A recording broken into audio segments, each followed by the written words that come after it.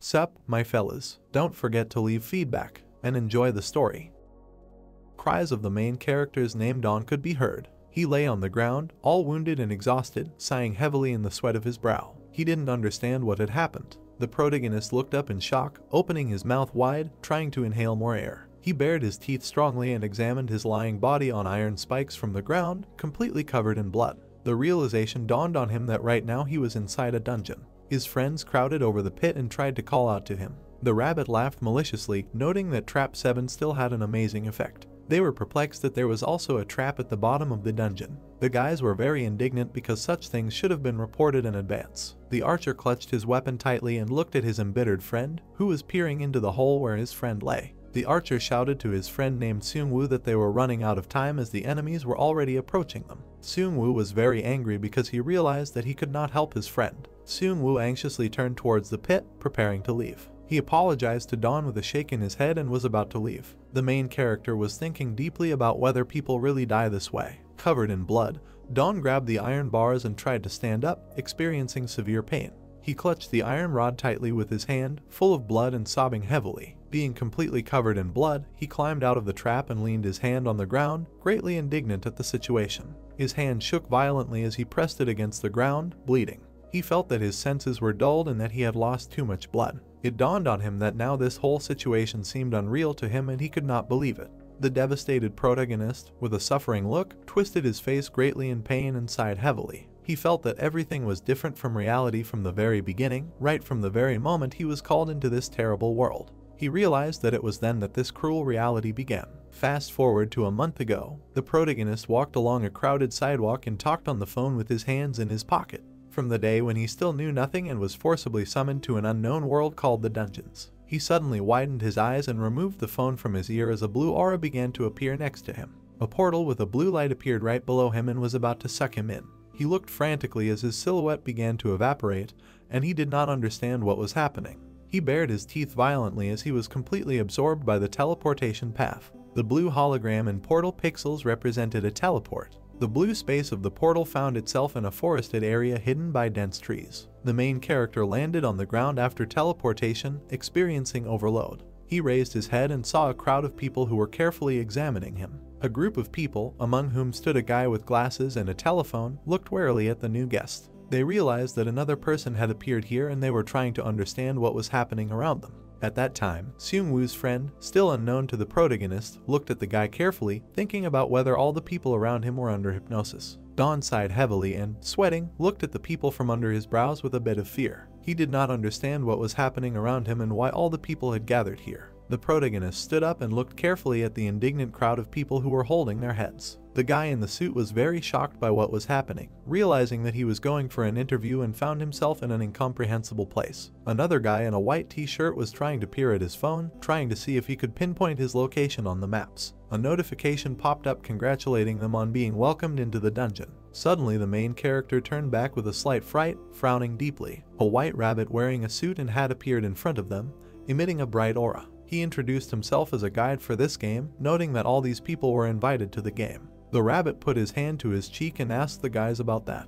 Were they curious about what kind of game awaited them? He decided to answer this question himself and explained that people were obviously curious and he was going to explain everything to them. The protagonist, along with other people, peered ahead with bewilderment and sweat, trying to understand what kind of toy rabbit was in front of them. The guy in the suit got very angry and started walking forward towards the guide, trying to ask him what it was. The man in the suit frowned deeply and shouted angrily that he didn't really understand what kind of show it was or not, but he didn't care about some kind of game. He added that he was late for an important interview. The rabbit looked a little surprised. The man ordered the man to stop hiding behind a toy hare and stop talking nonsense, wanting to personally meet with the organizer of this whole show. The guide extended his hand forward with a slight ironic smile, noting that there was no trick here. He explained that he was going to say something very important, adding that there were no other people here besides them. The guide spread his arms to the sides, one of which held a red umbrella. He asked for people's attention and was about to explain the rules of the game to people when the guys looked at him angrily. The guy in the suit grabbed the rabbit by the jacket and angrily told him to shut up.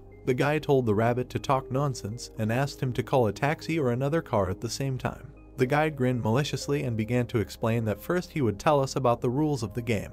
He immediately grinned maliciously. The main character looked at the rabbit with sweat and great surprise, who explained that this would be a game that one learns to play through death. Dawn decided to get closer to the guy who continued to hold the animated rabbit. The guide said it would be a dungeon game.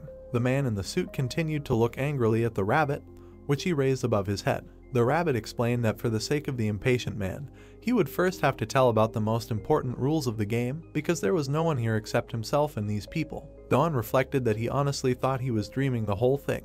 The rabbit noted the first rule is that you must always behave politely with the guide in the game. The rabbit waved his hand sharply and was about to deal a crushing blow to the guy. The guide looked bloodthirsty at the guy, whom he hit hard and blood sprayed from his head. He added that it was worth being polite if they valued their lives. Yet Dawn realized that it was not a dream. Splashes of blood scattered in all directions and landed on the face of the main character, who bulged his eyes from what was happening. The guide began to land on the ground as the man's bloody body fell to the ground, and the entire crowd of people realized what was happening in fear. The guide asked the guys if everyone saw that he killed a man, and added that he would kill all those who did not follow the rules. People were immediately scared and looked dumbfounded, trying to clutch their heads in fear, realizing that a person had just died in front of them. The guide bloodthirstily looked at the people with his red eyes, being stained with blood. He grinned ironically at the fact that now there were exactly 100 people left and was about to start playing for real. Dawn now clearly understood that it was not a dream. Rabbit added that it was a game. The main character widened his eyes and looked worriedly at what was happening, being also stained with blood.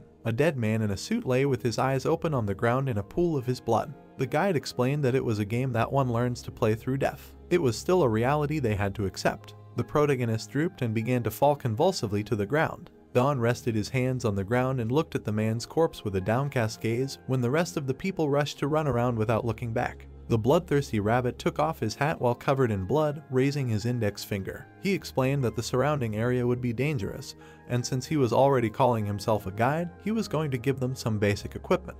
The protagonist sat on the ground looking dumbfounded and saw a small knife appear in front of him. Other people looked in amazement as various weapons began to appear in their hands. An older man in a suit noted that it was virtual reality, which was so popular now, and believed that all these people were actually 3D. While the rabbit was jumping on the ground, he heard people talking about what was happening. One of the guys noted that he once read an article about how false memories are created using virtual reality and passed off as passing a real test. The guide jumped high into the air, looking down at the people. He told them that they could think whatever they wanted and explained that it was worth starting to play a little. People were surprised that the rabbit could fly. The guide looked down at the people bloodthirstily, noting that first it was worth trying to stay alive by any means. The main character, along with other people, raised their heads up in fear. The rabbit said that the dungeon game is about to begin.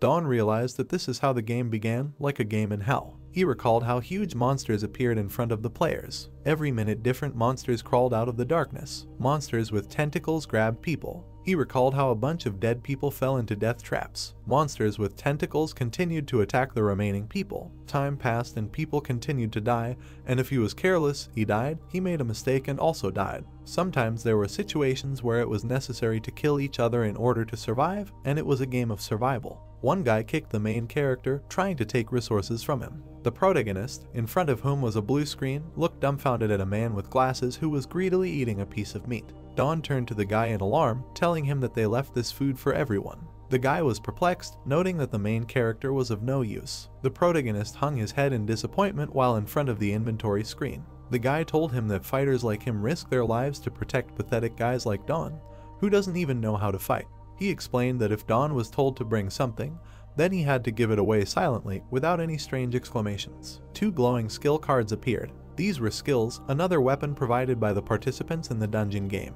He imagined a black image of a man who radiated a yellow aura from himself. It was a thing that Dawn often saw in MMORPGs that brought out superpowers, and it could grant superpowers or magical skills, and most people acquired the skills to fight. The main character sadly realized his situation while looking at his status window. Its status window, named Dawn, physical strength 67 100th, feeling of satiety 34 100th. Skills, cleansing, beginner 2, cleans contaminated areas. His gaze was drawn specifically to the cleansing skill. He realized that this was a minor skill that did not help in battle, but was merely a skill for removing poisonous impurities from the meat of animals and monsters. The guy with glasses looked at the guy gloatingly, disgusted with him. He explained that he had to be able to thank them, because if he had not been with them, he would have lost on the first day. He added that Dawn was of no use, but was only wasting food. He arrogantly told him to say thank you for being able to move freely at all. Seung-woo watched as the meat guy slapped Don. The guy noted that if the main character had even a drop of conscience, he would give his share to them. Seung-woo asked about what they were doing.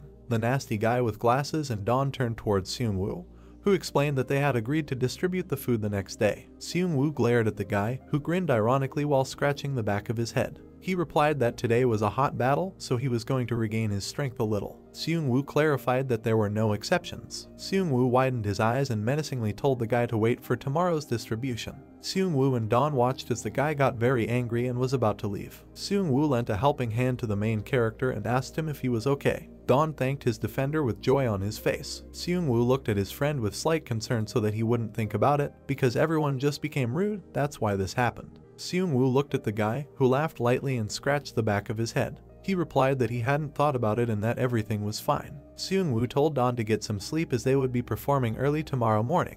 He recalled the guide's words that tomorrow they should reach their final destination. The protagonist raised his eyebrows and looked at his defender in awe. He understood that he would also like to help in some way. He looked sarcastically at his knife, which was provided to him. He immediately grabbed it and began to pretend to be a warrior. Thick clouds floated over the mountainous area, shrouding the treetops. The children's screams were heard. A huge sphere rolled after the guys who were trying to run away from it. The rabbit hovered in the air and watched as the ball rolled behind a group of guys. He told them that if they only looked ahead, something bad would definitely happen. The rabbit looked down on the guys, repeating his words that there were a lot of traps in this area. Seung-woo and a group of guys walked forward and frantically looked around. Seung-woo cast a grin behind him as he watched the other guys fall into the trap. The brunette took out his sword and continued to run forward, shouting to his remaining guys to look around, dodge, and run forward. The leader looked back angrily, shouting at the guys about why they were delaying, reminding them that if they stopped, they would die. Don was very tired and began to sigh from such a stormy run.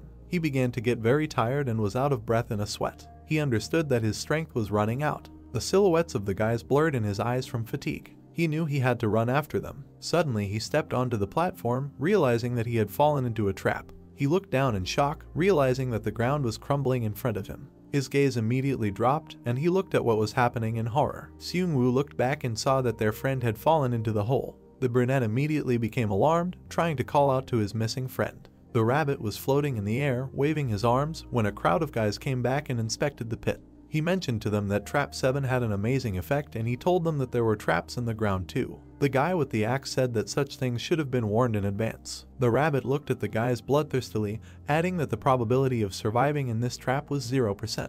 The guys looked back and saw a huge ball approaching them. The archer appealed to his leader that they did not have time and needed to retreat. Seung-woo bared his teeth in anger and hopelessness, trying to apologize to his comrade. Seung-woo rushed forward, shouting to his guys to run away too, testing the ground underneath them. At this time, the rabbit laughed maliciously and was amused. The guide at that time was flying through the air and watching the guys running away. He ironically spoke about the fact that he thought that the guys had a close relationship.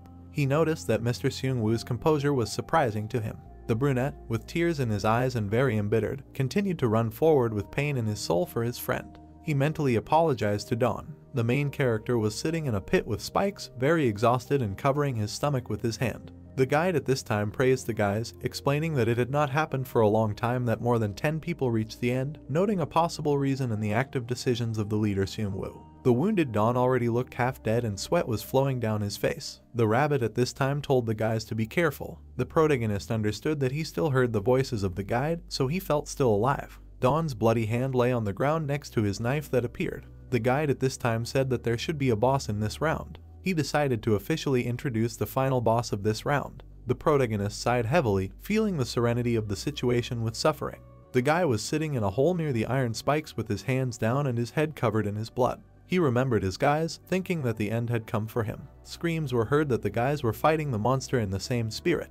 The guys watched in shock as Seung-woo waved his blade at the huge masked monster. The final boss began to fall and crumble. The guys watched frantically as their leader smashed the boss to pieces. They were happy that they were finally able to defeat the final boss. The rabbit hovered in the air and looked enthusiastically at the brunette, admiring the actions of the fighter. The guide clasped his hands and became all embarrassed, blushing slightly. He noted that the guys were really great, because he did not think that these weak people would ultimately be able to destroy the boss. He single-handedly praised Seung-woo, who was able to defeat the boss even with one hand. All out of breath and tired, Seung-woo looked angrily to the side. He angrily asked if they could now return home. The rabbit looked at the guys in surprise, folding his palms. He noted why this should suddenly happen. The guide looked at the guys maliciously, opening his eyes wide. He told the guys to gather all their strength and energy and rush to the next game. An angry Seung-woo and his bewildered boys looked at the rabbit and tried to understand why this was happening.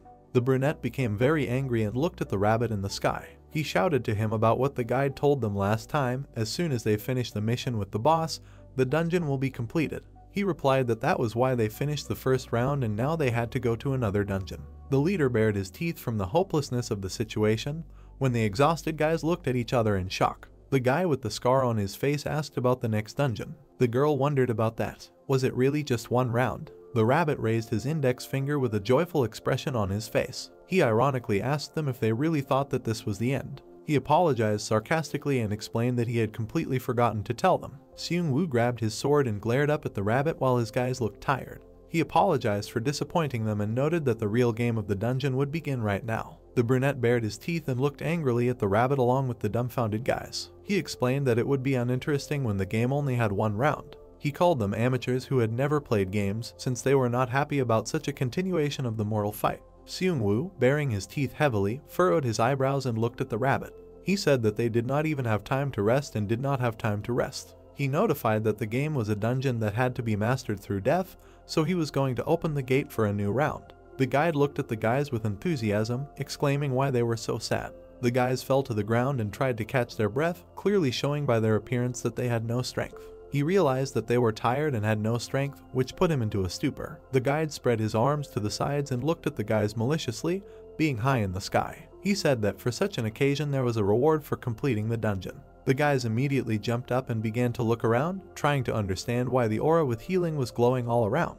The guy in the bandage and the girl looked at their hands and noticed how their wounds were healing. Seung-woo also raised his hand and looked at the healing in surprise. The rabbit spread his arms to the sides and joyfully looked at the guys, noting that this was a reward for completing the round and now they should be happy. The guide was surprised that Seung-woo had 2 arms again, complimenting him that he looked much cooler now. He asked the guys if they were now full of strength and if they were ready to go through the second round. He noted that it would be worth starting again.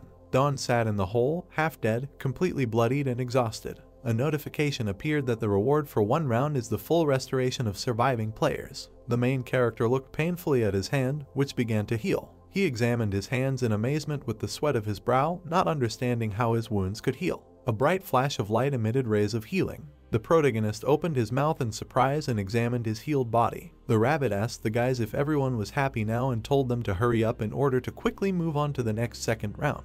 The protagonist cast a stunned glance to the side when he heard about the next round too. The main character spread his arms to the side and raised his head up, standing in a deep hole with spikes. He shouted that they should wait for him too and take him with them, because he was alive. The bright light of the afternoon sun illuminated the deep hole. Dawn, sighing heavily, looked up in bewilderment, realizing that the guys might not hear him. He grabbed his head and was very indignant, realizing that he could go crazy this way. He didn't understand what he should do here alone now. A notification appeared that the dungeon was restarting. He widened his eyes, resting his hands on his head, realizing what was happening.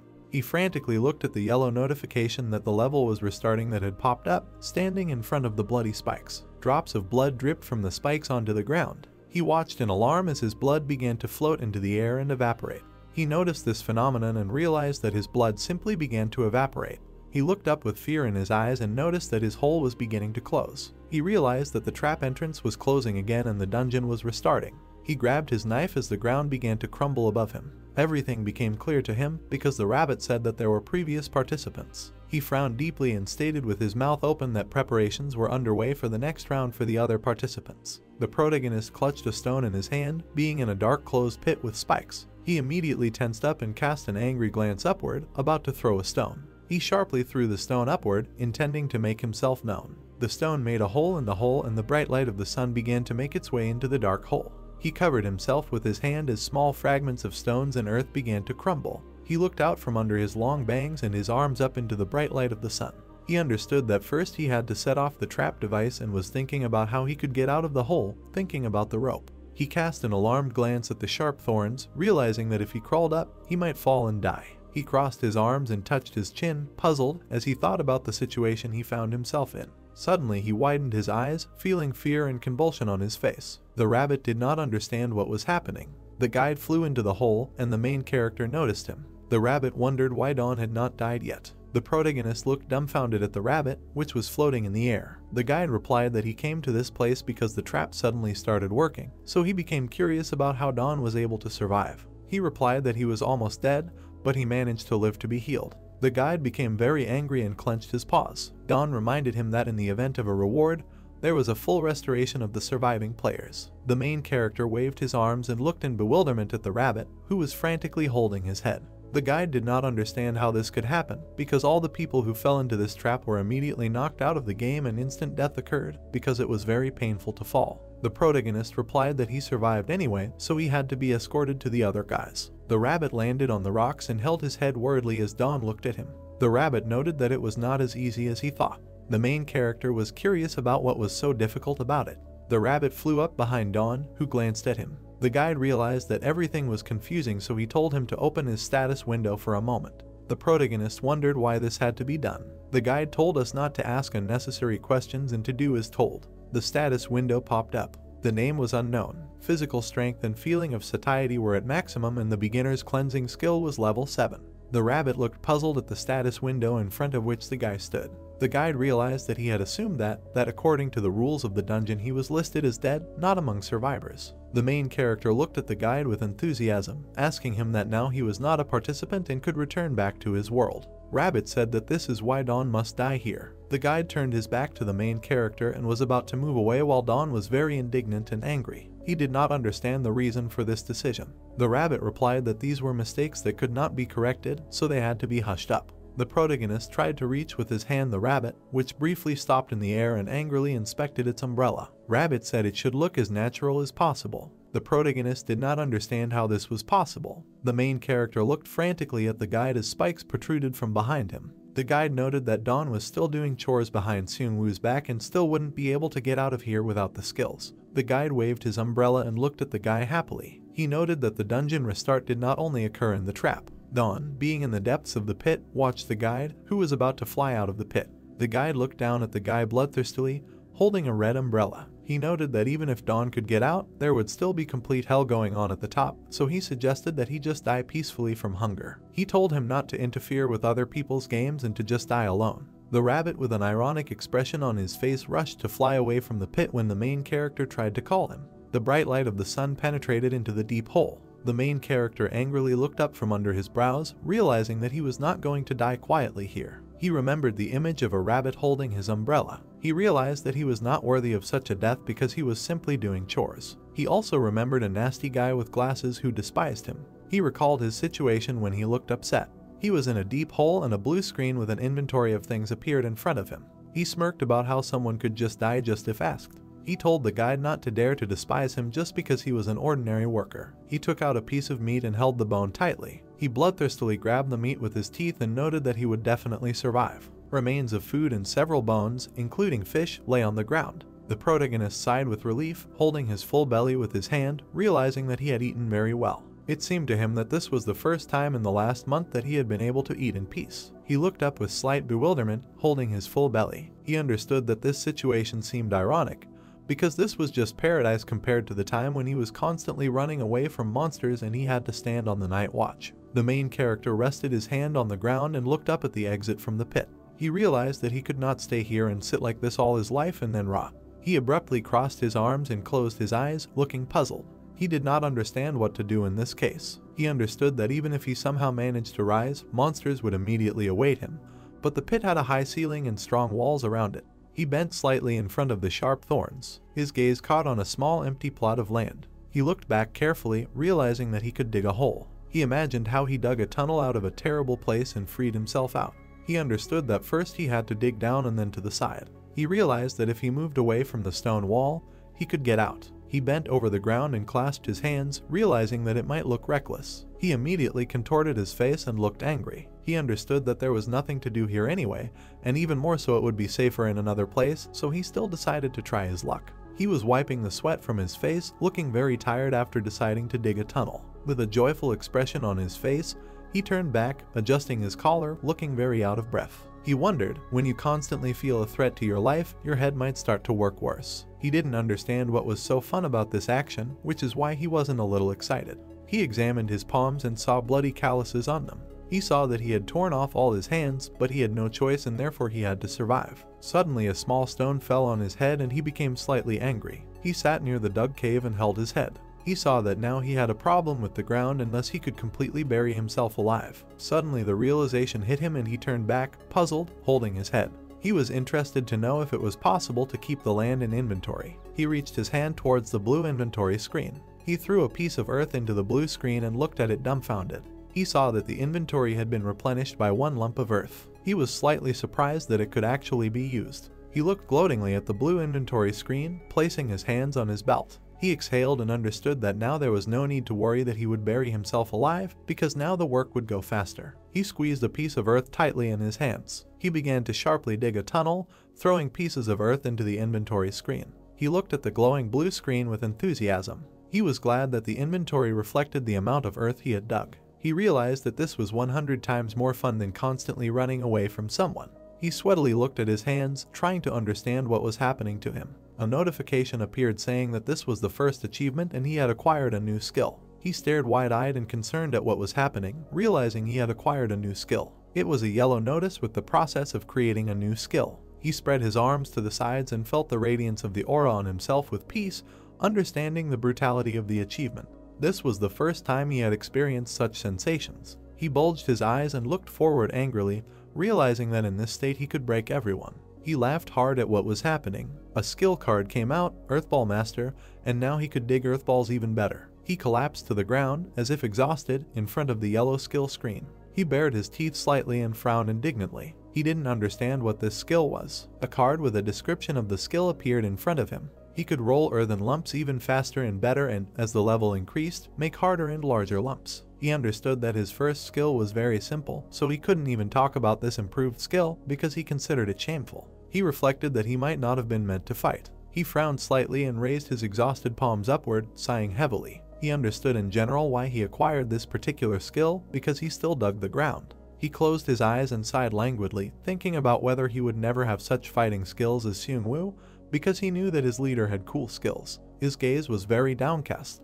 He recalled an incident where Seung-woo looked angry and shouted angrily. He thought about how Seung-woo was basically always causing trouble, but despite this, even when he lost his arm, he was still ready to save him. Dawn sat in his dug cave looking sad. He hoped that Seung-woo was okay and couldn't just die. Suddenly he exclaimed and remembered something. He looks at the blue screen, confused. He was trying to check how well he was now making earthen lumps since he had such a skill. He raised his hand off the ground and began to form a lump using his mana. He clutched in his hand an earthen lump glowing blue. He sweatily watched the lump, trying to understand what it was. A pile of thorns stuck out in a deep hole in which a tunnel had been dug. A rabbit's paws appeared above the tunnel. He grabbed his face and was very indignant, standing in front of the dug tunnel. He hoped that the guy would die peacefully in this pit. The guide grinned sarcastically, realizing that Dawn still wouldn't really do anything below with his swinging legs. He licked his paw and rushed to fall down into the tunnel, thinking that the guy had probably already spent everything or died. He was curious to know how much the protagonist had managed to dig up.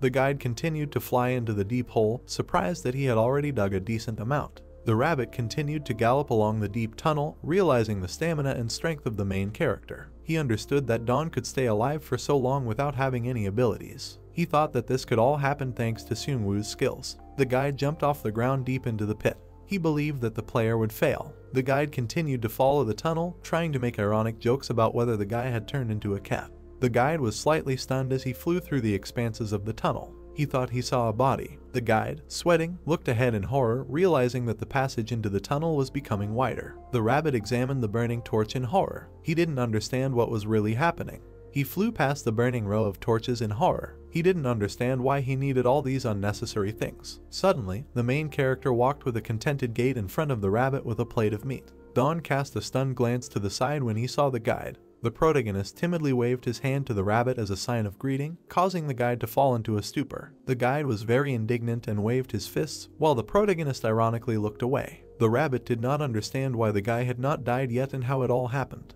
The guide widened his eyes and looked to the side in amazement. He saw a small makeshift bed in front of him. He also saw a homemade table with dishes made from mud, realizing that such a thing had never happened in the cave before. The rabbit was in a stupor when he saw a whole furnished dwelling in the cave. The guide frowned deeply and opened his mouth with anger, not understanding what it was all about. The main character opened his inventory and took out an earthen lump from it. He placed it on the table, made a deep mold out of it, and poured water into it. The protagonist sharply waved his hand over the earthen lump, giving it shape. From a lump of dirt, Don managed to make a plate, which he stared at. The guide looked at Don with bewilderment while sitting at the table. The guide asked Don what he was doing. Don closed his eyes, placing a large piece of meat on his plate. He told the guide that he was a guest after all, and he needed to treat him with something.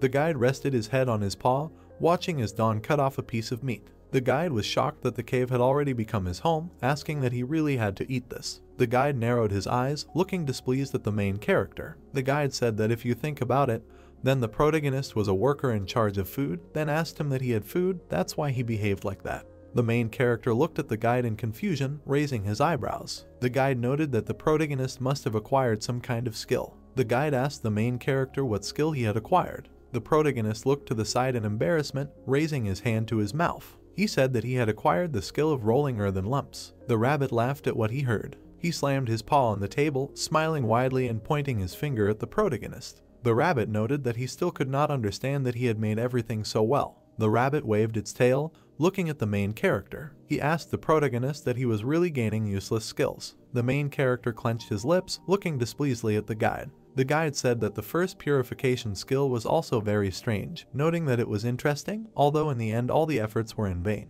The main character looked in surprise at the guide, who jumped from his chair to the ground. The guide told the protagonist that now all he had to do was die. Don looked at the guide warily, knitting his eyebrows. He asked the rabbit that he would kill him. The rabbit turned his head, looking irritably at Don. He said that the protagonist himself would soon die, asking him why he would get his hands dirty. The guide put his paws behind his back and happily galloped towards the exit. The guide noted that it was apparently already over. The main character looked at the rabbit in shock, widening his eyes. He asked the rabbit what was over. The protagonist turned his head behind his back, looking at how everything in the cave shook. He didn't understand what was happening. The guide flew into the air, looking at the main character, while the stones fell to the ground. The rabbit told Don that while he was having fun there in rolling lumps, the following players had already completed one round. The rabbit smiled bloodthirstily, narrowing his eyes. He told Don that he had built such a hut in vain, asking him if he regretted it now. Don looked at the guide in bewilderment, his mouth parted. A plate of meat fell from the table, breaking on the ground.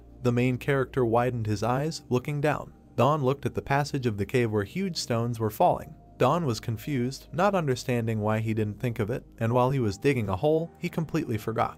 The protagonist frowned, watching what was happening with irritation. He thought that he had forgotten about starting the dungeon, which meant everything he dug up would also be restarted. Don planted his foot on the ground. He rushed towards the exit of the cave. The protagonist said that we must quickly return to that trap. The guide happily watched the protagonist, smiling widely. He was shocked that the main character was trying to get out of there, noting that he actually had fortitude. The main character fell to the ground from a boulder that fell nearby. The rabbit asked what he should do, noting that it was apparently hard for him. The main character lay on the ground as the cave collapsed. The rabbit said that it was still very far from the exit, noting that he said why they had to dig so hard. The protagonist bared his teeth, clenched them, and looked straight ahead. Don rested his knees and hands on the ground, lowering his head. Rabbit asked Don that he was giving up, to which the main character said that this is probably the end. The rabbit noted that he had been through a lot. The guide spread his paws to the sides, smiling widely. He told Don that as a result, he dug his own grave, noting that he told him to just die quietly. The guide tilted his head to the side, looking at the protagonist with an insidious gaze. He told Don that he was trying in vain.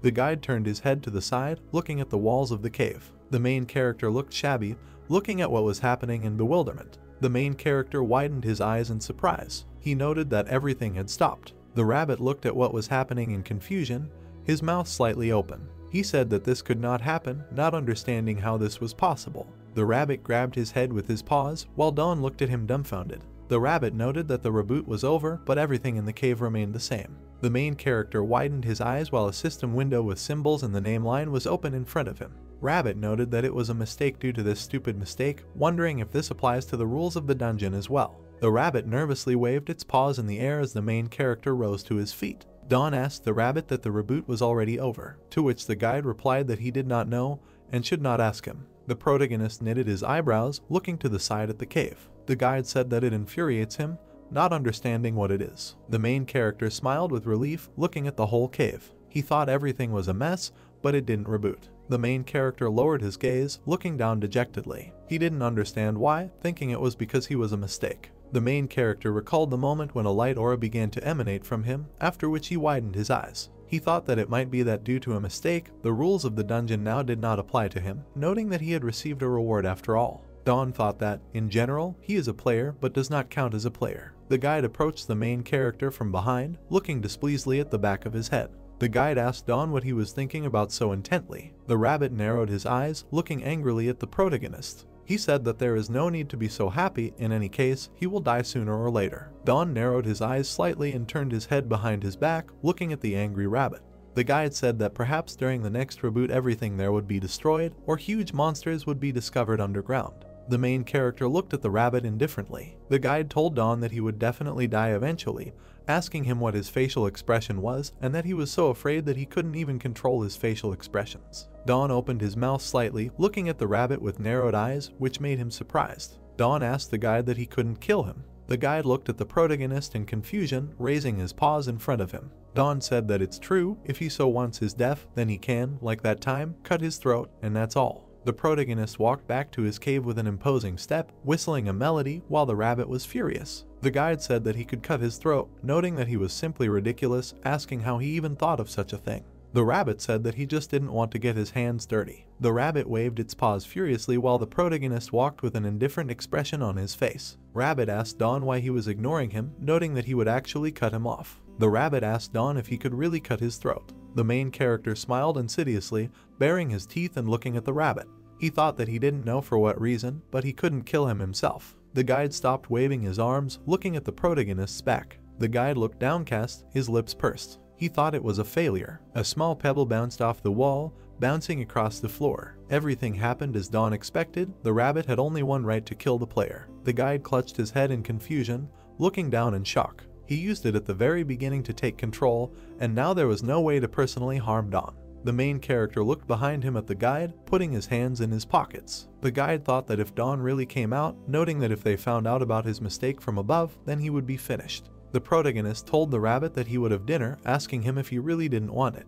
The main character looked sideways at the guide while stones began to fall in front of him. He told the guide that if he didn't want to, then so be it. The main character raised one eyebrow, looking at the ceiling of the cave with confusion. Suddenly the wall began to collapse. A strong stream of water gushed out of the hole, knocking the main character off his feet. The guide from above watched as a stream of water enveloped the main character. Dawn didn't understand what was happening. The rabbit noted that the cave had burst. The rabbit looked at what was happening with enthusiasm, sparkling with joy. He said that the cave was broken through by an underground stream. The protagonist raised his hand, covering his face with his hand, while the rabbit laughed at him. Rabbit asked Dawn what he thought he would survive, noting that the underground stream was right there. Rabbit told Dawn to just die and let him drown since he is a mistake. The main character closed one eye, being almost completely underwater. He thought that the reboot had weakened the ceiling of the cave. A strong stream of water covered the main character's head, because of which only his hand was visible. Dawn thought he was doing badly. The cave began to fill with an endless stream of water. Water filled the passage in the cave, while the torches continued to burn. The flow of water was strong, flooding the room. The main character emerged from the water, mouth wide open, inhaling air. The protagonist frowned, looking at the water. He opened the inventory. Dawn extended his hand in front of him as the system window opened in front of him. The main character opened his mouth wide, continuing to sweat in a strong stream of water. He said he would stop her with all the dirt he had. The main character closed his eyes, stretching his hands in front of him, removing lumps of dirt from his inventory. The guide closed his eyes, watching what was happening in irritation. The protagonist looked at the lumps of dirt, while the rabbit looked at everything dejectedly. Rabbit asked Dawn if he was serious, to which he replied that he was full of confidence. The rabbit put his paw to his head, looking at the main character, who lowered his head down. The rabbit said that Dawn must have gone completely crazy since he is trying to plug the dam with his finger. Dawn bared his teeth, clenching them. He said that one finger, of course, is weak, but this number will be enough. The rabbit widened his eyes in surprise, looking at what was happening. The guide was shocked by what the protagonist was doing. He didn't understand what it was. Endless lumps of dirt began to appear from the protagonist's inventory, plugging the dam. The rabbit asked the main character why he had so much dirt and how much he had collected in his inventory. The main character pursed his lips, looking away to the side. He thought it was time to stop underestimating him. The protagonist spread his arms to the side, baring his teeth, looking at the hole in the wall. The protagonist covered the hole with dirt without stopping, putting his hands forward. He thought that by collecting all the dirt from his inventory, he would stop the flow. Lumps of dirt covered the hole in the wall. The flow of water was so strong that it came out of the cracks. The main character stood at the sealed wall, watching the water splash from the cracks. The protagonist widened his eyes, watching what was happening in shock. He thought that she could not withstand the water pressure. The protagonist looked at the wall in bewilderment, holding a lump of dirt in his hand. He thought about a shape that would withstand pressure, and what if the shape was not spherical? System notification. Mud Shaper. You can create larger and stronger pieces of mud as you increase the level. The protagonist noted that it does not say that the dirt must be spherical. The main character pursed his lips, looking at the lump of dirt in his hand. He wondered if he could change his form. The protagonist raised his hands and opened his mouth wide, trying to form a different lump shape. The rabbit thought that he had clearly gone crazy. A strong stream of water gushed out of the cracks, almost knocking Don off his feet as he worked his magic over the lump of dirt. A lump of dirt hovered above the protagonist's hand, emitting a golden light. Don mentally prayed for him to change. A lump of mud took the shape of a brick, while the protagonist's hand stuck out of the water. The protagonist, once underwater, smiled sarcastically, looking at the brick. The guide looked dumbfounded at what had happened, his mouth open. The rabbit said that this couldn't happen. The protagonist built a wall of bricks, covering a hole in the wall. Don rested his hands on his knees, lowering his head as the water all drained away. The rabbit thought that he had managed to stop the flow after all. Don said that he thought that now he would definitely die. Don furrowed his eyebrows, looking at the rabbit with displeasure. He told the rabbit that everything was going through one place from the moment he came there, asking him that he wanted to make fun of him for his eyes. The rabbit landed on the ground, closing his eyes angrily. The guide told Don that then he should just give up and die. Don fell to the ground, completely wet, as the guide walked closer to him. Don said that he was very cold, noting that he almost died then.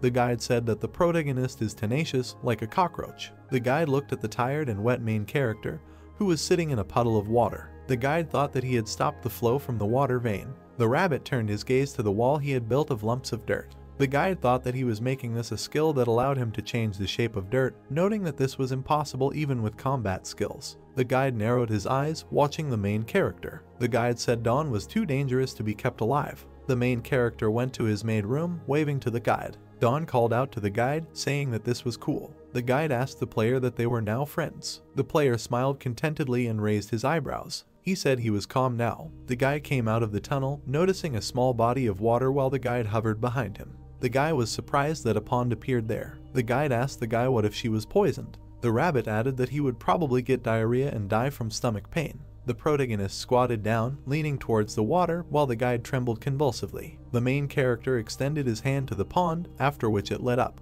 Don used the purification skill. The guide was shocked what Don did. The protagonist turned his head to the side, looking at the angry rabbit. Don said that now he can drink it. The rabbit thought that he was an annoying, tenacious scoundrel. The main character pursed his lips, looking down at the shining water. He rose to his feet as the guide continued to watch the protagonist. The guide asked the player what he would do now. The player noted that they now have a pond. He looked at the guide with a smile, beaming with joy. The player said they could get some nice interior decoration. The guide stated that they did not need her. The player stretched out his hands in front of him, opening his inventory, simultaneously laying out bricks by the pond. The guide watched as the protagonist built a stone wall of bricks around the pond. He noted that he made it in an instant, thinking that his skills had improved after stopping the flow. The main character walked up to the wall, sticking out his tongue and making a figure on the wall, while the rabbit watched him in surprise. The rabbit asked the guy what he was doing now, to which the guy replied that this is the highlight of their design. The rabbit watched as the main character sculpted the shape of a lion's head. The protagonist said it was a lion head fountain. The guide thought the head looked more like a cat that had been struck by lightning. The player extended his hand in front of him, putting it into the lion's mouth. The player looked at the head, smiling slightly. He used the mud shaping skill. The main character pulled out a stone from the lion's mouth, from where a stream of water began to flow, while the rabbit opened his mouth in shock. The guide narrowed his eyes in irritation, furrowing his brows. He said that Don does whatever he wants now, asking him why he wastes decorating everything.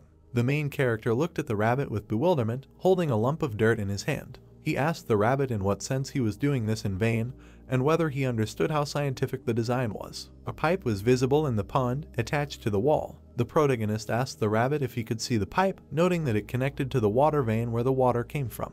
The pipe was attached to the lion's head, under which arrows indicated where the water was moving. Don told the rabbit that of course this is a good solution to reduce the water pressure and subsequent rush, but it also avoids stagnation of water. The guys sat by the pond, while the protagonist looked at the rabbit with an insidious smile, resting his fingers against each other. Don said that he should remark by asking the guide that isn't this a gorgeous design that only a genius can do. The guide reluctantly said it was cool. The player asked the rabbit if he would receive an achievement for this. The main character looked in front of him in surprise, seeing a bright golden light. A system notification has appeared. Obtained an achievement saying that the main character built a pond with a fountain in the shape of a lion's head. The protagonist opened his mouth slightly, looking at the achievement in bewilderment. The rabbit grimaced with displeasure, squinting his eyes from the bright light. The pond shone brightly with a bright light, which was watched by the shocked guys. The guide noted that he received an achievement for such stupidity. A system alert has appeared. Reward: now there are fish in that pond. System alert. Achievement received. A pond with a fountain in the shape of a lion's head was built. Reward: now fish have appeared in that pond.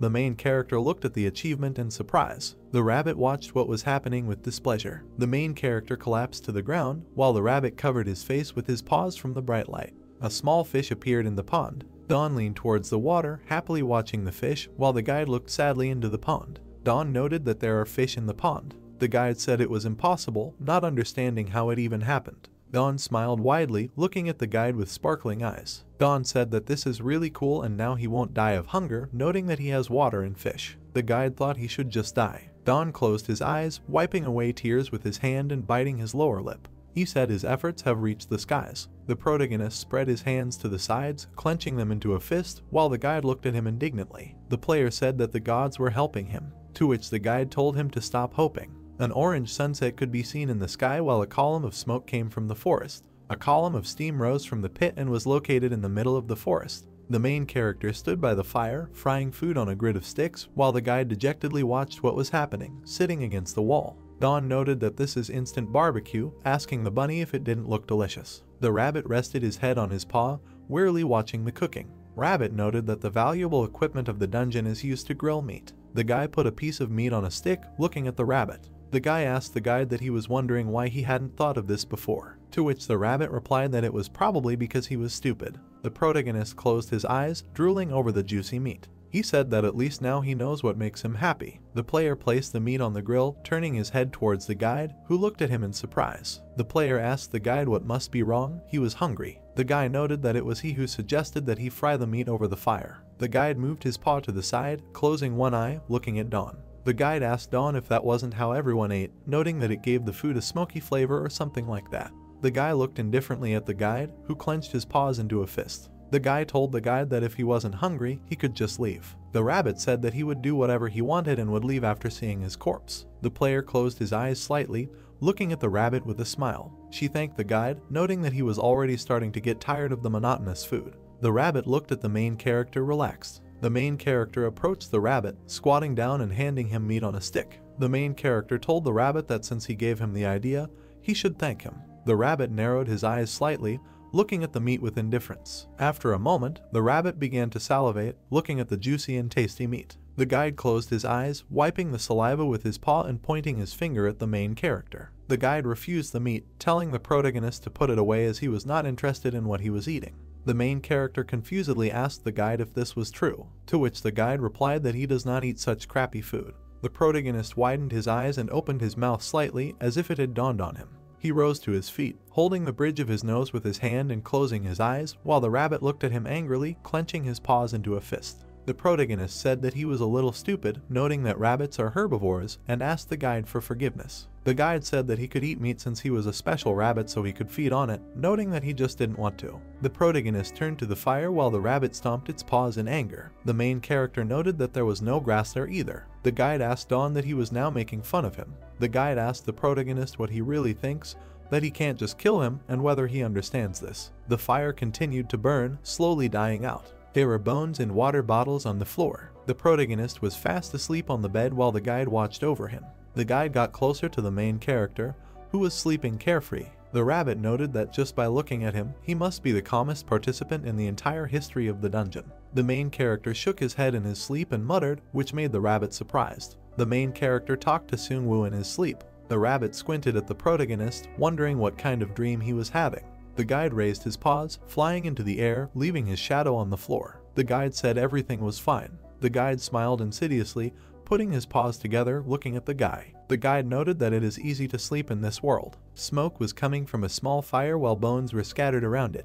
The rabbit said that without even knowing what he had done. Smoke rose from the cave into the forest. The guide said that the monsters in the dungeon are always hungry, asking the sleeping Dawn if he could survive in a cave with no way out. The full moon shone in the sky, while the red eyes of predators next to the hole could be seen from the bushes. The guide smiled maliciously, looking at the main character with bloody eyes. He said he hoped he had a wonderful last meal. The protagonist was fast asleep in his cave, his mouth slightly open. Dawn asked in a dream to be given to him too, just one piece. Dawn furrowed his eyebrows, continuing to sleep soundly and hum in his sleep. An animal appeared in the cave and crushed a bone with its hoof. The boar stood near the cave, sparkling with its bloodthirsty eyes. The cave began to rattle, causing ripples to appear in the pond. The fire on the torches began to move in different directions from the strong blow, after which the flames calmed down. A huge boar appeared in front of the protagonist, releasing smoke from its nostrils. The main character said in a dream that he also wanted a pork belly. The boar approached the sleeping protagonist, sparkling red eyes. The boar began to sniff Dawn's body,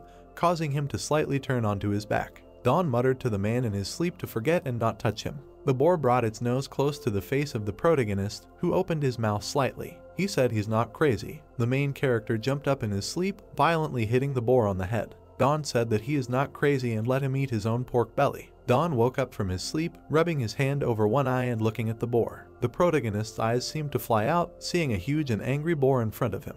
He was surprised by the horned boar. The protagonist looked at the boar cowardly, covered in cold sweat. He thought he was still sleeping. The boar hit the main character's bed with its horns, causing him to jump to the side. Dawn was convinced that he was no longer sleeping. The player looked dumbfounded at his destroyed bed, standing next to the bloodthirsty boar. The player thought that if he just scratched him, he was a dead man. Dawn held his hands out in front of him, standing in front of the angry boar. The protagonist asked the boar how he was doing and whether he understood him like the rabbit. The main character frowned, watching the beast in horror. He asked the beast that he had accidentally hit him, adding that if he had hit him, he would apologize to him. The beast opened its mouth slightly, drooling, looking at the player in disbelief. The player thought that it meant he was just hungry. The player bent his knees slightly, raising his hands and looking at the monster with tears in his eyes. The guy did not understand how this beast appeared there out of nowhere, noting that he felt sick from this dying fear. The main character began to remember Seung-woo, who was looking straight ahead with a confident look. Seung-woo said that they need to focus as their strength is ridiculous. Seung-woo got into a fighting pose as the angry boar charged at him. Seung-woo said that horned boars have predictable behavior and are also stupid. The main character thought about what if Seung-woo were in his place. Seung-woo dodged the attack from the angry boar. Seung-woo said to dodge to the side. The boar was about to attack the protagonist while he stood opposite him, terrified. The protagonist thought that this is what Seung-woo would do. The main character wondered if he could do the same. The guy bared his teeth as sweat ran down his face. The main character thought that he was just in charge of the creation, and he had no fighting skills at all. The main character widened his eyes, looking at his opponent. He moved his hand behind his back, from which a golden light appeared, while the beast rushed towards him, its red eye flashing. Dawn thought about what if, just for a second, he formed a ball of dirt in his hand. The white space was filled with a black and red aura. The main character stretched out his hands in front of him, building a wall of bricks. Dawn hurriedly climbed the wall, away from the monster. The main character jumped into the air, dodging the beast's attack. He thought maybe he could do this. The boar rammed its head into the constructed wall, clenching its mouth. Shards of stones fell from the ceiling. The head of the demonic boar punched a hole. Dawn jumped to the side and dodged the blow. Then he looked at it with alarm and thought that he had broken the mud wall like a sand castle. Afterwards, the protagonist jumped to the side, squatting down, and thought that he even stopped the breakthrough of the vein with this wall. The outlines of a monster were visible in the cloud of dust, and the hero thought that they were not lying when they said that this was the apex predator of the first stage. The boar walked towards him with eyes red from rage, and he continued his thought, thinking that this was excellent strength and endurance, and one mistake would cost his life. A moment later, he spread his hands, opening his inventory and shouting about it. Bricks began to fall out in front of him, and he worriedly thought that in any case, this is all that can be done now. A man in a red t-shirt put a brick on the wall and thought that if one wall failed, he would make several. Afterwards, the guy looked forward seriously and told the monster to try to get through it, although he doesn't know how stupid he is. The hero stood on top of the wall into which the boar was already running, and said that it would not break so easily and urged him to speed up. The creature rested its horn against the wall. The protagonist staggered and became nervous, making a sound of failure. The wall beneath him collapsed and shattered into smithereens, and he, falling from it, said that this was madness and asked how he broke it so easily. While the man in the red t-shirt was in the air and watching what was happening, he thought that things were bad and he was much stronger than expected, and in this case, the monster began to slow down. The hero stood on the ground and looked at the cloud of dust, thinking that the water vein would break through again because of his violence. Seeing his room being torn apart, he exclaimed about it. The protagonist pursed his lip and thought sadly that he had wasted a lot of time on her. Then he spread his arms to the side, opening the panel. The guy's hands were shaking and he said that you couldn't break through this scoundrel so easily and said that it was time for the main ability he was working on. The boar looked at him questioningly and growled. A piece of stone began to emerge from the panel that appeared. The boar got scared and growled questioningly. The hero looked down and asked if he had ever heard about a targeted bomb. Then he tensed up and shouted that any monster would die from one blow. The monster looked with alarm and squealed. The protagonist still held the stone above his head and said that it was a special targeted mud bomb. But then the weight of a boulder fell on his hands. The stone pressed him and he made a questioning sound. He was still able to create a small explosion, but the boar remained meaningfully silent. The builder was able to throw it a little forward and disgraced himself. He looked at the remains of the boulder and said a significant silence. Afterwards the guy laughed anxiously and said that it seemed he would live. The animal exhaled through its nose with aggression. He began to run away from him as fast as he could in tears and thought that he was done for, and then thought that he had never had enough strength to leave her. Then he began to create steps from stone and asked to stop. But after a moment the hero was stunned by something. He was hit by a powerful blow and was thrown back. Blood gushed from his mouth. He still fell to the ground. Stones fell from the ceiling. The man in the red t-shirt began to get up from the ground. His body was trembling and he thought that it wasn't even a direct blow, but it already hurt like hell. Looking at the boar, he thought that he had nowhere to run. The hero exhaled heavily and thought about what he should do now. The boar turned, and he continued his thought and thought that at this rate he would definitely die, and there must be another way out, and this scoundrel. Then he imagined the roasted boar meat on the fire and thought that if he could deal with it. A moment later, the protagonist imagined a dead boar lying nearby and he was frying its meat. It suddenly dawned on him and he realized that he wanted a barbecue made from pork stomach, and the taste of fat that he had dreamed of could now be tasted. The guy put his palms to the floor creating structures. The builder looked out from behind the wall with a wild smile and called on him to go down on him, calling him a pig's stomach. The wall had already been erected and the boar was rushing towards it. He used the mud formation without stopping. The boar's eyes were fierce, but then, after he broke through the wall, he began to fall into the hole and the hero stood on top of another wall. He looked at him with a sly smile and asked if he was here and said that he thought it was time for them to stop running around. The monster fell on its side and roared. Then he looked up with an angry look. The builder still stood on the wall and asked why he was looking at him like that and said that it seemed that he did not understand what would happen to him. Afterwards he straightened his hair and said that he was furious and then asked if he knew how long it took him to build all this and asked how he was going to compensate for it all and asked if he would help him in restoration of this place. The boar sat down in horror and growled questioningly, and he said that he believed that it would be difficult for him. Afterwards, the hero's face became stupid and he asked if he would pay with his carcass and said that the monster treated him with disrespect. Stones began to fall from the panel above him and hit the monster, and the departing builder said goodbye to him. Guide watched all this and remained significantly silent. The rabbit was in frantic shock and asked about what he just saw. The hero winked at him, and he continued and asked what kind of person he was and asked if he really only crafted. His name was hidden on his panel and he continued by saying that it was just a dirt formation that was useless and then asked if it could really be used like that. The protagonist was sitting on the wall with a knife in his hands and saliva dripping from his mouth, and the rabbit thought that this man was idiotically creative with his skills and damn dangerous. A notification was issued that the average level of participants after passing the first stage is level 3. There was an archer with a magical weapon and a notification came out that the skill level increases after repeated use. The guy attacked a huge golem and a notification came out that if special conditions were met, the participants could even gain new skills. The arrow hit the monster in the chest and a notification came out that the skill effects were reliable. Afterwards, a warrior with an axe jumped over the monster's head and a notification came out that in such a way that the survivors continued to clear the stages. The policeman cut off the monster's hand and a notification came out that the average level of participants after passing the stage was 1, but however, the warrior stood with a surprised face and the golem looked at him. The creature then struck him, throwing him to the side with his remaining hand. A man in a suit stood in front of him, creating a shield of mana. As it turned out, honing your skills in Mortal Kombat is not very easy. The golem's hand grabbed the tank, breaking the shield. The rabbit closed his eyes and remained silent significantly. The hero stood with the most satisfied face over the rubble using magic, and he continued his thought, thinking that the ability to form mud is at such a high level only because he constantly uses it. The protagonist dug up the boar and was glad that he had found it, and he continued his thought and thought that this is not even a combat skill. The builder started waving his hand at Guide and calling him to look at it, because now they have a pork stomach. Beard was furious and said that this was a mistake and that man was like a parasite.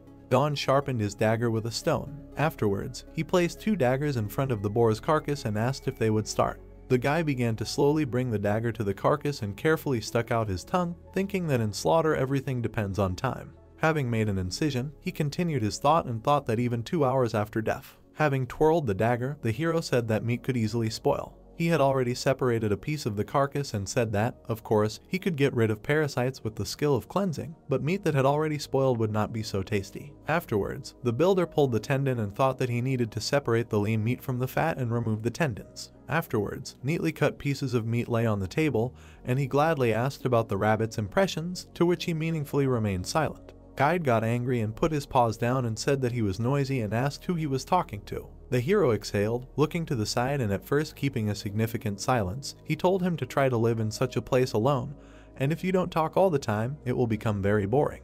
The flying beast calmed down a little and said that he understood him. Then they turned in different directions and one exhaled and the second cleared his throat. They both suddenly felt a kinship. Light smoke was coming out of a hole in the ceiling. The protagonist hit the boar's skull against the wall. He made something out of it that looked like a frying pan and, thoughtfully, said that it could work out that way, although it was much lighter than the previous one. Afterwards, he put the makeshift frying pan on the fire and said with a smile that it had a good handle and that it was quite useful and that we needed to test it. Afterwards, the hero, humming a song, took the tendons in his hands and said that they were quite well dried and would be ideal as ropes, and the rabbit uncertainly wondered in his head whether he would be a caveman. Afterwards, the protagonist held out a piece of meat in his hand and said that the best thing is fat and this is a necessary thing. Afterwards, he threw it into the frying pan and said that due to a recent incident, almost all the torches had deteriorated and he was very worried about how to preserve them. The fat began to melt and he said that the smell was excellent. Then he poured the liquid into the bottle. The builder did this with a frying pan and said that the smell must be strong and asked if the smell was stronger than yesterday. The rabbit frowned and said that he was betting that it would attract monsters. The hero smiled slyly and said that he had already come up with a solution. Guide watched closely what was happening with incomprehension. Afterwards, the protagonist went somewhere with a smile. Afterwards, he used the inventory, calling it with his voice and took out a stick from there. The builder stuck it into the ground, surprising the rabbit. Afterwards, he asked for his shoulder with a sly smile and asked if he had said then that as soon as you fall into this trap, you are a corpse. The animal made a questioning sound. He turned around with enthusiasm and said that if he used it, he would be able to hunt and then asked if this was so. Beard was shaking with irritation, and he continued and said that the iron lances were quite useful, so he kept a few in his inventory, but after each restart they reappeared. Don pointed at his construction with his hands and asked if it looked just like before, and he asked if he thought monsters were that stupid. Afterwards, Guide looked at him with incomprehension and asked if he really tells every monster in plain text that there is a trap here and thinks that they will fall into it. The hero raised his hands up with pleasure and asked if he was serious when he said this, and then said that come what may, and he was going to feast on them without regret. His interlocutor asked what he was saying, but the man in red t-shirt said that it was a party with a pig's stomach, and if he released this smell, a monster would jump here. But then a loud sound was made behind them and they turned around. Whitehair looked up with alarm and ordered him to stop. A boar was looking at them from above, and he, waving his arms, asked not to do this, and said that he did not need to come here and asked to stop. The pig jumped down and he continued to shout for him to stop. When the monster fell, the rabbit called him a stupid pig. Clouds of dust scattered from the fall, and the hero shielded himself from them with his hands. Then he barely opened his eyes. As it turned out, the monster really fell into a trap, and the protagonist spread his arms in surprise and asked if he really caught another one and said that it was surprising. The rabbit held his ears and, in a rage, shouted that he was stupid and asked why he jumped in the first place. The builder looked at the carcass with appetite and grinned and said that now he didn't need to worry about food, and the interlocutor said that he hated him. At first the foliage on the trees was green, but then autumn came. Another boar approached the hole. He smelled the scent from the hole and made a questioning sound. Afterwards the monster looked into the hole. Then a view of 2 pieces of meat opened up in front of him. These pieces were all covered in fat. The pig jumped into the hole. Dust flew across the dugout again and a roar was heard. The monster tried to come to his senses and growled. The hero lay on the floor and rested his chin on his hand and said that he was bigger than yesterday. He smiled and looked at his prey humming and told him welcome. The protagonist laid out pieces of meat on plates and sat by the fire. Then he took the meat with 2 chopsticks. The guy in the red t-shirt picked it up and the ground shook. He looked over his shoulder and remained silent significantly. Afterwards, the builder changed his face and with a dissatisfied look asked if another one had fallen and asked if they had at least a drop of intelligence, and it was already getting boring. And he was not even surprised, and then asked if they could even. I would like to fall 1 per day because it is already becoming a routine.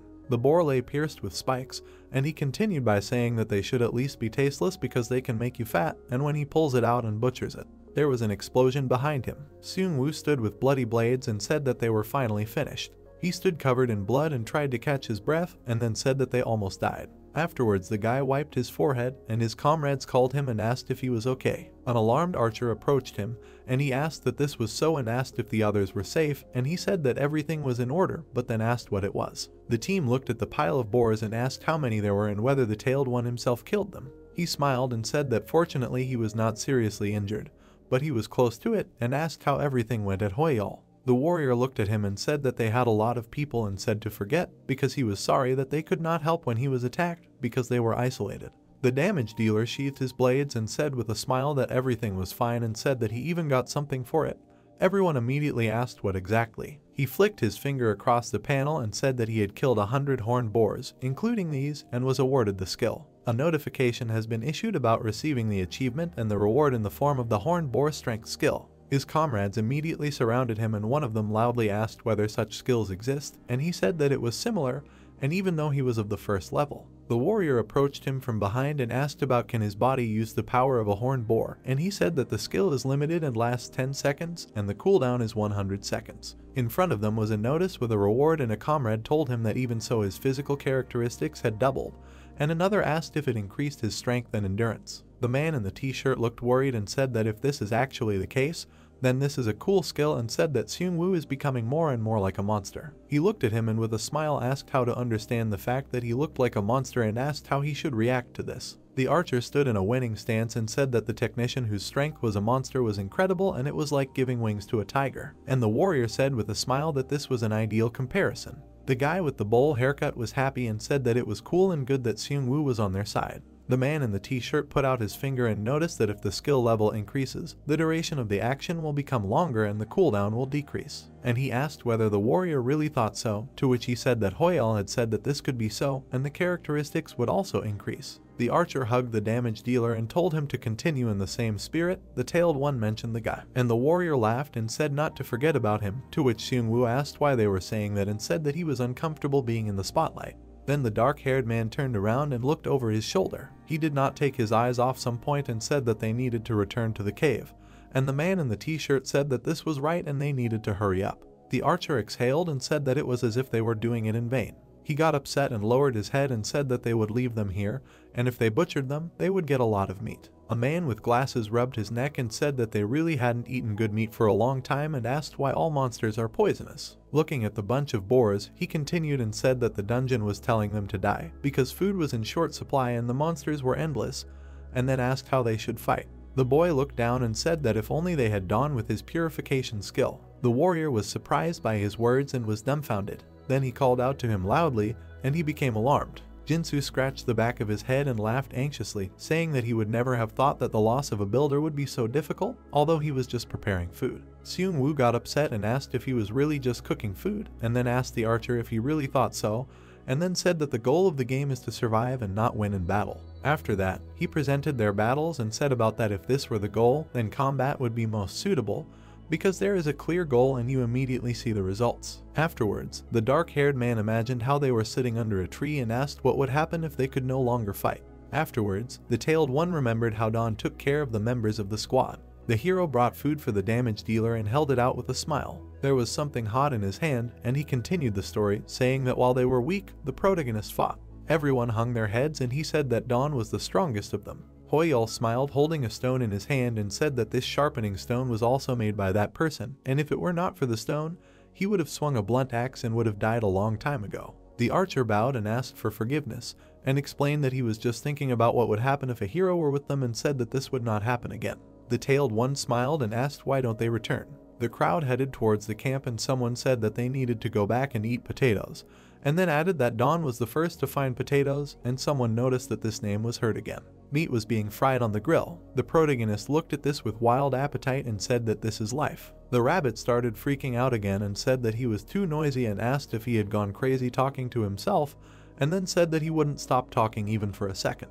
The hero chewed and looked at his interlocutor and said that he didn't seem to know what the trick of mukbang was, and said that you need to remember well that the reaction is very important when you eat something tasty. Afterwards, he took another piece and said that he, of course, would never understand this. The rabbit tried to clarify, but he said that there was no chance that the white-furred one would not understand him. To which the long-eared one said that he did not understand and doesn't know what it is, but knows exactly what he's talking about. The protagonist looked at him with his eyebrows drawn together and asked if this was true and asked if he knew that there was poison in the meat of these boars. The rabbit became alarmed and said that of course he knew this, and he asked if it was serious, and then said that it means that he knows this too. He moved closer to Guide and, putting his hand out, said that if he uses the cleansing skill on this meat, the toxin will disappear, leaving a slight bitterness, which means. Eard listened to this with a straight face, and he continued by saying that the meat becomes tasty even without salt. The rabbit immediately became enraged, and he laughed and asked if it was cool, to which the interlocutor said that he did not need to know this and would kill him with his own hands.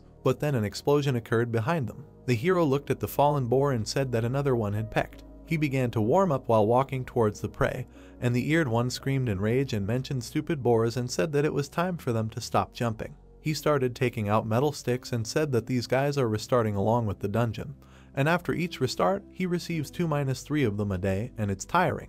Guide tensed up and said that this infuriates him. Then something surprised him. He saw Dawn lifting the carcass and asked him what he was doing, and asked why he was so strong and asked if it was because of what he was eating. He looked at him and said that it was just a skill, and he would return soon, but for now he could watch the meat so that it does not burn.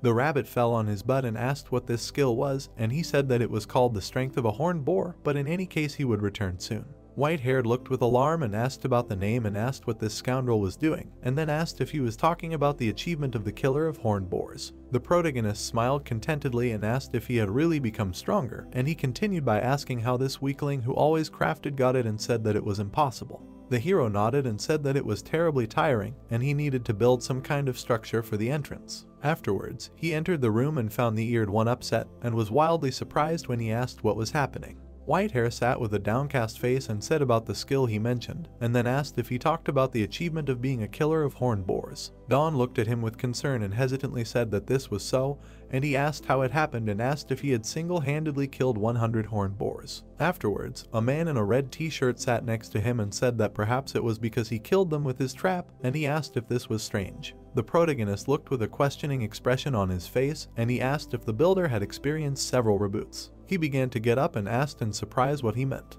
to which the big-eared one said that after each restart, progress is reset to 0 and, at best, there are 40 boars on the surface. The hero pointed his finger upward, closing his eyes in a smile and laughingly said that this means that his progress was not reset after restarting the dungeon, and then asked whether this should not be the case. The rabbit was furious and said that this, of course, was not so, and this was just a stupid glitch of the dungeon, and he said that then all the monsters that he would kill in the future also counted. Afterwards, he put his hand to his chin in thought and asked that if he killed 100 more monsters, would he receive even more achievements, and then said that it might be difficult to kill them without a team. The flying beast waved his arms and said that there was no need to ask him, and then he mentioned that that guy ate pigs all day long, and eventually became a pig himself, from which he asked if this place measured how fat he was, to which he said that he did not know and again called him a pig. There was a bright sun over the green hills. The crowns of the trees provided shade. The squirrel ate the remains of the skeleton. Afterwards, the remains of the bones crumbled in his paws. The beast dropped them down and made an exclamation sound.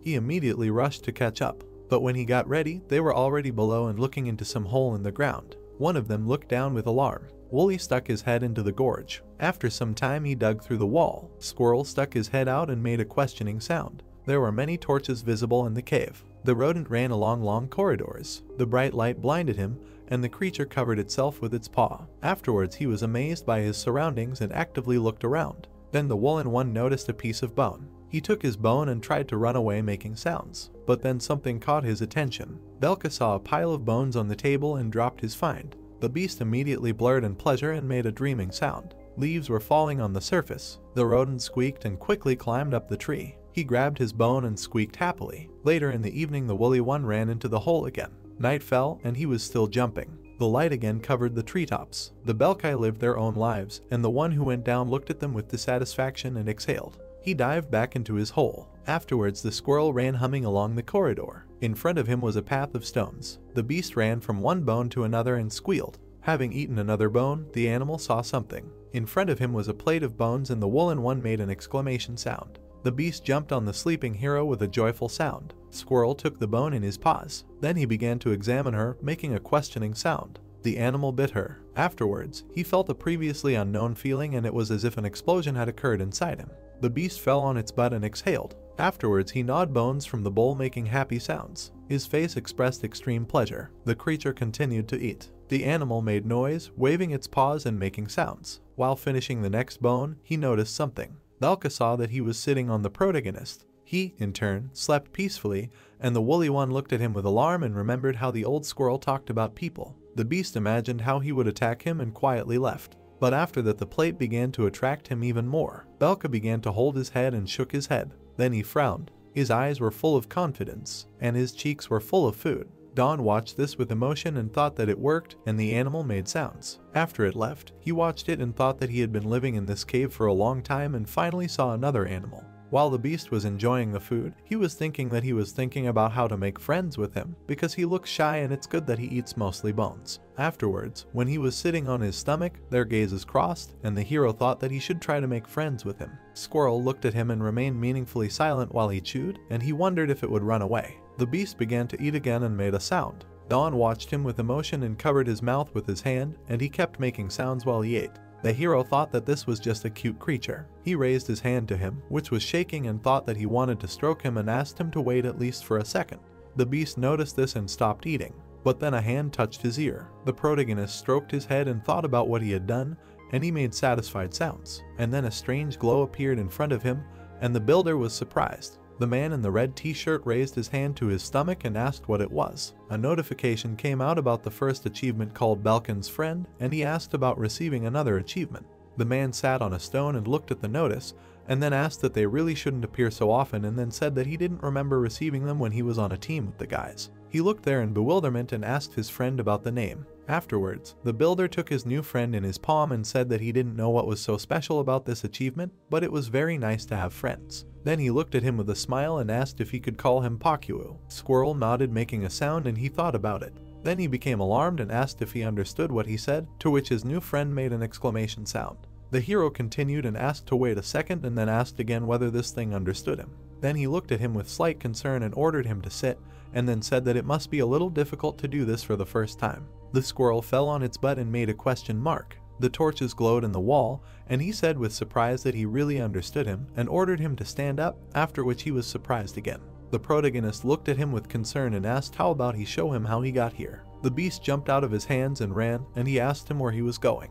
The animal stopped, and he said that it was difficult to understand and asked him to stop. The woolly one tilted his head to the side and made a questioning sound. He looked at him and anxiously asked if he wanted him to go with him, to which the squirrel made a drawn-out sound, and the hero asked her if this was true. A light was shining from a hole in the wall, and he asked if the beast had passed through the fourth tunnel here, to which he made an affirmative sound, and the man in the red t-shirt continued by saying that it was time to get his hands dirty. Don was all dirty and put on a t-shirt, and then said that he didn't know that there was something like that here, and asked if he could find more similar loopholes due to his height. And then he remembered how he ran into dead ends, and thought about it. Afterwards, the protagonist remembered how he sat over the map and thought that he spent a lot of time trying to find ways to get out and almost gave up. But then the sunlight hit his face. Roots were visible in front of him, and he asked if these were the roots of a tree and mentioned that he understood how he got here. And then tears rolled into his eyes, and the hero said with enthusiasm that he couldn't believe it. Squirrel looked at him and her head tilted to the side, and he said that he finally had hope.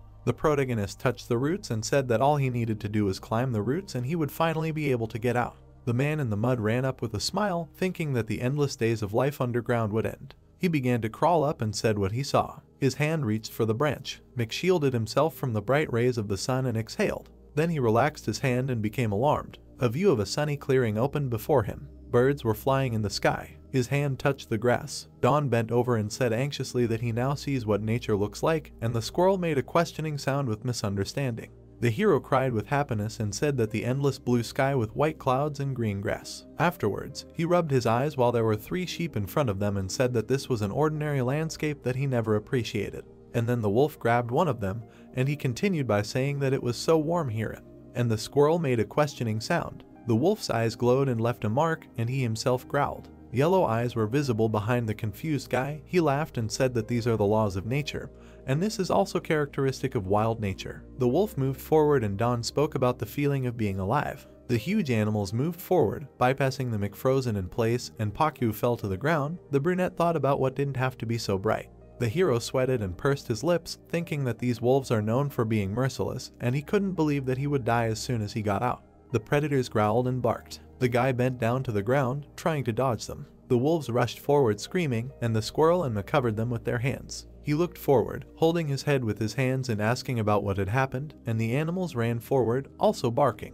Don lowered his hands from his head in shock and asked if they had noticed him, saying that thank God they were only thinking about sheep. The brunette leaned his hand on the ground, exhaling and saying that he thought it was unsafe here, and then turned to Pakyu and said that there was another one there. Behind him was a wolf with a scar and red eyes, which made him tense. The guy turned to him and asked himself if there was another one there, thinking that he was just thinking about off. The beast bared its teeth and looked straight into Don's face, and he cursed to himself. The brunette returned to the hole with Pakyu, and the predator stuck his mouth into it and growled, and Manga ran and shouted to stop and not come near him, calling him a pig. The wolf began to climb into the hole after him, breathing heavily, and he said that the tunnel was too narrow for him and urged him to give up. But then the monster tore open the passage and he was terribly surprised and made a questioning sound. He began to quickly run away Snot and asked to forget the insult and asked to stop running after him. Then the hero turned around and thought that the tunnel was narrow and it would be difficult to avoid his attack. At that moment, the protagonist jumped and used the equipment with his hand out,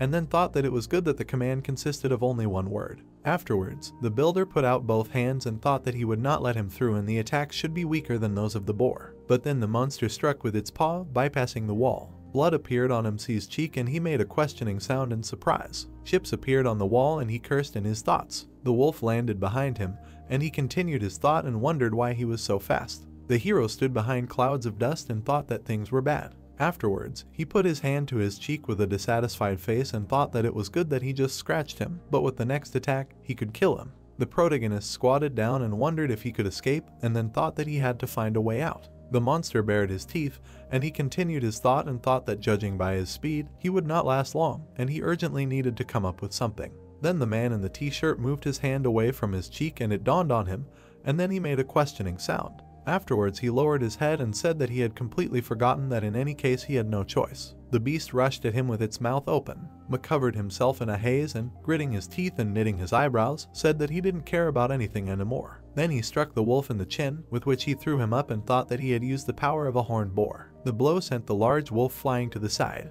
Don watched this with surprised eyes, and drops of sweat flowed down his face. Standing with his fist raised, he looked at the cloud of dust that had formed in the depths of the cave. He asked, did it really work? The guy looked at his open palm, thinking that this was simply incredible. A golden tablet appeared in front of his face, on which there was information that the power of the horned boar surrounds the body, and its physical characteristics are doubled for 10 seconds. He wondered if his stats had gone up because he had been digging all day. He remembered digging a tunnel and thought he felt strong because he was fighting.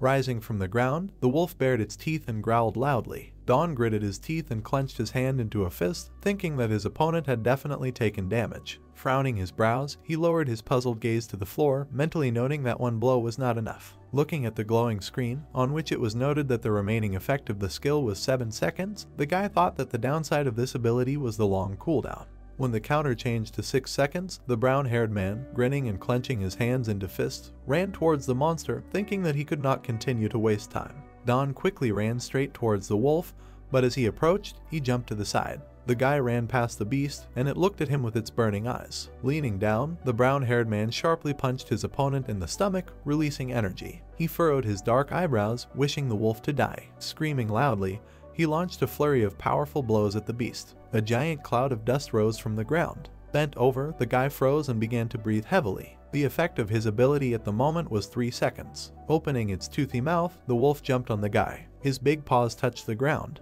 At that moment, the brown-haired man jumped high. He clenched his teeth tightly, exclaiming about the inventory. A blue screen appeared above the player's head, and he began to take out a metal rod from there while his ability lasted another 2 seconds. Swinging the sharp tip, Don jumped on the beast, shouting loudly that he must finally die. Looking down at him, the wolf grinned and growled loudly. While landing, the guy stuck a metal rod into his head. The player froze with the rod in his hands, looking to the side, hearing a strange sound. A moment later, a huge cloud of dust rose from a small collapse, and a beast to the side howled loudly. While stones were falling on the ground, he rose to his hind legs and began to spit out blood. Rising up, Don, with bruises on his body, muttered that this monster was too tenacious and strong. He raised his head, his face covered with bruises, and he noted that nothing in life comes for free. The restart of the horned boar's power began, the duration of which was 99 seconds. The enraged wolf glared with his eyes as a bloody rod protruded from his neck. Remembering the moment of his attack, the brown-haired man thought that he now understood how it worked. Memories flashed through his mind of how the beast landed on its paws, and how it rushed past it when he himself was using the equipment. Don mentally noted that during a fast attack, he uses a strong forearm to close the distance, and this type of attack is the most dangerous. The guy sat on his knees in the corner while the bloody wolf circled around him. He thought that if he looked from the other side, he could withstand any of his attacks, and if he had a couple of seconds. Leaning his hands on his knee and gasping for air, the brown-haired man laughed, and then asked the monster if he would refuse if he will ask for a 90-second break. As he rose to his feet, the wolf, opening its toothy mouth, jumped at him. Don muttered that this was his last move. When the angry beast was already very close, the guy thought that he only had one chance. He looked at the beast with a tired look and said that he should use his fangs again. When the open mouth was not far from his face, the brown-haired man stuck his hand into it, and it lit up with a blue light because he summoned a lump of dirt. The wolf's eyes widened in surprise when he noticed the bright light. A yellow light was visible from the passage in the wall. The rabbit stomped towards him, asking what was going on and was Don really not frying the meat. Once at the aisle, Guide stopped, noticing that something was wrong here. He asked if anyone was home, and then began to mutter that if he missed cooking the meat. The rabbit walked inside, meeting with the guy, at that moment saying that he was busy with something unpleasant. Don, wearing monster bones on his shoulders as protection, and holding the skull in his hands, looked at the guest with surprised eyes. Guide asked where this bone armor came from, and did he really make it himself? The brown-haired man smiled awkwardly, asking if he was here again. He asked if the armor looked good, given that he made it in a day. The guy sighed heavily, laying it across on a large earthen table. He noted that the past few days had been too dangerous. The rabbit said that in this case he might just die. When Don stroked the big white skull of the beast, Guide asked if it was a grassland wolf. He asked the player if he had found a way out. The brown-haired man nervously began to pull the armor off his shoulders, giving a positive answer. The rabbit asked why then is he still here. As the armor fell to the ground, Guide pointed his fingers with a grin, asking if he felt comfortable here now, like at home. He invited the player to stay here and live a peaceful life. A bead of sweat ran down the beast's face as he waved his hand, noting that Don even had a pet, so he wouldn't feel lonely anymore. The brown-haired man glanced at him over his shoulder, noting that it was funny. He said that he would get out of here no matter what. However, the guy remembered how he was sitting next to the bloody corpse of a wolf, from whose mouth a huge pile of dirt was falling out. He said he couldn't get out without proper preparation. Breathing heavily, he looked with frightened eyes, noting that he was lucky that he did not die. Guide crossed his arms and looked away, repeatedly offering to just stay here. Don asked him not to worry and added that he would use this place as his headquarters for some time. The brown-haired man confidently clenched his hand into a fist when the tense rabbit's ear drooped, and he clarified about some time. The guy said that since he found out what was going on outside, he should get ready. The bright light from the room illuminated some part of the cave. Guide asked him to give up and die already. Don happily exclaimed that this reaction really motivates him. The rabbit cursed, calling him an annoying bug. The brown-haired man gritted his teeth tightly as beads of sweat flowed all over his body as a blue aura hovered around him. He shouted about the power of the horned boar. Pressing his feet into the ground, the guy, growling loudly, tried to lift the barbell. Recalling the speed with which he ran towards the wolf, he mentally noted that the more he increased his physical characteristics, the better the skill's effect became. The information on the golden tablet stated that physical characteristics were increased by 2.2 times, the action was increased to 20 seconds, and the cooldown was 90 seconds. Don thought that he had never been in battle, but the level increased because he used it often, and he not only increased the skill level, but also reduced the reload time. Breathing heavily, the guy sat, lifting dumbbells on each hand in turn. He thought that he was just lucky then, since wolves usually hunt in packs. The brown-haired man sharply hit the punching bag with his fist, thinking that even if he fought them one-on-one. He used a boar carcass as a punching bag, while Paku was eating bones nearby. Don thought that there was no guarantee that luck would be on his side. Gulping noisily for air and continuing to strike, he mentally noted that he must become stronger. The information on the golden tablet stated that the horned boar's strength had been increased to level 3. Its physical stats had been increased by 2.4 times, its duration had been increased to 30 seconds, and its cooldown had been reduced to 80 seconds. Concentrating the power in his fist, the guy pulled his hand back. He struck and tore the beast's carcass in half. Sighing, Don grinned and thought that he wasn't going to run away anymore. 2 wolves were circling not far from the clearing. They started and froze when someone began to approach them. The guy, holding a metal rod in his hand and dressed in bone armor, jumped out at the animals from behind the bushes. His eyes widened in surprise when he realized there were 2 of them. The brunette fired a rod at one of them, shouting about the power of the horned boar. The gray wolf with an angry face growled loudly as the scarlet blood of his comrade splashed on him. The beast ran at the brown-haired man standing in the stance, around whom blue energy was hovering. Looking through the mask, Don furrowed his brows, exclaiming that he would now find out how strong he had become. He punched the monster, sending it flying into a tree. A huge cloud of dust rose, and the wide trunk broke. The guy ran to the side when the wolf jumped up and snapped its mouth next to him. The player glanced to the side. He saw a wolf running towards him and clenched his hand into a fist, noting that he did not think that he could kill with one blow. Don turned around and slashed at the monster, exclaiming that he could see that he enjoyed being beaten. The gray beast fell on its side, and another one was approaching the brown-haired man from the side. Guide watched this with a frown on his face, asking if the guy had gotten stronger lately. He hovered displeasedly behind the back of the player, who stood with glowing eyes and a blue aura around him. He exclaimed that he felt strong, and then wondered if these feelings meant that he had become stronger. Looking at his hands with a goofy smile on his face, Don said he had a gut feeling that he wouldn't lose. He asked, couldn't he have become so strong so quickly? He froze, looking puzzled, when the rabbit behind him replied that of course not, and then said that Seung-woo killed 10 of these wolves per second. Pulling the mask off his face and looking at the indignant guide, the guy said that in comparison with him anyone would look ridiculous. The rabbit exclaimed that even the dwarf Jinsu could kill 3 at once. The brown-haired man turned around with fear on his face when the wolf howled, calling for his relatives. Looking at the frightened Don, Guide laughed maliciously, noting that the battle, it seemed, was not over yet.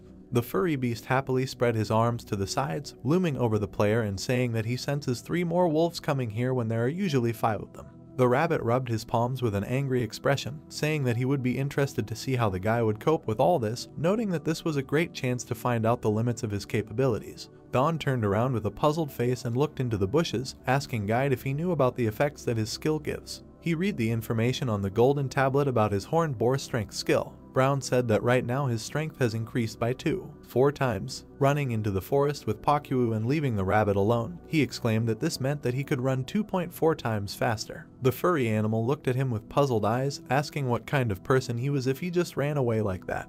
He raced through the air after the rushing player, asking if he was ashamed and why he didn't fight like a man. Don replied that he doesn't really want to die today. After waving goodbye to Guide, the brown-haired man jumped into the hole leading into the cave. The rabbit indignantly asked where he was running away and insisted that he must fight to the last blood. He drooped and trembled when 2 wolves came running towards him, and then cursed, asking if they wanted to fight. He muttered that at such moments they are usually torn to pieces. Turning to the animals, Guide stretched his paw forward and angrily shouted that he was there, and they should jump into the cave after him. However, when the wolves came closer, it became clear that the passage was blocked by a large piece of dirt, and the rabbit muttered that the hole was buried. He froze when the angry monsters began to dig the ground with their powerful paws. Guide's small body trembled. His joyful laughter was heard throughout the entire forest area as he swore that he would finish off the player. Don stood underground with a thoughtful look, saying that at least he was safe now, and it wasn't that bad here. An image of an area with many holes in the ground appeared in the guy's head. He thought that judging by the lack of stone walls, he could confidently say that he had found a 7th escape route. He then thought that the fight had been quite good and he had dealt with the 2 wolves relatively quickly. The brown-haired man imagined wolves making their way through the depths of the cave and wondered if they were following him.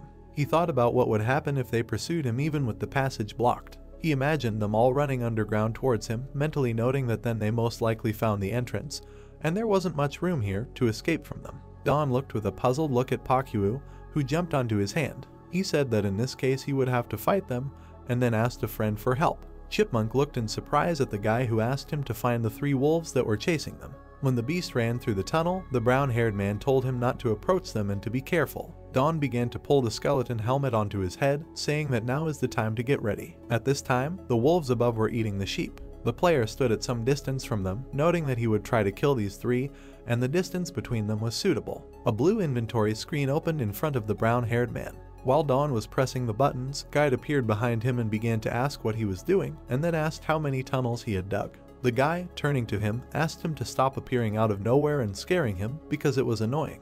He put his hands on his belt when the rabbit flew closer and asked what he was doing here and whether he was going to shoot a laser from here. Returning his gaze to the blue screen again, the brown-haired man noted that he was almost right, and then said that he was using a ranged skill. Mud balls began to fall out of the inventory window. Guide asked how long ago he had the ranged combat skill. The player replied that it wasn't really a separate skill, but if he threw these stones with the power of a horned boar, they would be like cannon equipment. Swinging, the guy threw the metal rod, screaming loudly. The weapon flew from the side towards the wolves. They jumped to the side as a spear stuck into the ground nearby. The brown-haired man with an angry face turned to the rabbit, who began to parody the player's cry, and ordered him to shut up. The wolf jumped to the side as Donu threw another spear. Guide loudly noted that he missed again, and then asked if he was sure he was throwing them correctly. The rabbit began to laugh sarcastically, muttering that it was clever, and then noticed that the brown-haired man was very bad at long-range attacks. Three beasts jumped at the player, and Guide said that there is nothing better than wolves when it comes to speed and agility, and to think that such a distance is acceptable for him is ridiculous. The player swung, holding a round stone in his hands. He asked if they would be able to dodge their attacks if they were in the air. The guy threw out a few stones, exclaiming that he would try this size. The rabbit looked at the flying stones with suspicion, asking if he thought it would work. One of the stones approached the fanged beast, and Guide said that perhaps he would gain some time, but even in reality,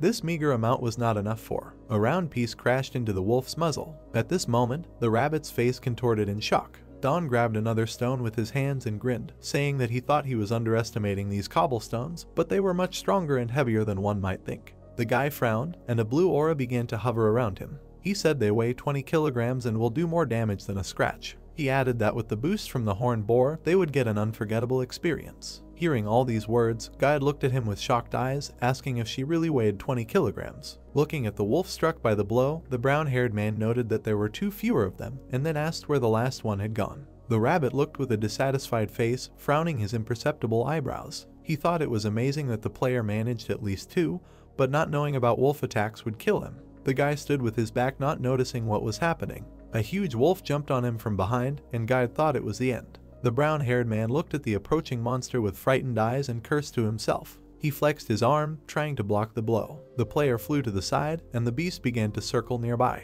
Coughing loudly, Don tried to get up from the ground, and the wolf began to approach. The rabbit waved his paw and exclaimed joyfully that it was a great blow. While the player continued to sit on the ground, he screamed incessantly that he needed to be finished with him and his throat should be torn out. Listening to his loud laughter, the guy closed his eyes. The beast grabbed him with its teeth and ran to the side. Looking at the rising clouds of dust, Guide triumphantly clenched his paws into fists, saying that this was simply wonderful. The wolf was puzzled when his teeth began to crumble. The rabbit looked up with a dark, puzzled look, asking what was going on here. On Don's hands there were plates to which bones were attached, and it was on them that the monster's teeth broke. The beast opened its mouth. Taking advantage of this, the brown-haired man jumped to the side while the animal spat blood. The guy, breathing heavily, looked at the bones on his hands, wondering if this mantle had really blocked the blow. He remembered his fight with the boar, remembering the advantage of the horned boar from the first dungeon. He remembered the face of the beast and thought that not a single animal could compare with his physical strength and protection, and the wolf's teeth would not break his bones. The player's hand was shaking and he thought he was still in pain.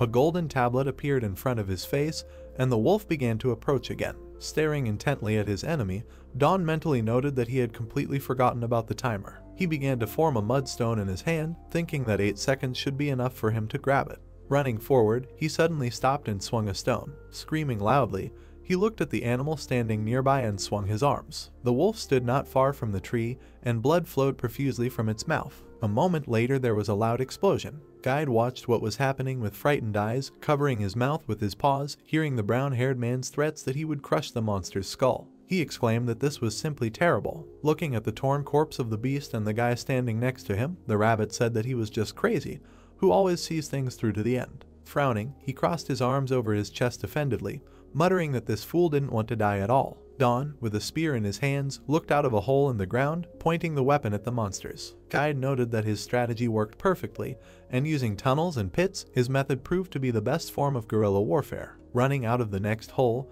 the player ran towards the wolf with a stone in his hands. Growling loudly, a crowd of animals sat around the tunnel, waiting for the brown-haired man.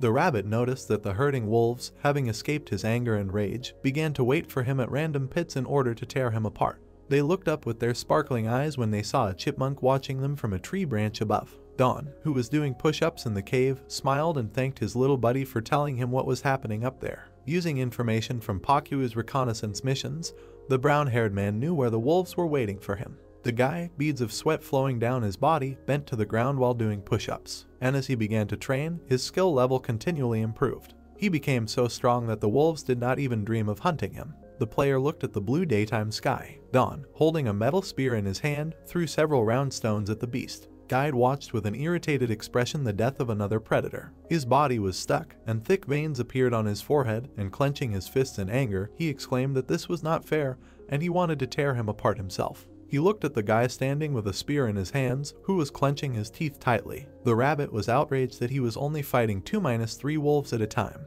Guide with a dissatisfied face hovered around the brown-haired man, who began to pull off his bone armor. The player cursed, noting that the armor was deteriorating with each battle, and now was the time to stop. He was standing near several animal corpses when the protection crumbled in his hands. He said that apparently he could no longer use it and he needed to try to make a new one. The brown-haired man curled his lips and looked away, saying that it was quite quiet here today, and most of the wolves should have already rushed in. Looking into the thicket of the forest, the guy muttered that he didn't think he had already killed everyone. Guide pouted offendedly and remained silent, which surprised the player. The rabbit looked away as Don happily looked at him, asking if he really killed all the wolves. He began to rejoice loudly at this. When the brown-haired man, spreading his arms to the sides, began to rejoice enthusiastically, the fluffy beast flew away from him, indignantly telling him to stop celebrating the murder of such a pathetic bunch of wolves because he would soon die anyway. Looking at the flying guide, the guy put his hands to his mouth and shouted, asking if he was going to the other players. He asked me to tell him later where they were. The rabbit replied that he would not help him and let him look for them himself. The player clenched his hand into a fist and smiled, saying that at least he was able to finish this floor and now it's time to move on. He remembered himself sitting in a tunnel underground among metal bars, thinking that he was told that he had to kill the boss to pass the level, but now he definitely couldn't do it. The brown-haired man imagined a map of the area in his head with tunnels marked on it, and thought that this meant that he had to team up with other players and he would not be able to fight the boss alone. He mentally noted that he was now in the early stages of pasture. Don, looking into the forest, put his hands on his hips and then said that 10 years have passed since the restart, and that means it's time to leave here. He asked if the others could not have passed him by. Walking further and standing at the cliff, the guy was silent for a while, and then said that it would be difficult to find if they had already fled. He peered into the thick green crowns of the trees. Among them, on one of the edges, stood a group of people. They tried to defend themselves with weapons from the camp of wolves approaching them. The man asked them all to get in line. The man with the axe stood forward and looked at the snarling beasts, noting that there were too many of them. The man clenched his teeth tightly and looked askance at the comrade next to him when he indignantly began to accuse him, noting that it was he who told them to go in this direction. The man told him to shut up because he himself was not against it. Guide loomed over them, looking surprised. People began to look up at him when he said that panic was what they needed.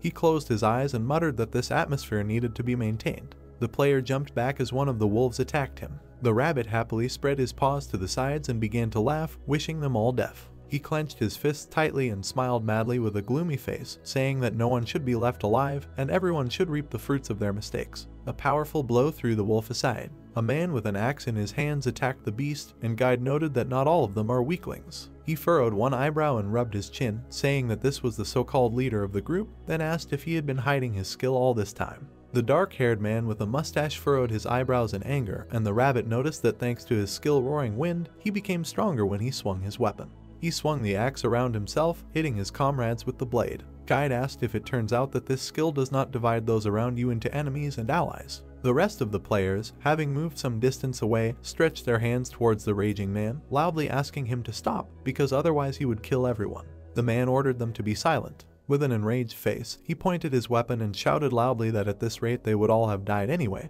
but he, on the contrary, is trying to save at least a few people. Guide watched the battlefield from above, laughing quietly. He noted that this is exactly how a dungeon should be. He watched the angry man swing his axe madly, noticing that the more nervous he became, the crazier he became and the worse the monster he became. The rabbit hung with a gloomy face and smiled insidiously, noting that this was very good and they should all die. He said that if they all died, At that moment, Don stood with a puzzled look, rubbing Cancer's chin and thinking that he needed to find a higher place. Guide agreed that this idiot would not have the slightest chance of getting out of here alive. The guy was walking along one of the forest paths, saying that although he got out, he didn't know which direction to go, and judging by how that rabbit didn't want to, he found other participants, so in this case the best plan is action. Pakyu was sitting on his shoulder and gnawing on a bone, and the brown-haired man asked him if he happened to know where everyone else was. When the animal with its mouth full looked at him with puzzled eyes, the player clarified that he was talking about people. Having received no answer, Don, putting his hands in his pockets, muttered that it was stupid to ask him about this because he did not know the whole forest. He grabbed his head with his hand and closed his eyes, thinking that he couldn't look for them forever because this way he would only endanger himself, but he also couldn't fight the boss alone.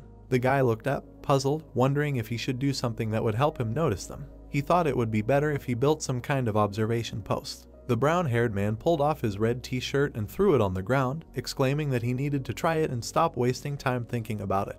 He stayed in just his t-shirt and put his hands on his waist, noting that the observation point should be higher than the trees, and since the trees are quite tall and wide, the observation point would be a little narrow. Don suddenly waved his hand and began to form mudstones into the shape of bricks. Squeezing his lips tightly, the guy frowned and thought that it was worth starting with the foundation, which was probably not that difficult to build. Having assembled a frame of small height, the brown-haired man fell down from it and said that although he did not have cement to strengthen the foundation, he knew a few tricks that would help him build it.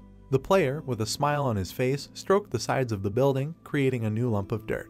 Don created new bricks, saying that with the touch of his hand he can turn dirt into anything, and using this idea he connects the bricks. With a smile, looking at a small part of the constructed structure, the guy happily noted that it worked, and now it should not collapse. When the sunset illuminated the forest, there was already a tall tower at the level with the green crowns. Brown noted that now he is already quite high. Standing on the edge and wiping sweat from his face with his hand, the player asked whether 10 whole hours had already passed. Don raised his eyes to the sky. Looking at the large sun disappearing behind the horizon, he covered his eyes with his hand and noted the stunning view. At this moment, in another part of the forest, blood spattered and loud curses were heard. Two enraged men clashed their bloody weapons, and a cheerful guide flew above them. He laughed, noting that they were really fighting each other, and he was very interested in who would survive. He said that their provisions were slowly starting to run out. The rabbit watched as the players fought each other and said that although it took them a long time to understand, everything was just perfect, and they finally understood how to get food in a dungeon. He flew up to the guy, who at that time was clearing out the inventory of a dead comrade. The rabbit laughed, noting the culprit. He asked if he had killed his friend just for food. Guide smiled happily, saying that it was a good job and he should make sure to put everything in his inventory so that no one steals it. The guy looked up, puzzled, and narrowed his eyes, pointing with his finger and asking what was going on. The furry animal replied that he understood his plan from the very beginning and helped him, and then asked if he really didn't remember. He turned to the side in surprise when the guy pointed to the tower behind the trees, exclaiming that he was not talking to him, but was talking about that tall thing. Looking at the tall stone tower, Guide wondered what it was and thought that he was seeing it for the first time. He clenched his paw into a fist, and the veins on his face began to bulge with anger as he thought that there was only one person who could do such a thing. He wondered what the hell he was doing. With a trembling hand, the guy laid down the figure. He sat on top of his tower, creating a small miniature. The brown-haired man rested his chin on his hand, looking thoughtfully at the creation. Don turned to the side, puzzled, when Guide appeared behind him and indignantly asked what he was doing here. He was beside himself with anger when the player gave him an annoyed look and asked what it was like. He said he was building a tower and then asked if it was time for him. The rabbit screamed, telling him to stop building useless things, and he would have left already, but he couldn't afford such luxury because of him. While the guy with a dissatisfied face was twirling a brick in his hand, he indignantly asked whether he would really die if he did nothing. He then asked how long it took the player to build this tower, and did he really have that much time. Looking back at him, Don grinned with a gloomy face, and then asked if he had any idea how long it took him to build it. Guide jumped back in surprise when the brown-haired man told him that the construction of one observation post took 4 hours. The furry animal was surprised at such speed. The player with a joyful face spread his arms to the sides while standing in the room in the tower, saying that at first it was difficult, but then thanks to his new skill, he radically reduced the time to build one tower. The rabbit asked about a new skill. 2 golden tablets appeared in front of the brown-haired man, and he smiled, showing 2 with his fingers. He said he got it from 2 achievements. He showed one of the signs, which said that he had successfully built an observation post, and as a reward, the area surrounding it would be shown on the map. Looking at the green holographic map in front of him, the guy said with a smile that the reward was very good, and now he could see everything around the point. After looking at several of the dots marked on it, he said that it even shows neutral and friendly members and monsters, marking the latter in red.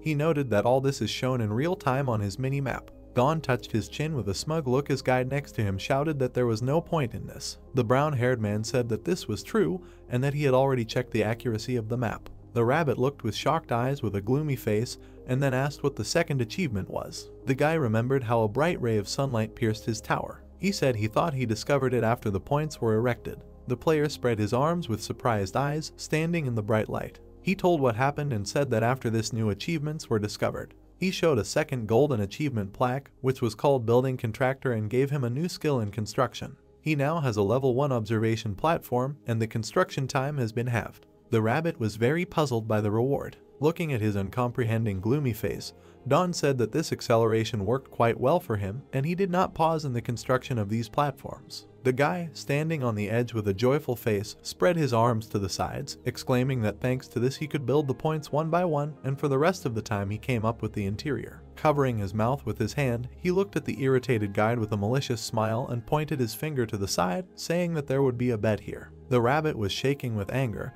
and he clenched his fists tightly, thinking that the player had gone completely crazy in this dungeon, because otherwise he would not have received these achievements in such a short time. He imagined the guy joyfully leading the rest of the people and thought that if he met the survivors. Then a picture appeared in his head of them all frying a large piece of meat on top of the tower, and he thought that he could not let this happen. After all, they will turn the dungeon into a playground. Guide furrowed his brows with a gloomy face, exclaiming in his head that he was a threat in himself and if there were more of them. He made a mental note that he had to make sure that he didn't find the others. With a friendly look, the rabbit flew out of the tower, and the surprised Don asked if he was already leaving. Moving his palm to his mouth, the guy opened his mouth wide and shouted, asking him to name a few places where he could meet the others, since he could not even find one person. The rabbit replied that he was not stupid. The next day, the players pointed to a tower in the forest, which had become noticeably taller. One of them exclaimed that she was not there yesterday. A group of people froze with fear on their faces when they heard someone's voice. Guide appeared in front of them and noted with a smile on his face that they had finally arrived. He told them to follow him because he had prepared some goodies for them. One of the men pointed his finger at him and exclaimed that he was a liar and asked others not to fall for his tricks because he was a pathological liar. The players looked at him with irritated faces, and one of them said that it would either be a boss or a trap. He suggested going in the other direction because this was an obvious trap. The rabbit with a gloomy face folded his paws and asked with feigned surprise whether they really no longer believed him. He said that he had been preparing for this for a very long time. He froze, puzzled, as the entire group turned around and walked the other way, saying that no one cared how much time he wasted and they weren't going to believe him. Guide mentally noted that they were fools. He did everything to prevent Don from meeting other players. He flew over a group of players who were discussing with cheerful sheep that they had become stronger and now it was easier for them. Rabbit allowed players to take the easy route so that they were constantly wasting their time. He took out his round pocket watch. He clutched it tightly in his hands, closely watching the time. Guide did everything to make Don die. Lowering his head, he smiled gloomily, thinking that the time had finally come and this hour had come. He mentally noted that the time had come to kill everyone. Squatting and chewing a snack, the brown-haired man studied the interactive map. He saw 4 creatures and said that they looked like a bunch of mobs wandering around. Then he saw red dots begin to appear on the Earth map and asked what they were. He looked with a puzzled look, trying to understand why there were so many of them. Don started counting the approaching dots and reached 10. However, suddenly many more of them appeared in the area. He thought with indignation that he couldn't even count them all. Gritting his teeth, the guy froze as the ground shook under his feet, and he wondered what it was. The scarred rat ran forward. A whole crowd of rats moved with her. They rushed forward very quickly. The animals chewed up the tree trunks. The ground and trees shook. Don leaned over tiredly with Pakyu on his shoulder and said that he would have been in trouble if this continued, and it was lucky that they weren't too smart, and it was good that they were around the point. He imagined a rat with red eyes and thought that rats began to appear in the 4th week after the restart. They are terrible animals that eat everything in their path. The guy thought that, although he constantly checked the calendar, he completely forgot that 4 weeks had already passed and it was time to restart. Don looked forward in surprise and was significantly silent, and then asked himself about the restart. The guy looked at the map, thinking that the only reason why players do not appear on the minimap is because they died or moved to another stage. He looked down and said that he thought he could stop actively searching and needed to gradually get home. The chipmunk waved its paws, making sounds, and then the beast extended its muzzle into a frightening expression. Vic squatted and drooped, telling him not to worry about the rats, saying that they could easily avoid the pack using the minimap. we see a stone structure. 3 people were holding weapons in their hands. The guy in brown said that even though they broke through all that shit, then asked what kind of damn joke this was. A huge stone creature appeared before them. The blonde one asked how they should even fight against it, and the bald one said that he didn't think they would even scratch him. It swung its fist, and someone shouted that they needed to be careful. The guy in the t-shirt told him to move away, saying that he would kick his ass, to which the guy hesitantly asked him back, and he said that if he thought that he could defeat a player who emphasizes strength like him. The man in a t-shirt, he swung a mace at a huge fist flying at him, shouting that he was damn mistaken. There was a loud bang. The group looked forward in horror. The guy swore. There was blood smeared near the bald man's mace. The stone robot came closer to the people. The blonde man froze, thinking that he was finished. He looked into the glowing red eyes of the creature, saying to himself that they were all finished. The guy was sweating in a daze, starting to ask God to save their souls. The huge creature was looking straight at him. The monster's hand glowed with a blue explosion. The stone palm fell to the ground in front of the frightened people. The blonde cheered out loud, and the girl next to him pointed upward, asking him what the hell hallelujah was, telling him to look where she was pointing.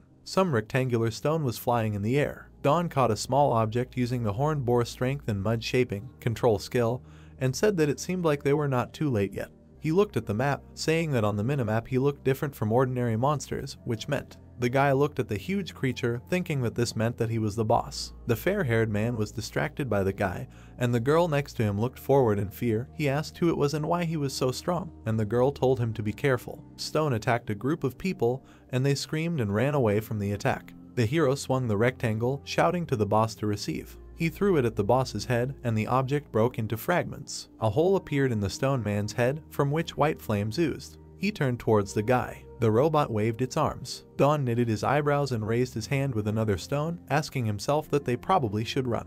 The boss furiously walked towards MC, who jumped back, thinking that he was very fast. He looked at the creature in confusion, asking himself what he should do. Seung Woo started to sweat. He shouted to pull. He and another man stretched the rope in front of a huge boar. The beast fell on its back. The guy with the tail cut the belly of the animal with his sword, and Don watched. The brunette smiled, clenched his fists, and said that it was cool. The dark-haired man smiled in response, saying that this was nothing, and he knew that this was a cliched phrase, but it was so, and he asked to always remember. The stone robot leaned towards the man, and he thought that large cabinets. He swung the object and finished the thought by thinking that large cabinets always fall loudly. Nick threw a rectangle at the boss's leg, exploding it and tearing off a piece. The guy looked at the explosion with a serious look. The blonde man and the girl looked at what was happening in surprise. The hero covered his ears with his hands, protecting himself from the noise with which the stone creature fell. Don smiled confidently, clenched his fist, and told the robot to take a bite, thinking that Seung Woo was a genius. Red eyes rose from the ground.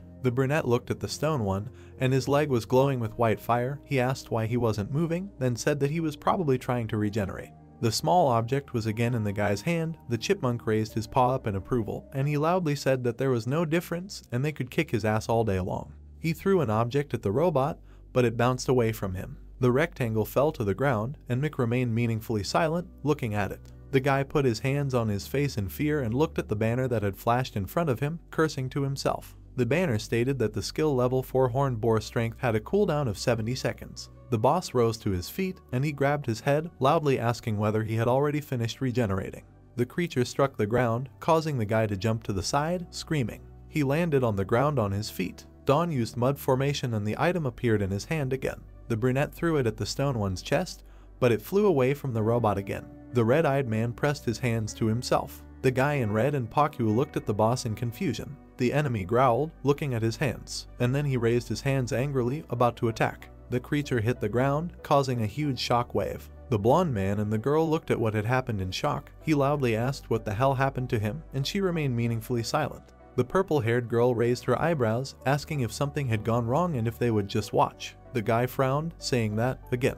The robot waved his hand, and he thought that initially they could not do anything against him.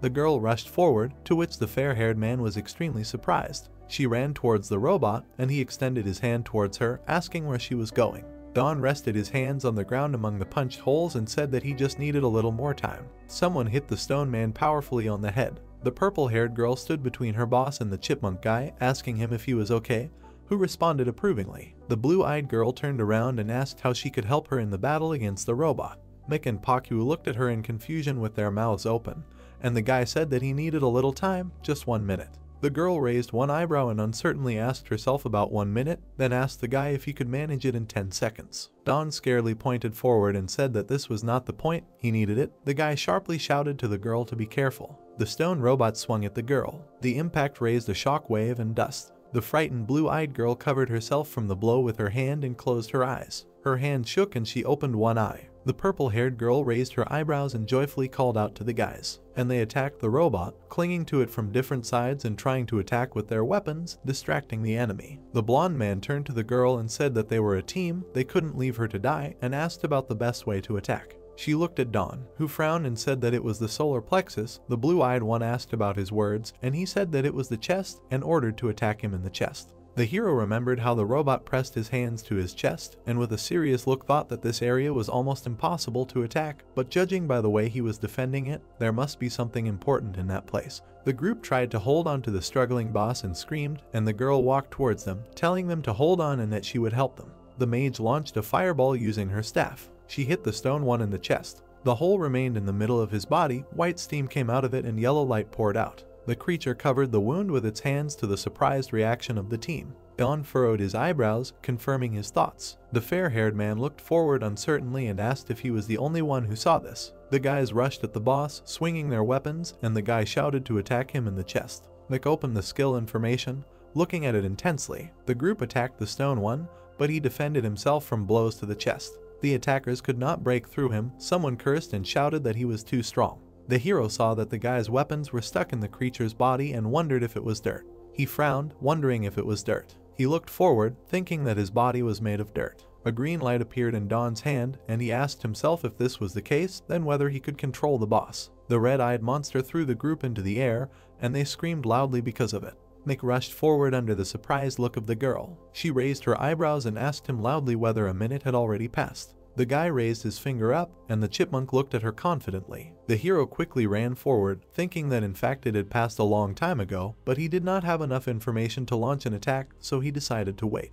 He remembered how he smashed through the boss's head with his attack, thinking that he was absolutely protected from any physical attacks, so he took time to observe. A group of guys were lying on the ground, and blood was flowing from the blonde's mouth. Don thought that these people risked their lives to buy time for him. He looked ahead seriously, saying to himself that not only did they buy him time for his skill to recharge, but they also allowed him to come up with the best strategy for his attack. He knitted his eyebrows down as he thanked the team. Mick pushed off the ground and used the power of the horned boar. The guy ended up in the air, jumping off the ground. The group looked at him with open mouths. The girl also raised her eyebrows and looked at him in surprise. The boss extended his hand towards the guy who was flying towards him from the air. Haku held onto Don's t-shirt as a green ball appeared in his hand. The hero landed behind the robot, cutting a huge hole right through his chest. He used the mud formation to attack. The brunette turned to the robot, but he trembled and did not move. The huge creature turned into ordinary dirt that fell to the ground. Mick and the chipmunk were happy. The team rejoiced, clenching their fists and pointing at the guy. The girl with purple hair was also very happy about her victory. The lucky guy received notifications that the mud formation skill had risen to level 9. And then to 10, and the strength of the horned boar had risen to level 5, to which the guy asked himself in surprise whether he really killed him. The group raised their hands in the air as they walked toward him and cheered about how cool and chic it was. Guide gritted his teeth asking about what the hell. The angry hare frowned and swore at MC. He appeared in the air next to the group. The blonde one pointed his finger at him and the brunette raised his hand up in victory. The first loudly asked Guide about where the hell he was and shouldn't he send them back home when the game was over, and said that he should finally do this, and Don confirmed and thought that if he had a common enemy with them, then he would definitely join their team. The hare looked at the hero's self-confident face and asked himself whether his skill worked on the golem, thinking that because of this he did not want the guy to join them, and he laughed and asked where he was looking. Guide frowned and thought that this was very annoying. The little animal waved its paws displeasedly and talked about how much fun it was and that the game was not over yet. Repeating this, he told the team to move on to the next stage, calling them stupid. The girl with the headband raised one eyebrow and asked him about the next step. The hare pointed his umbrella to the side, which appeared to have a pink aura. A white portal opened in front of the team, and Guide told them to enter already. The group gathered in a circle. The guy in green sat on the ground, walking around, holding his head, and the fair-haired one lowered his gaze and said that there are other stages, and this cannot be, to which Don meaningfully remained silent. The purple-haired girl frowned. She turned to the team and suggested they go, saying that they had nothing to do here anyway. There was a stone fence in the background. Someone said that then he would be the first to enter. The blonde, the girl, and the brunette stood in front of the portal, and Guide hovered in the air nearby. The guy in brown told the hero that they survived thanks to him, and asked him to look after them now. And Mick said that he was embarrassing him,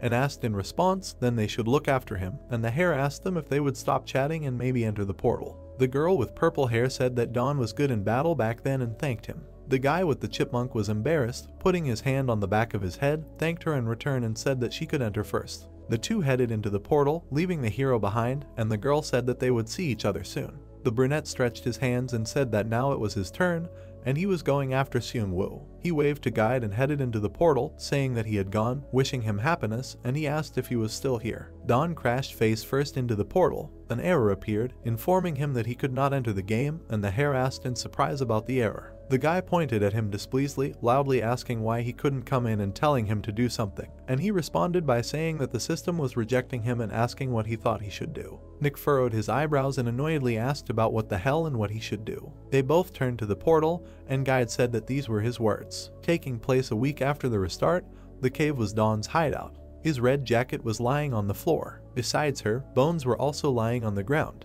The hero himself was lying on a makeshift bed with his eyes wide open. He abruptly rose to his feet, startling Pakyu, who was gnawing on a tree, and shouted that he could not live like this forever. The guy was squatting near a water source and washing his face. The brunette touched his chin with his hand, saying to himself that now he needed to think. He imagined the chipmunk in the cave, thinking that the beast that had stayed with him and his hideout had not disappeared after the restart. After Mikai remembered that the watchtower had disappeared. Water was dripping from his face and he thought that the surface was restarting, but the dungeon was not. And then he wondered what it meant that everything below the surface is not part of the dungeon and this whole world is not a dungeon. And then he wondered the question of why everything is so confusing. And then Dawn saw something and was surprised. He pointed his finger to the side and said that the creator of the dungeon did not create this world, and he simply added a system on top of an already existing world. And the chipmunk made a questioning sound. The guy looked at him and said that this means that he can go wherever he wants, even if he does not move to another stage. A view of the rocks opened before him and he said that in the south and west there are deserts, in the north there are steep canyons, in the east there is a mountain of death, where swarms of rats live, and if you go through the desert without food and water, it will be difficult, but crossing the canyon, comparable to crossing the Grand Canyon. The man in the t-shirt then put his finger to his chin and thought for a moment, saying that this meant that he had no choice but to go to Death Mountain, and wondered if he could avoid the rats by traveling underground. Afterwards, inspiration appeared in his eyes and he said that it was good and should be tried. The sun was shining through the eastern forest. The stick hit the wolf monster in the face. Wolves lay around the hero and he looked to the side, thoughtful. Another wolf jumped on top of him with his mouth open. The monster missed due to the protagonist's evasion. He opened the context menu and knitted his eyebrows and told him to eat. A moment later, the monster was pinned to the ground by a cube, which was created using level 10 mud formation magic, and he continued, saying that it was great. The guy tried to catch his breath and said that more wolves were on the way and the effect of the horned boar's power had ended. Afterwards, he looked down with enthusiasm and said that it was time to use his skills. A moment later, the hero created 4 mud cubes and asked a rhetorical question about whether this was all due to the high level of skill, and told the wolves below not to be upset. Then his eyes lit up and he broke into a smile. Afterwards, the guy took 2 poles from his inventory and said with a smile that they couldn't attack him, but he had such an opportunity, and then said that it was time to hunt. The rabbit in the hat made a dissatisfied face and thought that he was like that before, but now he is much stronger. The man in the t-shirt raised 2 fingers in the air as a sign of victory and smugly asked how cool he beat them, to which the flying beast told him to get out. He turned around with a smile and alarmed his interlocutor by saying that he was already planning to go to the mountain of death anyway, and the big-eared one asked what he meant. Dawn looked at him with a dissatisfied face. The rabbit was alarmed, and he thought that there must be something there. The protagonist threw his hands behind his head and began to leave with a smile, and his interlocutor pointed a finger at him and asked if his shelter was the most important thing for him. And he said that he would build another one, but the big-eared man did not calm down and said that this was his house and asked where he was going, and he responded by telling him not to worry. The guy looked at him with one eye, and the beast said that he died and appeared here, which means this is his home. The man in the t-shirt told him to forget, because they didn't like each other from the very beginning, so it would be better to separate. Afterwards, he noticed something on the floor while the rabbit was waving his arms and asking why he decided to do so, and asked to stay here because he would die of loneliness if he died. There were traces of small paws on the floor, and Don said that these were traces of rat monsters, and then he wondered if he had gotten close to the mountain, and then said that he needed a minimap. In the distance there was a tower, and the rabbit said with aggression that he was building them too quickly, and the guy ran his finger under his nose with embarrassment and said that he was still a builder and this was an ideal structure that even had an underground shelter. White stood behind Mick and watched as he looked at the map and said that combining the minimap and the watchtower was very good, and they would move on, avoiding the rats, and the chipmunk made an exclamation sound. The protagonist began to run forward dressed in a red t-shirt with a map in front of his eyes, and as it turned out, Don can detect enemies from afar using the minimap, and he does what other people cannot, and he moved with amazing speed towards the mountain of death. Behind him lay a rat with a broken head, and as it turned out, several of the rats he met along the way were easily killed. Then he imagined how he would dig underground and the rats would remain on top. During his journey, when the hero came across a flock that he did not want to fight, he dug a tunnel. There were several towers behind him, and the minimap was used to help him move safely, so he erected new towers to expand the map's range. While running, the guy saw something strange. By doing this, he was going to build his fourth tower. Something startled him, and the protagonist made a questioning sound. A warning was issued that players could not leave the territory of the first stage. He looked at this with a dissatisfied face, and was covered in sweat, and asked why he couldn't leave here. The rabbit pulled his hat over his eyes and said that he would die. The hero, with a stony face in his thoughts, wondered how he had not yet had enough, and he continued and said that this is not just a mountain of death, it is the edge of the world. Then the man with the chipmunk pointed his finger to the side and asked what was next. Eard began to wave his hands and asked with displeasure how he should know this, and said that it was just an edge, and he thought that he should just ignore it.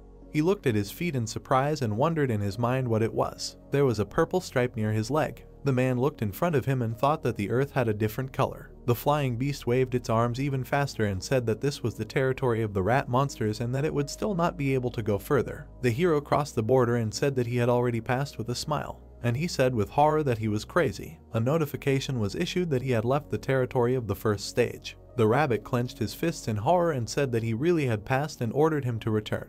While he was screaming, the protagonist walked along the deserted land and thought about what a difference it made. Eard stretched out his hand in front of him and anxiously asked him if he could hear him, and ordered him to return immediately. Don scratched his ear with his finger and told him that he was terribly noisy, and told him that if he wanted him to return, he would have to return it himself. There was concern on the beast's face. The hero looked at him condescendingly and remained silent significantly. Guide stood at the very edge. The protagonist looked at him smugly and asked him if he could cross this line. The rabbit seemed to be startled and alarmed. Without changing his face, he hesitantly asked if he could transfer at any time. The man in the red jacket moved his hand to the side and laughingly asked him why he was still there and told him to move if possible. Eared Man drooped and asked if he knew that he hated dark colors and simply didn't want to go there, to which he said that his tuxedo was black. The protagonist put his finger to his lip and thought that the territory that Guide cannot enter is a territory that is not under his control. And as he thought, this place most likely divided the existing world into stages, and right now, he came out of the dungeon. The builder stood without being distracted, and the white one flew away from him. The guy asked a question about whether anything is restarting here, and whether swarms of rats are restarting. The hero looked after the fleeing man and said that if only he could check, and then he interrupted and addressed him loudly. Afterwards, the man pulled off the skin under his eye with his finger and, sticking out his tongue, said that he could tell more, but after a short pause he said that it would do. He turned around and with his hands on his hips said that he had about 2 weeks before the restart and needed to start by building a tower. And if this place was restarted in the same way as a dungeon, then the buildings would disappear in 2 weeks. The builder introduced himself in a business suit like his chipmunk and, spreading his arms with a smile, said that if they do not disappear, he will be able to build as many towers as he wants and will easily reach the mountain, and if so. He smiled and confidently said that he would find a clue on how to get out of the dungeon. There were already several towers on the desert lands, and there was one unfinished one from which the voice of Dawn was heard, who said that he was hungry. The builder crossed his legs while sitting on the ground and said that he had already worked for 3 hours and needed to eat. He started leafing through his inventory and urged me to take a look, saying that there was smoked meat. And then something caught his eye, and the protagonist asked in surprise what it was. In his inventory, in one of the slots, there was a golem core. A huge golem appeared in his memories, and he said that because of the commotion, he didn't even realize that it was in his inventory. A builder sat on an unfinished observation tower and asked if he could build his own. He approached the Mountain of Death, where Dawoon's hideout was, and said that if he created it on the surface, it would attract other monsters, and that means it had to be done underground. Looking up, the man in the red jacket thought that the cave was about 3.2 meters high, and therefore it was necessary to make it 2.5 meters, and then wondered whether it would be too low, and then wondered whether it was worth making it four-legged. Afterwards, he stroked his pet and said with a smile that the golem should not be a humanoid, and it would be easier to move in the cave on four legs. He clenched his fist with a smile, and imagining an elephant behind him, he said that it would be an elephant. Afterwards, Don drew something similar to an elephant on the wall and said that the drawing was ready and it was time to start. 2 stone cubes were lifted by magic. The hero was holding onto the stone and was covered in sweat. He extended his hand forward and was licked on the cheek by a chipmunk. The guy stroked his cheek with a smile. The builder hit something gray with his hand. He was covered in dirt and said that it was good. A man in a red t-shirt put his hands on his hips and stood in front of the elephant sculpture and said that it was a golem created by Don.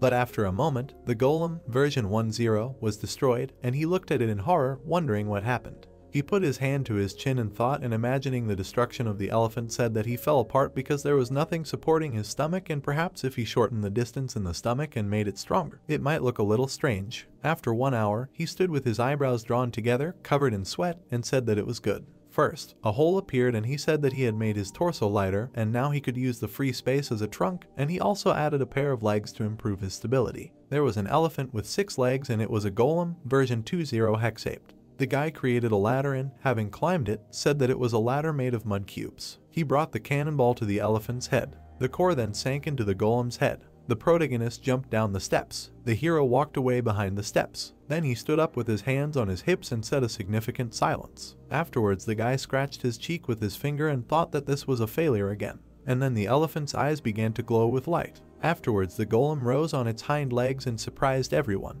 A notification has arrived that the golem builder achievement has been received. The elephant stopped and looked at the owner, and he said that it was beautiful and belonged to him. Don looked at him with excitement and asked him about the team. He pointed his finger at him and ordered him to sit. The creature sat down, and he happily clenched his fists. The hero ran up to him and began to climb onto his head. He held his head and said that it was cool. The elephant began to rise after being ordered to stand. The guy looked at this with enthusiasm and said that a golem that does everything he says is damn useful. But then he looked up and raised his eyebrows. The chipmunk looked at its owner and made a questioning sound. The man smiled and raised his eyebrows and said that now they need to get to the same place. The elephant opened his eyes wider and made a questioning sound. The hero knitted his eyebrows and said confidently that he needed to make his brother. The rabbit lowered his head down and said mysteriously that the boss was right in front of them and they had all done their best and now they needed to see if they would survive the battle with him.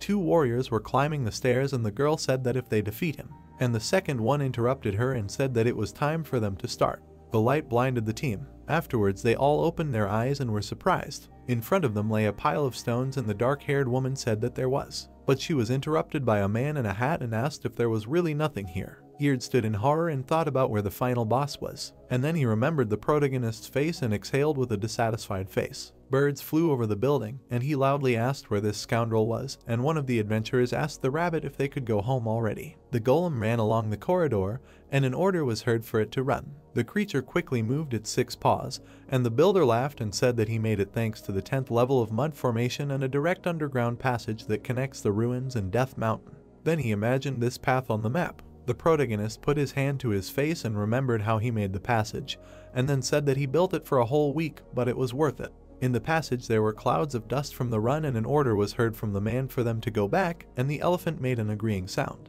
The mountain of death could be seen in the distance. The hero got off the golem and, opening the map, said that they had been traveling for 2 hours in one direction and said that it was not so bad. He put his hand in front of him and called for a look, and the chipmunk made a questioning noise. Seeing the core in his inventory, the protagonist asked who else he should create. Don put his hand to his chin and said that since he already had a golem to ride on, he needed to make someone who could fight like the final boss. Then he imagined a gorilla made of stone and said that it should walk on 2 legs and have 2 arms to carry heavy things. Afterwards, the builder smiled slyly and said what he had decided, and the pet made a questioning sound. At first there was a dim light of the sun over the Death Mountains. Afterwards there was evening light. The hero again stood in a t-shirt, all dirty, and wiping his cheek with his hand, said that it was necessary to create it instead of an elephant, and if it was curled up, it would not break. The protagonist extended his hand with the cannonball and said that now you need to open your eyes. His eyes opened wider and with a slight smile Don called him a gorilla. The statue's eyes glowed. The gorilla screamed loudly, spreading a shockwave, and he was happy with what he had accomplished.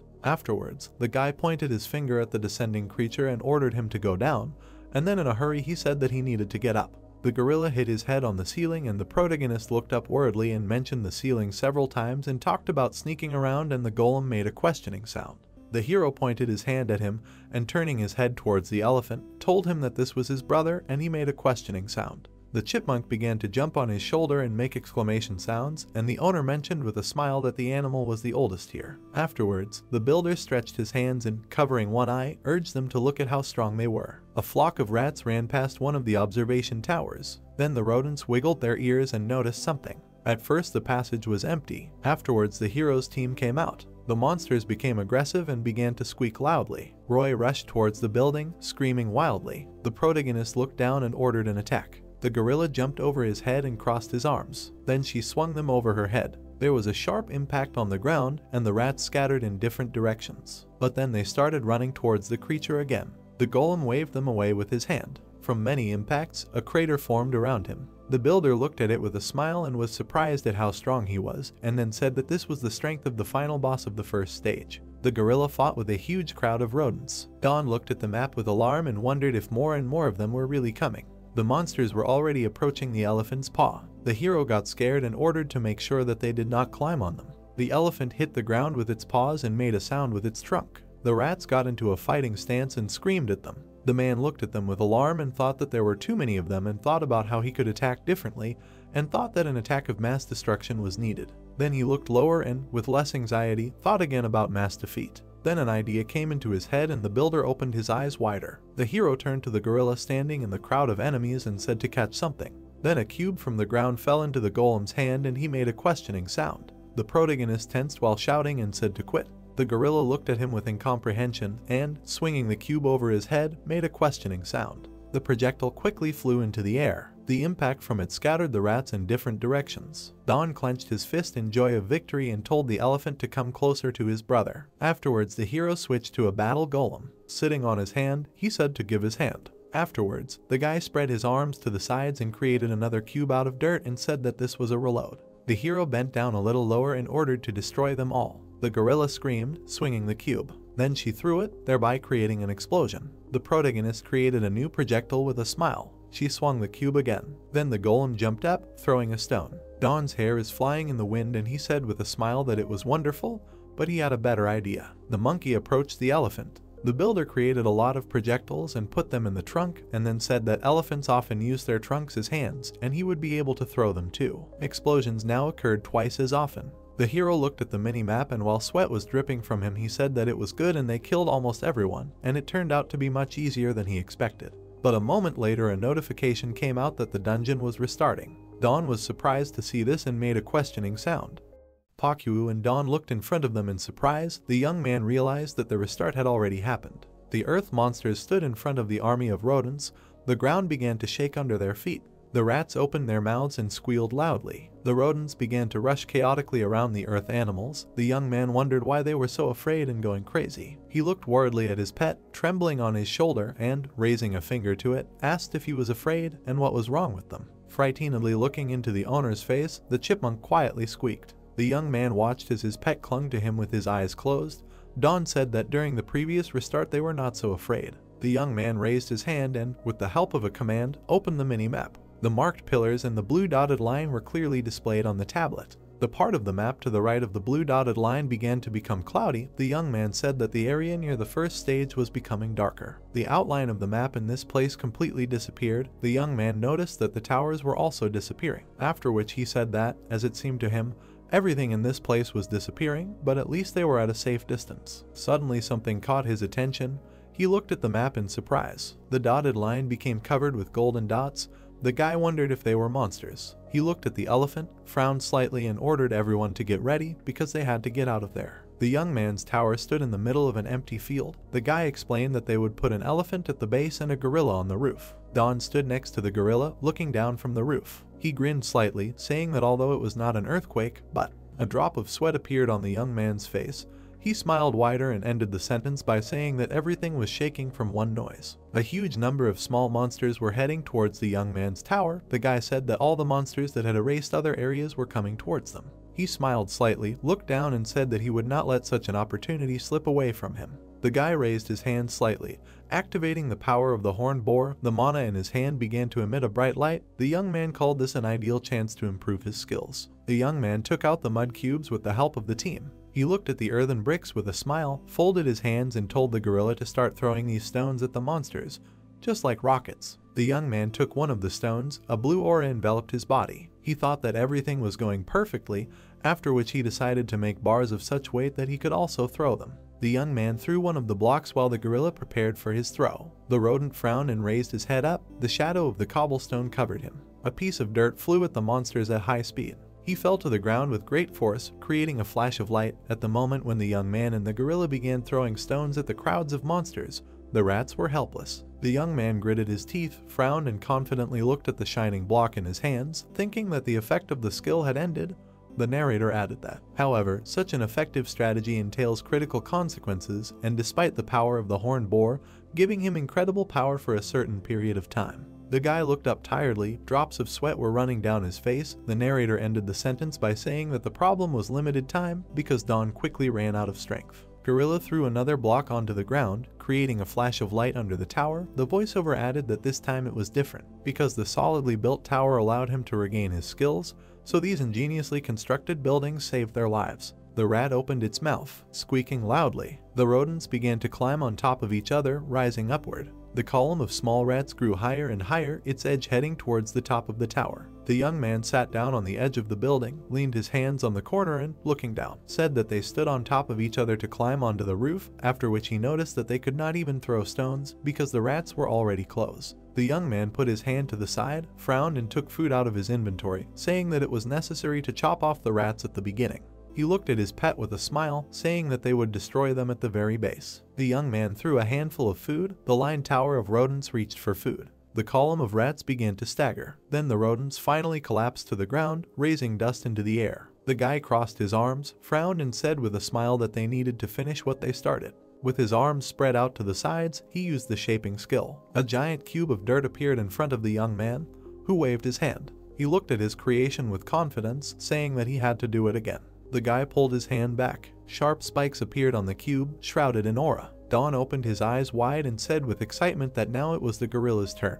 The earthen animal raised the cube above its head, growling loudly. The gorilla frowned sternly as he threw the cube down with force. The guy's structure flew to the ground, spinning in the air. Landing on the ground, the cube split it into many pieces and created a bright flash of light. The army of rats was divided into two parts of trenches that appeared from the impact of the cube. The young man raised his eyebrows in surprise and noticed that this was quite effective. Suddenly his face was illuminated by a golden light. The guy looked in surprise at his hand, enveloped in a warm light. The system announced that he had successfully mastered the mud formation skill and the horned boar strength skill had risen to the 7th level. The young man said that he thought that the 10th level was the maximum, but now he had risen even higher and they were even able to improve the strength of the horned boar. The guy put his hand on his belt, looked down and wondered if those rats were heaven sent. He scratched the back of his head, looked at his pet with a smile, and, turning to him, offered to find another underground shelter. Night fell over the young man's tower. It was now quite quiet, after which he wondered if other monsters had passed by them. The guy opened a mini-map, on which there were several golden spots, after which he said that it seemed to him that the monsters were just hiding in groups, and that they had many nests in the area, and, as it seemed to him, the area was quite dangerous. He closed the minimap, raised his hand to his face and said that the towers were no longer so safe, and earth animals were not yet strong enough to repel all attacks. He folded his hands in front of him and smiled widely. The chipmunk on his shoulder happily raised his paw. The young man said that it was time for them to start digging again. Running through the tunnel, he dug it deeper and deeper using his mud-shaping skill. The young man waved his arms with a confident grin, raking away piles of dirt. Drops of sweat appeared on his face, and the young man looked down in surprise. He placed his hand on a piece of rock he had come across while digging and wondered what it was. The guy put his hands on his belt, saying that he couldn't change the stone no matter how hard he tried, then wondered if broken stones weren't the same as dirt. He raised his head with a calm expression, adding that apparently he couldn't do anything about it for now, so he should go up to the surface. A squally wind carried grains of sand through the air. The young man said that it was a little cool on the surface, and, apparently, because there were no trees there. He crossed his arms in front of the elephant and said that the climate of the place made a detour impossible, after which he added that it would be better to travel along a path where there were no rats. He thoughtfully put his hand on his chin, raised one eyebrow and began to talk about how he could no longer dig underground, but he could build towers, and it seemed there was no other way, because the underground tunnels were blocked. He looked up, imagining a huge army of rats, and wondered what would happen if they met a crowd of rats again. Don jumped on the elephant, waved his hand to the gorilla and said that in any case, he needed more golems, and that now, after restarting the dungeon, the final boss had appeared, after which he beckoned the gorilla to follow him. Night fell over the lonely tower of the young man, standing in the desert of death. He crossed his arms, raised one eyebrow, and ordered the second version of the gorilla to stand up. The previous earthen primate looked at his new brother, who was scratching his head and muttering something. The young man said that the result was not bad. He remembered how the gorilla was fighting the boss, and he ran up to its belly, after which he thought that military reinforcements had arrived, but this time he simply grabbed the core while his gorilla was fighting the boss. The guy, with quick movements of his hands, began to make something out of an earthen cube, saying that it turns out that if the number of gorillas has increased, then he does not need to do anything. He created a perfect cube and tried to lift it with great effort, saying that he would continue to improve his mud shaping skill to master level. Looking at the cube with a smile, he noticed that it had become larger and heavier. Then the young man smiled maniacally, looked in front of him and imagined rats, a horned boar and a grazing wolf, and said that with such a cube he could easily kill those monsters. The guy, standing against the backdrop of earthen animals, crossed his arms and said that they had to go anyway. He smiled widely, looked up and said they were heading to the surface. The guy was shaking violently from the cold, gritting his teeth. Suddenly he sneezed loudly. Sitting on the elephant's head, he shrank all over and in a trembling voice suggested that it was so cold there because they were in the mountains, adding that this way he could only freeze something off. He took out the skin of a horned boar from his inventory. His pet quickly jumped under the skin with which he had wrapped himself. The young man said that it became a little easier. The chipmunk looked up at its owner, clinging to his chest. He closed his eyes and gently dozed off. The guy raised his eyebrows, smiled, put his hand to his face and mentally called his pet cutie. The stars were shining in the night sky. The young man asked the earth animals to stop for a second.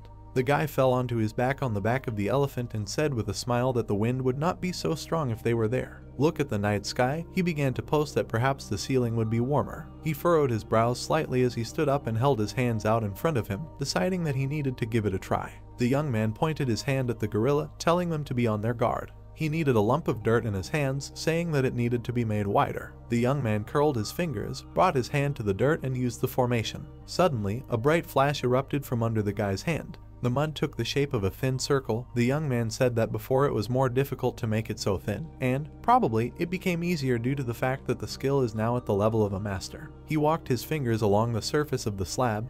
The chipmunk also raised his paw to the new created object. The young man said that the dirt turned out to be very smooth, almost like ceramics. Suddenly the slab cracked under the pressure of his finger. The young man thought that it was too thin and the strength was poor. The elephant watched carefully as the young man, sitting near the stove, said that if he made it wider, then he also needed to increase the thickness so that it would be strong, after which Don noticed that he understood the essence of the matter. Marina looked ahead in disappointment, standing against the backdrop of broken slabs. He said that, as it seems to him, skill alone cannot do this, so you need to use your experience. Don lay in front of the next stove, breathing heavily. He thought that he had finally finished. Tapping the stove with his finger, he said that it might be strong, after which he wondered whether it would be too dangerous if it suddenly broke. He looked ahead thoughtfully. He opened his eyes wide, thinking of something. He created a dome divided into sections, snapped his fingers and said with a smile that the dome could support the weight of the structure and it was safer. Going down to his structure, he asked the animals to lift it. The gorilla raised the canopy with outstretched arms. The young man with a smile asked her to be more careful. A dome appeared on the elephant's back, standing on 5 pillars, under which a joyful young man sat. He sank onto his back, put his hands behind his head and said with a smile that life was good. Suddenly he looked down at his pet, who squeaked a little. Looking into the chipmunk's eyes, he calmly said that he felt that with his skill he could do something more difficult, after which he asked what Pakyu thought about it, and whether he should build a protective wall against the monsters. The young man jumped off the elephant, saying that now they can't even hide underground, which means they need to make something convenient for traveling on the surface. The young man closed his eyes, crossed his arms and shivered slightly from the cold, after which he said that they first needed to make an insulating layer. Don went down to the belly of the elephant, from which the light emanated, and made something using the formation of dirt. He thoughtfully put his hand to his face, looked down and thought that by using knowledge from life in Korea, he was able to create something that was not in the dungeon. Thick smoke came out of the elephant's trunk. There was a furnace in its belly with a fire burning inside. The elephant's body changed, and the young man built a small hut with heated floors on its back. The young man schematically presented the structure of the house inside the elephant, where there was a fire, a bathroom, a closet, a blanket made of horned boar skin, as well as an exit to the outside. He noticed that the heat from the fire passes through the elephant's belly, heating the room, and the smoke comes out through the trunk. He furrowed his brows tensely, looked ahead, and wondered what he had just done. A notification appeared in front of him, saying that he had received an achievement for creating a floor heating system because the dungeon was in awe of his work, and the reward was the ability to control heat. The young man looked thoughtfully at the system window, standing in front of the elephant, and feigned admiration for the reward for the achievement, after which he thought that he was not even surprised by this. 2 months passed. A light breeze blew through the palace in the historical part of the north. Guide looked ahead in shock, his mouth open. He looked at a group of people sitting on a pile of dirt that used to be a golem. A girl looked around the room wondering why there were no monsters there. A blonde guy sat down on a pile of dirt, inviting everyone to rest, and a man in a formal suit asked if they could stop there to rest. The rabbit mentally forbade this, offending people. He turned around in annoyance, thinking that this was not good at all. He trembled with anger, adding that if this continues, the high-ranking people will definitely say something. Don looked up with a smile, saying that he was ashamed that he could not share this view with anyone. He crossed his arms over his chest with a wide smile as he stood in front of his team, which consisted of 1 elephant, 4 gorillas, and 1 chipmunk, who was sitting on his shoulder. The guy said that he would brag to the rabbit if he was nearby. The sky became cloudy as the creatures climbed the high mountain. The monster, who had a cage on his back, turned his head. The boy looked out of the window in surprise and noticed that he could not see anything. Hearing this, someone reminded him that they were quite high up. The peaks of the mountains broke through the fog. The main character noticed that the road was not so bumpy because there were smooth peaks everywhere. The guy, wearing blue boots, confidently stepped onto the ground. Haku sat on the shoulder of the brunette, who put his hand to his forehead. He was impressed by the view from the top. Don approached the edge of the hill when everything around was illuminated by sunlight. He called out to Pakyu. The main character, closing his eyes, ran his finger near his mouth and reported that it was a useful experience. Having heard this creature, he admitted that it was quite easy for him to do this. The brunette looked back worriedly. He opened his mouth in surprise when something caught his attention. The guys looked intently at the structure that stood in the middle of the desert. He asked his friend what it was doing here. The guy took his chin and thought about what was standing in front of him. There was a stone statue near the entrance to the building. He realized that these were the last ruins, but did not understand why they were at such a height. Frowning, Don raised his head and realized that they were far from the first stage. At this moment, he thought about why they call this structure ruins. Imagining the image of a hare with a huge clown hat, he assumed that they were simply repeating after him all the time. Haku asked him if these ruins were built long before his appearance. He, looking closely at the building, assumed that it was erected before the creation of the dungeon. Brunette believes the structure is a relic of the past. With his hands folded, the guy looked forward displeasedly and realized that he wouldn't get any answers if he continued to just stand there. He invited his friend to take a closer look at this structure. The clay creatures stared intently at the protagonist as he climbed the stairs. He believes that it is unlikely that anything will happen to him because he has 5 golems. The guy looked worriedly at the paw of the iron statue. Pakyu, sitting on the main character's shoulder, frowned with displeasure. Don remembered that he had not seen anything like this in the northern dungeon.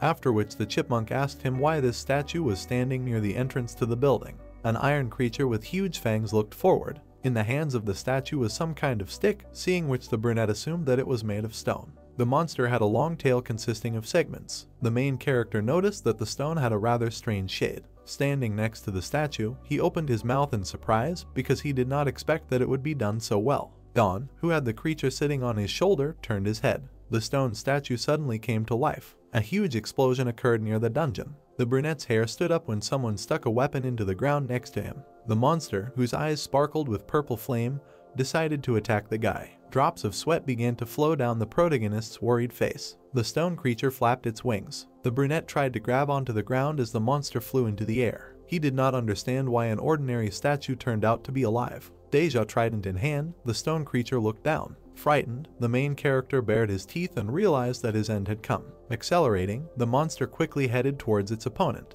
The guy looked back and, turning to the guys, asked them to help him. While the main character was sitting on the ground, the golems jumped up. The animated statue cut up Don's assistant. The golem turned its head and looked at its hand, which had flown to the side.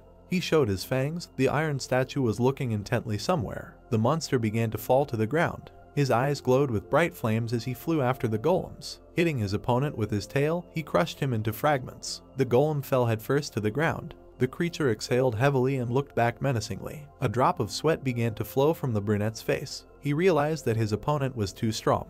The severed body parts of the golems began to sparkle with bright light. The guy was glad that they were at least regenerating. Jumping up, the main character put his hand on the elephant, which had a carriage on its back. He said loudly that he planned to distract the enemy. The elephant lifted the sand cube with its trunk, which was controlled by Dawn. Angry, the brunette opened his mouth wide and demanded that the bishop make a move now. The iron statue stood with its head down while a sand cube flew towards it. The creature looked back angrily. A huge explosion occurred near the monster. His wing was shrouded in fog. The demonic wings of the statue began to sparkle with red light. The main character, baring his teeth, raised his head and realized that the monster was able to simply block the maximum level mud block. He realized that the material still did not match the strength of stone. An object sparkled in the guy's eye. He understands that this is his maximum now. Raising his hand, the brunette frowned deeply. The sand elephant threw away the cube with its trunk. The iron statue looked displeased at the bright flash. Frowning deeply, the protagonist demanded that the golems attack the enemy. The sand creatures captured the statue. The monster with fangs tilted its head to the side in displeasure. The golems flew away as the statue began to spin. Dawn hoped that the assistants could at least slow down the enemy. He realized that at this rate they would be crushed into dust. The brunette frowned and bit his lip. He does not understand how he should defeat his enemy. There was a sound. The mud golem, whose eyes were covered in black, frowned. A drop of sweat began to run down the guy's face. The creature's eye sparkled with bright light. The iron statue began to scream at the top of its voice as the golem hung onto it. The main character, surprised, opened his mouth when he saw the fourth assistant. Dawn loudly informed his assistants that they would not be able to defeat their opponent. The monster began to swing its trident while the golem was hanging on its back. A drop of sweat began to flow down the angry guy's cheek the moment he began to swear. Feathers flew into the air near the top of Death Mountain. The brunette wondered if the enemy was pursuing them. The guy standing far from the fortress said that for the first time his attacks did not cause any damage, which is why he lost one golem. He checked with someone about these ruins. A system map appeared in front of the main character, on which a white dot was depicted. He noticed that the structure was not marked in red on the minimap and was outside of stage 1, so he decided that it was not part of the dungeon. At this moment, the creature assumed that even rats would not venture into this area. Remembering the image of an iron statue with huge devilish wings, Dawn realized that the movement of the rats and the location of this monument were somehow connected. He thinks there's something wrong with me here. Frowning, the brunette lowered his head and decided that he would soon solve this mystery. 1 month has passed. Sunlight illuminated the mountain peaks. The guy, holding a hammer in his hand, was sitting near a huge boulder located on the top of a rocky mountain. There was a piece of meat in the mouth of the stubbled brunette. His black pupils widened in surprise. The creatures looked blankly at the main character, who abruptly grabbed his head and informed them that his attempts were again unsuccessful. He was a madman, breaking rocks all day long. Angry, Dawn began to cup his face with his hands and try to calm down. He believes that he will lose the moment he gets upset. The brunette looked back uneasily. On the ground lay an instrument made of iron and wood. It was clear to anyone that Dawn, who had experienced defeat, was working hard on something. Tired, the guy reluctantly bent down to pick up his weapon. In order to explain what he does, it is necessary to go back a month. In a forest illuminated by sunlight, the main character found an object. He looked in surprise at the weapon in his hands and assumed that someone had dropped it. The guy said that when he came for the golems, he was lucky because he was able to find an iron hammer. An image of an iron statue with wings appeared in Dawn's head. He is upset that the soil cannot overcome the stone. Putting the iron hammer on his shoulder, the brunette ran on. He believes that he needs a material close in strength to that gargoyle. At that moment, he decided that it was worth giving the golems something similar. The sand creature grabbed hold of some object tightly. After some time, the main character,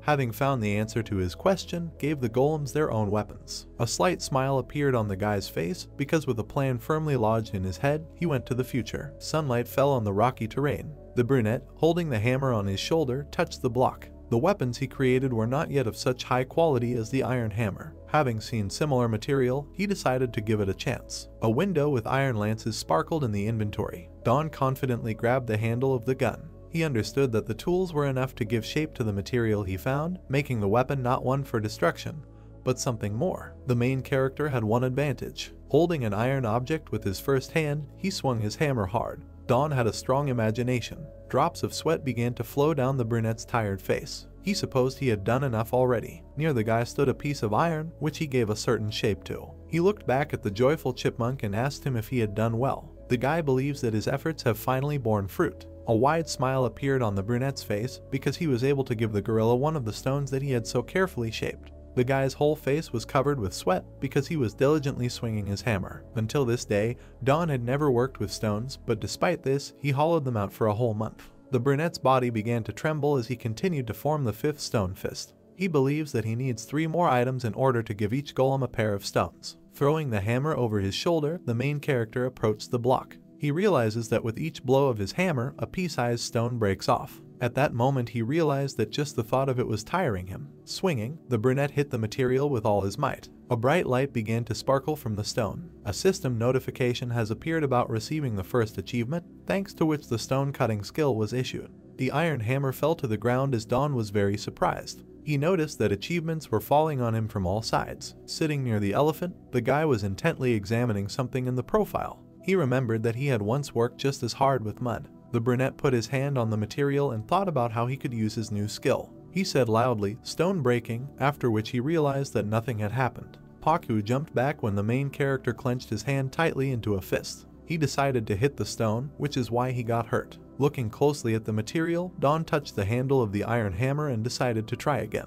Baring his teeth, the brunette got angry and continued to shout about breaking the stone. Something sparkled near the guy kneeling. He furrowed his eyebrows deeply. The iron material split into 2 parts. The main character did not expect that he would be able to break it. A wide smile appeared on his face as he picked up the pieces of the object. He noticed that the stone broke evenly and easily, although he did not even exert any force to do so. The brunette began to wipe away a tear falling from his face when he remembered how he was chiseling stones. He realized that he had acquired a good skill. A bright light appeared between the 2 parts of the object when the guy again demanded that it break. The iron stone shattered into 2 more pieces as the brunette again used his breaking skill. A sly smile appeared on his face when he decided to try to do something with this material. He, with Paku sitting on his shoulder, approached a huge boulder and thought about something. Everything around was covered in pitch fog. Leaning against the block, the brunette grabbed his chin and suggested that the stone was too big. He believes that if he continues, he will succeed. After which he wondered if he would be able to use the skill to create stones in the shape of a fist. Chipmunk joyfully raised his arms to the sides when the main character was happy about something. After spending an hour, he said that he completed the task with ease. Holding the hammer with both hands, Don diligently continued to hit the stone. He realized that the skill not only reduced time. The guy standing in t-shirt 1 wiped his forehead with his hand. He was glad that thanks to his skill he could process several stones at the same time. There were fragments of stones of various sizes lying on the ground. The main character, having carefully tested his skills, managed to comprehend the basics of the skill. 2 iron objects appeared in his head. He realized that, firstly, the stone must be broken by something stronger. The brunette imagined how he broke the stone in various ways. He realized that the heavier the hammer, the easier the stone breaks. An iron hammer fell on a huge boulder when the guy demanded that he hit to the left. He realized that the direction in which the stone breaks is adjustable. Don thoughtfully grabbed his chin and asked himself what would happen if he started beating with an iron bayonet. A drop of sweat flowed down the guy's body the moment he looked at the material. He realized that in this case, everything begins to crumble because the stone breaks in a random direction. The main character stepped barefoot on the ground on which the rubble lay. He realized that this method was slower and less effective because only small stones were obtained. The surprised guy's eyes widened as he thought about something. Under the blow of the iron hammer, a bright light appeared. Having lifted the metal tool, under which there were fragments of stones, he noticed that they had become even smaller. Licking his lips, Don continued to do something diligently. He decided to try again. Crouching, the brunette continued to confidently strike with his hammer. Black fog began to emanate from the stone. The main character realized that the debris had turned to dust. At that moment, he realized that he couldn't even tell if it came from the stone. Frightened, the brunette extended his hand and suggested that he could have formed it himself. A blush appeared on the guy's face as he thought about connecting the earth. He spoke about a piece of land. From the hand of Don, who touched the system window, a blue flame began to emanate. Surprised, the brunette opened his mouth wide. A sand block appeared in his inventory, and when he saw it, he realized that everything had worked. The main character, with Paku hanging from his shoulders, grabbed the object in his hand. He noticed that the material is not inferior in hardness because it consists of the same product. At that moment, he was glad that the object had become the same. The block sparkled with bright light. The guy realized that he needed to break the stones in a similar way and then recreate them back. A smile appeared on the brunette's face as he thought about how much his skill would change once he reached master level. The main character drew something on the ground with a wooden stick. He added a picture of gorillas and an elephant to his drawing when he realized that they would definitely lose if they fought head to head. Dawn realizes that it will be difficult for them to find an advantage in open areas since their enemy is capable of flight, after which he suggested that they would have a chance as soon as the enemy began to push forward, but at the same time they would have problems if he took off. Lost in thought, the brunette grabbed his chin when he realized that it was a little dangerous to use this skill on his opponent. He did not understand what to do in such a situation. At that moment, he wondered what would happen if he had a way to quickly close the distance. He imagined himself working hard at something and decided to just dig a tunnel since he couldn't find a solution. The main character remembered that he even learned the skill of stone carving. Pakyu yawned with its owner. He realized that, with his skill level, it would take him a full year. Frowning, the brunette grabbed his head with his hand and thought about something. On the monkey's forehead, drawn on the ground, was the number 2. Surprised, Dawn grabbed his chin as an idea popped into his head. He wondered why he hadn't thought of this before. An image of sand creatures appeared in the guy's head when he remembered that although, initially, the design of his golem was based on an elephant, he was able to create a gorilla. The main character tilted his head and decided that now he needed to deal with mobility and battle with the enemy. He realized that he needed to create a golem that would have this ability. Chipmunk carefully watched what his owner was drawing. Pakyu looked at something in surprise. The creature raised its head. Dawn looked back at his pet and addressed him. He suggested that he create new brothers. Pakyu happily extended his paw forward. There was an iron statue near the ancient building. Clenching his hands, the monster flapped its wings. His eyes sparkled with violet flame. He grabbed the wooden stick tightly. The brunette looked at someone menacingly. The iron gargoyle with fangs looked back and made a sound. Sand horses began to approach the structure. The creature's eyes sparkled with bright light. The main character created a new design of golems with high mobility because they are now centaur golems. The sand creatures rushed towards the enemy with all speed. The guy demanded that they stay in line. Sitting on an ostrich, the brunette was holding an iron hammer in his hands. Dawn has a new riding golem. A sly smile appeared on the protagonist's face when he realized that he was able to create a cavalry. He realized that the capabilities of an earth-shaping master level were amazing. The guy remembered how he created the sand creature. He realized that by touching the earth he could give it any shape. The creatures sitting on the rocky terrain lowered their heads. He remembered that he had put the first versions of the golems to sleep.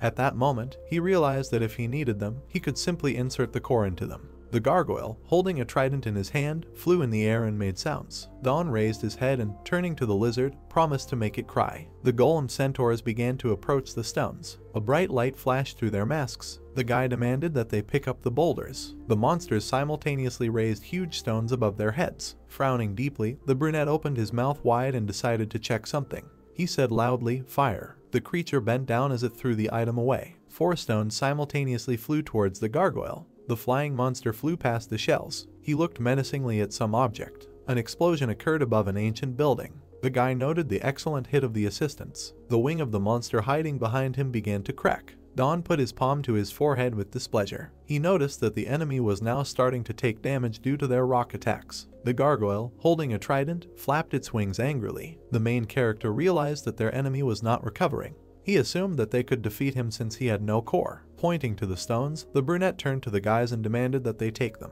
The golem centaurs approached the stone projectiles. The iron statue quickly moved towards the creatures in whose hands there were stones. The enemy attacked the sand monster with his trident. Grabbing the gun with both hands, the flying creature attacked the next assistant of the main character. The wooden trident broke into splinters. The eyes of the angry monster sparkled with a bright light. Grabbing parts of the weapon in 2 hands, the gargoyle jumped on the centaur golem. The guy frowned heavily at the moment when he began to call out the numbers of his assistants, of which the first and fourth should move back while the second and third attacked the enemy. Some kind of closed battle pattern appeared in the main character's head. He decided that, using the recovery ability to his advantage, the golems were required to attack on the second. The brunette sitting on an ostrich pointed to the sides. He understands that the creatures, thanks to his precise orders, will be prepared for unforeseen situations. And also this whole fight was only possible because Dawn controlled golems with high mobility. A centaur golem approached the iron monster. The gargoyle could not withstand the endless attacks, despite all its strength, because the main character,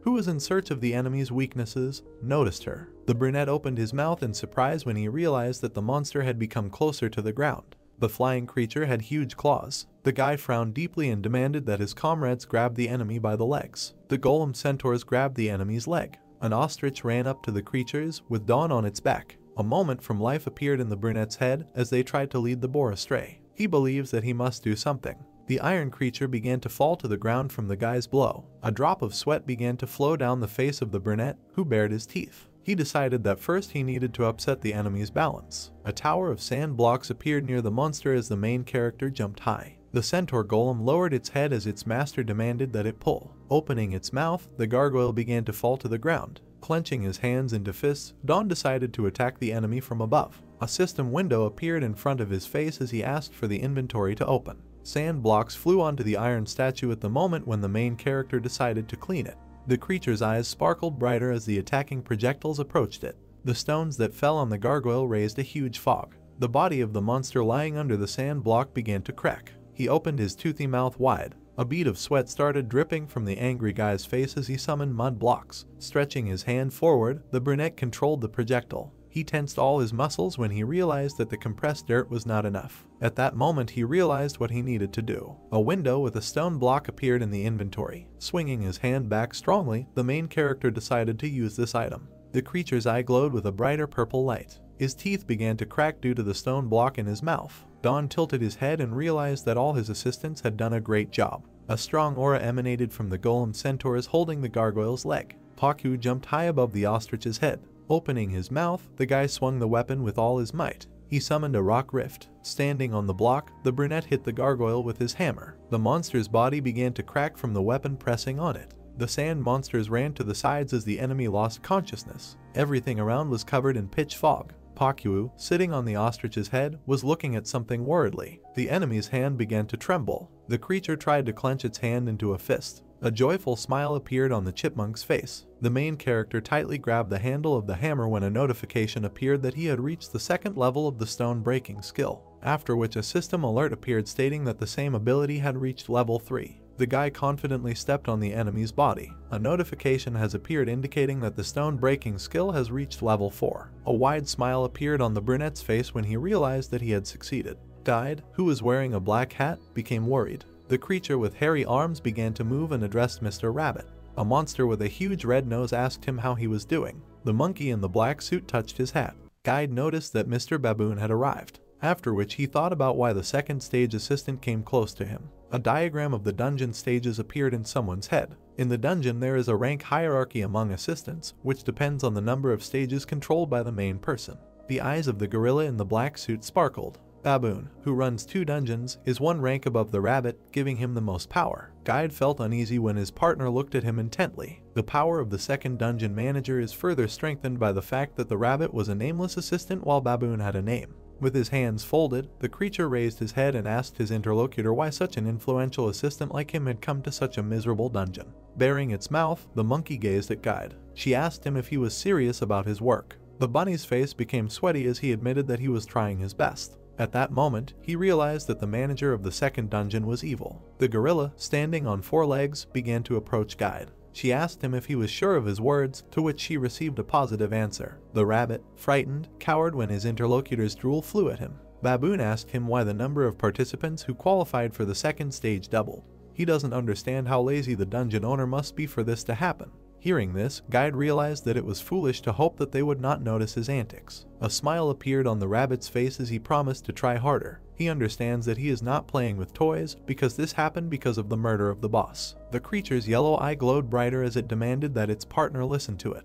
Surprised, Guide opened his mouth wide. The owner of the second dungeon asked him about how many lies he still needs to hear. Meanwhile, near an ancient structure standing in the desert, the main character decided to use stone bricks later. He wanted to keep them in his inventory. The brunette's face was illuminated by the light emanating from the system window. He didn't understand why the stone breaking skill had risen to level 4. At this point, he assumed that it was because the gargoyle was a huge stone statue. Dawn began to trample on the creature's broken head. He realized that he had increased his ability due to the fact that his enemy was huge. Paku stared at his master, who wanted the golem core in the gargoyle. He understands that, in this case, she would be able to regenerate, which is why they would not have a chance to defeat her. Swinging the iron hammer, the guy hit the enemy's body again when he decided to make sure of something and summoned a stone rift. He realized the awesomeness of the 4th level skill. There were fragments of stones around the brunette, who was kneeling. He, seeing that everything was still empty in the enemy's body, assumed that it was useless to look for anything in him. After which he remembered that at least his skill had improved. The main character approached an ancient building with a back entrance and remembered that the rabbit called it the border of the world. It was pitch dark inside the building. Dawn wondered what secrets the monument kept and suggested that there might be another statue behind it. The brunette, on whose shoulder Paku was sitting, raised his head. He decided he needed to take a look. A centaur golem began to approach the back entrance of the structure. Sandy assistants surrounded the main character sitting on an ostrich on all sides. He turned to number 3 and demanded that he stop lagging behind. Chipmunk cowered when something surprised his owner. He asked about what stood before them. Meanwhile, beads of sweat were dripping from Guide's face as he asked his interlocutor which lodge he was talking about. He asked him where he could find an honest rabbit like him. The gorilla opened its mouth and approached the owner of the first dungeon. He admitted that he had expected such an outcome. Baboon's pupils, looking at his partner, constricted greatly when he talked about the escapee who was missing. The rabbit, frowning, opened his mouth wide in surprise when he realized that the manager of the second dungeon had found out about everything. He believes this is one of the worst outcomes. Guide realized that Baboon was aware of the system error. Meanwhile, the main character, who was in ruins, extended his hand upward when he decided to use the purification. Paku's eyes began to sparkle as he looked at the dungeon. The guy realized that the place was not restarting and again decided to use the purification ability. Skeletons of various animals lay near the walls of the corridor. Dawn did not understand what these bones were and tried to clear the room. Walking down the corridor, the brunette continued to cast his spell. He noticed that there were a lot of skeletons around, which is why he decided to be more careful. The iron platform began to go underground when the centaur golem stepped on it. The brunette's hair stood up as the sand creature's head was pierced by arrows. The main character grimaced his face and realized that the corridor was full of traps. He realized it was a good idea to send the golem first. The centaur golem turned its head back at its worried owner. He demanded that he not frighten him like that. A drop of sweat began to run down Dawn's cheek. He knows that golems do not take physical damage. The brunette smiled widely and praised the assistant for a good job. The guy sitting on the ostrich started laughing devilishly. He informed the creatures that destroying the walls could solve their problem. A broken wooden arrow fell onto the stone floor. The bodies of the sand creatures were completely pierced by arrows. The main character, saying that they had done a good job, suggested they rest. A huge pile of arrows formed behind the brunette. He asked the golem centaurs if these were the last weapons. Straining all the muscles in his arms, the guy pulled the arrow out of the body of the sand creature. He was glad that he had finally pulled out all the arrows. Dawn stared at the weapon while the golem centaurs rejoiced. There were feathers at the end of the wooden arrow. He noticed that they looked worn out. Drops of sweat ran down the guy's face as he remembered that hot oil was supposed to be poured onto them, but it hardened. He turned his head to Paku standing on the patterns and realized that these magical symbols were not activated. The main character turned his head and clenched his hand tightly into a fist. He realized that the place they were in was very old. The chipmunk began to run in circles while his owner leaned against the wall. The creature looked at something in surprise and, seeing this, Dawn asked him if something had happened. The brunette extended his hand forward as Paku began to run. He asked him where he was going. The guy's gaze fell on the gap in the broken wall. Looking back at the golem centaurs with concern, the protagonist demanded that they break the wall. The brunette covered his face with his hand as the sand creatures simultaneously attacked the wall. Sweat began to run down his face as he was glad to have the centaur golem on his side. Surprised, Dawn opened his mouth. Joyful, Paku pointed somewhere with his paw. The guy began to approach the iron door, which had patterns on it. He assumed that the boss's room was behind it. The main character's hand became covered with an aura when he touched the door. The brunette, based on his appearance, assumed that the boss died of old age. He felt that the power of a horned boar was behind the door. Frowning, Dawn stared at the door. He opened his mouth as his face lit up.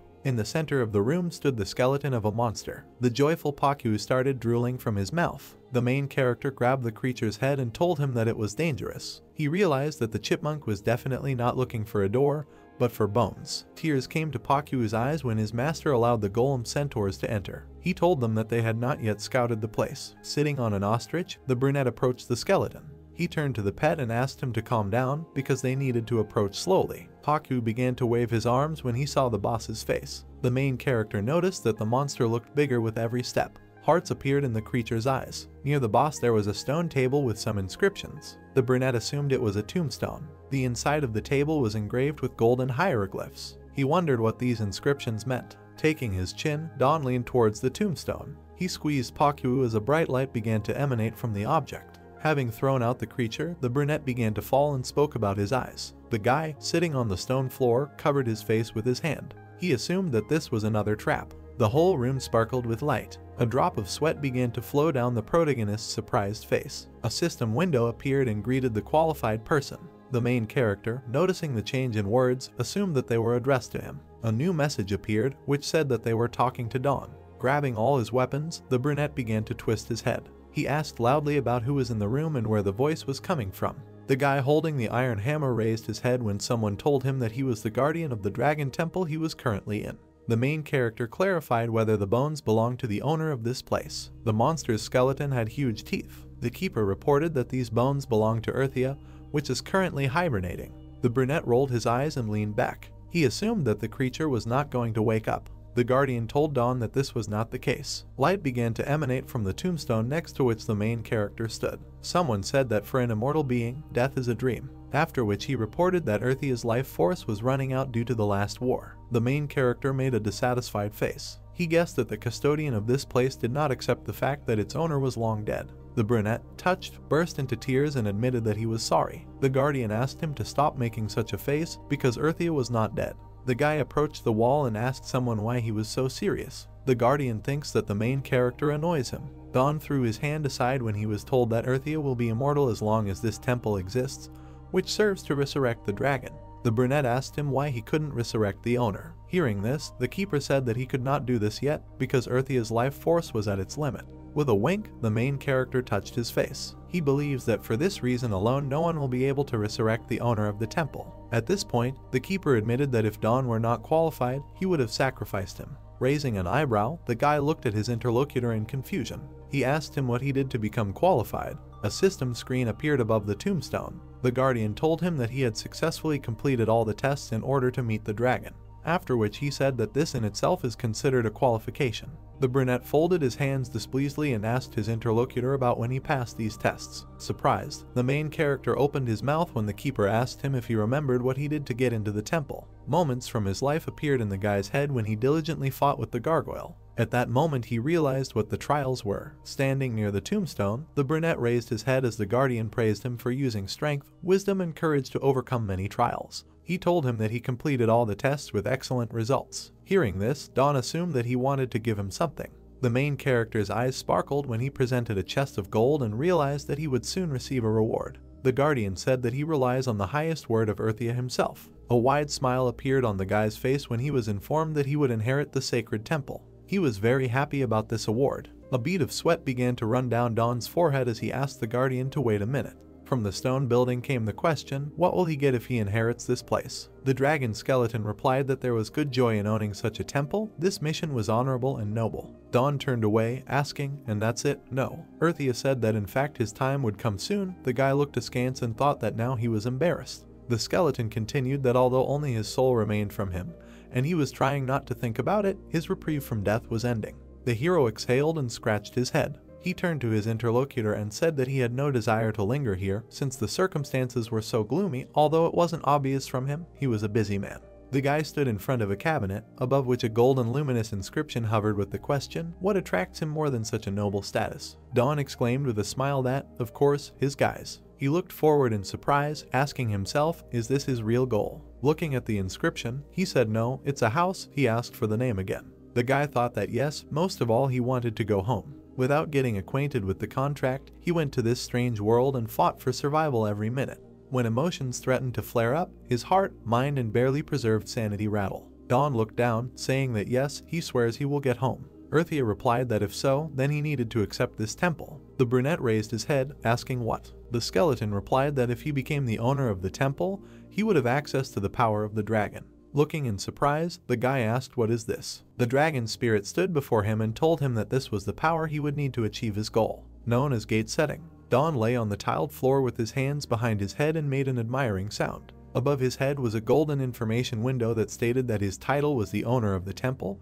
his health percentage was 100 out of 100, and his satiety percentage was 100 out of 100. He said that he became the master of the historic ruins. He looked up, lost in thought. Dawn calmly began to sort out his thoughts. As the owner of the temple, the hero looked forward excitedly, asking if this is so, then, as he said, he can return to Earth. Earthia, in skeletal form, stood in front of him, answering that the gate could take him to any place, even to another dimension. However, Dawn was surprised to hear that the creation process requires a high concentration of vital energy. The amount of energy directly depends on the distance between worlds. The guy asked what is life energy. Earthia replied that in simple words, a victim. He imagined a deer standing in the forest, above which a golden glow appeared in the form of a spiral. According to the first owner of this place, Alpha, life energy is accumulated by receiving sacrifices, which makes it possible to use the powers of the dragon. It doesn't matter whether there is a victim or not, only energy is required. Dawn stood in front of a rectangular cabinet and thought that there were victims, so this was not a tombstone, but an altar. He took out a piece of meat and asked if this would work.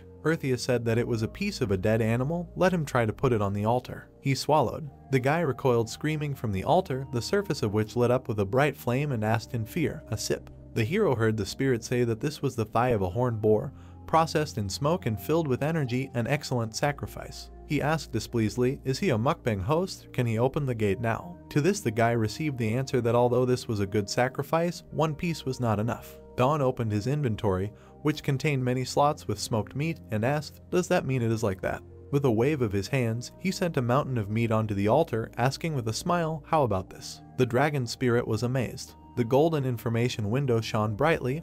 Earthia said, surprisingly, he can use inventory magic. If he doesn't mind, could the dragon study it? The guy mumbled something. He looked in surprise at the golden whirlwind surrounding his body.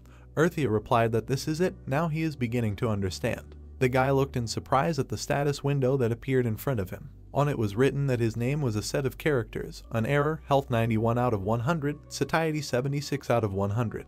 The dragon spirit said that he was supposed to be a victim. Dawn asked again in fear when he heard that his status window was a sacrificial mark. He opened the previous information window, which had his name, title of the temple owner, and information about full health and satiety, and said that it looked similar, but there was no mention of the victim in the window. Dawn was lying on the floor, looking at the open window, and reasoned that if this is truly a sacrificial mark, then Seung-woo and the others must also be victims. He looked thoughtfully at the bright rectangle, thinking that for now he had become the owner of the temple by accepting its offer to clean the sacrificial window. No matter, he now has the power of a dragon. Trap creation skill window, level 1, new. Allows you to create traps, reduces the time to create a trap by half. The trap can be restored after being triggered. Next gate creation skill window, level 1, new. Now he can create interdimensional gates, vital energy is required. Recovery skill window, level 1, new. Restores the original state of things, vital energy is required. The hero read the information contentedly, thinking it was cool. Dawn called Alpha and a yellow shining circle appeared above his palm. Alpha asked what is it? The guy looked at his palm, asking that if you use life energy on a skill, it will improve, is he right? To which I received the answer that this is true. Dawn furrowed his eyebrows, thinking that in a dungeon or a temple, it is life or death, the beginning or the end. He pursed his lips, thinking that he was using all his abilities. The guy stood up and looked at the skeleton of the dragon, saying that he had decided what he would do, sacrifices, he would eat until his stomach burst. Dawn looked at the circle in his palm in surprise when he heard the question if he could ask for a favor, and asked what kind. A tablet appeared in front of him with the inscription, the body of the great Earthia. Dawn turned in surprise to the squirrel, which was gnawing on one of the bones of the dragon skeleton. He heard the request to remove this creature from his bones, and wondered when Paku managed to get there. A baboon in a suit and hat stood in front of a rabbit.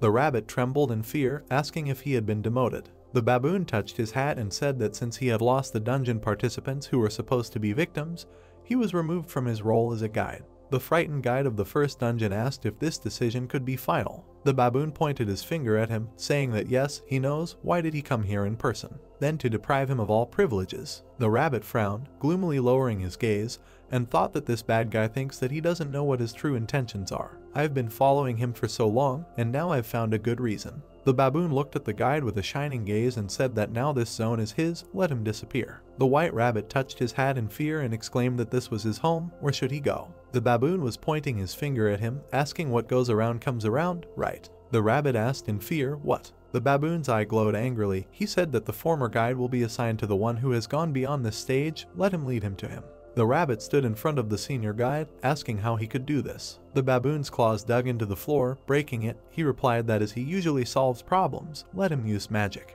The baboon approached the rabbit's face and said gloomily that this was the final decision given to him, his last mission. The rabbit frowned, thinking, last mission. He wants not only to remove him, but also to kill him. Dawn looked at the gold ring in his hand, turning to Alpha. He said that he needed to clarify one thing before leaving. He heard the question, what? He looked seriously at the palm, saying that he understands that the guy wants to return home.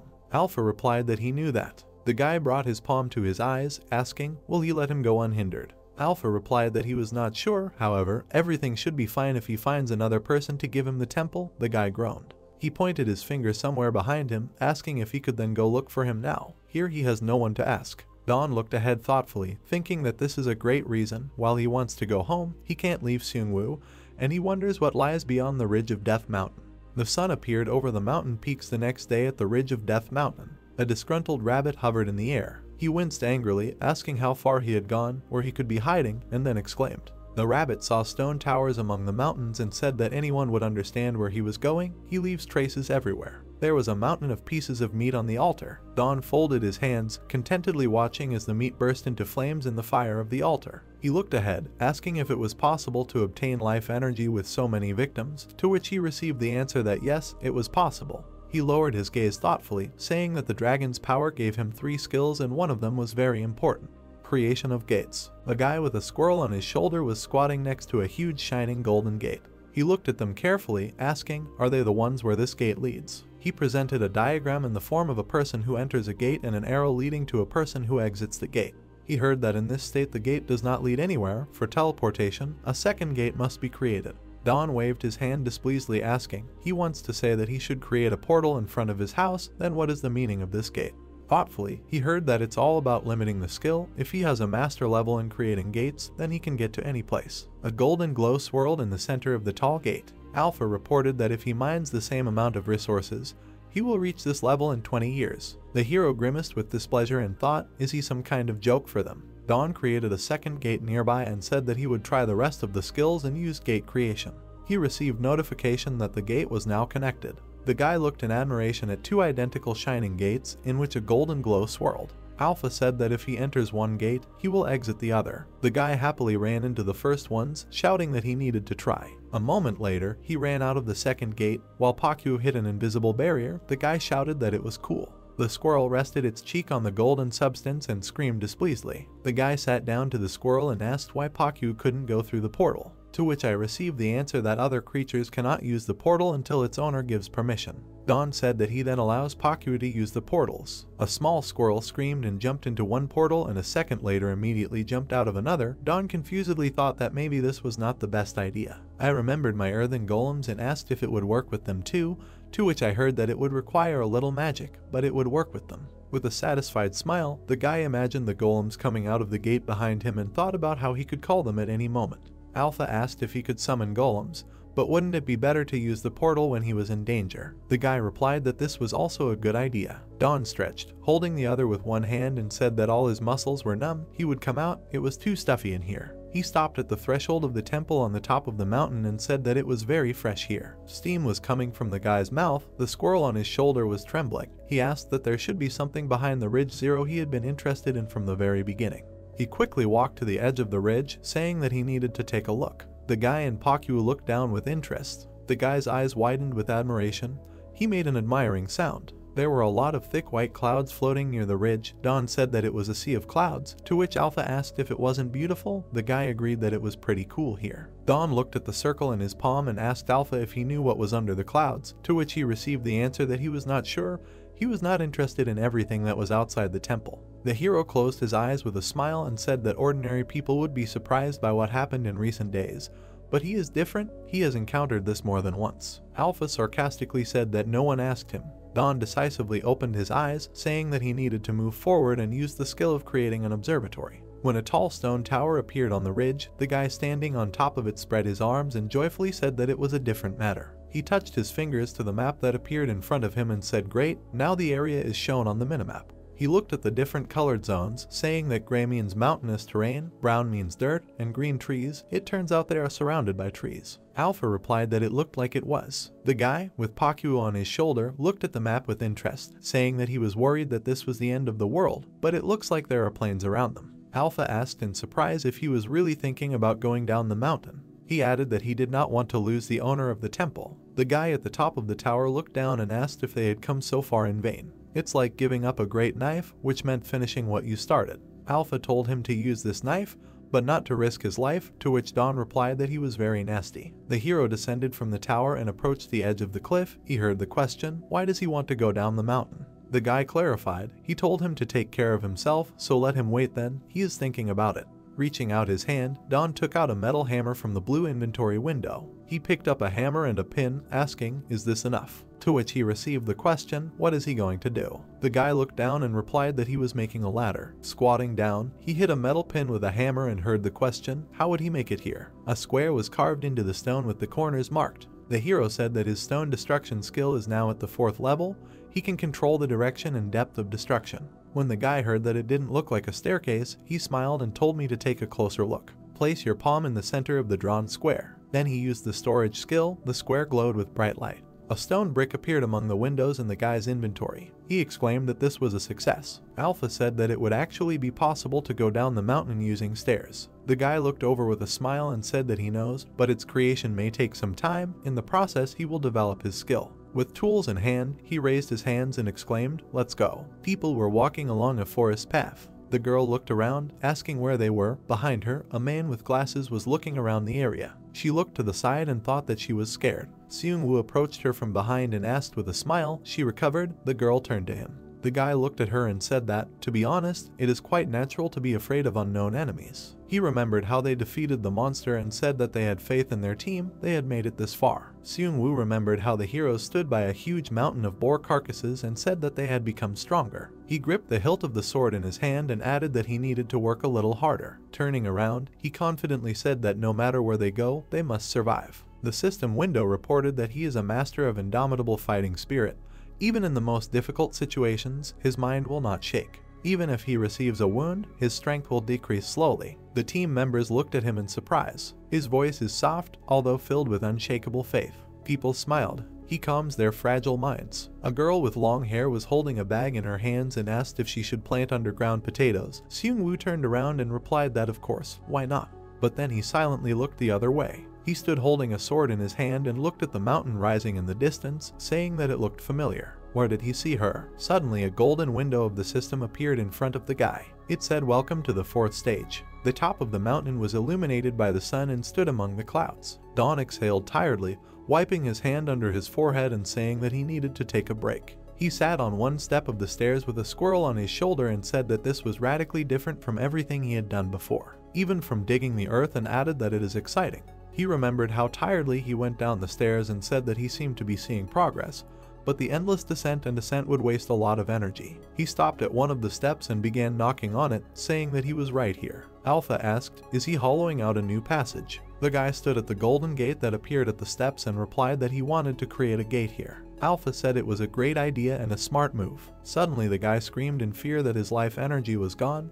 He had nowhere to place his victims. He turned around in surprise when he heard that there was no need to worry about this. His body is connected to the temple and he can make sacrifices at any time. He asked in surprise, "Is this true?" And he heard the answer that he needed to eat them. The guy presented a diagram of how, with meat in his hands, the arrow was heading straight to the temple. And he heard that when his satiety reaches 100%, all food consumed will be considered a sacrifice. The guy put a piece of meat in his mouth, asking, "Seriously, all you need to do is eat." He sat on the step with Pakyu and said that now he just needs to overeat.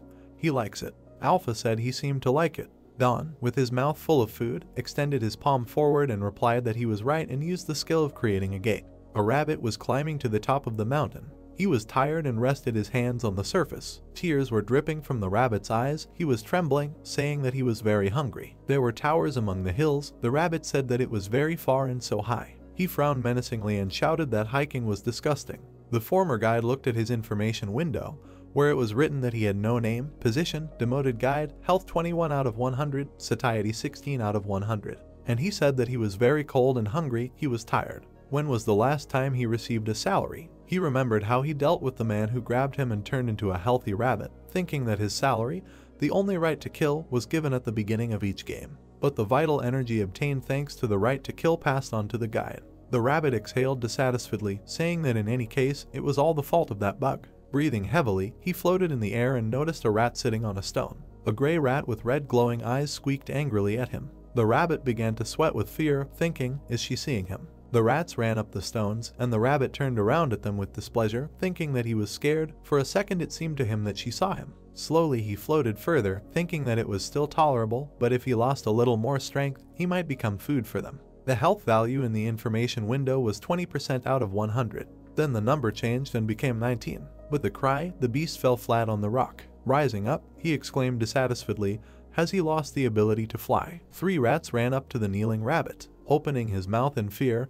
he felt a rat squeaking next to him. At that moment the rabbit realized that he could. He raised his head and saw many rats attacking him with squeaks. He may lose more than just his ability. A huge flock of rats squeaked and approached the rabbit. With wide leaps he rushed forward and shouted for them to leave him behind. He was covered in sweat from the effort, thinking that he needed to hide. One of the towers appeared ahead. He thought it was there. With a swift leap, the rabbit jumped into the entrance of the tower, and he stopped, breathing heavily. Looking up, the former guide saw a huge high staircase going up. Rats appeared at the bottom step. The rabbit rushed forward, shouting that he didn't care anymore. He quickly jumped up the stairs, cursing and asking why he built them so high. The rabbit saw the light of the exit and shouted that these were ill-mannered rats. He quickly ran to the top platform. He quickly looked around. Many angry rats were approaching him. The rabbit was scared, trying to cover himself with his hand, thinking that perhaps he looked weak. With waves of his paws, he quickly scattered the rats. He stopped. Animal carcasses were falling nearby. The rabbit said that he was the first stage guide. The impacts left bright marks in the sky. His main plan was to lead the monstrous rats to the roof of the observatory and defeat them one by one as soon as they appeared in the narrow passage. The rabbit confidently dealt with the rats. Thanks to his superior strategy, he gained an advantage. The rats screamed, shocked by the blows. Rabbit was able to defeat the rat monsters with his fighting skills, despite losing his guide ability. However, the information window showed that his health and satiety were 1% out of 100. The rabbit cursed mentally. He was breathing heavily, his tongue hanging out, and he thought that he would die here, fighting these pathetic creatures. A pile of bodies had already gathered at the entrance to the upper platform, but several rats were still appearing. The rabbit lowered his head and said that they must be starving just like him. Even he can't fight anymore. Rats with red eyes swooped down on him. The rabbit smiled, saying that it is clear they are hungry, okay. Holding his hat, the rabbit jumped off the platform right in front of the running rats. Several rats jumped towards him, but the beast was already flying forward. He made an obscene gesture, laughingly telling them to eat it. The former guide fell from the top of the observatory thinking, okay, this is better than being eaten alive. He remembered the baboon's face and, cursing, mentally cursed him. Then this player, Dawn. A rabbit's hat flew from a height. He thought he would blame them for his death. Dawn was surprised to catch the rabbit's fallen body in his arms. The guy looked at him, saying that he came to see why there were so many rats gathered here, but why did he fall from there? The rabbit looked at him in shock, breathing heavily, and thought that he was taking back his words. The rabbit's eyes were closing. Everything was getting dark, what he had just said. There was a haze of aroma in the air. The rabbit thought, what is this smell, this otherworldly smell? What is it? He sat up with a jerk. The former guide was sitting on the floor of the Dragon Temple premises. In front of him stood a glass with something aromatic. It was a glass of delicious fries. The rabbit approached her, drooling, saying, what is this delicious scent? Is this edible? It smells very tempting. His health and satiety were still at 1% out of 100. He extended his tongue towards the food, but it was suddenly snatched away. Dawn held a fragrant potato in his hand, looking displeasedly at the rabbit, and asked who he was to lick the French fries he carefully prepared. The rabbit cursed displeasantly in his thoughts. Amazed, he remembered how the guy caught him and thought that it was happening. He didn't dream about it. He opened his eyes wide, thinking that he didn't care anymore. The rabbit fell face down in a bow and asked to give him one piece. The guy asked what happened to him. He frowned as he heard the rabbit beg him, saying that he was very hungry and asked for just one piece. Dawn approached the beast lying in a bow and asked if he wanted a piece. Breathing heavily, the rabbit raised its head. The guy looked at him with a sweet smile and asked him to be his successor. The rabbit looked at him in surprise and asked what would be his successor. The guy glanced sideways at the fragrant fries and replied that somehow he became the owner of this temple, and he already had management experience. Wouldn't it be better to have an experienced successor? So what will he say? Will he eat? The guy handed over a glass of potatoes and then asked, do rabbits even eat potatoes? The former guide quickly snatched the glass from his hand, saying that they were not eating it. With tears in his eyes, he looked at the potato he was holding in his hands and said that it was only because there was nothing. The rabbit quickly ate the potatoes, saying that they were very, very tasty, but the more he ate, the smaller they became. The guy folded his arms over his chest and asked if it was really tasty. He didn't even season it with anything. Having eaten, the animal sat down, resting its paws on the floor, and exclaimed that it finally felt alive. The guy sitting opposite him said that he used potatoes grown inside the dungeon. Wouldn't he get in trouble for that? Rabbit replied that he was demoted, so who cares about these rules? Dawn looked at him in surprise and asked, he was demoted, why? The former guide rose to his feet and, waving his paws, began to talk. He spat out words explaining everything that happened. Don looked down thoughtfully, thinking that the position of the first stage guide is now occupied by another. It seems that this baboon is determined to kill the rabbit.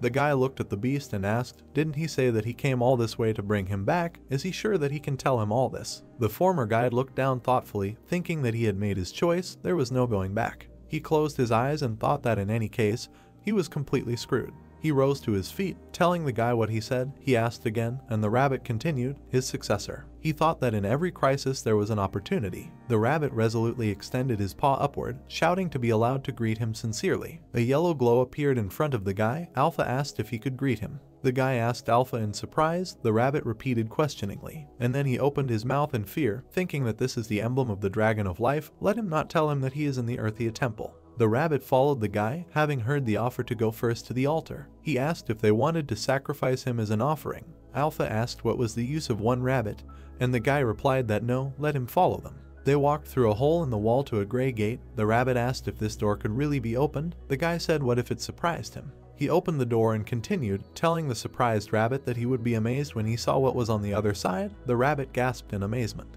He looked forward in shock, the wind whipping his ears. A small green sprout appeared on the ground. There were flower beds located right next to the dragon skeleton. The guy turned around and said with a smile, "Welcome to his potato field." The rabbit looked at him in amazement, asking, "He doesn't mean to say that he made a potato field in the boss's sacred room?"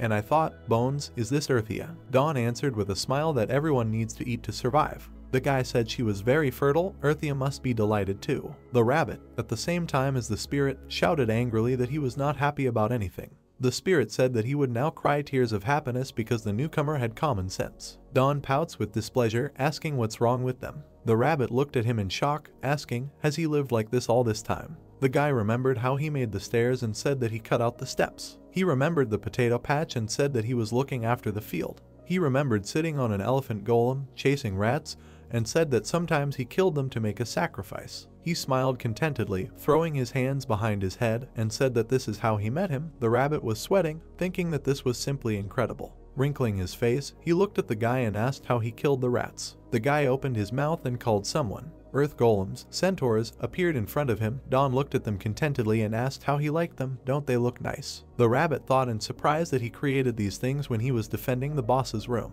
He froze in shock, thinking that he was an absurd person. And then he opened his mouth in admiration, shouting that he was delighted with this absurdity. The rabbit tries his best to get used to his surroundings. Alpha said that if he was done talking, let him climb onto the altar. The rabbit jumped on top, asking, like this. The guy stood nearby and heard that now the temple master should place his hand on the altar. He extended his palm forward, over which a golden circle appeared. The information window announced the appointment of a manager. It was written there that he acquired a new skill characteristics, appoints a temple manager and consumes life energy. The guy looked at the palm in surprise, asking if it was a new skill. Wasn't everyone there last time? Alpha replied that when certain conditions are met, he acquires a new basic skill. The guy asked in surprise what conditions were being discussed. The spirit replied that his current level was still not enough for him to reveal all the information to him.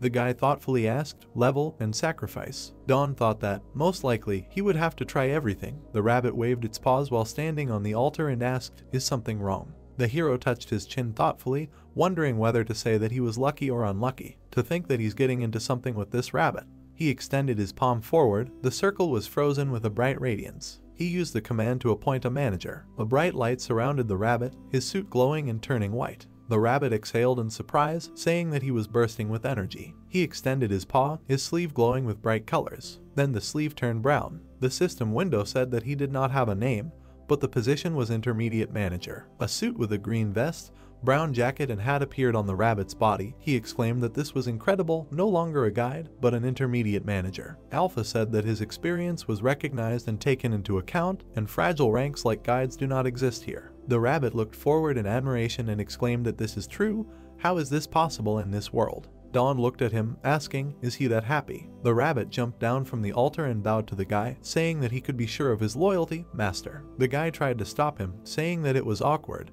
but the rabbit suggested, saying that he is the master of this temple. They have come through a lot, but let them turn this page and start with a clean slate. The guy said, embarrassed, that it was good, they had been through a lot. The rabbit was surprised to hear the order and kneels down. He got scared and looked at him, a beast that received a new position and a new master. Don looked at him with a smile, motioned downwards with his fingers and said to lower his eyes to the floor. The rabbit's paws touched the ground and he received his first order from Don. Potato. A rabbit in a suit and hat hopped among the potato patches while pointing. He tiredly wiped the sweat from his forehead with his paw. Lots of potatoes. Don sat leaning against the wall. The rabbit standing by the beds turned to him and asked if he really needed to work in this uncomfortable position. The guy replied that yes, let him accept it as payment for all his misdeeds. The rabbit screamed that this was too much. He frowned with displeasure, swore and thought that he was not his manager, he was just his slave, he needed to come up with something. The setting sun illuminated the trees, and screams were heard in the forest of the ancestors. The guy stood holding a sword in his trembling hands while a huge horned boar ran towards him. He shouted not to come near him.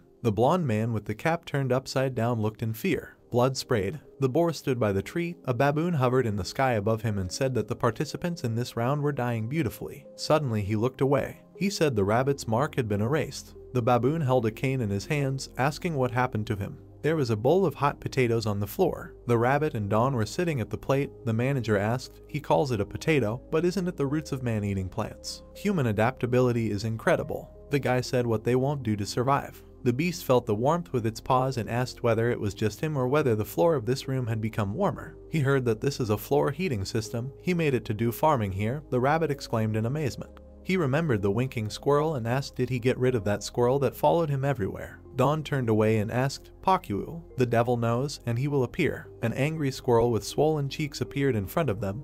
The rabbit asked what she stuffed into her mouth and received the answer that Pakyu loves bones and they are everywhere here. The squirrel climbed onto the body of the centaur golem. The rabbit asked why he was climbing on the golem. Don exclaimed, not again. Pakyu hit the golem's body with her paws. A hole appeared in the body. The squirrel opened his mouth and, pressing his paws on his cheeks, poured the bones into the hiding place. And then she closed the hole with her paws with the list. Don picked up the squirrel by its tail and looked at it, saying that it must be his habit of hiding food somewhere. Stop bothering the golems. The manager looked at him and confirmed. The hero looked thoughtfully at the squirrel waving its paws and said that it was the same. He then turned to the rabbit and said that he had a new task for him. The beast rose from the floor displeasedly, saying that he had just laid down after eating, which seemed a little unreasonable. Don told me to stop talking nonsense and get up. The rabbit pursed his mouth in displeasure and thought that the conscientious and hardworking boss was the worst. There was a mountain of bones on the floor and the rabbit was carrying them to the wall in its paws. He tiredly dropped the bones on the floor in front of the guy and asked why he was telling him to collect these bone remains. Don turned to him, noticing that he had arrived, and said that he had several uses, and then called the golems over. The earthen centaurs began to break bones with their hooves. When the guy touched them to break them, the rabbit was frightened and thought that it was not worth messing with them. Don extended his hand, which was surrounded by a green glow, and used the purification skill. There was a mountain of crushed bones on the floor. The guy told the rabbit to scatter them across the field, to which he asked why. Don confidently said that in order to use them as fertilizer, he would be interested to see if they had any effect. The rabbit replied that he was too hardworking, but thought to himself that he was truly incredible. The guy asked, did these clouds accidentally change places? The rabbit was lying on the floor, legs stretched out tiredly. Although life was full of moments of suffering for the rabbit, the animal twitched its ear. There were many moments of fun and joy in his life, such as the food that Don cooked. His favorite dish was. The rabbit presented pieces of meat laid out on a black dish. It was the flank of a horned boar. The manager opened his mouth when a piece of meat was brought to him with chopsticks, and then he flew into the sky, surrounded by radiance. The taste was simply heavenly. And one more thing he loved. There was a gray temple in the open space. It was stage 1, historical ruins. The baboon looked forward displeasedly, asking where. He stood in the room, looking at the pile of earth and trembling, asking where the boss was. Where did he go? The rabbit's favorite thing was collecting golem cores. The guy caught a beige ball. Holding the cannonball in his hand, he turned to the happy rabbit and asked why he was so happy. The rabbit covered his mouth with his paw and giggled, saying that he bet that ugly monkey would just go crazy. He knew this feeling all too well. Waving his paws, he looked at Don and said that who would have thought that there was an underground tunnel under the ruins? That's why he couldn't find it. Don noticed that he sounded like he was annoyed or offended. The rabbit replied that not at all. He admired the ingenuity of the master and thought to himself that he was insightful. The heroes stopped at the entrance to the tunnel.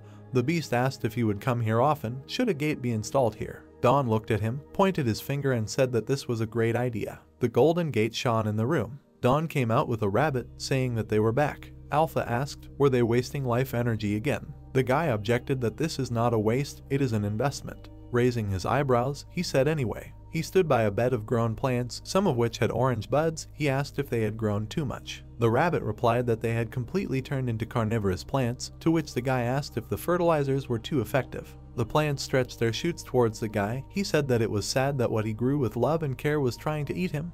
The rabbit confirmed. Alpha said he thought it would be worthwhile to use the trap setting skill. Don touched the sprout with his finger and asked again. The rabbit pointed his finger and said that since they belong to this temple, if you designate them as traps, they will stop attacking them. Don asked, so they will make them mistake them for allies. The expensive appendages tried to reach his hand. The guy said that this skill seemed quite useful. The space was collapsing, boards were flying. Time passed. There was a group of people standing on a forest path. The dungeon has just restarted, bringing with it new members. A high mountain stood surrounded by clouds. Don confidently worked the tool, creating a step and counting the blows, the rabbit standing next to him. By this day, Don had become an accomplished ladder maker. The rabbit looked at him and said that no one in this world is a big workaholic. Is he even a person? The hammer fell to the ground, however, at the end. Don was lying on the ground, his hand touching his forehead. The rabbit was sitting next to him. The guy asked to give him a little rest. He was very tired and wanted to eat something sweet.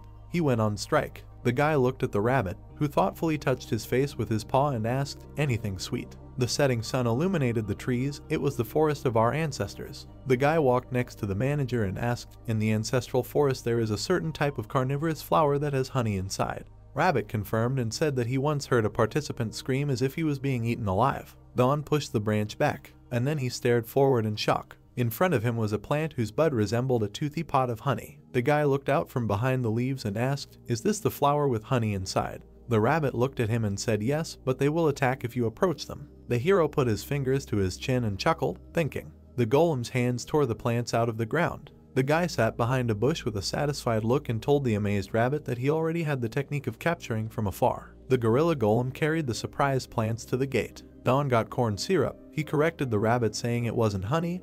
He asked what's the difference. The beast folded his paws on his chest displeasedly and thought that he had hoped that he would have difficulties here. Now there is nothing here that could complicate his life. The rabbit turned in fear and looked at the group of people, exclaiming that they were participants. Don saw the rabbit jump up sharply. He looked around, wondering if the rabbit had said that he would hide if he ever ran into other players, but that was quick. He sat behind a bush, watching the scene unfold. One of the participants squatted down, telling the guy to give it to them now, which he refused, and the other asked what he said. The boy was clutching something in his hands while they threatened him with a weapon, demanding to give it back immediately. Don peeked out from the leaves, thinking that he looked at most like a high school student. Why were these adults threatening him with a gun? The rabbit in his head whispered that the strong oppress the weak. It is human nature. The guy swore, but then fearfully covered his mouth with his hands and whispered that he had almost screamed. The manager said that telepathy is his specialty. Don worriedly asked mentally, can he use it too? The rabbit said that most likely not. He is a person. The guy asked if he could hear him, to which he received the answer no and said that he could hear him. He was a crook. The rabbit thought that he understood.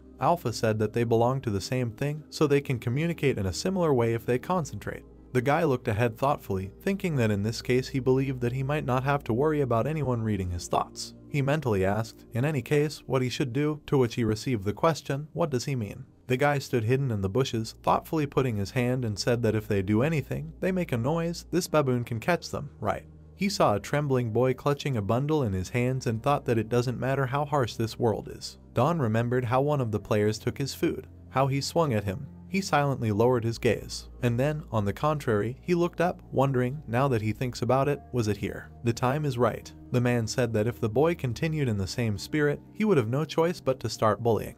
The boy said in a trembling voice that even if that was the case, he didn't want to. A three-fingered paw appeared on the forest path. Monsters appeared in front of them in the form of huge toads with weapons in their hands. These were Dakmo dwarfs. The man held a sword in his hands, looking at them, and asked what was wrong with them. What with these frogs? Dakmo croaked. The man swung his sword, shouting that he was laughing at him. A swift blow cut off his hand. The hand holding the sword fell on the family. The man screamed. The monster looked at him with predatory eyes with horizontal marks and stuck out its tongue. The boy looked at this in fear. People looked in fear at the toad holding a weapon, fearfully asking what it was. Another man cried in fear. One of the players ran towards the toads, holding a sword, shouting that they should not laugh at him. Dakmo opened his toothy mouth, lolling out his tongue. The toad jumped, knocking the weapon out of the man's hands with its ball. The man looked at her in fear. The players ran away in fear when the toads jumped towards them. A battle broke out in the clearing. Toads attacked. People tried to escape. Dakmo may be the weakest monsters in this dungeon, but they are cunning and ferocious. If looked down upon due to their size, he will be eaten alive. However, there is a way out of every labyrinth. The crowd cheered, raising their hands in the air. By facing adversity and severe trials, people can awaken hidden potential and be reborn.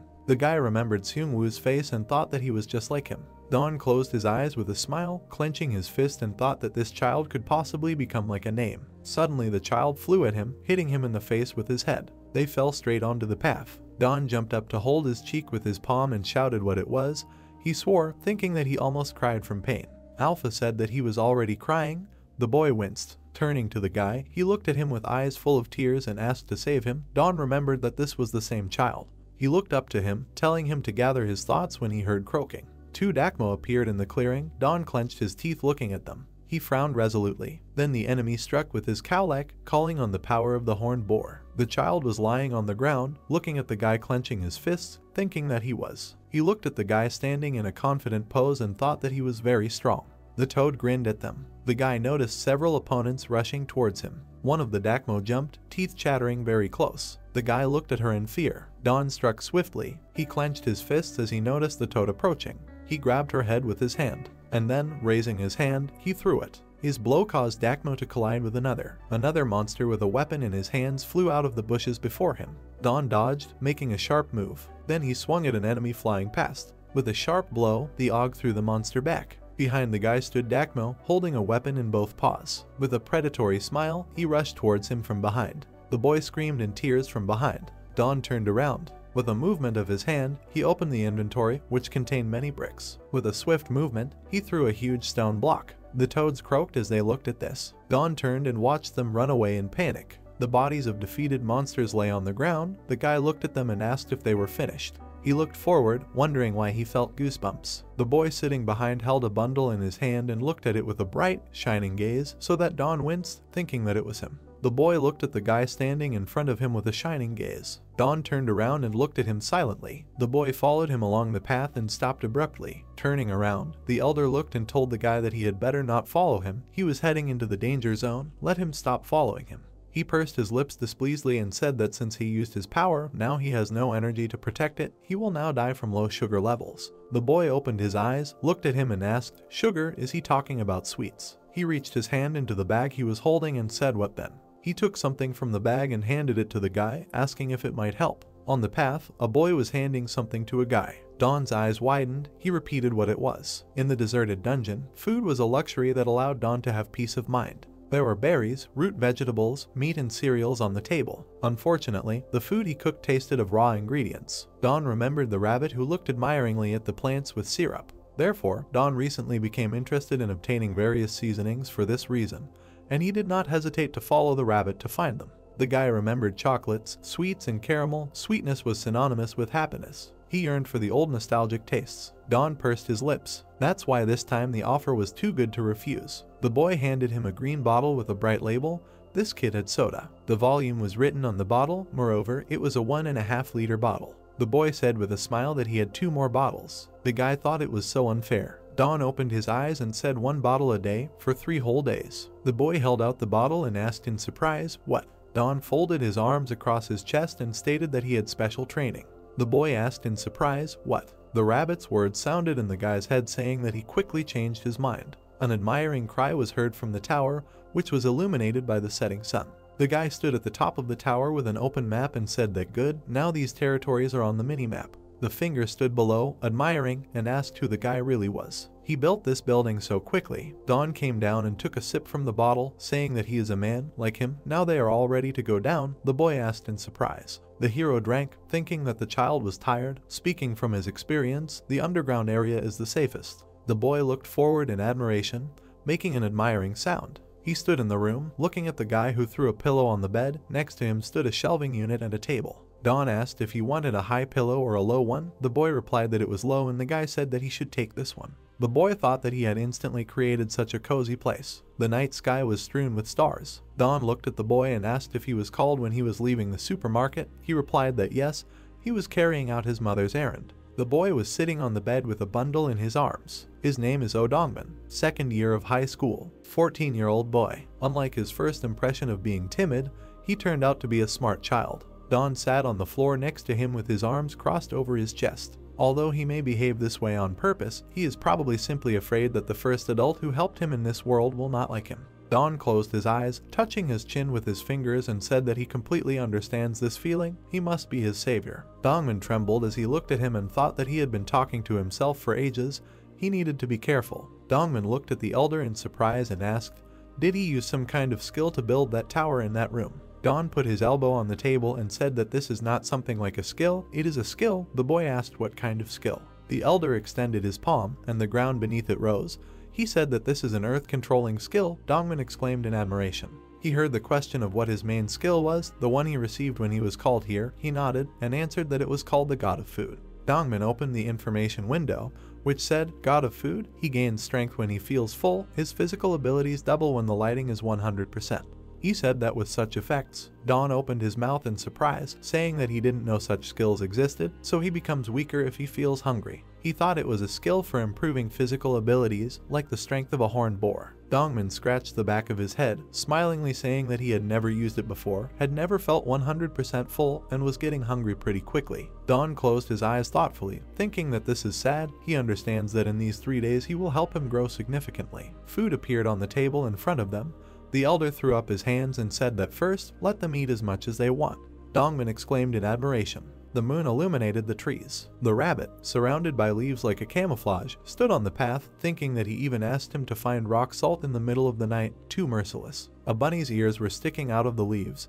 He thought that even though he was camouflaged, he was still nervous. If he bumped into a baboon, he would be in trouble. The rabbit in the leaves frowned with displeasure, thinking that he didn't even know what rock salt looked like or where to look for it. He was an evil boss. The guy indifferently replied that it did not matter and asked if he had found salt. The manager replied that not yet. What does she look like? Don said with a smile that he didn't know. He had never seen it either. Most likely it looked like an ordinary stone. A camouflaged rabbit stood on a path on which there were a lot of stones. He said displeasedly that there were stones everywhere. Don mentally ordered to go back because it was already late. The beast frowned, asking that this Dongmin or whatever his name is still with him. The guy replied that he was sleeping, so let him come back. The rabbit thought that all this searching had made him hungry. The rabbit's eyes lit up with determination when he heard the guy call out to him and say that he had everything ready for the barbecue. The beast standing on the path shouted that the master was the best. Words were heard in the cave that he had returned, and Don said that he was doing well. Laughing, the guy pointed his finger at the rabbit and asked what he was wearing. Was he a soldier and was away for practical training? The rabbit asked displeasedly whose fault it was. Stop laughing. Dissatisfied, he threw off the leaves, shouting that it didn't matter that he was taking it off. Dongmin was lying on the bed with his arms outstretched and snoring. Don said to be quiet, otherwise he would wake him up. The rabbit screamed, what difference does it make? Let him give him this soda or something. Don agreed and said that only one glass. The beast held a glass in his hands and spat, asking what was wrong with this taste. The guy pointed his finger displeasedly, saying that he knew he would react this way. He doesn't even know what she tastes like. The rabbit replied that he knew. It tasted like meat. Don said that it is strange that a rabbit knows what meat tastes like. The guy stood with his hand on his side and said that he had to eat this camouflage, which was mute, the perfect snack for a rabbit. The animal lay on the floor and shouted that it didn't care. Eating leaves was disgusting.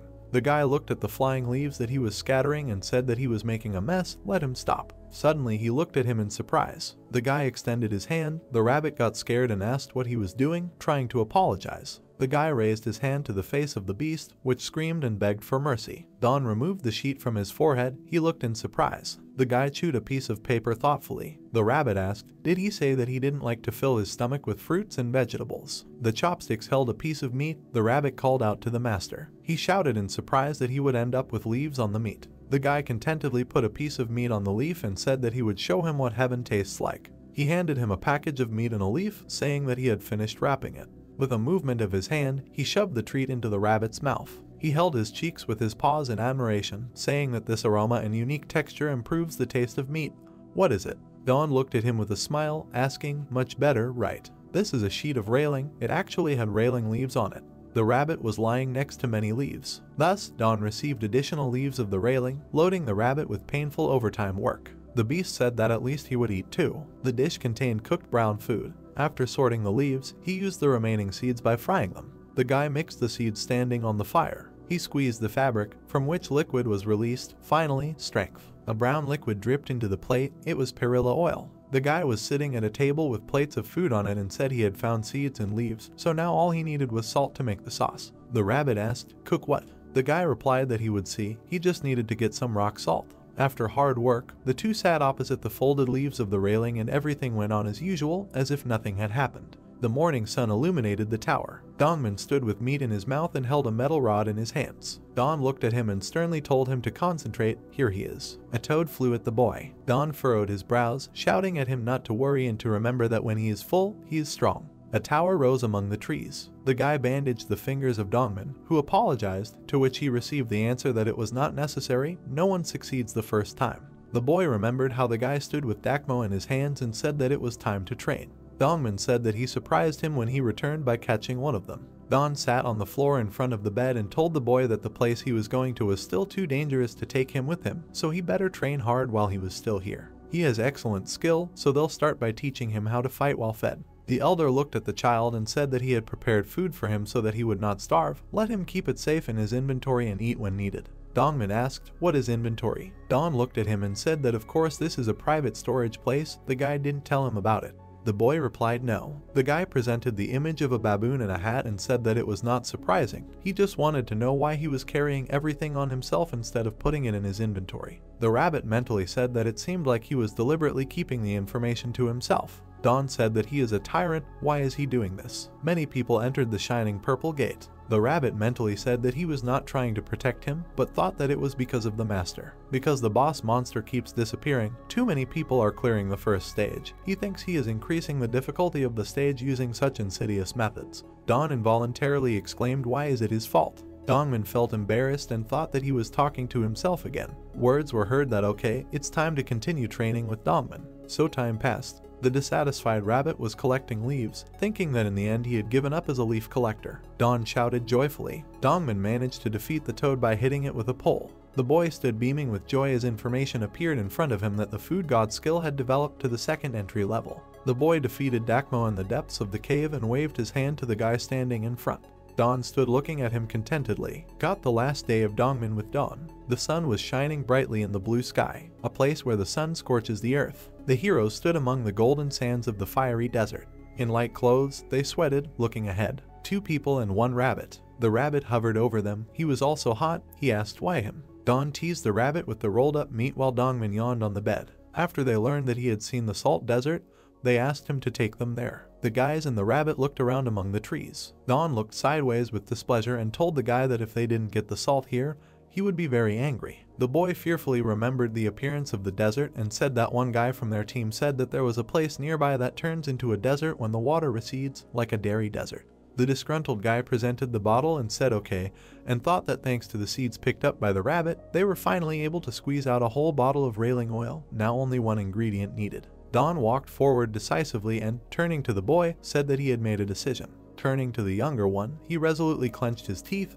presenting the dish, and said that today there would be pork with sauce for dinner. 15 minutes later, 2 exhausted people walked through the fiery desert. The guy in the t-shirt was sweating. He didn't think it would be much more difficult than he expected. Dongman barely walked, his feet sinking deeper into the sand with each step. Having stopped to rest, the elder was in doubt. What if there was no salty desert here? They started walking through the sand mountains again and the older guy realized they were taking the wrong approach. With a wave of his hand, he said the installation of the gates, and a gate appeared in front of them in the middle of the desert. Dripping with sweat and out of breath, Don asked the child not to be surprised by what was happening and to move a little further away. Dongman fell onto the sand and watched as petrified golems emerged from the open gate behind the guy. The child could not close his mouth in surprise, because they looked like tanks. Now 3 golems were walking through the desert, 2 of which were guarding the main one, which looked like an elephant with a house on its back. Happy Dongman made a promise that he would not let his friend down and would try his best. The man kindly looked at the child and thought what a kind and smart guy he was. He would like to continue on his way with him, but it was already time for him.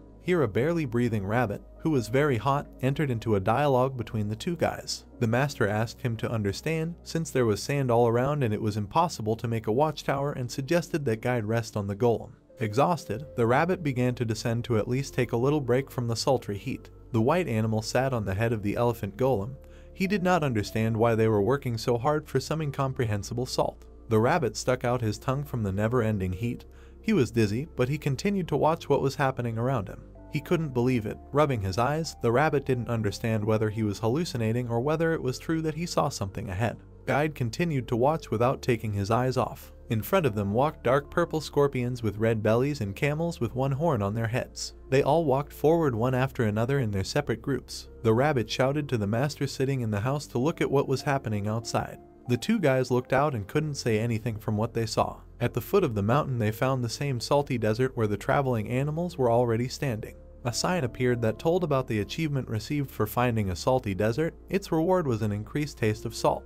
While the elder was figuring out why they were given the achievement, Dongmin was sincerely happy about what he was seeing for the first time. The guy, in a cheerful mood, made fun of the rabbit, to which he received an answer about how the animal needs to first try in order to find out about the achievement and that it is not a baboon at all. I dipped my finger into the white salt to scoop up a small handful. Dongmin licked his finger and was surprised like a child by the salty taste of the earth. Squeezing his little fist, the kid wanted to argue with the elder who could collect the most salts. But the guy in the t-shirt was already standing with a sledgehammer, and salt blocks were visible behind him. Smiling, the master was sure that this amount should be enough for them. There was a sparkle of joy in his eyes. He imagined how sesame leaves and a mixture of oil and salt would be a perfect combination, and today's dinner would be Dongmin's farewell dinner. The child sat opposite Don, who handed him 2 blocks of salt.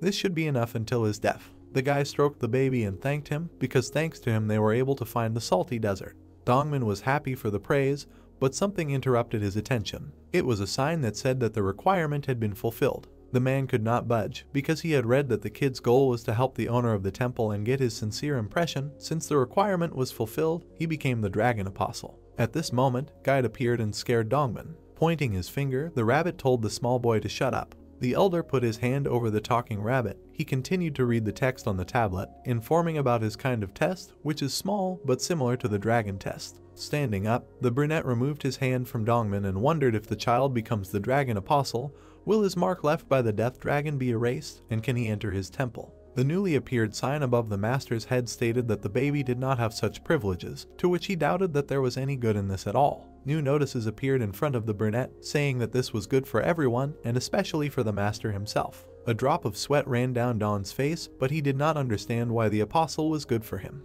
The tablets said that while the master was working on other tasks, the dragon apostle would collect life energy for him. This child will also be able to make sacrifices, because to begin with, the elder is too lazy for such a thing. Don lowered his head and thought about how witty this guy is. The tablets reminded the master that the true purpose of the temple is the rebirth of Erdia. Stretching out his hand and pointing his index finger at Dongmin, the master continued to ask what good this boy was getting out of it, to which a sign with an answer appeared at the brunette's hand, saying that a simple person can serve Erdia, and this in itself is a legacy. Guide intervened and turned to the master, because this is not a completely useless thing and the apostle needs to eat so that he can make sacrifices. The rabbit in the shirt kept pointing his finger at Dongmin and saying that we need to think about this little guy's skill. Lowering his head slightly, Don was struck by the thought that the child was the god of food. The master thought, because when he is full, his strength doubles, and if Dongmin becomes a dragon apostle and his saturation is more than 100%, then the duration of using his food god power will increase. The child continued to look at Don and ask for clarification about what their conversations were about. The master, looking at the boy, smiled and talked about his ability, because if Dongmin is full, he will still be able to continue eating. Stretching out his hand to the baby, from whose palm there was a bright glow, he said that the purpose would be the same as that of the rabbit. The child's hair blew in the wind and yellow rays emitted around him as Don spoke the words of the child's appointment as the dragon's apostle. Looking at his hands, Dongmin felt how extremely powerful apostle power was accumulating in them. Grabbing his face, the child felt that with every moment he was becoming even stronger. The master crossed his arms and looked at the child and his reaction. He thought that the baby's sensations should not be much different from the previous ones and he was putting too much emphasis on the dragon apostle. Dongmin started jumping for joy and screaming in front of Don and Guide. They continued to look at the happy child who was showing off his new powers. The rabbit lowered its right ear and did not understand what was happening until Don explained to him that everyone does this at the same age as a baby. The child's joyful face suddenly changed to fear. The baby lowered his hand and turned to the elder. All three were surrounded by a flock of scorpions. The creatures with red bellies crawled closer and closer to them, and Dongmin screamed and did not understand what to do. Rubbing the back of his head, Don answered the kid that this was his final exam. The child's face was flooded with sweat from the fear of the first exam and the threat of death. Panic gripped Dongmin, who could not imagine how he alone could resist 10 monsters. The master asked to be careful with the poison, and in case of failure, he would be able to cleanse the child. Dawn turned to the side and called the golem. Jumping on the elephant's head, the master wanted to watch the battle from the steepest places. Guide and Dawn from above began to calm the newly minted apostle. Since the monsters are rather weak, even if they can hit the child, he will not die immediately, but Dongmin did not get any easier. A steel rod was stuck into the ground in front of the child's feet. This was given by Dawn, who advised him to remember what he told the kid during training. Looking at the stick, Dongmin began to remember his training and the advice of his elder. During training, the baby collapsed in his arms from weakness. Shedding tears, he did not understand why these grueling exercises were needed. Dawn approached him, who understood that it was hard for him and that he was small. The master sat down with him to cheer him up, because despite his age, he had to overcome this. Without finishing, Dongmin grabbed a steel stick and shouted that the training was necessary to stay alive by any means and return to his world. Sitting on the elephant, Dawn again saw that sparkle in the eyes of the child who was in class. Dongmin, holding a stick in his hands, ran as hard as he could towards the enemy. The scorpion's sting was filled with poison, which the dragon apostle was able to evade. The child jumped up with a running start and swung at the enemy, breaking the monster's head. He pulled out his weapon. Looking in surprise, the master told Dongmin not to forget to check his feeling of fullness. The kid began to eat so that his strength would not decrease. With a turn, he delivered another crushing blow to the scorpion's head. While Guide watched without taking his eyes off the battle, the master brought a cauldron. Dawn held his hand over his eyes and didn't expect the child to be so good at fighting. The brunette was haunted by the claws of scorpions. The rabbit was shocked by what the master was going to do. Dawn, smiling widely that even saliva was visible in the corner of his mouth, wanted to cook these claws. Guide lowered his ears and didn't understand how this man was thinking about food at such a moment. Meanwhile, evil monsters surrounded Dongmin. The baby was almost crushed by the claws, but he fought back, eating at the same time to be strong. There was rage in the child's eyes. He raised his claw up and chopped it off. With joy on his face, the master turned to the rabbit. Dawn wanted him to bring him all the claws. The master extended his palm to the monster's glowing claw. It seems it contains poison. It is necessary to use the cleansing skill. After cleaning, the scorpion's limb was placed in a cauldron with water. Dongmin was surrounded by a pack of defeated monsters and was starting to get tired. The child's attention was distracted by an incomprehensible smell. He looked at the master and the rabbit, who were preparing dinner away from the battle. Guide was out of breath as he quickly mixed the butter and salt in the bowl. Dongmin felt sad while he was fighting monsters, and the two of them were eating something tasty. The kid turned away and started screaming that he also wanted to eat, and a scorpion was approaching behind him. Ignoring the monster, he dealt a powerful blow to its head, but it also continued to scream to its master. Dawn placed the lobster claw on the table, which emanated steam and an incredible aroma. It was like a huge lobster. The master, putting 2 hands to his mouth, began to call the dragon apostle, because if he does not come, then they will eat everything together. Dongmin was filled with rage and the crowd of scorpions could not stay alive. They sat down at the table and began to eat next to a broken flock of monsters. The master announced that Dongmin had passed the final exam. Dark night, birds soaring in the air, ancestral forest. On the path, Dawn stood opposite a child who was happy about the gift of a warm fur coat. The child's eyes filled with tears. He thanked him for everything the master gave him and for 3 bottles of soda. The master continued to look at the child. He was sure that someday the child would understand how valuable these 3 bottles of drink could be for him. Dongmin laughed, a tear flowing from his eye. The child turned around, said goodbye, and went deep into the forest of his ancestors. The master, with sadness in his soul, said after the baby that someday they would definitely meet. On the mountain of death stood the temple of dragons. The master and the rabbit lay on the ground. The man recalled how sorry he was to say goodbye to the child. On his chest lay Pakyu, who had grown up in the absence of the master. Alpha asked how about Dawn taking care of the temple as his home. Hearing the grumbling, the man thought, scratching his animal's head, "Yes, it's time to do some household chores," he said. Alpha thought about the new owner. Maybe Dawn isn't so great after all. While the man looked at the traps of the house, she continued to think that if he received the temple only by great luck, then we should wait to see where fate would lead. The brunette studied trap after trap and examined everything around him. He seemed so wonderful. Looking at the cauldron, Dawn asked Alpha about restarting the trap. The man told the rabbit to bring something. Out of breath, Guide brought a heavy vase, to which the owner, laughing it off, said that the rabbit had earned the right to eat meat. A new sign appeared asking what the man was going to do. He had an evil smile on his face, scratched his chin and said to just watch him. The first step was to pour sesame oil into the cauldron. Step 2, use the set a trap skill. The third step said that if honey mushrooms drain the oil and use the reboot skill in this trap. This will turn out to be a feast of unlimited sesame oil, the guy said, sticking out his tongue. Alpha ran out of patience and swore at Dawn. Stage 1, Clear Weather, Quiet Forest. A monkey with a cane walked through the forest, noticing that the number of bosses and wild boars had sharply decreased. A grin was visible on Baboon's face. He reflected that efficiency increases if you first train survivors by giving them suitable monsters and then kill them. From under the black hat one could see the furious eyes of the beast, who wanted to lay his hand on the remaining people. A small stone flew off to the side and rolled on the ground. Guide walked along a forest path and was angry with his owner for useless tasks like plucking grass. The rabbit recalled how Dawn gave him this task, smiled, and in case of failure, he punished him with meat. The animal waved its arms and even blushed with anger and hatred towards the man.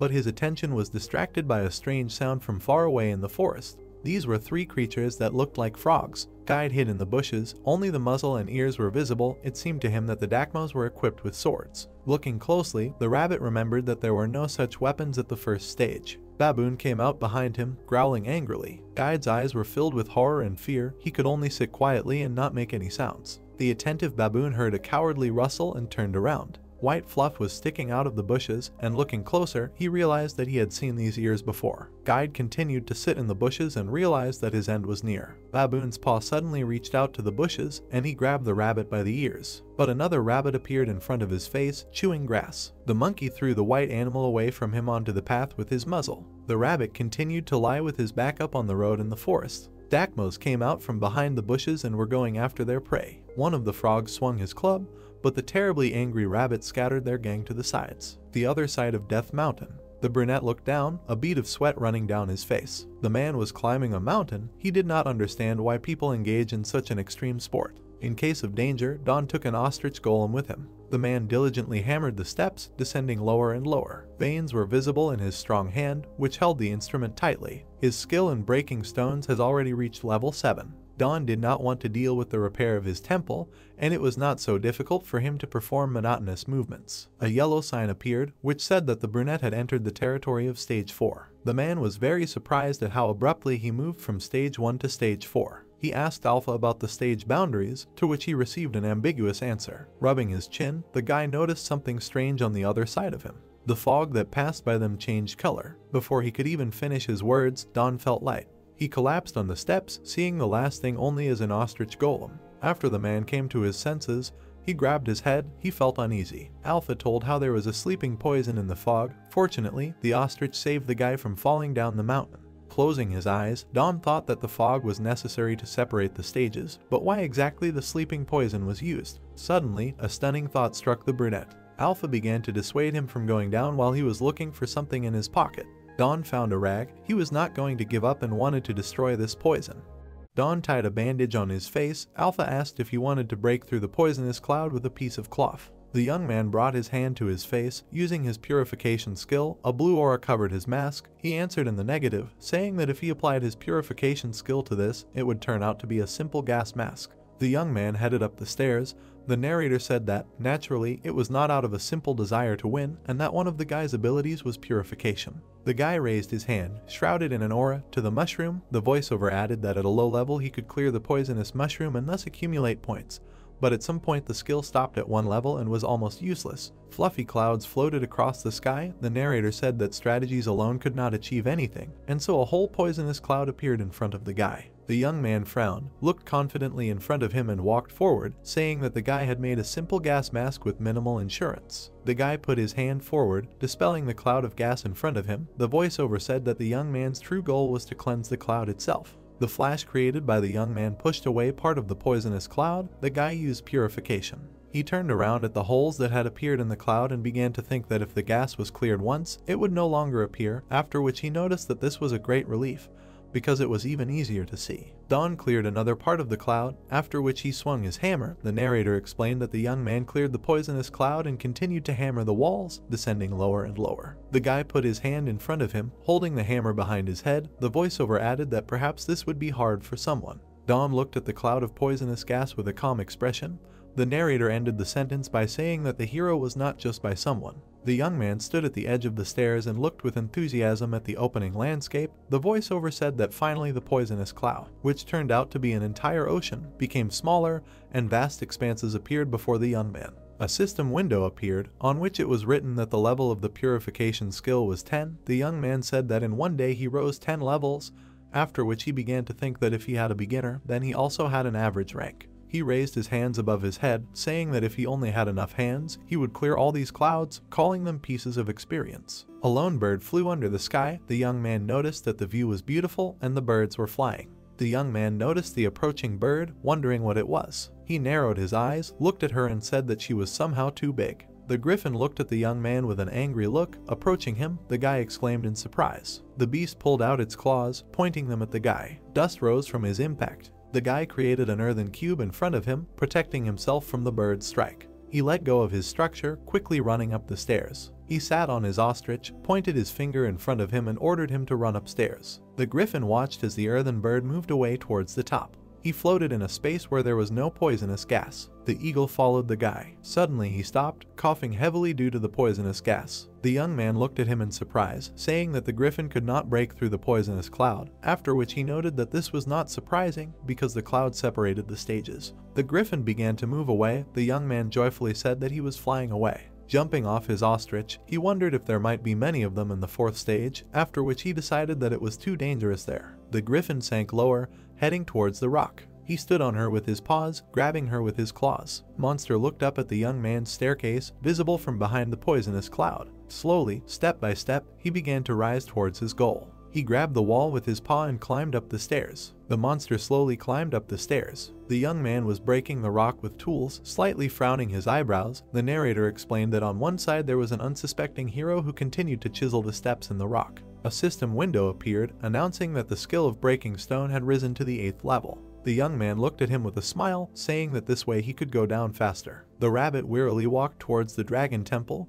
lowering his hands, and said that it was very difficult for him and that he needed to talk to the master. He lowered his eyebrows slightly and looked at the floor with a tired look, saying that he hated the job of extracting greens. Frowning slightly, he wondered if the young man was getting tired and what kind of sounds were coming from below, what Dawn was doing there. A griffin flew out from behind the rock, heading towards the sky. The rabbit narrowed his eyes, wondering what it was. The guy, being in the cave, rubbed his forehead with his hand and said that it was hard for him, after which he wondered how much he had already dug, deciding that he needed to rest a little. The young man looked up. The rabbit turned to him after the connection that trouble had happened. The young man asked what he meant. The rabbit raised his hands, standing against the backdrop of the destroyed temple, and shouted that everything was lost. The young man incomprehensibly lowered her gaze, asking the rabbit to explain everything in order, to which he replied that an eagle had flown to him. Alpha said that, as it seemed to her, the rabbit was talking about the Griffonian who had just flown in.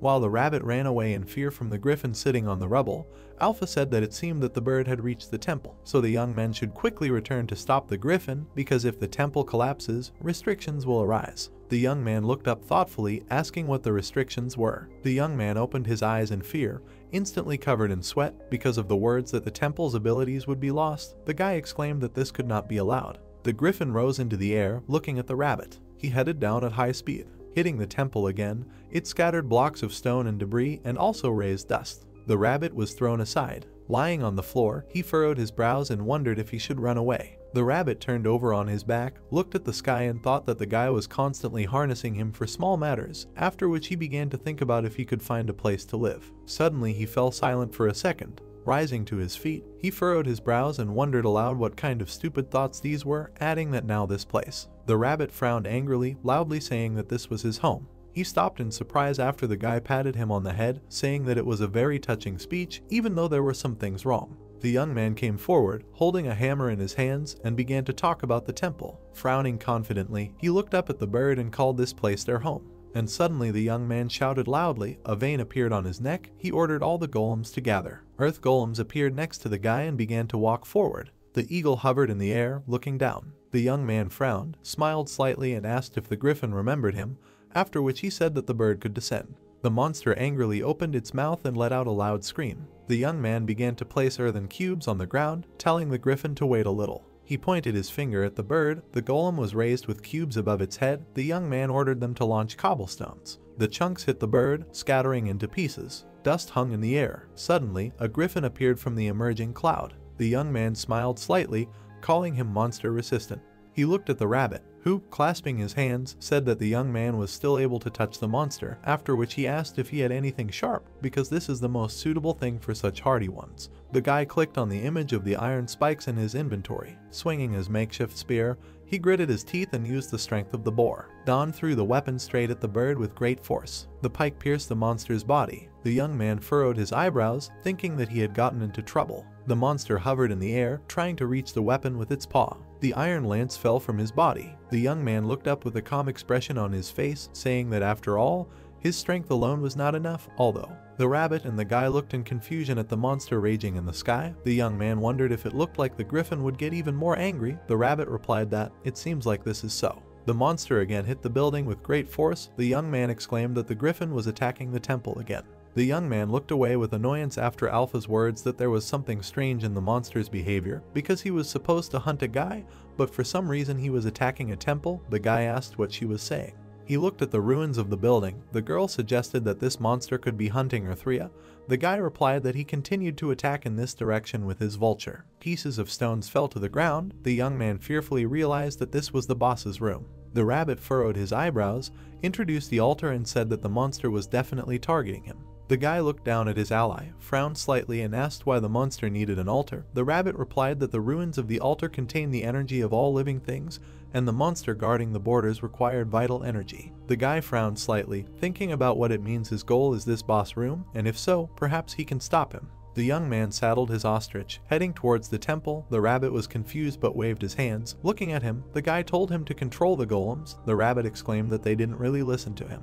The guy ran up to the temple, looked at it, and wondered where it was. Gorilla poked her finger at the rabbit's head while he said that he thought the young man could at least do something, after which the rabbit wondered why he was rushing back and forth. The young man ran past the wreckage at high speed. He discovered a smooth stone block, saying that he had found it. Small fragments fell inside the temple. The griffin smashed its head through the wall of the building, scattering debris inside. He looked at the altar, behind which was Arthea. He turned his attention to the lonely altar. Looking closely at his target, he opened his mouth, from which drool began to flow. Suddenly a small stone flew into his beak. The griffin narrowed his eyes slightly because of this. The young man threw a stone in his hand, addressed the monster, after which he asked to forgive him, adding that not everyone can enter this room. He frowned slightly, smiled broadly, and said that for uninvited guests there was a real potato field. The monster fearfully noticed how green shoots reached towards him. The plants tied his wings and torso while he wanted to fly away. The griffin began to bind the eyes more and more tightly. The monster pulled back with all his might, trying to break free. My eyes began to strain. He rushed forward in confusion, frowned slightly, and said that he had foreseen this. A system window opened next to him. The young man ran straight to the monster, saying that he had checked the items. In his inventory were earthen bricks and fragments of the temple. The young man said that he had something special for the monster. He released the fragments of the temple, stopping a few meters from the monster. Alpha asked what he was going to do. The young man sat down, looking at the raging monster, and said that if she needed distance, it would be difficult to cripple the monster, but this would be enough to detain him. The guy furrowed his eyebrows, touched his hand to the ground, and used reset, creating waves of light. Suddenly, a light-filled wall with holes appeared in front of him. Alpha understood his plan. The young man frowned, looking at the monster, and shouted loudly. Alpha announced the reboot of the dungeon. The young man used a shot of arrows. Suddenly shots were fired from holes in the wall. The griffin is shocked, but he looked at what was happening, being tied up. Arrows pierced his body. The young man looked out from behind the created wall. He confidently looked at the monster while the wall fired shots. Alpha said that he was very skillful in using the temple's traps, and now he showed himself to be the real owner of this place. The young man said that since there is such a reason, we must use it, and what she says very obvious things. The shot stopped. Smoke poured out of the holes in the wall. The young man asked why everything stopped. The young man looked in front of him in surprise. Alpha explained that there is not an unlimited number of arrows, and when the young man uses the entire supply, it is necessary to reboot again. The guy said that, as it seems to him, there is not enough vital energy for this. The monster stood calmly in front of the guy looking at him. The young man wondered if he had won. The bird froze in place with its eyes closed. Suddenly the monster looked angrily into the guy's face. He raised his head high and destroyed the object created by the guy. The young man jumped away from him in fear. He rested his elbow on the floor, looked back at the monster, and again thought that he was too persistent. Smirking slightly, he raised an eyebrow and said that this time he might actually die. Alpha exclaimed, asking what he was saying. The griffin hit the ground with his paw. The young man rolled away in fear from the place of his blow. Rising to his feet, the guy looked back at the monster while Alpha was talking about Arthea and that she could not complete the mission. The young man asked her to be silent. He looked behind himself in fear, saying that then it would still be possible to reboot everything again. The monster hit the floor with its paws, causing the young man to be thrown forward. While in the air, he looked at the monster in fear and thought that he had unsuccessfully dodged. Suddenly, he was caught by a gorilla. The rabbit said with a big smile that this guy didn't listen to him and that's why he was a little late. The young man huddled on the golem's hand, looking into his face, and asked what this meant. The golems attacked the monster. The rabbit held onto the back of one of the gorillas, looking back, and said that an army of golems was now advancing. He frowned and asked the master if Leon was okay. The young man frowned with a wide smile, pointed his finger at the rabbit and said that he had arrived just in time. While the golems were fighting the monster, the young man looked at the gorilla standing nearby, ordering her to help the others. He put his hands to his mouth and shouted for the two gorillas to grab and close and the rest to attack their legs, after which he ordered the rabbit to step aside. The golems grabbed the monster's limbs, restricting its movements, and the rabbit quickly ran away. The young man furrowed his brows, thinking that if he was not affected by attacks from long distances, then the only way left was to deliver a decisive blow from close range. He squeezed the iron lance in his hand, mentally adding that nothing affects the monsters, neither stones nor earthen lumps, so he only has the strength of the boar. He furrowed his brows and looked at his opponent confidently, deciding that he needed to try it, and then thought that he was wondering if it would work on a stage 4 monster. He planted his foot on the ground, his body was enveloped in a blue aura. The young man used the power of a boar. He jumped on the monster, raising his weapon up, and thought that no matter how strong he was, the monster was still a living creature. The young man aimed at the center of his skull, thinking that he needed to concentrate all his strength on one point. The guy struck with incredible force, thinking about what he had accomplished. He crouched on the eagle's head, the metal spear in his hands bent from the impact. The guy looked at the weapon in shock, timidly saying that it didn't work. The monster threw it up. The rabbit looked at what was happening in fear. The griffin opened its mouth, heading towards the guy. With a motion, he closed his beak, swallowing the guy. The rabbit raised his eyebrows, looking at what happened. The guy's iron lance fell to the ground with a clang. The rabbit looked in front of him in frustration, saying that this couldn't be. The griffin looked at him angrily, and suddenly he opened his eyes wider in surprise, and sounds began to be heard from his beak. He rose into the air, opened his mouth and began to wheeze loudly. The monster broke through the roof. The rabbit looked after it, wondering what it was and why it suddenly began to behave like that, after which it noticed that it was still good that it flew away. The young man approached the rabbit from behind, covered from head to toe in drool, and said that he thought he was going to die. The rabbit confirmed his words. While the young man was looking at his body, the rabbit froze in the stopper. He put his hands in front of him, turned to the guy and began to cry bitterly, saying that this was a great relief, because he thought that the masters had been devoured, and he was very scared. The young man asked what was wrong with him. Rays of light penetrated the hole in the ceiling. The rabbit explained that he was worried about the master. The guy asked the rabbit not to smear snot on him. The dilapidated temple stood under the passing clouds. Debris of various sizes littered the tiled floor. The young man lowered his eyebrows in annoyance, saying that there was no order there before, but now everything looks like something exploded for someone. He sank to the ground next to his ally. The rabbit asked how he survived, because he thought that the masters had been eaten. Don raised his hand, extended his finger and, presenting a white block, said that when the monster was just about to devour him, the young man in a hurry took out the first thing he found from his inventory, and it turned out to be a piece of salt, and when he thought that everything was lost, the eagle spat it out and flew away because of this salt, after which the young man noticed that he was just lucky. The rabbit looked at the master's face in surprise, admiring how lucky he was, and then asked how the griffin got there in the first place. The young man, sitting opposite the rabbit, told him that the cliff below was connected with the 4th stage, and that there he met a griffin. The rabbit sank to the floor, crossed his arms and raised one eyebrow, thoughtfully said that below, it turns out, there is a 4th stage. The young man was surprised to realize that the rabbit didn't know this either. His interlocutor confirmed his guess, saying that he had never even climbed the ridge depth. Don asked if he was bragging. The rabbit looked at the guy with fear in his eyes, asking if the griffin had died, to which the guy calmly replied that the monster was not the type to die from some salt. The rabbit frowned and looked ahead. Alpha said that means the monster can fly again.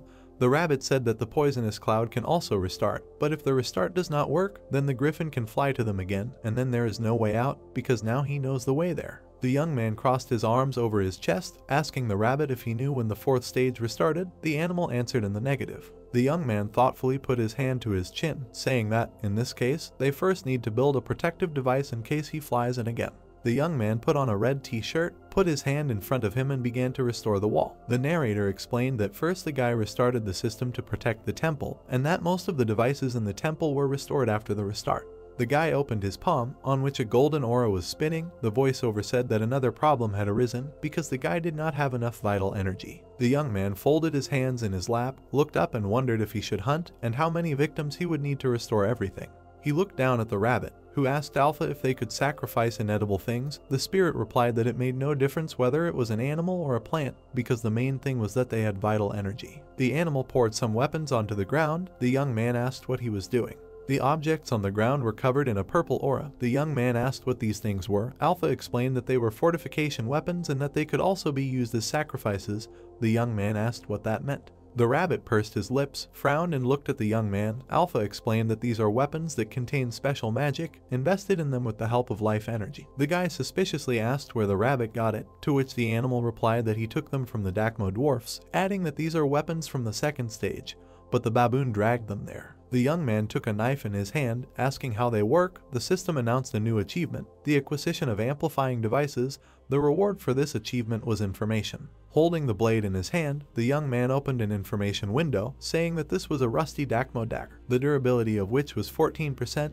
The option was the cutting power of the first level. The young man said that they even had their own skills. He looked up, holding the weapon in his hand. Looking ahead, he asked Alpha if he could use them. The spirit replied that, unfortunately, at the moment it was impossible unless he became a great magician. The guy wondered if this meant that Buen was a magician. The rabbit looked at him with a calm expression, raised his hand, extended his finger and explained that this is not so, because the assistant can use the dungeon system, but the baboon only has one duty: to invest life energy using the altar. The rabbit presented a dark altar engulfed in purple energy. The young man asked if there was also an altar there, to which the interlocutor replied that this was so, because there was also a dragon temple there. The guy looked down, smiled and said that he had a great idea. The rabbit raised one eyebrow, looked at him incomprehensibly and asked what he had come up with again, noticing that he was already starting to worry, after which he thought that it was annoying him. The young man crossed his arms over his chest with a confident smile and offered to steal that altar. The rabbit looked with a confused look at the young man, who had his arms spread out to the sides, and silence fell in the room. Suddenly he frowned, asking what kind of nonsense this man was talking about. Alpha said that it was not so, because there were reasons for this. Don, with a smart look, raised his hand, put out his finger and presented a battery with the inscription life, after which he explained that if this is the place where the vital energy of the temple accumulates, in other words, like a battery with vital energy inside, then they will simply steal it and appropriate it.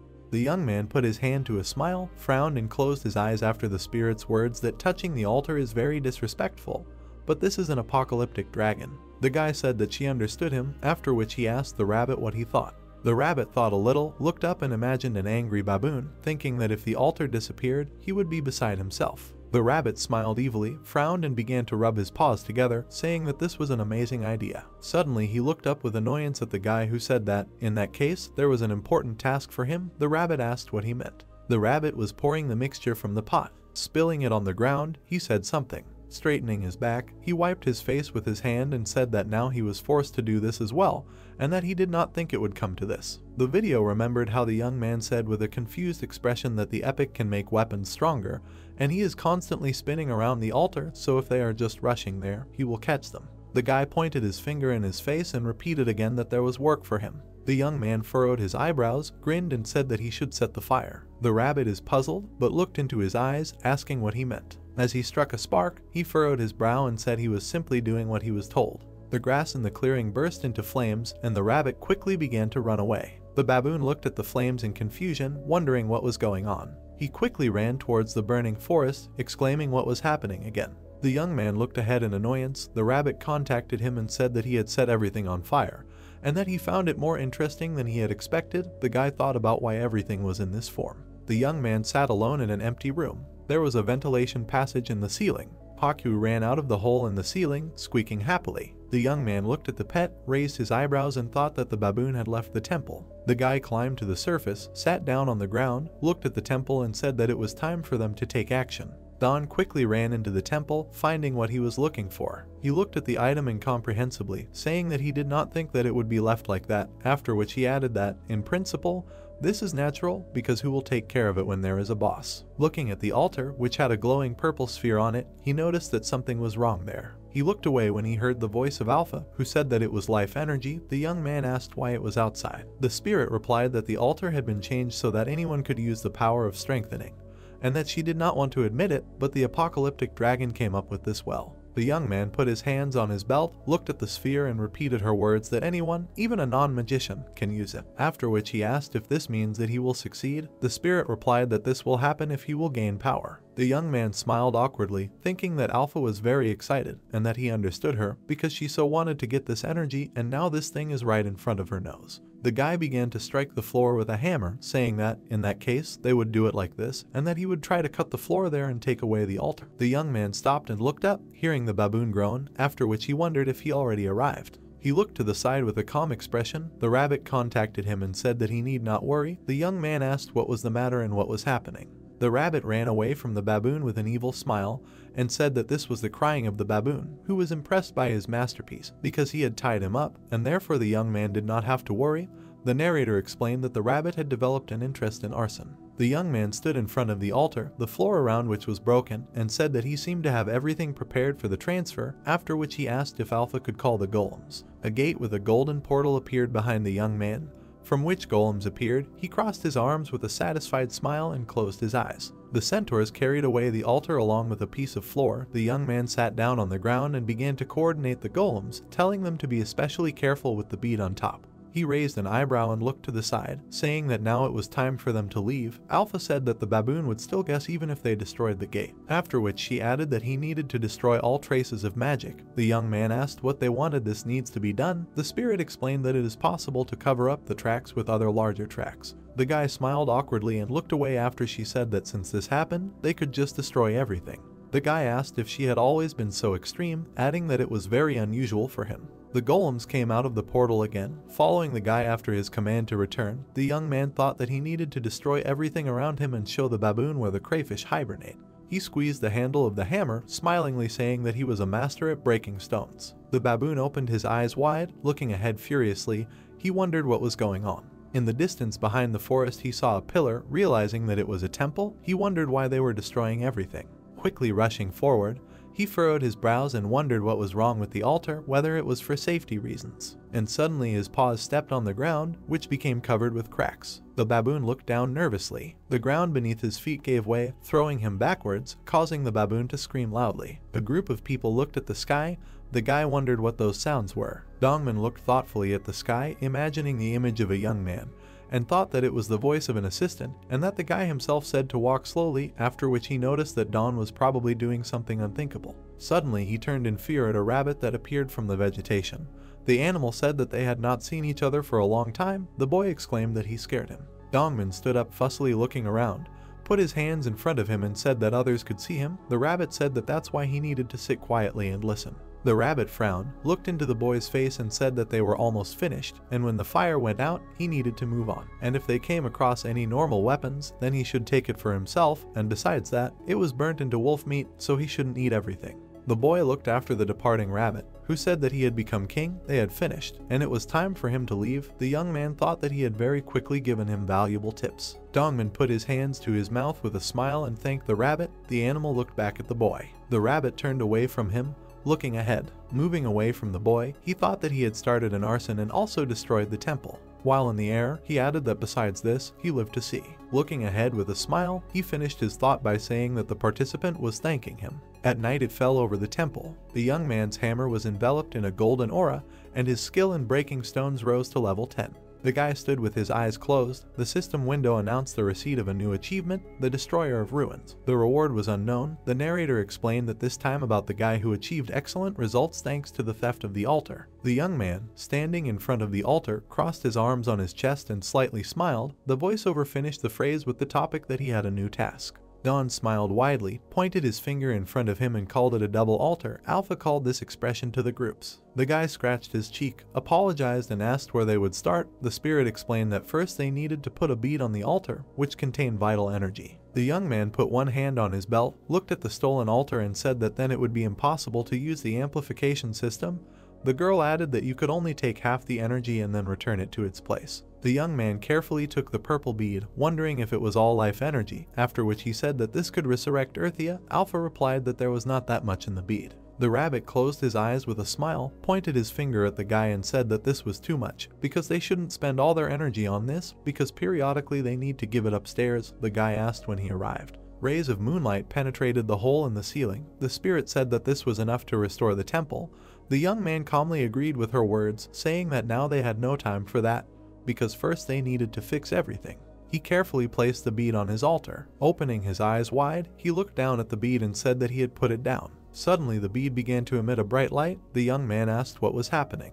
The vital energy inside the sphere dropped to half. The nearby altar shone with a golden light. The young man stepped back, clasped his hands and asked what it was. The system announced the achievement of the Destroyer of Ruins. The guy looked thoughtfully at the system window, put his hand to his chin and said that this inscription appeared again, after which he wondered what kind of questions these were. The rabbit said with a smile that errors were already appearing in the achievements window. He walked away from the guy. There was a smoking lump on his head. The rabbit squinted his eye in pain and said that this was too much. The guy asked what he meant. And suddenly chaotically moving hieroglyphs appeared on the achievements window. The inscription on the tablet changed. The reward for the achievement was the transfer of ownership of the altar. The rabbit and the spirit were very surprised by this. The altar was covered with a golden aura.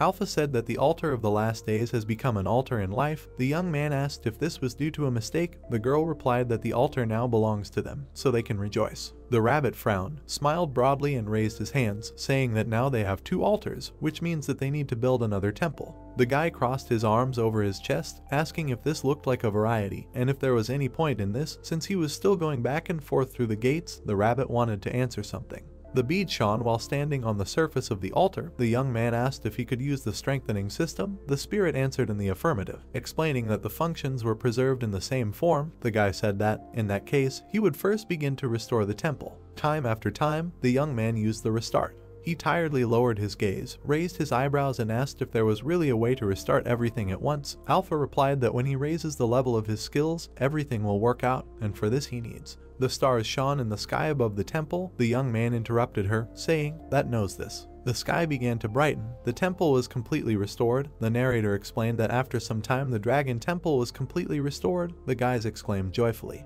The rabbit rushed forward at high speed, asking where they were going again, because this was already dependent on work, after which he suggested having a meat party. The young man was sitting on an ostrich. He looked back at the rabbit, saying that they first need to finish everything to the end, and then rest, because all this started because of the griffin.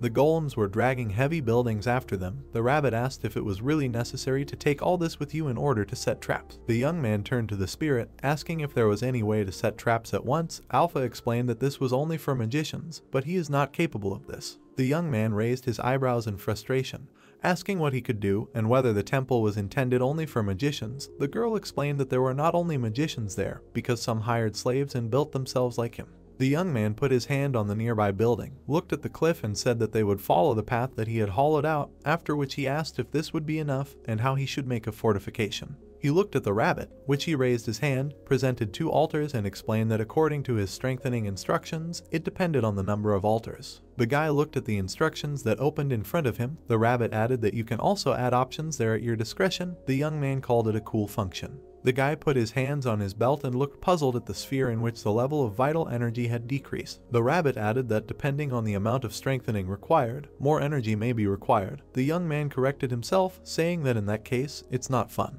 The guy presented a shooting trap. The narrator explained that he chose a shooting trap to strengthen, the durability of which was 100%. The first option was the passing power and the second was paralytic poison. The young man looked at the corpse of the boar, grabbed his head and asked if they should test the trap. Suddenly, flashes appeared from the holes in the wall and arrows flew out. The boar's body was slightly pushed back. The young man looked at the unharmed soul, asking what was the matter and why it wasn't working. The rabbit squinted warily, saying that it wasn't that it didn't work. The guy looked out from behind the wall, asking him what then. There were many small holes on the boar's body. The rabbit explained that the arrows went completely under the skin and were not even visible. The guys looked at each other and began to speak in unison. Fluffy clouds floated across the sky. The guys exclaimed that it was very strong. The griffin furrowed his eyebrows angrily. The voiceover explained that in that place there was a wild beast seeking revenge. The monster made its way along the already familiar path, clutching a rock. The voice called it a small pest. The griffin's paw hit the rock with great force, splitting it. The young man smiled widely, closed his eyes and showed 2 fingers, thinking that he felt some kind of absurd rage coming from the monster. The griffin slightly narrowed his eyebrows as he climbed up. The monster thought that there was very little left. The griffin's paws were getting closer and closer to the edge of the cliff. The monster added that he was about to take revenge. Flying over the edge of the cliff, He looked in surprise at the rabbit standing on the defensive structure. The animal greeted him. The rabbit frowned angrily, pointed his finger at the griffin and ordered the arrows to activate. Suddenly the monster was showered with a hail of arrows. The griffin flew down backwards. Suddenly he frowned angrily, looked at the rabbit and screamed loudly. The rabbit smiled confidently, felt sorry for the varnish, and said that they had succeeded and that the trap was working. The vulture continued to fall down. Suddenly he grabbed a rock and stopped. The monster rose to its paws, holding onto the stone. The arrows entered deep under his skin. The narrator explained that the beast, which had not yet known the feeling of pain, suffered greatly. The monster began to quickly move its head to try to pull out the arrows. The voiceover added that its body was slowly becoming numb due to the paralytic poison. The monster grabbed the ledge more tightly. The narrator added that, however, he could not give up so easily. The monster again began to move its paws, rising up. The voiceover said that the monster's pride did not allow him to give up. The rabbit looked down with a calm expression on his face, saying that it turns out that he can experience such feelings, and that this is new to him. Steam came out of the bowl next to him, and the rabbit said that he was a little ashamed of it. Smiling evilly, he added that he really liked it.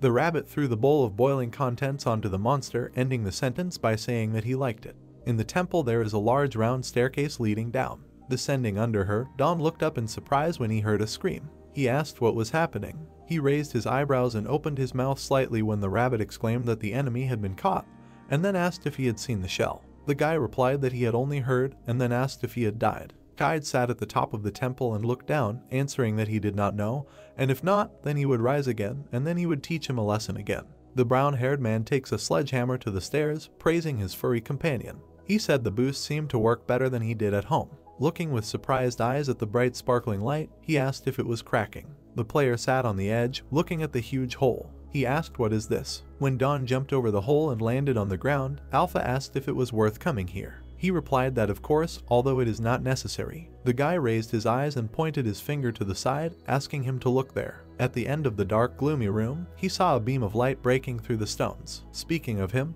the brown-haired man said that he looks like he definitely belongs here. A golden gate appeared in front of the player, with several voices standing in front of him. Alpha asked not to pay attention, noting that it was immediately obvious that it was dangerous there. Don started talking to the golems, and the system told him that they couldn't hear. The player cautiously looked out from behind the rock. Lowering his head and looking at the bright lights, the guy said that now he understands where he came from. Before his feet lay a round golden sphere. He looked up in surprise. On the wooden edges, surrounded by many similar spheres, lay the griffin, restoring all its health. Letting out a loud cry, he looked at the unexpected guest. The brown-haired man froze with a stunned face, and cold sweat began to flow down his body profusely. Remembering the rabbit's joyful face, he muttered that it had told him that it had killed him. The beast abruptly took off and rushed towards its opponent. His large paw hit the stone wall, but the player managed to crawl down in time and, looking with frightened eyes, loudly asked if he was immortal. His eyes widened in surprise when he saw arrows embedded in the monster's belly. At that moment, stomping was heard along the round staircase. The rabbit, waving his arms to the sides, quickly ran downstairs, exclaiming that he urgently needed to show off because he might be rewarded with meat. Stopping at the hole, he looked down and asked what it was. Gritting his teeth tightly, Don jumped to the side with a look of shock on his face. He jumped, trying to escape the griffin's attacks. While in the air, the player looked to the side in fear and ordered everyone to attack.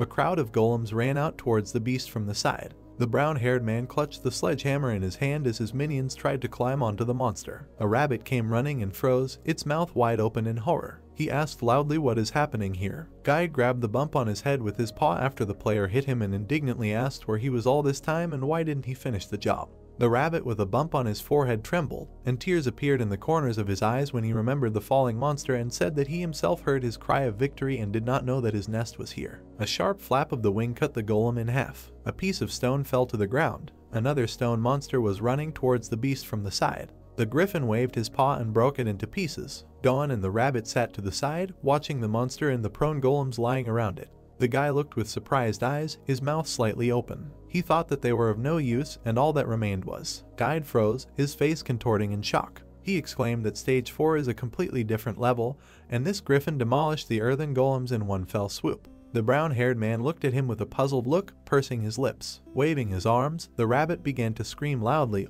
encouraging the golems. The player furrowed his dark eyebrows and turned to Alpha, asking if he could get the system through the gate. The system responded positively and then asked if he was going to bring a shooting gun here. The guy frowned and with an angry face shouted loudly that there was no time for this and then ordered the gates to be installed. Guy jumped on the spot when the brown-haired man dived into the golden gate that appeared and shouted, asking where he was going alone. He asked to take him with him if he was going to run away. The rabbit turned to the goblins rising from the ground, asking them to recover faster because they must run away together. He jumped aside in fear when a crooked man with a gloomy face approached him. He started yelling at him, ordering him not to come closer. With a smile on his face, the player asked not to be a coward. Don sat on his knees at the golden gate, saying that he had come. The rabbit indignantly asked where he was going and then noted that he was not afraid at all. He gave the brown-haired man an irritated look when he put his hand on his head and said that his scream could be heard all the way to that top. A golem and a gargoyle appeared in Don's head. When he fought with the griffin, he spent a long time racking his brain about what technique he should use on enemies who were not affected by his skill. With a wave of his hand, holding a spear in it, the guy struck Dakmos. He was able to defeat one boar thanks to the monster's limited abilities. The brown-haired man sat with the rabbit at the gate while the griffin walked toward them.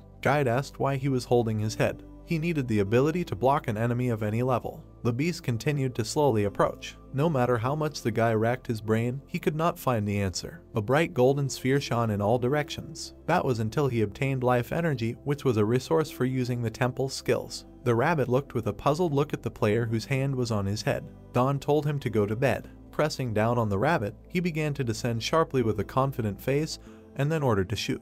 A moment later, a loud sound was heard and the griffin was fired from the gate. The brown-haired man and the rabbit fell to the ground and a stream of arrows flew over their heads. They all removed one animal at a time. The arrows slammed into the griffin's shocked muzzle. The rabbit, raising his head, looked with puzzled eyes and asked what it was and why were arrows shooting from the gate. The player looked at his furry companion with a nervous smile and said that he did not have time to move the trap. Alpha said that she set a gate in front of the trap and sent arrows in that direction, and if you imagine how much energy each arrow spends, then it is a waste. Don smiled happily and said with an enthusiastic look that although the energy efficiency is terrible, it is still a cool fighting skill. Looking away, he remembered how there were arrows on the griffin's belly later and thought that judging by the wounds the rabbit left, he knew that this should work. The brown-haired man frowned and grinned confidently, saying that victory was his. The griffin screamed loudly in pain due to the arrows stabbed into him. The player, with his hands on his belt, looked at the monster who had fallen to the ground. Don smiled widely, bringing his eyebrows to the bridge of his nose, exclaiming that he had won.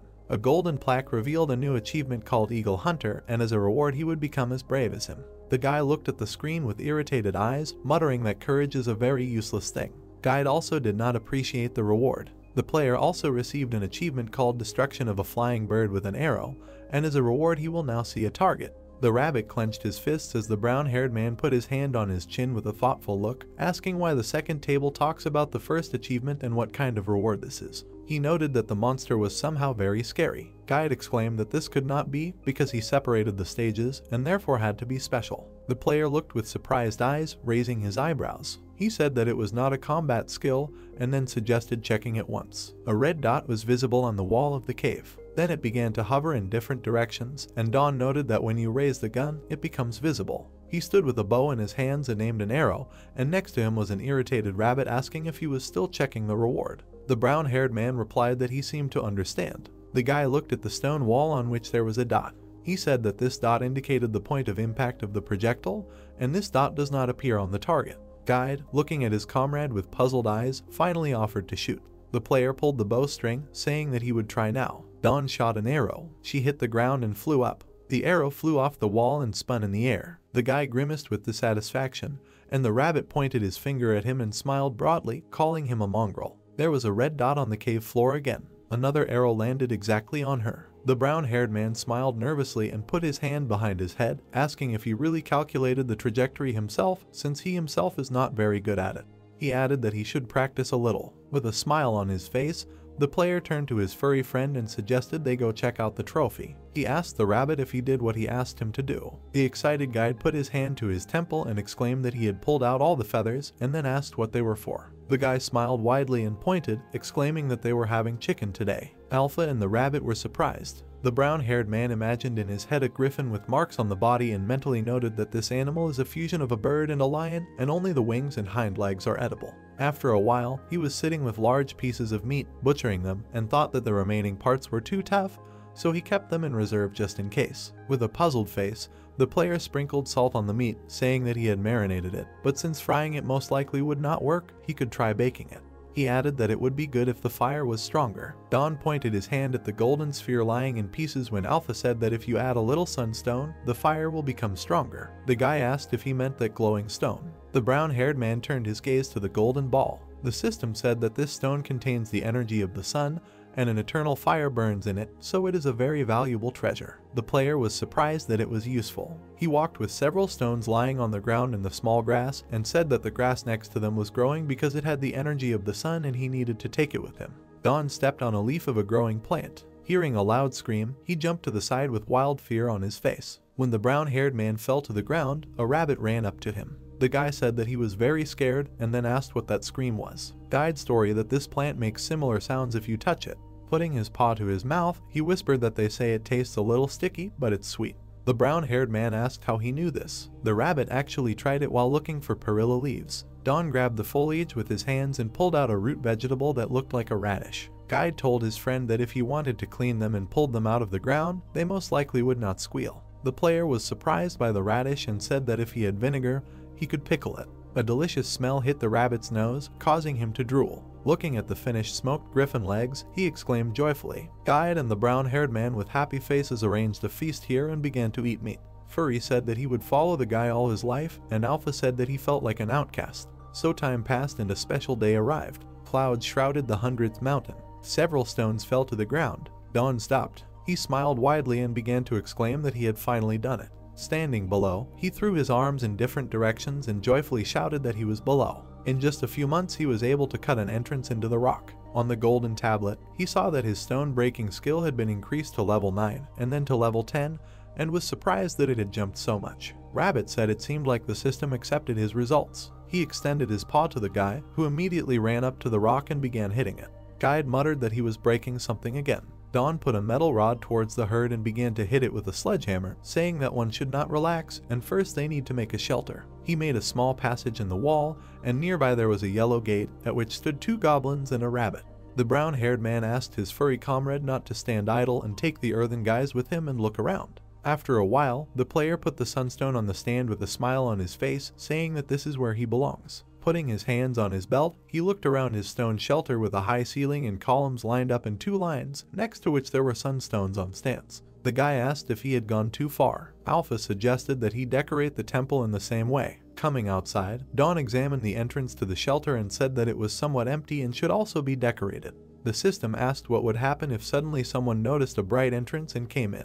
The brown-haired man replied that in any case he would cover it with a stone. He turned around, puzzled, when a rabbit ran up to him, waving his arms in different directions, shouting that something was wrong. The player turned to Guide with a surprised face and asked what happened to him and where are all the golems. Stopping, the furry animal began to gulp for air and tried to say something. A few moments later, a loud, surprised cry was heard throughout the forest. Clenching his hands into fists and quickly lying through the forest, Don asked in shock if he really met people here. He exclaimed that the participants had been here all along. Next to him, Guide flew through the air at high speed. Telling him that this was so, he was very frightened at the sight of the golems and began to attack. The brown-haired man grimaced irritably, imagining in his head the menacing appearance of a stone beast. He thought that to other people they were just monsters. Beads of sweat flowed down the running player's face as he said that if these participants were able to reach level 4, then they must be very strong. The player continued to run, and another golem rushed behind him. The player exclaimed that he hoped his rock comrades were okay. The rabbit answered loudly that they were almost destroyed. With a face tired from running, the rabbit shouted about the participants, which Don was surprised by. At that moment, a bright light sparkled in another part of the forest. The dark-haired guy with an angry face activated a magical shield. A moment later, a large golem struck him. From the impact, his stone body began to crumble slightly. A dark-haired guy with a short haircut grabbed the spears with shaking hands, asking if their core was in the solar plexus area. He asked why he doesn't see him now. Don stood by his rock monster, placing the core in his hand since his golems had them in different places. Having placed it, he ran to lunch. The dark-haired guy turned around in fear when his comrade pointed his finger to the side and shouted that there was another one. The brown-haired man quickly ran towards them, and his stone comrade rushed behind him. The brown-haired man loudly asked the rabbit to hide because people could be seen that way. The player with a surprised face victoriously clenched his hand into a fist, noting that there really are people there. A guy with a big stone monster on his back happily waved and shouted to people. The two boys looked at him with shocked eyes, wondering. In his eyes, he looked like a frightened man running from a scary giant golem. The brunette with a frightened face pointed his finger and shouted that there was a monster chasing after some guy. Continuing to run, the brown-haired man clenched his teeth tightly and with a puzzled face asked what they were talking about. The rabbit running next to him exclaimed that they had apparently got it all wrong. Don grinned with a devious face and asked him if they would be angry if he said that it was their rabbit. Guide muttered that the most important thing is that they don't think that he is his assistant. The player arched an eyebrow and noted with a puzzled look that the most important thing is that now he knows about the existence of other players.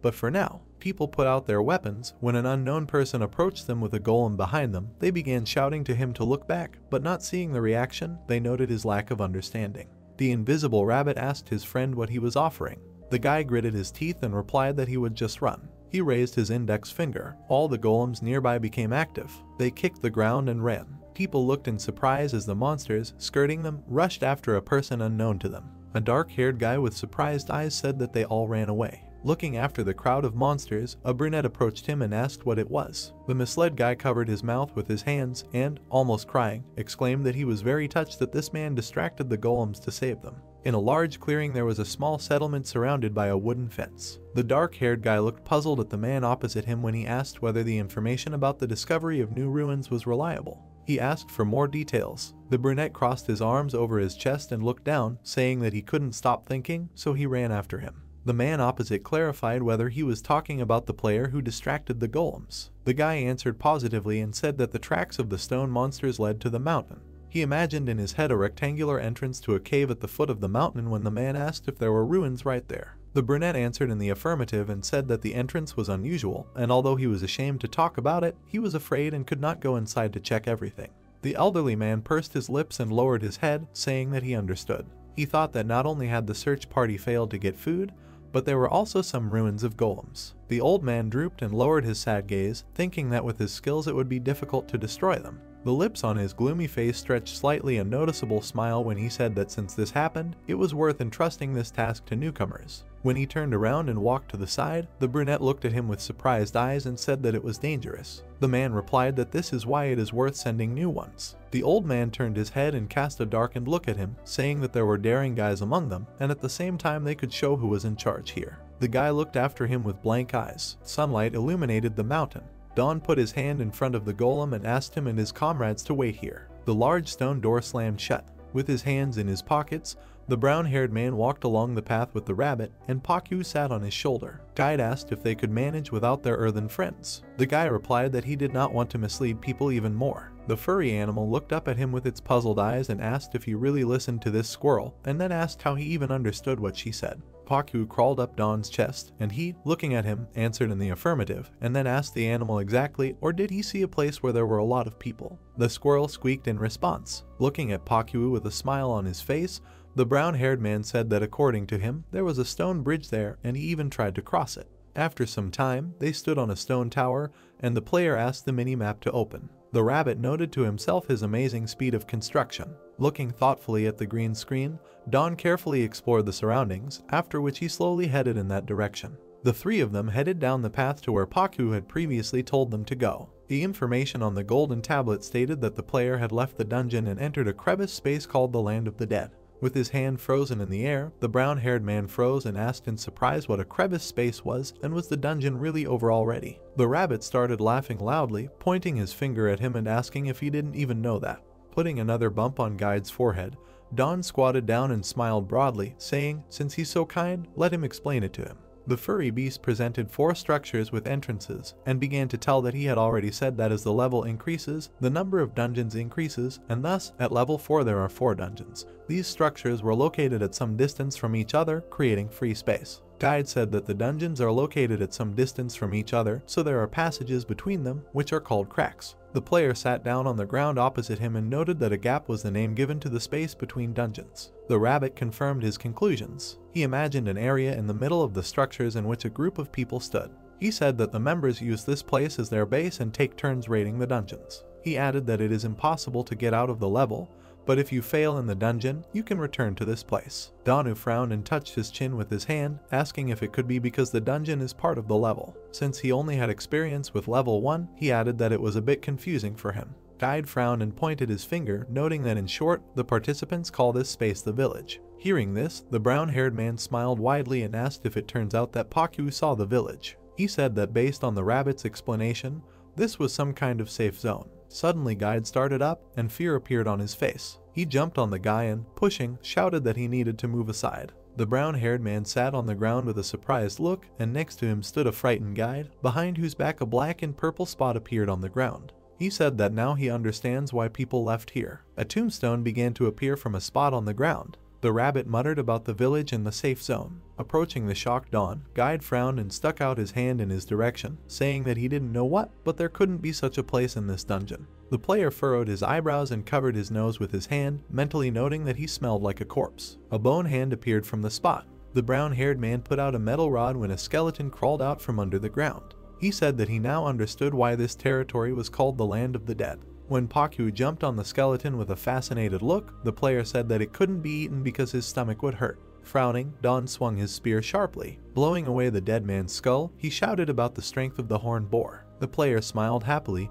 noting that it fell apart very quickly. However, a moment later, several more skeletons crawled out of the ground, and the guy asked if they really decided to take it not by quality, but by quantity. Baring his teeth, Don grinned and put his spear in front of him, calling his opponents pathetic bones. Suddenly his eyes widened in surprise. He furrowed his eyebrows and grimaced with displeasure. Lowering his spear and looking at the crowd of skeletons opposite, the brown-haired man muttered that there were too many of them. When the bone monsters, holding weapons, moved in a crowd towards the guy, he stepped back and asked to wait. One of the skeletons with a sword in his hands ran towards the enemy. Gritting his teeth, Don held his spear in front of him, holding it with both hands and blocking the blow. He swung his weapon and started saying that they shouldn't rely on. The guy knocked off the bone monster's skull with one blow, exclaiming that they shouldn't rely on numbers. The rabbit furrowed his brows on his angry face and a purple light appeared around him. He exclaimed that these pathetic walking corpses should stop showing off. Guide waved his paw and a bright beam of purple light cut through the four monsters, which Don was very surprised by.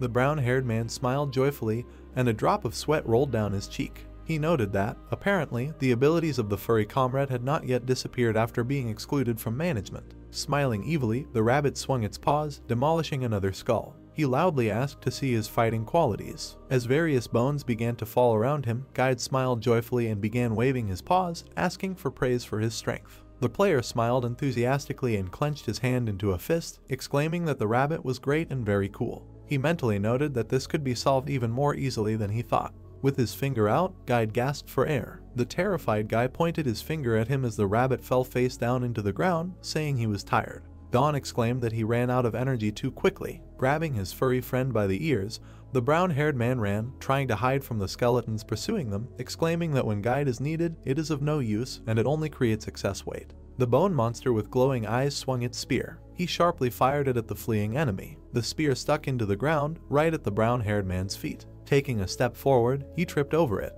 Holding the rabbit by the ears, the player began to fall to the ground. With a loud thud, he landed on the ground and rolled around. Rising to his knees, Don began coughing and breathing heavily. Raising his head, he saw that there were already many skeletons next to him. At this time, in another part of the forest, the bright sun was shining over the village of S1-4. The old man hovered over the brunette, who was sitting on his knees, and asked if the reconnaissance team had already left. The guy replied that they had just left. The old man pursed his lips and lowered his eyes, mentally noting that he thought that player would resist, but surprisingly he turned out to be compliant.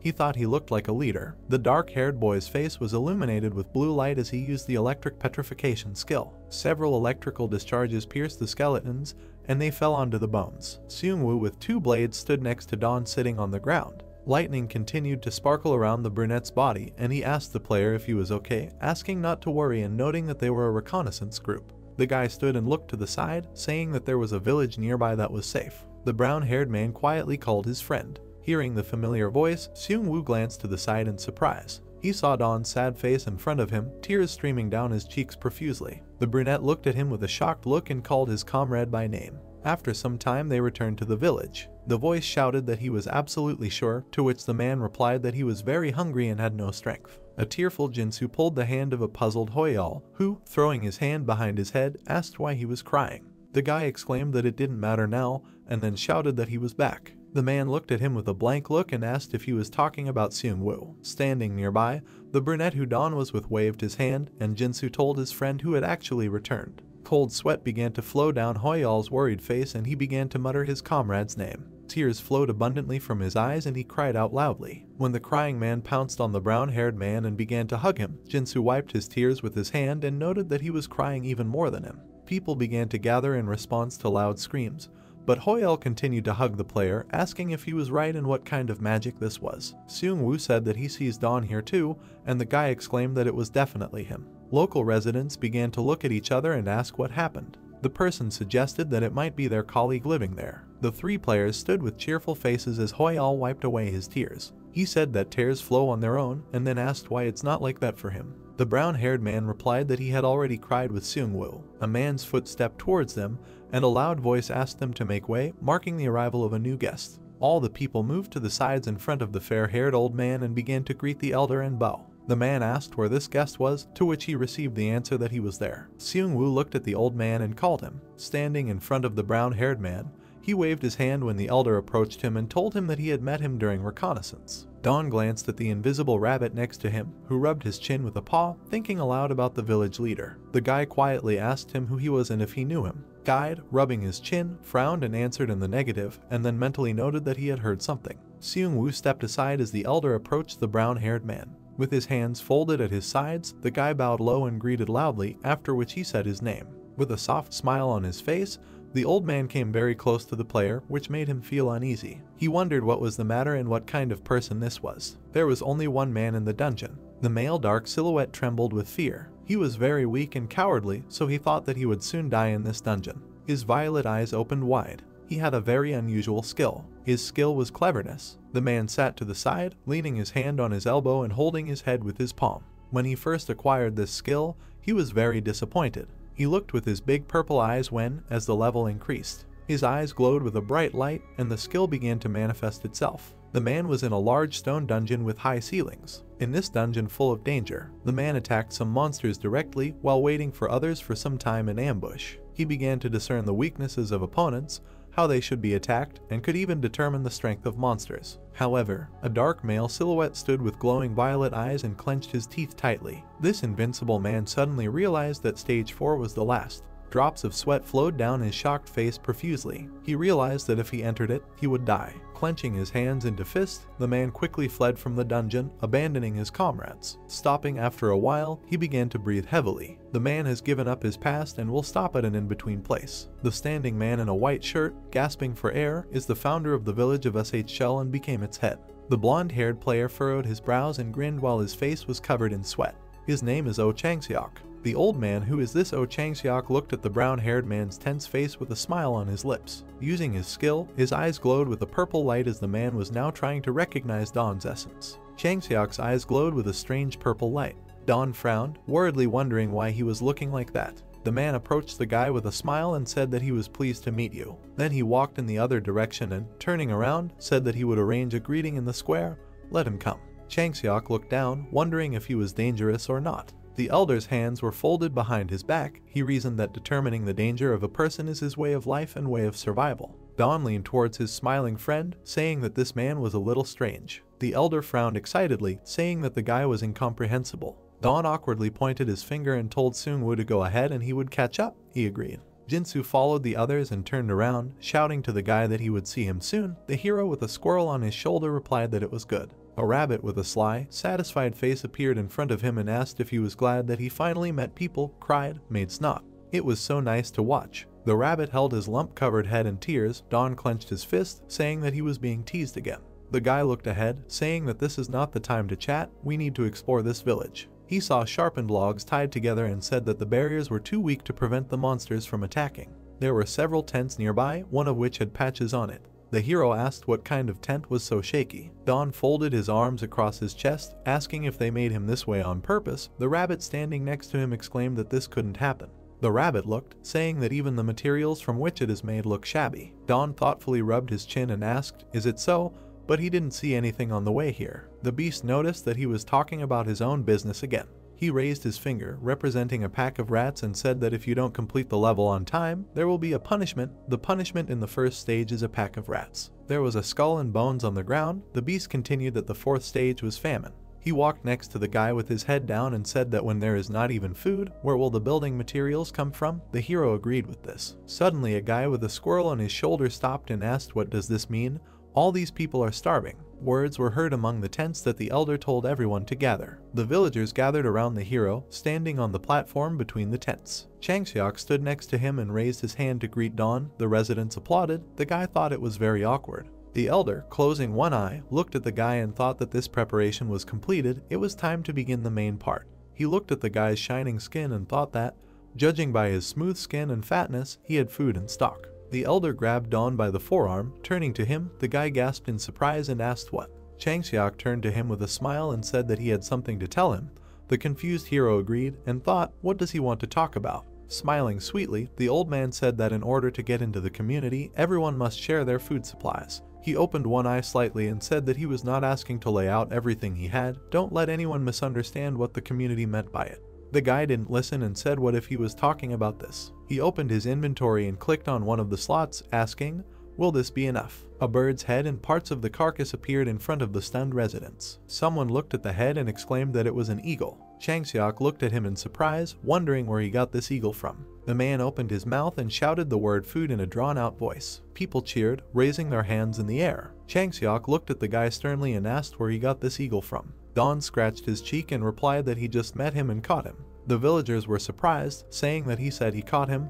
It couldn't be. Seung-woo looked at his friend in amazement and asked, is it true that he caught such a powerful monster? The delighted Jinsu asked Dawn if it was really him. The elder frowned deeper. He examined the carcass, mentally reasoning that in some places through wounds were visible. It can be seen that several places are affected at the same time. This cannot be done alone. Changseok waved his hand, saying that it was clear that he had caught a half-dead monster with a trap that must have fallen from a great height. Dawn asked in surprise how did he know. The man replied that a few days ago they saw him fall down. With a wide smile, the elder put his hands on the guy's shoulders and said very cheerfully that whoever picked it up first is the owner, and he's lucky. Mentally, he thought that it was working. He just picked it up, then he didn't have to worry. The guy was confused and thought that he was so happy. The residents talked. The man said that this was the same monster that fell. The girl replied that she was lucky. Changseok glanced at them and thought that great. The turmoil among the residents had also stopped. He looked forward with his violet eyes with ability and reflected that he alone caught this eagle. Such a person in the village is only a nuisance. If he becomes too popular among the residents, his status may be in jeopardy. Seung-woo approached the elder from behind and addressed him. Looking at the man, the long-haired one said that they would go on reconnaissance. The man thought this was a great chance, and then he turned and shouted, asking what he was talking about. Surprised residents heard that intelligence, of course, is also important, but Changseok confidently said that in this difficult world of the dungeon, a comrade is the most valuable thing, and now such a comrade has come to them, isn't it? He turned away, telling them not to make him look bad. Seung-woo only has one duty today. He thought that his sense of responsibility should be reduced. Then with a tender smile and tears in the corners of his eyes, he said that having a heart-to-heart chat with a friend is enough. Mentally, he continued that he needed to increase his authority. The people behind rejoiced and praised the elder. Seung-woo said in surprise that he understood and thanked him, and Dawn standing next to him thought, what kind of person is this? The guy with the squirrel on his shoulder sat, displeasedly resting his head on his hand, and said that this so-called elder was beginning to irritate him more and more. He told his friend that he was pretending to be merciful, as if he was doing everything here, and making Seung-woo look soulless. The guy smiled and reassured him. They sat on stone cylinders. Seung-woo said that they were still in a good mood, but they could sit and communicate like this. Dawn said that it was good. Jinsu, lying on the ground, stretched out his arms and said that's right, it's so spacious and comfortable here. Dawn looked at him in surprise and asked again, spaciously, is their tent even smaller than this? Seung-woo with a bandage on his arm looked at him and said that it was almost the same size. They also contributed when they first came to the community. He suddenly remembered. He looked at his friend and asked, he didn't have a blanket with him, it's cold here in the evenings, today let him sleep in their tent. Dawn trembled angrily, his gaze dark. Pakyu on her shoulder looked at the angry guy, who thought that since they lived here, he was trying to restrain himself. He thought they had neither blankets nor furniture. Seung-woo looked at the guy and asked if he agrees. Pakyu looked excitedly into the guy's face, who thought that the tent was cramped and dirty. He couldn't stand it anymore. The comrades looked in surprise at the guy who grimly folded his hands and asked, do they say it's cold in the evening? The angry Dawn's eye glowed red. The input was completed. Dawn has activated the mode for making household items. The guys were silent in surprise. Dawn confidently extended his finger and said that from now on they must say goodbye to the cold. Seung-woo sat on his knees and touched the floor with his hands, saying that it was almost like Ondal. Jinsu was lying on the floor next to him and said that it was very warm, and Hoyal looked at Dawn and asked where he got such skills from. The guy said that it is called the heating skill. Dawn, with a squirrel on his shoulder, worked in concentration, moving his fingers, and said that he needed to add more volume. This is how a bed, 2 sofas, and a table appeared in the tent. Jinsu was lying on the bed with his butt up and said that it's crazy, this is a real heated bed. Hoyal said in surprise that the sofa was very warm, to which the long-haired man confirmed. Dawn nodded contentedly, saying that it was too early to be surprised, now he would show them his special quality. There were 3 clay cups with a green drink on the table. Dawn said that it was herbal tea, it was very good to drink before meals, and heard an admiring sound. The heroes held cups. Hoyal winced, holding back tears, and said that he did not think that he would ever drink tea here. The boy noticed that he was crying again, and Seung-woo raised the cup to his lips. Naim looked into his cup. The hero handed him a plate with a spoon containing white powder and said that if it was very bitter, let him put in a few spoons. Jinsu held the tea in his hands admiringly, saying that it was very sweet, it was syrup. He heard the word sweet, let him try it, and that the third guy wanted it too. Dawn watched his comrades sit on the sofas and drink tea. The quiet tent was filled with the sounds of sips of hot tea. With a slight smile, he was silently observed by these people. Taste tends to remind one of past events. Seung-woo held a steaming cup in his hands. This was the first time they had tasted sweet food since they entered the dungeon. Jinsu was sitting at the computer with headphones on and drinking soda. Hoyal stood in the cold and ate sweet potatoes, holding them in gloved hands. For Seung-woo's friends, this sweetness reminded them of happy days that they didn't even try to remember in this terrible place. Seung-woo remembered standing in a kimono, and a little girl ran up to him, addressing him as a teacher. She held out something to him in her palm, and he held out his when she asked him to accept it. The guy watched as the girl bowed, standing at the exit of the hall, and thanked him for teaching her, and then said goodbye. He looked at what she gave. In his palm lay a lollipop. The guys held cups, closing their eyes, which were filled with tears. Dawn looked at them. He understood his friend's feelings, so he silently watched them. Seung-woo opened his eyes in surprise when he heard the rabbit say that they were so happy. He looked at them displeasedly and shouted that he couldn't look at it anymore. The yellow information box said it was an herbal tea that released toxins in the body through tears and calmed the mind and body. The rabbit shouted that it was just the effect of the tea. Dawn looked at him excitedly along with the squirrel and said that he should be hiding. The rabbit fearfully said that he was sure. The guy's hand gripped the hilt of the sword. The other was holding an axe. The third was clutching a knife. The guys armed themselves and looked gloomily at the rabbit. Seung-woo, surrounded by blue lightning, asked how long he had been lying in ambush and told Dawn to slowly walk towards them. He sternly addressed the guide, telling him not to try to lift even a finger. The rabbit frightenedly mumbled that they had misunderstood everything and asked the guy to explain to them, to which he asked him through gritted teeth why he came out of hiding. He frowned at his comrades and said that nothing could be done. The rabbit trembled, folded his paws behind his back and buried his forehead on the floor. He whimpered in fear. The guys were sitting on the sofas. Seung-woo asked his friend if it turns out that this rabbit is now on his side, to which Dawn replied that yes, he is now obedient. Hoyal looked at him displeasedly and said, "Did the rabbit curse in his head?" Seung-woo looked at the guy, saying that he knows how to make things from the earth, and this guide is now his servant. What happened to him? The guy recalled how he fought with golems and flying creatures, how he trained his skills. Dawn told them everything that happened to him. His comrades looked at him with their mouths open. Seung-woo was very surprised. The guys cried listening to him. In some places, Seung-woo was very sympathetic to Dawn. They listened to the story to the end. The hero looked at the hand his friend placed on his shoulder. Seung-woo looked at him and said that he was amazing. He was really able to overcome everything.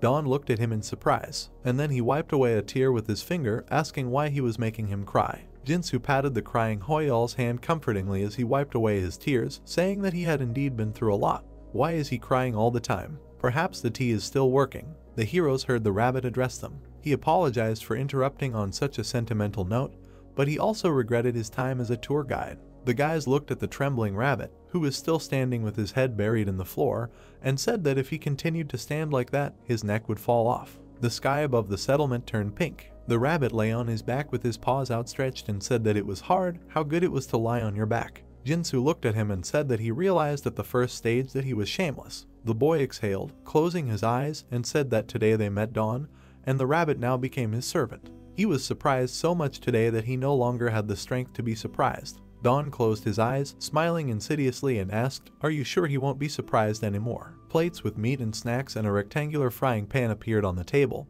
He said that this was a set of fried meat according to Don's own recipe. He held a green bottle of sweet soda in his hands, saying that this too, today he is ready to lay out all the most valuable things. The guys looked at this in surprise, and then they screamed enthusiastically. Jinsu, having stuffed his cheeks, held a piece of meat on a sheet in his hands. Hoyal opened his mouth wide and directed pieces of meat into it with chopsticks. Seungwoo was holding a cup in his hands, smiling. The rabbit held his reddened cheeks with his paws. They all cheered happily at the food table. There was a blue starry sky above the village. The heroes smiled contentedly. Lying around on the warm floor, Hoyal said blissfully how well he ate. Jinsu put his hands behind his head and smiled contentedly, saying that Don turns out to be a good cook. Is this also the strength of the temple? Don looked at him and said that no, cooking is his soul. The younger one laughed, asking what kind of soul is this. Seungwoo stood up sharply. His friend asked him if he was going to the toilet. Seungwoo looked seriously at his friend and said that he had been thinking for a long time, but they could do it too. Don looked at him and asked that he also wants to have such skills. The friend laughed and said that's not it. Seungwoo turned to him and said that he was about the title of Dragon Apostle.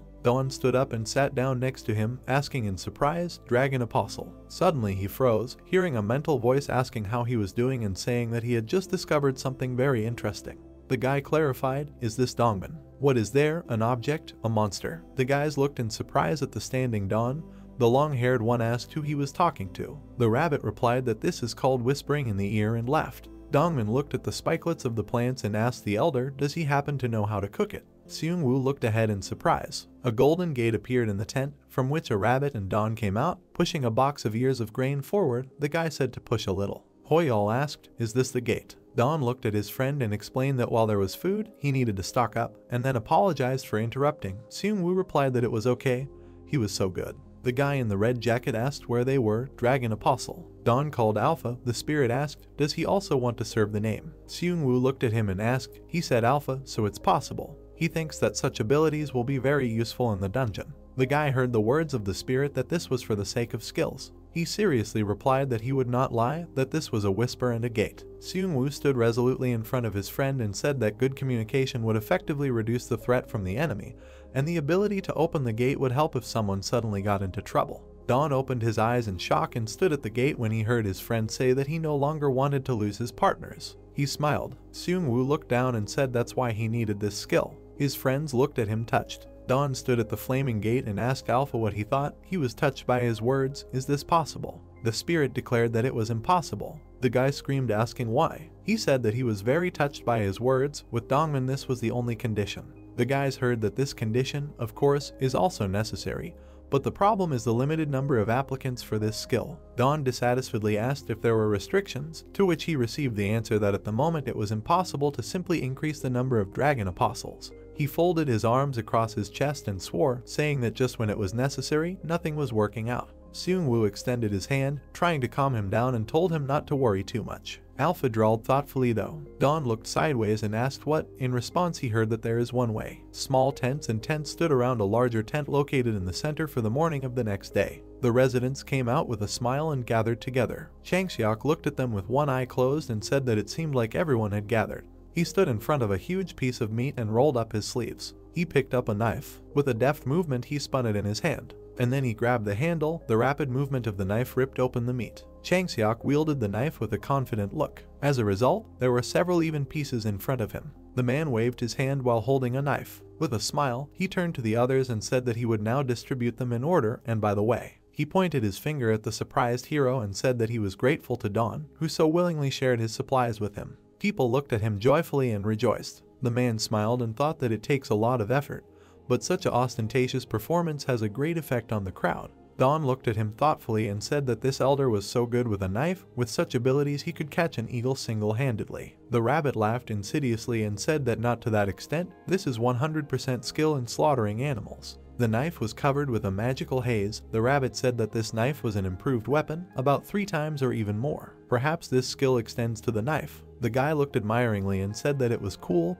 When he was cutting up a similar carcass, he was very tired. He was jealous. The rabbit looked as the guy gloomily thought that someday he would also find himself a decent knife and enhance its functions. He turned to the residents, who were cheerfully shouting that there would be a meat party today, and said that they seemed happy with the meat. Looking ahead with determination, Don said that now they too will slowly begin preparations. Smoke rose from among the tents. The rabbit sniffed silently. He was invisible to the others and glanced sideways at the residents, saying that it was like there was really some kind of feast. There is, of course, a village here, but they look too carefree, even infuriating. The guy was holding a large piece of salt in his hands. Jinsu held a brush in his hands, sticking out his tongue with zeal. There was a table near the tent on which Seung-woo and Hoyal were laying out cubes of salt. The long-haired one asked if this was enough. The strong man said that he couldn't eat so much in his entire life. Don gave a thumbs up and said great. Jinsu sat next to him and wrote something on a poster. The rabbit appeared and said that he was back. The hero turned to him and asked about he has already arrived, so how is it outside? The rabbit asked displeasedly, doesn't he see this smoke? Everyone is frying meat. Don heard Jinsu say that he finished everything and asked to watch it, and gave him a thumbs up with a smile, saying that he wrote very well, well done. With a smile, he turned to Hoyal and asked if he had everything ready. The guy replied yes. He held a plate of salt in his hands with an awkward smile, saying not to expect too much. The others stood behind him and cheered him on with smiles. The guy looked at his friend and asked, are they opening? The guys were holding a huge poster that said that Don has rock salt, and a joyful Jinsu stood under it. He looked at the elder in surprise and asked where did Hoyal go. The guy smiled insidiously and said that he went fishing with bait and repeated the word bait syllable by syllable. Seung-woo looked at them and asked if he will be okay. He's never done anything like this as far as he knows. Don closed his eyes and said that there is no need for special skills. He asked him to do only one thing. A guy with a plate of salt stood not far from the girls. One of them said that it was delicious, of course, but somehow it became boring. The blonde held a piece in chopsticks and said that after all, they had not eaten meat for so long. Hoyal abruptly approached them, asking what they were missing. The girls screamed that he scared them. Don made a motion with his fingers, saying one pinch. The guy salted a piece of meat on the girl's chopsticks. She asked what he put here. The blonde looked at the meat in surprise and said, is this really it? Jinsu waved his palm with a smile, saying that just a pinch of salt would produce results. Then they heard a cry to sell them this salt. A huge crowd ran towards them, shouting that they too. Don shouted contentedly that they took the bait, while the guys looked at him in surprise, thinking that this is it. A huge crowd of people gathered in front of the table with salt. One of them said that there is really so much salt here. The man looked at them and asked how to pay them, because money doesn't make much sense underground. Can you pay with food? Don put a sign in front of them and said that the deal was very simple. It said that a bowl of salt was equal to one used fortified equipment. With a smile, the hero leaned his hands on the table and said that any item with a boost would suit them, for which they would receive a bowl of salt. Seung-woo looked at him. The man looked doubtful and replied that, of course, he needed salt, but exchange it for reinforced equipment. A man in a suit and tie and dark glasses pushed him away, saying that if he didn't buy, he should move aside. The man pointed his finger and objected that this was not just an object, but reinforced equipment.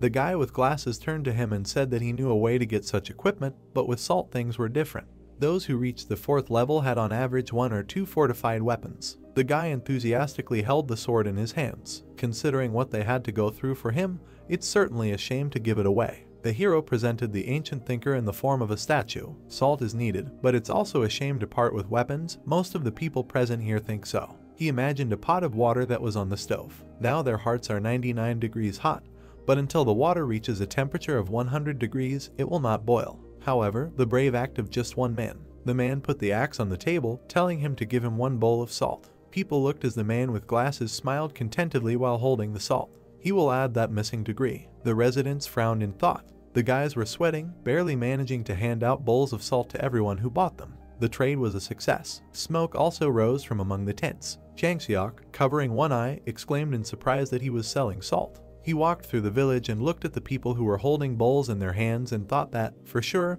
they had salt in their hands. The man looked at the huge line of people, saying that this whole crowd. Don told people to hand over items to those on the left. He turned around when he was told that he turned out to have the ability to surprise. The elder stood with his hands clasped behind his back and smiled, closing his eyes, while people talked about him being there. The man laughed and asked for some salt. Don smiled, thinking that this old man had come again, and said out loud that if he had reinforced equipment, then in exchange he would give him a bowl of salt there. Changseok said no. The surprised guys heard him ask, how about giving him all the salt that is there? A girl standing in the crowd asked the guy in a whisper if the elder was really going to buy up all the salt, to which he replied that such a thing could not happen.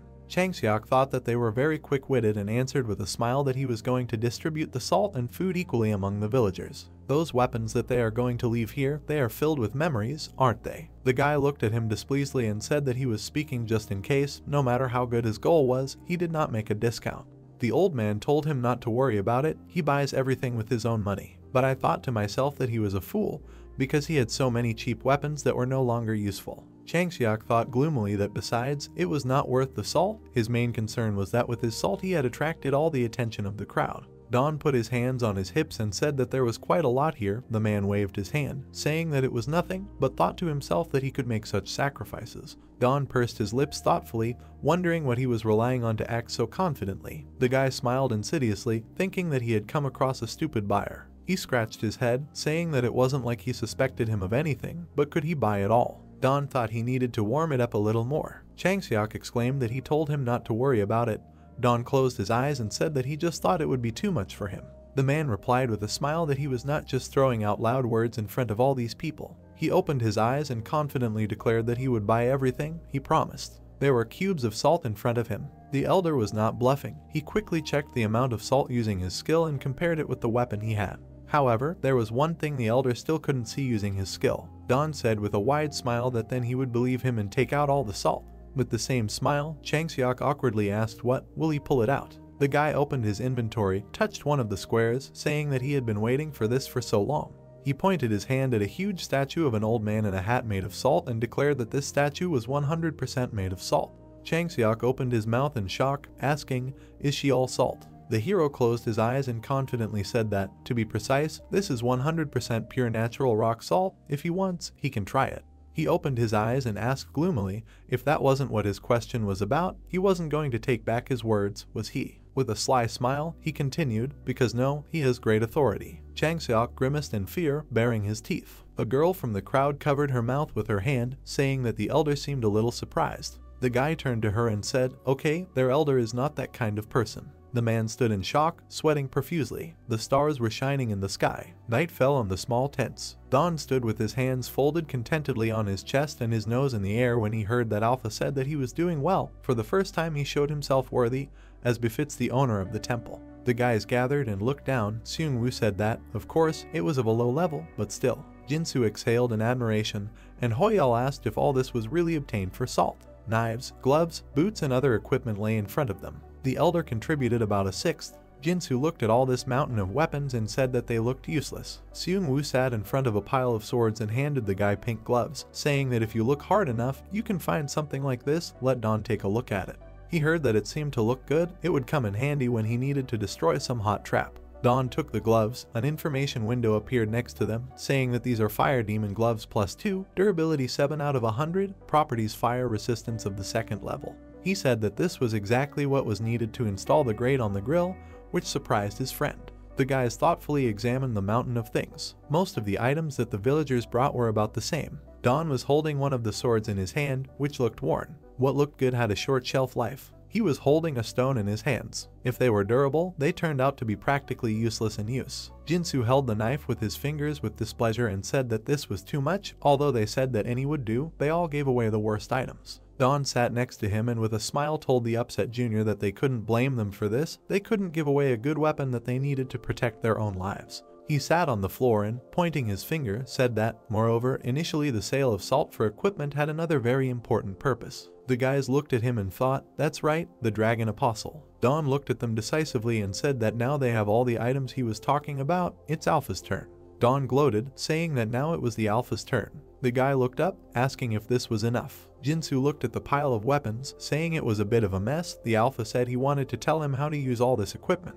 The brown-haired man was surprised, enthusiastically asking if there was a way to restore durability to all items. He was disappointed when he was told that his assumption was wrong. They were told that if the equipment was used as a sacrifice and placed on the altar, its power would be sealed forever in the temple and would be invested into another item while strengthening its effect. Seung-woo asked if it would be possible to pick up good items and transfer their power into other equipment, to which he was answered positively, noting how quickly he thinks. The boys listened intently as the Alpha said it was just a minor matter, telling them to place their items on the altar. The gray-haired man looked at them, asking them to wait a little. It seemed to him that something was wrong here. He spread his arms, standing near the altar, asking if the young man was going to build a temple here. The guy put his hand on the altar, saying that he and the victims, as well as the people who would place these sacrifices on the altar, would rejoice at this. These are the conditions of the Alpha. Guide was surprised when he managed to bring the altar here. The young man presented the temple, understanding that these conditions must be met for the construction of the temple, and when there are 2 of them, it will be possible to increase the number of dragon apostles. He closed his eyes, remembering the village, saying that if a temple was built there, everyone would immediately notice it, wondering if the elder would just stand and watch. The brown-haired man closed his eyes, saying that naturally they would not build a temple here. The guys were surprised, looking at him in bewilderment and asking where he would be then. In the evening, the village was still quiet. The guy approached the stairs that led underground, looking in, realizing that nothing was visible. He touched his chin with his hand, noting that even if this was an intermediate zone, in the underground temple it was unknown what dangers might await them. Seung-woo and Jinsu were cleaning the rice. He looked at the guy with displeasure, telling him to better help with the matter, because they know that he just has to work for a day and they are just pretending to be worried about something. He sat down next to him and awkwardly rubbed the back of his head, saying that he was not used to working and it was too difficult for him. The brunette asked if he wanted rice for dinner today, and the younger one told him to show his white hands. The gray-haired man opened his palm and they spilled rice inside him, saying that it was not difficult. Seung-woo rubbed his palms, saying that he should just rub them until the husks peel off and white grains of rice appear. The guy was surprised, asking the brunette how he knew all this, to which the interlocutor replied with a smile that Dawn taught him this. He shared the idea that this activity calms him down, as if he were doing meditation, asking his comrades if they thought the same.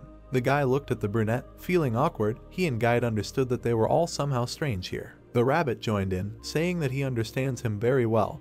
When the brown-haired man digs the ground, no words help, saying that he has something like an instinct, like a worm. He felt embarrassed when the guy from underground replied that comparing him to a worm was too much, then he realized how sharp the young man's hearing was. Dawn was all sweaty, in a tank top, touching the wall with his hand, saying that there was a rock formation going on here and this was the perfect time to try something. He took out the iron pickaxe they got for the salt, noting how he liked it, and with the properties it would be even stronger. The brown-haired man held it with both hands, swinging it before the blow. He held the pick by the base and end. The method of breaking stones he used was divided into 2 stages. Nearby lay a hammer and an iron stake, which he drove in, finding a convenient point. The use of these 2 tools was inevitable. The guy worked diligently with the pickaxe. He changed the tool, combining 2 actions, thereby pumping up his skills, taking into account the properties that enhance the action of the pickaxe. Exhausted from work, he held the tool in his hand, looking at the work he had done.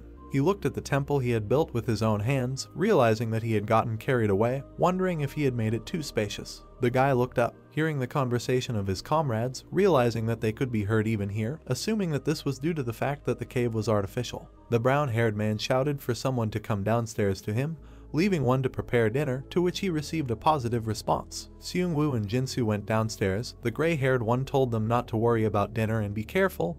The brunette said that they would meet later. The young man was surprised, saying that he was shocked when the brown-haired man made furniture. As it turned out, he could do other things. They came, telling the guy about their arrival, looking at the sown rice. They looked at the space filled with golden ears, wondering if they were imagining it. The guys began to look at it.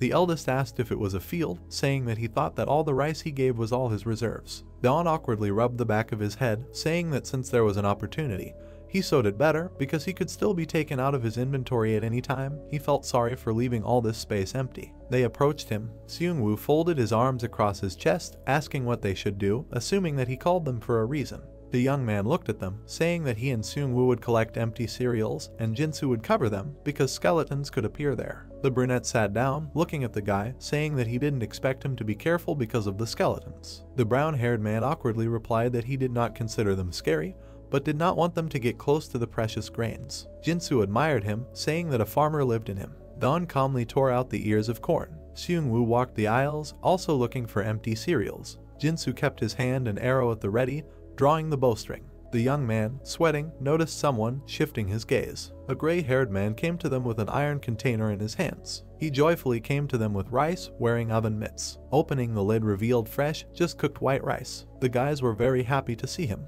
The brown-haired man held a spoon of rice in his hand and blew on it because it was too hot. The others were also enjoying the rice. The white-haired youth was proud of himself, showing a thumbs up. Jinsu looked at him with delight. Alpha saw people rejoicing, a sufficient number of items on the altar and a place for a new temple strewn with rice, realizing that everything was ready. The brunette put his hand on the young man's shoulder. He said that he was all well done. Jinsu rubbed his nose contentedly, laughing slightly. The gray-haired man shed a little tears of joy, smiling widely, saying that it was the speck that got into his eye. Seung-woo closed his eyes contentedly, praising the brown-haired man in his thoughts. Guide looked at them in bewilderment, his mouth open, not understanding why they suddenly all started whining. Dawn extended his hand, saying that he was declaring this place to be the second temple of the Dragon of Life of Earthia. The altar suddenly lit up, enveloping those present in its bright yellow light. This place became the territory of the temple. It will be called the Underground Temple. The brown-haired man was surprised when he was told that it was necessary to set traps to protect it, wondering who would attack at such depths, but he was told that preparing for enemy invasion was an important part of the temple. He smiled sarcastically, saying that he had already prepared for such a case. The rabbit asked if he had set traps, indignant. He pointed his finger at them. Guide did not understand anything, asking if he meant the rice field. He pointed to the ditches that were between the rows of rice, saying that even a hole can serve as a good trap.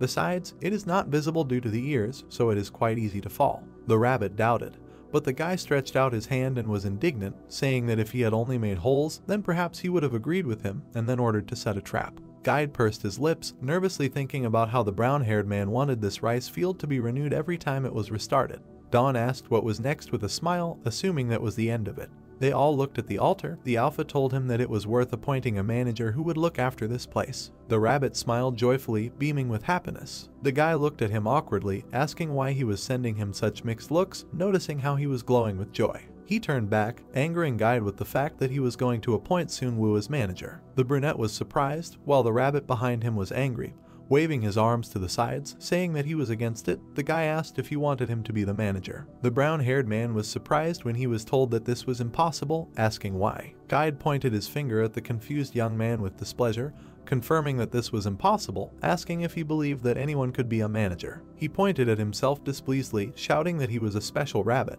and the brunette was no match for him. The alpha explained that only an outstanding personality could be a manager. He recalled Baboon, saying that for this reason there are many animals among the managers, because it is much easier to increase your level. The rabbit fell to the ground, starting to wave his arms and legs, claiming that he was the most suitable candidate among all, so he should be appointed manager. The brown-haired man looks at him, realizing that he was worried about the fact that he would have more power, but if it was necessary for his friends to become dragon apostles, then he didn't really mind. Guide was lifted into the air. The young man agreed to appoint him as manager, so he smiled from ear to ear. He sparkled in front of the guys, saying that he was an outstanding rabbit and felt like he was getting stronger, and they asked if he was an ordinary rabbit. The beast crossed his arms, saying that now they won't call him that, because now he can have a name. He adjusted his suit with his paw, saying that he had finally earned the right to a name. The rabbit bowed before the young man, calling him his master, asking if he would like to give him a name, preferably a beautiful and noble one. Guide looked dissatisfied at its characteristics, saying that there was something wrong there. His lamp shook, noticing the line with the name. He was simply Rabbit. The brown-haired man smiled, confirming that his name was simply Rabbit, asking if that would be better than without a name. The manager started to freak out, clutching his head, saying that it was the same as what happened. Jinsu looked at him awkwardly. He, along with Seung-woo, were finally promoted to the title of Dragon Apostle, leaving the screaming and disgruntled rabbit to rule the two temples. These three now had their own chat, because they, as apostles of the dragon, could calmly communicate with each other and the manager. However, it was impossible to increase the number of temples. The apostle of the great temple that was located on the mountain of death was Odongming, and Seung-woo and Jinsu were the apostles of the underground temple that was located in the village of the Gap.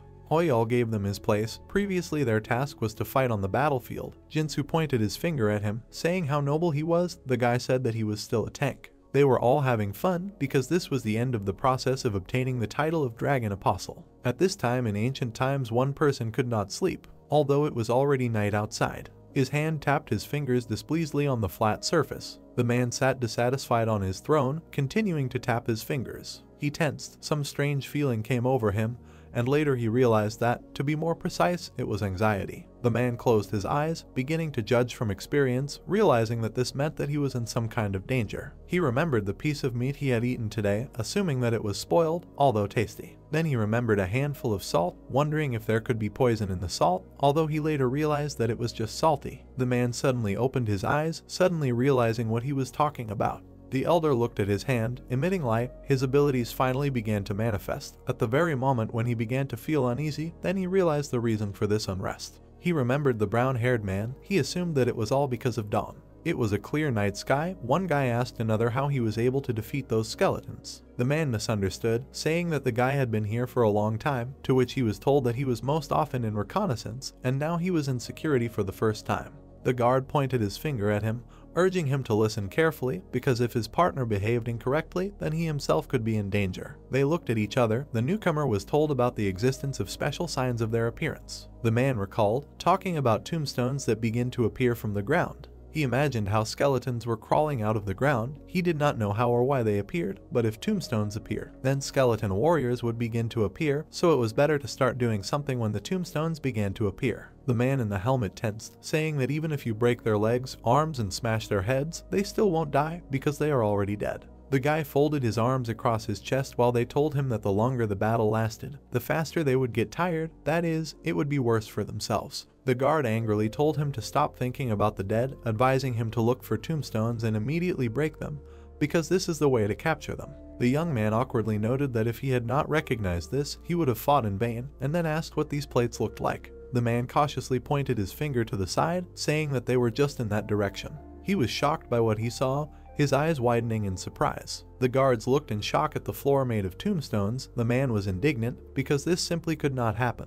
Plates appeared along the entire perimeter of the village. The man said that this should be reported to the elder as soon as possible. The brunette looked up, assuming that something was happening above. He frowned, offering to go up and take a look, because he had a bad feeling. The elder shouted that the fence needed to be strengthened, telling the warriors to go outside the village and prepare for battle. He stood, clenching his hands into fists, realizing that his anxiety was not because of the brown-haired man, but he was still perplexed as to where so many skeletons had come from. The elder was worried. His skill tells him that now there is nowhere to run, they can only fight. The torch burned brightly. He understood that he could be scolded and called old, but he did not care because he had something that he must protect. Standing on a huge wall, he looked at his soldiers, realizing that he must protect this village. He shouted loudly that they could protect this village. The skeletons soon appeared, starting to advance. The soldiers looked at them with danger, realizing that they were approaching. A guy in a football player's uniform attacked the enemy, swinging his weapon. He crushed the skeleton's skull with his weapon.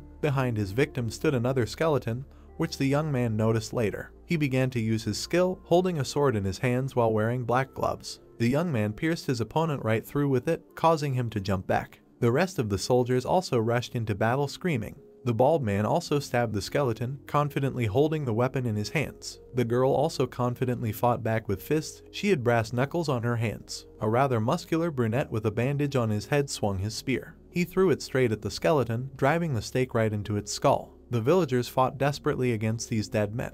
The elder stood on the wall, his hands clenched into fists, watching the battle. He watched everything carefully against the backdrop of a clear, cloudless night. The man looked at the plates, realizing that if they were not destroyed, the battle would be one-sided. The village and the residents in front of the wall were surrounded by huge skeletons. They were simply unable to destroy all these tombstones. One of the soldiers suddenly lost his weapon. The guy fell to the ground. A skeleton with a sword stepped on him. He looked at the enemy in shock. Human strength was limited. The skeleton did not express any emotions at all. He was preparing to kill him because the dead have unlimited power. The man closed his lips, realizing that they had no chance of success. Then he smiled, repeating the last word. The elder jumped from the wall with a sword in his hands, realizing that the problem here is not success at all. The man held the weapon tightly in his hand. He swung it, causing the skeleton to shatter into pieces. The guy was surprised to notice that the elder stood up for him.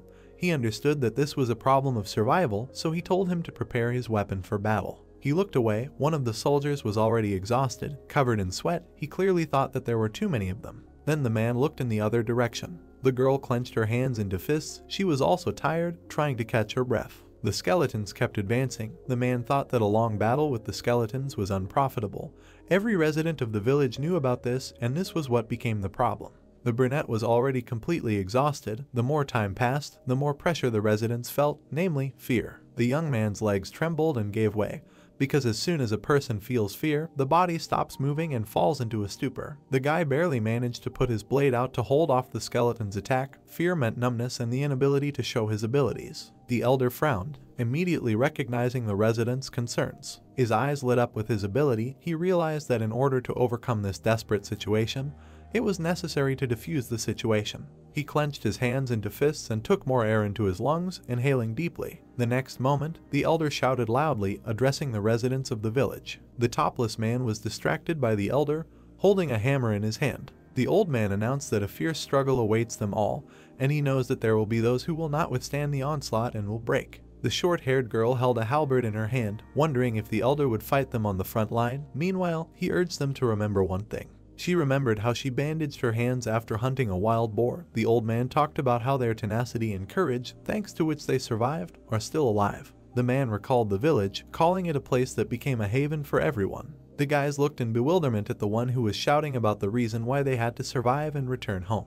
The brunette with big lips also looked at him. The bald, muscular man tried to catch his breath, closing his eyes. The elder extended his hand, saying that they all must definitely stay alive and return. He shouted loudly that they would all definitely return home. The meth was stuck in the ground, a shield lay nearby. Survival in the dungeon was a daily task for people, but despite this, the goal becomes more blurred when one task is repeated day after day. The villagers realized that they needed to return home.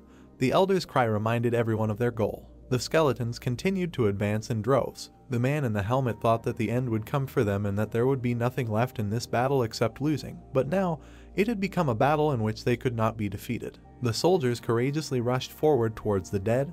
They understood that they could not just die here. The man looked at them with joy, realizing that he was able to raise their morale, and perhaps a miracle would happen. The brown-haired man thanked the man for such a touching speech. The elder turned around in shock, looking at the guy. He arrived on the battlefield with his team, crossing his arms over his chest. The old man realized that a miracle had appeared. He took off, rushing into battle. To some, this phrase might seem hackneyed. The guy used force, moving quickly. He was no longer in place, and the phrase might seem outdated, but now there were no suitable words for him. The brunette attacked the skeletons, holding two of his swords. The residents watched him, as if fascinated. Seung-woo swung his weapon at them. He was like lightning. Bright flashes of lightning erupted around them. They were on the battlefield. The elder watched everything that was happening in shock, realizing that he had quite outstanding abilities. Watching the hero, one of the villagers asked what kind of sword this is, from which lightning bolts fly, calling this weapon Autumn Cool. Jinsu held a bow in his hand. There were arrows behind his back. He closed his eyes, asking if they really think that it's all about the weapons. As he knocked the arrow, he told them to watch. Pulling it on, he closed his eyes, still insisting that it was definitely not a matter of weapons. Opening his eyes, he began to use his skill. There were bright sparks of magic all around. He let go of his hand and loaded an arrow directly into the skeletons, hitting them, saying that it was all thanks to his abilities. The guy was very indignant when the girl noted his strength, while calling him small, which made him angry. He turned around, wondering where Gu Ho Yel was. At this time, one guy received a wound from a skeleton while fighting him off. His weapon dropped and he squatted, holding his wounded arm, clearly awaiting his fate. The man said displeasedly that these skeletons themselves had died, and now they wanted to make the others dead too. He stood in front of the wounded man, holding a weapon in his hands, asking the skeletons if he was right in calling them Knuckles. The skeleton looked up at his leg. He stabbed the man with his dagger. Hoyal was surprised by this, completely unable to understand what had happened.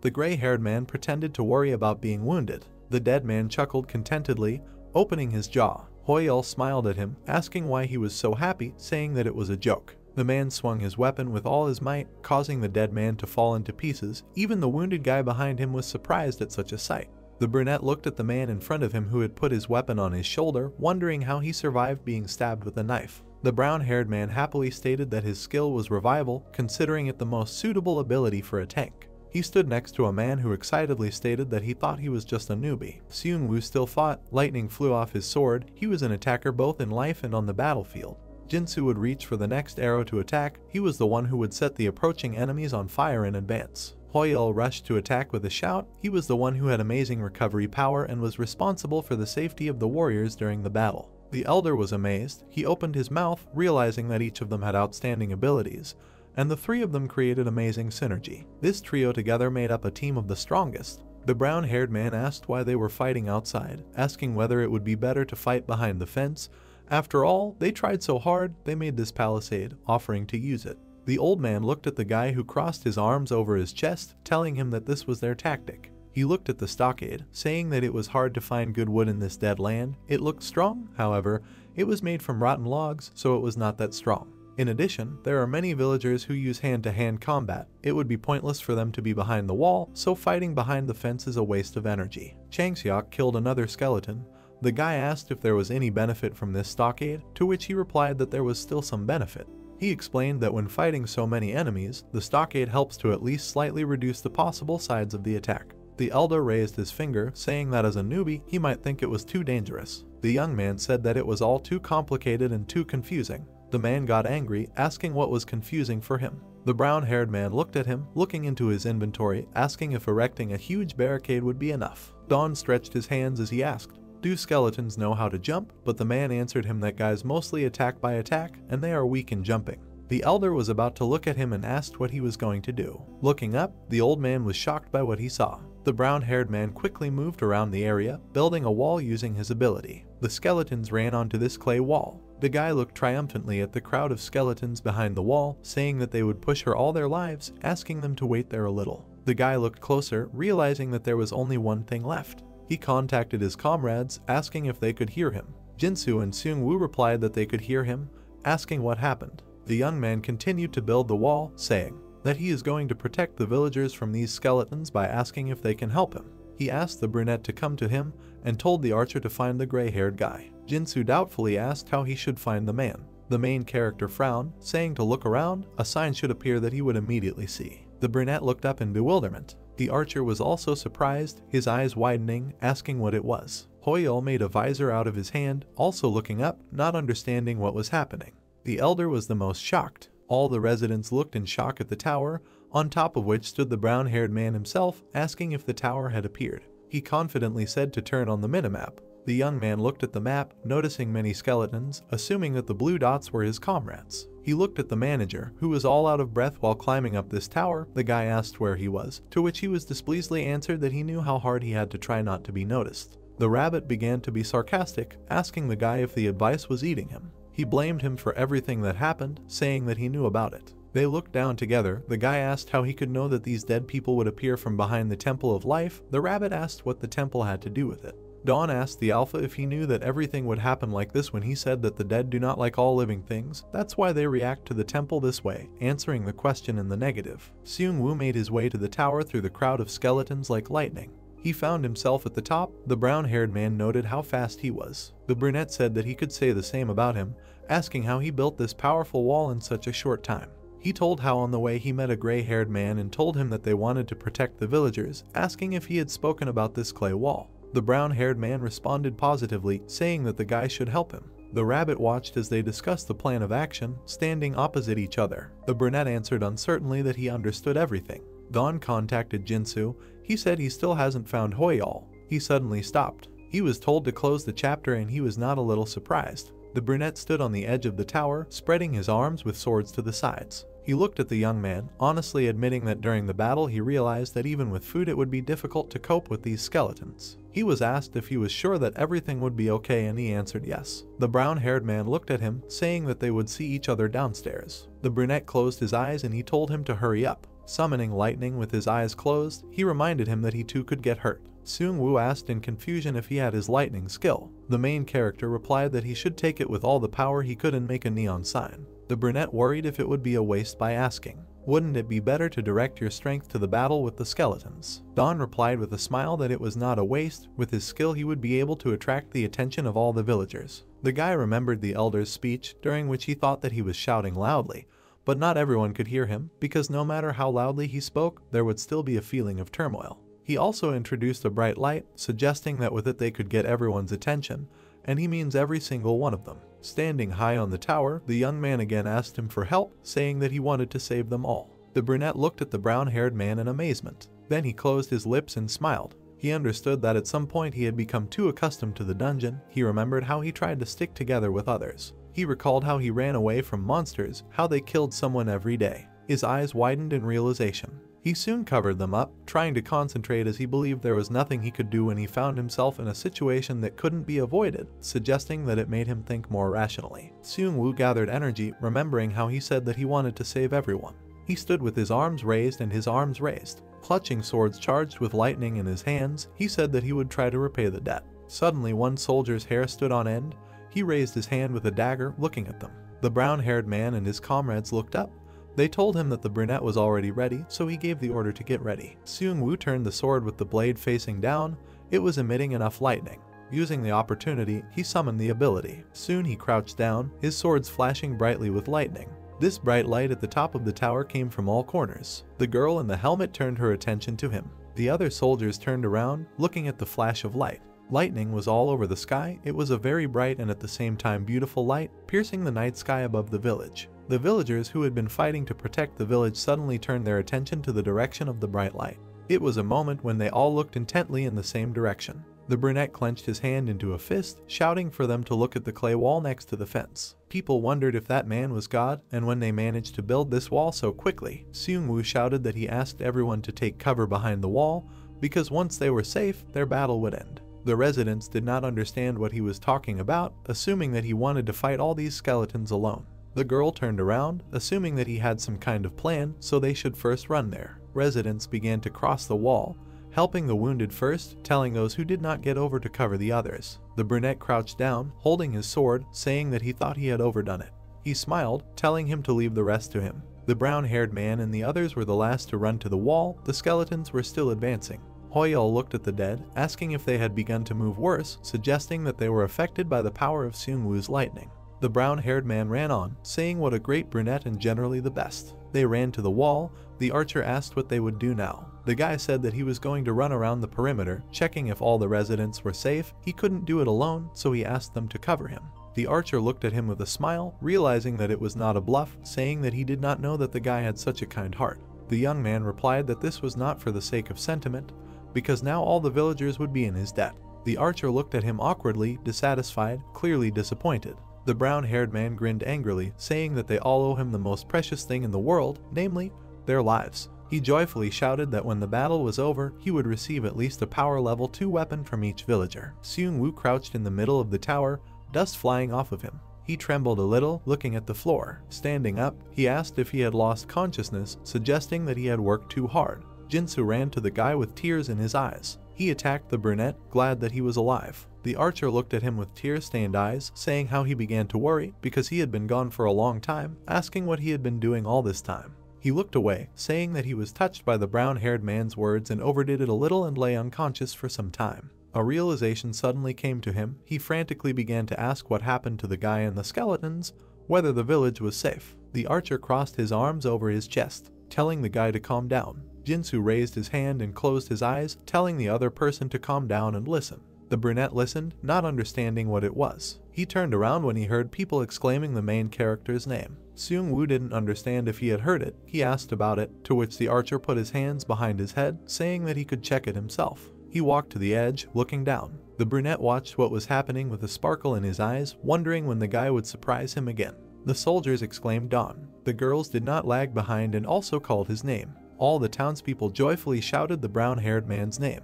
The rabbit lay displeased with his hands folded behind his head, saying that if they knew how everything really was, they would definitely not behave like that. The brown-haired man told him to remain silent, saying that he probably wanted to live his whole life without meat. The manager looked at him displeasedly, calling him petty. The guy raised the corners of his lips, telling him to smile too. They rode on an elephant. The rabbit was behind, and the brown-haired man waved his hand, saying that now was the time to enjoy the victory. Hoyul went up to the dragon apostles, asking if everything was okay. The boy called him slow, to which his uncle wished him to grow up first. The brown-haired man sat on an elephant. The crowd applauded him. The gray-haired man looked at everything from the tower, calling the young man a superstar, noting that he was embarrassed and could not stay there for long. Behind the guy on an elephant lay a tired rabbit. The main character greeted everyone by waving his hand. Hoyul smiled sadly. Standing next to the brunette, he noted what a great guy he was and how well he controlled the golems. Seung-woo became interested, saying that he had doubts about the appearance, but did not expect that they were really golems. He asked the gray-haired man what was happening, to which he was asked if he had observed everything that was happening. The archer noted that he was unconscious when he used lightning.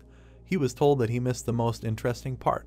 Hoyul covered his mouth with his hand and I wondered where to start because I didn't know how to talk beautifully. Jinsu couldn't stand it and offered to tell him everything himself. He told how the brown-haired man first wanted to protect the villagers because a strong wall can protect from enemies. He and the others ran around the area to check if anyone was still outside. The moment all the villagers were inside the fence, Jinsu stopped sweating. They were about to relax. The archer looked at the brown-haired man. He tensed, intending to summon the force. He suddenly rushed from his spot, summoning the power of a one-horned boar. According to Jinsu, it was amazing speed. The young man ran past the wall, completing its second floor. He laid out the bricks he had pulled out of his inventory. The guy seemed to simply touch the brick with his hand. The process was very simple. The main character made a minimum of movement to achieve maximum effect. The young man was serious, frowning. The villagers watched him, their mouths open in amazement. The brunette looked at him, telling him that he shared the eagle meat and he had huge reserves of salt. Looking at the brown-haired man running away, the guy understood. He realized that the main character was simply amazing. Sparkles appeared in his eyes, and Don's reputation increased dramatically. He ran further.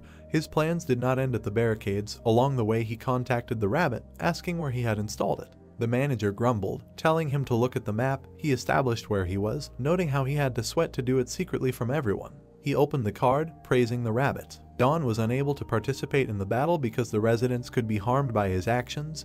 He looked up, something was glowing. The brown-haired man stood in front of the portal. He told the army of golems to come out. The golems began to emerge, falling into line. All the residents opened their mouths, noticing what he was doing. They all pounced on the opponents. It was an overwhelming and impressive blow. Don was able to protect the villagers of the gap. The brunette was shocked, realizing that he was confident of victory and therefore accomplished such a feat. The elder stood far away from all this. He tensed, realizing that the situation was not good. The man held his hands behind his back, realizing that the young man was able to capture the hearts of the inhabitants.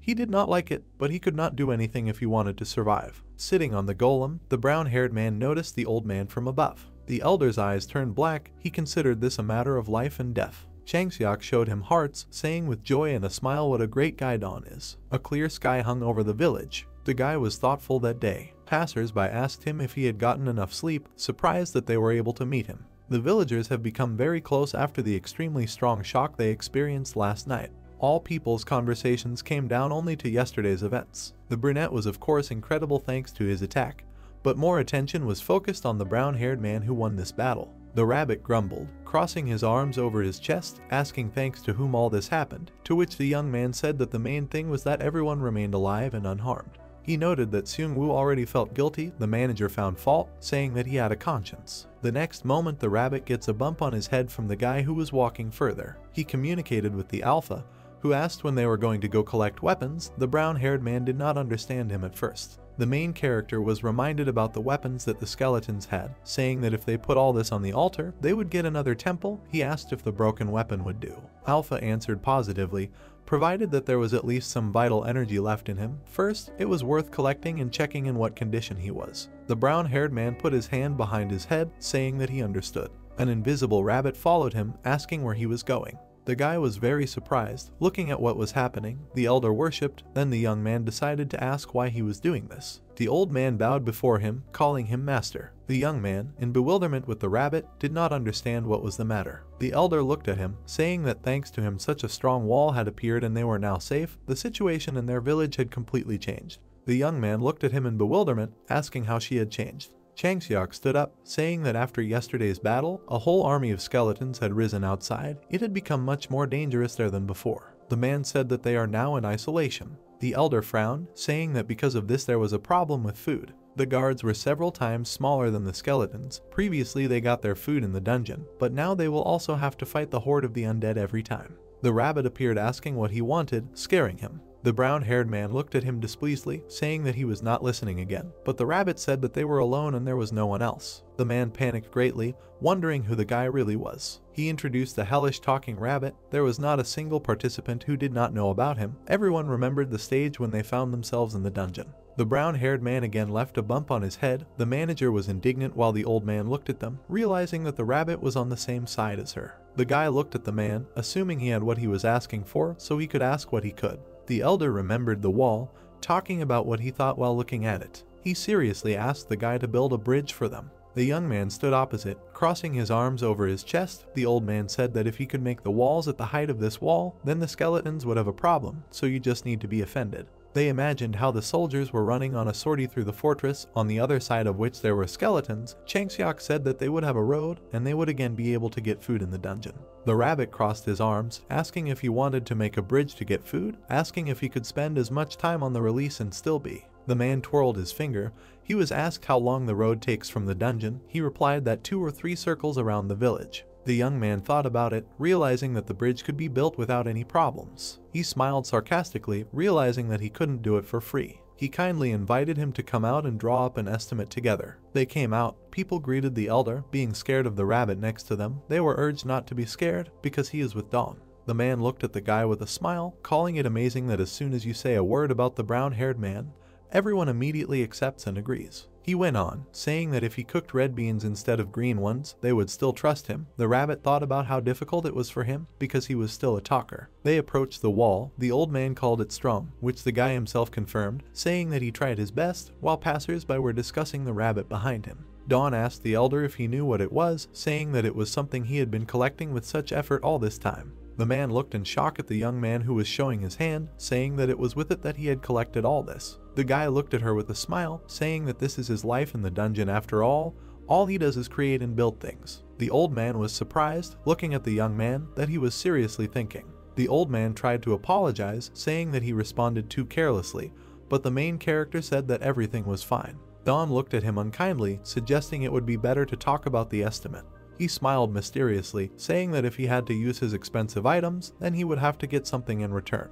The young man raised his finger, saying that first they could start with the weapons that the skeletons left behind. The old man was surprised, not understanding whether he wanted to start yet. Shocked, he replied that the golems did most of the work for him, so he didn't see much of a problem with it. Dawn smiled sweetly, saying that he saw no point in postponing, suggesting that they get down to business quickly. The elder gathered people, because collecting the skeleton weapons would require the help of the residents, so he explained in detail what was required of them. So the residents heard the news that the young man would make a bridge leading to the dungeon. There were conversations between people that with a direct path it would become much more convenient, praising the guy. The young man stood on something, realizing that if you die on the purple ground, you can become skeletons. The rabbit pointed to the sword, saying that it would immediately rot and become dust, and if you insert the sword, it would rust. The brown-haired man raised his finger to his mouth, thinking about the functions of the earth, which decomposes everything. The old man noted that he looked rather gloomy. Then Dawn said that everything was fine. He was just worried about the thought of this land destroying everything.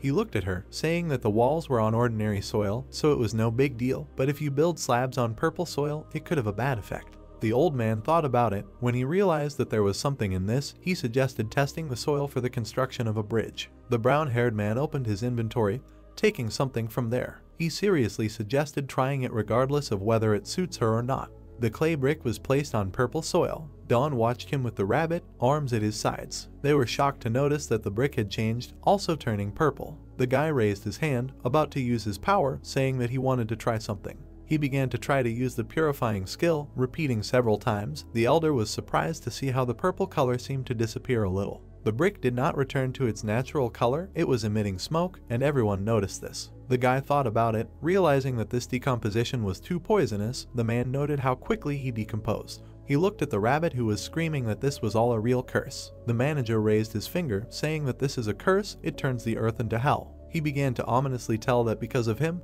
the once great army turned into skeletons. That's why it is a cursed land, starting to intimidate. The rabbit was indignant when he saw how the young man was able to install a clay brick without it being painted, saying that everything worked. The guy explained that he first laid a stone slab and then placed an earthen block on top, and contrary to all expectations, everything worked out. The manager responded skeptically that it all happened by accident. Dawn was sitting near the stoves. The man looked at the rabbit, which was lying on the ground with a bump, realizing that the guy was not the type to listen to others. Meanwhile, he began to try with basic work. He touched his chin with his hand. After several attempts, he finally understood what was wrong. The first step was to lay a stone slab and place 2 earthen blocks on it, and then climb onto them, which the young man did. With the second step, he crouched down, starting to launch a stone slab from above, and then 2 earthen cubes. With the third step, he began to repeat the 2 previous points, and on the fourth he began to move forward. The man watched the huge wall that the guy built, realizing that anyone would be surprised by such work. However, for the brown-haired man who was touching his face with his hand at the moment, this was a common thing. The young man put a torch. He said that first he would place his people here,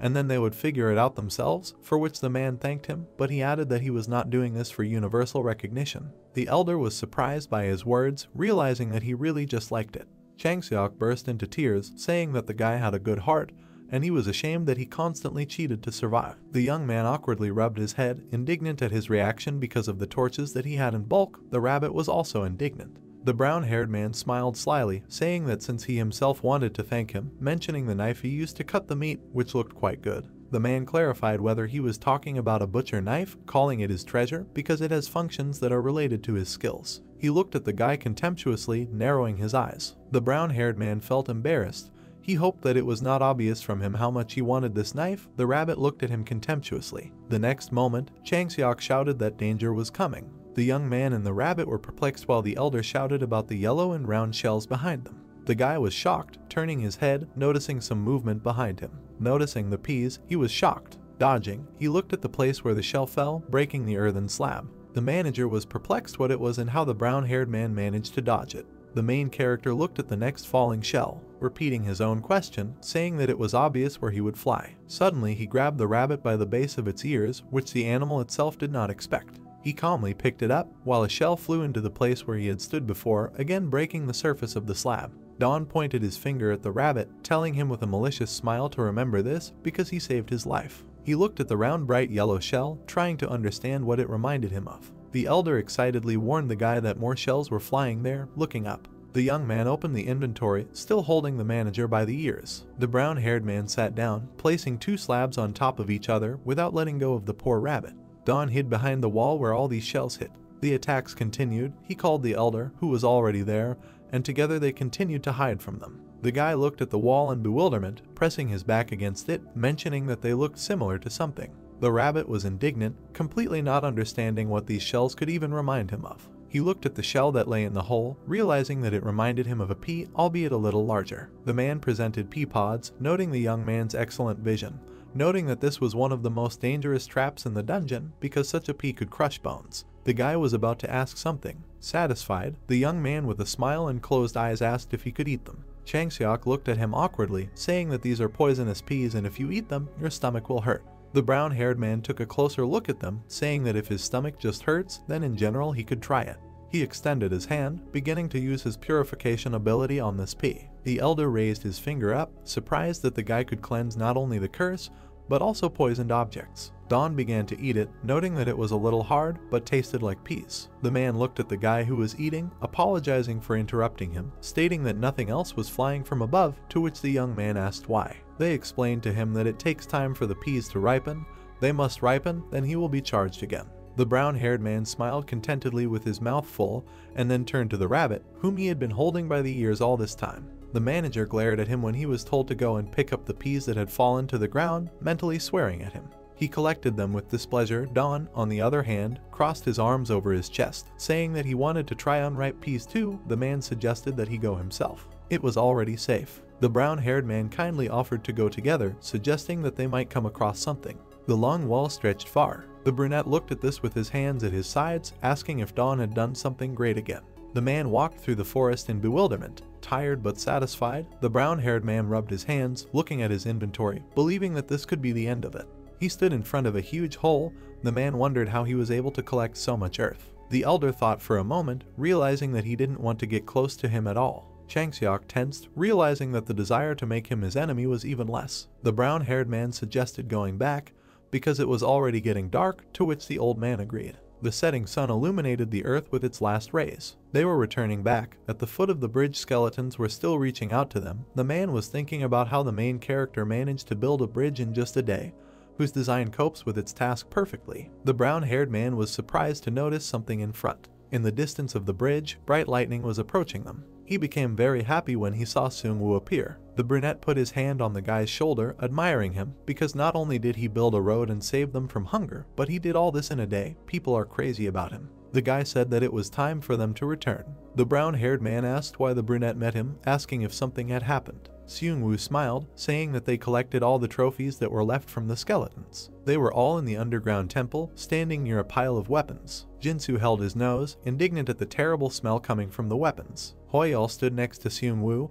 also pinching his nose. The brunette stated that it was natural, because the things were taken from the dead. The gray-haired one asked if they were sure that this could also be put on the altar. The brown-haired man exhaled with relief when the alpha said that this was enough to replenish vital energy, to which the guy was happy, offering to go upstairs. The brunette looked at the main character, who pointed upward, asking if he had any unfinished business, to which he received a positive answer because it was time for counting. The sun was setting, turning the sky orange. People gathered around the brown-haired man of his team and the elder, wondering if he wanted to tell them something. The guy looked at them, first asking permission to express gratitude to everyone who had gathered here. People looked at him while the guy assumed that they had already seen the bridge and became worried after the skeletons appeared, but thanks to this bridge they were not in danger. Don said that he put a lot of effort and money into it, so it turned out to be a very strong and practical bridge, hoping that it would serve them well. The residents looked at him while the guy told how he spent a fair amount of resources defending the village and building the bridge. The guy said that he couldn't tell them all the details right now, but now he needed a reinforced weapon.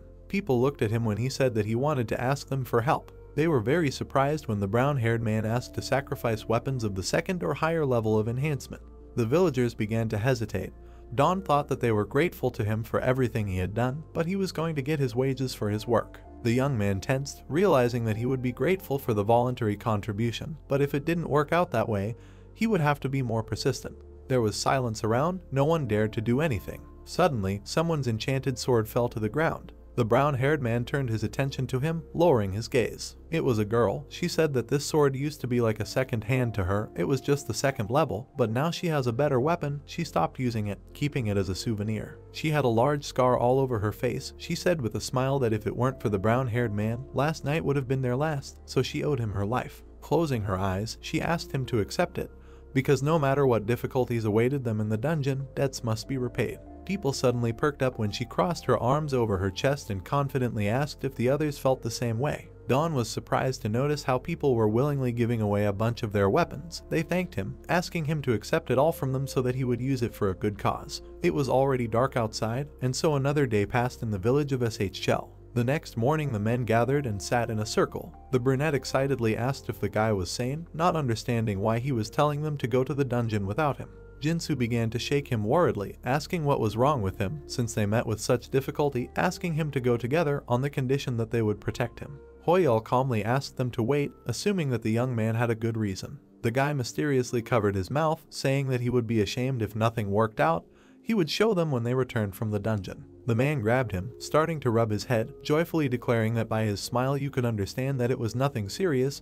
He was just up to something, but the rabbit supported the torment of his master. The guy grabbed the rabbit, pulling it by the ears, saying that he would join them in the final stage, asking for the location of the ruins. Then the manager began to ask for forgiveness. Seung-woo worriedly asked if he would go alone, noting that it was too dangerous. The guy looked at the rabbit, whom he pulled by the ears, saying that he would send him there. The manager looked at him pitifully, asking what would happen if he met the assistant, noting that he belonged to the Life Dragon group so he couldn't kill anyone, noting that it wasn't fair. The brown-haired man pulled his ears even harder, saying that even someone like him could open the gate, and as soon as he did this near the last ruins, he would immediately move there. Seung-woo thought silently, lowering his eyes. He looked at the brown-haired man, stating that this was of course a safe way, but it still bothered him. The brunette said that if you don't raise your level, it will be difficult to survive. Only in battle you can acquire new skills.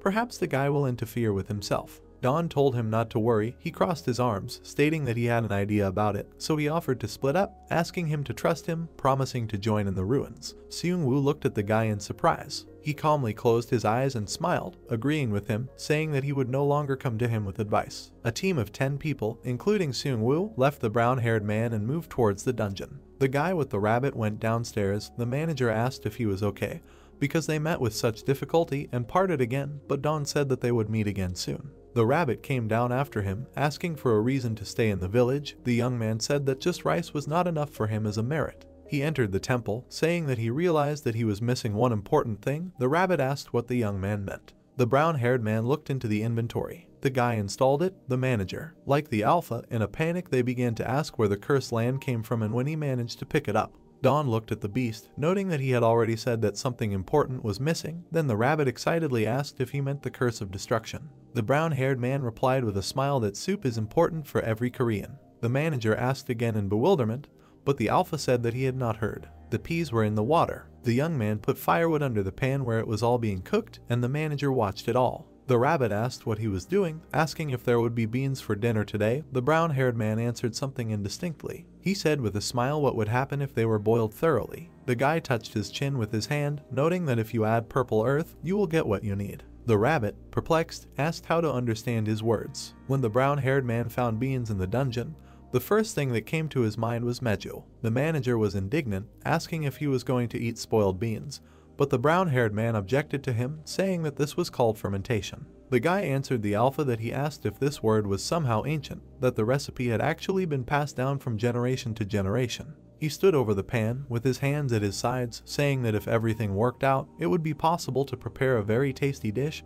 The rabbit thought about it, because the guy spoke as if it were really something tasty. He made a displeased face, asking what Meju was. The young man smiled and giggled, telling him to watch carefully. He watched as the golem pounded boiled beans in a mortar. Then the guy molded cubes from this porridge, intending to dry them. He surrounded them with solar energy crystals so as not to waste much time. He hung them on a previously prepared rope. The rabbit pulled the rope a little, realizing that it was made of grass, asking the guy why he needed a rope made of straw. The young man took it in his hand, saying that the manager does not understand anything, because the bacteria in this straw help fermentation. The rabbit was surprised, looking at the brown-haired man who was hanging the brick, asking how he knew all this. They looked at the structure. The beast began to worry, asking if he had done everything right, because in his opinion everything didn't look very good. Dawn took him, starting to pull his ears again. The rabbit asked if it seemed to him alone, to which the spirit replied that it also seemed to him. The young man was upset, saying that they did not understand how tasty it was, and began to tear the white rag with his teeth. In front of him was a brown cube.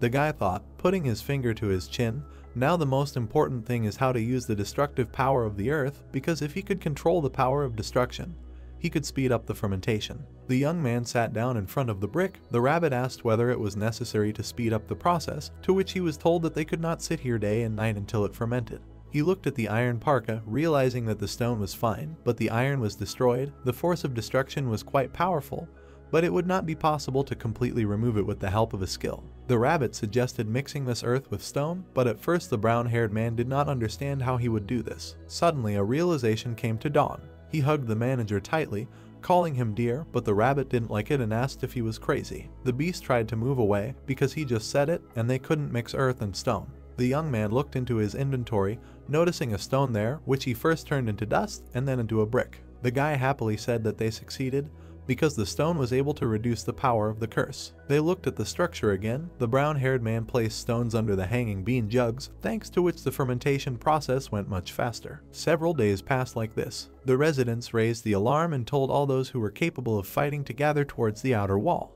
The hooded elder began to panic, not understanding why there were few of them on a rainy day, when the brunette was on a sortie, and the brown-haired man disappeared for several days. Because of the rain, the ground became wet and turned into mud. The curse only got stronger from this. He climbed the tower, asking about the condition of the wall that Dawn had built. The guy replied that there was no damage yet, but she was very wet due to the water. The man shouted that first they need to find the brown-haired man. In the worst case, they should be ready to repel the attack alone. Someone appeared, saying that it had not rained for a long time. Being with his rabbit, the guy looked at the old man, assuming that he was very busy. He smiled while the others rejoiced at his arrival. They discussed the plan of action while standing on the tower. The brown-haired man asked if this was the reason why skeletons became even more violent in rainy weather. The brown-haired man thought about it, realizing that this was a rather dangerous situation, because the earth does not like water, and it would be difficult to bring the golems again. He noted that the skeletons had come to life. The rabbit said that the wall might collapse in the rain. The elder asked if nothing could be done about it. The guy thought about it and chuckled. The young man turned to the people and shouted if they could stall for time a little, to which he received a positive response. He started looking for something in his inventory, asking the alpha if it could be made into a trap, but was told that he might have to manually seed everything. The man looked at him in bewilderment, asking what he was up to. The young man raised his finger, asking the elder if he could help him a little. The brown-haired man raised his hand, saying that he would scatter and he would compact the earth, to which he agreed and also raised his hand. The young man began to plant plants, while the skeletons stepped on them. The rabbit realized that this was what he had collected last time. The guy stuck out his hand, telling him to set a trap. The man was in shock as he watched the trap being set. The alpha noted that it was the most amazing trap, regretting that there weren't so many of it, but the guy didn't find anything wrong with it, planning to restart it later. Don raised his finger again, saying that this is not all because it is raining and there are so many rotten bones, asking which will grow faster. The rabbit said that he would grow potatoes faster and he was right, which is what the young man answered, but the man did not understand what was happening to them. The skeletons were moving towards the wall. The next moment the plants grabbed them. They began to actively attack the dead. The level of the mud wall of the gorge village was increased. Potatoes from the dungeon attacked skeletons at close range, and Bean Trap attacked from a long distance. The elder turned displeased, saying what a brown-haired fellow, asking what they were doing. The young man was sitting on a stool, holding a vessel, saying that they would cook soup. Jets of water fell to the ground with a crash, making it sometimes impossible to quietly retire. Heavy rain caused puddles to form on the soil. The noise around you calms your soul. Skeletons were lying on the ground, smiling, from which a rumble could be heard. The main character, looking at what was happening, was touched by everything because this lifted his spirits. Guide, hiding under the hood, looked displeased at the guy who was talking about how good he felt. The rabbit reminded him that he was the one who put up the canopy. A creature in a green cape tried to hold the shelter structure. Changseok asked the brunette if he could also go under the canopy, to which he received a positive answer. Guide was unhappily pulling something out of the bag. He remembered that someone advised him not to put items with personal belongings because it wouldn't be the same. After which he assumed that it was because of this. The canopy under which the guy sat was guarded by plants. Don, calling out to the rabbit, told him that such little things make up romance. The guy closed his eyes and pointed upward. He believes that bean shots, the sound of rain and the cracking of knuckles form a wonderful harmony of sounds. This time he compared the sound to soup bubbling in a pan. Guide looked back at the main character with displeasure and admitted to him that he did not understand what he was talking about. He asked him if he should just cut the vegetables. Beads of sweat began to flow from the face of the rabbit, diligently sorting out the vegetables. The main character asked him not just to cut, but to give his whole soul to the matter. Hearing this, Guide noticed that he was grumbling again. Don looked back as he took something out of the bag. He started talking about soup. The guy took up the pottery in which the grains lay. He talked about how their dish is not limited to delicious bean paste. Guide tilted his head and frowned. He wondered how tasty rotten beans could be. The rabbit was hanging from the canopy structure when Changseok ran up to the main character, who asked him if he was talking about bean paste. The guy told him that it was too early for him to be surprised. The elder looked blankly at the brunette, who leaned to the side. Don told him that the dish was still missing something necessary. Hearing this, the rabbit assumed that he was talking about bricks. The surprised man, grimacing his face, opened his mouth when he realized what the main character was talking about. There was a white block of cheese in a cardboard package. Changseok didn't even think that he would ever see tofu again. A bead of sweat ran down the older man's cheek. He remembered that bean paste and tofu are made from beans, after which he realized that dungeons have a different meaning for Don. Holding his chin, the guy thoughtfully stirred the dish. He reported that the food was almost ready. At that moment the man realized what a great guy this brunette was. The rabbit looked displeasedly at the main character, who grabbed his hand. He asked them if they would try his culinary skills in action. Meanwhile, the guy was climbing the stairs when his partner asked him if he had done everything Mr. Don asked. He answered him that he seemed to have prepared everything. The guy with the bangs began to displeasedly shake drops of water from his clothes and asked his colleague if he had seen that outside was now not a village, but a real castle. The assistant, beads of sweat running down his body, suggested that this did not sound very good and began to compare it with something. Plants stood above a mountain made of bones. Someone asked his partner if he was talking about the skeleton castle. The blonde guy turned his head in surprise and noticed some kind of smell. A colleague, looking at his friend, raised his finger up and reminded him that Don had invited everyone to have lunch together. Hearing this, the guy thought about what the main character had cooked up there. Hot steam emanated from the pan filled with soup. Someone grabbed a piece of tofu with chopsticks. The guy carefully began to fry the cheese in a frying pan. Guide was already sweating as he diligently worked with an iron object. Standing under the canopy, the brunette continued to stir the dish. The rabbit frowned deeply when he asked the main character why he was forcing him to install awnings. He asked him if he was going to have a feast. A huge number of workers approached the wall, seeing whom, Guide wondered when they had time to gather. Hearing the amazing smell, they asked him when they were starting. Smiling, Don brought his palm to his face and turned to the people, after which he loudly told them that he needed help in the arrangement.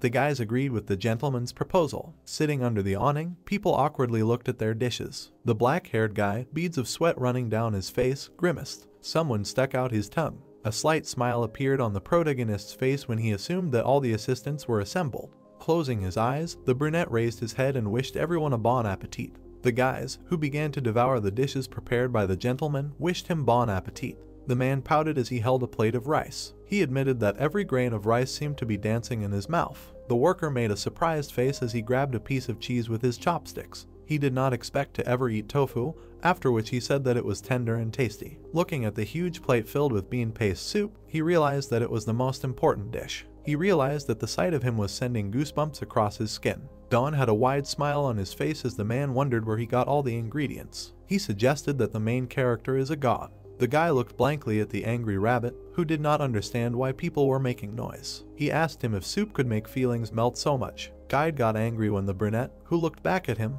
reminded him that even he had already eaten 3 servings. The rabbit asked for another 1 serving. The guys sitting at the table continued to eat. They know that the main character personally makes food, cooks and shares food with others. Guide looked displeased at the smiling gentleman. The brunette realized how good he felt. He looked back at the bright light in surprise. A system window appeared informing that Don had a new achievement. The rabbit had already moved the clay plate away from his face when the guy drew his attention to the reward given to him. He did not understand why 20% cold resistance was added with 10% taste. A bright light began to emanate from the people when the girl suggested that the dish had become even tastier. Hearing someone call the dish hot, the brunette said that he felt less cold. The main character pursed his lips and realized that food is very important to Koreans. He wondered if they would now be able to not be afraid of the cold for the rest of their lives. Sitting on the ground, Guide assumed that once the soup was digested, the skill would end. The guy thought that maybe this would happen. There was a plant near the brunette sitting under the canopy. The rabbit asked him if anything would happen, because they were eating while enemies were advancing in all directions. Hearing this, the master reminded him that they were safe. The main character, with folded hands, looked at Guide and remembered that the creator of the world told him that skeletons would no longer be able to climb over the wall. He repeated again that everything was fine. Don pointed his finger at the skeleton whose head exploded. He informed the rabbit that they had killed another enemy. Guide looked blankly at the gentleman, who began to laugh. He said they don't have to worry. Hearing this, the rabbit assumed that he had gone completely crazy. Something sparkled brightly. Beads of sweat began to flow from the rabbit's worried face. The main character, frowning, opened his mouth and was surprised at something. The guy looked intently at the system window that appeared in front of him. Guide asked him if today is achievement day. The brunette's eyes sparkled with a bright light and began to talk about what happened while he was having lunch. The rabbit worriedly asked him what happened. A notification has appeared about receiving the new Skeleton Destroyer achievement. A creature consisting of 1 bone stood in the rain. Someone touched his skull. Don looked back at the monster whose head exploded. The guy looked worriedly at his palm and remembered that he had simply touched the skeleton. He realized what his achievement was. An elderly man began to approach the guys and told the main character that he also received a reward for destroying the skeletons. Hearing this, the brunette asked him if he got it too. A slight smile appeared on Changseok's face as he admitted that he received it while he was flailing his legs to survive. The main character imagined the fighting elder and believed that he had such an achievement since he had stayed in this area the longest. He thinks the man is a good fighter considering his age. The brunette spread his fingers to the side and asked Changseok about the possibility of using weapons, to which he received a positive answer. Don pulled his lip with his finger and asked the man about his teeth. In the guy's inventory, a window with a bone of a 1-horned boar sparkled. The rabbit looked blankly at the gentleman, who began to eat the bone. He told him that he could now chew fish bones. Looking at him, Guide wondered what kind of person he was. The main character raised his finger up and, turning to the elder, told him that they give such a reward for 1,000 skeletons. He asked him about what would happen if even more enemies were destroyed. The brunette tilted his head to the side when the man admitted that, having destroyed about 2,000, he didn't notice anything special. Don imagined a plant killing a skeleton. He suggested that the achievement also counts for those who fell into the traps, after which he thought that, for sure, something would come of it if he waited a little longer. The main character raised his head in surprise when the spirit suggested that he increase the level of traps. The creator of the world said that the collected energy would be quite enough for this. The rabbit continued to sit behind the guy, who asked the spirit if he didn't mind spending on such things and suggested that he improve his gate skill. The creator of the world said that increasing the level of skills is done for the sake of the temple. He said they didn't have enough energy to level up their gate skills. Sitting near the rabbit, the man quietly asked him about who the main character was talking to. He advised him to just ignore it. Smiling, the brunette put his hands to the sides because, on the advice of Alpha, he decided to increase the level of traps. The plant clenched its stems when the gentleman pointed somewhere with his finger. It is now possible to create more complex traps after the main character has reduced the reload time. The target of the weapon was aimed at a creature made of bones. Before this, the guys simply aimed at everything that moved. but now it has become possible to determine a specific target. Turning away from the plants, the brunette raised his fingers to his head. With the help of Dawn's abilities, you can now control about 20 traps simultaneously. The guy's eye sparkled when he opened it sharply. The gentleman opened his mouth when the plants simultaneously attacked the enemy. Pieces of stones began to fly around. Raising his head, the brunette looked in surprise at the flash of light. He realized that they had become much stronger. At this point, Guide assumed it was a scam. Meanwhile, the collapsing mountain was covered with a layer of snow. Someone has reached stage 4 of the second dungeon. A creature with a fluffy tail was lying in the snow. Shivering from the cold, Jinsu assumed that Seung-woo was now using only force. He noticed that the enemies now had a broken neck bone. The boy squatted down next to the dead bodies of the creatures when the guy talked about trying to use a new power. He asked him if he had acquired a new skill while fighting with the skeletons. A system window appeared in front of the blue-haired hero. He said that he did not receive a skill, but a reward for an achievement. Hoyol clasped his hands and looked at the screen and asked the gentleman about the skeleton destroyer. Jinsu suggested that this makes it 2 times more effective at breaking bones. The guy imagined how the bald hero controls a magic ball. He asked him what skill he had and how he applied it in practice. The bare-chested men spat out drool when they attacked him. Fragments of bones scattered all over the place. Now someone can crush bones 2 times more efficiently. The blue-eyed guy was looking intently somewhere and remembered that every living creature, with rare exceptions, has bones. Seung-woo looked at this skill from a different angle because he focused on some words. Frowning, the hero attacked the hare with a fluffy tail. He quickly became stronger because when he attacked, he targeted places where there were fewer muscles protecting the bone, such as the neck. A strong aura began to emanate from the guy when he decided to try to use the skill ability. The main character knows that he succeeded thanks to his achievement and his great combat experience. Meanwhile, Dawn, who had the rabbit sitting next to him, folded his hands. Ahead of the guy, monsters shrouded in vines rose into the air. He realized that he could apply his reward to traps as well, after which he realized that he liked automatic hunting. At this moment, Guide mentally called the gentleman a charlatan. He understands that it is difficult to argue with the number of enemies killed. Sunlight fell on the tent, behind which stood a fence. The brunette was diligently trying to learn how to use chopsticks, which were made of bones. The main character hit the table with his fist when the bone in his hands broke. Pakyu climbed onto the table as the guy leaned back and decided that he should practice controlling his strength when using bone sticks. He realized that he would have to be more careful. The brunette put the bones in his mouth and decided to see what happened to the other traps. Pakyu, looking at the owner, opened his mouth. Chipmunk remembered how he dug a cave with the guy. He opened his mouth when he imagined how the main character ate bones. Dawn felt uneasy when the creature's eyes sparkled. Pakyu believes that his master is the god of ground squirrels. At that moment, the brunette asked him what was wrong with him. A bright light began to emanate from the chipmunk as he looked at his owner. The guy thought about why he began to look at him like that. A system window appeared with a list of traps, upon seeing which the main character exhaled heavily. Pakyu stared at Dawn, who realized that the missile launchers could attack from a great distance, and also that the number of arrows had doubled. He regretted that he only had one such item. Then he wondered if there was a way to increase the number of arrows. The brunette, closing his eyes, pouted his lips when the spirit told him that he would not be able to personally make a magical item. He warned him that if the installation crashed, it could be restarted. There was a gray object lying on the floor when Dawn asked him what had improved about it. The creator of the world said that now it can be replenished not only with boiling oil, but also with water. The main character opened his mouth when he imagined the dish being poured out of the pan. He asked the spirit if he would receive unlimited bean paste soup if he placed it in this structure. The guy looked back with displeasure when the creator of the world said that the magic item did not work with the admixture because it only worked with simple liquids. The brunette, frowning, raised his hand and asked the spirit to stop. He started talking about simple liquids. The blue sky was covered with clouds when the main character asked the spirit if something could be done with the structure. Covered with a woolen blanket, Dawn yawned widely. Several days passed. Someone asked the main character if he could hear him. The brunette was trying to open one eye when the unknown interlocutor introduced himself as Seung-woo and asked him if he could hear. Yawning widely, the main character rose from the bed and informed his partner that he could hear him. He asked him if he had arrived at the place. The blue-haired guy's lips were dry. He warned the gentleman that he would have to help them. Near the tent there was a huge number of shelters. Some people ran with all their might. The brunette grabbed his chin when the elder asked him if they were looking for him. The man, with his arms outstretched, looked at the guy, who admitted that he wanted to ask him something. He asked him what happened. A drop of sweat began to run down the old man's cheek as he asked about the location of the second dungeon. Changseok, upset, bowed his head and admitted that he could not help. Hearing this, the guy asked him if it was like this from the very beginning. The main character folded his hands in displeasure when the man announced the existence of this place. He said it couldn't be found in the usual way. The brunette opened his mouth when he thought about the fact that it was impossible to find a place in the usual way. The old man frowned deeply when he said that the entrance to the secret place changes its position after each reboot. Looking at the elder, Don spread his arms to the sides and asked him about the constant change of entrance. The man told him that although the dungeon itself is underground, its entrance constantly changes its location.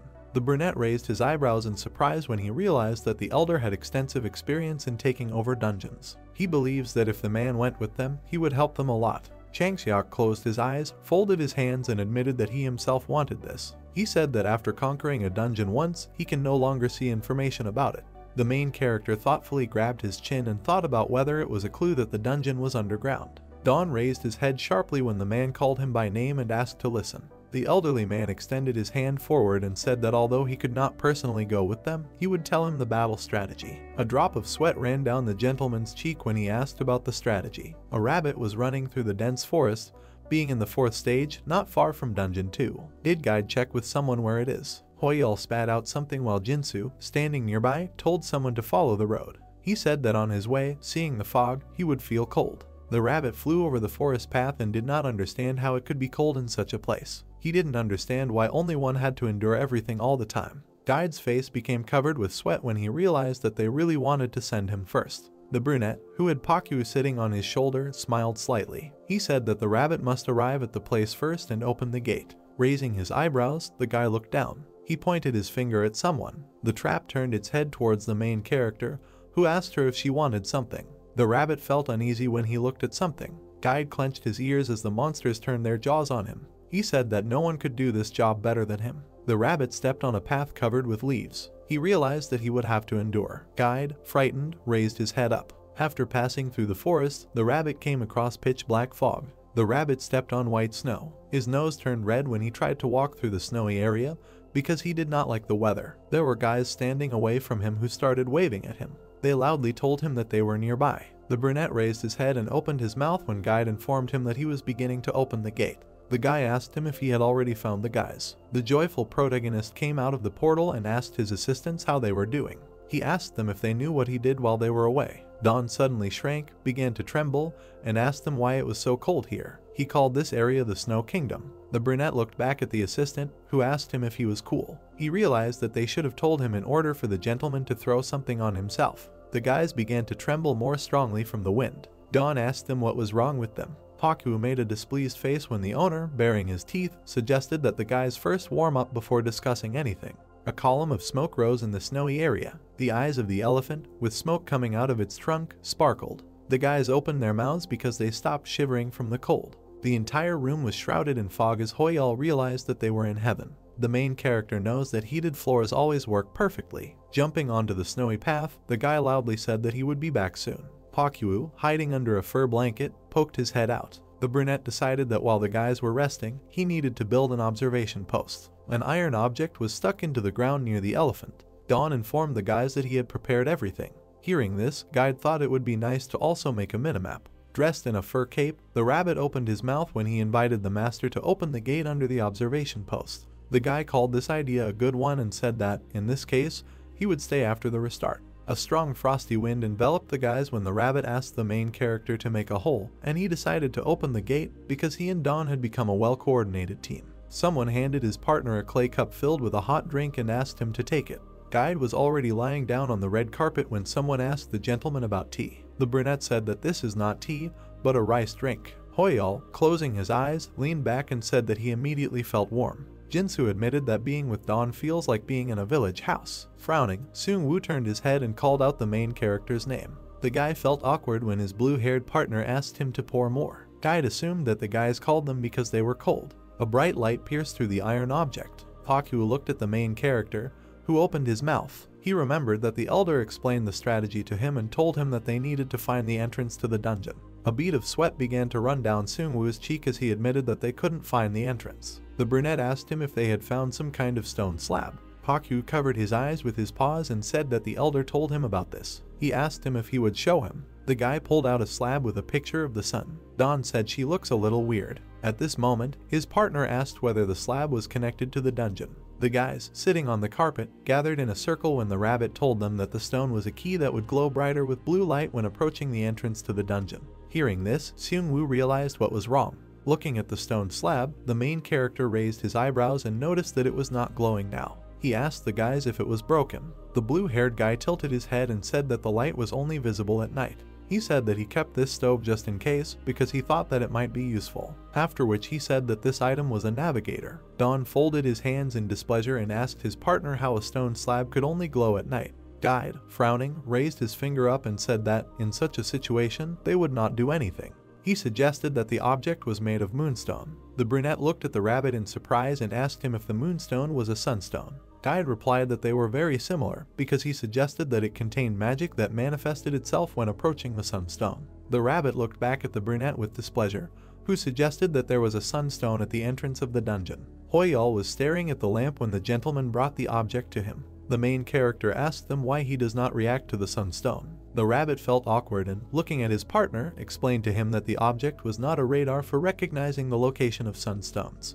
He said that there would be a stone with the same magic. Taking his chin, the brunette said that he understood the situation. He thinks they should have been called earlier. Seung-woo awkwardly rubbed the back of his head and talked about how they weren't that cold at first. Hearing this, Guide realized that he was right in thinking that they were called because of the cold. In different parts of the world, the situation looked different. Somewhere volcanoes were raging, somewhere there was a calm forest, and somewhere everything was shrouded in snow. While under the snow, someone tried to reach the dagger. The main character knows that even the strongest warrior cannot resist the cold. The man's gloved hand was completely covered in snow. Dawn understands that a warrior must fight monsters, attack dungeons, and level up his skills in order to become stronger. And he also realizes that all this is possible only if he adapts to the environment. The brunette was pouring soup for his partners when Hoyal asked them if they were in a dream. Dawn and his comrades sat inside an elephant with a heated floor and saved their strength with the help of freshly brewed bean soup. A blush appeared on Seung-woo's face as he looked at the spoon and realized that the soup not only tasted good, but also helped withstand the cold.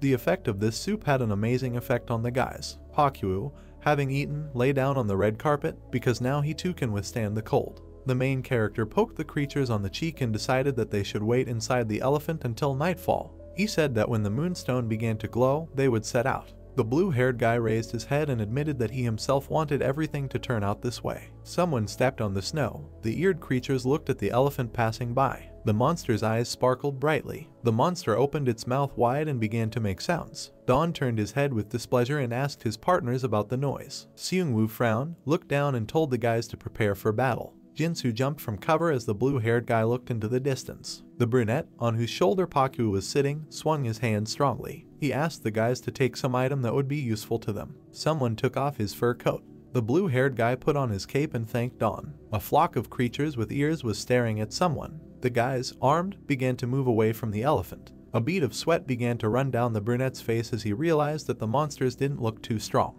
He said that, on the contrary, they were cute and charming. The gentleman looked blankly at Guide, who told him that ice gremlins are hooligans who love to play snowballs. Someone grabbed the handle of the gun tightly and thought that sweet words were not at all suitable for monsters. Baring their teeth, the creatures began to attack. Seung-woo frowned deeply as he informed the guys about the approaching enemies. The ice gremlin quickly headed towards the enemy. He sped up and ran towards the guys. The creature threw something into the sky. The brunette, dressed in a fur coat, opened his mouth when he realized that the monsters really use snow. The blue-haired guy looked back and said loudly that it had become dangerous. He jumped on the gentleman when a snow shell flew towards them. The guys landed with a crash in a pile of snow. Seung-woo covered the gentleman when an ice floe stuck into the ground near them. The blue-haired guy, looking at the ice tower, tried to get up. The brunette's face turned red when his partner asked him if he was okay. Hearing this, he asked him about what had happened. The guys turned their heads in dissatisfaction when Seung-woo said that ice gremlins have magic that controls snow, thanks to which they throw snowballs and cause it. The spirit suggested that the creatures were created by sorcerers. The guys, trying to get up, began to run to the side when the creator of the world informed them that magic was embedded in the bodies of monsters, thanks to which they instinctively use it. The main character menacingly asked him why he was only talking about this now. The brunette looked intently at the shells flying at him. The guys began to run when an ice block approached the ground. The ice floe pierced the body of the sand elephant. Don, frightened, opened his mouth wide. Smoke was emanating from the hole of the elephant into which the ice floe was stuck. He understands that he cannot take snow too lightly, because its density is similar to or even greater than his earthen lumps. Paku raised his paw in anger when his owner realized that the monsters had made holes in his golems. He said loudly that he would never forgive his enemies. The blue-haired guy, whose face was bruised, looked back at the gentleman and asked him to calm down because he believed that he shouldn't rush at enemies thoughtlessly. The brunette asked him what he should do then. The ice gremlin swung the snowball hard. A strong aura began to emanate from the guy who armed himself. He decided to do something before the snow fell to the ground. Seung-woo bared his teeth as snow projectiles flew towards him. He knows they need to be shot down. Bowing his head, the blue-haired guy asked Jinsu to cover them. Hoyeol frowned deeply as he promised to carry out the order. The purple-haired warrior said that he understood everything. Hoyeol, armed with an axe, quickly ran forward. He swung his weapon hard. The man, opening his mouth, spun the weapon over his head. Leaning over with his whole body, he attacked the enemy. Debris began to fly off the ground. The guy's entire face was covered with bruises. He, holding the weapon, began to turn his head around. Hoyeol asked someone about where the creatures went. Behind the warrior in a fur cape, the ears of a monster appeared in the snow. Beads of sweat began to run down Jinsu's face as he turned to his uncle and said that they were behind him. The guy grabbed the iron weapon tightly as the ice gremlin began to attack him.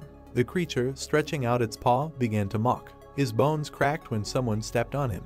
Hoyeol looked back at the main character who approached him, who assumed that the enemies were hiding in the snow. Hearing this, his partner thanked him. A bead of sweat began to run down the brunette's cheek as he realized that ice gremlins were throwing snow, using magic, and also hiding in the snow. The creatures began to retreat somewhere when the guy realized that they were moving freely inside the snow. The guys, standing with their backs to each other, began to attack the monsters. They understand that they are not easy to hit because they are difficult to fight. Jinsu, baring his teeth, raised his weapon upward. The main character is glad that the battle continued without major losses. The bodies of the tired warriors were covered in red light. Dawn realizes that the cold resistance effect helped them a lot. Seung-woo worriedly began to turn his head around as he wondered where their mentor had gone. A bright light began to glow under the guy's hand. He admitted that he was a little late. Smoke began to emanate from the sand creature. On some peak sat a plant trap. The brunette, controlling the elephant, began to approach the guys. He said that he was busy with modernization. A smile appeared on Dawn's face, covering his eyes. He admitted that he believed that they would fight against a force similar to dwarfs, after which he apologized to the guys. The ice gremlins, sitting in the snow, opened their mouths wide. An object sparkled in the guy's hand. He informed them that their snow jokes were over. Guide opened his mouth wide in concern when he thought about how the gentleman had thought of making heating inside the golem. He realized that he did it with the help of a sunstone. The guy brought the magic ball to the creature and stuck it into it. The golem's eyes flashed red. Baring his teeth, the sand monster raised his arms high. Dawn believes that the item provides a dramatic increase in firepower, resulting in a red-hot gorilla golem. An image of a muscular ice gremlin appeared in the guy's head. He understands that they are very strong. A devilish smile appeared on the brunette's face when he suggested that the creatures would turn into weak monsters in the absence of snow. Paku sat on his master's shoulder with a sly smile as he demanded that the golems melt all the enemies. The sand creatures, with flames emanating from their bodies, jumped. Someone called them an army of hot golems. Pieces of dirt began to fly off the creature's leg. The monster's footprint left a dent in the ground. The blue-haired guy gazed at the path trodden by golems. The ice gremlin cowered in fear when he saw the sand monster. He began to turn his head around worriedly. The gorilla golem threw the enemy aside with his hand, causing him to start screaming loudly. Smiles appeared on the faces of the tired guys. Seung-woo, calling Dawn a genius, realized that he melted the snow, causing the monsters to turn into pitiful beasts.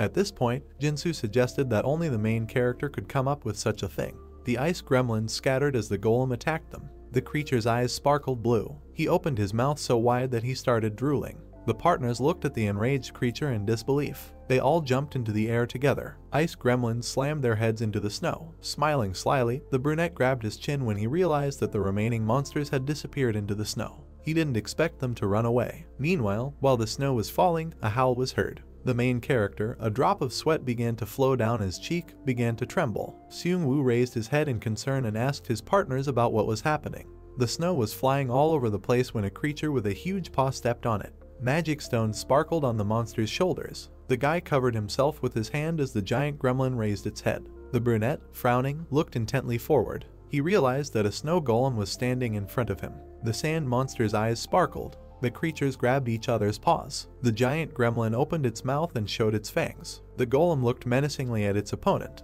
Lightning began to emanate from their hands. The guy looked at the creatures in disbelief as he noticed that the enemy was getting bigger even though the snow was still melting from the heat. Don clenched his hand tightly into a fist. He turned to the gorilla and demanded that he deal with the enemy at all costs because he must not lose to him. Ice flows pierce the sand creature's back. The ice gremlin believes they have lost to him. Drops of sweat began to flow down the protagonist's cheek. He realized that the golem could still use magic. The creature with magic stones on its shoulders turned its head. Little companions peeked out from his body. Jinsu, whose face was covered in bruises, looked back. He doesn't understand what it is. The giant gremlin swung its paw with all its might. There were 3 holes in the sand golem's body. He fell to the ground as the enemy attacked him. The ice golem continued to hit its opponent. Frowning, he stuck his tongue out of his mouth. Jinsu hid behind Seung-woo when he called out to Dawn. The blue-haired warrior told him that they first needed to attack the enemy from different sides. The guy's eyes widened in fear. A strong aura began to emanate from the hero's body as he addressed the guys. Pakyu looked worriedly at the owner,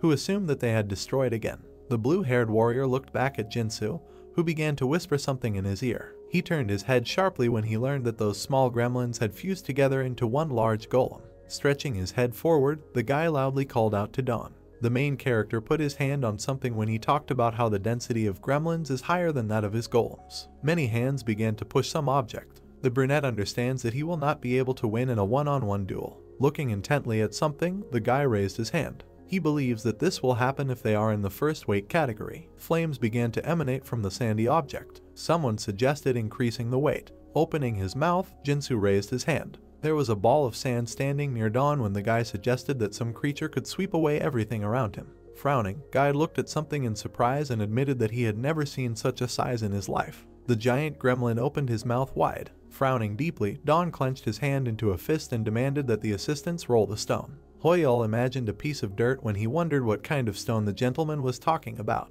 The guy standing behind Seung-woo was very surprised. The rabbit felt uneasy when he finished the words rolled. The sand golem simultaneously began to push the object. The eyes of the stone sparkled with a bright flame. The second creatures rolled the giant with all their might. The main character knows that when you multiply mass by speed, you get force. The gremlin, angry, raised its paws up. He began to push the stone in the opposite direction. Sparks began to fly from the object. The guy with Pakyu sitting on his shoulder is confident that victory is his. The body of the ice monster was scattered to pieces. The creature was left without a head. Small gremlins emerged from the severed part of the giant's body. A tear began to flow from the creature's eye when the owner realized that the enemy was created by a union of gremlins. A strong aura began to emanate from the warrior as he announced that it was his turn. He summoned lightning. The gremlin looked worriedly at the enemy who was flying towards them. An explosion occurred in the snowy area as the Dawn team defeated the gremlins. Tired guys warmed themselves in the shelter. Hoyul realized that heated floors were great because he felt that the fatigue in his body had disappeared. Seung-woo smiled, pointed forward and called out Dawn. He talked about increasing the skill level. Near the brunette there was a system window about increasing the warm floor skill to level 2. He asked him about what to do with raising the hot floor and realized that it was necessary to use the power of the one-horned boar. A smile appeared on the face of Seung-woo, sitting next to his partners, when he informed the master that thanks to him they had avoided the crisis. Jinsu wanted to guess what their partner would say to them. The blue-haired guy, excited, turned his head and asked him what he was talking about. The guys closed their eyes, pointed their thumbs up and said that's what they thought. The blue-haired guy smiled slightly and informed his partner that they were both mistaken. He said that he should have said, "I knew it, this is our Dawn." Night fell when the elephant approached the observation post. The rabbit asked the guys if they were having fun. Seung-woo stared at Guide, who suggested they check the stove since the sun had already set. The stone slab began to glow with a bright light, which the guy told the guys about. A smile appeared on the protagonist's face when he suggested moving where the light falls. Someone asked him if they had come there. There was a path in the snow, trampled by elephant tracks. Someone loudly demanded that they stop and go in the other direction, because they noticed that the light was starting to go out. After which he said that the light was getting brighter. A bead of sweat began to run down the blue-haired boy's cheek as he informed Dawn that they had arrived. He spoke about the bright glow of the board. Someone stepped on the snowy path. The main character, dressed in a fur cape, approached a tree that, in his opinion, looked suspicious. The guys came down from the shelter and approached the gentleman, realizing that he was right. Seung-woo said that when approaching a tree, the stone slab begins to glow brighter. The board was lying next to the roots of the tree when Jinsu reported that something was lying there. Hearing this, Seung-woo clarified that there was something glowing there. Holding the stone slab, the guy looked back. Guide suggested coming closer as he believed that when two objects met, something would happen. The blue-haired guy, covering his face with his hand, approached the roots of the tree. The guys began to shield themselves from the bright light when the main character noticed a bright glow. Hoyel reported that he was impossible to look at. Hearing this, Jinsu suggested that his uncle close his eyes a little. A notification appeared that they were heading to the second dungeon. A runic circle appeared under the guy's feet. Hoyel, standing next to his partner, grabbed his weapon tightly. He didn't understand what was happening. Something began to glow very brightly. The brunette, covering his face with his hand, frowned and realized that this was one of the gate skills. He realized that they were going underground. Don looked around worriedly. Surprised, he opened his mouth wide. A system error has occurred due to the fact that the main character cannot pass through the gate. The rabbit looked displeased at the red screen and did not understand why the error occurred. The main character fell with his whole body on the snow when Guide asked him to hold on. Some kind of snow creature was gliding through the snow. Pakyu, who had a blush on his face, jumped out of the snow. He, lying in the snow, began to wave his paws. Guide stared at someone and assumed that the main character knew that he could not use the dungeon gate. He believes that this is his destiny. The brunette, lying in the snow, waved his hands in displeasure. He said that he would not go anywhere because he just wanted to lie and look at the starry sky. The rabbit asked him if he planned to return to the village. Guide raised his paw in displeasure and told Don that if he waited here for them, they would not return.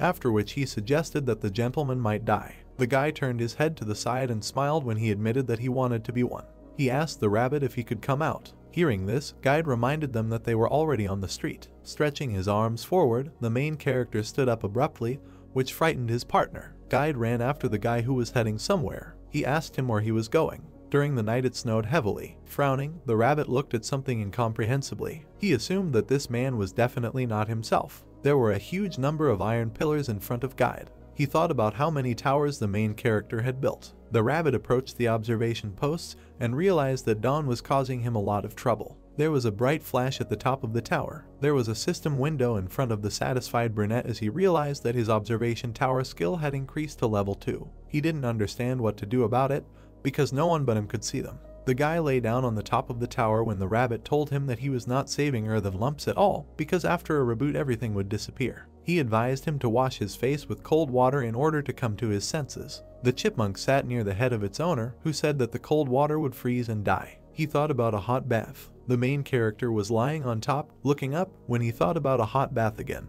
The dark blue sky was covered with stars, seeing which Don assumed that it was as if someone had embroidered these sparkles on a beautiful celestial canvas. Snowflakes fell on the snow-covered valley. The brunette realized that the wonderful frosty air was slightly pinching the end of his nose. He imagined a body of water emitting steam when he thought about what would happen if he created a hot spring.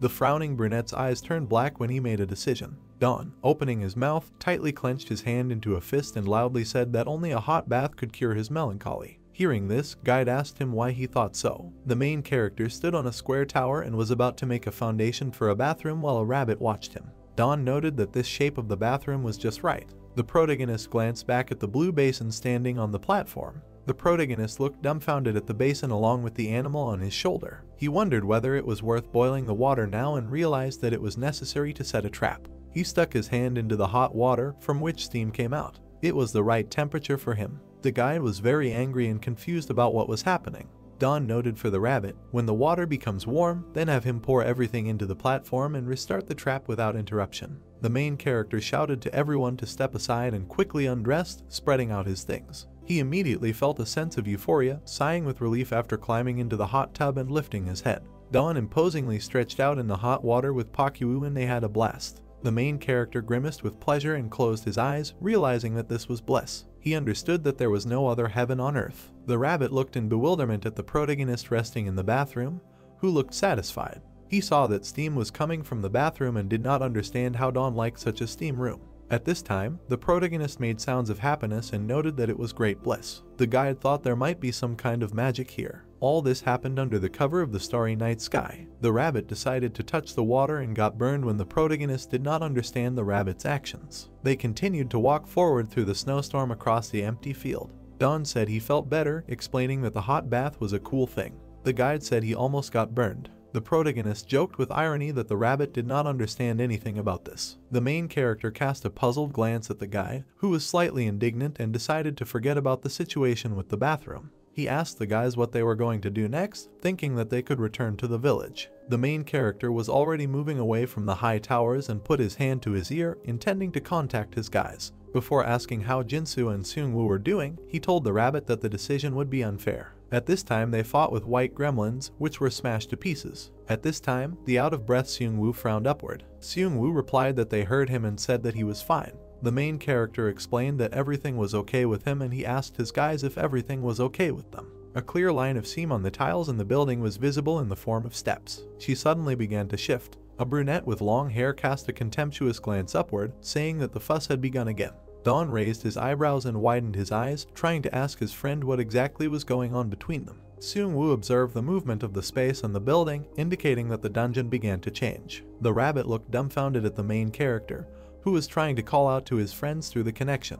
Don bared his teeth and frowned deeply, feeling worried because he had not heard a response to his message. He really hoped that nothing bad happened to them. Don began to clench his fists in anger, feeling very indignant. He didn't know what to do in such a situation and wanted to go to his guys to help. The rabbit immediately entered into a dialogue and told the guy to calm down, since he didn't even know where they were. The brunette tried to shout through the connection to Don. He convulsively grabbed his head and looked confused. The protagonist immediately became very angry and started screaming through the phone, trying to ask Jinsu if everything was okay with him. He asked what happened to him and why it took him so long to answer. Jinsu held a bow in his hand and was in the dungeon near the corpses of monsters. He apologized for his absence and explained that they were attacked by monsters, so he only figured it out now. Jinsu timidly looked up and touched his cheek. He said that he heard his conversation with Seung-woo and thought Don would be worried. The main character looked angry, frowning deeply and shouting into the phone. He noted that he was very worried and asked if the dungeon had really changed. Jinsu replied that it wasn't as bad as Don imagined.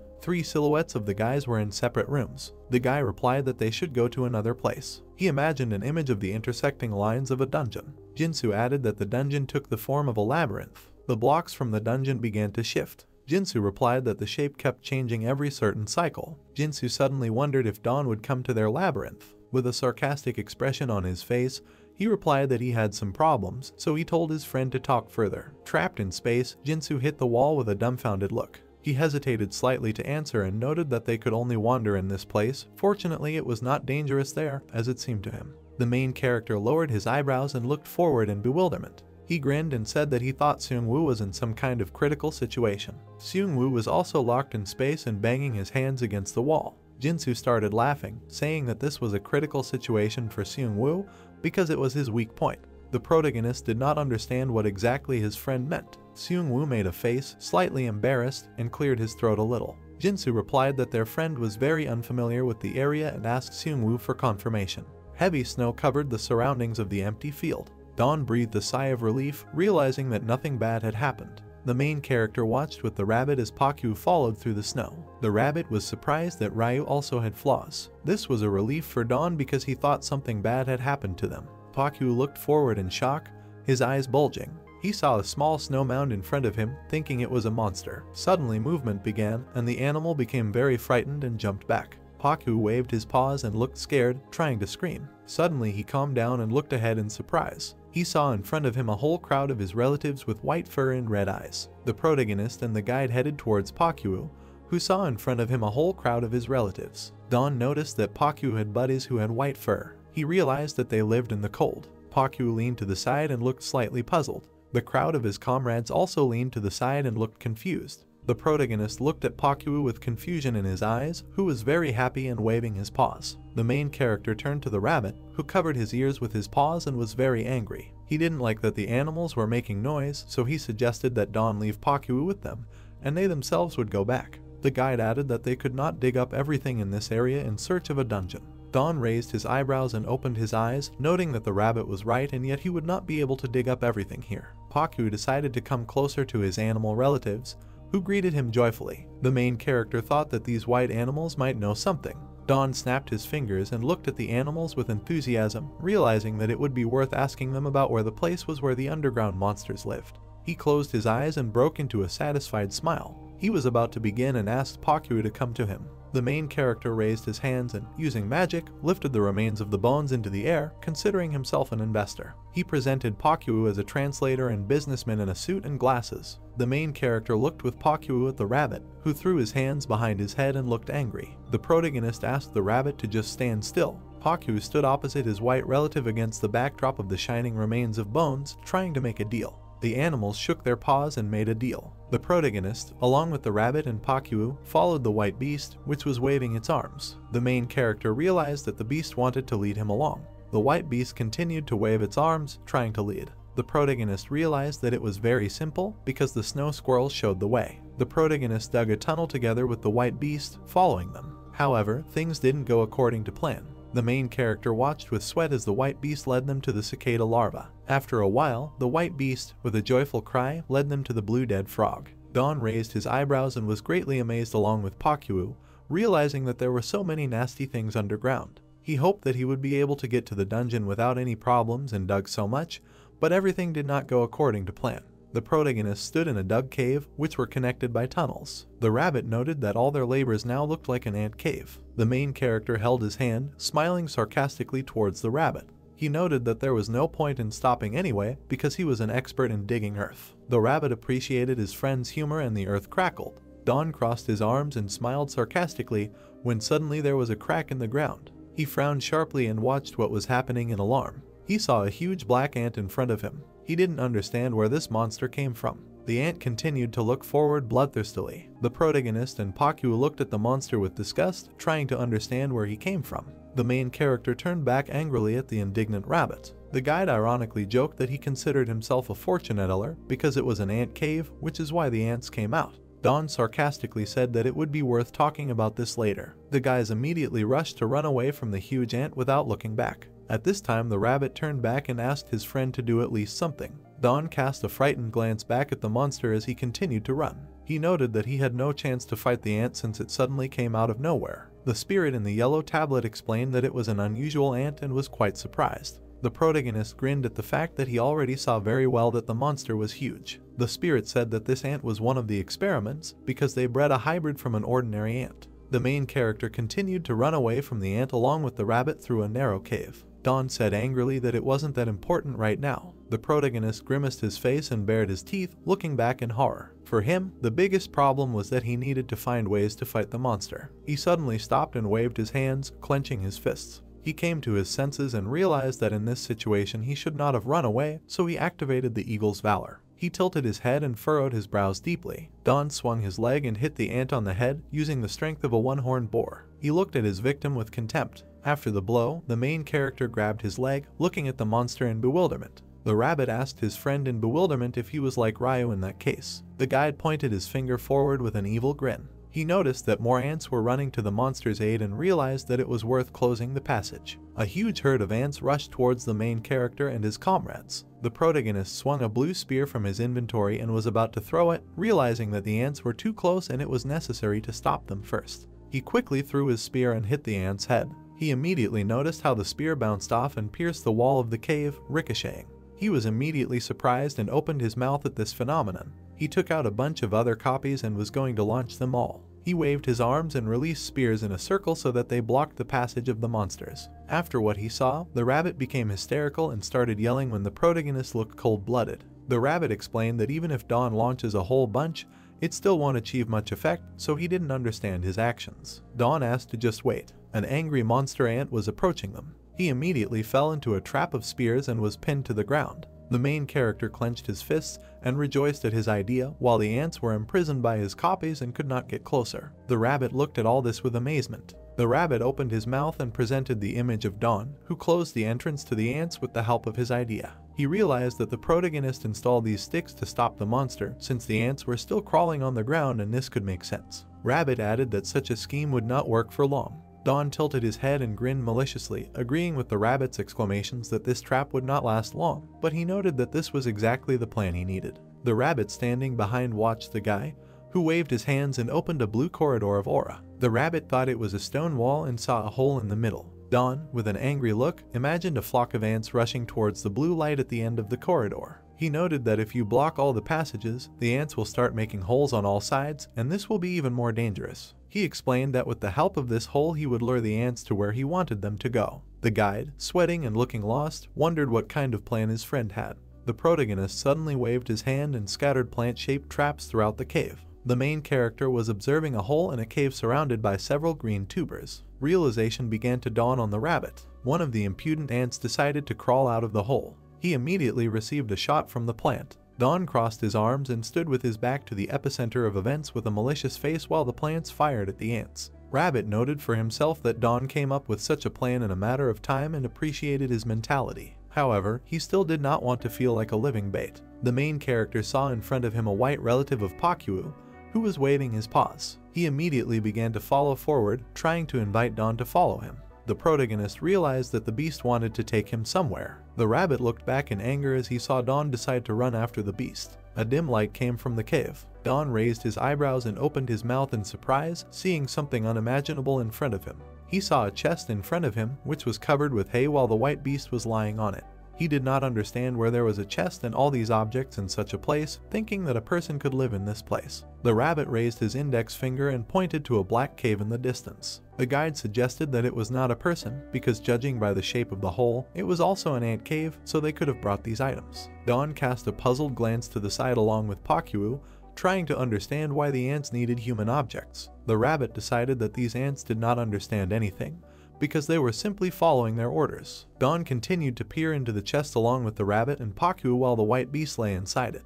The protagonist asked about what the witch ordered the ants to do. The spirit also understood everything why the witches needed to breed hybrids. Don crossed his arms and looked at the chest, puzzled, while his beast sat on his shoulder. The spirit replied that originally the witch's house could only be found through the gate, and thanks to this they could be completely safe from the entry of strangers. However, at the same time, the witches isolated themselves from the outside world. The spirit imagined two armies of ants, some of which were fighting, while others were carrying heavy loads. The spirit noted that the ants could not only serve as guards at home, but also received orders and were sent outside to obtain materials for experiments. The protagonist frowned and looked forward with a bit of contempt. The spirit replied that despite the constant persecution, the witches did not stop experimenting and used ants for this, ending his answer with this. Don wondered why it was here that they were looking for answers to their questions. The rabbit immediately entered into the dialogue, crossing his arms and raising his indignant gaze at the main character. The rabbit added that this conversation hardly made sense, because it had just been explained to him that the dungeon was a witch's house and the ants were their workers. The rabbit stood with the main character in front of the excavated cave near the chest.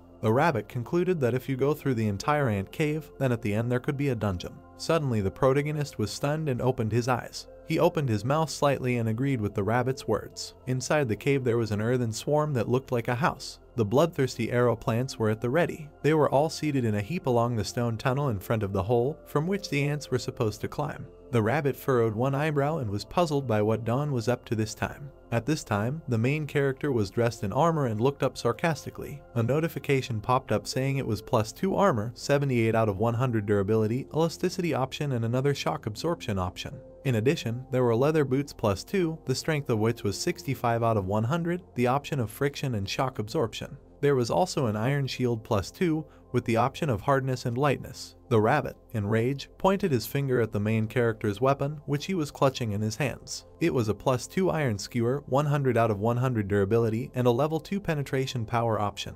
The guide noted that it looked too luxurious for some kind of skewer. The protagonist threw the skewer over his shoulder and rushed forward, followed by the rabbit.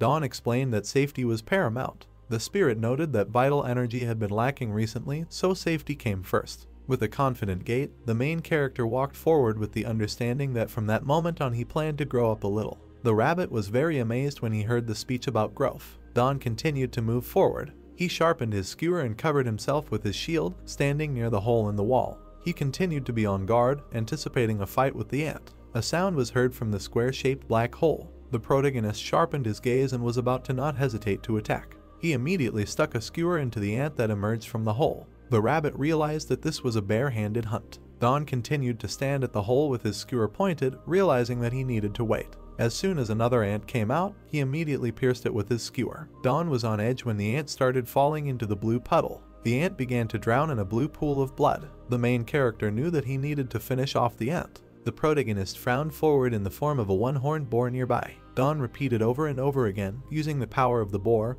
and it was this skill that determined the outcome of the battle. While Don sat on the ground and rested, the traps continued to work and fire at the hole. The main character and Pakyu raised their index finger and covered their mouths, breaking into a satisfied smile. Thus, the strength skill of the one-horned boar rose to level 8 without any problems. The rabbit considered him a fraud. They continued to follow their group forward through the narrow cave. The rabbit was very indignant at this time, realizing that the guy had decided to fight his way forward in all seriousness. Dawn recalled that the guide himself said that a dungeon should await them at the end. The protagonist walked forward, covering himself with a shield, and looked back at the indignant rabbit. He added that to all this, the level of skill had risen and now these ants did not pose a threat.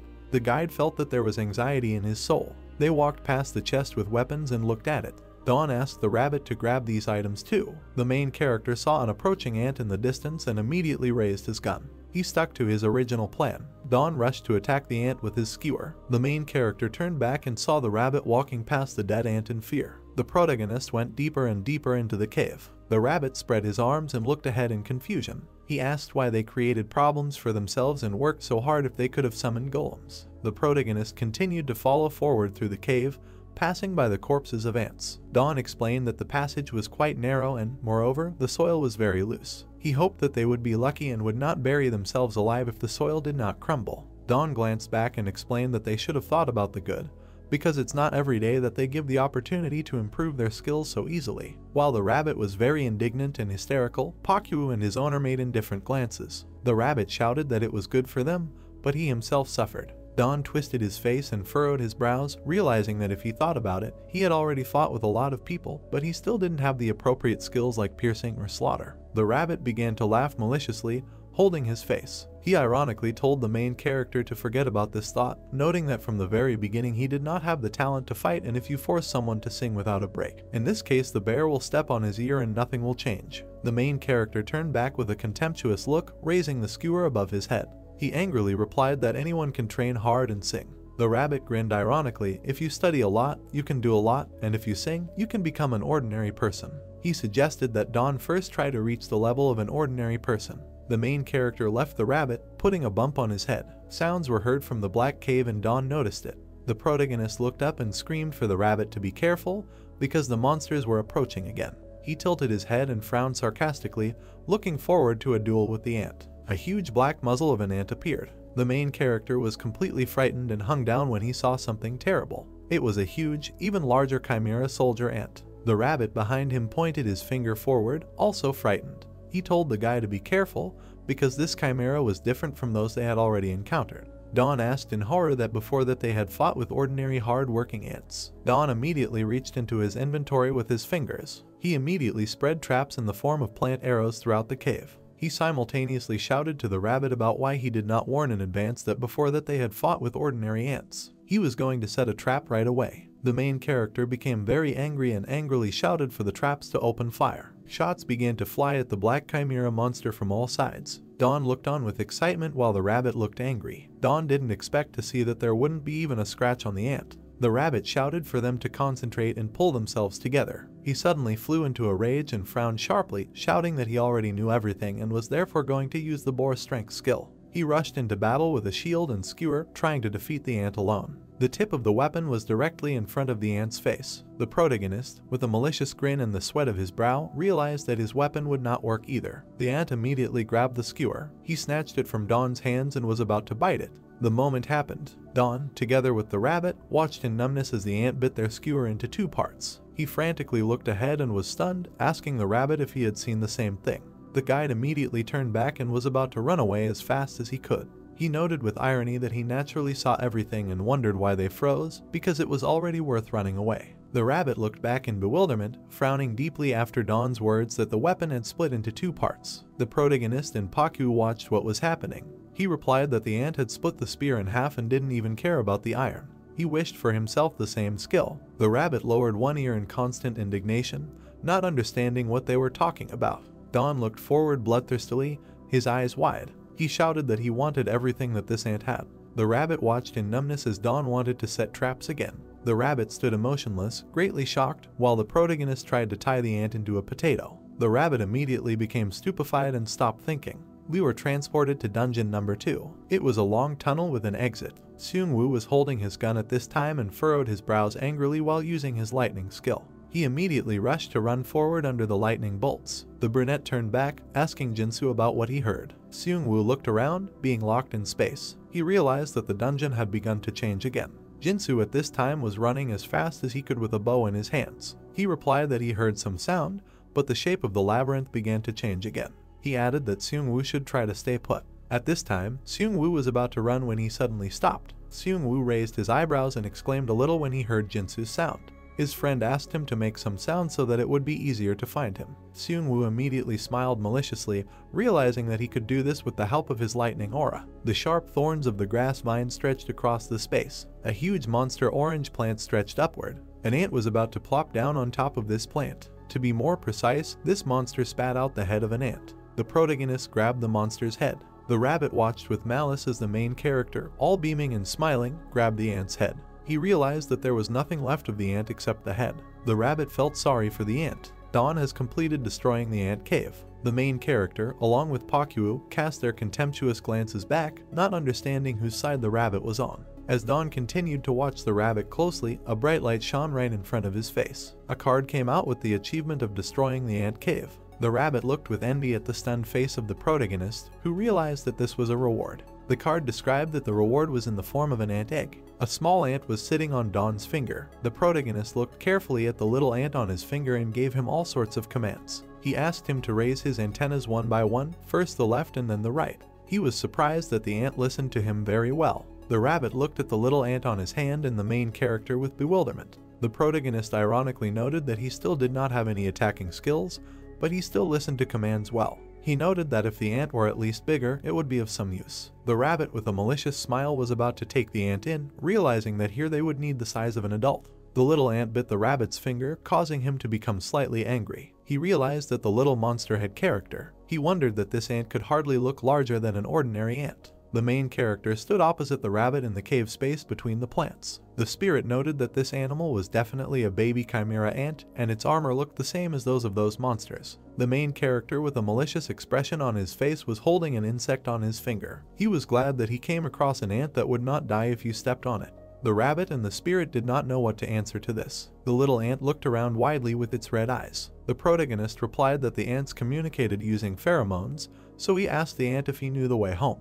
The guys stood in the narrow space of the cave near the trap plants. Rabbit noted that Dawn demanded too much from the baby, who was born quite recently. The main character, along with Pakyu and the ant, stood in the portal in front of the rabbit, who noticed their return. The rabbit crossed his arms and looked at the main character, puzzled. Rabbit wondered about Dawn's decision to use the gate to transport his little ant to the temple and wondered what it was for. Dawn replied that he couldn't leave him alone. The protagonist touched his chin and looked up, puzzled. He said that he didn't know what baby ants eat, so he decided to leave him a little of everything and hoped that he would be okay. The rabbit did not understand what could possibly happen to him. A huge meadow of wheat spread inside the building. The rabbit saw what was in the food around. The ant looked at this with delight. However, Dawn and his companions were not the only ones searching for the second dungeon. A group of 4 people walked across a field through a snowstorm. One of the guys noted that it was very cold and hungry. The bald man and the girl bared their teeth strongly, crossing their arms against the cold. The guy replied that a little more and he would start eating snow. The girl answered ironically that in this case he would definitely die from the cold. The girl opened her mouth wide and noticed the witch's house when suddenly the bald man cheerfully began to turn around. The man frowned and looked up. Their group stood in front of a large tower with steam coming out of it. They were surprised that it could hardly be a witch's house. Another man in a fur coat looked at his report card in his hands, which was supposed to react to the witches. He replied that he did not think so. The gray-haired man in the blue headband replied that it was better than the witch's house. The girl turned back to the man who was pointing his finger at her. She asked him how he knew about this. He replied that he had already seen this. It was a village in the middle of nowhere. There was a wooden sign in the ground describing the place. It was a Dawn dungeon bathhouse and an ironic description with arrows. All the exhausted guys looked at the sign in shock, their eyes wide. Steam from hot water was coming from the roof of the tower. The guys noted that Dawn was amazing. The main character, without knowing it, was gradually gaining fame among the participants. Seung-woo cast a disdainful glance back, noting that he was on the second floor and asked the other guys about it.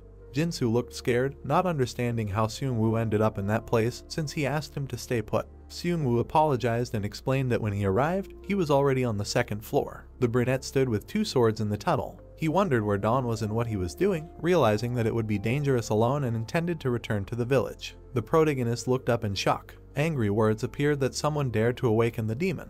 The main character stood in front of a huge iron door. He told the guys that he was right now in front of the boss's room. In the vast space of the room, a demon with a scythe floated like death. This was what Dawn was waiting for. The demon had a sharp sickle sticking out. In one hand the demon held a death sickle. The The demon's other hand exuded a dark aura. It was the dead king with a malicious grin. This demon was called the Immortal Lick, who guarded the witch's home while she was away. A lick in the form of death floated through the air with a sickle. The demon looked forward contemptuously. He angrily ordered an unknown man to approach him, in whom life was glimmering. He cursed the man. Dawn looked at the rabbit puzzled. Dawn ironically asked the rabbit if he had heard this. The rabbit replied that the demon told him to just come in. Seung-woo was waving his sword at this time, shouting that Dawn should never dare to go there alone and told him to wait for reinforcements. Jinsu clenched his fist and angrily shouted through the connection about getting out of there or hiding somewhere. Jinsu asked Seung-woo to stay put. The main character, being in the room with books, did not understand what the guys were talking about because he already understood that he was not crazy to go there alone. The rabbit was indignant at all this while the main character stood with his arms crossed in front of the portal. The rabbit thought that the protagonist would now start running away. Dawn replied that he was just getting ready. The silhouettes of the main character and the rabbit stood in the middle of a huge room with shelves of books in front of a huge gate.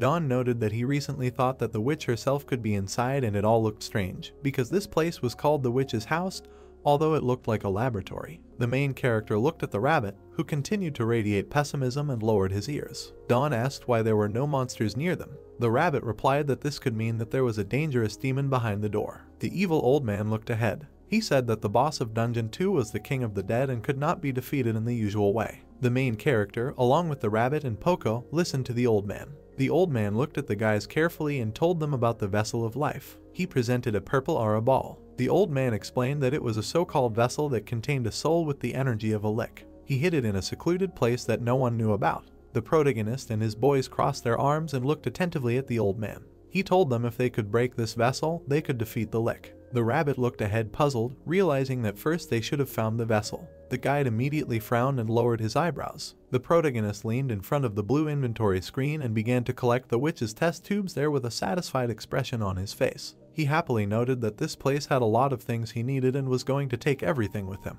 At this time, the rabbit pretended that he had not said anything and was enthusiastically going to help the guys. The rabbit decided not to think about anything. The protagonist stood in front of a shelf of books and tried to understand their purpose. The spirit suggested trying to open them, because some witches had tomes with spells. The protagonist was suddenly surprised, frowning deeply. Dawn looked at the empty book, thinking that all the witches' books could be empty. The spirit was slightly upset, realizing that if Dawn were a magician, it would be great. The main character cast a disdainful glance to the side while Paku was greatly indignant. Dawn felt guilty. The rabbit stood behind the protagonist, who just closed the book and turned to him. The rabbit replied that there was nothing to expect here. After all, this was the place where the participants walked, so it was obvious that the assistant would not leave such important information. The rabbit closed his eyes and grinned maliciously, realizing that he shouldn't blame himself so much, because Dawn's skills themselves were already similar to magic. The rabbit watched in numbness as the main character played around with books and was about to take a couple with him to his inventory. The rabbit did not understand what else they took with them. Dawn made a huge face and put his index finger forward, imagining the use of the paper. He noted to the rabbit that there were so many other things the paper could bring them. Even though it was empty, it would still be quite useful. The huge room contained hundreds of books on shelves. Dawn wanted to dismantle the cabinet at the same time and take it with him, because such good boards were not easy to get. He noticed that there were a lot of nails there and was going to take them with him too. The rabbit did not understand the essence of the impudence that was happening. After a while, the protagonist stood in front of the indignant rabbit, covering his face with his hand. He thought that he had overdone it when the lick was screaming to finally be entered. The rabbit did not understand what to celebrate this time. Suddenly the rabbit was surprised and looked ahead, puzzled. A small joint of tiles was sticking out of the floor. The rabbit noticed that the tiles looked suspicious because the tiles were sticking out. Dawn opened the tile and decided to see what was inside. He saw a closed chest in front of him, which seemed strange to him. The main character raised his eyebrows and was slightly surprised, trying to understand what was in front of him. He saw a bunch of glowing blue knives in the chest. The rabbit thought that these could be vessels of life. He widened his eyes and looked at what was happening, dumbfounded. He grabbed the handle of the knife. He looked dumbfounded at the sharp knife. He thought that he had already seen them somewhere. It was a +4 assassin's knife, 100 out of 100 durability, level 3 animal slaughter option and level 1 vampire special option. He sweated to remember the image of an elder who used a similar knife when cutting meat. They examined the sharp knife while sitting in front of the chest. The protagonist understood why the elder did not want to give up this knife. The rabbit wondered whether Don himself would decide to give away such a cool knife. Don heard the Lick scream from the room and shuddered sharply. The King of the Dead shouted that someone had decided to steal his treasure. The protagonist immediately apologized. Seung-woo looked around as he walked through the narrow gorge of the labyrinth. The brunette felt what was happening around, which is why it began to shake on all sides. He noticed that the walls began to stop. Jinsu raised his eyebrows and looked up in shock. The guy replied that everything had gone silent for him too. Jinsu stood in the tunnel and began to freeze as it became suddenly colder. Seung-woo bared his teeth and also inhaled the cold air. The door to the demon's room opened and a cold breath came from there. The boss battle has begun. The Lick's despicable gaze appeared between the clouds of cold air. The protagonist, along with Pakyu, looked at what was happening in shock. He noticed that the Lick was calm all this time, wondering if this knife was really so dear to the spirit. The demon looked out contemptuously from under his hood. The rabbit became angry and shouted about danger. The Lick swung his scythe and sent a blue beam of cold directly at the main character. The protagonist bared his teeth and looked alarmed at the impending attack. The main character sharply reached out to his inventory and was about to get the right thing. He put the plate in front of him and the blue beam of attack passed by the main character. Don looked in fear at the slab, which broke in half. Coldness blew from the open room of the Lick and part of the beam crumbled a stone cube in front of the protagonist. He thought that it could be magic because it froze his stones and cut them. The King of the Dead angrily peered into the distance, demanding that the guy return his treasures, calling him a pathetic worm.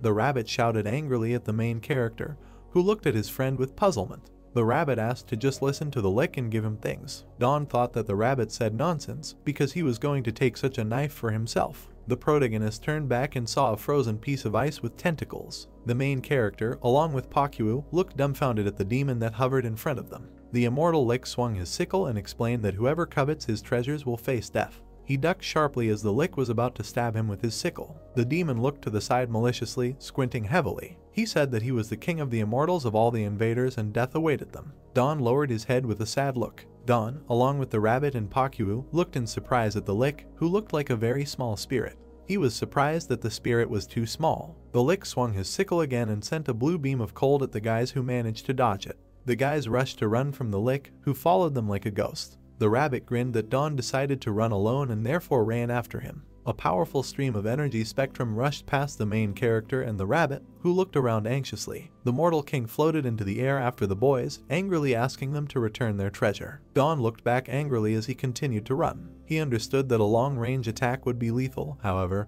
he wondered whether it would be possible to carry out an attack at close range. Don released huge blue cubes from his inventory. The main character looked back sarcastically, thinking that this attack of his was not bad. Don saw how the Lick could cut his stone cubes with his sickle and began to run away again, realizing that his attack did not go through. The rabbit did not understand the guy's actions, saying that here it was necessary to run or fight until victory. Don replied that that's exactly what he was doing right now. The protagonist looked at the rabbit anxiously as he ran next to the rabbit. He shouted to his furry friend about whether he could fulfill his request, which he would tell. The rabbit asked, depending on what he would ask for. The rabbit flew by and looked with confusion at Don, who looked tense. The rabbit looked at the guy with sweat and bewilderment. The rabbit looked in Don's direction, dumbfounded, asking him if it was possible. Don continued to run away with the rabbit. Don replied that it was possible, the rabbit just didn't know him enough. The protagonist frowned maliciously and smiled maliciously. He explained that he just takes it and does it. The rabbit looked in Don's direction with bewilderment. He immediately caught the message of his friend and also grinned maliciously. He noted that it was quite similar to Don. The rabbit rushed to run to the side while the Lick continued to follow the main character. The King of the Dead looked to the side and saw that the rabbit had decided to run away to the side. Don covered his mouth with his hands and began to shout maliciously towards the demon, trying to provoke him. While the rabbit decided to run away into the portal, at this time the King of the Dead looked around and saw how Don was teasing him. The Lick suddenly rushed to attack the guy with his sickle, causing Don to run without looking back. Don at this time gave the rabbit 2 instructions. The rabbit started running towards the gate with a yellow aura. The rabbit came across a huge golem monster, instructing his furry friend to place the golem right in front of the gate. While the main character had the strength to run away from the Lick, the rabbit had to complete these 2 tasks, but he did not think about one. Leech continued to pursue Don. The guy stepped on an icy puddle and slipped. He stumbled upon some ice and began to fall, realizing that it was the Lick's trick. He plopped loudly. He leaned his hands on the ground and bared his teeth, greatly indignant. He twisted his face and frowned slightly. The Lick had already flown close to the main character and was about to attack him. Suddenly, a rabbit on one of the bird golems attacked the Lick. The rabbit shouted not to be afraid, because he will solve everything. Don widened his eyes and looked at what was happening with enthusiasm, realizing that the rabbit had solved the problem so quickly. The rabbit held the lick with the help of the summoned monster, indicating that he did everything as he ordered. The rabbit frowned sarcastically and looked forward bloodthirstily, noting to Don that he had a truly first-class servant.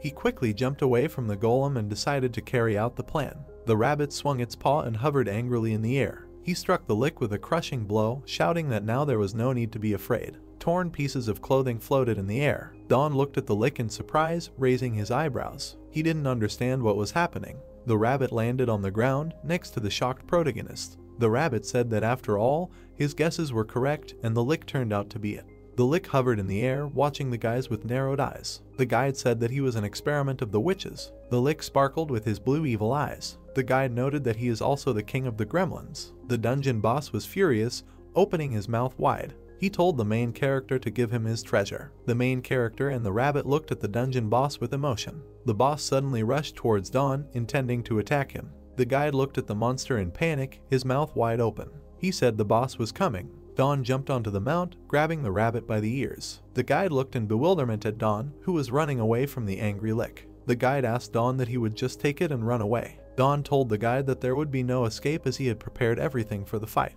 A portal with golden light was exposed in the space. The protagonist turned towards the portal, luring the monster towards it. The main character opened his mouth wide, looking at the lick with a furious gaze. He shouted that he needed to strike. The lick found himself opposite the portal, while the guys watched him. A golem's hand appeared from the portal, striking the lick. The golem threw the monster aside. The lick flew to the side from the powerful blow. He looked straight ahead angrily, pursing his lips. The guide opened his mouth wide, looking displeasedly at the main character, imagining two gates from which the golem was striking. The guide told the protagonist that there was no need to summon the golem there because it could attack the enemy without it. The lick emitted an ominous blue aura as it approached the guys. He told Don that he would kill him and not even his bones would remain. Blue steam began to emanate from the monster's body. The protagonist covered his face with his hand, frowning. He said that there was a sharp cold. The main character extended his hand to his side, looking furiously at the monster. He was going to install a gate. The monster narrowed one eye, looking at the protagonist in bewilderment.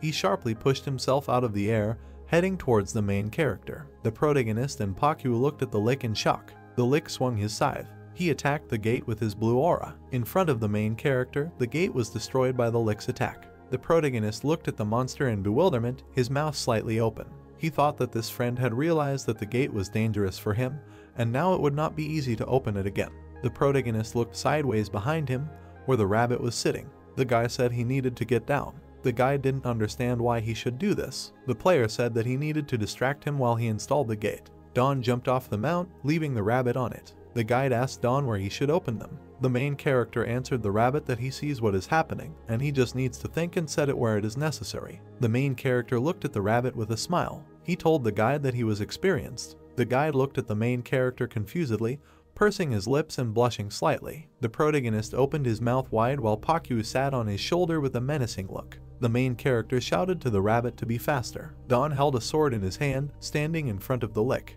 The dungeon boss told the protagonist that he would kill him. The protagonist held the weapon tightly in his hand. He thought that if the lick is the king of the dead, then he himself is a dead man. The main character recalled the moment when he extended his hand to the skeleton, causing it to glow blue. The main character thought that if we remember all his past experiences, the weapon in the hands of the protagonist began to emit a blue aura. Don thought that he would imbue the weapon with the purification skill, and with such a weapon that has the power of purification, it could be tried. The main character put his weapon in front of him, intending to attack the lick heading towards him. The monster swung his scythe at the protagonist, who blocked his attack with his sword. Don waved his weapon in front of the boss, but he managed to dodge the blow. Don pulled his weapon hand back, putting the other one in front of him. He swung his sword with all his might, hitting the monster. The lick closed his eyes as steam rose from his head. Don picked up the brick, endowing it with the skill of purification, and took it back. The guy threw a brick at the dungeon boss's face. A blue column of aura formed in front of the main character. The guy smiled maliciously, while Pakyu looked behind him, seeing the icy surface. The guy mockingly asked the lick how the cleansing bricks tasted to him.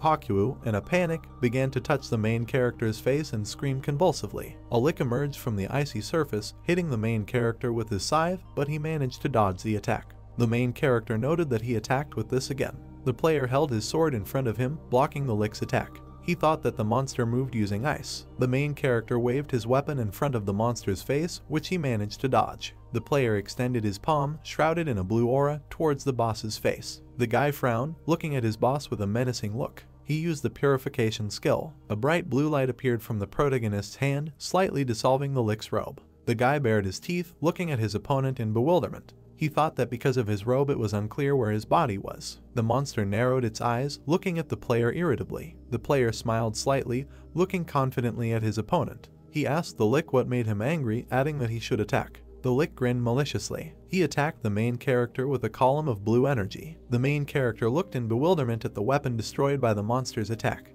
The Lick smiled maliciously, narrowing his eyes. Dawn asked the boss why he was smiling. The protagonist closed his eyes, while Pakyu looked at the Lick with a malicious smile. Dawn told the monster that from the very beginning he was simply stalling for time. Dawn opened his eyes, looking at the Lick with a crazy look. The guide smiled broadly, giving the main character a thumbs up. Many gates appeared around the guys, emitting golden light. Golden sparkles emanated from the gate. The protagonist narrowed his gaze, frowning. He told them to hit him. Fists of golems appeared from the gate. The Lick widened his eyes, looking dumbfounded at what was happening. The fists quickly rushed towards the Lick. The Lick received a punch to the face, causing his mouth to open. The golems beat the monster mercilessly. For a moment the fists stopped, revealing the beaten Lick. Suddenly, the golems hit the monster with all their might, emitting golden lightning. Dawn jumped onto the mount where the rabbit was sitting. The rabbit looked at the main character with a serious look. He said that it came out quite powerful, asking Dawn if he knew that if the life vessel is not destroyed, the Lick will not die. The main character opened his inventory in front of him. He told the guide that this is true, but in order to find him, we need to neutralize this guy. Dawn extended his finger to the inventory, clicking on the book. White sheets of paper floated in the air. Dawn told the rabbit to help him tear and scatter everything. The Lick with a dissatisfied look looked straight ahead, being under a wave of blows. The monster attacked the golem's fists with blue energy. He pressed his lips together, turning his head to the side. The monster noticed that there were white pieces of paper scattered on the floor. Dawn will hand the burning leaf to the rabbit. The guy told the guide to burn everything there. The guy smiled sarcastically, looking at the guide. He called it the fire rabbit. The rabbit began to furiously wave the burning paper, his mouth wide open. He said it was a very familiar feeling and his body remembered the feeling. The rabbit ran briskly along the ground, setting fire to all the scattered sheets. The main character bared his teeth, imagining how the Lick moved through the ice. Dawn thought that the Lick moves using ice, so it is necessary to melt all the ice so that it does not run away anywhere. The rabbit ran around the room, setting everything on fire. Dawn thought that he should set fire to the scattered dry sheets of paper. The main character smiled in confusion, squinting his eyes, watching what was happening. The protagonist watched an overexcited rabbit who set fire to everything in its path. The main character thought that in this way there would be a fire. The protagonist watched the rabbit in confusion, smiling slightly. He noted that they just lit a few leaves, not understanding how this happened. The joyful rabbit pointed to the gate from which oil was pouring out. The guide told the guy that this was possible since he had connected a gate with an oil trap there. The guy thought he was great, noting that he was an arson specialist. The Lick looked at the guys furiously, surrounded by flames, calling them scoundrels. The Lick opened its mouth wide, squinting one eye. He told the damned ghosts to come out. Spirits will appear from his body, emitting a blue aura. Ghosts were approaching the guys with scary faces. The protagonist and Pakyu looked at the ghosts in panic, their eyes wide. The ghost bared his teeth, raising his clawed hand. System notifications. Ghosts are not affected by physical attacks, so you have to be careful. Bricks or iron rods cannot be used on them. The main character threw the book at the ghost's face. The system notified that if only magic. The ghost bared his teeth in bewilderment, while a red circle glowed in his forehead. The protagonist said that he sees the aiming point. The protagonist activated the target skill. The main character, with a wicked smile, again threw the book at the ghost, while the rabbit watched him. The main character noted that he got it. The guide thought he was just crazy, noting that he was a mistake in the system. The orange flame flared up more and more. The Lick opened its mouth wide, watching in horror what was happening. He ordered the ghosts to put out the fire. The guide smiled sarcastically, then covered his mouth with his paw, pointing his finger at the Lick. The guide said that when necessary, he can speak other words, noting that he also stutters. The main character and the rabbit climbed onto the mount.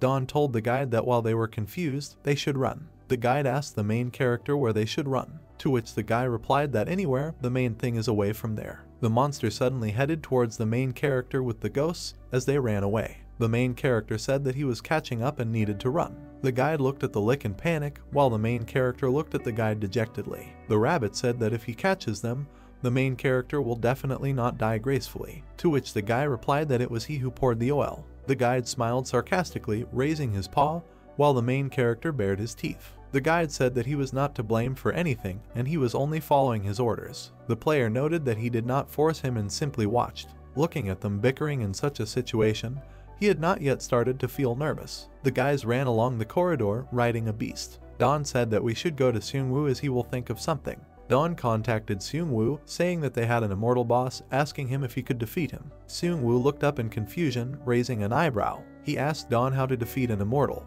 The Lick and the ghosts quickly caught up with the guys, running along the corridors. Don told Seung-woo that he was on his tail, noting that they were on the 3rd floor of the maze and were running towards him. The Lick widened his eyes, piercing the protagonist with his furious gaze, and calling him a scoundrel. The guys stood next to Seung-woo, shivering from the cold. Players that Seung-woo saved in the dungeon. One of the players noted that it was getting colder. Seung-woo lowered his gaze to the floor, his mouth parted, causing steam to come out of him. Seung-woo suggested that the guys go down to the boss's room. The players looked at Seung-woo in bewilderment, their eyes widening. The man in the helmet noted that there was a labyrinth there, to which Seung-woo replied that he would break through the floor. Seung-woo closed his eyes, concentrating his power as blue lightning began to emanate from him. The main character turned behind him, looking at the Lick in horror. He noted that the Lick would catch up with them before they got there. The protagonist bared his teeth, clenched them, and furrowed his eyebrows. Don thought that he needed to figure out how to stop him, and he needed to analyze the situation and find a clue. The main character introduced underground passages. Ant cave leading to the witch's house. The protagonist imagined how underground passages led to a room where there were 3 underground floors. Ant cave, witch's laboratory, boss room. The main character presented a huge flame. Don thought about the flames in the laboratory. He imagined the flames spreading through the labyrinth. Don thought it was a flame that spreads through the labyrinth. Suddenly, the main character suddenly had an epiphany, which made him widen his eyes. He thought it was a brilliant idea. The protagonist quickly ran away from the monster. Don thought it might be possible to assume that this curved labyrinth is furrows. Don looked up at the ceiling. He thought the ceiling was heating stone. The player presented an orange flame. The guy thought that the laboratory on fire was a furnace. The mount suddenly braked. The protagonist thought about imagining an ant cave as a chimney. The main character jumped off the animal, causing the rabbit to look at him in shock. Seung-woo opened his eyes, mouth parted. He told Don that he would punch a hole in the floor, asking him to wait a little. Seung-woo slightly widened his eyes, looking at the floor in bewilderment. The main character told Seung-woo to wait and not start drilling. The main character sat down on one knee, placing his hand on the floor. His hand pressed against the cold floor of the labyrinth. He said it was the same design, noting that he was sure. The Lick pursued the protagonist, looking furious. The main character furrowed his eyebrows, looking straight ahead. Don, with a serious look, set fire to the surface of the labyrinth. Don said he would install heated floors. The main character held his palm on the floor, after which it lit up with a bright light, indicating the squares. A system notification appeared that the main character had installed heated floors. The main character smiled widely, looking at the floor. He noted that he succeeded. A system circle appeared under the protagonist's hand, which was barely visible. Don said the temperature must be above freezing to prevent this ice from freezing again. The players looked at their hands in surprise as barely noticeable steam appeared in the maze. Second underground floor. The guy in the helmet noted that it was apparently getting warmer. The other player didn't understand what it was. Seung-woo widened his eyes in surprise, opening his mouth slightly. Seung-woo asked Don what he was doing since it was getting a lot warmer there. Jinsu smiled widely, raising his eyebrows. He asked Don that these were heated floors and that he had heated floors throughout the dungeon. The gremlins lay on the floor, melting from such a high temperature. Jinsu told the main character that the gremlins were lying around exhausted and couldn't even get up. The main character clenched his hand into a fist, smiling with all his teeth. The protagonist was glad that he succeeded, noting that it was also worth going up to the second underground floor. Black smoke appeared in the maze, which the guys noticed. The main character noted that it seemed that the temperature was too high, that the smoke even reached them. The protagonist brought his hand to his face, creating a mask of blue aura on it.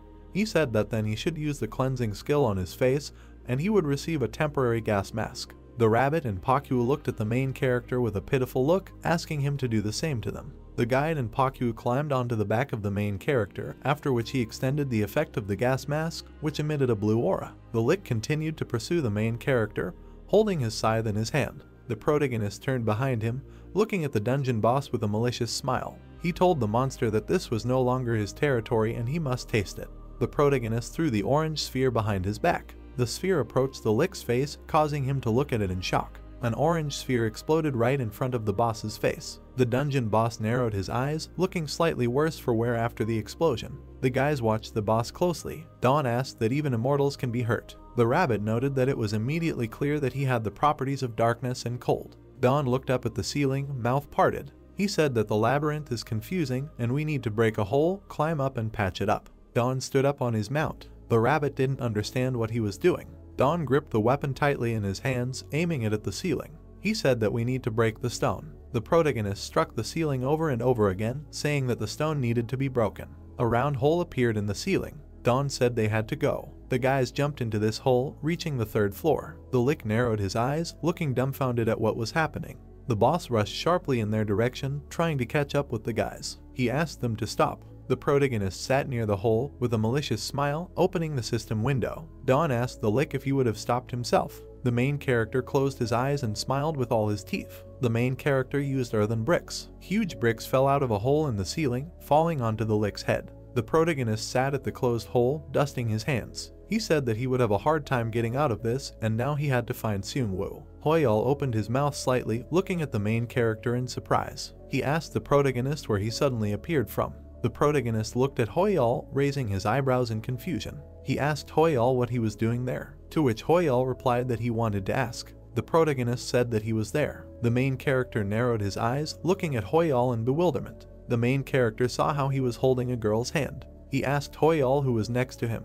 Hoyol smiled shyly, clutching the back of his head as the pink-haired girl looked at him with a sweet smile. Dawn told Hoyol that he is a traitor, adding that some fight, risk their lives, and some have affairs. Hoyol closed his eyes, smiling shyly. He said that was not the case, and that he accidentally saw that the girl was in danger and saved her. The rabbit told Hoyol that it was actually a trap. Hoyol looked at the rabbit in bewilderment, smiling bewilderedly. He said that he saved her from a trap. The rabbit narrowed his eyes, pointing his finger at the girl. The guide said that she was not a person, and if he wanted to live, he must quickly move away from her. Dawn lowered his gaze to the floor, smiling awkwardly. He said that he himself did not know for sure. No legs were visible under the girl's dress. Dawn told Hoyol that this girl has ghost legs, noting that it is something like a ghost. Hoyol turned his head to the side, looking at the girl while the guys watched them. The girl turned into a monster, attacking Hoyol with a terrifying look. Hoyol clenched his hand into a fist, moving it back. Hoyol, with a furious face, swung his fist at the monster. He hit her in the stomach, dissolving her body. The monster raised its clawed hand upward.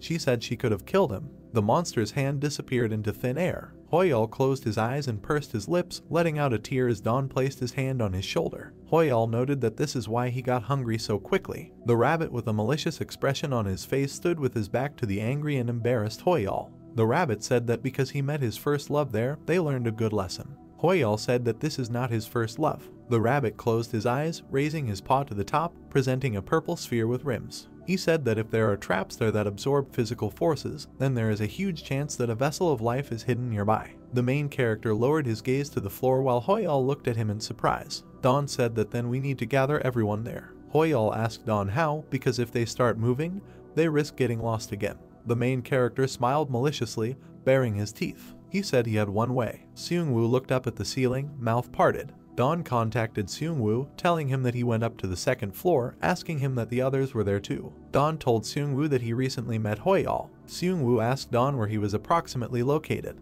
Jinsu held his bow in his hand, looking down. Jinsu asked Dawn what he found Hoyol and where it is. Dawn said that he doesn't know where, but apparently the boss's weak spot is hidden somewhere there. The main character took out a monster in the form of a vegetable, which opened its mouth wide. Dawn said that's why everyone needs to listen carefully. The rabbit opened his mouth in surprise, while Hoyol looked at the monster with incomprehension. The rabbit said they were screamers. Hoyol asked what it was. Hoyol approached the screamer, looking at him with bewilderment. The protagonist said that these are the witch's spies, and if you step on them, they scream. The main character told Hoyol to try to step on, just cover his ears, and his broken heart will immediately feel better. The main character threw the screamer Hoyol was looking at onto the floor. Hoyol closed his eyes and pursed his lips, letting out a tear. He covered his ears with his hands, swinging his leg at the screamer. He said that there was no. The screamer screamed loudly. Seung-woo closed one eye, scratching his ear with his little finger. He said he heard him. Pieces of stones lay on the floor. The lick climbed out of the pieces of bricks, lowering his head down. The lick said that he would kill the main character since he needs to be crushed. The lick narrowed his eyes, looking to the side. He opened his mouth slightly, calling upon his ghosts. The ghosts appeared above the Lick's head, floating in the air. The Lick said that he would certainly tear him to pieces. A blue aura emanated from the ghosts as they smiled maliciously. The Lick flashed his furious gaze. The Lick said that he would kill them for daring to interfere with him.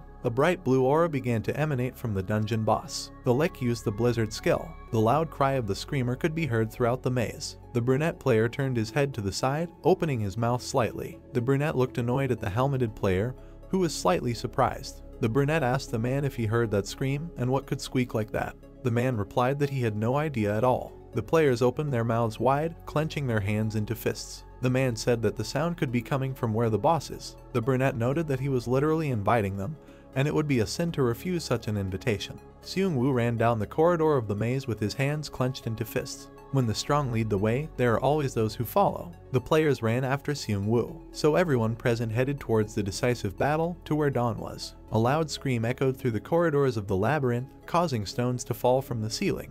Hoyul turned his head behind his back while the exhausted screamer lay on the ground. Hoyul asked how much longer he should push them, noting that it was tiring. The guys stared at the embarrassed Hoyul. Dawn told the blue-haired guy to keep pushing until the pain of his first love goes away. The guy said that this is not his first love. The main character looked at the ceiling in bewilderment, raising his eyebrows. Dawn said that it became somehow quiet, just like the calm before the storm. The ground began to shake underfoot. The protagonist looked at the floor in surprise, widening his eyes. The main character opened his mouth wide, putting his hands in front of him, looking at how the bricks in the hole began to collapse. The dungeon boss rose from under the hole, along with his ghosts. The fighter bared his teeth, clenching them. He noted that it was getting cold. The main character raised his hand to his shoulder, on which Paku was sitting, closing one eye. The protagonist said that it is necessary to maintain the temperature of the floor heating.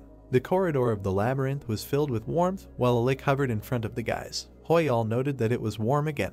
Hoyul furrowed his brows, gritting his teeth as he imagined the image of an air conditioner and a boiler. He thought it was like a battle between a boiler and an air conditioner. Yellow columns of energy reached the Lick, around whom ghosts were circling. Opposite the boss were green flowers attacking the enemy. Leech noted that these are banal tricks. The Lick swung his attack at the flowers, cutting off the willows. Hoyul swung his axe at the boss, leaving a trail of purple aura. He asked the Lick that he had not noticed him. Hoyul hit the boss with his axe, leaving a trail of purple energy. The fighter cut the Lick's head into two halves. The Lick instantly regenerated, looking at the fighter with narrowed eyes. Hoyul bared his teeth, looking angrily at the Lick, not understanding what was happening. Dawn opened his mouth wide, eyebrows furrowed. Dawn told the fighter that he is immortal. The dungeon boss swung his scythe, flying at the fighter. The boss struck at Hoyul, but he managed to block it with his axe, pushing him forward. Hoyul bared his teeth, looking displeasedly at the broken axe. Hoyul raised his gaze, looking at the floating boss. He thought that the Lick was strong.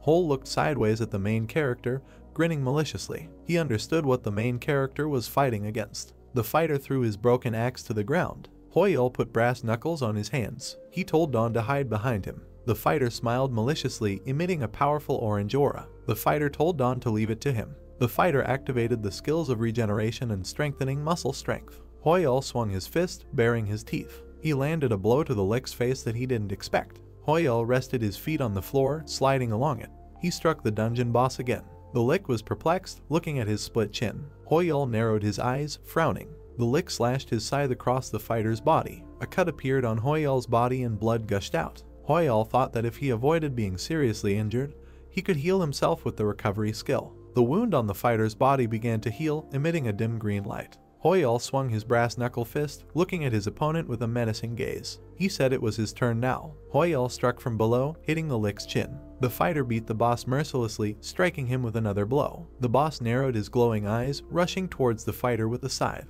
The fighter grabbed his opponent's scythe with his powerful hand, squeezing it tightly. Hoyul delivered a powerful straight punch to the dungeon boss's face. The fighter beat his opponent non-stop, without giving him a chance. Hoyul let go of the Lick's scythe. The fighter quickly turned around on the ground. The Lick looked pretty beaten and looked at the fighter with an exhausting look. Hoyul struck with a powerful blow, not sparing his opponent. From the blow with his fist, cracks appeared on the Lick's skull. Hoyul threw the Lick aside with his blow. The dungeon boss widened his eyes, opening his mouth slightly. The main character and the rabbit watched the fight in slight shock. Dawn noted that Hoyul may not stand out as much as Seung-woo, but he still packs a punch. Dawn added that Hoyul is more of a fighting machine.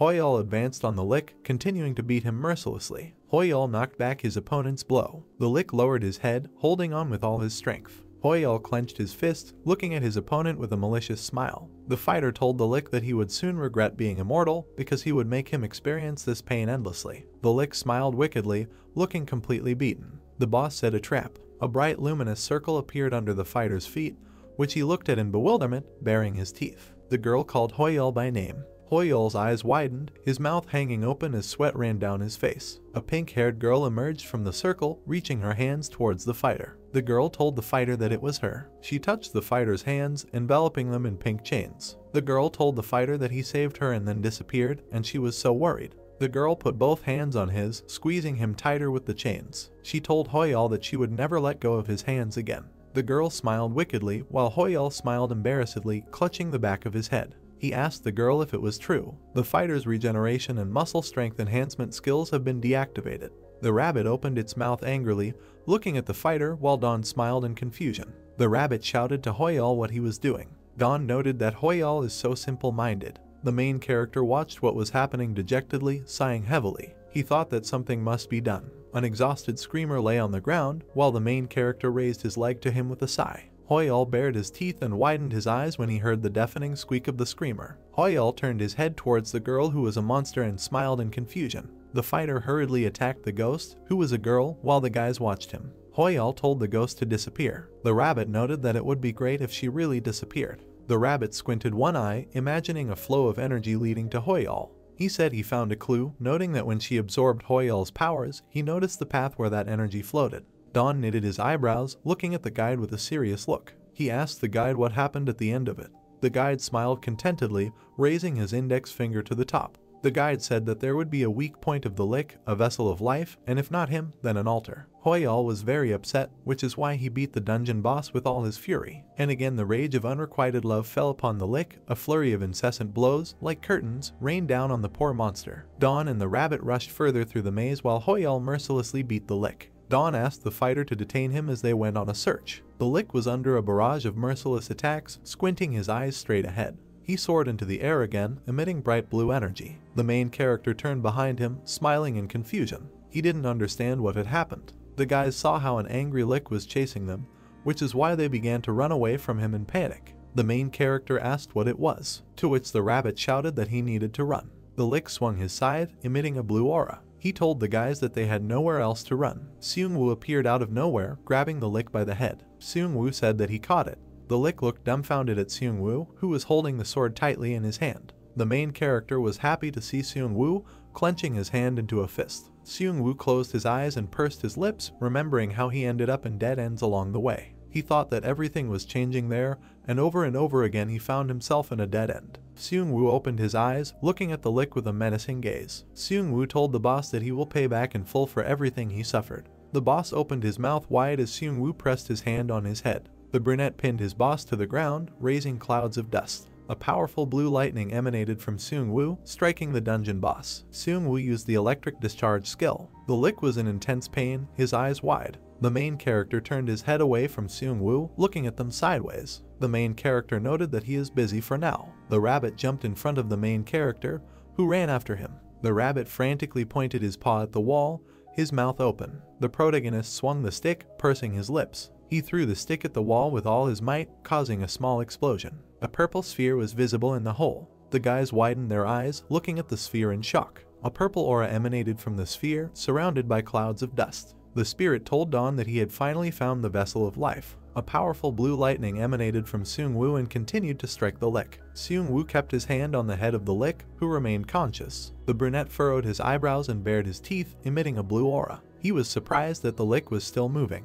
The Lick flew into a rage, his eyes widening. He called them scoundrels, asking how they dared. The Lick rose into the air again, pushing Seung-woo away from him with his powerful energy. The brunette looked at the boss, who was emitting a green healing aura. The brunette asked if this monster was truly immortal. The players approached Seung-woo holding their weapons. The player asked the brunette if he was okay, to which Seung-woo replied that he was fine and they should move back for their own safety. Ghosts circled around the Lick, while players gathered opposite him. The dungeon boss noted that many despicables had gathered, noting that they would never kill him. The Lick narrowed his eyes, looking at the players with a menacing gaze. He said that he was an immortal Lick, the king of the snow gremlins, above death, Bahamut. Seung-woo and the rest of the players were surprised, their mouths hanging open. The player noted that it turns out that the Lick also had a name. Bahamut looked bloodthirsty at the players, laughing madly. An eerie aura emanated from him as Bahamut looked at the guys. He said that he would personally kill them and make them his ghosts. Bahamut scrunched his face in rage, emitting a red aura. Bahamut told the players to look carefully at the consequences of disrespecting him, and all they would be left with was cold and death, adding that they were scoundrels. The main character appeared behind Bahamut, looking at the monster with a contemptuous look.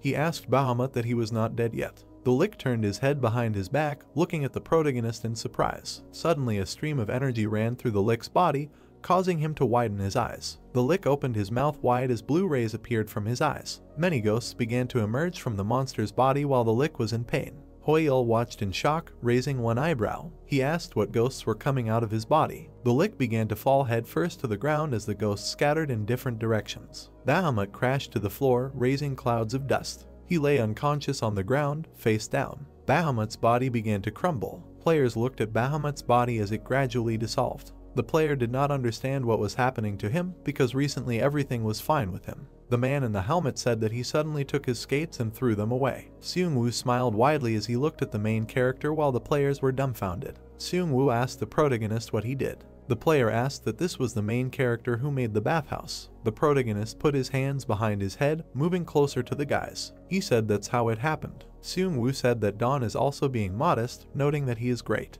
The main character turned his gaze to the floor where Bahamut lay. Leech said he was angry, noting that it was unfortunate. Bahamut closed his eyes, slowly disappearing. He said that he simply wanted to protect the owner's home, so he gladly accepted the curse, and the vessel of the soul broke so easily. Bahamut raised his head, looking at the main character in shock. Dawn said that the soul vessel is not broken at all. Bahamut asked Dawn what he was saying. Dawn stated that he placed it entirely on the altar. Bahamut looked at the protagonist in surprise, imagining the vessel of life on the altar. The spirit told Dawn that he expressed his gratitude to him, noting that although he had the power of darkness within him, he would put it to good use. Bahamut narrowed his eyes, opening his mouth slightly. He told Dawn that he despised him so much that he didn't even kill him, asking him how he dared sacrifice the soul of Bahamut himself. System notification. The main character receives an achievement, a successful attack on the dungeon. He destroyed the witch's house in the second dungeon. The dungeon bows its head to him. Reward, healing of all survivors. The Lick lay on the floor,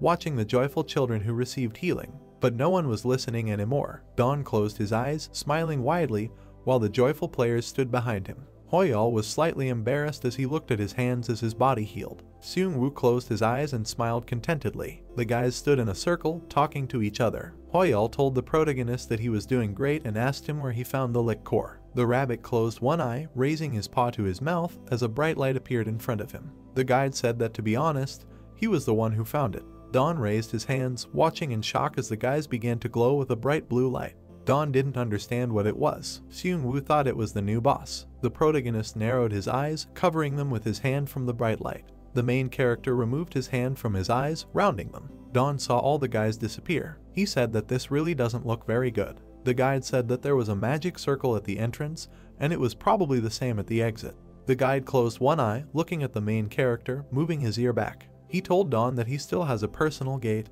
and there is no need to get so worked up. The protagonist looked dejectedly at the rabbit, remembering the huge raging flame. He told the rabbit to think for himself. If there were no gates, he would have to put out the fire on the third floor and then crawl up the ant cave, asking what kind of cruel and petty people they are. The main character smiled dejectedly, while behind him the rabbit grinned maliciously. The spirit told Dawn that the Doomsday Dragon was actually petty and cruel. Dawn sarcastically noted that the alpha comforted him. The guide watched Dawn behind him. He said that until the dungeon restarted, they also need to slowly get out, after which he asked him what he was doing there. The main character narrowed his eyes, lowering his eyebrows. She asked Bahamut if he was dead yet. The main character squatted down next to the lying Lick. Bahamut said that he would soon die as there was nothing left of his magical power. The protagonist smiled widely, holding out his hand in front of him, after which the Lick looked at him. Dawn said that then he will take it for himself. Dawn looked at the braid with sparkling eyes and a wide smile that gave off an emerald aura. System notification. Reaper's Sickle +4, durability 78 out of 100%, options, cutting power level 3, special options, sword level 1. Dawn closed his eyes, smiling contentedly, while the rabbit looked at him dumbfounded. Dawn said it would be great for harvesting rice. The rabbit thought he was crazy. The protagonist sat next to the Lick, holding his sickle in his hands. The guide asked Dawn that he was going to knock the soul out of the ears of corn or something. Don said he wished it was a little bigger. The lick looked intimidating as he held his sickle. When held by a lick in the hands of the main character, the sickle looks too small. When holding Don, the main character raised his head, looking at the top, imagining the lick's attacks with a sickle. He thought that his cutting power and sword skill were still powerful. Don said that he would have to find a use for it. Bahamut narrowed his eyes, looking at Don with displeasure. He told the protagonist that he took all his treasures from him. Don extended his hand towards the lick, emitting a bright blue light. Bahamut told Don that he was cursing him. The protagonist used the cleansing skill on the lick. The lick covered his face with his cloak, looking warily at the main character. The protagonist did not understand how this happened, asking him for forgiveness. Don turned his gaze to the rabbit, who crossed his paws over his chest. The main character called out to the rabbit, asking him if there was any way to take him with him, like the earth golems. Don pursed his lips, looking at the guide in bewilderment. The guide asked Don that he was asking if there was a way, noting how greedy he was. Alpha told the protagonist that he understood what he wanted.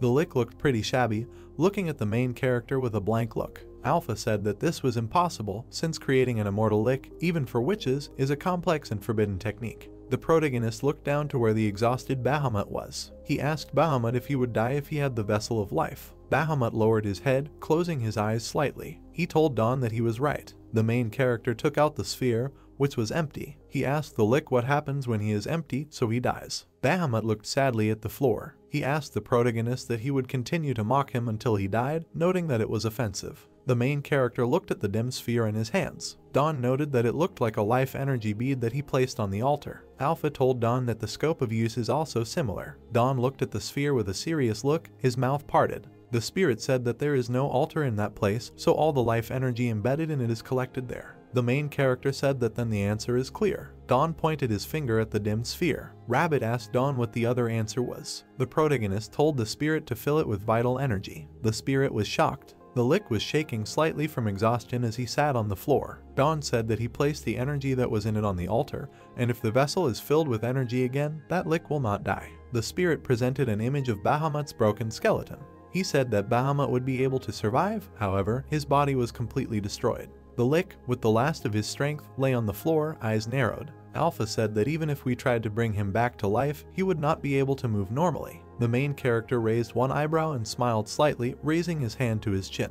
Don asked the spirit what it means if there is a whole body, then everything will work out. It was snowing heavily outside. The main character was sitting on the roof of a building, making a figure out of snow. The rabbit narrowed his eyes, watching the protagonist with bewilderment. He asked Don what he was creating again. Don glanced sideways at the rabbit, smiling sarcastically. He asked the guide what he couldn't see himself. The protagonist made a small body of a snowman out of snow, with a hole in the head. He said that the snowman is ready. The rabbit closed his eyes and pulled his ears behind his head, waving his paws. The rabbit said that he did and asked him why he was doing this. Don told the rabbit to just watch quietly. The main character smiled insidiously, squinting at the lick's head, which he showed to the rabbit. The main character noted that this was the skull of a lick. Bahamut said that he would rather die than take such a shame upon himself. The protagonist grinned wickedly, raising one eyebrow, looking at Bahamut. He asked Bahamut for forgiveness for doing this to him, and if he was offended, then he asks for forgiveness. Bahamut was furious, narrowing his eyes at the main character. He said what to say now. The protagonist opened his mouth slightly, telling Bahamut that if someone like him just died and disappeared, he would be very sorry. Bahamut widened his eyes, looking at the main character in surprise. Bahamut looked away in embarrassment, grunting in response. Don looked at the lick's skull, smiling maliciously. Don told the lick that he was the king of the snow gremlins, asking him what it meant he could control the snowman. The lick looked at the main character with incomprehension. He said that of course he could. Don abruptly pushed the lick's head into the snowman's body. He told Bahamut to then try to enter it, noting that the entrance should be closed. Bahamut's skull was stuffed into the snowman's body. He didn't understand what it was. The main character looked away, smiling slightly. Don told the alpha to fill up the fuel. The snowman's body emitted a bright orange light, opening its mouth wide. System notification. First achievement, Master of the Dead. Don has become the new master of the Witch Keeper Lick. The dungeon laughs at his creativity. Reward, the Lick's power will no longer be able to harm him. Don raised his eyebrows and smiled widely, looking at the bright light of energy. He said that this was it, noting that he knew what would happen. The rabbit scrunched his face in bewilderment, narrowing his eyes. The rabbit asked if it really worked. Alpha was surprised that the protagonist made the dark lick his ally. Bahamut looked at his hands, mouth parted. He moved his hand. Bahamut widened his eyes, looking at his hands in surprise. He didn't understand what kind of power this was. Bahamut turned his head, looking at the protagonist who was sitting next to him. Bahamut narrowed his eyes at Dawn. The main character looked warily at the snowman, holding his hands out in front of him. Dawn asked Bahamut what it was, adding that he was now his benefactor and the past should be forgotten. The snowman opened his mouth slightly, showing his fangs. He said that he was Bahamut, expressing his devotion. Bahamut, with tears in his eyes, raised his hands up and bowed to the main character, hitting his head on the ground. At that very second, the snowman rushed at the guy, shouting that he was expressing his devotion in this way, which made the hero transported. The sweat disappeared from Dawn's face and he exclaimed in shock, sitting with the chipmunk on his shoulder and offering to forget everything that happened in the past and start living in friendship and harmony. Bahamut threw himself on his knees, thanking the man, and lowering his head to the ground, he announced that he would be faithful to him until death. Rubbing his nose with his finger and closing his eyes, the main character grinned, noting that he was simply an example of a faithful servant.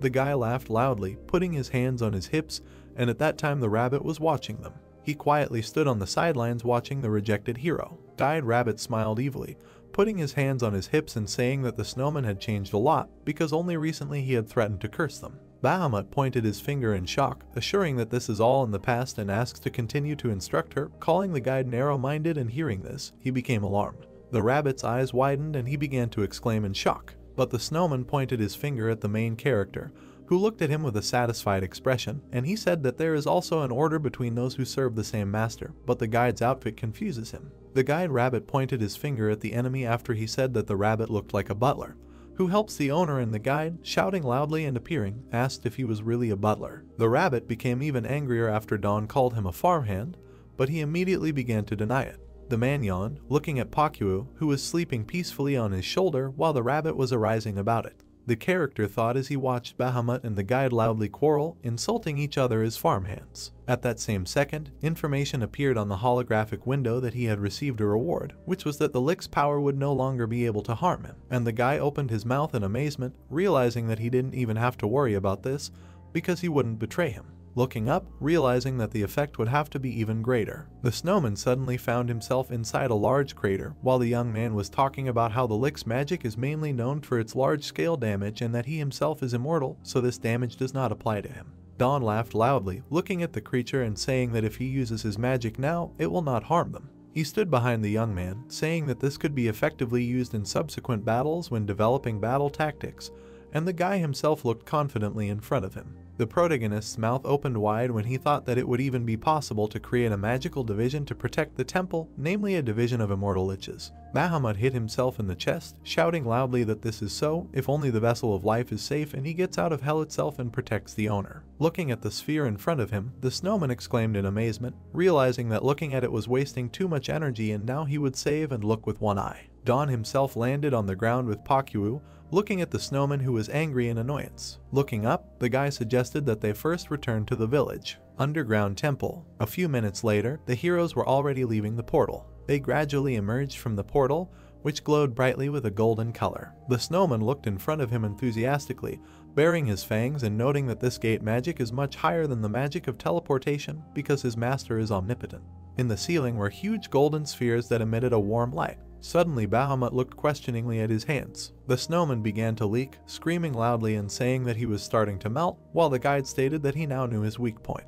But the creature, which continued to melt, insisted that it had no weak points, but Guide Rabbit listened attentively to him as he assured that this was a natural feature of snowmen. While the main character was calling, the snowman spoke to him, telling him to give him a little more energy, and he would try to hold out on his own. But looking at the snowman, the hare said that he could not help and it was better for him to go into the shadows to protect himself. The young man turned away at this time while they told him that they would call back later. The hero turned to the snowman who was sitting in the corner and asked him what he was doing there, and Bahamut replied that he was starting to melt because of the sunstones, because he was told to sit in the shade. Scratching his head, Dawn said that this wouldn't do because he wouldn't be able to move like that. The snowman grabbed his face with his hands, saying that he knew it. Grinning and clenching his hands into fists, he talked about how if they tripled the energy and tried to maintain the cold, he would win the battle with the sunstone. The hero himself frowned, saying that it was too much of a shame to waste energy on such a thing. Bahamut crawled forward, continuing to melt and thinking that no one wanted to take her side.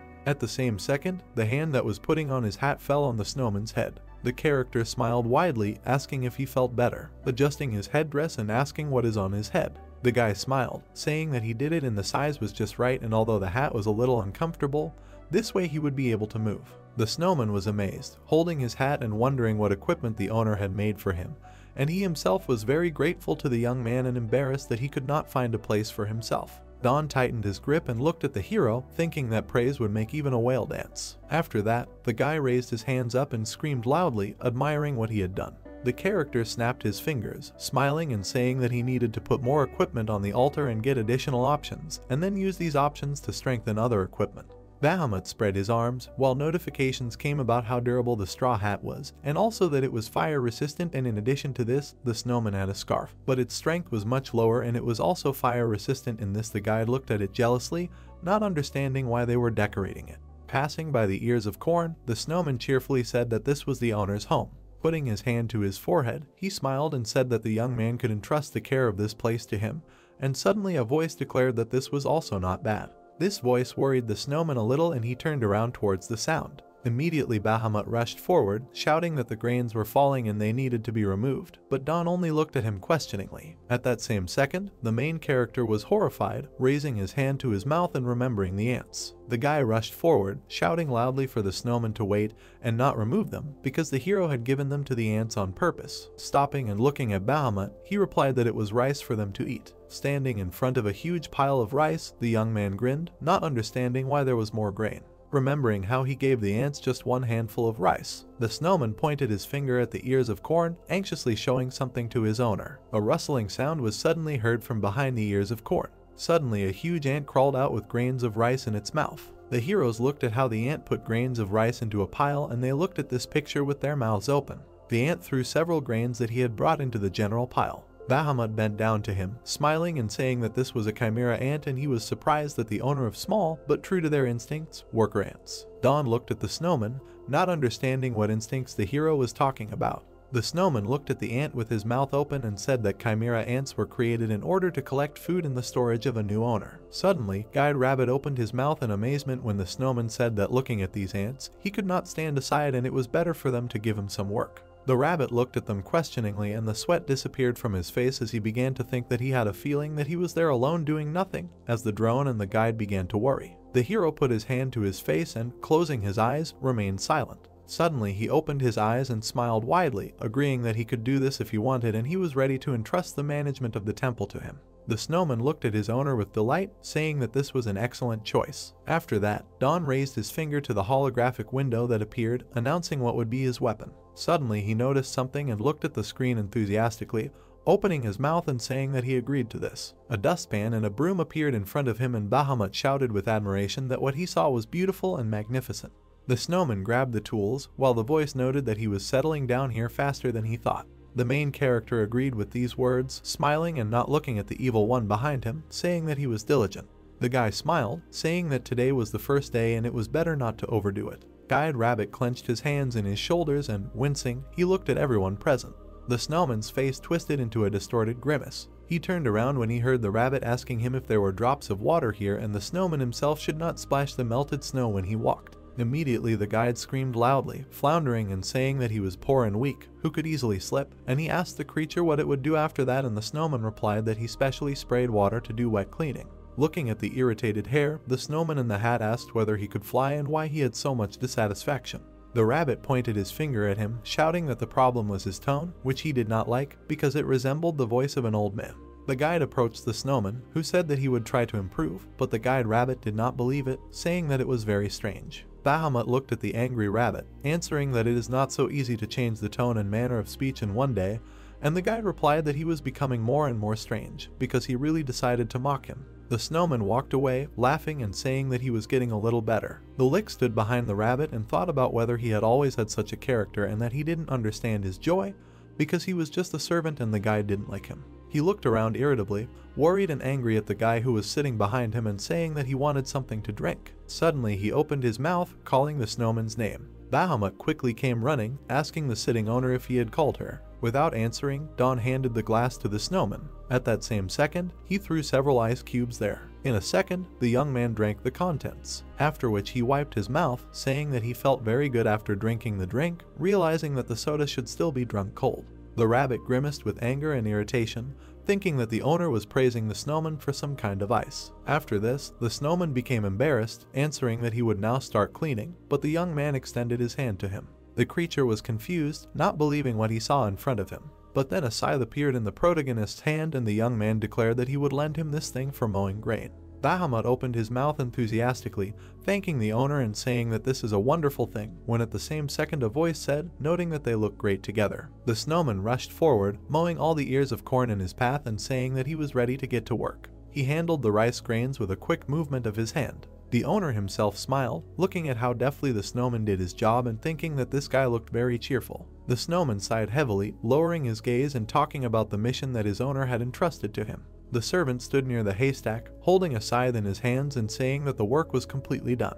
Don looked at the haystacks in front of him, noting that there were a lot of them and the snowman did a great job, and also that the underground space needed to be reconstructed at the same time. Suddenly, the hero's gaze fell on the ant and he stated that it was necessary to build a normal pantry for food, taking into account the passages through which the ants had to move. And looking at the ant again, he stated that he trusted this little one to grind grains. He picked up an ant on his finger, noting that he had only one insect, so he would collect rice alone for a long time. Continuing to hold the creature on his finger, the young man thought that this ant could become a queen or the queen of ant troops. Suddenly a rabbit ran up to them, angrily asking if they really thought that this baby would also lay eggs, and the guy suddenly turned to the ant, asking him if it was really a female, but the guide answered that he didn't know his gender. Don sighed heavily, closing his eyes and wanting to say something. Suddenly he touched a certain box in front of him. Touching it, a bright blue light began to emanate from all the cracks and corners, illuminating everyone present with its color. Suddenly the owner's face lit up with a smile and he announced that he had done it. The heroes stood in front of a huge golem mill, where nearby there were ears of corn cut by a snowman, then there were huge jugs where the collected rice was stored. And finally in front of the characters stood a huge gorilla, whose purpose was to thresh and collect rice grains. The rabbit himself looked at the thug with alarm, not understanding where the mill came from. The hero looked enthusiastically at the structure, putting his hands to his face and saying that after processing the ears of corn, you can immediately boil the rice or grind it into flour and make rice dumplings from it. And the chipmunk, who was sitting next to him, enthusiastically echoed the beautiful and tasty dumplings. Suddenly the owner changed his face and looked up in amazement, which attracted the guide's attention. The guy's face scrunched up and he looked up, declaring that he really wanted spicy rice dumplings. After that, he sighed heavily, saying that he didn't have pepper paste, so the dish wouldn't work. The man turned around, thinking that he needed to look for something similar to red pepper and asked the elder. And at this time the snowman asked what happened to the owner and the guide answered that the servant would get used to it because he was always like this. 2 days later, someone's tents are spread out over a vast area. Seung-woo and his companions were returning to the village, walking slowly. They stood in front of a huge building, and only before that they got out of the witch's house with the help of a magic circle and ended up in another place, namely right at the entrance to the third dungeon. Jinsu looked ahead with a confused look and all the heroes then did not know whether to attack the dungeon or whether to update their equipment, and then they were faced with a choice. But the companions decided to reset their equipment and go back to the village. Dawn stood in front of them, who spread his arms and stated that the heroes had to endure a lot. Immediately one of the group of guys rushed at the guy, hugging him tightly and knocking him down, rejoicing like a child. The entire team of heroes stood opposite the guy who declared that they smelled and looked much worse than any homeless person. Patting one of the guys on the head, the young man said that first they should wash themselves and they should follow him. A huge hall with rice cereals appeared in front of the characters, which was illuminated by a small sun in the ceiling of the room. The guys followed the owner of the place, asking him where they were going, and he answered that they were almost there. The main characters stood in front of the large door, announcing that they had already arrived. Gradually, the door began to open and the hero said with a smile that now the fun would begin. Outside the door, crystal clear water flowed from the pipes. Seung-woo's face changed, not believing what he was seeing. Don himself rubbed his nose with his finger, stating that he was bored while he was waiting for the whole team and therefore decided to make this thing. Everyone looked at the sauna, not believing that the guy was just bored. Suddenly, the attention of the group of children was attracted by a snowman who looked at them in confusion and adjusted his hat. The head of the team reproached the creature, saying that he was the boss from the witch house. The snowman lowered his head down, saying that they were really his master's traveling companions, and he immediately apologized for his past behavior, and suddenly everyone was struck by lightning when they realized that the creature was obeying the guy and wanting to get a weapon. They noted that they could not like his politeness. The owner of the place himself extended his hand, saying that he would prepare dinner because the guys were probably hungry, but now let them take pinsa and go there. Immediately a snowman appeared behind the head, who, holding his hat, said that he would prepare all this. He began pouring the topping on the ice cream. Everyone watched how deftly he did it. In a matter of seconds, the guys already had plates of delicious ice cream, pieces of ice and fruit in front of them, and the snowman suddenly announced that the owner has been very fond of this dessert lately and let his fellow travelers enjoy these goodies while they take a bath. Drooling appeared at the mouth of one of the guys who pronounced the name of this dessert, but incorrectly because he did not understand. After some time, the sauna was filled with hot water. The guys sat on its sides, finally enjoying the water. The owner himself looked at them with rapture, saying that he had a request. Hearing the main character's voice, Seung-woo looked at him questioningly. After this, his wet face lit up with a smile and he heatedly declared that he would give his life for Dawn if he only asked. The man sitting opposite also smiled, answering that he would give his soul, and hearing this, Bahamut was surprised. Suddenly, the chipmunk Pakyu appeared in front of the snowman and finally got off the guy's shoulder. The animal rushed after the creature from the witch's house, who screamed loudly and ran away, asking him to stop. Immediately, the chipmunk sat down on the hat of the snowman, who tried to stop him, saying that it was so wrong. The snowman turned to the rabbit, asking him to take the chipmunk, but the guide suddenly grinned. He called the animal's name, which was sitting on the guy's hat, and tossing it over. Immediately, Pakyu landed in the rabbit's arms with quick leaps. The snowman looked at them questioningly, realizing that this kid understood everything. Bahamut irritably grabbed the edges of his head, imagining a pyramid in his head, where he was on the last and lowest step, and behind him was a chipmunk, then a rabbit, then the owner's friends and buddies, and finally, the owner himself. Suddenly, Don turned to his fellow traveler, extending his finger upward, declaring that he would need to find time and raise the level of his purification skill. The guys who were sitting in the sauna looked at their friend in amazement, not understanding what cleansing skill he was talking about. Suddenly, the main character opened the taskbar, declaring that he had recently begun to think about the value of the main skill, namely cleansing, and this skill nickname went to food at the very beginning. A message suddenly appeared on the screen stating that his purification skill was at the initial 10th level, and the rabbit, who was holding a chipmunk, intervened in the conversation and said that this is true and against immortals.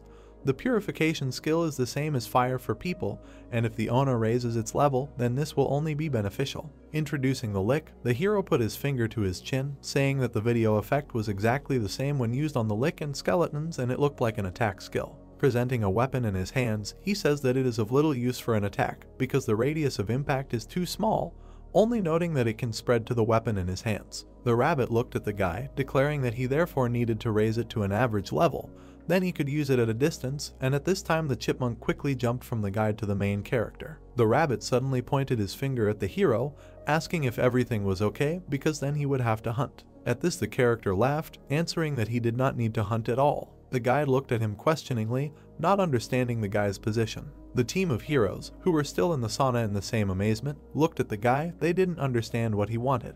After some time, they found themselves in an unknown area, standing in a circle. Seung-woo put his hands on his hips, calmly looking around the area and saying that while he was clearing the ground, they should block the skeletons. The guys threw up their hands, saying that it would be extremely easy, and then they asked how long it would be worth doing. Dawn smiled, stating that this must be done until his skill reaches an average level. The team of heroes smiled, thinking that it seemed easy, but at the same time difficult. A few days later, the head of the team fought fiercely, holding a weapon in his hands. All the guys fought the enemies and they put incredible effort into it.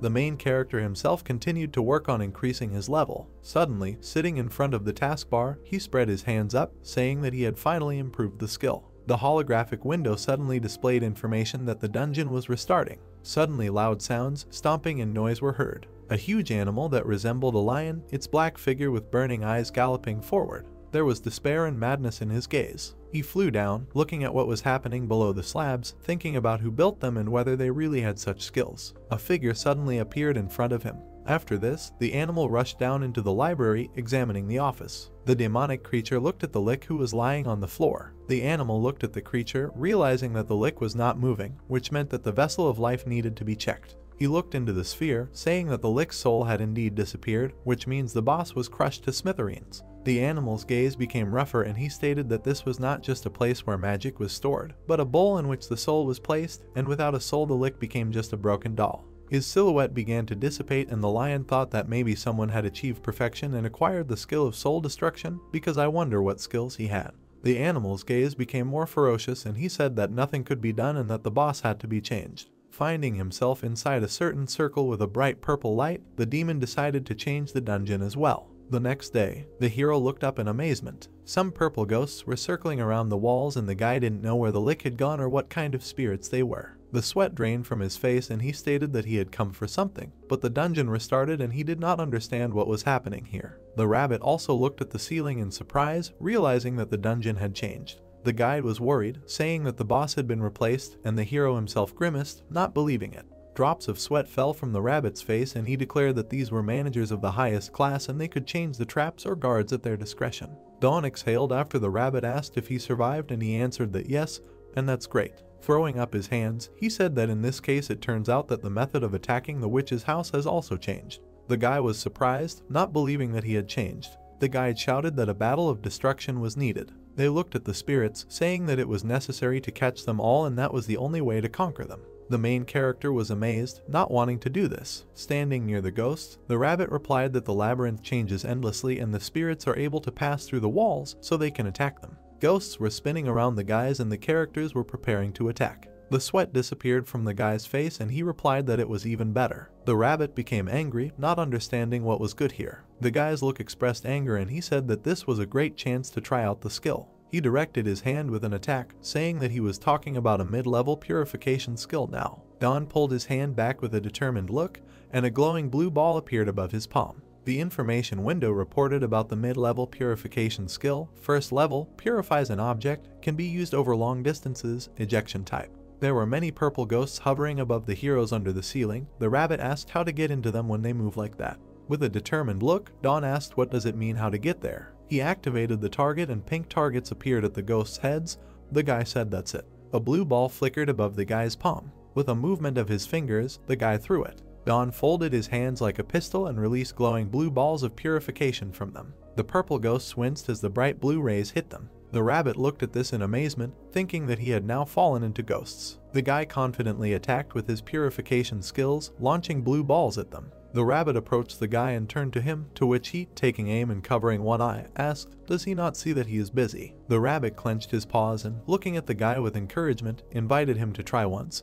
When he inquired that, the rabbit said that if it didn't work out, they could jump into the gate. The beast extended his finger forward, clenching the fist of his second paw, and offered to see if he could catch several of them alone. The purple ghost looked like a long drop. Ghosts are one of the most difficult opponents. In an imaginary diagram, one of them passed through the body of a person shivering from the cold, taking away 1% of his health. Their method of attack is simple in principle. Upon contact with them, a person's health and body temperature drop. With a single attack, this will be about 1% of health. In the following diagram, many insidious ghosts pass through the body of a screaming person, depriving him of 1% of his health many times. If several dozen attack at once, you can say goodbye to your life. The rabbit closed his eyes pitifully and said that these are such dangerous creatures. They pass through walls and fly as they please, and the worst thing is that physical attacks do not work on them. He pointed with his paw and asked the grinning guy in amazement why he could handle him so easily. Don turned around and looked at the rabbit, who was shouting that they shouldn't underestimate them, and said that he realized that he thought so. The guy sent bright blue balls from his palms. The rabbit believed that it was the 57th ghost. Don said that everything was going smoothly. A screamer in the shape of a radish lay on the floor. The rabbit looked at him and asked why he was here. Don replied that if the ghosts get too close, let them press on him. Many ghosts approached the guy, but he confidently fought them off with blue rays. A rabbit standing nearby pressed its paw on the screamer and the ghosts immediately flew away. The guy blew on his fingers as if he was cooling the barrel of a pistol and said that ensuring a safe distance was completed, they were starting all over again. The rabbit put his paws on his sides, stepping on the radish monster, and thought that this was against the rules, and said out loud that he had become even more cunning. Don looked at him and said to call it not cunning, but efficiency. If you can work and not strain at all, then why should he sweat on purpose? He's not a fool, what does he think? Instead of answering, the rabbit counted the 83rd ghost. With a satisfied smile, Don said that he was hungry, they would reach 100 and leave. Who knows, maybe there will be some kind of achievement. The system information indicated that the purification skill had reached level 2. While making a shot, the hero turned in the other direction and looked at the notification, saying that after all, this is the best way to increase the level. The confused rabbit thought that it would be better if he watched where he was shooting. A lone ghost appeared next to the heroes. The hunt for 100 ghosts was over. The guy chuckled that for some reason there was no achievement. The rabbit replied that if it was, then soon we probably already received it a long time ago, to which the guy confirmed. Looking at the rabbit, Don shot in the other direction, saying that then they will have lunch and come back here. Maybe something will work out. The rabbit asked, does he want to rest? With a sweet smile, the guy looked at him and ordered him to press the screamer. There was a disgusting scream. The guy looked at the rabbit with a smile while the ghosts flew away from him in the other direction and asked if they could go. Suddenly Dawn turned away and asked in surprise, "What?" The rabbit asked what was the matter. There was a bunch of strange white substance lying on the ground. The guy asked what it was. The heroes leaned over this small heap. The rabbit replied that these were the remains of ghosts. The guy asked again in surprise. He remembered the stricken ghost, from which purple smoke came out and turned into this white substance, and realized that it was that ash. He pointed his finger at him and said that this is interesting. Ghosts leave ashes. The rabbit threw his paws behind his head and said that, for that matter, the one who kills ghosts is even busier. Don remained silent, thoughtfully touching his lips with his fingers, and then he turned to the rabbit and asked interestedly, "Maybe this could be used somewhere." The rabbit asked if he thought so, except in the ceremony of honoring ancestors. With a smile, the guy pointed his finger and said that this is the item that was left after the deceased monster. Surely there will be a use for it. The rabbit chuckled thoughtfully. He leaned down to the ashes and sniffed them, saying what if he was talking about this. Having risen, the beast sneezed loudly. The hero standing next to him thought that inhaling it was dangerous. The dissatisfied rabbit shouted that it was just ordinary dust. The guy turned away from him and asked Alpha if he knew anything like ghost dust. Not a bad name, right? Alpha replied that it can be used for research purposes as a magical reagent, but it has no use for him since he is not a magician. The guy read it carefully and said it was true. Don circled a handful of ashes, carefully examining them under the gaze of a confused rabbit. He took a pile of ash in his palm and looked at it carefully. Blue rays appeared around him. He thought, maybe roll it into a ball. There was a white cube in the guy's palm. He asked if this was a new object. The rabbit said it was just a hardened piece of dust. The guy ran around the room from place to place, rolling up lumps. The rabbit lowered its ears, thinking that he still wasn't listening to him. Categories with a ghost stone appeared in the inventory. Don said that it seems that something is working out. A ghost stone will come in handy someday. The rabbit replied that he wished it were so. After shooting blue rays at several more ghosts, the hero decided that they would have dinner and begin the second battle. There were several crushed radishes lying on the ground. Don looked into the inventory and said that they used all the screamers. The rabbit confirmed. He wiped away a stingy tear from the corner of his eyes and said that the poor screamers could only scream and then die. The guy turned to him and said that he himself stepped on them. The rabbit cheerfully raised his ears and stuck out his tongue, squinting one eye, and said that this was true. The guy remembered a nest with a sitting griffin. Screamers live in an eagle's nest. He chuckled and thought about going there and getting more of these screamers. What? This time you need to make a trap out of them. He bit his lower lip, greedily thinking that the eagle most likely restarted somewhere around this time. The rabbit looked at him displeasedly and said that only recently they went for grass, and now he is planning to hunt an eagle. Throwing his hands behind his head, Don entered the golden gate that appeared, saying that he would set a trap, let it catch them. The tension was even less than with ghosts. The rabbit who followed him said that he could hardly imagine all this. Under the blue sky, the mountain of death towered. The guy stretched, smiling while a huge eagle fell next to him and said that he had caught it, but again without achievements. The rabbit hovered next to him, holding several screamers in his paws, and replied that if the achievement had already appeared once, it most likely would not appear again, except for special achievements. Besides, the reward is the same. It doesn't make much sense. Don pouted displeasedly and said that this land was too greedy, to which the rabbit replied that it was his greed that had grown to the skies. With a smile, the rabbit pinched the screaming brunette's side and said that that's why he got fat. There were red bumps on the rabbit's forehead. Don clenched his fist and displeasedly asked Alpha if his fat could be placed on the altar, to which he received the answer no. The rabbit pointed his paw at him displeasedly and told the guy who folded his arms on his chest that if he really wanted to get rid of him, he should let the ghosts attack him. Don clarified, "Is it true that he will lose weight then?" The rabbit angrily threatened him with his paw and shouted that this was a joke. If he wanted to lose weight, he needed to move more and reconsider his diet. The beaten rabbit lay face down on the ground. The guy turned away and said that he almost believed it. Then he paused thoughtfully and thought about life energy. With a movement of his hand, the guy opened the inventory window. He looked at the cell with ghost stones and said that if you introduce life energy here, what will happen? Alpha replied that it was impossible. Don closed his eyes and folded his arms over his chest when he heard that they couldn't waste their life energy on something like that. Does he even know how much it takes to resurrect Earthia? Confidently opening his eyes, the guy said that he would try once. Holding a ghostly stone in his hands, he imagined how he turned the lick into a thrifty snowman, and said that he put energy into the vessel of life, and after that Bahamut took his side. What if we put energy here in the same way? Alpha said it was wasteful. The rabbit looked at him and said that it was no use. Don raised his finger and answered, closing his eyes, that the ghosts could also take their side. He spread his arms, imagining purple ghosts hovering above him, and said that although the lick from the boss's room had disappeared, but if possible, they could have their own army of ghosts. The rabbit covered his eye with his paw and, waving the second one, said what kind of dreams he had. If he accidentally caught one lick, it does not mean that he became a dark sorcerer. Alpha added that, speaking of Bahamut, there was originally a vessel into which energy could be put, so he was able to do what he wanted. The guy frowned with displeasure, pointed a finger at himself in the chest, and shouted why they weren't obeying. The owner of the temple was ordering them to put out energy. Alpha said that then you need to try only on one stone, but it's impossible here now. Let him go to a safer place. Gap Village appeared nearby, where there were tents behind a stone fence. Dawn asked, is it possible here? He stopped at one of the tents and said that if something went wrong, he could ask the villagers for help. Alpha agreed. The guy was holding a cube in his hand, which was surrounded by a golden haze. The spirit said that it would invest life energy. Dawn concentratedly held the cube with golden smoke in his hands and mentally asked the ghost to come to life. The club soared above his palms. The guy looked at him in surprise. The spirit also asked what. The rabbit opened his mouth in shock, stretched out his paw to the glowing cube and thought, it's true. The cube had already risen to the eye level of the guy, who with a smile decisively ordered it to come to life and be resurrected. The heroes looked at the cube floating against the background of clouds. The rabbit frowned and asked why he kept getting up. Meanwhile, the small cube rose further and further from the heroes. When all that was left of him was a small shining point, the guy asked, what next? The rabbit replied that he didn't know. Had he ascended? The beast covered its mouth with its paws, holding back laughter, and then he laughed loudly. Dawn turned to him displeasedly and asked why he was laughing. The rabbit stood, waving his ears and paws like a butterfly, looking at the guy who turned away with displeasure and said that he just said so. But it turned out to be true. It was not enough for him to just cleanse the ghost. Now he also helped him ascend. He killed the ghost twice. Alpha said that it seems that all his dark power has disappeared and only the ability to fly remains. Dawn frowned silently. The spirit continued that it was still a waste. It's good that they didn't use that much energy. The guy raised his head up, wondering if it was good. He silently looked at the sky. White clouds floated across the blue sky. Suddenly the guy understood and, looking up, said that this was not bad.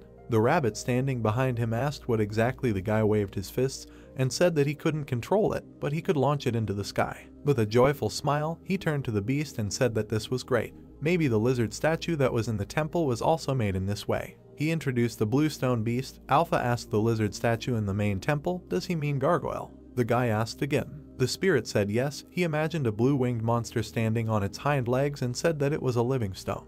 In the past, the masters who created the Temple of Life created this statue to honor Earthia, which brought him great joy, and he put him to guard the temple. The guy took the next cube and looked at it, saying that's right. That's right, if you use this ghost stone, then you can make a flying statue, right? If placed in this stone and earthen golems. Dawn looked at the rabbit, who raised his paw and asked what would happen. They too would fly to the sky and become stars. The spirit said that it seems that the ghost stone can fly away, but it does not come back. The rabbit spread his paws and shook his head, saying that he couldn't move aside either. Alpha added that living stone is a completely different level of magic. If you put life energy into a stone and use flight magic, it will cause constant movement.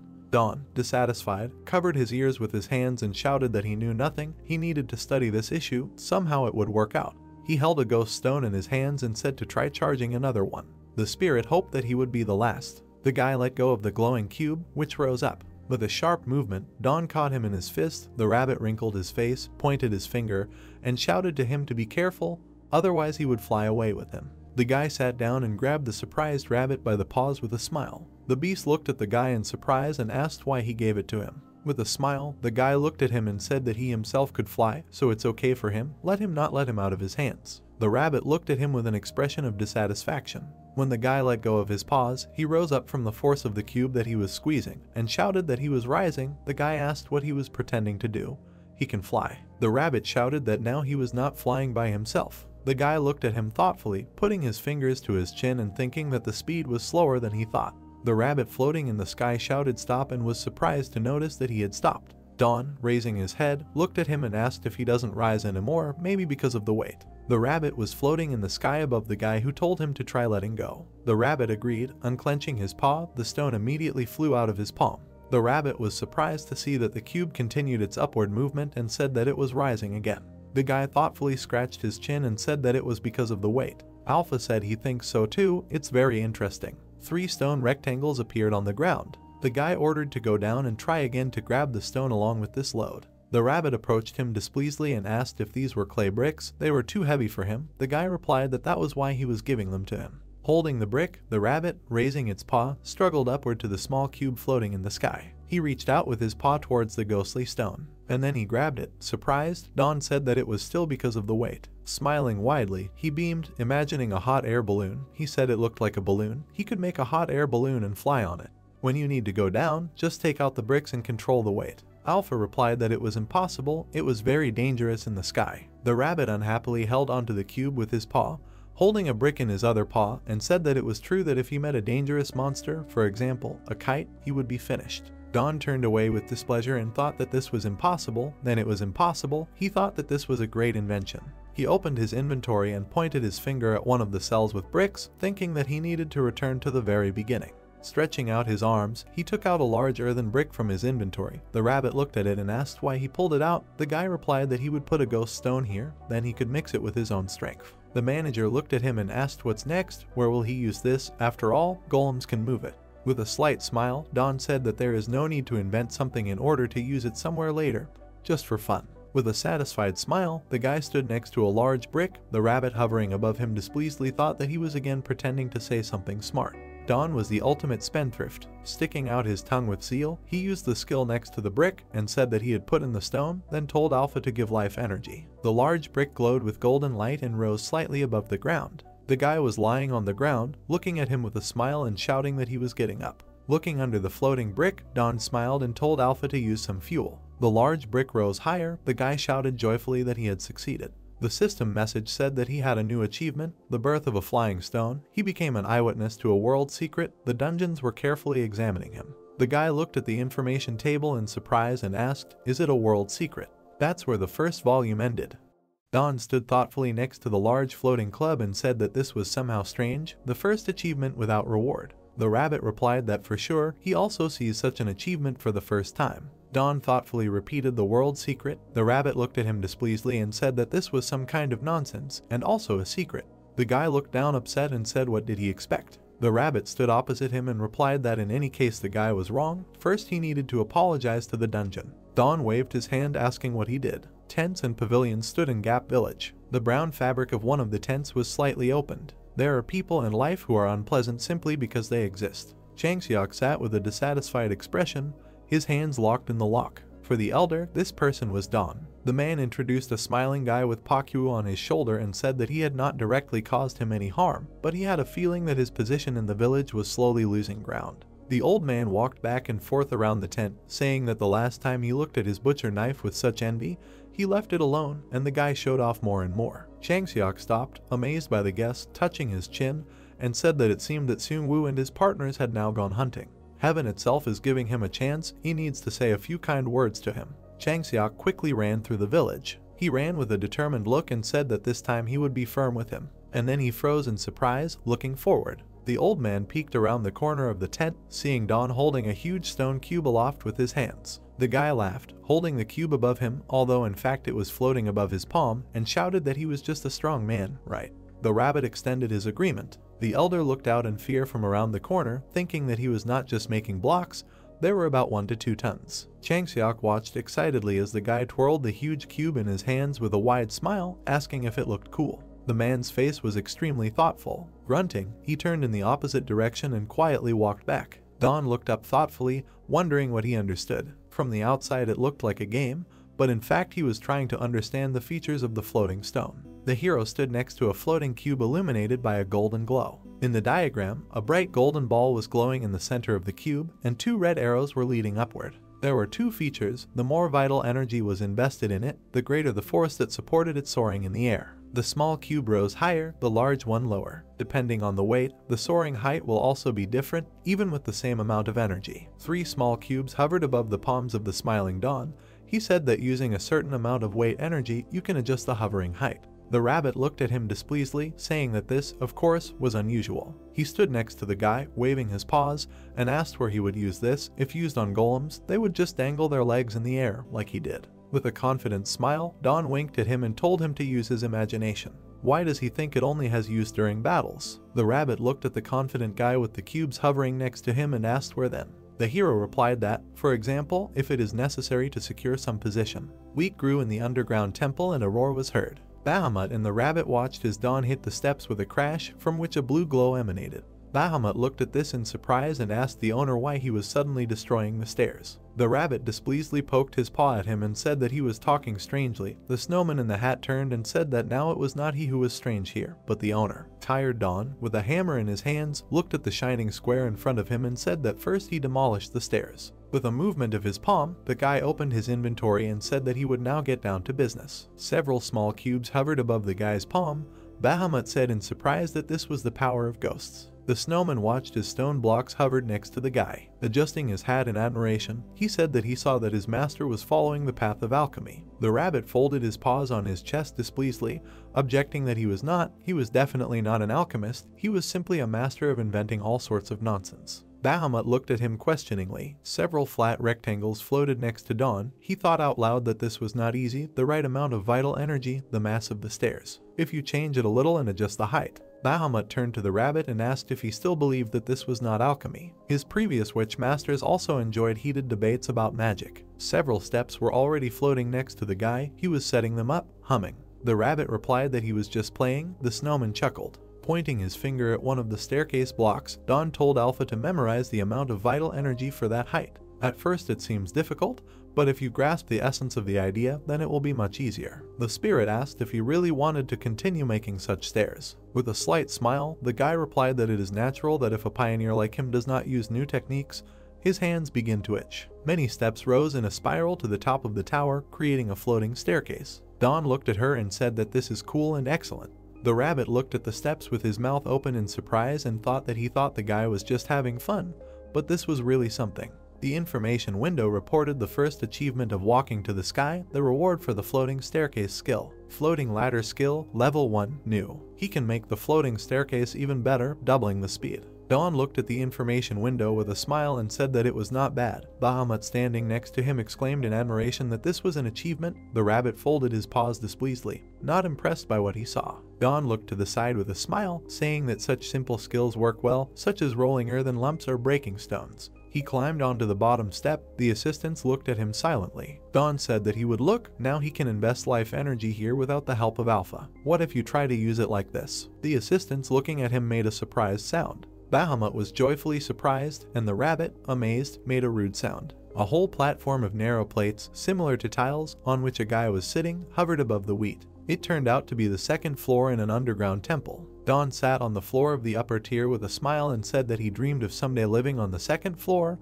His dream came true. The rabbit asked displeasedly, did he also dream of living underground? Bahamut looked at the beaten rabbit lying face down on the ground. Dawn looked in his inventory and said that it took more ghost stones than he thought. It would also be necessary to obtain it and at the same time train the cleansing skill. Turning to Bahamut, he said that this time he would go with them and get everything that was there. The snowman looked at him in surprise. Leaning over, he said that this is the very place where even death, which saved his life, retreats, the home of the previous owner. Bahamut became gloomy. The guy called out to him in surprise, and the rabbit waved his paw, shouting that even though he was on their side now, there were still old memories. How could one be so indifferent? The snowman said his name, and then he resolutely extended his hand forward and declared that he knew all the traps and secrets of that place. Let them entrust this matter to him. A satisfied Dawn shouted from behind that this was great. A sad rabbit stood next to him with his ears down and asked, are there any normal people in this team?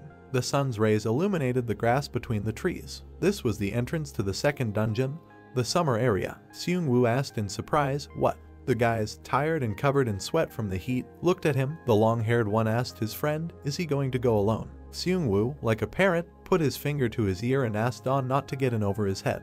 Jinsu and Hoyol did the same, and the archer asked to run as soon as he sensed danger, and the man added, suggesting that he either wait until they arrived. A trio of guys with tired faces stood in the forest, since they could not enter the cleared dungeon a second time, so they waited at the entrance and honed their skills. Naturally, these rules. In the dungeon there was the golden gate of the ant zone of the second dungeon. A voice through the device said it was very worried. The brown-haired man, guide and Bahamut walked through the tunnel, with a large insect trailing behind them, since this restriction did not apply to the player. The guy answered, asking not to worry, and added that he would call later. The snowman noted in surprise that this path leads straight to the boss's room. The walking rabbit frowned and muttered that those people acted as if their own son was leaving his father's house. Dawn jumped from the tunnel onto a flat surface when Guide said that if they had ever seen how he behaved, they wouldn't behave like that. Guide looked at the player with irritated eyes, noticing that he had grown up quite a long time ago. With a joyful face, the brown-haired man waved his arms, shooting at clots of purple energy and using purification. The rabbit muttered that he himself could kill anyone he wanted. The guy froze when a small white foot suddenly appeared to the side and a sound was heard. A small detachment of ice gremlins in the form of hares was coming towards him. The player froze with a puzzled face, holding 2 fingers in the air. He exclaimed that ice gremlins were against the rules since his purification only applied to ghosts. The snowman with sparkling eyes bared his teeth and took off, exclaiming that he would take over the defense. He began to concentrate magical energy, and in his hands were a butcher knife and a reaper's scythe, which Dawn lent him. Seeing this, the ice gremlins with frightened faces retreated back. Bahamut frowned and with an angry look grimly told them to go to him. On the sidelines, the brown-haired man and the rabbit watched with grimaces. The guy noted that he said it again, and Guide muttered that he got goosebumps. The snowman ran towards his goal with a weapon in his hands. He began swinging his knife and scythe, destroying the gremlins. Bahamut swung again. There was a mad smile on his evil face as he said that all the despicable must die. Watching the snowman deal with the monsters with a smile, the rabbit crossed his paws, thinking that he definitely shouldn't be angry. With a dissatisfied look, he turned to the side when he heard the sound.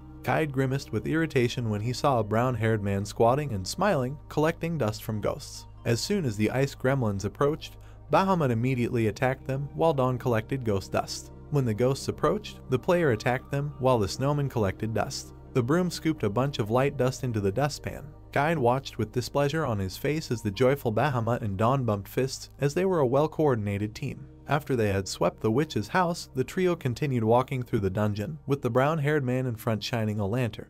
He turned around and looked at the stone corridor, which literally shone with cleanliness. The guy asked what it was, noting that it felt like someone had cleaned up. The snowman noted that his owner had changed, and he was doing the same, and then added that this was a strange feeling. The rabbit sighed tiredly and asked if they were not managers. The player looked delightedly at the sparkling sign that appeared in front of him, which indicated that the purification skill had increased to intermediate level 3. He thought that they had not cleaned up here in vain. With a smug smile on his face, Don crossed his arms and looked at the rabbit as he pointed at him with a displeased face and indignantly asked if he really leveled up with this. He exclaimed that this was just a stupid skill. The guy replied that the opponents were strong monsters, and that high-level monsters give even more points. Guide sighed irritably and said that they were just lucky. The brown-haired man asked him again. He smiled widely and a small stone cube appeared on his face, asking if he was talking about luck. He exclaimed that no matter what anyone says, he always achieves everything through effort. Leaving the rabbit, the guy walked on, forming an earthen lump in his hand. The furry beast sighed mentally and smiled softly. The player lowered his eyes and suggested checking how much better it had become, and then activated the cleansing. Several blue spheres appeared above his palm. Don noted that he clears 3 lumps at a time and suggested that 1 lump can be considered enough for 1 level. He crossed his arms over his chest and glanced to the side, imagining many blue orbs next to him. He asked if he could clear 10 lumps at once if he was level 10. The brown-haired man smiled widely and clenched his hand into a fist, and asked, saying that as the level increases, the quality of purification also improves, so hunting ghosts becomes easier. With an offended pout, he turned and looked at the rabbit when he said that he should know that leveling up here wouldn't be easy. The player saw a dark staircase at the end of the room and told the others about it. Bahamut's eyes flashed and a bead of sweat ran down his face. He said that the first underground floor begins here, so you need to be careful. Don started from the boss room and quickly went through the dungeon, which was divided into 3 floors,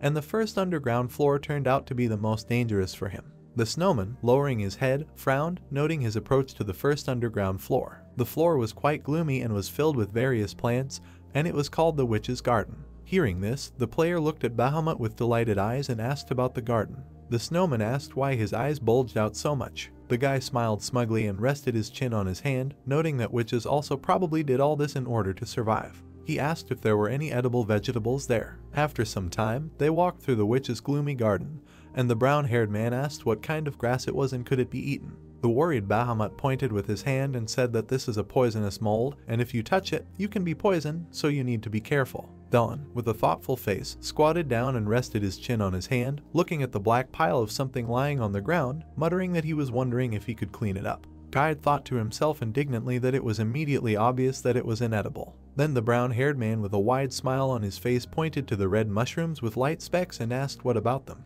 The snowman replied that although these are mushrooms, if you get closer to them, they spray spores. The player pointed to another plant and asked, and Bahamut replied that it was ordinary moss. Listening to this, the rabbit grimaced in irritation. The guy hung his head sadly and threw his arm behind her, muttering that he was disappointed. He noted that, after all, light does not penetrate here well and it is quite cool. Dawn turned and saw that the snowman had lowered himself to the ground in front of him in a bow, and said that he was very sorry, but most of them here are traps and there is almost nothing edible now. The brown-haired man frowned and pouted his lips offendedly, noting that since he said almost, there must still be something edible. Bahamut looked up at him and replied that there is, but it doesn't look very good. The player smiled widely and said to show him. His foot stepped onto a hard earthen surface. Approaching the plant, the guy waved his hand and noted that it was a little dry here. The snowman replied that plants grow here that absorb a lot of moisture. Startled, the rabbit pointed his finger to the side with an indignant look and shouted, telling Dawn to be careful and not crash into it. Hearing the scream, the brown-haired man froze right in front of a huge cactus. Turning his head forward, he, frightened, clenched his teeth tightly when he saw thick needles in front of him. Looking in that direction with frightened eyes, Guide began to mutter that it was. Looking at the large cactus needles, he exclaimed that it was a cactus that absorbed blood. Standing near a tall, thick cactus, the rabbit spread his arms to the sides and said that if you prick yourself on its needles, it will begin to absorb blood, and to be more precise, it is a plant that absorbs all the moisture that gets on the spines. Bahamut hit on Dawn, who stood with his arms crossed, saying that now he understands why the air is so dry. Suddenly, an idea appeared in the player's head. He turned and glanced at the snowman, asking if this was the plant he was talking about that could be eaten. Bahamut replied that although it did not look very pleasant, the previous owner ate it with pleasure. Guide grimaced, sticking out his tongue. He exclaimed that she was a witch and may even have drank blood from this plant. He added that he hates everything related to blood. Frowning, the brown-haired man looked displeasedly at his furry comrade, remembering his crazy smile and blood-stained white fur. The rabbit looked nervously at the puzzled guy, who was pointing his finger at him, and asked him what was the matter. Dawn replied that he remembered something disgusting. Guide shouted, asking what's wrong again. The player, looking puzzled, pointed his finger and told him to try first. The embittered guide began waving his fists and shouting indignantly, asking if he really wanted him to try this. He screamed that he would do anything but this. The brown-haired man turned to the cactus and pointed at it with his hand, noting that it was clean. He added that the dungeon had restarted, so he had not yet had time to absorb the blood. Bahamut folded his hands when the guy turned to him and asked if it was true. He confirmed his master's words. The snowman and rabbit pointed at each other as Bahamut noted that he could be calm. Guide told him to try it himself in this case. Bahamut lowered his eyes and looked at his hands, saying that he was just a snowman, and if he came too fast, the plant would suck all the moisture out of him. He raised his hand up and confidently said that he could not approach him. An idea appeared in the rabbit's head. He quickly stomped towards the cacti. Guide tore off one of the needles. With a sneer on his face, he turned sharply into Bahamut while Dawn watched thoughtfully. Smiling insidiously, the rabbit began to run after him with a needle in his paws, while the snowman asked in fear what he was doing. He quickly ran along the path while Guide laughed merrily behind him, exclaiming that since he was afraid, he should stop behaving like that because it was annoying.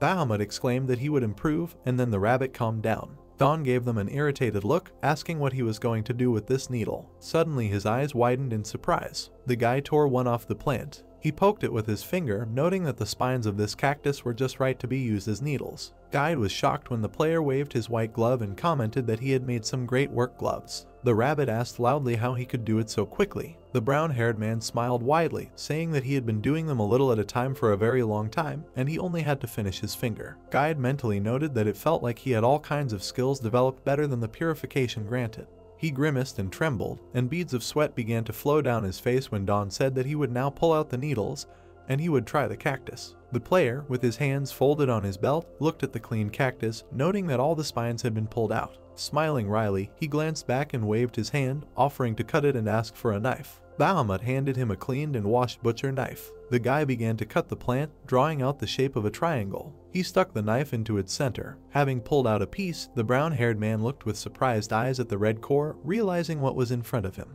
Looking at the red piece on the tip of the knife, Dawn mentally noted that not only in appearance, but also in its peculiar smell, this was a real watermelon. The player smiled and drool ran down his chin when the frightened guide asked if he had to eat it. The brown-haired man replied that he would eat it himself. The rabbit with a gloomy face perked up and touched his chin with his paw, asking is it true. The guy playfully replied that he could not force his subordinate to do such dangerous work. He took a bite of the watermelon and began to chew. Dawn began stuffing his cheeks with red pith. Almost finishing the piece, he smiled contentedly. Looking at the reddish drops flowing from the watermelon, the rabbit exclaimed in fright that these were drops of blood and this was just a terrible plant. Bahamut agreed with his words. With a surprised face, he stood next to the irritated guide, who crossed his paws over his chest. The snowman said that the previous owner also said that the taste was very refreshing and pleasant. When Guide muttered that witches were completely different, he noted that the local owner was also quite brave. Looking at the enthusiastic face of Dawn, eating an arbor, the rabbit thought that he was so eagerly eating this nasty and dangerous plant that he even began to respect it.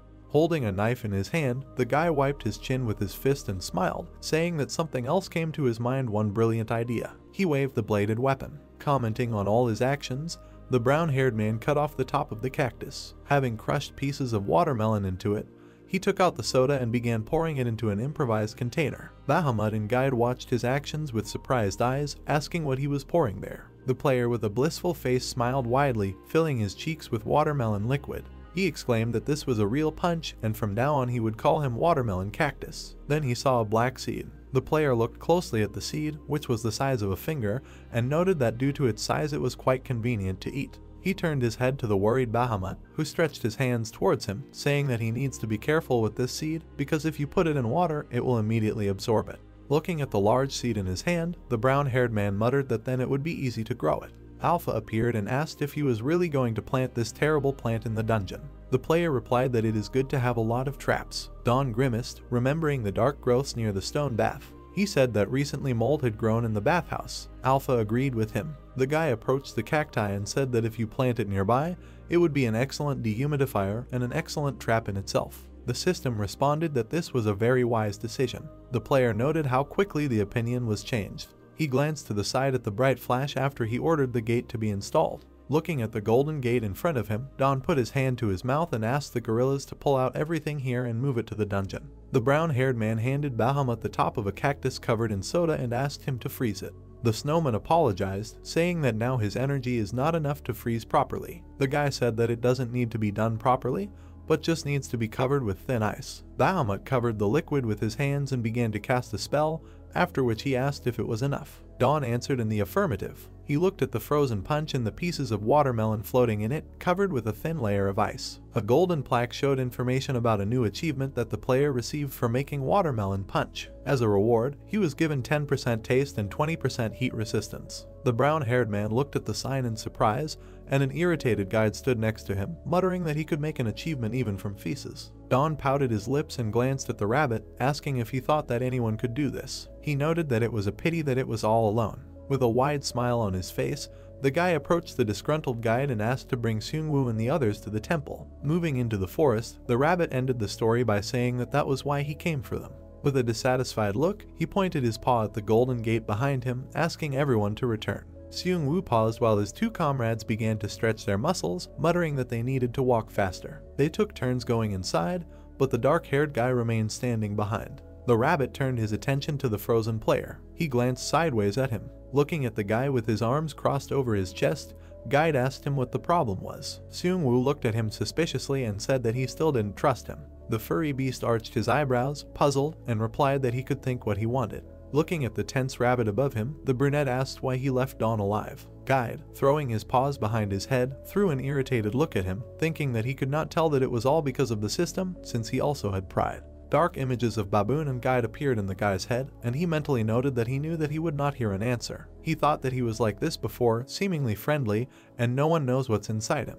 The player frowned his dark eyebrows, thinking that he had become their ally very unexpectedly, and then wondered how much he could be trusted. The rabbit was hovering over the guy when Seung-woo asked what his real goal was. Guide started flapping his furry ear, muttering that his goal was to eat well and live well. He started waving his arms, looking up when asked what it meant. He asked in response why the brunette pestered him. With enthusiastic eyes, the furry animal clenched his hand into a fist, imagining himself on a mountain of gold coins. He exclaimed that from the very beginning he had only one goal, and that was wealth and prosperity, and he wanted to live and eat well. Putting his paw to his chin, Guide imagined Dawn's face giving him a plate of meat, and drool ran down his chin. He said that in this regard, now is also not bad, and he has no problems with food, clothing, and shelter. Pointing his paw at the golden gate, the rabbit said that he already knew that Seung-woo was too boring and serious, and they should stop stalling and go already. Turning around, Guide grimaced as the grim-faced brunette behind him began to say that if he caused any harm to Dawn, then. The rabbit cursed at the man, noting that they were long overdue. At this time, the brown-haired man was installing cacti in the long corridor. While squatting with Pakyu on his shoulder, he saw a bright light after he ordered the trap to be set and the system confirmed. A moment later, the room was filled with steam. Then, after a couple of seconds, the cacti completely absorbed the moisture in the air, and the guy happily muttered that the effect was immediately visible. He asked if he had planted too much. Alpha replied that if you take into account the humidity in the sauna, then this is quite enough. The player turned when he heard the footsteps of people approaching. While Seung-woo was looking at the cactus with interest, Jinsu pointed his finger in fear and shouted that you can't get close to them, otherwise they will suck the blood. The brunette asked, weren't these plants in the witch's garden? Danu smiled joyfully, pointing his finger at the thorns. He said that now this is their trap, and if you inject yourself, it will be unpleasant, but it will not suck blood. The archer pointed at himself with his index finger and asked if they also meant the dragon apostles by saying that this was their trap. Alpha confirmed these words. The man pointed to himself, muttering what it was like. An offended Hoyal, who is the only member of the team who is not a dragon apostle, rushed forward. He loudly asked how he was. Covering his mouth with his paw, the rabbit began to laugh, imagining how the player was impaled on needles with his muscles. He said that in this case he just had to make an explosion and everything would be fine. Throwing up his hands, Hoyal became enraged, exclaiming that this was impossible because it was not a mosquito. Guide wondered, is this really possible with a mosquito? Dawn squatted down and touched his hand to the ground, after which a yellow light appeared under his palm.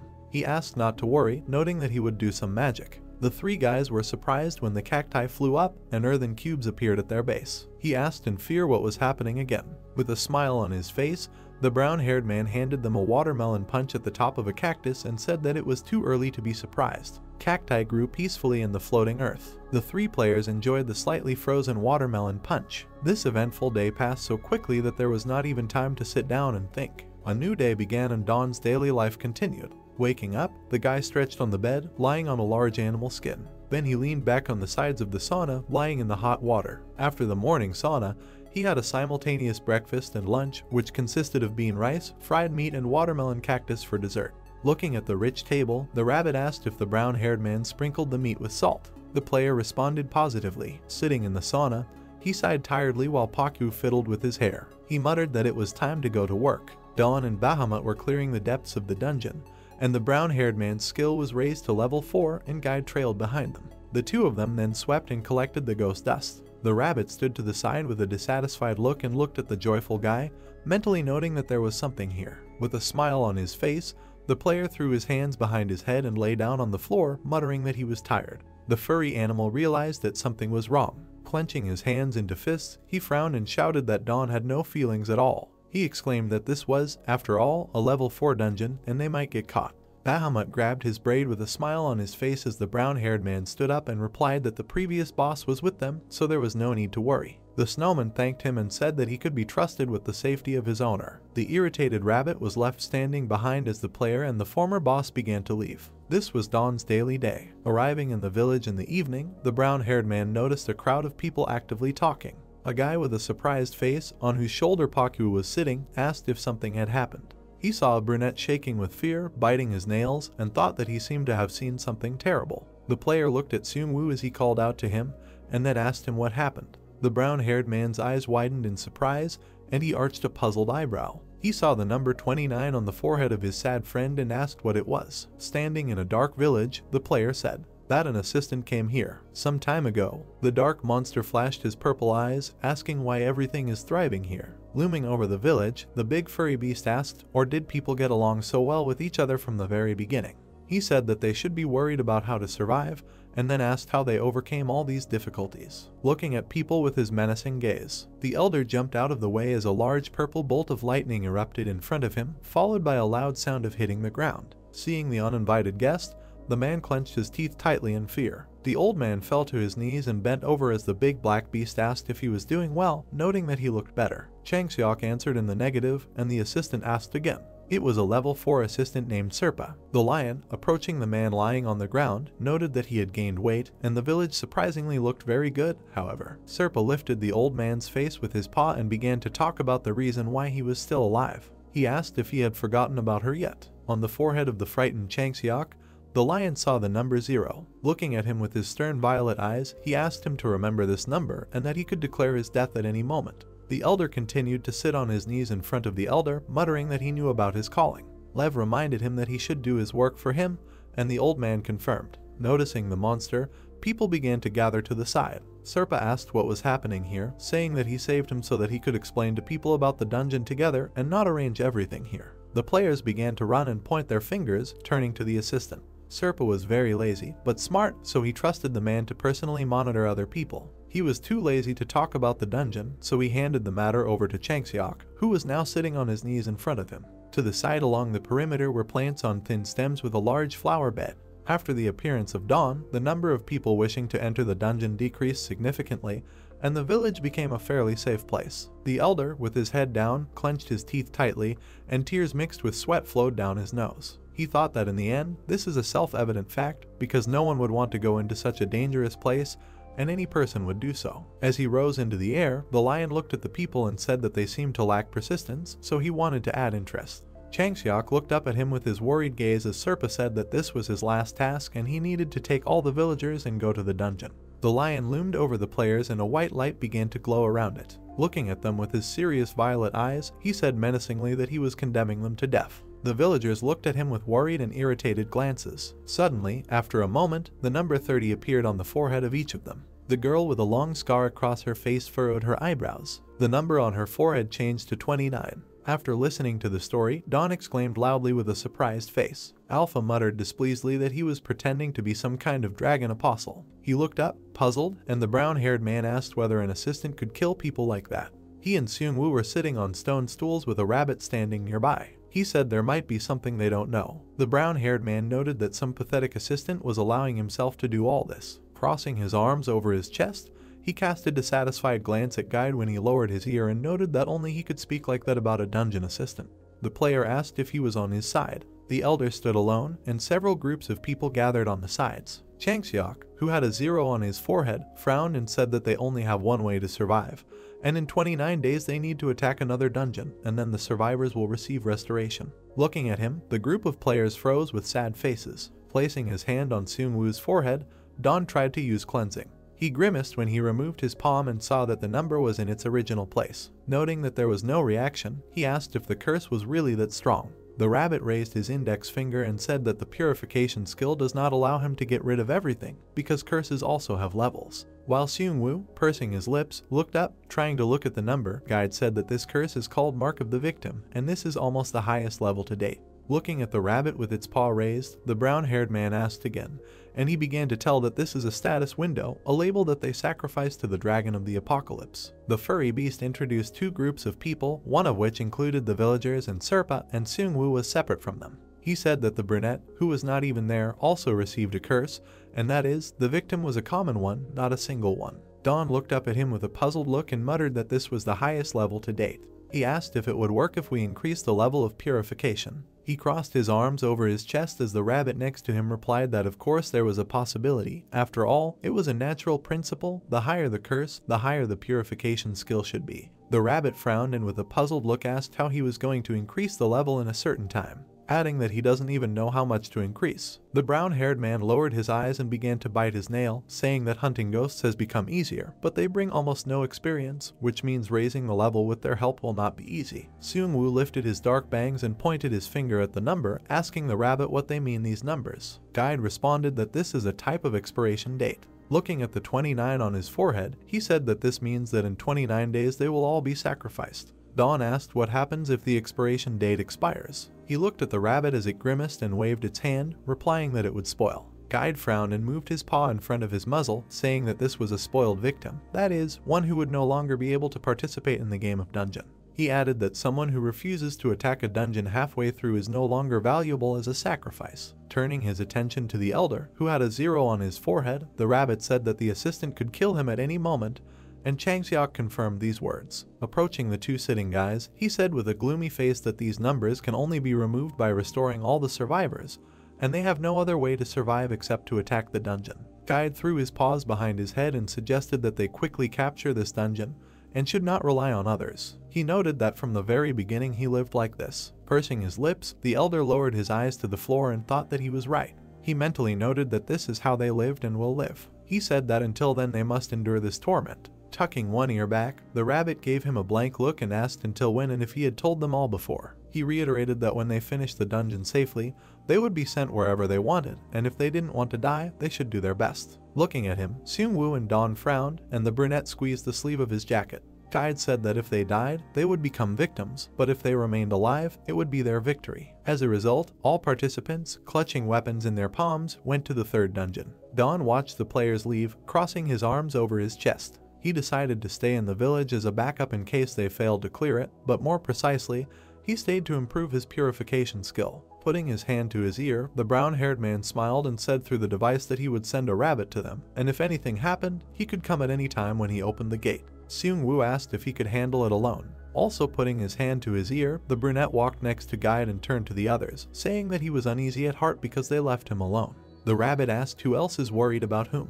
Dawn wished them a successful trip and asked them to take care of themselves. The rabbit indignantly asked him to think better about himself. Sticking out 2 fingers, the brown-haired man fired to the side, beginning his operation to raise the level of purification. Together with Bakhmut, they suppressed all the ghosts in the witch's house and punched each other. The golden plaque has information about a new achievement called Successful Dungeon Capture, and as a reward it can restore all survivors. The guy moved his hand to the side, and his health began to recover. He said that this is exactly what is needed, which is why everyone else is suffering so much now. Standing with the snowman, the brown-haired man began to stretch his hand, asking if the connection with the third and fourth dungeon had been established. Alpha responded positively and said that the only way for them to stay alive was to attack the third dungeon and complete the fourth. While Bahamut was sweeping to the side, the player crossed his arms, noting that it looked like Serpa was really smart. He added that he was delighted when he changed the boss to ghosts. Lowering his head, Dawn smiled nervously and said that suddenly he would put a number on his forehead.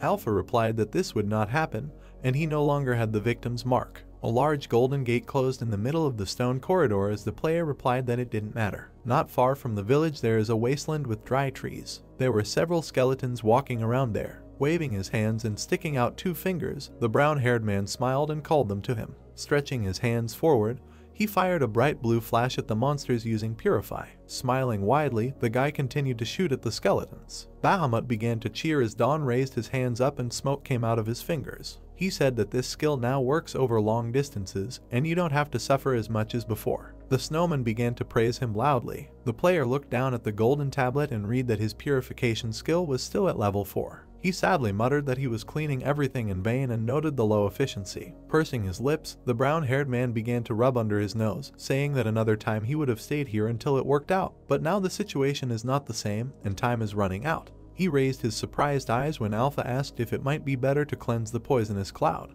Dawn asked why he didn't think of this himself. After a while, they found themselves on the Rock of Death, which was above the level of the purple clouds. Climbing the steps, the player stopped and looked down, saying that from here to the very top there are poisonous clouds, and he will try to clear them gradually, climbing the rock. The guy shot blue light at the cloud, creating a hole in it. He said that after the change to long distance, the scale is now completely different. Rising higher, the brown-haired man continued to shoot at the clouds, realizing that this was a very effective method. He moved his hands away and smiled as his purification skill rose to level 5. The player clenched his hands into fists and joyfully exclaimed that this was wonderful and he should continue in the same spirit. Alpha muttered that there were no more poisonous clouds left. Extending 2 fingers, the guy fired into the thick clouds as his purification skill changed to long range. He left a large empty space in the purple cloud. The area of application for cleansing quickly disappeared. Dawn tried to clear another cloud, but it was out of range of the skill, and although some areas were inaccessible to him, where the brown-haired man could reach was cleared. Crossing his arms over his chest, he lowered his eyes offendedly and swore, asking if he really needed to hollow out the stairs again. He muttered that if only she wouldn't fly. His eyes widened in surprise as an idea suddenly popped into his head. He loudly exclaimed that he could fly, and the Alpha asked again. Serpa asked with a puzzled look what was going on. Looking at the empty stone dungeon, he asked why the witch's house was empty. He asked if they had already attacked this place. Walking forward, the Dark Lion began to look around, asking if they had done this without a single trace. He added that the floors were so clean, as if the place had been cleaned. The assistant frowned and asked how strong you need to be, and what kind of monster did this. Dawn stood under the darkened sky, saying that this was going to be interesting. In front of him lay square earthen cubes. Opening his inventory, the brown-haired man clicked on the core of the earthen golem. With Pakyu on his shoulder, he smiled broadly and squeezed a lump of earth in his hand, asking what he should do this time, or rather, how to do it. The guy was drawing on the ground with a stick. Pursing his lips, he looked thoughtfully at his creation and imagined a golem in his head. He said that if you use a floating stone, it will not be difficult to make the golems fly, but they will just hang in the air. Alpha said that the first thing to do is solve the problem with the driving force and control. The brown-haired man stuck out his finger and agreed with her, noting that they need to move, and he needs to think about the center of gravity or balance so that they do not turn over in the air. Presenting the diagram, the system said that the ghost stone can be charged with energy, but it is impossible to remove it from it again. She then said that if you bring a ghostly or floating stone as a sacrifice to the altar, you can transform them into energy. Don, squatting, said that it would not be possible to control the height using vital energy. He asked if it would be better to manually adjust the weight. Pulling out his tongue, the guy began to draw with concentration with a stick, asking how about this shape. He was surprised when Bahamut approached him and began to exclaim in surprise. An image was drawn on the ground in the form of a sun with rays, with dots around it. The snowman exclaimed that it was just something, and then asked if he understood correctly that it was a cockroach. Don gave his friend an irritated look and replied that it was an octopus. The guy grimaced, looking at Bahamut with contempt. Under his gaze, the snowman began to get nervous. Clenching his hands into fists, he began to shout furiously that his master was a real genius, whose beautiful drawings could not be appreciated because he was born in the wrong century. The player slapped him on the head with his hand and asked him to stop. Waving his hand, the brown-haired man smiled and said that this is how he would make an octopus golem, and leave the head empty in order to fly in it. Looking at the thick purple clouds, the alpha said that this is a great idea, then the poisonous clouds will not penetrate inside. Don added that it will also protect from the wind. He presented a scheme according to which, by creating stone cubes inside, he would be able to go down and rise without them. He told the plan to everyone else. Bahamut exclaimed that this was a great idea. The player began to draw an octopus on the drawing, saying that his kind would be the entrance, as well as a cannon that would shoot purification because his main goal was to increase the skill level. The snowman noticed the dots in the picture and asked what these holes mean. The brown-haired man replied that they, like the flight deck, would indicate the location. Bahamut, clenching his hand into a fist, imagined himself in a pirate uniform, admiringly asking if he would become the captain of the ship. Don looked at him with a malicious smile on his face and replied that he would be the engine. Crossing his arms over his chest, he smiled and looked away, exclaiming that his thoughts and ideas were over and now it was time to get to work. The player began to rake the ground with his hands. Wearing only a t-shirt, he, all sweaty, was collecting dirt into a pile, and behind him a snowman was running from trays. He took the drink from him and refreshed himself. Then the guy smiled contentedly while sitting on the ground when Bahamut began to cool him with his magic. He raised his hand when Don turned to him and with a smile on his face asked how he liked it. Opposite them stood a huge pink octopus golem. In place of its mouth there was a round passage, and there were holes along the perimeter of all the tentacles. The brown-haired man smugly crossed his arms over his chest, and the snowman looked at the creation with enthusiastic eyes, exclaiming that he was simply amazing. The player imagined a diagram of an octopus in his head, saying that he sowed potatoes from the dungeon in his legs to increase the density of the earth. The engine cabin can move in all 4 directions, is heated, and instead of a mouth there is a place for shots with the purification skill. Alpha noted that it felt like it turned out bigger than expected. With a grin on the ground, Don waved his hand, creating several small cubes. He noted that although it was a little heavy, it was full of ghost stones. The guy hammered cubes into an octopus. Smiling widely and looking with enthusiastic eyes, he ordered to recharge with energy. The golem began to rise onto its tentacles. His limbs began to glow with yellow energy. The player was very surprised when his creation flew into the air. Raising his head and looking at the goblin, he noted that all that remained was to insert the core. After creating a stone ladder, Don climbed up and plunged his hand into the octopus. His lips curled into a smile and he asked him to stand up. The golem began to take off sharply, and a bright yellow light gushed out of its holes. Bahamut watched what was happening with frightened eyes, noting that this could even be the boss of a dungeon, and then congratulated his master on creating a terrible monster. Hearing this, the guy started laughing and then offered to try for a ride. After a while, they climbed inside the octopus. Crossing his arms, the player with Paku on his shoulder grinned smugly and told Bahamut to begin. The snowman put his hand to his temple and pulled the other into the hole, creating a cold wind. He exclaimed that the air fortress Bahamut 1 was advancing. The octopus began to move away from the flow of cold wind. When they flew off the edge of the cliff, the brown-haired man exclaimed joyfully that he was really flying. He sat on the edge of a round hole instead of a mouth and began to speak loudly that it was as if he had become a real sea captain. Climbing inside, he began to create earthen cubes, noting that now he needed to try to descend to the poisonous clouds. The golem sank down and flew up to the purple clouds. He will shoot a blue beam from the octopus's mouth using Purify. Putting his hands forward, the guy smiled joyfully as he used the skill. Suddenly, purple cloud vapor hit his nose.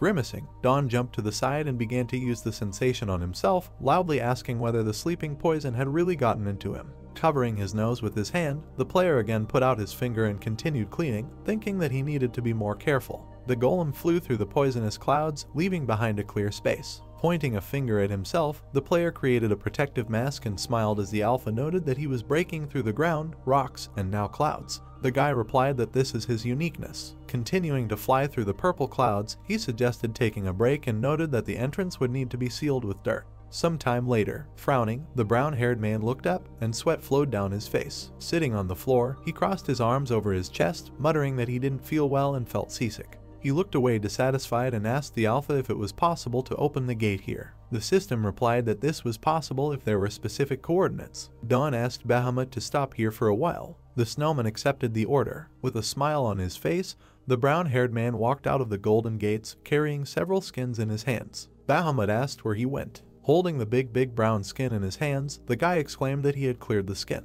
On the golden tablet there was information that the skin of a one-horned boar has a strength of 92/100th and has the ability to absorb shock of level 2. The player threw the skins on the floor and lay down on them, spreading his arms to the sides. He happily noted that comfort is important in transport and the back simply melts and the bed is a science. The snowman, standing to the side, looked at him incomprehensibly. After some time, Don fell asleep and snored loudly. Bahamut looked up and saw a sleepy bastard seeping through a small gap. He indignantly asked where this gap came from. The snowman waved his hand and patched the crack with ice, saying that he needed to fix it while his owner was sleeping. Approaching the peacefully sleeping guy, he pulled the warm skin over him, noting that he had already been working all day and he could handle mooring the octopus himself. I put my hand through the hole in the wall. He shot out a cold wind, saying that I need to do this as slowly as possible. The golem sank down and stuck vertically to the rock with its tentacles. Bahamut wished the player sweet dreams. The next day the octopus was still hanging on the rock. The young man quickly stood up and looked ahead in surprise. The guy froze in place, looking at one point. He touched his cheeks, closed his eyes and lit up with joy. Bahamut looked at him with a smile. The young man said that he had not slept so well for a long time, after which he wondered if it was because of the sleeping poison, because it was possible to get hooked. The guy put his hand to his chin, smiled and said that since he was full of strength, it was time for them to start raising the level, but first. Their octopus was still hanging on the rock.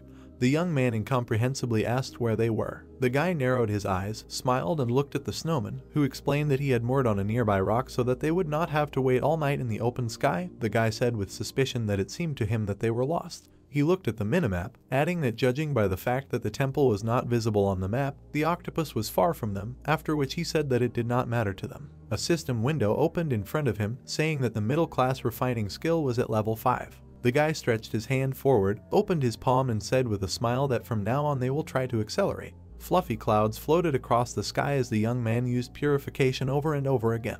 Touching his chin, he looked up and thought. The guy turned to the snowman, who interrupted him by asking why he was thinking. Don created a blue sphere and, looking at it, explained that he thought that the purification skill only hits in a straight line. Taking the resulting ball in his hand, he looked at it thoughtfully. The next second, the guy launched it along a curved path, surprised by this. He looked back at the snowman with a wide smile, pointed his finger at the hole that had appeared in the wall and said that he even spun a little, like a baseball. Bahamut raised his hands, clenched his fists and said with delight that he didn't know what a baseball was. But he saw that the guy had finally managed to take control of magic into his own hands. The guy looked at him incomprehensibly, asking what he meant. The snowman raised his hand, put out his finger, and, looking away to the side, imagined streams of mana, and said that we are talking about magic that is shot with concentration, and now they can use it in different ways. The guy with a wide smile raised one eyebrow, created another sphere and began to stretch his shoulder, saying that, if this is so, then he wonders how much the ball can spin. The guy threw the magic ball again, spinning it even stronger. The snowman joyfully raised his hands. They were surprised that the angle of rotation had become even greater. Don feels sorry for the varnish, frowned slightly and said with a confident expression that in baseball it is called a breaking ball. The snowman asked what it means. The young man threw again, thinking that first he tried to make 9-tided throws without stopping. The young man's projectile described a semicircle in the air. The young man added that when he got used to it, he was able to draw a semicircle, after which he exclaimed that this was an excellent result. The guy tiredly touched his head. He lost orientation in space, and his head suddenly began to hurt. He put his second hand on his belt and looked up to the side. Alpha said that he had overworked himself. The young man asked what this meant, to which the girl explained that he was not a magician, like a snowman, and controlling magic required considerable mental effort. Bahamut collapsed to the ground, bowing low to the guy. The young man looked at him incomprehensibly. The snowman said that this could not be, and that it was his fault because he allowed the owner to ruin his soul and body in such a way. The young man remembered how he sat at the table and prepared for study, frowned slightly and said that everything was not so bad, because it looked like fatigue when he was preparing for an exam all night. Pod flowed down his face. The young man said that in other words it can be described like this. The guy collapsed to the ground, smilingly saying that he just wanted to drop everything and get some sleep, after which he snored loudly. After 2 hours, he jumped to his feet, tensed his muscles and with a confident expression on his face said that he had been reborn. The snowman said with a smile that it was a relief. The octopus flew over the dark clouds. The young man frowned, concentrated all his strength and put his hand in front of him, shouting loudly. The magic ball in the air almost described a circle. The young man exclaimed that it was already difficult to create something larger than a semicircle. He grabbed his head, frowned deeply, clenched his teeth and said that it infuriates him when things don't work out and that he couldn't continue training like this, otherwise his head would hurt again. The snowman straightened his scarf, raised his hand and said that there is nothing better than mandrake to restore strength. The young man looked with interest at the joyful snowman, asking if he was talking about what the young man drank instead of tea. Bahamut confirmed his guess. The guy grinned, saying that, according to the snowman, witches use them as reagents. He smiled blissfully, touched his face and closed his eyes. Alpha said that she did not recommend that he ingest such an ominous plant, although he had already drunk it many times, to which the young man said that it reminded him a little of a traditional Korean drink, and the taste this is excellent. The girl said that this is not the most important thing. The snowman closed his eyes, raised his finger to his mouth and said that if the young man felt good, then his magic would become much stronger, which meant that his intellectual abilities would recover faster. The young man with a smile grabbed the plant, which was looking fearfully in front of him, and said that it was excellent, after which he offered to drink a cup. The kettle emitted thick steam as it stood on the fire. The young man chopped the mandrake tops with a knife. He lifted the lid, water steam came out from under it, and a green drink made from mandrake leaves began to boil inside the kettle. The guy poured the resulting drink into a cup. The guy held a glass of drink to his face and took a deep breath of the aroma. He opened his eyes, looked at the drink with a smile and said that the smell alone was already adding to his health. He looked up displeased after Alpha's words that it was an ominous smell, telling her to be quiet. He raised the cup to his mouth and drank from it. The octopus swam above the clouds. The young man said that he did not think he would ever drink tea above the clouds, and then wondered if he had come up with a new entertainment. The young man closed his eyes. Tears began to flow from under his eyelids. The narrator explained that mandrake removes accumulated substances from the body through tears. He wiped his lips, looked at the cup in his hands and said that before he only liked the taste. But, as it turns out, mandrake had such a wonderful property because his head began to hurt less and, probably, his strength began to be restored. The guy created another magic ball and swung it, frowning, after which he said that he had changed and could now shoot. The guy threw the projectile with incredible force, spinning it in the air. He frowned, smiled broadly and jerked his hand, clenching his fist. The snowman behind him showed a sign with the maximum score. The guy shouted that he had drawn a semicircle very clearly. He raised his hand with enthusiasm and said that this was a good result, and now they would have to drink this tea during training. The spirit asked why he was so fixated on the trajectory. The guy looked up, pursed his lip and said that this was interesting, but the spirit remained silent.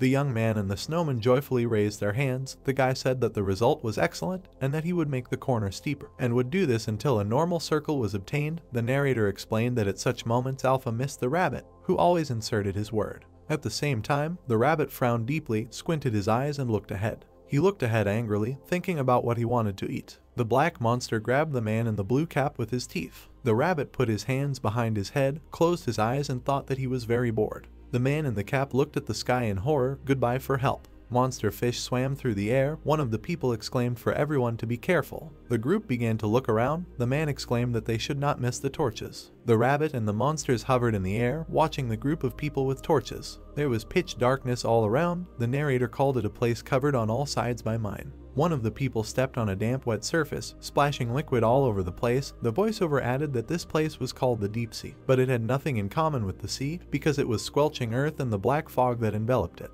A monster with shining eyes and long sharp teeth floated through the air. The narrator added that in addition to this there were also ominous creatures that appeared every now and then from the darkness. But this black fog hated the light. People stood back to back, illuminating the area. Monsters looked at them from the air. The voiceover finished the phrase with the theme that at the same time with hatred. The fog was afraid of the light. The group commander said that if there was light, the monsters would not be able to get close to them, after which he ordered to take care of the torches. A small spark fell on the man's hand. The man pulled back and released the torch, exclaiming that he was hot. The source of light fell into the wet ground, instantly going out. The man looked at it in confusion, exclaiming with annoyance. The rabbit thought that he had lost the light. He frowned, calmly saying that, in that case. The rabbit narrowed his eyes slightly, calling at the end. The man drew his blade, looking around. A giant monster appeared behind him, opened its mouth, and the man asked if anyone had an extra torch. Monsters floated through the air. One of the monsters tore the man to shreds. The rabbit squinted one eye, raised his hand, and looked at the flash of light that appeared. He looked at the guy holding the sword shining in the air, saying that the lightning man was working at full capacity on this day. Seung-woo spun in the air, swinging his arm. The rabbit thought that he was nicknamed the Shining Knight. The guy gritted his teeth, frowned, and struck, his whole body engulfed in a bright aura. Seung-woo raised his hand with the blade. I looked over my shoulder at the bright explosion. The rabbit added that he was nicknamed that way because he shot blue lightning, striking enemies with them. The animal watched how people, throwing their hands up, rejoiced at the guy flying over them. The rabbit said that if the guy continues to abuse the skill, he will very soon burn out mentally. He crossed his arms over his chest, squinted his eyes, and said that the guy was still a real man. He remembered Seung-woo at the beginning, when the guy was just starting to master magic, and thought that when the guy first got there, he barely reached the level of an electric discharge. The young man hovered in the air, taking a fighting stance. The rabbit said that the more often the young man uses the skill, the stronger he becomes, and with a pumped-up skill, you can try to go through the dungeon to gain new achievements and skills. The rabbit raised his paw to his face, raised one eyebrow, and called the guy a genius who really puts in a lot of effort. Kralika closed his eyes, imagining the image of dawn, and said that it looked like some kind of deja vu. The space around him was covered with lightning. The rabbit touched his face and was horrified by what he had just thought. The rabbit walked towards the fighting guy, calling Dawn an ordinary quitter. The animal landed next to the guy, who looked back at him, squinted one eye, and told Seung-woo to use his strength, because if he uses his skill like that, he will quickly be left without strength. The young man looked at him incomprehensibly, asking if he should worry about him.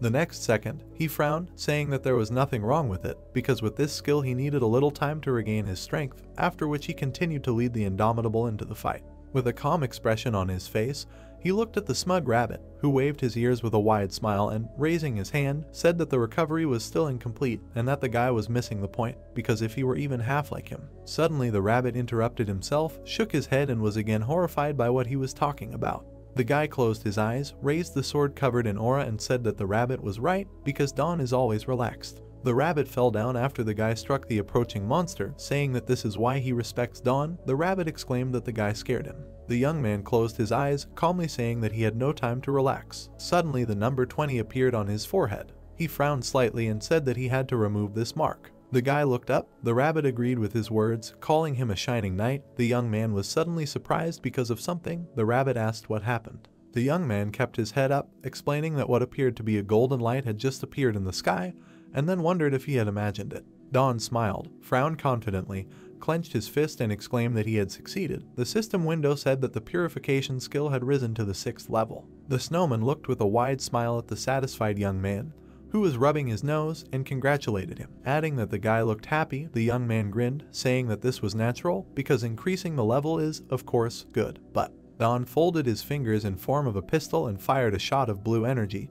His finger trembled slightly. The young man frowned confidently. The guy began to twist his finger in the air. The projectile began to follow the trajectory of his hand. The young man said that now he was able to draw a full circle. The snowman was sincerely surprised by what he saw. The young man called it fantastic ball control. He stretched out his hands in front of him with a smile, saying that if he used this on the golems, their base was flying high above the clouds. The young man's projectile began to circle around it. The guy finished his sentence by saying that in this case, he would have a purifying spherical satellite, although the projectile disappears when making a circle. Dawn pouted dissatisfiedly and looked up after Alpha asked what the point was in this. The guy replied that there was a point in it, after which he asked if it was not surprising, because just at the moment when he drew a full circle, his level increased. The guy sank to the floor, folded his legs and arms, and said that this was too precise a coincidence in time for mere chance, that control of the skill has a positive effect on increasing the level. He looked around with a joyful smile, hoping to see the rabbit, and said that it looked like it could be called an achievement, after which he asked how the rabbit thought about it, realizing that he was not there. The guy exhaled dissatisfiedly,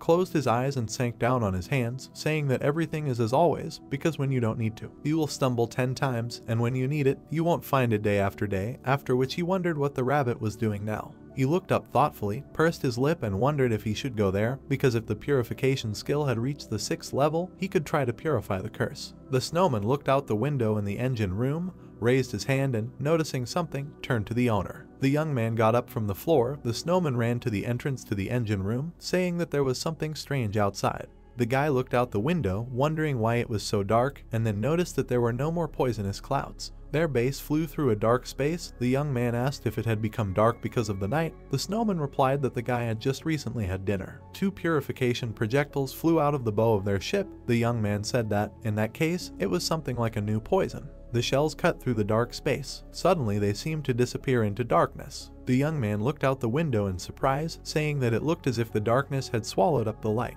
The snowman frowned, sternly calling it the tracks of the abyss. The guy quickly turned to him, looking at the snowman in shock. Bahamut touched his hat and said that this was the abyss absorbing light, and that he did not think that he would meet traces of the abyss there. Alpha asked if she had heard that they were only what they said about the abyss. The young man wondered what it was. The dark silhouette of a witch walked across the wet surface. The spirit explained that this was a forbidden border that the witches were exploring, an area full of ominous and dangerous chaos. The young man looked at the ceiling incomprehensibly, raised an eyebrow and asked if this was not the same thing. And what next? Because Alpha said that the mandrake was also ominous, the young man also asked if darkness could also scream. The snowman frowned heavily, pointed his finger in front of him and ominously said that the young man had just seen that the darkness was absorbing the light. The young man again incomprehensibly asked what this meant. Another flash of light began to dissolve into the abyss. The snowman explained that it absorbs light, which is power, in other words, a glow that has life energy or magic, and in the case of the guy, this is the power of a skill. Their ship sailed through the darkness. Bahamut added that this is the dark fog of the abyss, which maintain their existence by absorbing the power of the skill, after which he noted that this is the essence of this darkness. The young man imagined light gathering at one point, put his hand to his chin and said that, in this case, we can say that darkness neutralizes color. He looked up. Sitting on the floor, Alpha explained that, in that case, they were in trouble and they needed to get out of there as quickly as possible, because if they fell into the black fog, it could destroy the gate, and if they did not open the gate, they will have nowhere to hide in case of danger. The guy rose to his feet and pointed his finger at the door. The snowman rushed forward as fast as he could. The guy ordered him to turn the ship around. Suddenly he recoiled in fear, noticing the fangs of a monster in the ceiling. He looked up tensely, gritting his teeth. The ceiling next to the teeth that had pierced him began to become covered with cracks. The young man exclaimed, asking what the hell attacked them. The monster of the abyss opened its mouth wide, biting their ship. Several more ominous creatures approached their ship, clinging to it with their teeth. The octopus golem was attacked by several monsters, attacking from all sides. The monster grabbed the golem with its teeth. The guy was shocked to notice how the monster broke through the wall towards him. The young man took out a weapon from his inventory, being frightened. The brown-haired man pierced the monster right through with his spear. He took the weapon out of it, looking in bewilderment at the monster that fell with a roar to the floor on its back. The monster moaned pitifully, looking at the guy. Dawn was surprised, realizing that it was just a huge fish. The brown-haired man looked at her in shock, asking what it was and why the fish was swimming in the sky. He turned around, indignant and asking if this was really a fish of the abyss.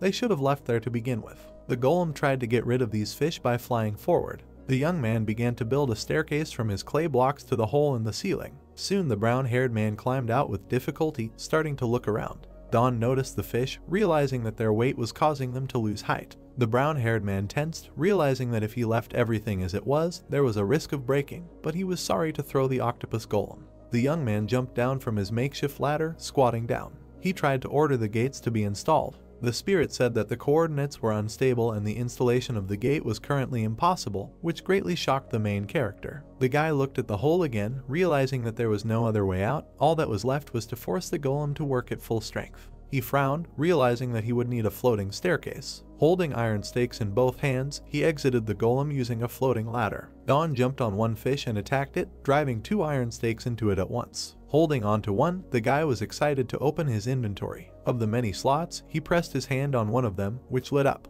The fish suddenly squealed loudly. The brown-haired man crouched in front of her and threw something into her mouth while she squealed. The guy looked after the fish, which lagged behind the golem and flew away, realizing that the effect was just right. Still standing on top of the golem, holding 2 stakes in his hand, he understood that in his place an ordinary person would have lost consciousness long ago at such a height and speed. Surprisingly, the young man fought in this situation and even maintained an enviable calm. The reward for achievement is the courage of the eagle, the bravery of Prince Sky. The griffin passed on to Dawn without losing his pride and dignity. The young man clenched the iron stake in his hand and swung it decisively. He threw it straight at the flying fish, piercing it right through. The fish, one after another, lagged behind and flew away in the other direction. The guy smiled sarcastically, holding a golden cube in his hands, realizing that there was only one fish left. The last fish also flew away. It was a successful destruction of the fish of the abyss. The octopus golem flew calmly. The guy looked down, realizing that he had finally dealt with them. He was wondering how long they would last. The golem sparkled and was repaired, which was noticed. The guy said that he was also an earthen golem, so as soon as the earth was replenished, he would recover himself. The brown-haired man threw the stake behind his head, saying that it was dangerous to stay here, offering to go down and open the gate there. Bahamut noted that if he provided him with visibility, he would try to take the desired course. The guy said that he was going to do so. The snowman was very surprised when he noticed something in front. They looked at the torches. Bahamut asked if he uses regular fire without magic. The young man answered positively, suggesting that he hit the nail on the head. Dawn touched his chin with his hand, telling him to look closely at the center of the fire, as if a dark fog was dissipating there. The young man tensed, grabbing the stake, seeing a fish in the sky, saying that they had come again. The fish flew straight into the bright fire. The brown-haired man was worried, looking nervously at the monster. The guy was very surprised when he noticed how the fish turned around and flew away in the other direction. Dawn asked in bewilderment if they were coming out of the dark fog, receiving a positive answer, because the shadow for them is something like water. Bahamut was surprised when he was approached and told to go inside the golem. The young man showed him the burning ball, smiling, saying that he would get into trouble for this. The snowman began to frown, realizing that it was a sunstone. It brightly illuminated the space around. The guy built something like a lantern from them. There were sunstones on different sides of the brick. He stood on an octopus, to which equipment was tied, consisting of these stones. The guy thought he had gone too far, because instead of a jellyfish, it looked more like a glowing jellyfish. He drew attention to the alpha, saying that he was not sure about the appearance, but the method was amazing, because the light of the sunstone is a unique ability that has nothing to do with magical power. Dawn crossed his arms over his chest, displeasedly asking if he could not have said such things before when he said that even the abyss could not harm this light. The guy was still dissatisfied, thinking how he wasn't ashamed when the spirit said that he didn't know much about the abyss, because ignorance of evil and bad things is not a sin. The young man, rubbing his hands, went downstairs to the snowman, who thanked him, saying that now everything was very clearly visible, but he asked what they should do with him. The brown-haired man did not understand the question at first, asking him again. The fish's tail waved frantically from side to side. Bahamut pointed out to the confused guy the fish that he came across at the very beginning. Dawn thought as he put his hand to his chin, realizing that looking at this creature that came from the darkness, it was just a fish after all. The snowman asked the guy who crossed his arms over his chest if he had seen the fish of the abyss before, receiving a negative answer because it was not from the abyss, although it looked similar. The brown-haired man remembered the anchovy with a smile, saying that the fish looked like a large anchovy. The young man began to behave strangely. The snowman noticed how he moved his hands strangely, calling the fish of the abyss an anchovy. The guy licked his lips, wondering what the fish of the abyss tasted like. Dawn took out a butcher knife, whose blade sparkled brightly. He targeted the poor fish, saying that while it was fresh, it should be filleted. Alpha suggested first moving to a safer place and enjoying a meal there. The young man answered displeasedly that it was all for the sake of food. Because he could not skip a meal, the Alpha concluded that the guy was tougher than any knife. The brown-haired man swung the hammer, saying that first she needed to be stunned. While the golem was flying somewhere further, a dull thud was heard. The guy was preparing the fish, cleaning it from scales with his butcher knife. Next, the young man pulled out the entrails and separated the bones. Next, the brown-haired man skillfully trimmed the fat from the fish. Dawn calmly cooked, being carried away by the process. He poured soy sauce into a plate, which he specially made from beans, explaining this to the snowman. The guy laid out the fish on a plate, making sashimi, saying that the more presentable the dish, the tastier it is. The snowman was horrified and trembled, noting that the young man could be a master of torture, asking if he was going to eat blood and raft raw. Dawn crossed his arms over his chest, asking him if he had tried sashimi, to which he received a negative answer because he was a snowman and did not eat anything at all. The young man sat down, closing his eyes, telling him to stand next to him and blow the cool wind on him. Bahamut, of course, agreed. Due to the humid, hot climate, the guy was constantly sweating and experiencing discomfort, and his snowman skills came in very handy. Bahamut emitted a blizzard that sounded a lot like an air conditioner. Dawn took the first piece of fish with his chopsticks, saying that the first piece is coming. The young man began to chew it, puffing out his cheeks, saying that it was not bad, noting that the meat was stringy. He took a saucer of bean sauce, remembering that in some areas they eat sashimi with it. He tried it, saying it tasted good, and then tried it with soy sauce, noting the pronounced taste. The young man happily thought, why not make some vinegar? Don was going to make a fermentation pot from soil mixed with decomposing clay to make vinegar. Next, he would put all sorts of fruits from the dungeon, sprinkling sugar on top, realizing that he would need more of it because the fruits were bitter. The young man understood that if he used the power of a ceramic pot and shortened the time, he could quickly obtain fermented fruit vinegar. He swiped something with soy sauce, testing it with his pinky finger, noting that it would be nice to add wasabi, wondering if there was anything similar. The guy took the peel of a watermelon cactus. Then he began to cut it. The snowman watched him, asking what was the point of this. The guy replied that there was none, because he just wanted to recreate the taste of wasabi. He took some of the contents with his chopsticks. Without thinking, the young man threw some into his mouth. The guy turned all red, steam was coming out of his nose, the watermelon cactus looked so much like wasabi. He added some cactus to the soy sauce, wondering what would happen if he mixed them together. The guy ate it, happily realizing that this is how sashimi should be eaten. Don turned around to call the rabbit to eat. The young man drooped a little, realizing that he was not here, clearly upset. The manager appeared upside down, crossing his arms over his chest because the young man acted as if he had died, but the brown-haired man was only surprised by his appearance. The guy crossed his arms over his chest, looking at the rabbit that came down, asking what he was doing here. As it turned out, the alpha called him and they were nearby. The rabbit began to drool and asked if he knew about the location of the dungeon, looking at the guy's food, to which he was surprised, wondering that there was a dungeon here too. The brown-haired man drew attention to the alpha's words that he told about the other participants that they were in a place shrouded in darkness, because he was trying to contact them. Then the guy asked what happened to the brunette. The manager pointed his finger at him, understanding what was going on, believing that he had not heard what was being said to him, going to have a tasty meal alone. Don stuck the fish into his mouth with chopsticks, telling him to try it. He was ashamed, but he simply asked what the rabbit meant by looking at him while he was eating the fish. As it turned out, messages missed through alpha in the dialogue window could not be viewed again.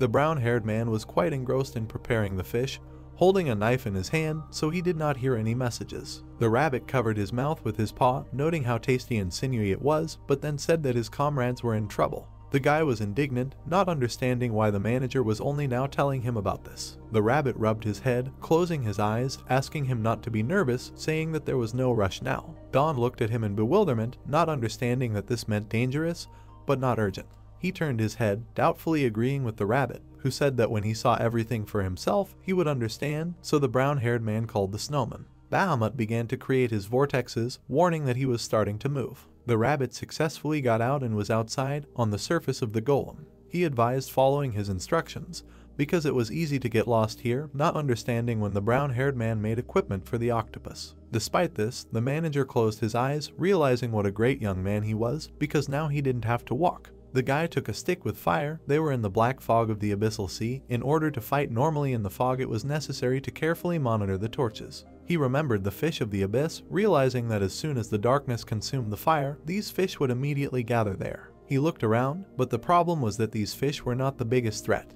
The water near the young man's boot began to move strangely. The guy was surprised to notice something appearing on both sides of him. 2 iron halves of the mollusk surfaced near the young man. The next moment, they slammed shut, splashing water. It was an armored clam of the abyss. People looked at the shellfish behind them in bewilderment. As soon as their mouth closed, it was no longer possible to open it. They tried to quietly walk past the closed shellfish. However, Seungwoo, who illuminated the space with his lightning, and Hoyal, who tried to free them by pounding his fist on the walls of the mollusk, were also locked inside. He was furious, trying hard to open the trap. The archer stood in front of one clam, holding a torch in his hand. He nervously wondered, raising his finger to his mouth, when dawn would come. Suddenly, he turned around when people called his name and asked him to help. Jinsu used his vision enhancement skill to tell him that it was approaching from the top left, and from the bottom right too. He watched as the rest of the team tried to resist the fish of the abyss. Something floated up to him in the light of the torch, making strange sounds. The guy tensed, recognizing these sounds. The girl noticed the beast, protecting a torch with a flame, telling her to be careful,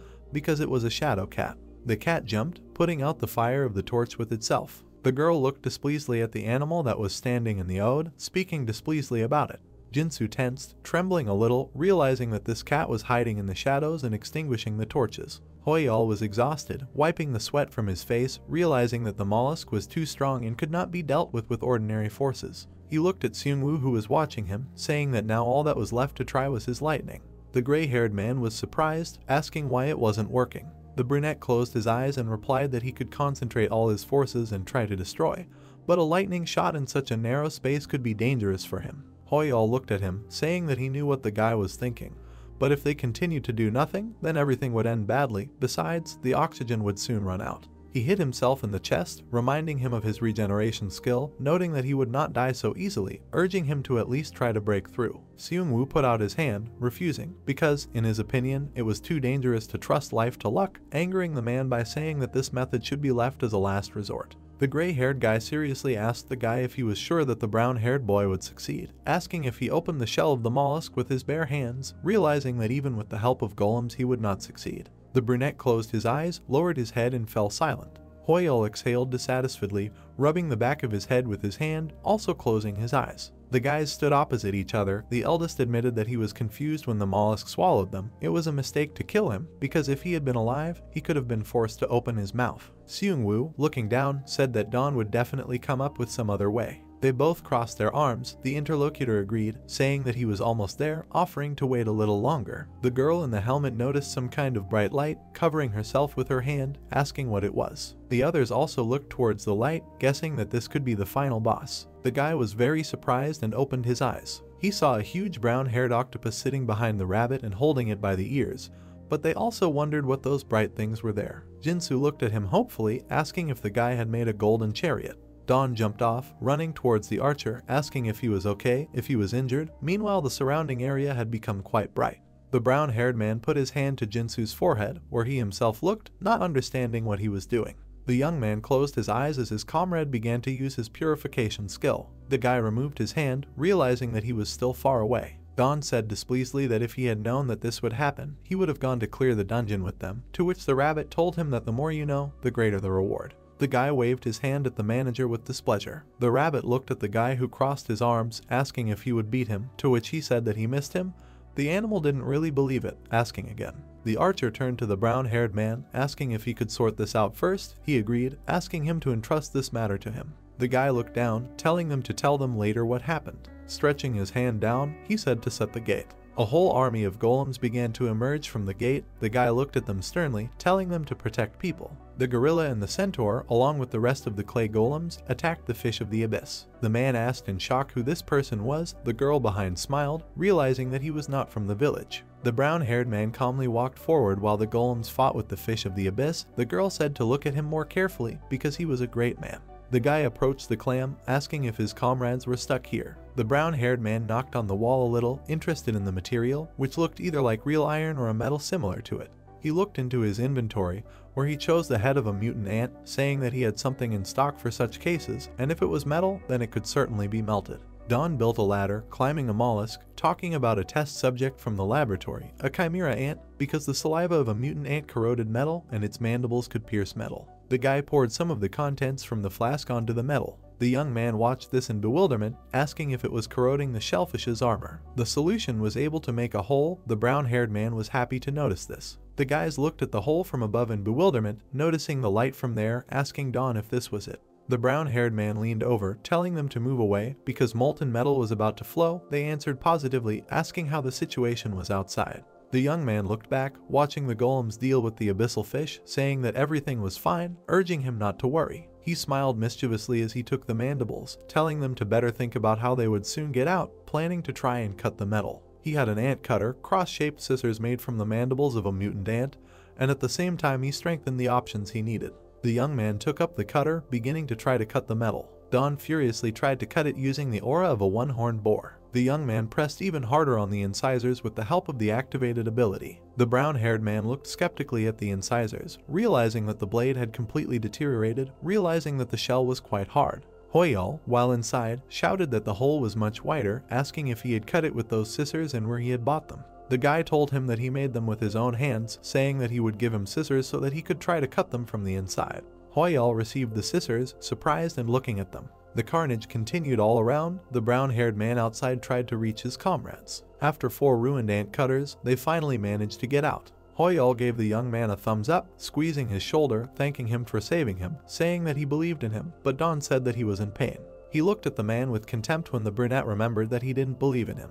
Hoyal began to make long excuses to the brown-haired man under the displeased glances of Seung-woo. The rest approached the guys, asking if everything was okay, to which they received a positive answer. The brunette turned his head towards one of the closed armored clams. The guy charged his hand with lightning, intending to conduct one small experiment. He extended his hand, directing the full power of his ability, namely lightning, directly at the mollusk. People from the group looked at what was happening in shock. The rabbit looked skeptically at the bright lightning. Hoyal watched this, realizing how good it was that he didn't do this when he was inside. Seung-woo's hand continued to emit lightning. Suddenly, the clam's armor fell apart under the influence of such force. The brunette looked at the others with a smile, saying, the brown-haired man showed him a finger up. The rabbit grabbed his head and pointed at him, saying that it was too late to brag about his strength, because he was simply ashamed that they were locked up, but the young man did not agree with him. He touched his face with his hand and, closing his eyes, said that now he would deal with the steel clams alone, because if anyone would be locked inside, it would be only him. The rabbit noticed how the brown-haired man examined the fragments from the shellfish's armor, crouching in the water. Don clearly thought about it, taking the piece of armor in his hands and looking at it. The guy tried to bend this piece, realizing that it was most likely real iron. The manager looked at him with his hands behind his back, asking what he was up to again, assuming that the young man would make a shield out of it. The brown-haired man chuckled maliciously, asking him if he knew what mother-of-pearl lacquerware was. Don's earthen golems boasted a power comparable to the boss of any zone. Looking at the formidable gorilla, one could understand that they had incredible strength and an inexhaustible supply of energy. In addition, they could easily regenerate, independently replenishing the missing areas. However, in the heat they melted, so despite how hard they were, the earth was earth. They clearly could not resist those monsters that were stronger than the earth. The box was one of the mother-of-pearl lacquerwares, imitations of thinly sliced clam shells carved into various shapes. The young man held a piece of armor in his hand. He found something to compensate for the weak areas of the golems, namely a Korean traditional craft. He told the rabbit that if you wrap earthen golems in clam shells, they will become practically impenetrable. The beast compared the mud to armor. The manager took his monocle, saying that it somewhat resembled a piece of plate armor, but the alpha said that it would be scale armor, so the expression scale armor is more appropriate here. The brown-haired man looked at the rabbit in bewilderment when he said an incomprehensible word, indignant at what he said. The rabbit looked disapprovingly at Bahamut, who suddenly appeared, calling the idea of making armored golems a brilliant idea. The manager put his monocle back on, putting the snowman in a stupor, saying that the name armored golems is strange, noting that he has no taste. The brown-haired man thought about Bahamut's words, realizing that it didn't sound so bad. The rabbit turned around indignantly when he decided to call them armored golems.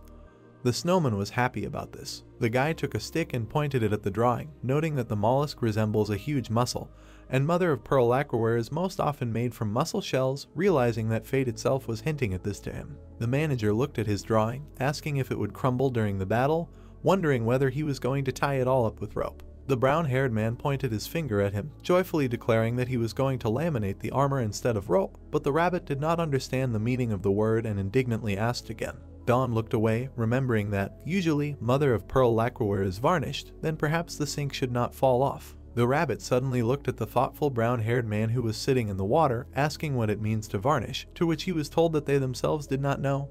This answer caused him bewilderment. Together they looked closely at the strange black liquid. The young man said that he did not know everything in the world, but it seemed to him that this liquid was something that would be suitable as a suitable raw material. The rabbit nevertheless asked about the strange black water that the brown-haired man was holding in his hands, to which he was told that they mixed a mollusk shell with the saliva of a chimera ant and would try to spread it, but if something happened, they might have to change the proportions. He looked with a smile, enthusiastically suggesting that we first collect the material he needed. Seung-woo jumped and attacked the closed clams with a fairly powerful stream of his ability, using a lightning strike. Don specifically pulled out armored clams, throwing something directly into their mouths. After this, a rather serious brunette completed the process of collecting material with his signature lightning strike. The guys worked together. It is worth noting how long it had been since their combat and creative abilities had worked together. Seung-woo stood with two swords near the sixth broken clam. The rabbit was very happy, calling the brunette the lightning man, but he did not appreciate it, looking at him, asking him not to call him such strange nicknames. After such battles, the rest of the group was busy collecting fragments of the shell of an armored mollusk.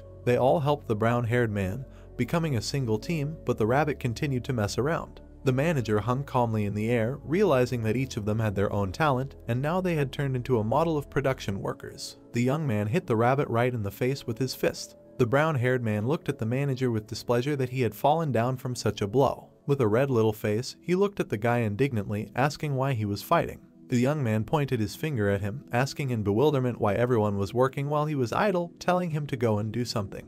The rabbit displeasedly pointed at the snowman for using his blizzard, indignant, claiming that he was not the only one chilling, not understanding why he was only hitting him, hinting at Bahamut, saying to beat him too. The snowman looked at him, declaring that he would love to help, but he had no hands at all. The manager approached him, pointing his finger, asking what he was doing, saying that he deliberately pretended to be busy so as not to work. The brown-haired man shook his head to the sides, saying that although he had hands, it was as if he didn't have them, wondering how he could collect the fragments with his snowy hands, but the rabbit was indignant, resembling his side.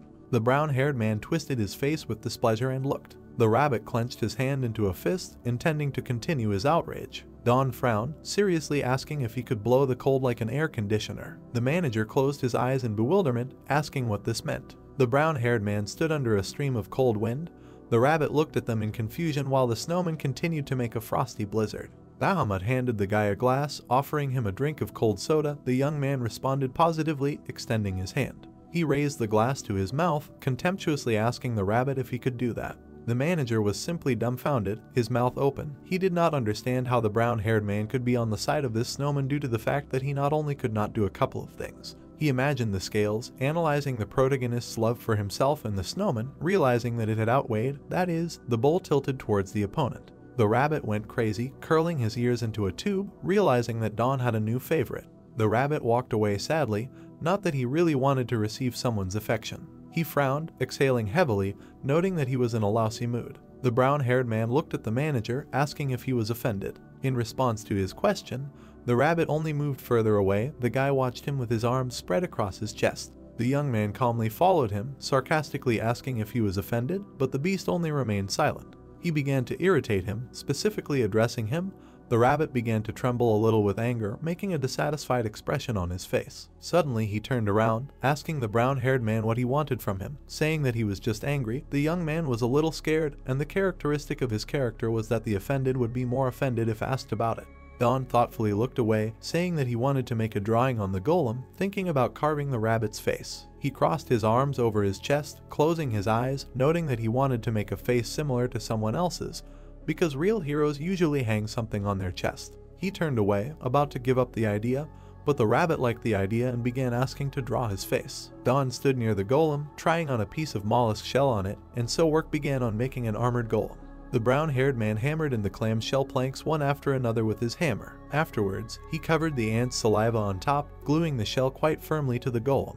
Next, he carved the rabbit's face onto the golem's chest, as he had promised the manager. Soon the drawing of his face was ready and looked very nice. He looked at the rabbit, asking how it was, to which the manager was touched, saying that it was very beautiful. The young man asked if he really liked it that way. The manager began to be stubborn, reluctantly noting that this was not bad for the guy. Soon Don perfected the earth golem. In front of him was armored golem number 1, which was previously a gorilla. His shoulder looked quite powerful in the armor. His back was well strengthened. The golem had a helmet on its head, and its eyes glowed with a violet light. The guys looked at the gorilla golem in armor, which was several times larger than them. The brunette admired the work he received, noting his posture and the fact that he was strong. He looked at the brown-haired man, who was all sparkling with joy, wiping sweat from his face because they asked him if he had worked in the workshop before, answering that he had a natural talent. The tired young man looked at the notification window that suddenly popped up. He has been awarded a new achievement. The dungeon admires his creativity, so as a reward, his golem now perceives the armor as part of its body, but will need materials for regeneration. Don looked on in shock, realizing that this was even better than he could have imagined, wondering if this meant that now the armor would also be restored. The rabbit looked at the young man, after whom the golem repeated the pose, asking if he was carried away by him, to which he was told that the gorilla looked pretty cool in this armor. The rabbit closed his eyes, folding his paws, agreeing with him, although he was more attracted by the design on his chest dedicated to him. However, the manager thought about it, putting his paw to his chin, finding something strange in this, because the young man is not a magician, but still continues to create new golems. The rabbit frowned, not understanding how he did it, assuming that it was all a matter of a system error. Everyone suddenly turned around when they heard the alpha's voice saying that there was nothing strange here. The spirit told how golems were first sculpted by hand, and the creation of earthen dolls using magic appeared much later. The rabbit indignantly pointed at the guy, asking if the golems were first made by hand, as he did, receiving a positive answer. Alpha continued to say that at that time there was no magic. The technique of creating golems meant making an earthen doll according to his own recipe, after which life was invested into it.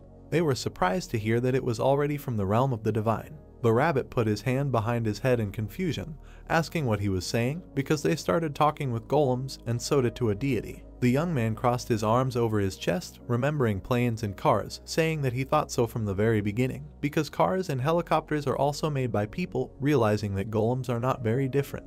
The manager looked at him, saying that he had just found out about this and was pretending to be smart, but the guy objected, saying that he had known this for a long time. He smiled, saying that now was not the time to bicker because since there was more strength, then the time had come to act. Several days passed. The girl straightened her hair, noticing the number 13. People from the group sat in a circle, realizing that they had little time left to live. They had to find the dungeon as quickly as possible. Everyone looked at the elder. The man closed his eyes, apologizing because it was too dark there and he did not remember the way. People sighed heavily, looking doomed. They looked at him hopefully when he said he remembered something. The old man raised his hand, pointing upward, saying something about a high place. He clarified that they needed to rise as high as possible. He remembered that the dungeon was in the highest place. The brunette looked at the brown-haired man, thinking, saying, "It's good that they have at least some kind of clue." The young man pointed back, saying that they could try moving in that direction, and if they realized that they were mistaken, they would turn in the other direction. The archer awkwardly rubbed the back of his head, saying that was where they were heading. A bright flash illuminated the space. The participants headed upward, keeping close to the bright octopus golem. If they encountered armored clams, the brunette would kill them with his lightning. The others passed these fragments onto the main character. With these materials, Dawn began making a second armored golem. This time it was faster and smoother, regarding the fish of the abyss that could attack them. When they were about to open their mouths and sink their teeth in, this is what happened. The armored gorilla golem managed. The poor fish got stuck trying to bite through his paw. The next moment the golem got rid of her, sealing her with his fist. The brown-haired man, crossing his arms over his chest, watched all this with the rabbit. Watching how the golem dealt with the fish, the rabbit said that now it would be possible to enter the black fog alone. But the brown-haired man did not appreciate this, assuming what would happen if a huge fish the size of a mountain came out. The rabbit looked at him skeptically, saying that the guy felt sorry for his golems, because it would be better if he treated his manager that way. Don suddenly turned around when he heard that someone had seen a shadow cat. The girls began trying to catch the cat, but missed it. The rest of the group also tried to catch it, but the cat managed to slip past them. The young man noticed her jumping on the octopus golem. The shadow cat suddenly touched one of the sunstones with its paws. The next moment the stone stopped illuminating everything, turning black. Dawn was very surprised, realizing that the light of the sunstone had gone out. Jinsu grabbed the black cat with both hands, saying that she was a scoundrel. The cat screamed. The animal's eyes glowed. She meowed loudly. Suddenly she slipped out of her hands, leaving black smoke behind her. The guy told the hero sitting on the golem that she had run away. Don held a piece of the extinguished stone in his hands and said that she was a difficult monster. He did not think that the cat would be able to extinguish not only the torch, but also the sunstone. The guy sitting next to the rabbit looked at Bahamut, who said that this is the shadow cat. You need to be careful when you go to bed. Dawn asked why. Does he know her? The snowman introduced a black cat with glowing eyes and said that it was one of the creatures of the abyss, a shadow monster that destroys light and gives out nightmares. Dawn asked again, nightmares. Bahamut replied that she makes people have nightmares and with their help clouds the mind. The rabbit spread its paws and said that it would be impossible to sleep peacefully here. Dawn scratched the back of his head and exhaled that this was a disgusting and terrible place. He pointed his finger forward and asked if there were any options to get rid of them. The rabbit sitting next to him replied that nothing would bother them anyway, especially since these cats are cowardly and immediately run away as soon as anyone notices them. Suddenly the rabbit pointed his finger forward and shouted that there was one hiding there. The guy watched in surprise as the rabbit screamed and chased away the black cat, waving its paws. With a smile, Don said that he finally understood what talent the rabbit had.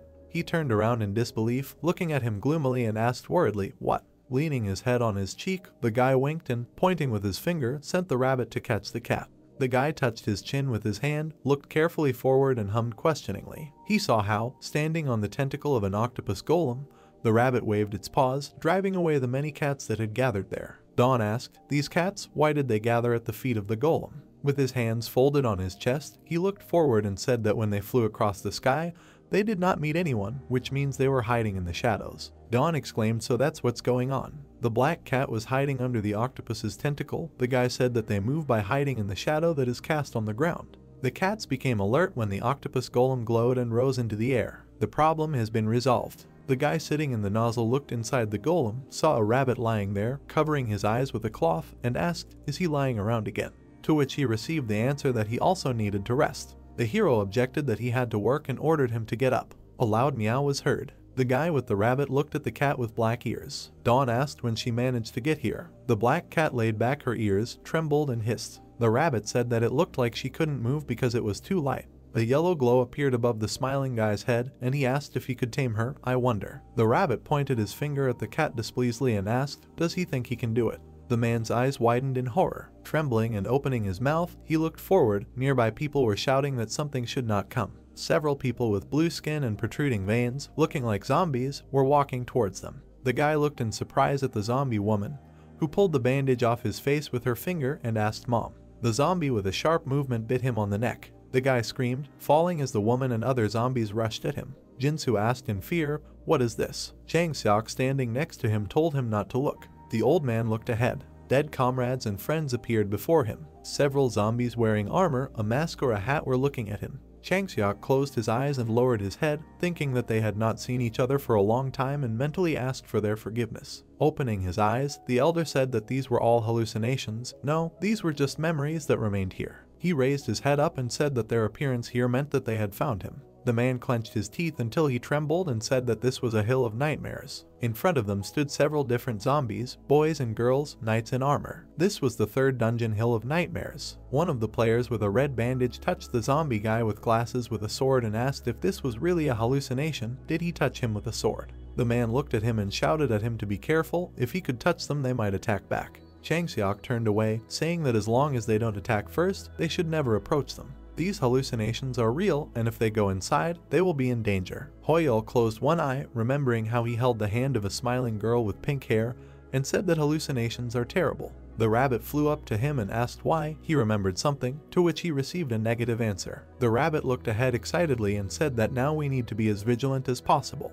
If you think about it that way, shadow cats are from here too. A whole flock of black cats gathered in front, looking with glowing eyes and meowing. Seung-woo looked at the rabbit and asked how he knew. Indeed, there were suddenly a lot more cats. The black cat screamed with her mouth open, cats absorb light and spread nightmares, the rabbit answered. He imagined the darkness of space and replied that the black fog also absorbs light, which has power, and maintains its existence. Stretching his paw forward, the rabbit seriously asked what would happen if you put this together. Standing nearby, Chang Seok closed his eyes and replied that the nightmares accumulated in the Abyss Sea would become reality, just like these hallucinations. The rabbit winked and said bingo. The man closed his eyes and clenched his teeth, immersed in painful nightmares. There were words in his head that Chang Seok was a traitor, someone was cursing him. The elder mentally repeated to himself that this was just a hallucination. Opening his eyes, he looked ahead and said that the longer they stayed here, the more their mind became clouded. Once they get inside, they will need to complete the dungeon as quickly as possible. Seung-woo looked at him and asked, they are going inside? Inside what? The heroes looked in surprise at the zombies who stood nearby, surrounded by a light haze. The man clutched a weapon in his hands and replied that he would soon find out for himself. The zombie in the mask and armor smiled disgustingly. With a sharp movement, he threw a spear, which flew next to the surprised elder. The zombie warrior cursed the man with a wild smile. The zombies screamed and rushed to attack the players. Chang Seok stood next to Seung-woo and said that first they need to stop the illusions. A purple ball flew out of the hand and headband zombie. Jinsu managed to dodge, turning around at the purple flash, and asked what it was, why hallucinations can use skills. Against the background of attacking zombies, the rabbit ran after the cat, shouting that this was his only goal. Everyone went about their business while helping others. Seung-woo attacked the zombie with a sword. Behind him a cat jumped on the zombie's head and a rabbit pulled its paws towards it. But there was still one person who was focused on what needed to be done. Don's shoulders and the red t-shirt were shaking. He applied metal plates to a clay element. It didn't matter what was going on outside or what danger he was in. Don sat on the floor next to the earth golem parts, working on it. The guy looked forward tiredly, sweat was running down his face as if he was deliberately trying not to listen to the sounds of battle. He worked silently, putting all his efforts into creating the armored golem. The guy looked forward diligently, because he trusted Seung-woo and his comrades. They trusted each other and with confident steps they all moved together towards their goal when it finally appeared before their eyes. Jinsu and Seung-woo looked up in surprise. A huge building appeared in front of them, looking like a spiral with spikes. The players looked up in surprise. The darkness gradually dissipated and a certain building appeared before their eyes. The heroes stood next to a huge structure that looked like a spiked spiral. People stood and looked at him with their mouths open. One of the guys adjusted his helmet and asked if this building really looks like a clamshell. The building was like a huge shell rising up. Seung-woo stood behind the trembling elder and asked when he was talking about that you need to go inside. Did he mean this? Chang-seok looked forward with eyes full of horror and trembled. He said that he was not sure that he could do it. Turning to the guy, he said in fear that they would all die. As soon as the participants reached the dungeon, the elder began to be overcome by memories from the past. The man looked forward with a frozen gaze and said that there were a lot of different nightmares inside. They needed to break through them and get to the top floor. He imagined many glowing eyes in the dark and said that as soon as they went inside, a countless number of cats would immediately come running. Trembling, Chang-seok said that even the slightest ray of light would no longer break through. Someone called out to him and asked him what he was worried about. Jinsu turned around, standing next to the huge octopus golem, and said that they had Dawn, and then chuckled and added that this golem was too big to fit into a mollusk shell. Dawn appeared nearby and asked if they say you need to go inside. Everyone turned around and looked at the guy. The hero stood looking forward. There was armor with a small red cloak on his chest, and a rabbit was hovering nearby. The guy said how big the clam is. Jinsu called out to him happily. Everyone looked at the small rounded door. Dawn said that it looked a little narrow. Turning to the elder, he asked how spacious it was inside. If there was enough space, he could be transported there through the gate. Chang-seok replied that it was similar in size to a witch's house. The hero stood at the bottom of the building and said that the golem would not be able to turn around. Turning to the guys, he asked them to break the wall. Golems in armor like knights moved forward. Jinsu looked at them in surprise and asked when he managed to do so much. It's amazing. The armored golems were approaching the building. The gorilla raised its paw, which had a pointed plate on it. The golems began to break the wall, splinters flying around. The heroes looked at this in surprise. The man in the helmet said that if the shell collapses, they will not be able to capture it.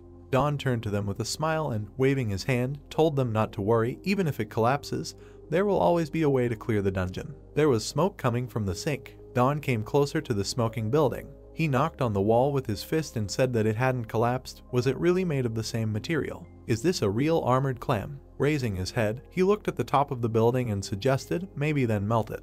The guy turned his gaze to the rabbit standing behind him, who was clapping his hands and asked when he would melt it. Stop making unnecessary movements, you need to go inside.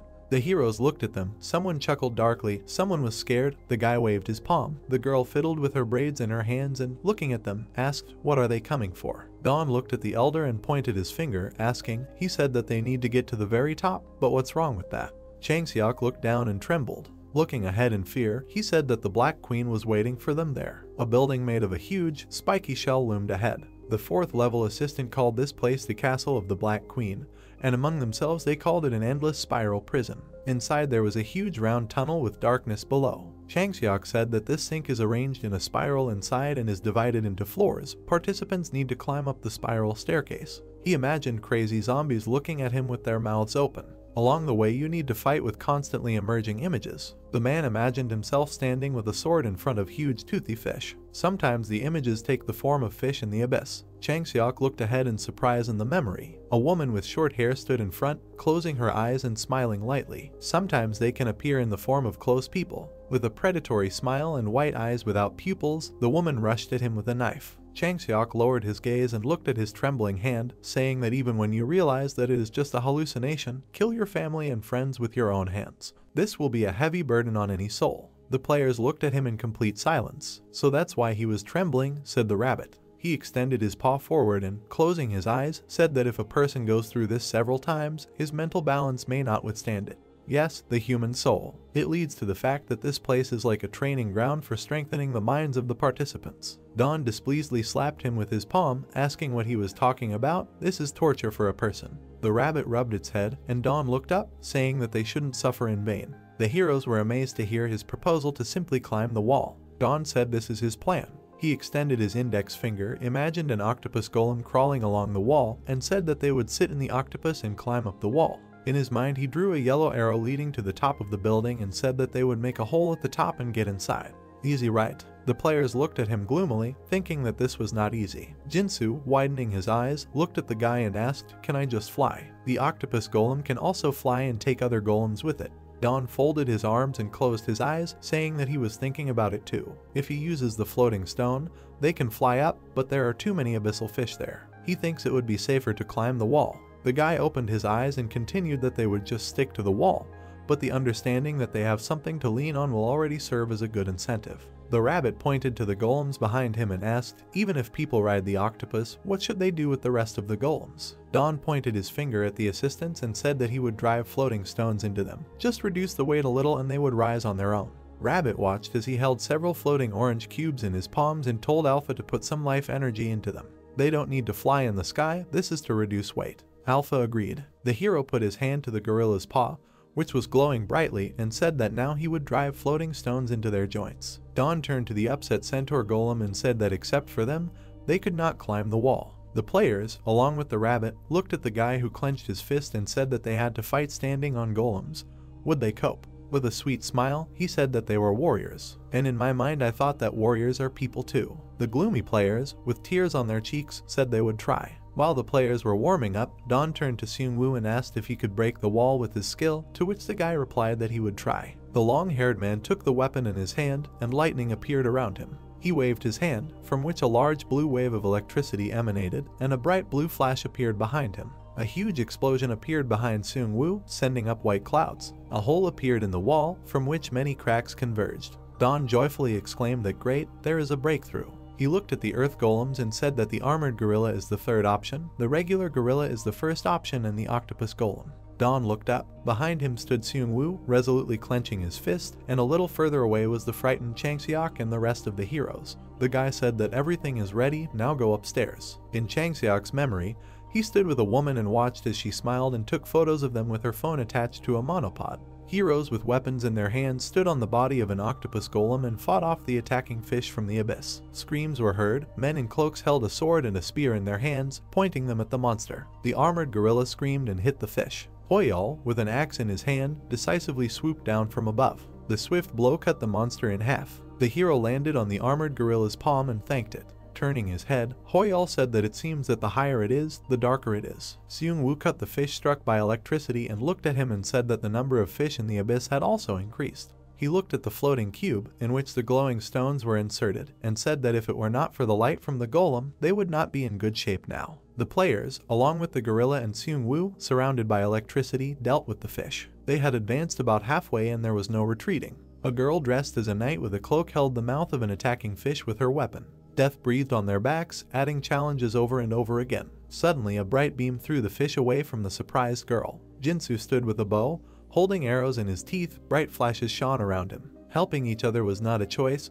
but a requirement for survival. The guy touched one of the arrows with his fingers. What if they run out of strength? Don stood with his arms spread out and showed the players beds with skins thrown over them. The players touched the bed with their palms. One of them said that it was very soft. The girl said that such amenities are difficult to see in the dungeon. Don replied that this is the second level of shock absorption. If you are going to rest, then do it comfortably. The girls sat on the bed, shouting to the smiling guy that it was very convenient. As they say, praise makes even whales dance, which means it is empowering and can work wonders. There were several beds with brown skins in a row. The hero counted 3, 4, 5 beds. The players, covered with cloth, slept on them. All participants in the battle were divided into 3 groups and alternately fought and rested. The brunette in armor made a sharp movement with his sword. Keeping themselves in good shape, they continued to fight. Along with comfortable rest conditions, there was something else. On the table was a clay plate with pieces of fish floating in a brown liquid. Don said that this time it's fish stew in soy sauce. The players asked in surprise. On another plate were 3 pieces of light fish and 2 branches of aromatic herbs. It was steamed fish of the abyss. People were surprised that there were also a couple. There were leaves on a rectangular plate with pieces of rice on top and fish on top. Don invited them to enjoy abyss fish sushi. The players ate with pleasure, shouting how delicious it was. Don with a smile held a tray in his hands with clay cups from which smoke came, and said that now he would have a cup of tea from the screaming grass. He will calm their mind and soul. The players held the cups in their hands. The girl took a sip. They thought about what the aroma was. This is a real paradise. Wet Bahamut approached the guy and addressed him. Don turned around and asked what was the matter. The snowman looked down and asked how long he needed. A small cat peeked out from under the snowman's cloak. He continued, hiding his baby in his shadow. Don looked at him and asked, is he having nightmares? Does he want a cup of tea too? Bahamut replied that he doesn't sleep, so he doesn't have nightmares. Glowing stones tied to him floated around the snowman. He said he felt like he might melt. Don placed sunstones around Bahamut to prevent the cat from escaping into another shadow. The guy rubbed his cheek with his finger and asked him to be patient a little longer, and then they would go to his homeland and he would fill Bahamut with snow. Crossing his arms, Earthia looked at the snowman and asked if he was feeding her well, to which he received consent. Bahamut reached into the small bag with his hand, and then he poured out small glowing crumbs from it. They used sunstone crumbs as feed. The little cat looked between the snowman's legs and sniffed the small stones. Meowing, she reached over and took one piece. With a tender smile, Dawn thought that she was very cute. He would definitely tame her. Alpha said that shadow cats are sinister animals. The guy looked sideways with displeasure and replied that when he says that they are sinister, on the contrary, it seems to him that they are good, especially when he entrusted the matter to Bahamut. The wet snowman pulled the brim of his hat with his hands and apologized when he heard the guy say that he was controlling evil spirits, but it doesn't seem to work with this cat. It's hard, but let him try. Bahamut looked up at the guy and asked if he said try hard. The shadow kitten ate and attracted crumbs to itself. Dawn said that this kitten feeds on light alone. If he can control it, he thinks it will compensate for his weak point. Turning to the snowman, the hero showed him a thumbs up and told him to hold on. The snowman looked at him in surprise. He watched as the guy, with his hands behind his back, walked away, humming. Bahamut said he was wrong. The kitten stuck his head out behind the snowman, who said that he thought he had dumped the burden on him. How stupid it was of him. Clenching his fists with determination, Bahamut said that he would continue to try until the shadow cat began to obey him. The cat sitting at his feet was scared. Screaming, the snowman waved his toy in front of the kitten. The rabbit frowned and chuckled. He hovered, looking at the fighting players, and said that everyone was trying their best. There aren't even cats or work here. The rabbit walked towards the entrance to the golem's body. Having flown inside, he asked the guy sitting on the floor what he was doing, to which he received the answer that it was important. Stopping nearby, he asked what was important. Dawn handed the man with a mustache a plate of something steaming, offering to try this. The rabbit hovered next to the guy who was adjusting the man's blanket, saying that you need to cover yourself properly when you sleep. The rabbit looked at this blankly and asked what was important. Dawn looked at the rabbit, who flew closer, asking if it would be better for them to cook for themselves and for him to go fight. He's become quite strong. Waving his hands, the guy asked if he thought he hadn't thought about it. It's just that everyone says that his food tastes better. He has a different taste. The rabbit frowned with displeasure and said that they were worried that all these golems would stop if something happened to him, but they couldn't tell him directly about it. The guy replied that maybe it was true. He sat down on the floor and turned away, saying that, to be honest, he himself wanted to fight, but now it was more important. The rabbit repeated that that's why he's asking, what is so important about what he's doing. Next to the guy's palms were floating figures of different shapes. He said he was training the floating staircase skill. Dawn showed the figures to the rabbit and said that very soon he would need these things. The animal noticed that they were of different shapes and asked, is he now playing with earthen figures? The guy presented different materials in different forms and said that this is an experiment. He tests whether size and shape are important and whether the skill works on other materials. Looking at the rabbit folding its paws on its chest, Dawn said that he also discovered that he could invest vital energy into them. With an awkward smile, the rabbit turned in the other direction and said that he didn't understand why he was explaining all this to him, but the main thing was that he was happy. And I thought to myself that she had some strange premonition that she needed to run. The rabbit heard the guy call him. Squinting one eye, the beast stopped, not having time to move away. Dawn looked at him with a smile. With a sweet smile, the guy said that it was his turn to help him. The rabbit was flying next to the building, and then he stood next to the guy, pointing his finger up, and said that the top was already visible there. Dawn reached out and asked the rabbit hovering nearby, has he already done everything he asked? To which I received the answer that almost. The guy froze with his hands up, hearing that the rabbit thought he should come out and see for himself. An octopus golem with players on it crawled right along the wall of the shell. Dawn was surprised, saying that he was standing almost vertically. He and the rabbit watched the fish circle near the top and said that there weren't even any thorns. Alpha said that he doesn't like all this and advises him to step back. The rabbit said that he agreed with Alpha, and the fish of the abyss suddenly began to flock together. Not noticing the fish attacking from behind, Dawn said that he could not retreat, especially since nothing would happen to the octopus. The rabbit pointed his finger at the fish, shouting that it was behind him. With a swift movement, Hoyal cut the fish. He grabbed the guy, holding a skeleton-like weapon with his other hand, and told him to concentrate. Dawn asked what he had in his hands. Hoyal, who was holding the guy, replied that it was an abyssal fish bone, quite a useful thing. Dawn pointed his finger and ordered to get several of these for him. He will insert them into the golems. Dawn extended his palms. A rectangular step appeared next to him when he told the guy to move as it was convenient for him and summoned a floating staircase. The guys were on the body of an octopus. The steps were floating behind them. Dawn said that they were almost at the finish line. Serpa looked at this in amazement, asking what they were doing. He hovered next to the tower, looking at the octopus golem and reasoning, is this the boss of the first round? Looks different. Who is it? Whose skills is it? He looked at Hoyal with the fishbone in his hand and thought, maybe this big guy. Then he looked at Seungwoo, who was holding swords, one of which was surrounded by bright lightning, and thought that maybe this is the one who shoots lightning.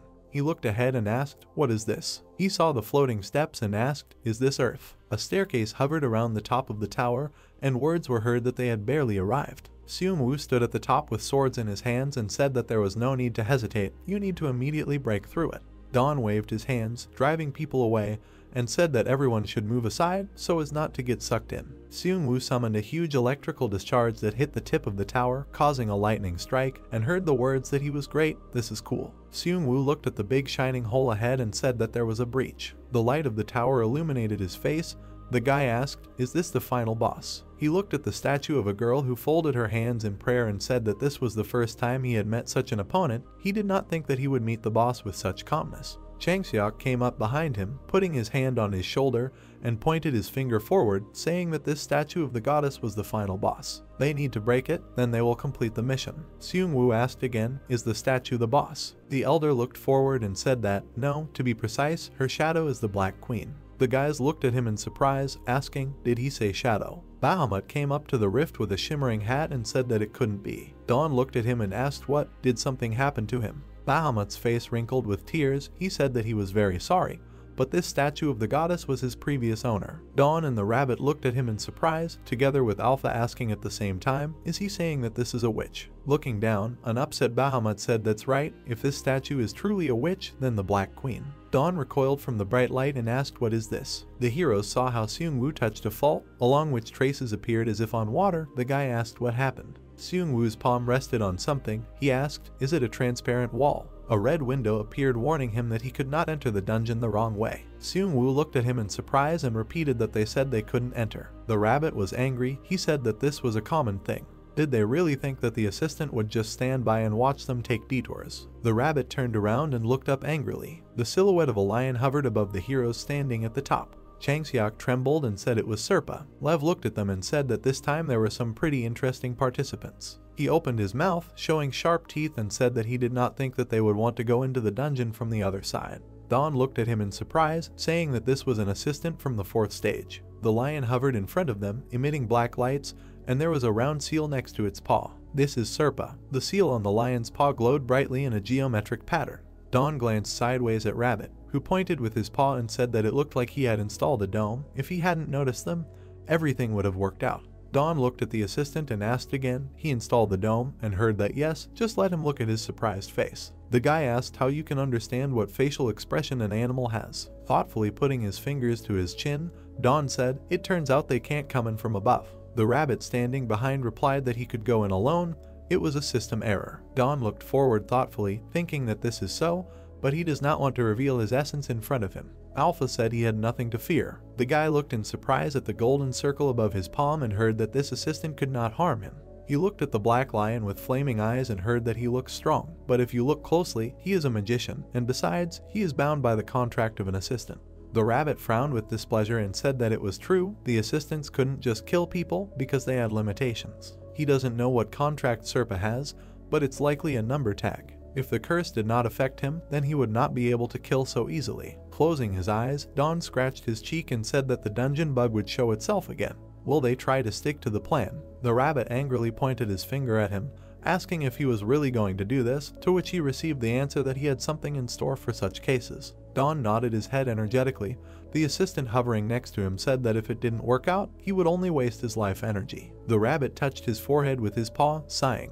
Then his gaze became insidious. He said that internally he was even looking forward to it. He looked at the lion figure in front and said that he wanted to see how this assistant would react if the plan was successful. Serpa extended his paw, surrounded by a purple glow, and said that since they broke the rules, they must be punished. The heroes screamed as the mark on their foreheads glowed purple. The players became angry and the number 1 appeared on their foreheads. Trembling, the girl turned to the guy and asked what to do. In this unexpected situation, people panicked. Tears appeared in the girl's eyes. The look of people in danger. The girl turned her gaze to the side. Soon he rushed to one point. Dawn's silhouette was reflected in the girl's eyes. She remembered the plates with different dishes on the table. the one who fed them hot food and sometimes delivered reinforcements. Armored gorillas and armored centaurs rushed forward, screaming on the man who brought them into their harsh underground life into the world. All players were looking in the same direction. He can solve the problem. Dawn adjusted the armor on his arm, looking at the players, a frightened rabbit hovering next to him. Someone like Dawn, can he meet their expectations? The guy's look was alarmed. Then he closed his eyes, calming down, and called everyone here. Looking at them with determination, he said that they were going to Plan B, he answered. The guy stood in front of a group of people, Seung-woo exclaimed, asking what plan he had in mind and if he had any way at all. The young man answered in the affirmative, adding that he didn't know if it would work or not. The dark-haired guy came closer to him. Dawn crossed his arms over his chest, looking into his face. The guy said that this is better than just sitting and waiting for death. Dawn looked into his eyes with a calm expression and agreed with his words, saying that his role in Plan B was very important. Serpa looked down, asking what kind of person this was. Dawn looked ahead with a calm expression on his face. The monster said that some member was able to lift his curse. Seung-woo fell into a stupor at the young man's words, silently looking into his eyes. He came to his senses, lowered his gaze slightly and agreed to this condition, after which he asked what the guy was going to do. Dawn put his hands behind his head. The rabbit frowned incomprehensibly and looked at him. The guy said that it was a secret, and if everything failed, he would be very ashamed. Seung-woo said that he understood this, after which he trusted the young man, saying that he probably has a plan. Seung-woo took a step forward, his boot kicking up dust slightly. The young man closed his eyes, took his blades in a reverse grip and activated his magic. He recalled how Dawn asked him to distract the monster and he, looking at the flying monster, asked the young man if he could distract Serpa. Dawn raised his gaze slightly and calmly said that the guy can do what he doesn't like most. Seung-woo raised one eyebrow incomprehensibly, thinking about the guy's words. He tightened his grip on the blade, saying that the monster had made a barrier in its haste to prevent them from reaching it. The guy raised the weapon above his head, frowned and said that it was just some kind of barrier, after which he shouted that, in this case, they would break through it by force and still get through. The next second, he delivered a powerful blow with two swords. A bright flash appeared along with the hit, and the mana in the area began to rage. The guy clenched his teeth, frowned and tried with all his might to break through the barrier. He continued to hold his blades at the sight of the flash. His allies squinted because of the squally wind. The girl covered her face with her hand. They shouted the name of the young man. The man put his hand forward slightly and wanted to approach the guy. Seung-woo yelled at him, telling him not to come. The guy held onto his weapons with all his might, gritting his teeth as a warning appeared in front of him that they could not enter the dungeon in the wrong way, after which he said that he was being thrown away. Suddenly the barrier created a powerful flash, throwing the young man high into the air. The guy landed with one hand down to the floor. He frowned, looked in front of him and said that with these techniques, Seung-woo spun in the air, hitting the barrier with his blades again. He finished his sentence by saying that the monster would not force him to retreat. Serpa bared his teeth, opened his mouth and frowned, saying that continuously attacking the barrier was the same as committing suicide, after which he thought that it was not beneficial for him to lose such a strong member. The young man frowned slightly, looked down confidently, and used a lightning strike. The monster came down to him. The guy held the blades together in a blow. Serpa called him a bastard and asked why he couldn't calm down. Lev furrowed his eyebrows, asking if he was serious about dying.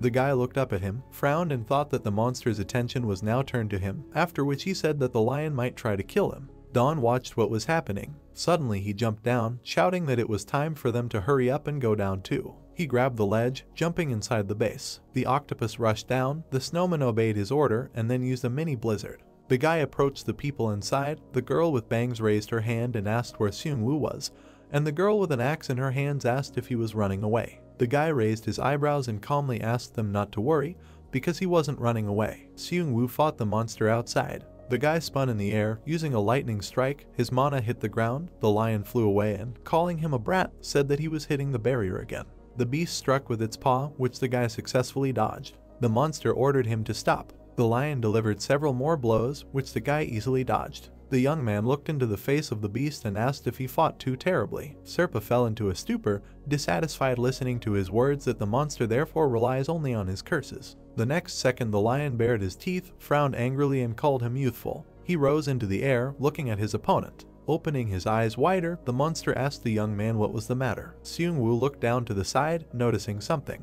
The guys looked out the window in shock with their mouths open. The girl in the helmet wondered if her eyesight was failing her. The giant tower leaned to the side. A young man stood on the roof of the octopus and used his magic. People said that the tower tilted. The guy frowned confidently, continuing to cast his spells. He held his arms outstretched. A bright golden light burned in them. The young man used a floating ladder. The ground suddenly shook. The next second, the tower lifted off the ground, rising into the air. The rabbit remembered how he was holding a bag of floating stones in his hand. The young man asked him to help, saying that now it was his turn. The animal asked if the guy was asking him to attach the floating stones to the first floor, and besides, there were so many. The rabbit came out of his memories, frowned, smiled, and exclaimed that the fortress had taken off. He jumped from the base, heading down. The young man shouted to him to glue even more stones to the first floor. The animal obeyed his order. The man looked out of the cabin, looked up and exclaimed, asking what the young man was going to do. The people inside looked in surprise at the guy, who replied that he wanted to destroy everything in the area. The tower rose higher and higher, casting a shadow on the ground. The guy added that he would destroy the monster's insidious witchcraft. The young man smiled widely, ending the sentence by saying that he would destroy it along with the witch's fortress. He frowned, gritted his teeth and raised his arms above his head before quickly bringing them down, creating a golden trail of mana, before exclaiming that he wanted to use an additional amount of life energy, after which he used the floating staircase again. Seung-woo smiled widely, closed his eyes and laughed, saying that he didn't think there was an assistant who would calmly watch this craziness. Serpa bared his teeth in rage, wondering what kind of crazy they were. The guy with a calm expression looked into the lion's eyes, not showing a single emotion, and then told him to just give up because they won. The tall tower began to head towards the ground, leaving a trail of dust behind it. The statue of a woman with her hands folded in front of her also flew down. The condition for clearing the dungeon was the destruction of the statue of the goddess. The stone figure rose into the air, heading towards the ground. The voiceover said that after the fall of the tower, the stone statue shattered into small pieces. The narrator ended the sentence by saying that the blow passed to everything that was inside. The ground under the tower was shrouded in a dense fog of dust. The narrator said that this all happened in the center of the Sea of the Abyss. People looked at what was happening in surprise. The number one shone on their heads. A voiceover explained that a huge structure, which was powered by the suffering and despair of the participants. The tower began to tilt and fall to the ground. The sinister monsters were heading towards the falling building at high speed. The tower hit the ground with incredible force, raising clouds of dust into the air. The voiceover ended the sentence by saying that everything collapsed. Don looked at what was happening wearily. Drops of sweat were running down his face. He raised his hand and clenched his fist. The narrator said that all this happened thanks to one person. The remains of the tower lay on the damp ground. People looked joyfully at what was happening. A system window appeared in the air, saying that they had received an achievement about successfully clearing the dungeon. As a reward for this, they received the restoration of all survivors. The girl raised her bangs. The numbers on her forehead began to emit purple smoke. Suddenly, she noticed that the symbol began to disappear. The guys rejoiced wildly at the victory. The man looked out of the cabin, looked at the guy and said that the curse had disappeared. The young man smiled widely, saying that it was a relief and now they could exhale with ease. Suddenly, he raised his eyebrows in surprise and opened his mouth wide, looking at the notifications that appeared that the floating staircase skill had moved to the 9th level, and his physical abilities increased by 3.6 times, and the duration rose to 1 minute. People came out of the octopus. The rabbit narrowed one eye, looking away with displeasure, and then said that he didn't even think that this would really work. Seung-woo put his hand on the shoulder of the guy, who put his hand behind his head with a smile. Chang-seok looked at them thinking about who else would use this method to clear the dungeon. Suddenly, he opened his eyes wide and realized what kind of anxiety it was when he first saw the guy. The old man smiled softly and closed his eyes, a bead of sweat running down his face. He thought that he just didn't want to deal with a madman. The lion flew up to the ruins of the tower. He looked at the tower with eyes full of rage. The voiceover explained that this was a stunning development of events that he had never seen before, and that Serpa's anger turned into absurdity. The lion opened his mouth wide, showed his teeth and laughed. The narrator finished the sentence and that his anger then turned into involuntary laughter. The lion narrowed his eyes, opening his mouth wide. The narrator added that this chuckle turned into some kind of hysterical attack of a madman. Lev flew up to their group, laughed and said that he did not think that he would ever see such chaos. The young man looked up at him, warily saying that, as it seemed to him, he was the only one crazy among them, after which he asked if he would leave them behind, because they had already cleared the dungeon. The powerful man approached the young man, causing him to stagger back. Lev said that he couldn't do this, because, it turns out, there was a crazy person like him in this terribly boring dungeon. The lion's eyes remained releasing a purple aura. He opened them wider and said that this was a very funny joke, after which he called her Burden the Lost Soul. The guy looked into his eyes in surprise, thinking that Lev knew him. The assistant remembered their conversation with the baboon, and said that, according to the monkey, someone who was not on the list appeared in the first round, so something strange was happening to the dungeon. The lion sank to the ground, took a step forward and said that now he understood what it was and why the curse did not affect him. Suddenly Serpa stopped in surprise, noticing that Hoyal and Seung-woo crossed their weapons, blocking the path to the young man. The young man began to look at them in surprise. The men stood with serious expressions on their faces. Seung-woo told the lion to stop. The assistant showed his teeth slightly, looked at the men and laughed, saying that the guy had gathered many brave minions around him, and then asked if he was their true leader. The guy raised one eyebrow, raised his hand and said that this is not so. Suddenly Seung-woo interrupted him, confirming the lion's words. Hoyeol looked back at the young man with a grin, saying that the main one is the one who feeds. The guy displeasedly asked what was wrong with him. The guys behind them said with a smile that this is so, and that the main one is the one who feeds. Suddenly they rushed forward. The people lined up in front of the youth, blocking the lion's path, and exclaimed that if he wanted to attack their leader, he would have to fight them. Changseok smiled nervously, pointed at himself and thought he was done for. The lion bared his teeth, looked at the people fiercely and said that they should not worry so much, because the participants cannot fight with an assistant. The rabbit turned pale in fear, raised his hand and staggered back after the lion asked if he was right. The animal said that he scared him. Serpa opened his mouth wider, frowned and said that he saw a lot of interesting things, and that he did not think that the assistant who was expelled was still wandering around the dungeon. The rabbit narrowed one eye, touched his ear and asked displeasedly whether he should be called a ghost. Dawn looked at the rabbit, wondering if he was a ghost. The animal answered displeasedly that to be precise, he was someone closer to a spirit. The young man raised his eyebrows in surprise at the rabbit's words that if he was a ghost, then so was the lion, asking what he meant. He continued to look at the rabbit with a calm expression, pondering his words. The guy walked forward, passing Seung-woo. The guy came out to the lion. The assistant laughed and said that he came out in person, and that this is the real leader. The young man raised his hand, extended 2 fingers and began to accumulate mana in front of them, using purification. Lev took a step towards him, asking if he had survived so far thanks to his purification skill, and then said that he could praise him for that.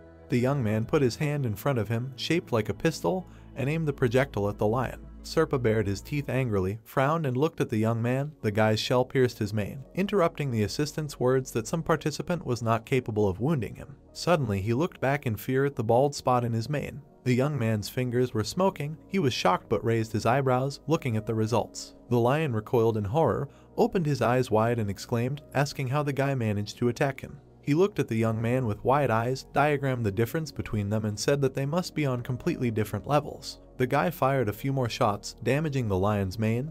The assistant ran away in fear, wondering why these attacks were affecting him. He stopped and, breathing heavily, looked at the young man, who said that he was not just a participant.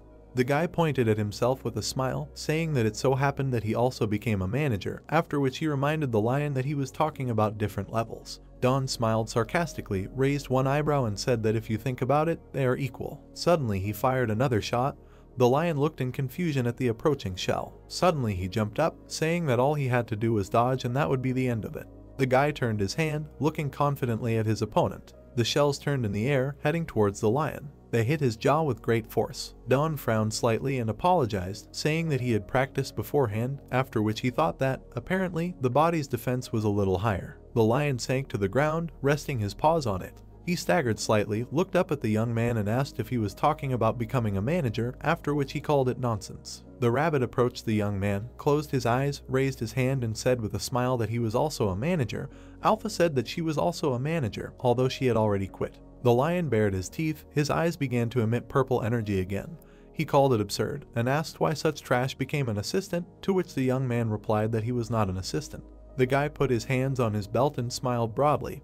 Alpha explained that he is the owner of the temple and the best managers. The guy asked if Lev heard this. Serpa was horrified by what he heard, opening his eyes and mouth wide. Hoyeol scratched his head in annoyance, looking at Seung-woo and Jinsu, who prepared for battle after Alpha's order to attack. The girl said that the dragon apostles could also attack the assistant. Seung-woo sank to the ground, holding 2 blades in his hands, his entire body engulfed in a lightning aura. Hoyeol looked at him after asking the guy to help him. The young man rested his feet on the man's forearm.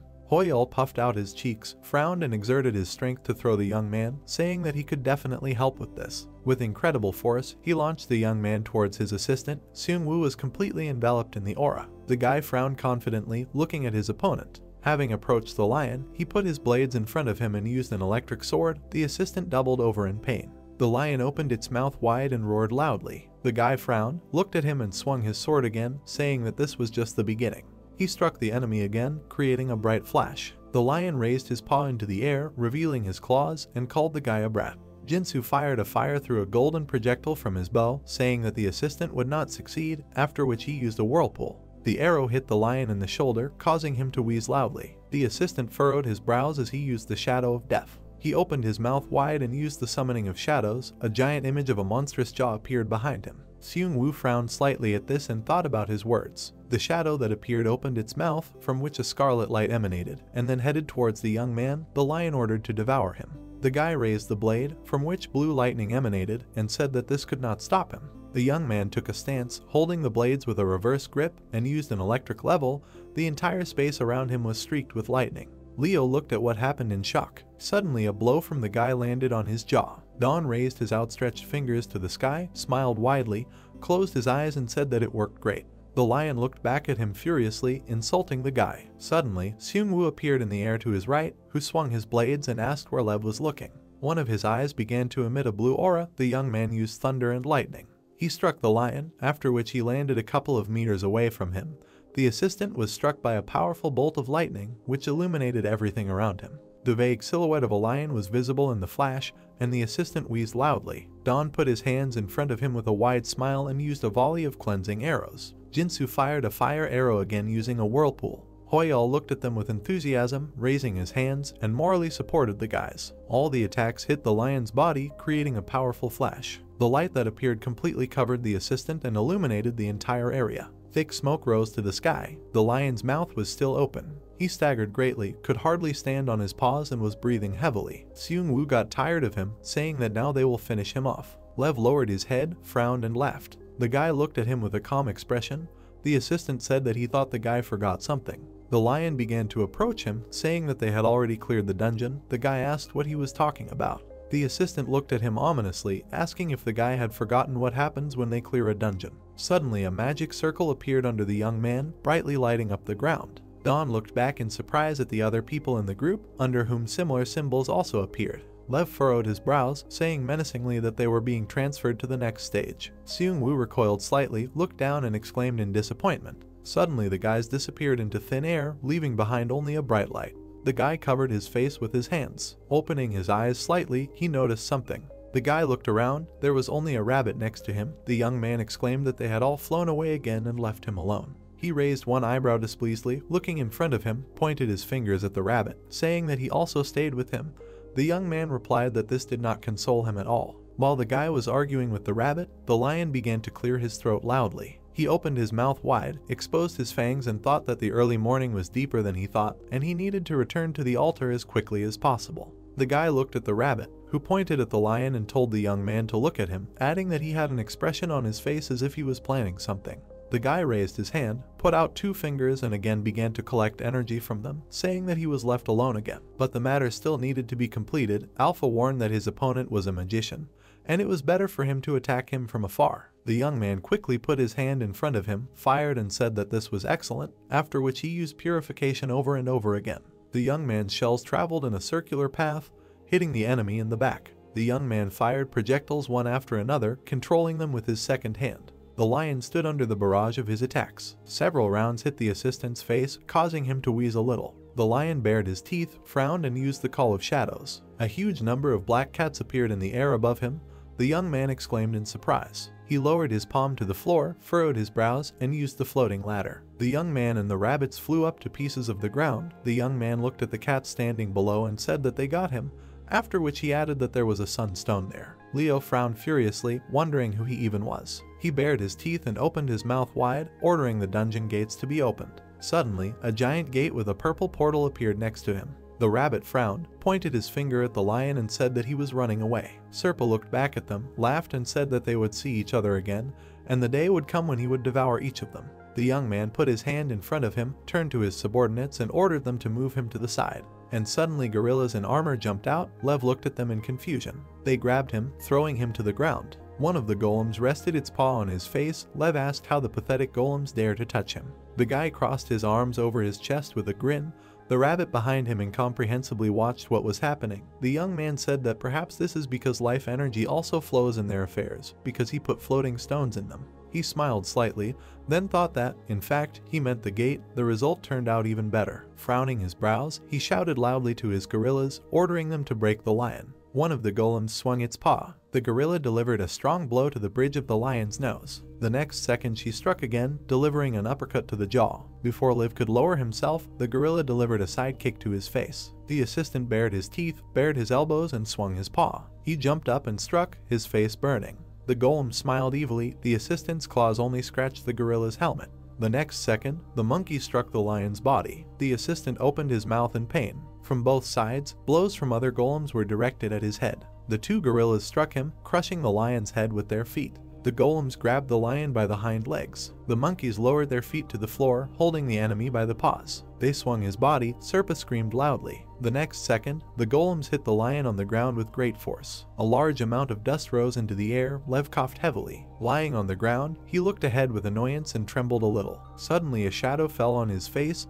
The lion looked up. The monkeys jumped up, swinging their arms, and aimed at him. Above their blows, a huge amount of dust rose into the air and a powerful shock wave arose. The guy took a step forward. Don came close to the wounded lion. The young man stopped in front of the animal, looking at it silently. He turned to his assistant with a calm expression and said that he had one question, after which he asked where the fourth dungeon was, where Seung-woo flew off to. The lion raised his head, laughing heavily, after which he cursed the young man's daughter. The guy put his hand in front of him, using purification, and then incinerated the lion's body. Shining fragments scattered through the air. The guy approached the smoking ground and said that the enemy had too much pathos. The young man crossed his arms with a satisfied smile and looked away. The rabbit scratched the back of his head in confusion, saying that he didn't think he would ever see a person kill an assistant. The young man scratched his head in surprise, looking at the system notification that appeared, saying that he had received a new achievement, Dungeon Bully, and as a reward for this he received an assistant relic. The guy asked what it was. The rabbit was dissatisfied and told him that the reward did not need to be checked immediately, because this is the most exciting part. The young man touched his ear and looked up, hearing the voice of Seung-woo, who asked if he was okay. The young man replied that he had dealt with the assistant, after which he asked Hyun if he had received the achievement. The dark-haired guy said that it was a relief that with she was fine, after which he asked what he was talking about, because nothing had come to him. The young man lowered his hand and looked at the rabbit, who said that Seung-woo is not a manager, so he did not receive the achievement, because members cannot kill managers. The guy pointed his finger at himself, looking at the dissatisfied rabbit, and asked why he had an achievement. The animal replied that it was because sometimes there are cases when managers kill each other. The guy looked interested in his eyes, asking if this was not the first achievement, and why would they even kill each other? The rabbit exhaled, closed his eyes, spread his arms, and explained that this happens because of greed, because if you take away the dungeon from another assistant, you can get additional magical power, and with it you are not afraid of either hunger or death. In other words, you can become immortal. The guy put his hands on his belt. I continued to look at the rabbit, who said that it was time for them to start. The young man asked what he was talking about. Dawn looked at the animal in surprise, who said that it was time for them to take on the third dungeon. A bright light shone next to the fallen tower. The young man held in his hands a golden bell tied to a red ribbon. He shook it in front of his face, saying that no matter how much he shook it, the bell would not make any sound, and then asked where the rabbit got such objects. He looked displeasedly at the rabbit standing behind him. The animal asked if he would go and take the dungeon, and where did the owner of the temple come from. The young man replied that he would do it later, and if the rabbit got bored, he might change his mind altogether. The guy looked down, surprised that such a necklace belonged to the manager, and then wondered if Lev could have kept the dog. The guy looked at the shiny bell, imagining magical inscriptions and chains behind it. The rabbit called it the relic of the signature manager. The guy looked at the animal, which with a smart look held its hand up and explained that each assistant has some kind of thing that can prove its existence.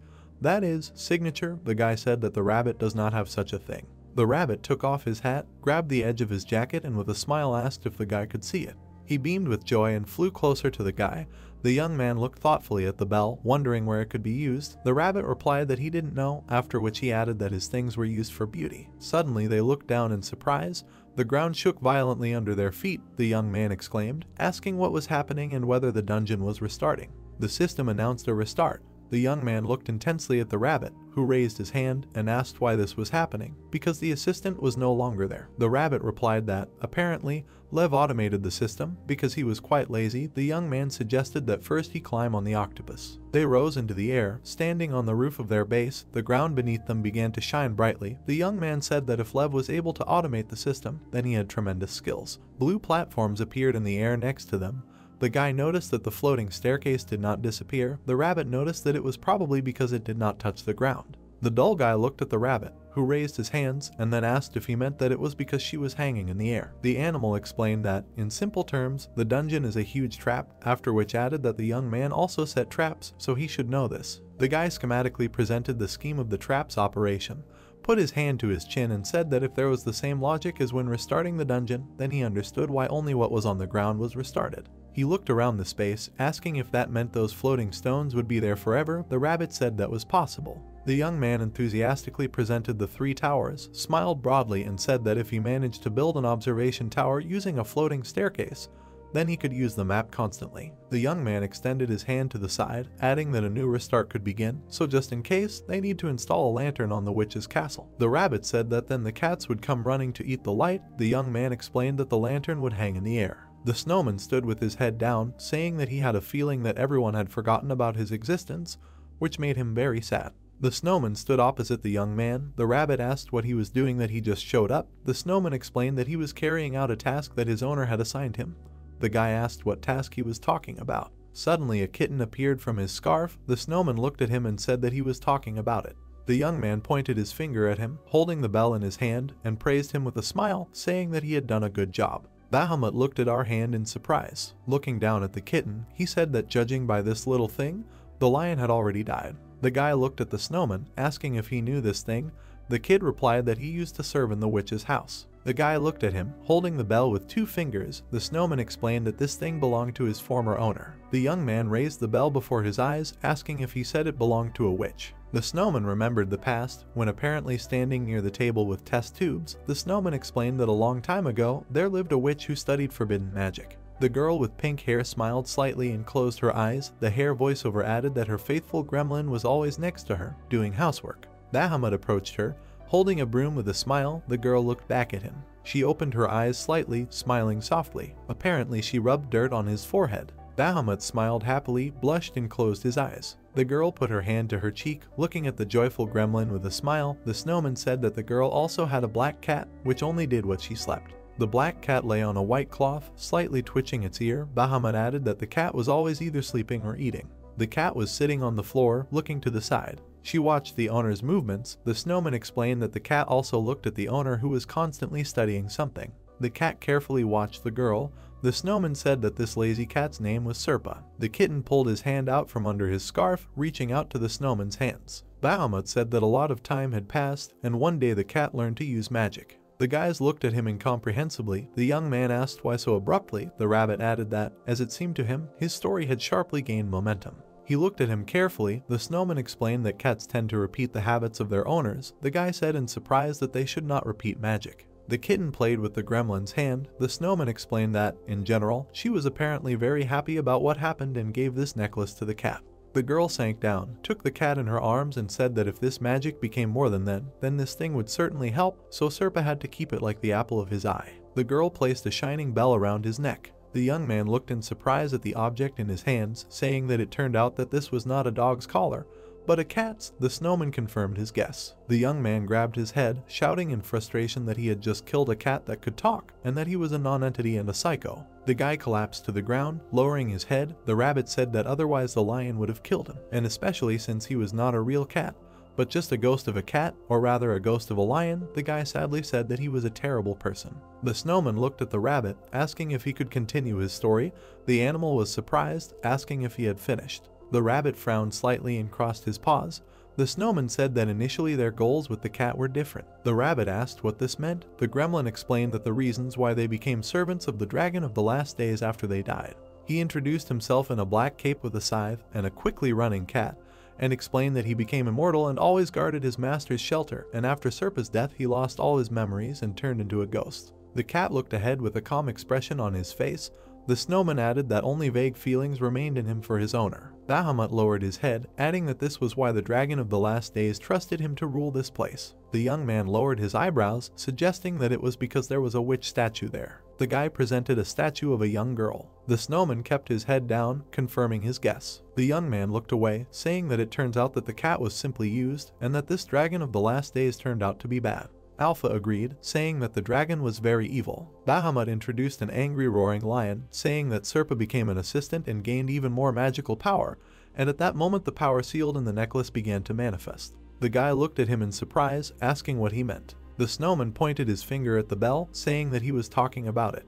The golden bell glinted slightly in the light. The gremlin explained that he could control the shadow. The young man raised his hand, looked at the collar, and began to think about the snowman's words. The guy introduced the shadow of a man. Alpha explained that she had heard that among the forbidden magics that the witches studied was a secret magic related to the shadow. The guy looked at the snowman incomprehensibly, asking what it was. The gremlin explained that it was magic that could endow shadows with memories and bring them to life. He imagined a black cat sitting next to a sleeping person, and said that 1 or 2 cats could cause nightmares and unpleasant memories in people. The appearance of the cat changed. In its place, a huge cloud of black energy with shining eyes appeared. The gremlin added that what the more there were, the more obvious the memories became that could attack people. The guy raised his hand, realizing what was the matter. Bahamut looked him in the eyes, saying that apparently she was not doing exactly this research. He remembered his former owner with her hands on her knees, and himself and the cat looking at her, after which he said that the girl was studying ways to relive important memories from the past or happy moments in life.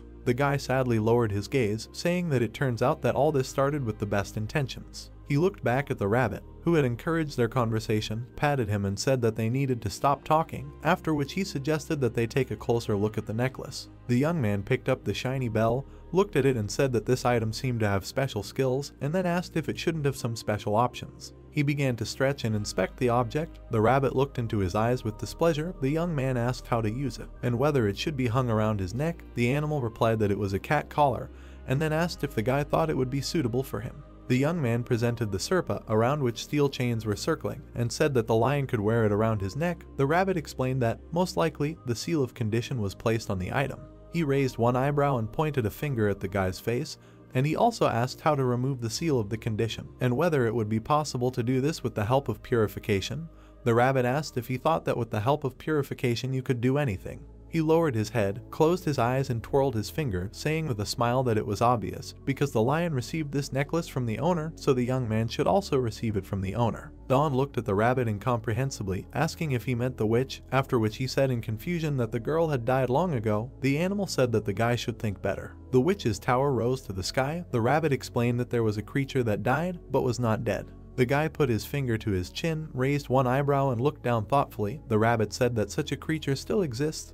The young man thought about his words. Suddenly he looked in front of him, opened his eyes wide and realized that this creature was a statue of a goddess. The rabbit snapped his fingers with a smile, saying that this was the correct answer, because if the guy stood in front of the witch statue, then surely a way would appear. The young man looked up at the tower, agreeing with these words. Cold air came from the tall building. The young man put his hands on his belt and said that it means he needs to climb up again. He rubbed his hands together, smiled and said that at the same time he needed to take the altar with him. Alpha called this the most joyful thing she had ever heard. Objects with magic stones began to float around the tower. The top of the tower sparkled with a bright purple light. The main character began to pour out pink liquid, which is the saliva of a chimera ant. Frightened, he turned his head when the rabbit asked him when he would make a hole in the ceiling, after which he compared it to Seung-woo. Hearing this, Dawn asked him to shut up and tell him that he had his own way through which he would achieve the same result. Opposite the guy was a stone statue. The creatures followed the brunette through the holes. A system error occurred due to the fact that they entered the dungeon illegally. Guide flew up to his partner with displeasure. The guy turned to him and admitted that he was also glad to see him. The bright eyes of the creatures appeared through the dark fog. Bahamut hid behind his owner's leg. The guys flew up on a magical platform to the stone statue. The girl with graceful features closed her eyes. The main character lowered her head in surprise and realized that the statue was well made.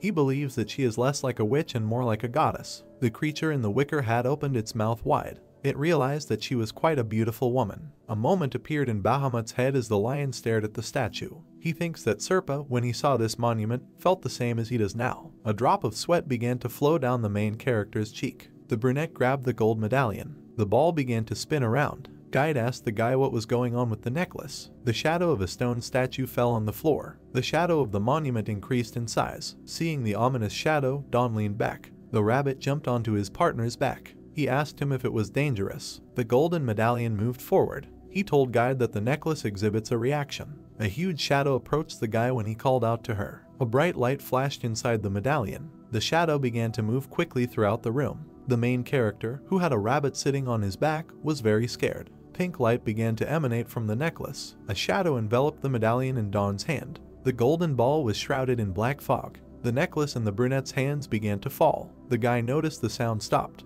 The main character made a face when a rabbit flew up to him. He told him that he now looked like the King of Shadows. Hearing this, the brunette admitted that he felt scared. A system window appears informing you that the item has special options. Someone loudly announced the appearance of an information window, thanks to which he realized that the item was a shadow bracelet. The brunette tilted his head and examined the object. Guide informed him that for a human it was the size of a bracelet.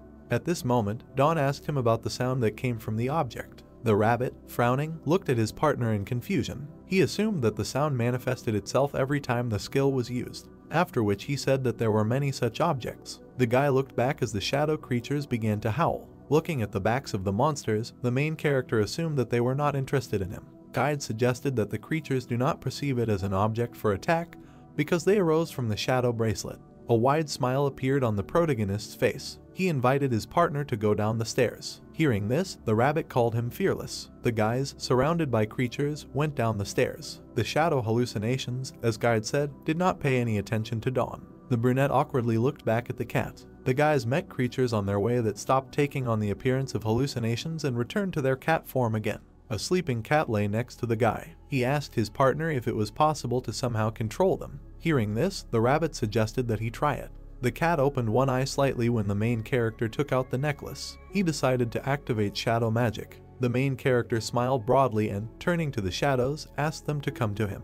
Dawn felt awkward when the cats jumped away from him at the same time. The guy pouted his lips displeasantly and thought about why they were running away from him. He assumed it was a low-level issue. A cat was rubbing itself near the brunette's leg. Bahamut, turning to the owner, said that this was the same cat he was looking after. The main character began to stroke the animal's head. He realized that one of the cats was obeying him. At this point, he assumed that he could touch the shadow creature thanks to the effect of the bracelet. The guy suddenly rose to his feet. Frightened, he hit Guide in the face and told him that the creature had disappeared into his shadow. He didn't understand what had happened. The worried protagonist turned his head. Bahamut advised him to look back. The rabbit, seeing the shadow, felt uneasy. The creature in the hat pointed to the image of the owner. It revealed that it was a shadow monster that emerged from its shadow, after which it assumed that it was a real shadow servant. The brunette's shadow put his hands on his belt. Dawn asked his partner about the shadow servant. The shadow, together with its owner, raised its hand up. Dawn put his hand on his head. He locked hands with his shadow as he started talking about shaking hands, after which the main character greeted her.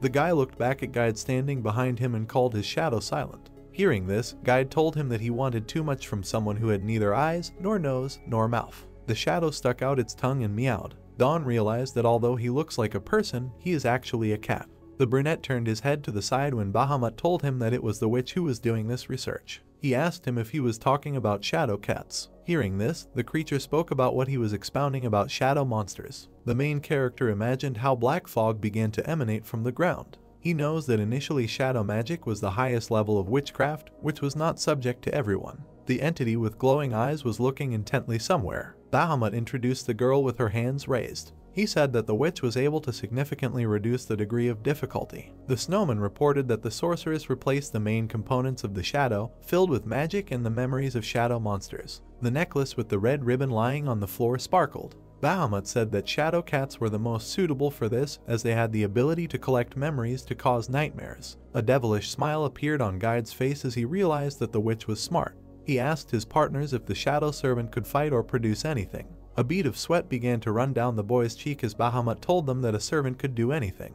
The snowman raised his finger up when he presented the image of his owner. He told him that the shadow was able to move, exactly repeating his movements. Dawn awkwardly looked back at the shadow servant. The shadow of the main character clenched his hands into fists when he asked his partner whether she was able to repeat his movements. Standing on the stairs, the guys surrounded the shadow hallucination. Guide realized that the shadow can only repeat the movements it remembers, after which he said that, considering his master, he would not be able to fight. Hearing this, the guy admitted that he was offended to hear this. The brunette ducked his head as the shadow servant squatted down. The shadow hallucination began to make something out of the dirt. Seeing this, the rabbit began to laugh and asked his partners to watch him roll the lumps. A smile appeared on Dawn's face when Guide told him that the servant really looked like his master. Bahamut looked at the guy, who felt awkward and hoped that the servant could use his skills. The snowman reported that the shadow cannot use skills or use magic, because it is only capable of repeating movements. Tears began to flow from the rabbit's eyes from strong laughter. He admitted that he could no longer look at it and continued to laugh loudly. There was a lump of mud between the shadow hallucination's hands. It had a spherical shape.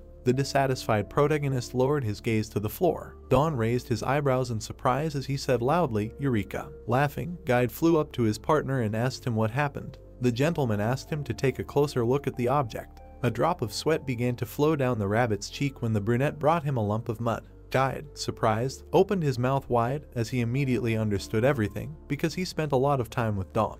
The guys began to look at the object made by the shadow hallucination. The main character realized that the shadow, who could not use the skill of rolling earthen lumps, was able to make it with his own hands. The rabbit felt uneasy as he stared at the servant. He, remembering that the shadow was not capable of using skills, suggested that another error had appeared in the system. A smile appeared on the guy's face, covering his eyes. He asked his partner if he saw the perfect lump of earth. Don remembered how he lost all his strength trying to create something. He lay down on the ground next to the golem and realized that he was missing arms. The sweaty brunette put his hand to his forehead and realized that he would like to ask others for help. He believes he will need time to teach them the technique. Don, lying on the ground, suddenly opened his eyes and realized that he wanted to make a copy of himself. Meanwhile, in the dungeon, the guy joyfully grabbed the servant's shoulders because his wish had come true. He called the shadow hallucination a wonderful worker. Some luminous creature flew near the spiked tower. The main character summoned an unfinished iron golem.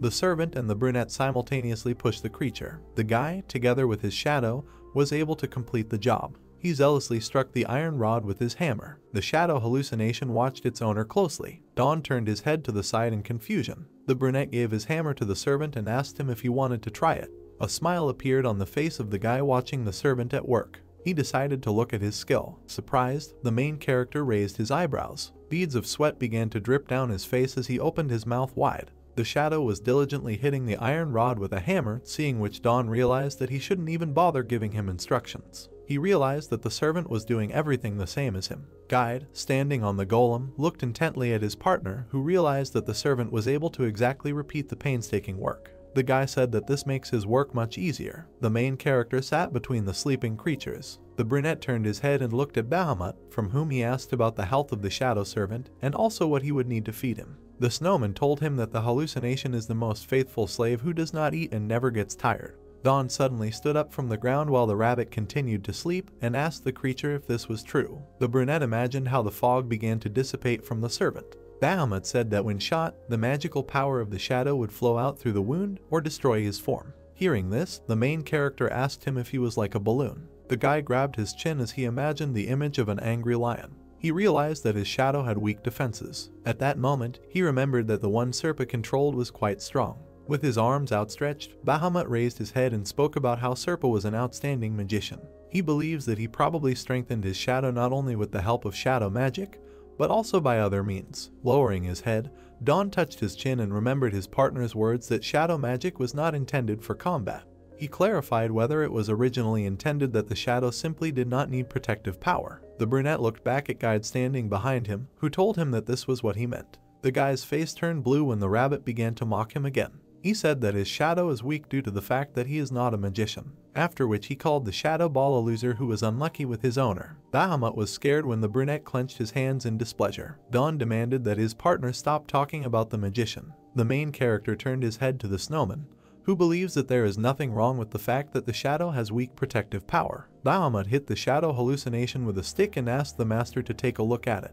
The shadow began to dissipate in the air. A black spot appeared near the snowman. The brunette realized that his servant seemed to have disappeared. A cat looked out of a black puddle. The guy looked back when a cat ran up to his feet. The animal began to lick its paw contentedly. Bahamut told the owner that the shadow monster cannot die. A smile appeared on the brunette's face when he realized that the servant had unlimited health, although his stamina was weak. He asked someone about whether it could be recycled forever. The servant approached the master, who took the shadow bracelet in his hand. He doesn't understand where he can get such a great slave. Hearing this, the hallucination meowed. Don looked displeased at Bahamut, who asked how many such creatures they could make. The snowman said that although it depends on the capabilities of the magician, if the material is available, you can make as many servants as you like. At this point, Guide realized that it was all about opportunity. The main character grabbed his chin and asked the guys if he should try to do this. The rabbit wondered if his partner heard what they were saying to him. The guy said that he didn't have something in the witch's house. A magic ball hovered above the iron object near which the brunette stood.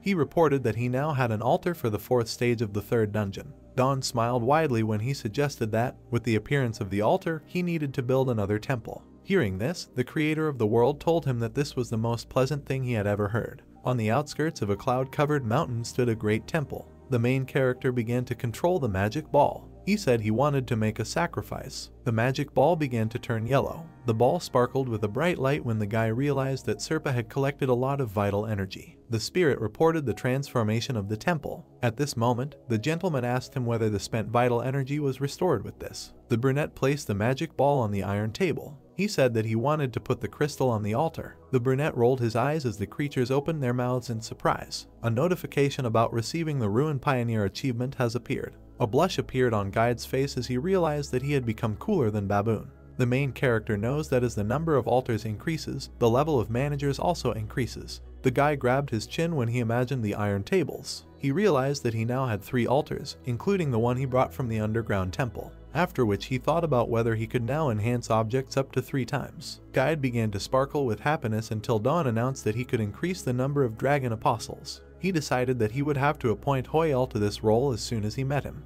The brunette, closing his eyes, smiled widely when he realized that the man, having become an apostle of the dragon, would be able to fight with assistance. He believes that the more reliable comrades there are, the better. The spirit reminded him that they were not comrades. The main character worriedly turned his head to the side and asked the creator what he was saying. The creator of the world introduced a man in a black cloak. He told Dawn that the title of apostle should be given to those who are ready to sacrifice their lives for it.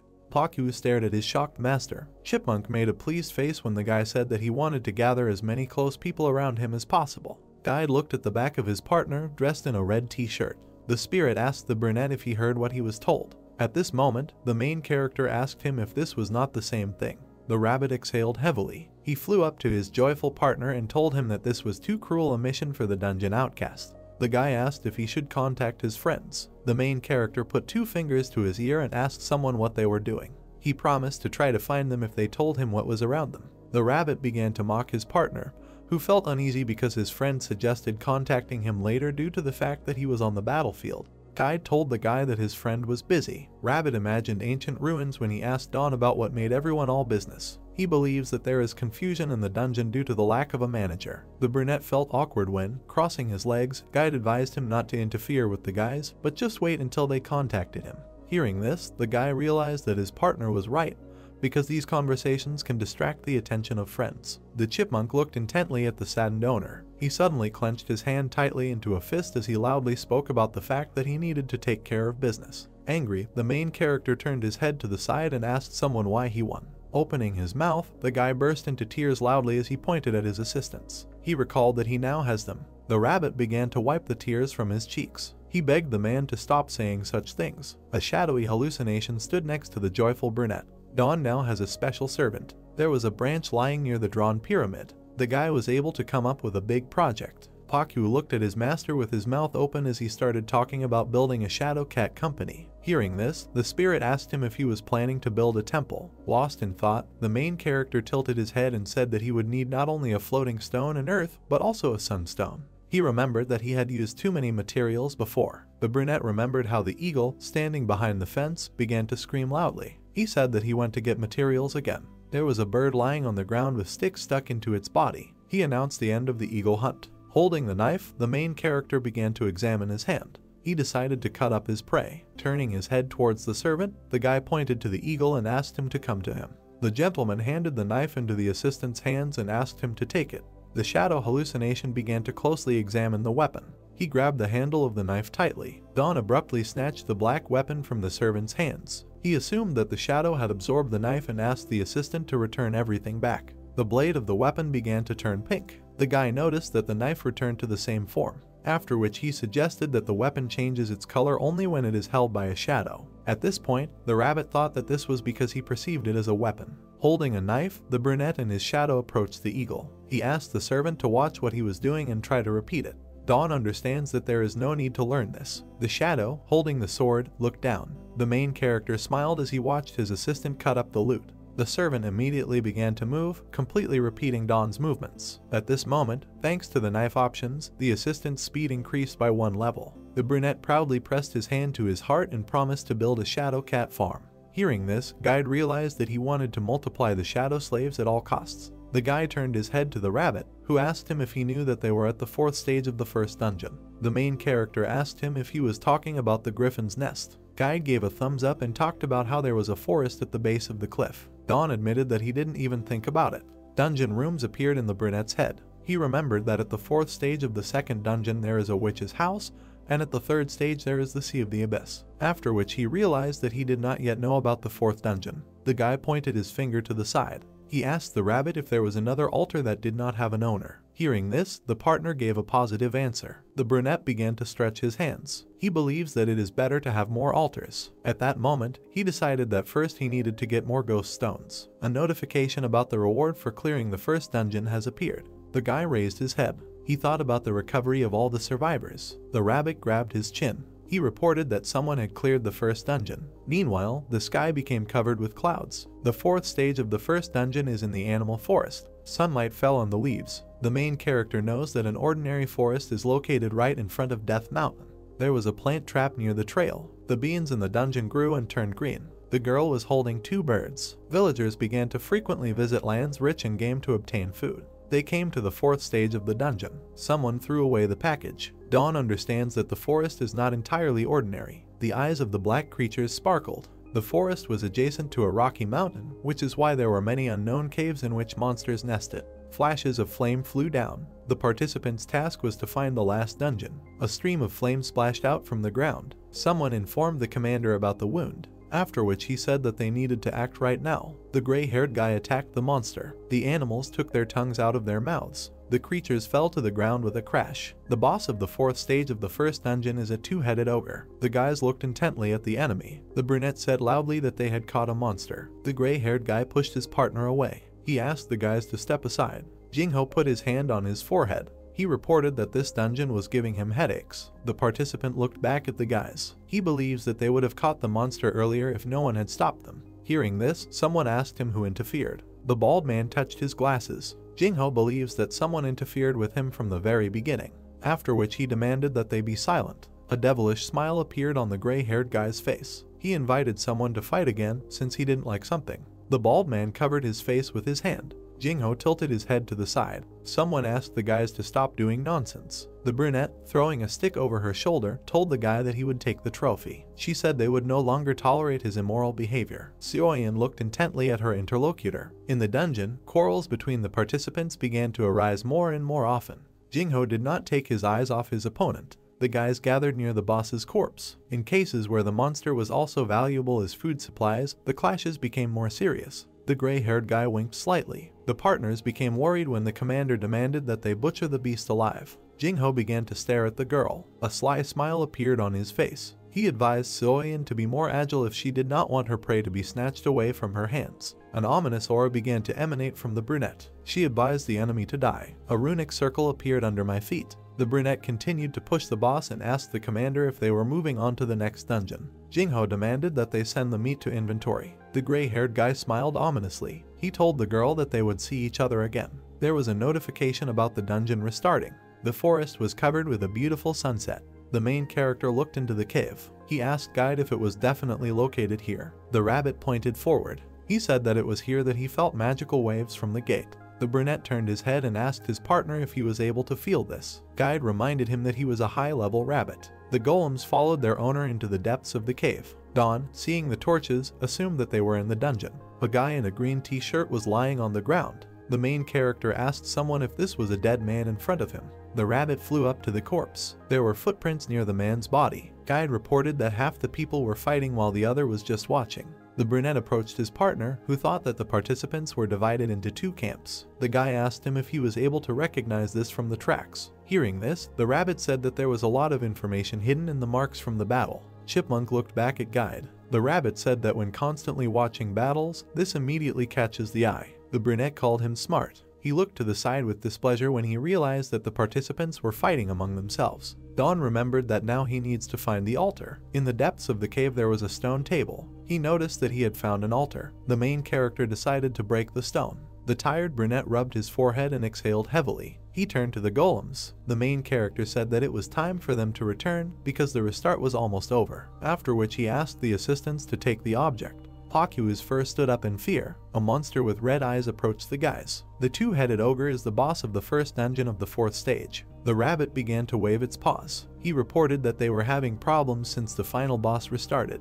Hearing this, the brunette did not understand what was going on. The ogre approached the guys. The gentleman turned his head to the side. Guide reminded him that the eagle is considered the most important enemy in the sky. The creature with fangs opened its mouth. The rabbit said that the ogre is the king of the forest. The angry monster raised his paw. The rabbit flew away. He told the guy that the two-headed ogre was considered the most dangerous creature. At this moment, the main character asked him if he could not have said this right away. Don touched the ground with his hand. He swung his hand violently as he demanded the installation of the gate.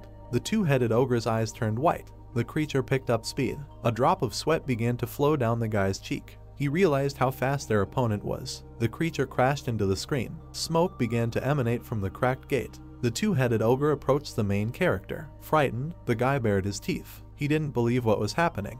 The brunette opened his mouth wide and asked his partner whether the monster could destroy the gate. The rabbit told him that he had magical immunity, thanks to which he could break skills by force. The gentleman hit Guide on the cheek. He recalled that he asked to report this in advance. A drop of sweat fell from the brunette's face. He remembered that gates were also a skill. At that moment, he realized that his skills would not work on his opponent. The guys pressed themselves against the wall. The main character looked back. The two-headed ogre gazed at its prey. Don realized that the monster is much more cunning than it looks, after which he wondered if the creature, having driven them into a dead end, planned to feast on them. The iron golems raised their heads. The rabbit looked intently at his partner and asked him what they would do if the golems started fighting with them. He said that the cave could collapse from the force of their blows. Hearing this, the brunette replied that he knew it himself. The guy started turning his head around. A bead of sweat began to run down his cheek. There were torches attached to the walls of the cave. Guide felt uneasy when Don called out to him. The monster looked at the ceiling of the cave. The main character suggested that the creature, having 2 heads, sees much more. The rabbit raised his paw up and said that they could reason like that. He said that he only has 2 times more. A shadowy hallucination appeared behind the brunette. He decided to make everything go dark before his opponent's eyes, after which he asked his partner whether their enemy would be twice as confused. Pointing his finger, the brunette asked someone to turn off the light. The cat jumped on the two-headed ogre. She extinguished the first torch. The creature began to turn its head around. Don asked his servant not to stop. Opening its mouth, the cat flew to the next torch. The guy extended his hand forward and demanded that the golems grab the enemy. He loudly told them that he needed to be immobilized as much as possible. The golem attacked the two-headed ogre. The ground under the monster's paw began to crack. The creature grabbed the golem's arms. The main character's assistant leaned back. The two-headed ogre began to push the enemy into the ground. The brunette opened his mouth when he realized that the golems were inferior in strength. The rabbit asked him about who will win the battle between the boss of the first stage and the fourth. The golem bared its teeth. The main character frowned deeply. The golem jumped on the enemy's head. Don said that whoever has the most will win. Hearing this, Guide realized that he was also right. The golem, being above the enemy, somersaulted. He grabbed the ogre's heads with his hands. The rabbit began to wave the red sticks. The golem tried to grab onto something. The protagonist's assistants captured the enemy. Don clenched his hand tightly into a fist. He realized that the golems were able to grab the two-headed ogre. The golems continued a stormy battle with the stage 4 boss, trying to grab him from all sides. Smoke was coming out of the golem's armor as it could not withstand the onslaught of the fight and was cracked. The rabbit put his hand to his face and was slightly puzzled. He realized that because of this position, the golem would not be able to hit at full strength, and without iron armor there would be problems. The protagonist and the rabbit looked up and noticed that the cave had begun to crack and would soon begin to collapse. The rabbit realized that if the guys continued to fight in the same spirit, the dungeon would soon collapse. Don agreed with the rabbit's words. The main character grinned maliciously and frowned maliciously. He explained that he was preparing for such a situation. The blue cat continued to run around the dungeon and extinguish the burning torches. Don realized that there was one last torch left. The monster's 2 heads looked around in shock, sensing the darkness in the dungeon. Don clutched an amulet on a red strap in his hand. He shouted that it was shadow magic. The blue cat looked back with a puzzled look. The shadow servant immediately began to transform into his other form. The protagonist held an amulet and a sharp knife in his hand, watching the black silhouette of the shadow beast, which continued to take on a different form. Don handed a sharp knife to the beast, which took on a black, human-like appearance. He asked the beast if he remembered how to handle a knife. The Catman picked up the sick knife and turned to the two-headed monster, who was captured by the golems. Don looked ahead intently with a contemptuous gaze. He noted that the shadow beast's shape was slightly different from that of the griffin, so he asked him to do everything as he remembered. The dark silhouette of a human-like beast meowed. He immediately turned back and headed towards the boss of Stage 4, whom the golems were trying to restrain. The shadow servant approached the huge monster and dealt a crushing blow to it while the beast was in the shackles of the guy's defenders. He swung his dagger and was about to strike more. The Stage 4 boss, who looked like a bear, growled menacingly. The shadow servant continued to strike with his blade. With quick swings, he plunged the knife into the legs of the monster, which the golems grabbed from all sides. The rabbit and the main character, experiencing vague doubts, watched what was happening. The rabbit made a huge face and asked if it was too cruel. Dawn, with crossed arms, explained that there was nothing wrong with this, because all the meat that the rabbit had eaten so far was obtained in the same way. The rabbit looked disdainfully at Dawn, who closed his eyes while standing with his arms crossed. The rabbit asked if the bear meat was tasty. The guy in the t-shirt replied that he didn't know, so he answered with irony that they would try today. The two-headed monster growled tearfully, feeling hopeless. The shadow beast continued to take on various forms in the form of a dark silhouette as it stood in front of the bear. A bright light was emitted by shadow magic in the form of a semicircle. The bear with two heads looked bloodthirsty at what was happening. Dawn raised his eyebrows and enthusiastically watched the shadow magic taking place, clutching an amulet in his hands. Dark smoke from the shadow magic silhouette floated in the air with a knife in front of the monster. The shadow man looked gloomy as he walked around the space. After some time, Dawn held a bright yellow core in his hands. The main character, along with Pakyu and the rabbit, looked down in shock. They saw in front of them a shining pile of bear meat that had been butchered by a shadow hybrid. The protagonist looked in amazement at the dark silhouette of the man, noting that this guy was good and did everything as he showed. The main character carefully examined the blue skin of the bear in his hands. He continued to examine the skin with joy on his face and a satisfied smile. He thought about magical immunity because he was curious to understand if clothes were made from this skin, whether it could block ordinary skills. The rabbit hovered in the air and closely watched Dawn, who looked confused as he stood with the bear skin in his hands. The rabbit noticed that the option of sewing clothes was not bad, but it was unlikely to completely save them from attacks, so he asked not to forget that the bear died from a knife. The rabbit closely examined the shadowy silhouette of the man. He noted that, on top of everything else, this shadow servant was not very durable, because if you just hit him once, his body would disappear. While the protagonist was folding the wool, the rabbit put his hands behind his head and relaxed. Dawn replied that later the shadow servant could become more effective when there were more of them. The rabbit agreed with the guy's words. The rabbit presented a dark silhouette of a guy holding a knife. He noted that no matter what anyone said, the shadow servant was a perfect killer, leaving no sounds or traces. The main character presented himself in the form of a king with a cloak, holding an amulet. He imagined that if in the future he had several hundred such shadow killers, he would become the prince of the night. Dawn, sighing heavily, turned back to the rabbit, who was floating in the air in a relaxed position. The rabbit explained that Dawn was not at the right level and he was daydreaming again. The protagonist looked carefully at the amulet in his hand. He concluded that everything was sad, wishing that this was all a skill, and not just an option for an item, and even more so a special option with which you couldn't really do anything. Special options could not be added to the amplification system. The rabbit, with his hands behind his head, imagined the image of an old blacksmith with a sharp sword. He explained that it was precisely for this purpose that blacksmiths existed, because in the process of making products they could also make engravings. The guy in the t-shirt clutched the amulet in his hand. He was surprised that the witch did such an amazing thing and also hung the cat she kept around her neck. He assumed that the witch either had some kind of agenda or that she loved cats so much. The rabbit watched from behind as Dawn opened his mouth and yawned. He replied that they still need to quickly make a cat farm. The rabbit ironically thought that this was Dawn's conclusion. The protagonist suddenly exclaimed, raising his index finger in front of the rabbit's face. He asked why the dungeon did not end and where the achievements were. The rabbit furrowed one eyebrow and pointed a finger to the side. He wondered if there might have been more bosses. Dawn wondered if this could be the case. The rabbit replied that he saw that there were several caves. The protagonist stood in front of the altar with his arms outstretched in front of him. He ironically replied that he had no intention of defending the dungeon anyway. He explained that since they had found the altar, they could go back. The protagonist looked at the rabbit while the golems took the altar with them. The rabbit asked if they would go to the witch's house now. The main character replied that they would now go to the first stage for another golem. The golems followed the main character and his comrades, who entered the open gate with a yellow aura. The rabbit watched with a grin, crossing his arms. The guide opened his mouth slightly and wondered if the protagonist could actually win this baboon. Dawn looked excitedly at Pakyu, who was sitting on his shoulder. Some time later, in a great temple that stood at the edge of the earth, Bahamut didn't believe what was happening. Bahamut was alarmed by the chaos in the temple, which was covered in cobwebs and bones. He didn't think the temple could be so dirty. Bahamut watched in shock as Pakyu jumped around the temple. He watched as the chipmunk gnawed at large remains of bones. Pakyu dangled his legs and lay on the bone, completely out of breath. Pakyu was lying on the bone, trying to gnaw on it. Bahamut did not understand what the animal was doing. With a satisfied face, the chipmunk began to chew on the guests. Bahamut realized that Pakyu just wanted to eat. Bahamut lowered his gaze and looked ahead in trepidation. He was surprised at how favorable the atmosphere was for the chipmunk in this place, which is why he gained so much weight. Bahamut observed pieces of dust and dirt on the floor along with bones. He reflected that their owner was very good at making and decorating, but he had problems with cleaning. He stared at the pieces of sand or dirt on the floor. He didn't understand whose tracks they were. In the corner of the room there was a web wrapped around bones. He immediately clenched his fists and everything became clear to him.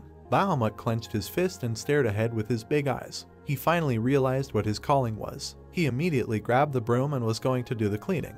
He began vigorously sweeping and removing dust. He ran across the entire space and swept, raising clouds of dust into the air. Then he took the mop. Bahamut mopped the floor harshly using magical water. He noted that thanks to the water that came out of it, it was much easier for him to clean up, despite the fact that large bones would have to be removed separately. Then he was going to try to deal with particularly dirty places. While Bahamut was running with a mop, a gate with a yellow aura appeared in front of him. Don waved his hand in greeting, indicating that he had arrived. He watched as Bahamut cleaned the entire temple, and it was all sparkling clean. He didn't understand how this could happen. The Alpha Spirit was also surprised by such purity. Bahamut looked at his master with delight, marking him that he had done the cleaning. The main character praised his servant. Bahamut watched in alarm as the golem entered the temple and left a trail of mud. The golem began to step forward, followed by a rabbit, and Bahamut noticed this. The snowman exclaimed indignantly, realizing that he had found the culprit of such traces. The snowman watched the main character playing with Pakyu while golems stood nearby.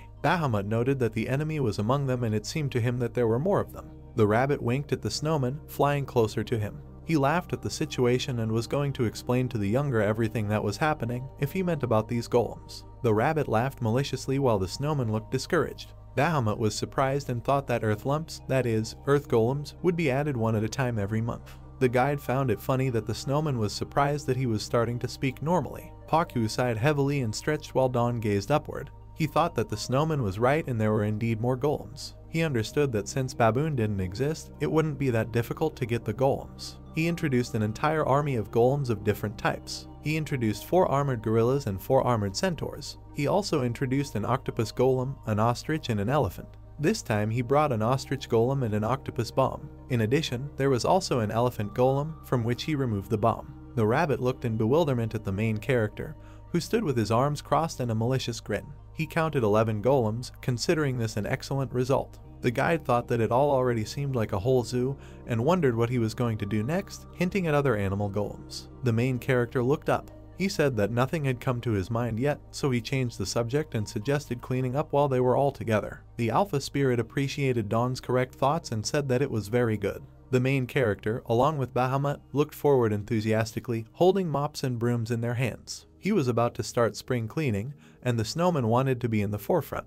The main character grabbed the rabbit by the ears, who was not going to help them. However, the guy in the t-shirt thought differently. The main character looked with displeasure at the rabbit, who was playing with a small ant at that time. The rabbit did not want to clean up and said that he would look after their pets at this time because he considered this matter also important.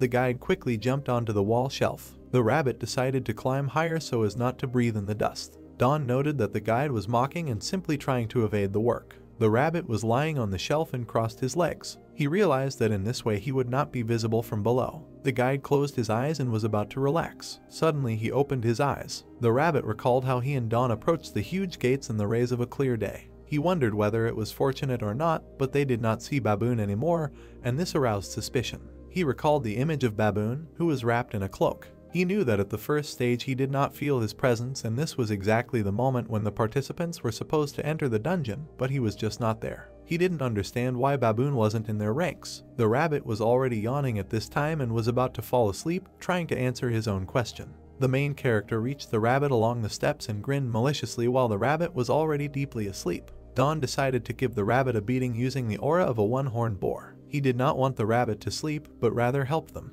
A leisurely and calm great temple. This temple stood on the edge of the earth, past which thick clouds floated. The protagonist shook his hands, standing in front of the huge caught fish. He noted that they now had to be dried naturally. Don enthusiastically turned to his golem, who was waving a leaf along with his fan. Don told the gorilla to constantly fan the fish. The main character and the rabbit watched the lying fish while the golem blew on them. The rabbit did not understand what all this was for. The guy replied that he decided to dry them and make a powder out of them, because with it the broth would turn out excellent.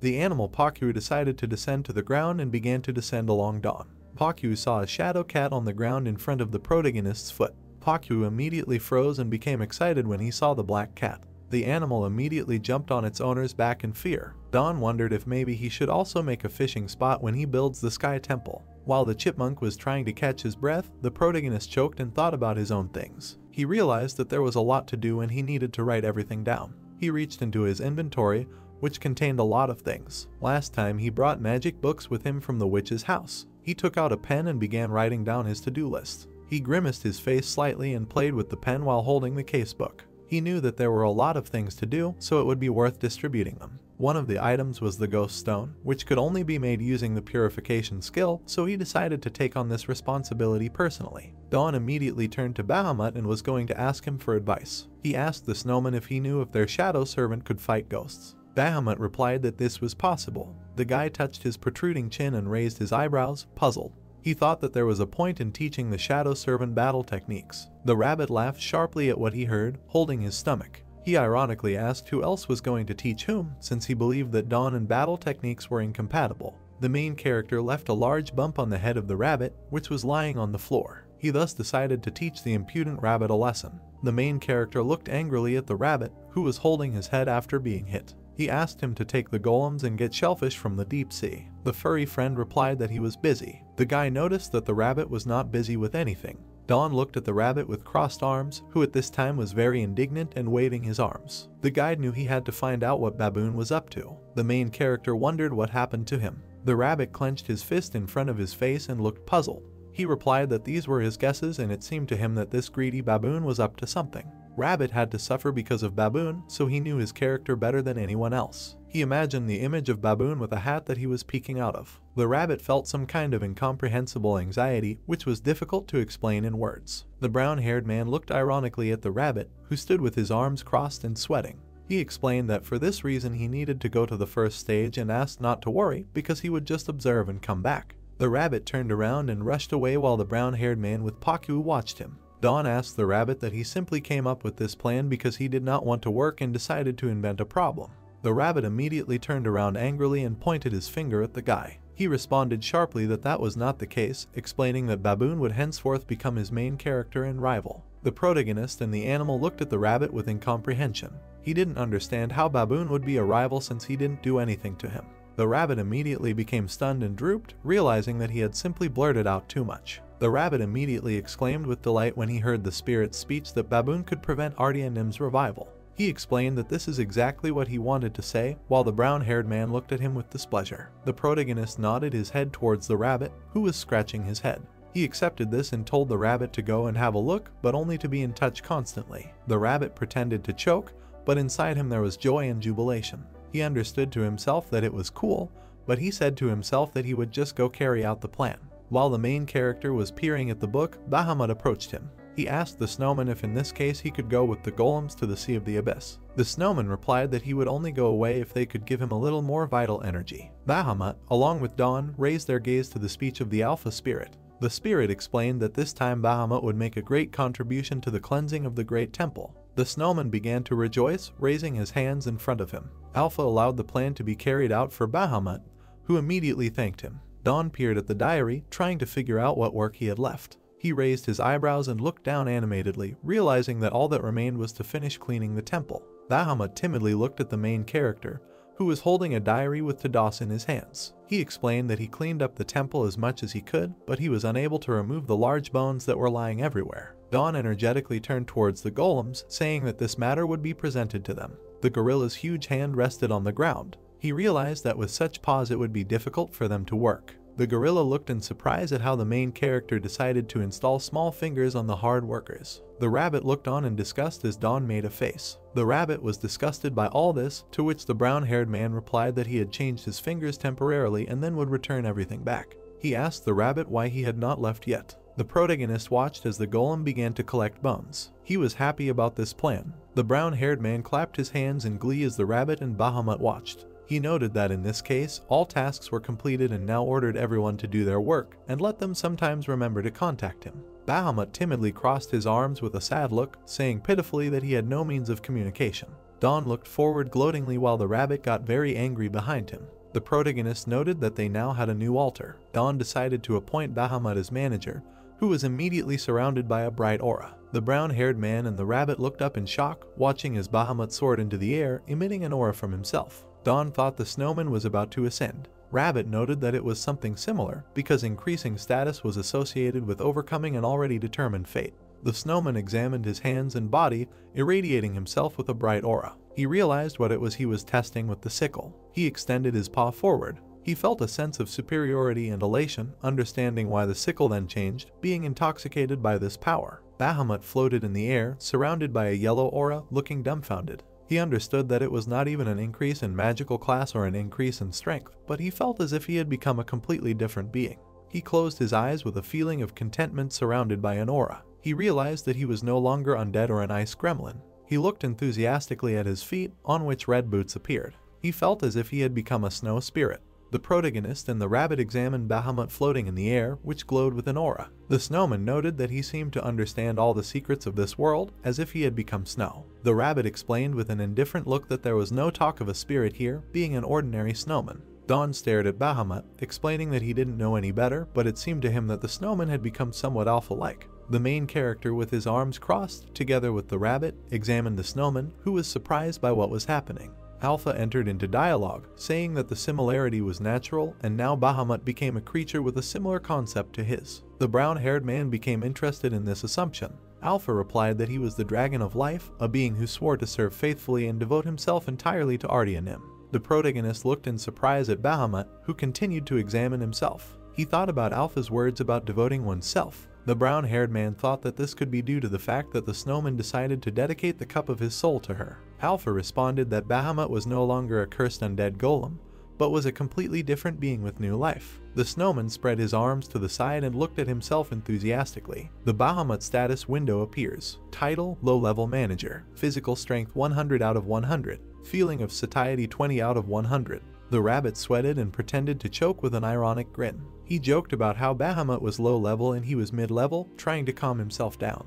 The snowman lowered his head with a contented expression, clenching his fist. He said that the previous version of himself, who was obsessed with power, was long dead. The protagonist, along with the indignant rabbit, watched as Bahamut shone in the air. He shouted that now he would devote all his strength and soul to Ardia. The angry rabbit asked his friend not to overact. Alpha was glad that finally a normal manager appeared, whom he wanted to see. The main character, with an indifferent and tired look, told the guys to go and perform their duties. We were transported into the Sea of the Abyss. A group of armed participants walked through a dark and dangerous space, which was illuminated by yellow cubes. New members have appeared in the Sea of the Abyss. Two guys looked in surprise at the floating cube, into which yellow balls were stuck. The guy with glasses was interested to know why these square stones were floating in the air. Another guy noted that these stones are a real salvation for them. Another participant in armor saw a yellow gate on the shore of the island. Bahamut came through the gate along with the gorilla golem. The participants immediately raised their swords and shields, shouting angrily that a new monster had appeared before them.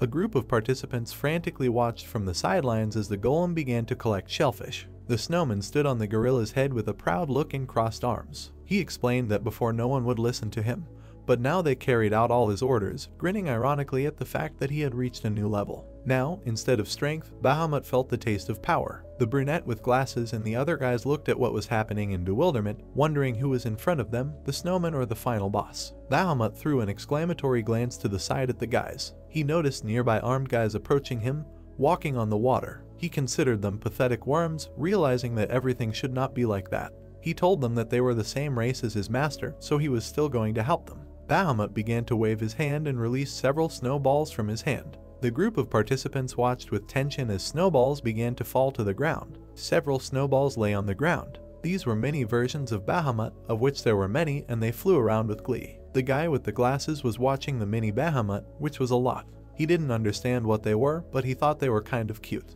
The snowman closed his eyes slightly and pointed his finger down. He explained to the guys that these were mini Bahamut's and told them to follow them because they would lead the guys to the dungeon. Bahamut stood on a huge gorilla looking down at the guys with his arms crossed. They wondered why they should have been believed. He told them that it was up to them to believe or not, so he told them that they could continue to wander in this darkness or take his help. A group of guys experienced several emotions at the same time. The armored guy said that they were in no position to choose right now, so he agreed with Bahamut's words. The guy with glasses thanked the snowman. Bahamut closed his eyes indifferently and raised his index finger. He explained to the guys that if they still wanted to thank him, it would be better if they left marks if they suddenly saw armored mollusks along the way. The guys stood close in front of the gorilla with puzzled faces. They wondered if this gratitude would be enough. The snowman decided to move on. The guys watched as Bahamut on the gorilla decided to walk away. They thought he was cool. At this time, a calm temple stood at the edge of the earth. Don wiped the sweat from his face with a dirty hand, realizing that they had just completed the first stage. The protagonist sat on the floor, looking at the mud golem. He ironically joked that this monster was the size of Hoyal. He looked at his creation with admiration. He knew that he had previously been unable to use golems properly because of their size, realizing that such a mud golem would now be able to go anywhere. He gleefully took out the skin of that same bear, intending to add this touch to the image of the golem. He took out a sharp needle from a thorny cactus +4, strength 100 out of 100, option, penetration and rigidity. He vigorously began to sew fabrics from wool and had a malicious attitude. Alpha decided to ask what Don was doing now. He looked up, continuing to stitch the wool with a needle. He said that he was going to take the pet golems with him to the witch's house because ghosts could pass through the walls, which means it could be dangerous for the golems. The spirit agreed with this decision, noting that they would certainly be attacked to the very core. He enthusiastically continued to sew a cloak for the golem. He explained that it was precisely necessary to ensure that ghosts could not penetrate them. Alpha began to understand what Don was going to sew. The main character presented the image of a golem silhouette with a malicious grin. He explained that he would dress the golems in these skins and then no one would be able to penetrate them. Alpha was surprised that the brown-haired man really did incredible things. Frowning his eyebrows slightly, the brown-haired man continued to sew the skins. He was thinking about how to make sure that the threads were not visible. He squeezed the skins tightly as he continued to sew them together with white thread. He stuck out his tongue and, with the sweat of his brow, decided to add some zest. He thought he could pull the threads. He was slightly surprised, holding the skin in front of him. He exclaimed that he had succeeded. Alpha was surprised that Don was able to connect pieces of skin in one whole, as if using magic. There was no visible seam in the blue hide. The protagonist himself did not suspect that he used a hidden seam, which was used in the manufacture of teddy bears. This is how the bear golem turned out. It was a big blue bear in the form of a pet golem. Alpha was amazed at such a real monster. The protagonist poked his finger in his bear's face, noting that he looked cute. The protagonist broke into a sarcastic smile, noting that he did not hear the Alpha's exclamations. The spirit thought about how there could be such a malicious guardian in the Temple of Life. While the golem was sitting on the floor with his arms crossed,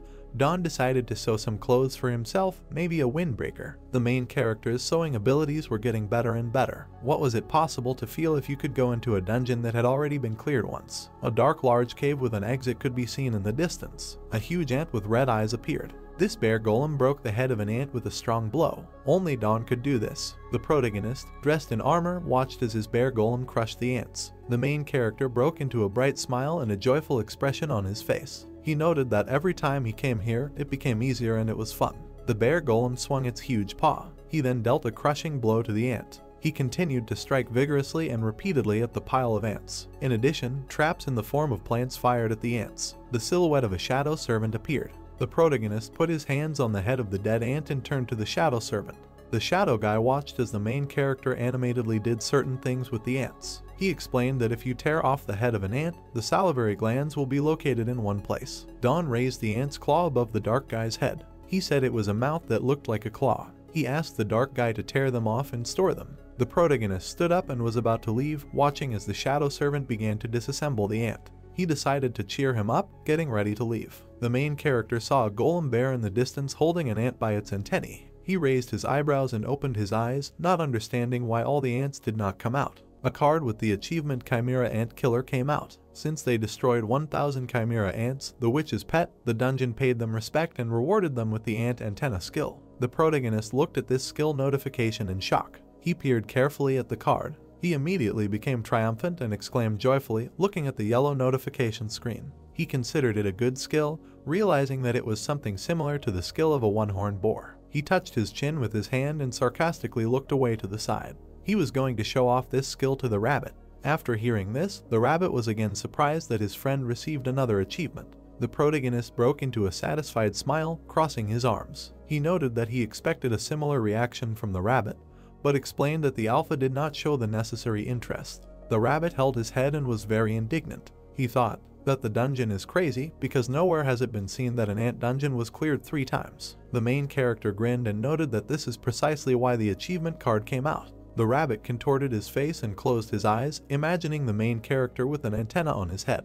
The rabbit thought that the ant's antennas would be useful in battle, but added that if antennas actually appeared on Dawn's head, it would look disgusting. The protagonist looked forward in slight confusion, explaining that nothing like that would happen. He lowered his head, frowning slightly, when he suddenly began to illuminate with a blue aura. The brown-haired man raised his frightened gaze upward, noticing that blue ant antennas began to appear on him. He thought that these were not real antennas. He stood in the empty space of the cave and radiated streams of energy from his antennas. He looked in amazement at the waves occurring from the antenna on his head. He felt as if his senses had expanded. The protagonist emitted waves in a circle and sensed a golem behind him. He was surprised that this ability allowed him to sense objects around him. 10 seconds have passed. The brown-haired man looked with slight fear as the antennas on his head evaporated. He was slightly saddened that the skill was used for such a short time, but he hoped that with increasing levels it would be longer. He realized that the next object after the ant cave was the witch's house. Blue ghosts circled around the space of the witch's room. These blue ghosts headed straight for Dawn's head with a bloodthirsty look. Since he was standing in a fur coat made of bear skin,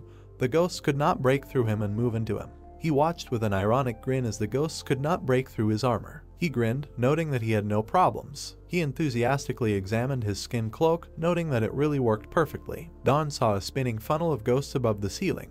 He looked intently at what was happening with complete confidence in his gaze. He joked ironically about what he didn't know yet. Which of them risked their lives more? On the floor lay a tormented turnip root in the form of a ghost. The protagonist stepped on this root, noting with irony that it was like walking through a shopping center. The witch's house was cleared. The protagonist crossed his arms and released a blue aura of glee. Alpha noted that in this way Dawn will soon collect materials for the construction of the temple. It was stage 1. At that time the rabbit was flying through the forest with a thoughtful look. He saw in front of him a fight between a lizard with knives and a one-horned boar. He realized that it was a Daka. Daka held the magic blade in her hands with an angry look. The lizard, with a deft movement of his sword, struck the boar in the muzzle. The rabbit slightly grimaced as he watched what was happening. He was surprised that such guys had enhanced weapons, realizing that at this rate it would be easy to destroy nature. He ironically explained that there were complete riots all around. The other lizard held 2 blades in his hands while one of his eyes was wounded. It was a lizard who hit another lizard in the face. Red splashes of aura scattered throughout the space. The blue lizard carefully examined the taken blade from his comrade, grinning maliciously. The rabbit looked at the guys with anticipation, trying to understand what was happening. He was confused because these weaklings suddenly became stronger and began to go crazy. Suddenly, the black silhouette of a man in a suit was out of breath, holding a sword in his hand. The rabbit noticed this. A man with a sword tried to attack another guy in a t-shirt, who was crawling on the ground and screaming for mercy. The guy with the sword replied that until recently he was an ordinary employee in the company, but now he was in an unknown place and was waving a sword. His scratched blade looked quite sharp. An exhausted man in glasses looked forward contemptuously, ironically asking the other guy whether he had the opportunity to show mercy at all. The rabbit sighed heavily and closed his eyes, realizing that not only Daka had gone crazy. The man in the suit continued to furiously advance towards the frightened guy. He asked him not to be offended. The guy in the suit swung his blade in a bloodthirsty mood. The rabbit arrived in time and threw the sword out of the man's hands. The guy with glasses immediately became angry and held his hand. He bared his teeth strongly and did not understand what was the matter. He saw a rabbit in front of him, who yawned with his arms crossed. The guide explained that he was even disgusted to look at this and told the guy to stop. The guy frantically looked up at the rabbit. He didn't understand how the rabbit could talk. The rabbit hovered in the air and watched the 2 guys. He replied that it was not so important now, adding that if they had already come to the dungeon, then let them clean it up. He also explained that they should join forces. He asked them if they were planning to return home. The 2 guys looked at the rabbit in shock. The guy with glasses opened his mouth and asked if they could really return home. He immediately became agitated and tearfully began to ask again whether they could return to the old world. The rabbit crossed his arms and looked slightly puzzled. The rabbit looked at the guys in bewilderment. He did not understand their reaction, explaining that it should have been obvious to everyone. The guy in the suit was frantically screaming that it was the first time he had heard such a thing while the other guy was sitting on the ground. The guy didn't understand why they were angry with him. The rabbit snapped his fingers, one brow furrowing slightly. He explained that everyone should have already heard that they could return to the old world when they finished playing the dungeon. The two guys immediately became agitated and shouted in shock that they had not heard such a thing. The rabbit was a little puzzled, grimacing his face. He understood that Baboon was a scoundrel because he did not care about such a basic rule and did not tell anyone. He immediately exhaled heavily, dropping one ear. Two guys stood in front of the rabbit, who crossed his arms. To begin with, he ordered the guys to stop and come up to him, asking them where the other participants had gone. Central stage. It was a small platform in an empty field. The protagonist scratched his ear with a dissatisfied face. Don was surprised that the rabbit told him that Baboon might have lost interest after the altar disappeared from the first stage. The main character held his ear with a surprised face. He wondered if Baboon had really given up on everything, realizing that it would also be unprofitable for him if the participants did not make it to the second stage and died. The guide looked out from behind the bushes with a sly expression on his face. He was interested in finding out himself, so the rabbit decided to wait until the new game started after the reboot.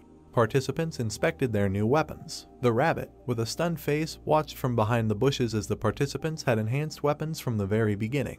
The protagonist looked up with a thoughtful look. Don was a little surprised and wondered if Baboon was trying to increase his survival rate this way. A man in a blue t-shirt took another participant's blade. Rabbit noticed that most of the soldiers were taking away weapons from those involved in production, so the survival rate of the production class, on the contrary, began to fall. The main character covered his mouth with his hand and was in thought. He tried to put this situation into perspective, that the participants would soon run out of provisions, realizing that the soldiers did not have production skills. The protagonist crossed his arms and gazed upward, asking the rabbit what his conclusion would be. The rabbit frowned and turned back. He was floating in the sky above a crowd of people. He realized that he should have tackled the first stage for now. The rabbit furrowed one of his eyebrows and flew through the air. The protagonist asked his furry friend what he would do if he met Baboon. The rabbit replied that he would think about it when he met him, adding that the game had rebooted and there was still no sign of the monkey appearing. The main character leaned forward and squinted slightly. He suggested that Baboon had decided to quietly retire from his duties. Rabbit replied that there could be a theory that Baboon had no thoughts or ideas at all because he was greedy and stupid. Don peeked out from under his long bangs with a frown. The brown-haired man mentioned Baboon's words of greed. A cursed land filled with skeleton warriors. A skeleton in armor walked along the empty ground. A skeleton in armor watched as a huge gorilla fist flew towards him. Don was building new land over the skeletons, while the golem gorillas were destroying everything. The main character was floating near an inverted pyramid. The main character rested his hands on the glowing slab of the stairs. The brown-haired man stood on the floating stairs and leaned back, holding his lower back. It was hard for him. He turned back and watched as the shadow servant crumbled the blue platform. The shadow guy cut objects with his ant claws. The protagonist broke into a satisfied smile, thinking that the shadow servant was very strong. The shadow servant was holding onto some kind of vegetable with an appendage. The protagonist was surprised, trying to understand what it was. The protagonist immediately rushed to run towards the shadow servant past Bahamut. Don asked Bahamut about what was shining in the distance, as if something was stuck. Bahamut didn't understand what they were talking about. The guy pointed his finger at the plant, indicating about it. Don and the shadow servant looked at Bahamut, who was holding a plant in his hands. The snowman explained that it was a type of algae from the Sea of the Abyss. The boy held a sheet of seaweed to his face. It seemed to him that it might be seaweed. The green seaweed sheet looked wet. Don noted that he knew it was seaweed. Bahamut watched in surprise at the main character, who was holding a sheet of seaweed with a thoughtful look. He ironically joked that there was no hiding from his sharp gaze because he was an expert in seaweed soup. The snowman was amazed by what he heard. Don, with a malicious expression on his face, imagined the abyss of the sea with a thorny plant. He understood that it was surprising because it was not a real sea, but seaweed grew there. The guy looked at Bahamut, who waved his paw at him.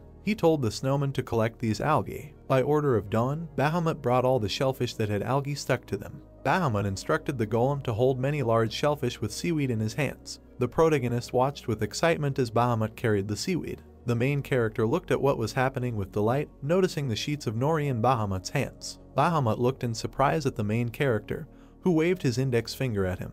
The snowman asked about nori sheets. The guy replied that it was a very tasty thing. A pile of nori sheets lay on a blanket and dried in the sun. He explained that this was necessary. He presented a sheet of norms over a blazing fire. He explained that when they become dry, they should be fried and coated with sesame oil. He then presented a small roll that he was going to dip into the sauce. The protagonist explained that hot rice would need to be wrapped in this leaf and dipped in soy sauce. The protagonist and the rabbit burst into a satisfied smile from the amazing taste of the dish. Don turned around sharply, seeing a rabbit behind him. He remembered that the rabbit himself had said that he would be gone for some time. The furry friend laughed ironically, having said that he was hungry, that's why he came. He snapped his fingers and smiled sarcastically, closing his eyes. He replied that he did not have to be at the first stage all the time, because he had already taken the main measures. The main character crossed his arms and lowered his head as the rabbit looked at him frantically. The guy praised the beast, talking about that he just needed extra hands. Don mockingly shouted that whoever wants to eat must work, so he told the rabbit to get to work.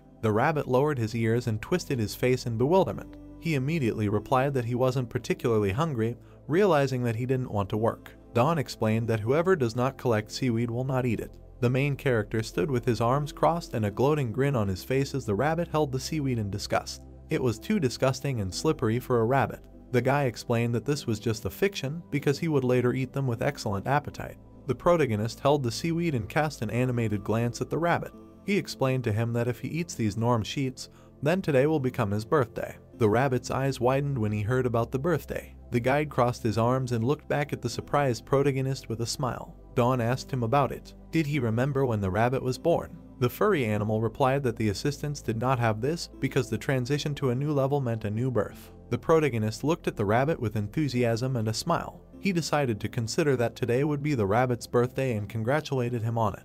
The rabbit timidly crossed his arms as Don turned away from him. The guide immediately grabbed his stomach and laughed hard. He was amused by this news, noting that his mood even improved. Don decided to cut the seaweed into pieces to make it easier to eat. A couple of cloves of garlic lay on the table. He decided to prepare mandrakes instead of garlic. Nori sheets were cooked in broth in a frying pan. The guy was going to fry them thoroughly in oil, add broth and bring to a boil. Don was about to cut out a large piece of meat. He understood, since they had no beef, he decided to cook the meat of a two-headed bear instead. Don looked down animatedly, smelling the dish. He liked the smell and was going to add some salt and sauce. The plate contained broth with seaweed and pieces of meat. The protagonist jumped sharply away from the plate when it suddenly glowed with a bright light. An achievement card appears, Abyssal Seaweed Soup. He prepared an overly luxurious dish of high quality, and as a reward, he received a richer taste of seaweed soup with the skill of blood regeneration and detoxification.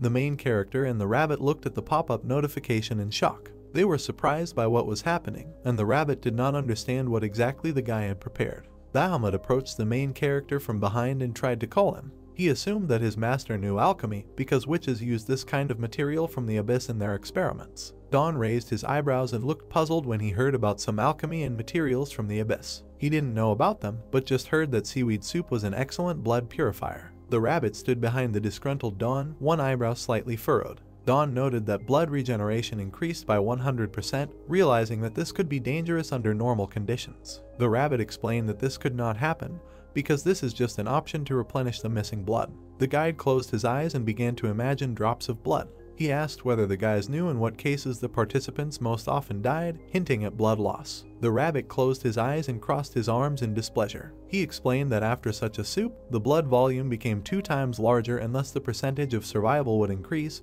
besides having the property of detoxification. Now the rabbit realized the true value of the soup. The brown-haired man brought the ladle to his mouth and was about to try the hot soup, muttering about some kind of regeneration. He immediately widened his eyes, feeling full of strength from the taste. The rabbit was going to try it too. The guide grabbed his cheeks and broke into a radiant smile, realizing that it really was delicious. The rabbit was sitting on the ground and eating soup with a happy face. He noted the delicate taste of the soup, which made him feel good. The protagonist and the rabbit continued to greedily gobble up the delicious dish. Don looked back at his furry friend, noting his culinary preferences. We were transported to the place where Don was building the third temple. This was the boundary between the Abyssal Sea and the Central Zone. The image of a plant trunk with prickly thorns rose high into the sky. The protagonist wanted to catch the shadow cats, realizing that it would be more effective to build the necessary structure in the Black Queen's castle. Black fish monsters with glowing eyes floated in the expanse of water. It was too dark and dangerous there. The main character was about to wipe the sweat from his face, sighing heavily. Don decided to build the temple in a bright place, and when everything was ready, he would move it closer to the Sea of the Abyss. The rabbit looked dumbfounded at the guy who extended his index finger in front of him. He asked his friend if he wanted to eventually move the entire temple. Don replied that the main material is a floating stone, and if you place several golems at the same time, there will be no problems. The rabbit quickly jumped into the air. He looked back at the ground with a dissatisfied face. He was surprised that the building had a strange shape. The protagonist frowned angrily and explained that it was an inverted pyramid. The protagonist stood with his arms crossed and looked at the floating inverted pyramid. Alpha asked if the main character wanted to create a portable temple. Bahamut spread his arms to the sides, looking at his master. The spirit noted that it was just a great plan because they would be able to spread the glory of Ardia throughout the land. Bahamut added that it was an air fortress and wondered how he came up with the idea to create such a strategic form. The protagonist raised his index finger and imagined a tunnel in the pyramid. He explained that he would raise shadow cats in the pyramid to prevent them from escaping. Bahamut was beaming with happiness while Dawn put his hand to his face. The snowman noticed that this was simply a brilliant idea. The brown-haired man did not want to take such praise to heart and said that there was nothing wrong with it. The rabbit flew up from behind to the guy, who turned to look at him. The guide asked the guy to confess something.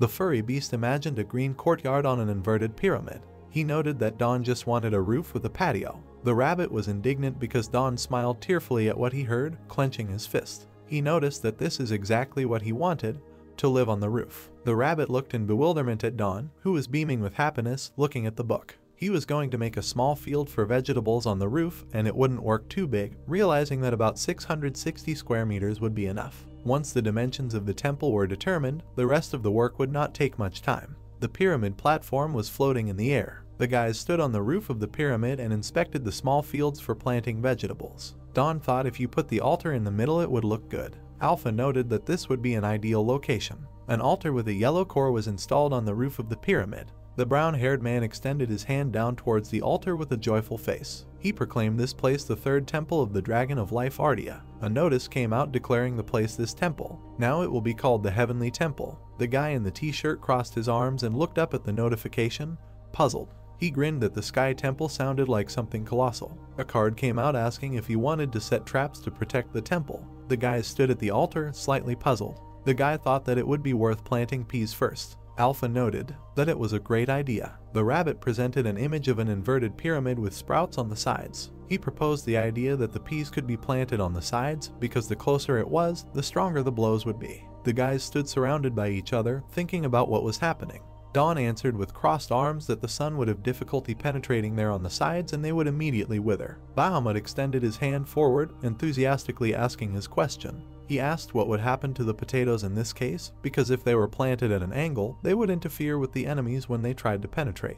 The rabbit was very angry because the main character petted Bahamut for his intelligence. Alpha agreed that this option was very rational. The rabbit was already furious and hysterical as Dawn continued to praise Bahamut. He didn't understand why they needed all these traps, no one would come anyway. Thick clouds floated across the clear sky. After a while it got dark and the starry sky appeared. The rabbit and the main character had been sleeping for a long time. The Alpha turned to his master, who opened his eye slightly. The spirit noted that someone had entered their temple. Dawn stood up abruptly, causing the rabbit and Pakyu to wake up with a start. Dawn tried to understand what was happening. Alpha replied that the enemy was in the underground temple in the central zone. A few days ago, the participants who attacked the wild forest were heading towards the lands of the central zone. A group of armed men was moving across a spacious field. They attacked skeletons on their way. The brunette girl swung her spear and crushed skeletons. The girl with the bob looked down as a guy with glasses stood behind her. She noted that the place was full of monster skeletons. The man asked about it, what place they were in. The guys watched as a huge crowd of skeletons approached them.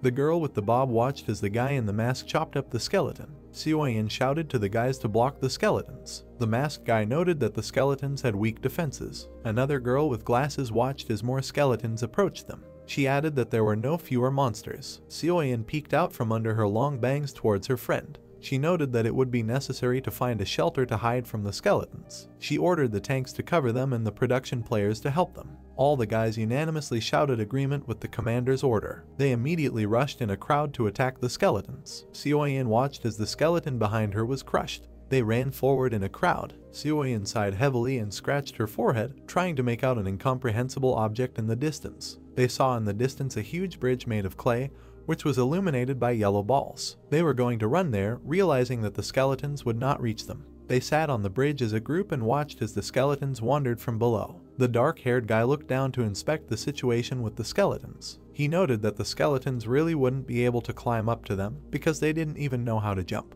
His palm touched the bridge. He determined the height of the bridge to be ideal, as if it had been specially adjusted to fit. The brunette was sitting on the ground, raising one leg at the knee and holding a staff. He sighed and decided to rest for a while, wondering if anyone was still downstairs. The guy in the mask and the girl in the cap looked at the commander and said that everyone was in place and there were no wounded. Seo-yin leaned slightly in front of the masked guy. This was a relief for her, and she asked the guy if he had seen Young-ho's people. He replied that they were not, thinking that they could be in another place. The brunette closed her eyes with a feeling of satisfaction. She was glad that they managed to avoid a useless fight. They peered at the long clay bridge, trying to figure out where it led. The brunette raised her eyebrows and gazed ahead, noticing that it was already getting dark. She decided that they should stay here overnight. Night fell and an incredible picture unfolded before them. Seo-yin looked ahead dumbfoundedly under the cover of darkness, holding a staff in her hands. Seo-yin could only be surprised. The guys looked in surprise at the far-stretching bridge, which was very illuminated. They were shocked, as if they were on a track with lighting.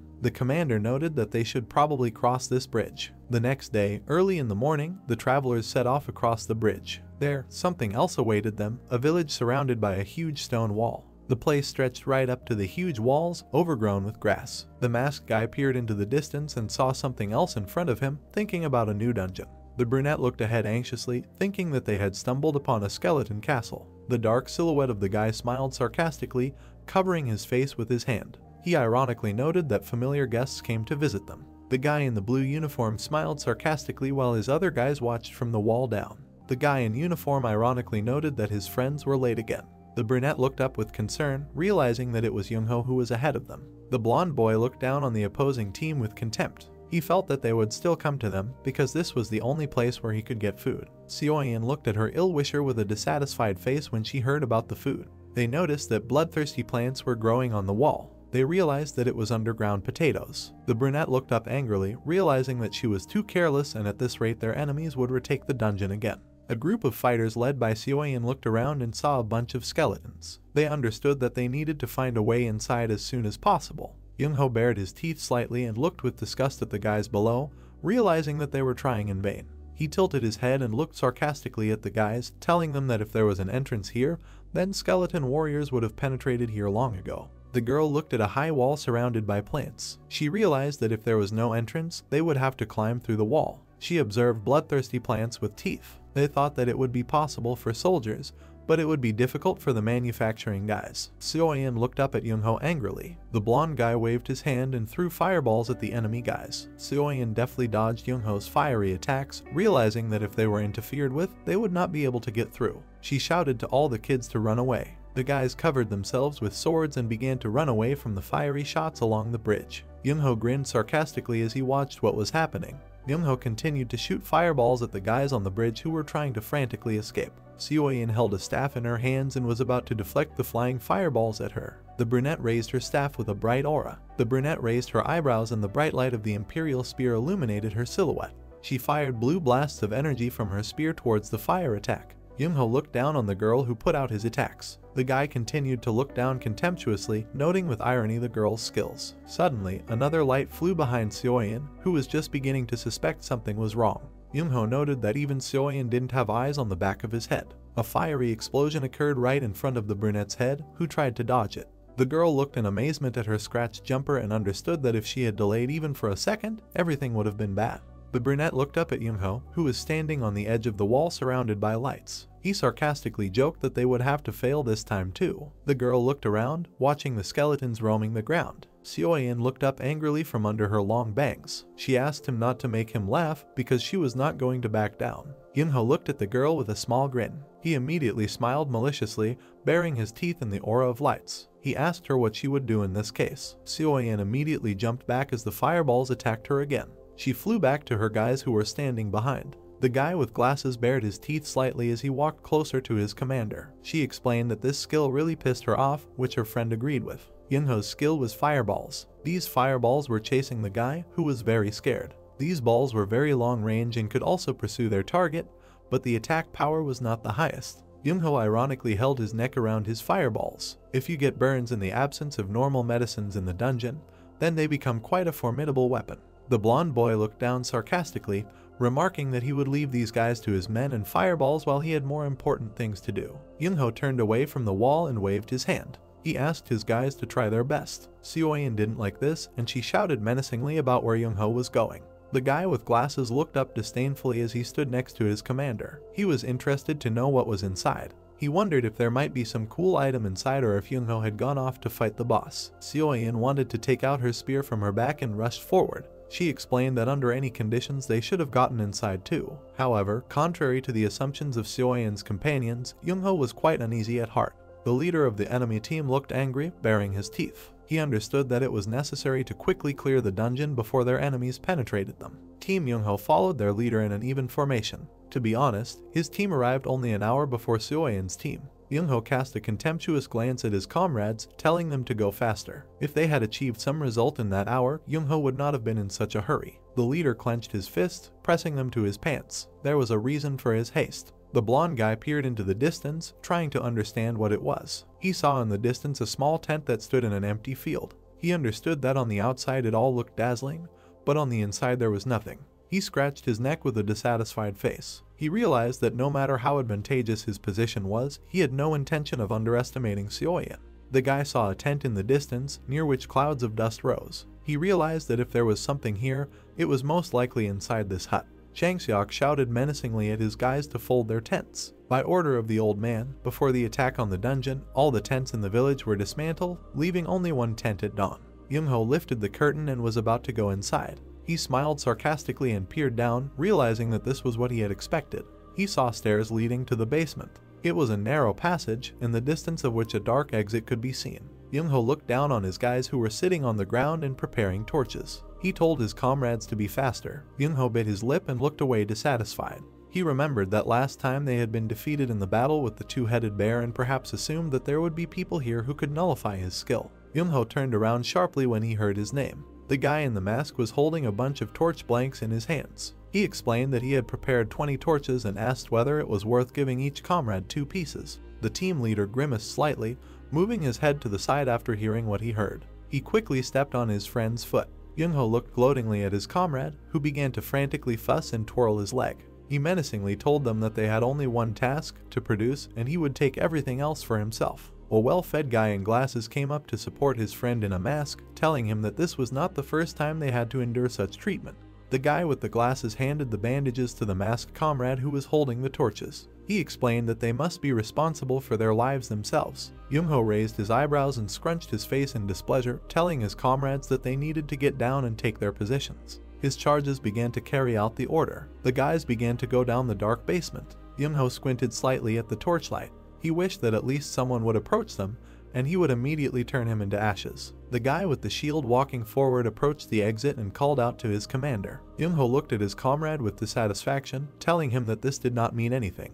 He explained that there was a dungeon here, so he told us not to relax and to continue moving forward. The guy in the mask turned back. If they did not take character into account and only thought about clearing the dungeon, then according to Young-ho they had nothing to lose. The blonde guy looked down indignantly. His cold and cruel character more than once helped him survive in the dungeon. A moving tanker with a shield came closer to the exit, from which a bright light emanated. The tanker, sweating, looked out from behind the wall, addressing his leader. He explained that he would have to take a look at it himself. Being a cool leader, he was always on guard. Young-ho narrowed his gaze and rolled his eyes. The leader came around the corner to the tanker and asked him what he saw. Young-ho's eyes widened and he looked forward in surprise. An interesting picture unfolded before him. They saw a whole field of rice in front of them. They had never seen such a picture. The guy, sweating his brow, looked at what was happening in amazement. He was immediately stunned and frowned deeply, realizing that he could not relax here. He said that it would not be possible to deceive him. The two comrades with the shield tried to calm their commander, who began to call upon his fiery aura. They asked him not to use fire in this place. Young-ho raised his hand in front of him and rolled his eyes in displeasure. He didn't understand why the guys began to fuss as if they had gone crazy. It was a whole field of rice. The two guys looked at their leader with confusion, realizing that this rice could be eaten. Young-ho extended 2 fingers on his hand while smoke came from the cave behind him. He was surprised that it could be a rice tree. He was going to remove the fireball. The guy in the shirt timidly looked away while the guy in the mask stood in front. He explained that it was not a tree, but ears of corn. The tanker shouted that it was not so important, because it was necessary to harvest the crop as soon as possible. Young-ho glared at his team behind, who looked confused. He didn't understand what it was like to harvest, and so he asked his guys if anyone had the skill to harvest. His team slumped slightly and looked scared, realizing that their leader didn't even know about the harvest. Young-ho walked past his comrades, looking back at them with displeasure. He noted that this could be entrusted to the production class, so he told them to harvest the crops until they scouted everything out here. The leader crossed his arms and spoke to his team, who listened to him. He explained that at first glance there were no hidden dangers in this place, but he still assured us not to relax. He said that reconnaissance would be carried out separately, and if they suddenly saw someone, they should shout about it. The leader looked up and ordered the guys to begin the task. Young-ho watched as his team began to collect rice leaves. He looked to the side with contempt, realizing that these production scoundrels were getting on his nerves, sitting on the ground and sorting through the ears of corn.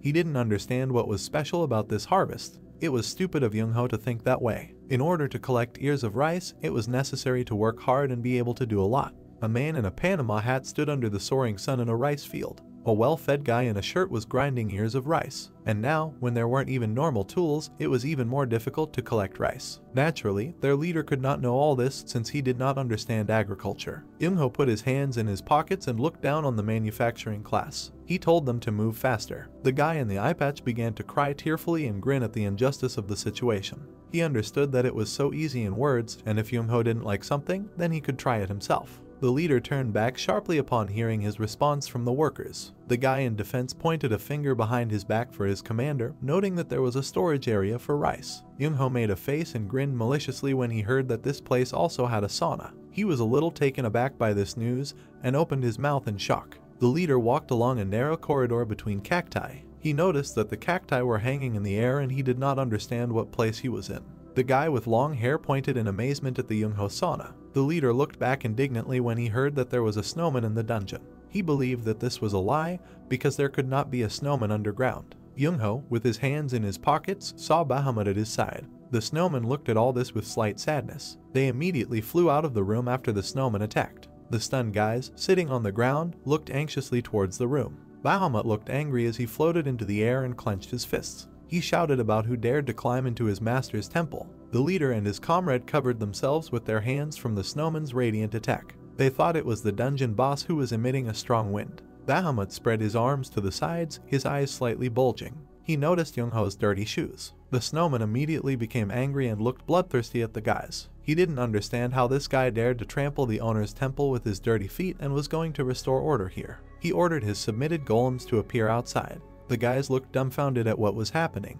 The gorilla's paw hit the ground. Bahamut stood on the head of an angry monster who intended to crush his enemies. The white-haired leader bit his lip sarcastically, smiling maliciously. He knew that there had to be a monster in the dungeon. The guys immediately came to the rescue, which Young-ho immediately noticed. They also noticed a monster in front of them. The leader immediately angrily shouted to his guys not to stand and everyone took their positions and someone followed him. The alarmed guys began to follow their embittered commander. Young-ho bared his teeth heavily, gloatingly looking forward with his fireball. He shouted that he would burn everyone now. He immediately shot a fireball towards the gorilla golem. Bahamut watched the fiery explosion in front of the gorilla's head, realizing the nature of the attack. Young-ho continued to shoot his fireballs. A continuous barrage of flames of attack came towards the gorilla. While the golem held its face, Young-ho turned to his comrades. He ordered the back row to attack from a long distance, and the tankers to tie the monster's legs so that he could not approach them. Bahamut peered out from behind the exhausted gorilla with displeasure. He was angry that these scoundrels had created a huge fireworks display in this temple.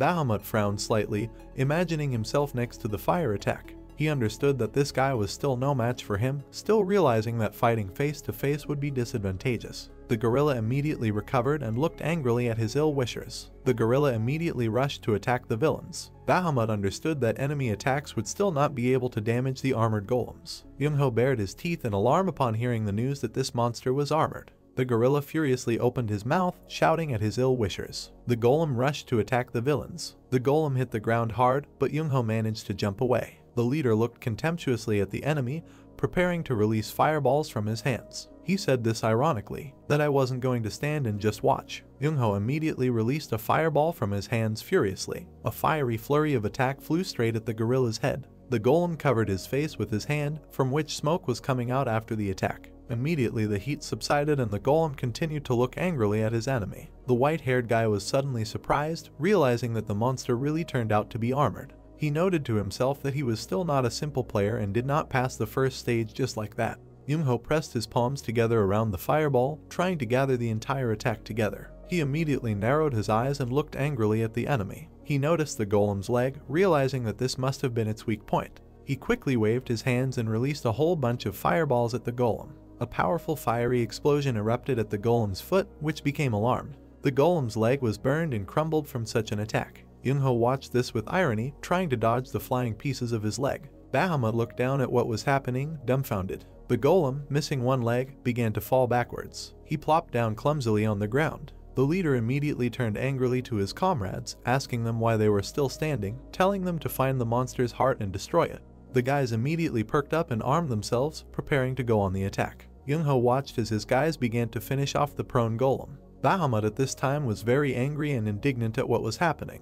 The golem attack tactics that Young-ho used were standard, but it only worked when facing a single golem. Suddenly, his embittered comrades came out to help the injured golem.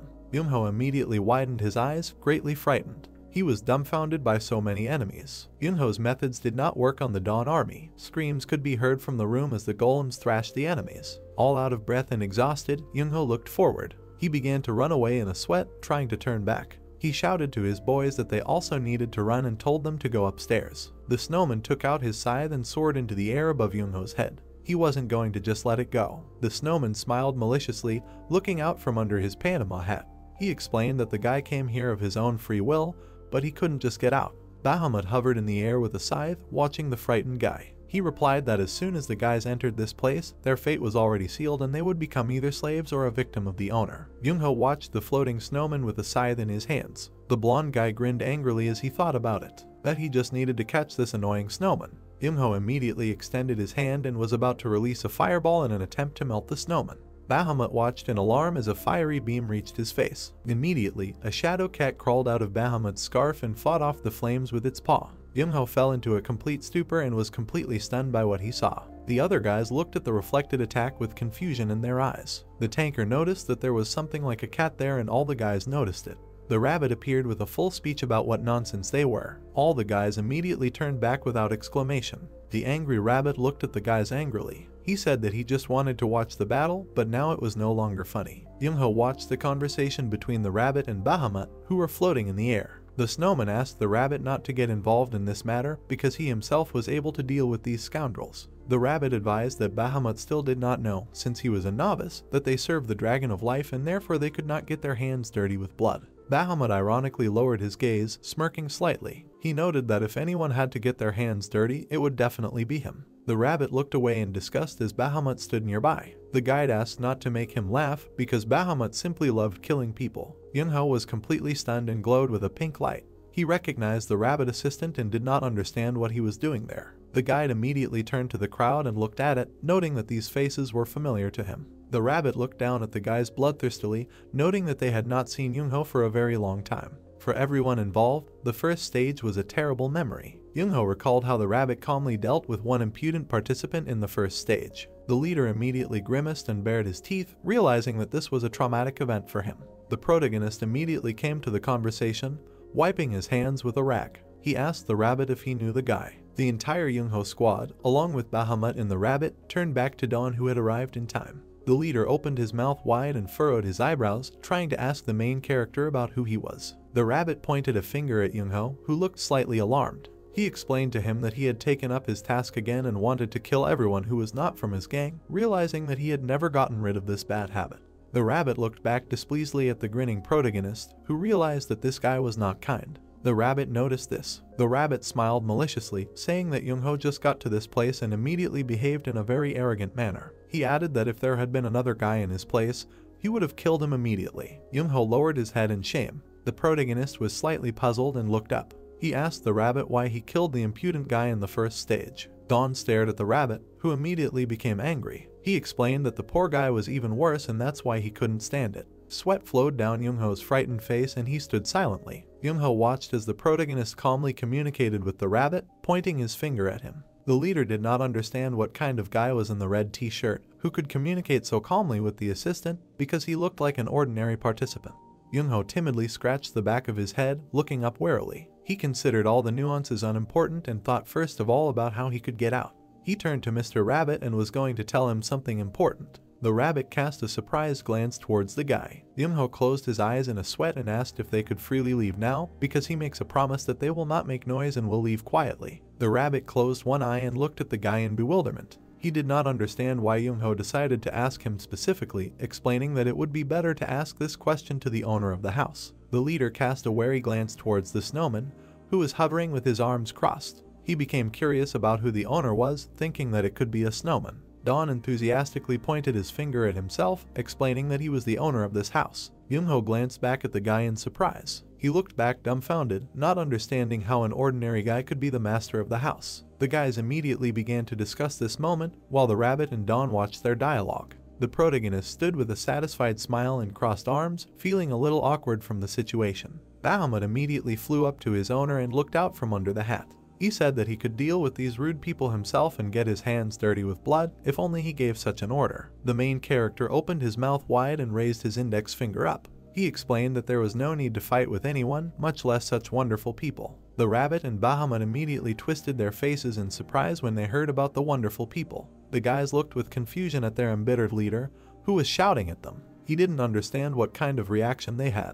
The main character walked closer to the leader, crossing his arms. He asked the guy about the fireball, trying to find out if he could control it at will. Young-ho frowned slightly and replied with displeasure that he could do whatever he wanted. The protagonist winked at Young-ho and broke into a satisfied smile. He invited the leader to work with him. During the construction of the Heavenly Temple, Don puzzled for a long time. An inverted pyramid floated in the air above the ground. One of the purposes of this temple was to build a shadow cat farm. The blue cat meowed loudly while sitting on the floor. He wondered how all this could be placed inside. They didn't even have a physical body, so it was impossible to grab them with your hands. Part of the cat's head was crawling on the ground. The protagonist tried to catch up with the shadow cat, which was too timid and ran away. The bright light of the torch attracted the shadow cat. He found this method and lured cats using fire. Don was lying exhausted on the ground when the cat ran away from him again.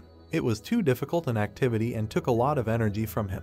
The main character presented the image of Young-ho, who with a grin surrounded himself with a fiery aura of balls. Young-ho's skill caught Don's eye, so there was no need for a large workforce if the little lights could fly on their own. The main character stood with his arms crossed and playfully tilted his head. He remembered that the guy's name was Young-ho and introduced himself, noting the pleasant acquaintance. The leader looked at his new friend angrily. Young-ho stood and sweated, not knowing what to say to this unexpected friendliness on Don's part. To be more precise, you could tell from his face that he was experiencing terrible discomfort. Young-ho looked forward disdainfully at his new friend, not understanding who was in front of him and why he was so friendly. The protagonist broke into a kind smile, beaming with happiness. Young-ho thought that it was an unnatural smile, as if a luxurious table had been set in front of him. Don extended his hand forward, looking good-naturedly at his new friend. He noted that this was the end of the acquaintance and was no longer going to ask about their invasion of his home, so he offered to conclude a contract with him. Young-ho became sharply wary and squinted, not understanding what contract they were talking about. Bahamut and the rabbit had opposite emotions, both noting that it was a contract of slavery. The leader raised his eyebrows, not understanding what kind of slavery he was talking about. Don looked at the rabbit and Bahamut in confusion, noting how they could call a human a slave. He explained that he was simply going to ask the guy to make a deal for a few days, that is, to be the working class and fulfill their role. Young-ho was suddenly stupefied and very angry, realizing where their dialogue was going before. Young-ho bulged his eye and looked forward bloodthirsty, realizing that they simply wanted to make him a production slave. The leader began preparing a fire attack while the main character was distracted. He was going to kill the main character when the opportunity came. Small clouds of fire spread along the leader's leg. He didn't understand what exactly happened, but he realized that if he caught Don, then all his problems with the snowman would be solved. Don chatted sweetly with the rabbit while a beam of fire flew across the ground towards them. Young-ho smiled maliciously, moving his hand back, in which a spark was glowing. He wanted the main character to die. Don looked to the side, noticing 3 small spheres of fire in front of him. Young-ho attacked the main character with these lights, which exploded next to him. Bahamut looked dumbfounded at the main character along with the rabbit, his eyes wide. Don bared his teeth, looking at the burnt t-shirt, under which there was a bulletproof vest. He told Young-ho that he scared him. Young-ho looked at the main character in bewilderment, raising one eyebrow. He didn't understand what was happening. Don patted his body armor, looking at it with a smile. He said that the skin of a 2-headed ogre, the effect is simply amazing. The players looked at the main character enthusiastically, their mouths wide open. The main character looked at them in confusion, not understanding why they reacted this way. The players were shocked by the effect of his clothes, staring at Don. Production class players. The guy in the cap asked the protagonist that this clothing was made entirely from the skin of a two-headed ogre. The player with glasses noted that he was capable and sewed it so well and neatly. The guy in the cap pointed his finger at the bulletproof vest while the main character looked slightly confused. The guy in the cap asked Don if he made it himself, to which he said that everything was correct. The guy noted that it was simply amazing. The players surrounded the main character, who smiled happily while the other guys watched them. The main character said that he did not think that anyone would be able to appreciate this thing. The player asked Don what stitch he used. Don started talking about how he sewed the thing. The rabbit flew up to the main character, who threw his hand behind his head and looked at him. The rabbit asked the protagonist what this unexpected conversation between the production class was all about. The protagonist told the guide that he was right and this was not the time to stand there and chat. Young-ho widened his eyes, looking warily at the protagonist. Don called out to Young-ho. The main character closed his eyes, slightly baring his teeth. He asked Young-ho why he attacked him recently. Don clenched his hands into fists as he walked closer to Young-ho. Young-ho bared his teeth, looking at the main character annoyed. The main character stared at Young-ho with his mouth slightly open. Don asked Young-ho if he knew. The main character looked at Young-ho with a soulless gaze. He asked him who was more used to blood, the production class or the combat class. Young-ho looked at the protagonist in fear, her eyes widening. He thought that Don looked like a weakling, but he had great strength. The girl hunter attacked the boar with her fist. The combat class only deals with hunting. A man wearing an eye patch stood with his back to the dead body of the monster. In the production, one slaughters the cattle and cuts up the carcass. The man held his hands over a wooden bucket filled with blood. In the process of this, it is natural that they become stained with blood and scraps of meat fly on them. There have been cases when he was stained with blood from head to toe. Don stared at Young-ho, scorching him with his cold gaze. Don's fixed gaze. Young-ho was shaking in fear, his eyes cast to the floor, caught Young-ho's instinctive fear. The main character began to warm up, closing his eyes. He said that he is not such a narrow-minded person, especially since he needs him. The protagonist smiled shyly, holding his hand out in front of him, folding his fingers to strike. He told Young-ho that he had a lot of work ahead, so he suggested making do with noogie. Young-ho looked at the protagonist with concern, his mouth slightly open, while cold sweat flowed down his face. He didn't understand what Don was talking about when he thought about noogie. Don furrowed his eyebrows as he looked at Young-ho furiously. The main character said that what he said recently was not a question. For everyone who tries to crush the enemy by force. The main character held his fingers to strike, emitting blue energy. He used the power of a one-horned boar. There will definitely be someone who is stronger. The protagonist pulled his hand back, opening his mouth slightly, emitting steam from it. Don told Young-ho to put his forehead up, and if he missed, he might break something. Young-ho bared his teeth, clenching them tightly and looked fearfully at the hand that approached his face. The protagonist hit Young-ho on the forehead, causing him to open his mouth wide, falling to the ground. Don, Young-ho, seniority determination completed. Flashback to the main character's finger strike. After determining the seniority Don. The village was located around water. The village has opened up to everyone. Seoyin clutched a spear in her hand as she watched what was happening.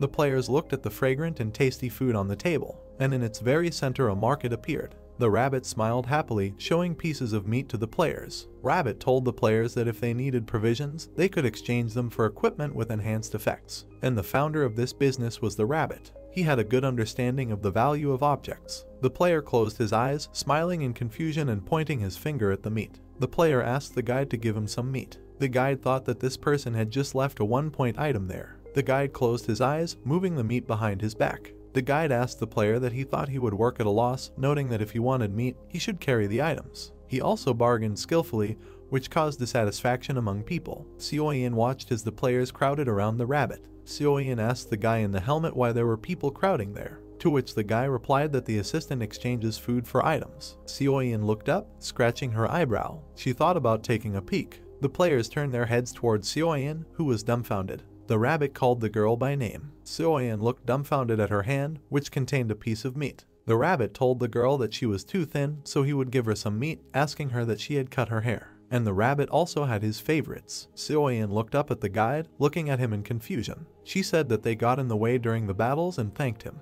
The guide stretched his ears, looking slightly concerned. Seoyin asked the guide why he was walking with Dawn. The guide opened his mouth wide, throwing more Seoyin meat. He said that there was no point in bringing up the past, and that it would be better to take more meat. The girl asked the guide for forgiveness. Seoyin had long hair, holding a spear in her hand and standing in a fighting pose. Seoyin, she was one of the people the rabbit liked, just like Seung-woo. Seoyin looked behind her at the players cheering her on. She had leadership qualities, fighting abilities, and an open character which could not but please the dungeon assistants. The guide shook his head to the sides, examining the area, crossing his paws over his chest. The guide asked the girl where her lover, who was with her, had gone, noting that he did not see him. Seo-yin lowered her gaze, hiding behind the collar of her jacket. She said he died. The guide closed his eyes and smiled slightly, raising his finger up. The guide asked Seo-yin that was why she cut off her hair and lied about the battles, noting that it was a shame since they were suitable for each other. The players slapped their foreheads upon hearing the rabbit's words and sighed dejectedly. The rabbit didn't read the atmosphere at all. The players didn't understand how he could be so insensitive, but he was great at selling.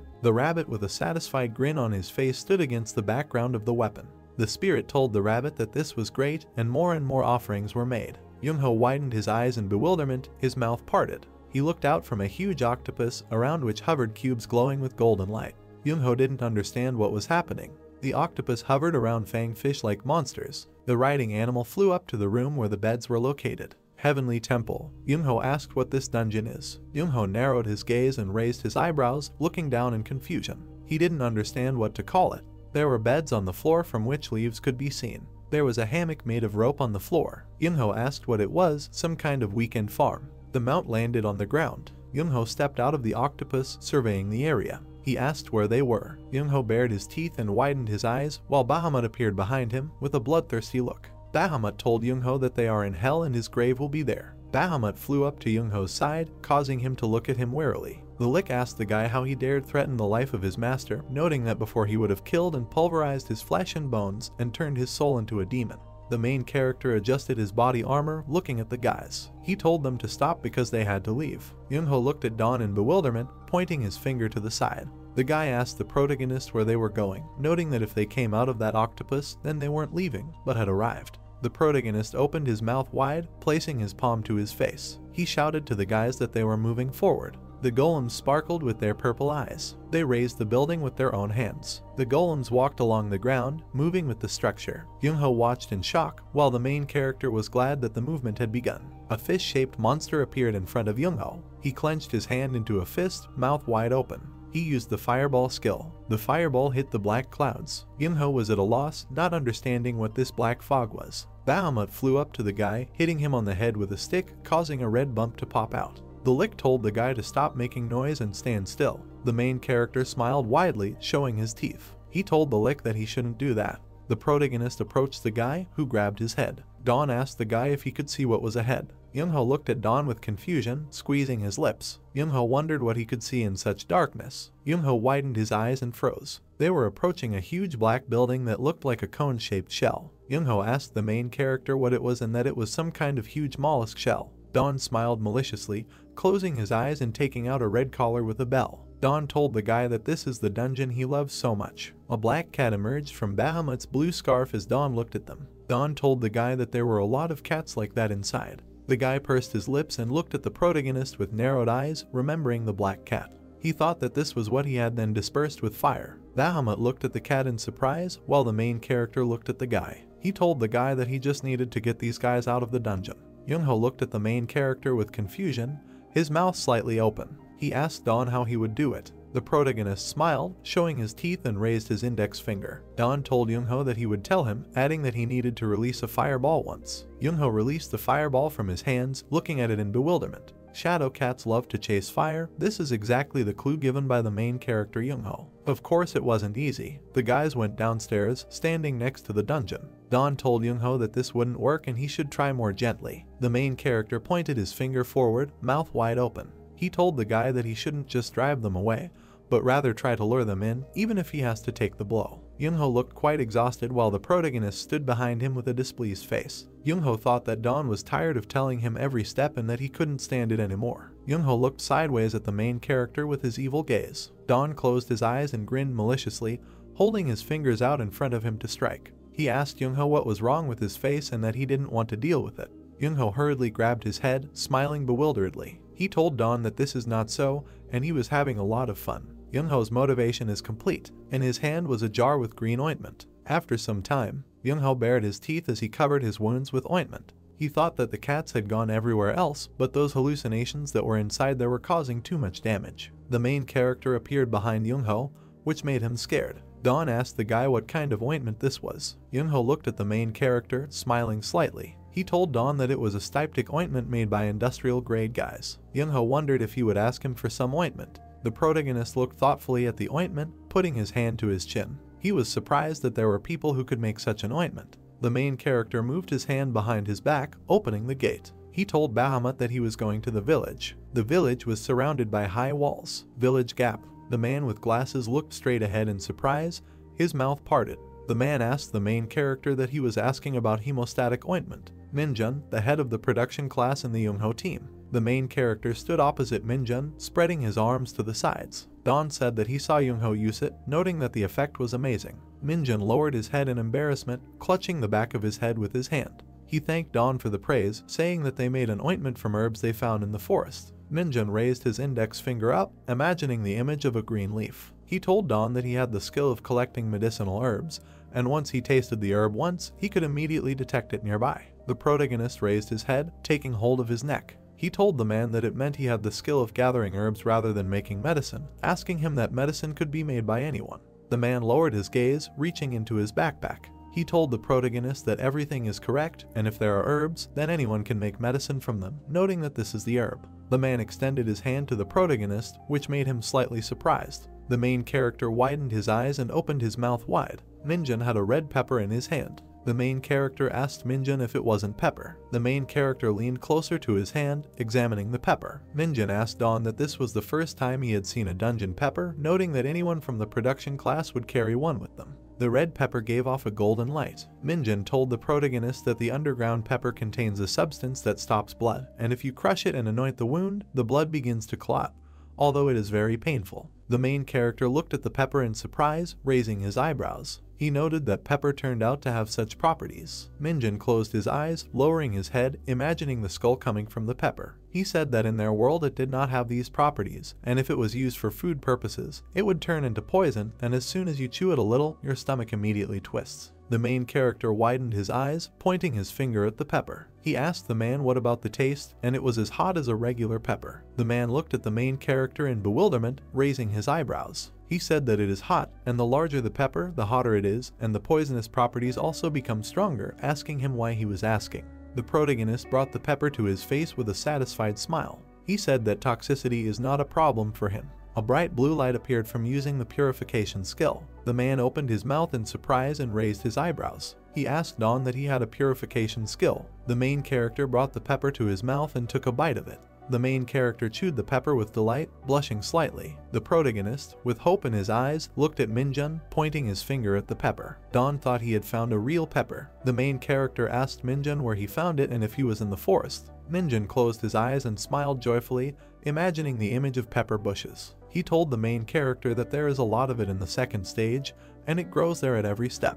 The main character widened his eyes, looking at Minjun in shock, imagining how he moved from stage 1 to stage 4. He thought that he had not even come close to the second stage, realizing why he had not seen it. Minjun put his palm out in front of him, looking at the main character. Dawn asked Minjun what that meant. He probably had almost no ointment left. Minjun said that he has some and if he needs it, he can give it to him. Dawn thanked Minjun. Dawn stirred up the pepper, looking at the seeds inside it. He said there were enough seeds inside, enough to plant and grow a pepper. The protagonist opened his inventory, holding out his hand and smiling widely. He told Minjun that he gave him such a gift. Dawn took out some food supplies from his inventory, placing them in front of Minjun with a smile. Dawn said he couldn't stay in debt. Minjun looked at the supplies with delight, his mouth slightly open. He asked Dawn what it was all about. There were torches and bars on the ground. Minjun asked Dawn what the whetstone and torches were. There was meat and potatoes on the ground. Minjun noted that there are even potatoes with meat. The main character closed his eyes and smiled slightly,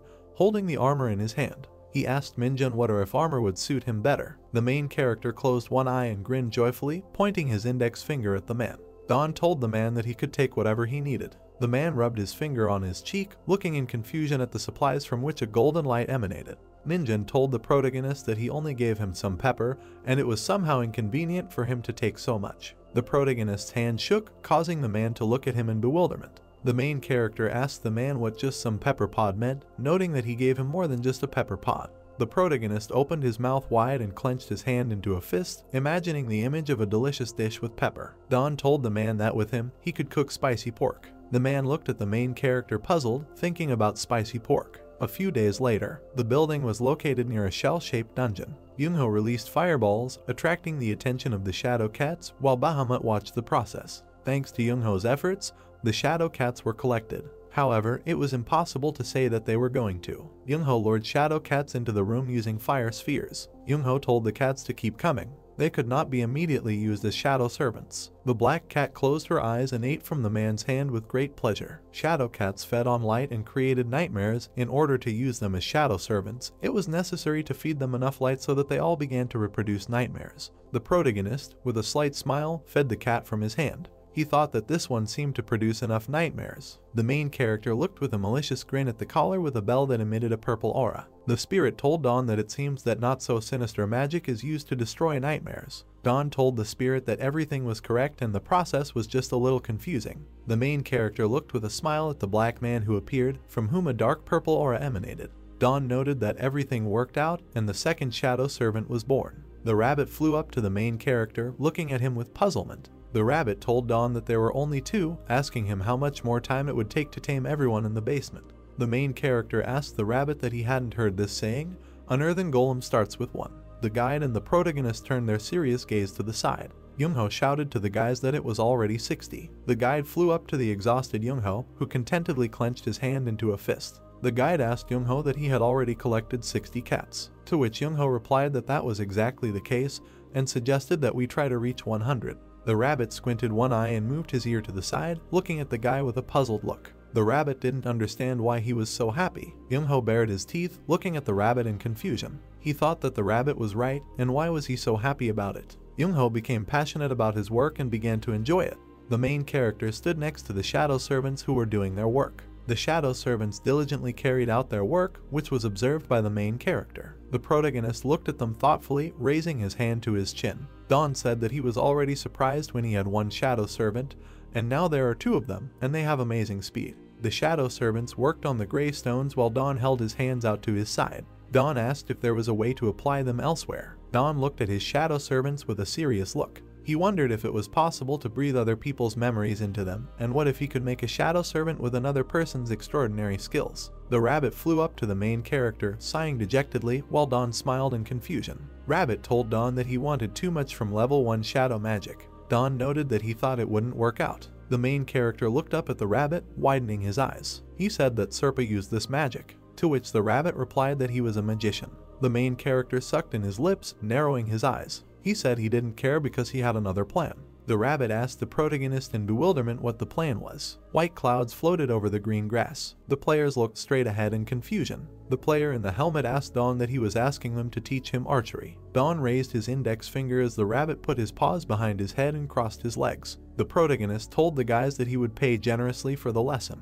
The brown-haired player turned his head, looking at the guy in black glasses. The brown-haired guy asked the guy if he knew how to shoot a bow, to which the guy replied that he had a close-range combat class. The main character watched the players who were talking to each other in confusion. Dawn wondered if there was a fighting class among them that could shoot a bow and if he should wait for Jinsu, noting that he was unlucky. The girl raised her hand. She told Dawn to listen. The main character looked straight ahead in surprise, along with the rabbit. Seoyin looked at the protagonist while holding the collar of her jacket. She said that although this is not her main weapon, she can shoot a bow better than everyone else. The pink diamond heart gave off a romantic light. Is there romance in a dungeon? The blonde looked to the side in embarrassment, sitting next to the fighter. To be honest, this happened often. The blonde looked with admiration at the fighter holding a sword and shield. Even when in danger, people developed feelings that made their hearts beat faster. There were quite a few couples who cleared the dungeon together, helping and relying on each other. Seoyin crossed her arms over her chest as she watched the protagonist. Seoyin was a rather beautiful, slender girl with short hair. Dawn looked slightly out of breath as he practiced archery. Dawn has a strong build and, to some extent, is even handsome. Two young people training together. The rest of the players watched the training carefully. You could say they looked good together. The brown-haired man looked at the guys with a smile, while the rabbit looked at him with bewilderment. Brown said he didn't know if it was okay to say that, asking the player if he thought they were right for each other. The rabbit narrowed his eyes, looking at the player puzzled. The guide headed towards the guys training. He thought that they say that if you look from afar, life seems like a comedy, but up close it is a tragedy. Seoyin closed her eyes, smiling nervously. Seoyin bit her lower lip in anger as she addressed Dawn. The girl asked the protagonist that maybe he had some kind of problem. The girl pointed displeasedly at the target, while Dawn was slightly confused. Seoin told the main character to spread his arms, asking him why his other arm was going down. Dawn asked Seoin and why. The protagonist pulled the bowstring with all his might while Seoin tried to help him. Seoin asked the main character why he couldn't even take a basic position, to which Dawn replied that he was trying. Seoin picked up a bow, showing the protagonist how to shoot. Seoin asked Dawn why he couldn't do this, telling him to do it like she did. The rabbit smiled widely, pointing his finger at the upset Dawn. Dawn told Seoin that he was saying the same thing. The players watched the guys with smiles on their faces. The brown-haired man said it looked cute. This was not the case at all. White clouds floated in the blue sky. Seoin sat on the ground, watching as the protagonist's arrows missed the target. The rabbit took the bow in his paws, examining it with bewilderment. The guide asked the girl why archery is so difficult, to which the girl replied that she didn't know because she learned right away. The guide looked dumbfounded at Seoin, who looked up at him. The rabbit was surprised that she learned right away. The girl told the rabbit that he said that Dawn can see the target. The guys paid attention to the protagonist who approached them. Seoin asked Dawn that he could tell in advance that he would miss before he even shot. Dawn said everything is correct. The girl raised her index finger, showing them a circle. Seoin asked the protagonist that he could then choose another target, adding that he just needs to get where he wants. The rabbit crossed his paws over his chest, while the main character looked slightly dejected. The guide told Dawn that Seoin gave up the idea of teaching him, asking the girl if she would give up everything. Seoin told the rabbit that that's not the case and she just wants to be realistic. The main character lowered his head, looking slightly downcast, while the rabbit pointed at him. The guide told Seoin that it turns out that her conclusion is that Dawn does not know how to control her body. Seoin noted that this is not what she said, adding that it was a misunderstanding. Red bumps appeared on the rabbit's head from the blow, while the main character sighed heavily. Dawn said that he would try again, adding that he really wanted to cry, so he continued to train. The guide looked at the shocked girl. He asked Seoin what it was and that there had been some changes in her student. Seoin bared her teeth in irritation, causing the rabbit to burst into loud laughter. Seoin said that he took the wrong pose again.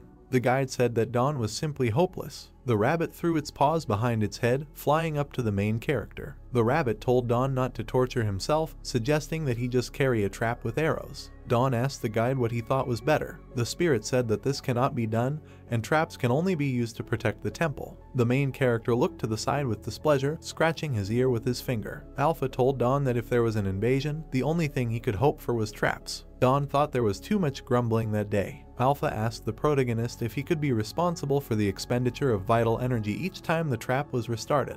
The protagonist closed his eyes, frowning with displeasure. He asked the guys why they were both so noisy, adding that he would shoot a bow and would definitely learn it. The main character gritted his teeth, pulling the arrow onto the bowstring. He said that you just need to try again, and you just have to get used to it. The arrow flew out of the bow, spinning in the air. The main character stood in front of the arrows stuck in the ground while the rabbit laughed at him. Dawn said he'll try again. The guide told Dawn that there was no way for him to get in, noting that he missed. The rabbit smiled maliciously, looking at the protagonist. He said that there are things that cannot be done through effort alone. It couldn't be said that the rabbit was wrong. Sweat was running down the protagonist's face and he looked slightly tired. The protagonist drew the arrow again, pursing his lips, but the kind of man who never stops trying. Seoin walked towards Dawn, adjusting his hand. Can touch a person's heart. The arrows lay lonely on the ground. Seoin told Dawn that if we take the location of the arrow as the result of the action, then the position before the shot is the beginning. Seoin looked at the main character, who was struggling to hold his bow. The girl looked up, imagining 3 different positions and the direction of the arrow. She said that if the beginning is different each time, then the result will change. Dawn stood with his arrow drawn while Seoin adjusted his arm. The girl said that it is not necessary to take exactly the pose that she showed, adding that first let him try to find his own criterion for a pose that will be comfortable for him. Dawn asked Seoin about his criterion. The girl looked at the main character with a serious look. She told Dawn that he has a different pose every time, so he can't find this criterion. The main character stood with his mouth slightly open, drawing an arrow. The girl told him that let's say he pulled the string all the way to his chin and hit the mark, then next time he would need to pull it to his chin in the same way. Seoin presented a different arrow trajectory from the main character. She told Dawn that it seemed to him that the difference in the position of the hands was small, but for an arrow flying out of a bow, it was a very big difference. Seoin folded her hands on her stomach, looking at the protagonist. She told the main character that he should try to develop a position that will be the same with each shot, and aiming is the second step, asking him if he understood. The main character looked at the girl in confusion, his mouth parted. He said he understood everything. Don knitted his eyebrows, looking straight ahead with a serious gaze. The main character thought that he first needed to find his criterion, and when he found it, then it would be easier. The protagonist with a determined look looked at the target, pulling the arrow. The rabbit put his hands behind his back, flying up to the girl. The guide asked Soyeon if she thought he had a chance. The girl said that she would have to repeat the same thing many times, and this is the most difficult thing. The rabbit asked Soyeon what should be repeated. The guide narrowed one eye, looking at the girl with a malicious grin. He said Dawn does it best. The flying arrow hit the target on the blue mark. The protagonist's second shot hit the target, after which the third arrow hit the center of the target. The main character looked at the target with an assertive gaze, pursing his lips. Persistent and persistent Dawn. The protagonist's shots hit the center of the target over and over again. And yet, his achievement. Behind the contented protagonist stood shadow servants. Dawn said he succeeded. The guys watched the joyful protagonist and his shadows. Soyeon said it was excellent, and those shadows too. The rabbit noted that it was because of them that he tried to learn how to shoot a bow. The main character closed his eyes and raised his bow upward in satisfaction. Dawn, archery training is completed. There were food supplies on the ground, emitting a golden glow. Dawn told Soyeon that she could take it since it was tuition fees. Soyeon hurriedly began taking supplies into her inventory while Dawn stretched his shoulder. Soyeon was surprised that she was given so much. Dawn stated that he entrusted archery to shadow servants, and he himself would not shoot anymore. The main character turned his head towards the flying rabbit. The guide told Dawn that everything was right, and it would be better to tame another cat. The main character asked if he could do that. Soyeon stood next to the shadow servant, looking at Dawn. The girl told Dawn that he seemed to say that this shadow servant had the same skills as him. The girl looked at the main character with a determined look, her mouth slightly open. She told the protagonist that she would like to teach him something. The shell-shaped dungeon stood amidst the fog. The shadow servant in the form of Soyeon emitted a blue aura, flashing menacing eyes. The girl was holding a spear in her hands, attacking the main character. Soyeon raised one eyebrow, opening her mouth wide. She told Dawn to get ready. The main character dodged the attack of the shadow servant. The main character told Soyeon that even if she tells him to get ready, the protagonist ran away from quick attacks with a spear. Dawn asked to wait and take a timeout. The rabbit said that at this rate he would die. The main character opened his mouth wide, looking sideways at the shadow. He gave the order to the guys to shoot. The shadow servants raised their bows, drawing an arrow. The main character bared his teeth as he watched the arrows hit their target. Dawn lowered his spear, looking at the fleeing cat. A few days ago, Dawn raised an eyebrow, looking at the girl in bewilderment. He asked her about the Imperial Spear. Soyeon took out her spear while looking at Dawn. She said that even basic movements could be useful to him, and it would be a great combination with the skills of the shadow servants. The protagonist narrowed his eyes, looking dejectedly at Soyeon. He thought that he would have to suffer again. What could be better than practice? A dark aura emanated from the shadow servant. In the heavenly temple there is just someone with whom you can practice, and these are shadow cats, or rather the hallucinations that they could create. Youngho flew a fireball in front of the shadow cat. Thanks to Youngho, we managed to train them. The cat narrowed one eye, looking with its terrifying gaze. Shadow cats reproduce the enemy's terrible memories in reality. Soyeon crossed her arms over her chest, looking at the main character menacingly. Dawn's last terrible memory is of teacher Soyeon. The girl shouted at Dawn to take position. The girl sadly looked straight ahead, pursing her lips. She thought she felt a little disgusted somehow. The main character sat tiredly on the ground, breathing heavily. He said that during archery it was also difficult to get into the right position, but with a spear it was more difficult. The protagonist looked in surprise at the bottle of water that appeared in front of his face. Soyeon asked Dawn what was hard for him. The protagonist drank water greedily while Soyeon watched him with a smile. Dawn thanked the girl, to which Soyeon told him not to rush. The girl hugged her legs, looking straight ahead with a serious look. She said that she thought that if he translated his skills into a gaming theme, he was like a summoner, and no matter how powerful the servants were, if he died, they would be of no use. Soyeon looked down sadly. She looked longingly at the main character, smiling slightly. Soyeon told Dawn not to die. Dawn looked at Soyeon while wiping the water off his chin with his hand. He told the girl that he would study and train diligently. Soyeon rose from the ground, looking at the protagonist. She told Dawn to get some rest and come over. The rabbit raised his paw to his mouth while Dawn looked at him. Rabbit told the guy that he felt like she looked a little like Seungwoo. Dawn told the rabbit that he was right. The protagonist looked up, raising his eyebrows. Alpha told the main character that he just received a call from Seungwoo, asking him if he would answer. Dawn asked what he heard what they were saying about him.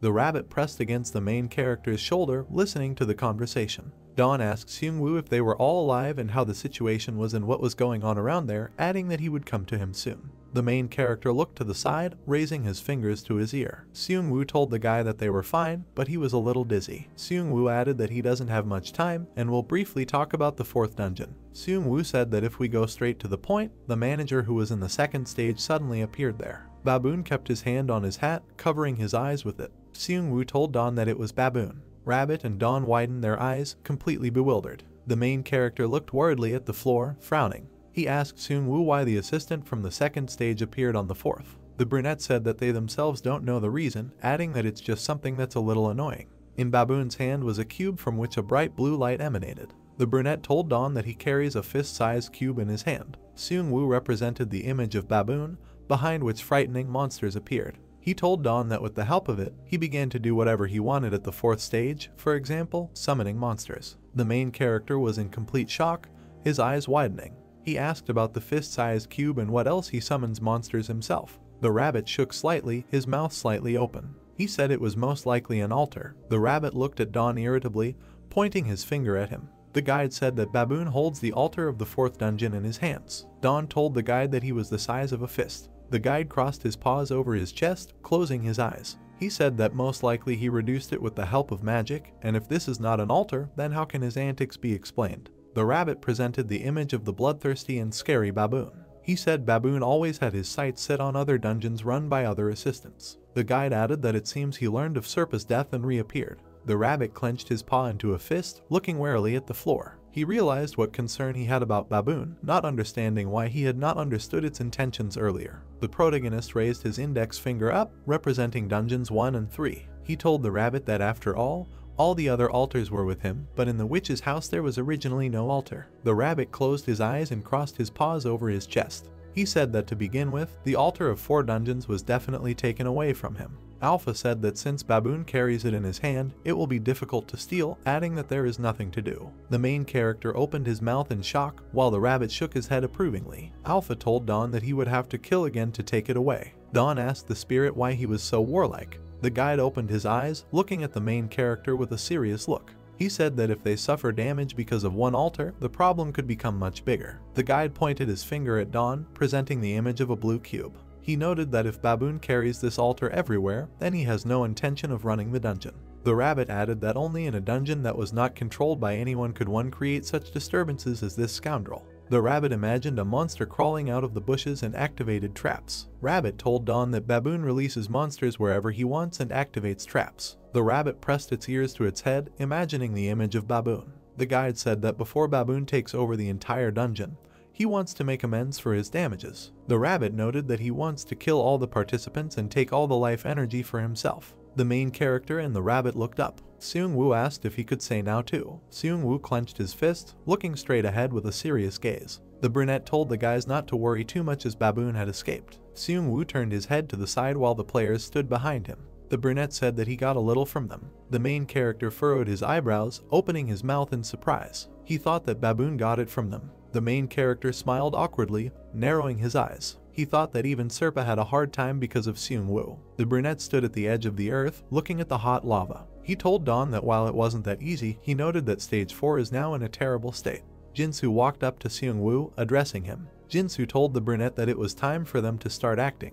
The brunette narrowed his eyes, holding his fingers to his ear. He told the main character that they would be very busy now, adding that he should also be careful with that cube since he still had it. The main character looked up, mouth parted. Seung-woo told Dawn that they would call again. The protagonist looked thoughtfully straight ahead, raising his hand to his chin. He thought about Baboon. Seoyin walked up to Dawn, holding her hands out to the side in displeasure. The girl asked the protagonist if he would train, to which the main character replied that he would. A purple sky was visible above the forest of wild animals. Baboon planted his fist on the ground. Baboon rested his hands on the ground, looking a little worse for wear. The black silhouette of Baboon and his burning eyes could be seen from behind the bushes. He screamed furiously throughout the forest. Baboon sparkled with his angry eyes. He thought that among the participants there were people with high levels, not understanding how ordinary people managed to raise their level. Baboon bared his fangs while holding his hand. Baboon thought that they would still look. It was he who retreated for now. The day would come when he would eat them alive.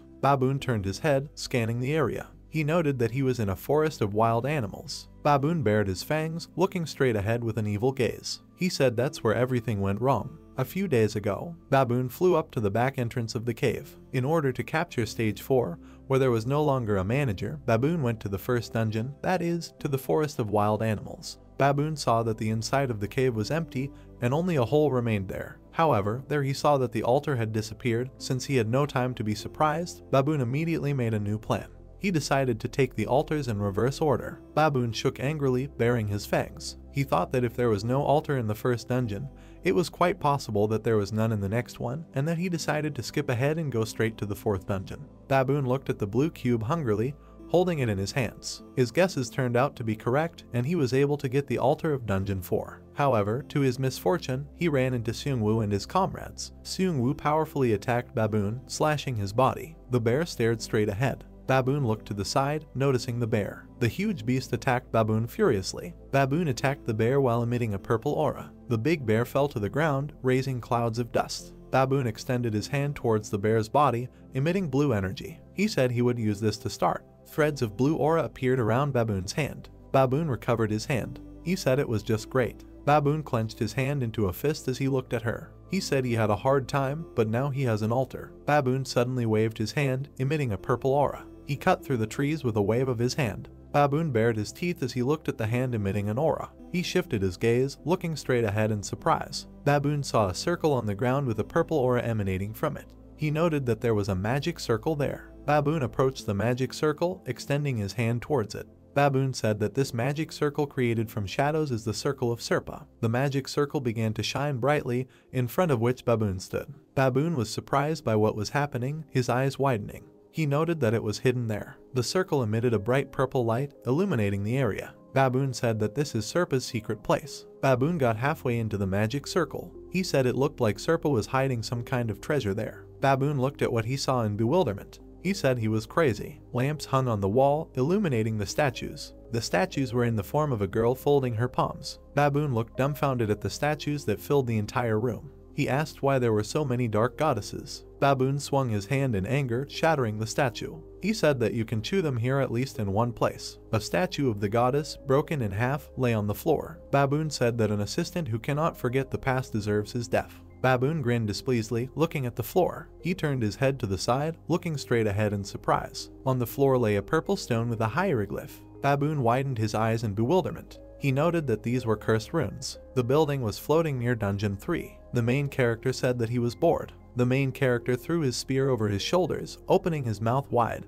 He said that it was boring, and it would be better to dig a cave since he was not in the mood for a spear. The protagonist looked dumbfoundedly straight ahead, his eyes wide. He remembered Soyeon's words when she said to dodge the opponent's blows left and right, and then strike and block the blows, defend with your right hand. Soyeon told Dawn that there is no need to stick out your buttocks, you need to turn your back like a wave. Dawn covered his ears with his hands, covering one eye. The protagonist said that he already has auditory hallucinations. The rabbit closed his eyes and sighed dejectedly. The guide told Dawn to give up this idea, and if he had the ability to do this, the skill would have appeared long ago. Bahamut opened his mouth slightly, widening his eyes. Bahamut told Dawn that martial arts is about harmony between body and mind, which is achieved throughout life. The protagonist plopped down on the ground, throwing his hands behind his head. He told the guys to shut up, and if they were so smart, then let them try it themselves. The rabbit leaned over the main character, crossing his paws over his chest. He asked the guy that at this rate he would do all the exercises that Soyeon had given him. He told the rabbit that he didn't know. Dawn recalled the image of Soyeon turning around behind her. She told the guy that she was going hunting, and in the meantime he should practice hitting the spear 1,000 times. The main character closed his eyes and pursed his lips. The protagonist abruptly rose to his feet, putting his hands forward, while the guys looked at him dumbfounded. Dawn said that he doesn't know anything and he will have fun. The protagonist clutched a spear in his hand. He said he was a little tormented by his conscience. The brown-haired man extended his hand with the spear, twisting it. He said that therefore, he would have fun with the spear. The brown-haired man briskly twirled the spear in his hand, while the guys looked at him with delight. The rabbit, waving its paws, asked Dawn how he did it. Dawn recalled himself during school lessons with a malicious smile. Dawn told the rabbit that when he couldn't concentrate in his lessons, he often entertained himself with this technique. The rabbit landed on the ground, approaching the main character. He asked Dawn what he waved with a stick at school, to which Dawn replied that it was a pencil. The guy raised his spear above him, spinning it in the air. He said that on that day he would not make these shots, but would spin. The rabbit, his eyes sparkling, showed the shield to the protagonist. The guide asked Dawn that he could spin this too. Dawn picked up the shield, twirled it and smiled in confusion. He was surprised that it worked. The rabbit closed his eyes, happily taking out his armor. He asked Dawn how about using both hands to twirl different objects. Dawn placed the items on his fingers, twisting them, which shocked him. Rabbit and Bahamut looked at the main character enthusiastically. The main character extended his hand, pointing his finger at the rabbit. The rabbit opened his mouth in surprise, pointing his paw at himself. There was a rabbit on the index finger. The guide looked at the main character with bewilderment being on his finger. The main character spun the rabbit, who was overjoyed. A system notification has appeared. New achievement, Curling Master, reward, Curling Skill. The rabbit and the main character looked at the system notification in bewilderment. Spinning level 1, the main character can spin even better. The higher the level, the better he can spin objects. Xiaoyan looked straight ahead with a dejected look. The main character was briskly twirling his spear. The girl told Dawn that she told him to exercise, asking him what he was doing. The protagonist asked the girl what he was good at twirling. Xiaoyan raised her thoughtful gaze upward. The girl looked at the main character with a surprised look. She said it might be useful in battle. Xiaoyan was generous with advice on how to use the skill. Dawn twirled his spear in front of the Shadow Servant, protecting himself from the attack. When defending, twisting, the main character carried out a spear attack, dissolving the Shadow Servant. And when attacking, strikes with a spear. The brown-haired man smiled contentedly, putting his hand out to his side. In general, Dawn independently mastered the spear in a way that was convenient for him. Xiaoyan smiled contentedly while looking at Dawn. She praised the guy, noting that she thought these were good results. Dawn bowed to the girl, closing his eyes. He said that it was all thanks to a good teacher and thanked the girl. Dawn looked at Xiaoyan with his mouth slightly open. The rabbit looked at the girl in bewilderment. The number 29 was visible on Xiaoyan's forehead, giving off a purple aura. Xiaoyan asked the guys that she had something on her face. The sky was colored purple. Baboon held the curse rune in his hand, smiling wickedly. He said that means those who step on the cursed ground receive a curse, noting that it was the curse of decay. Baboon bared his fangs and picked up the statue. He asked that the scoundrel Serpa used this to feed on life energy, and was he really going to resurrect his former mistress? Baboon squeezed the statue in his hand, breaking it into small pieces. He reached for the purple rune lying on the floor. Baboon bared his teeth bloodthirstily, clenching his hand into a fist. He said that in a little time, everyone who is cursed will die. Baboon added that all this life energy will go to him.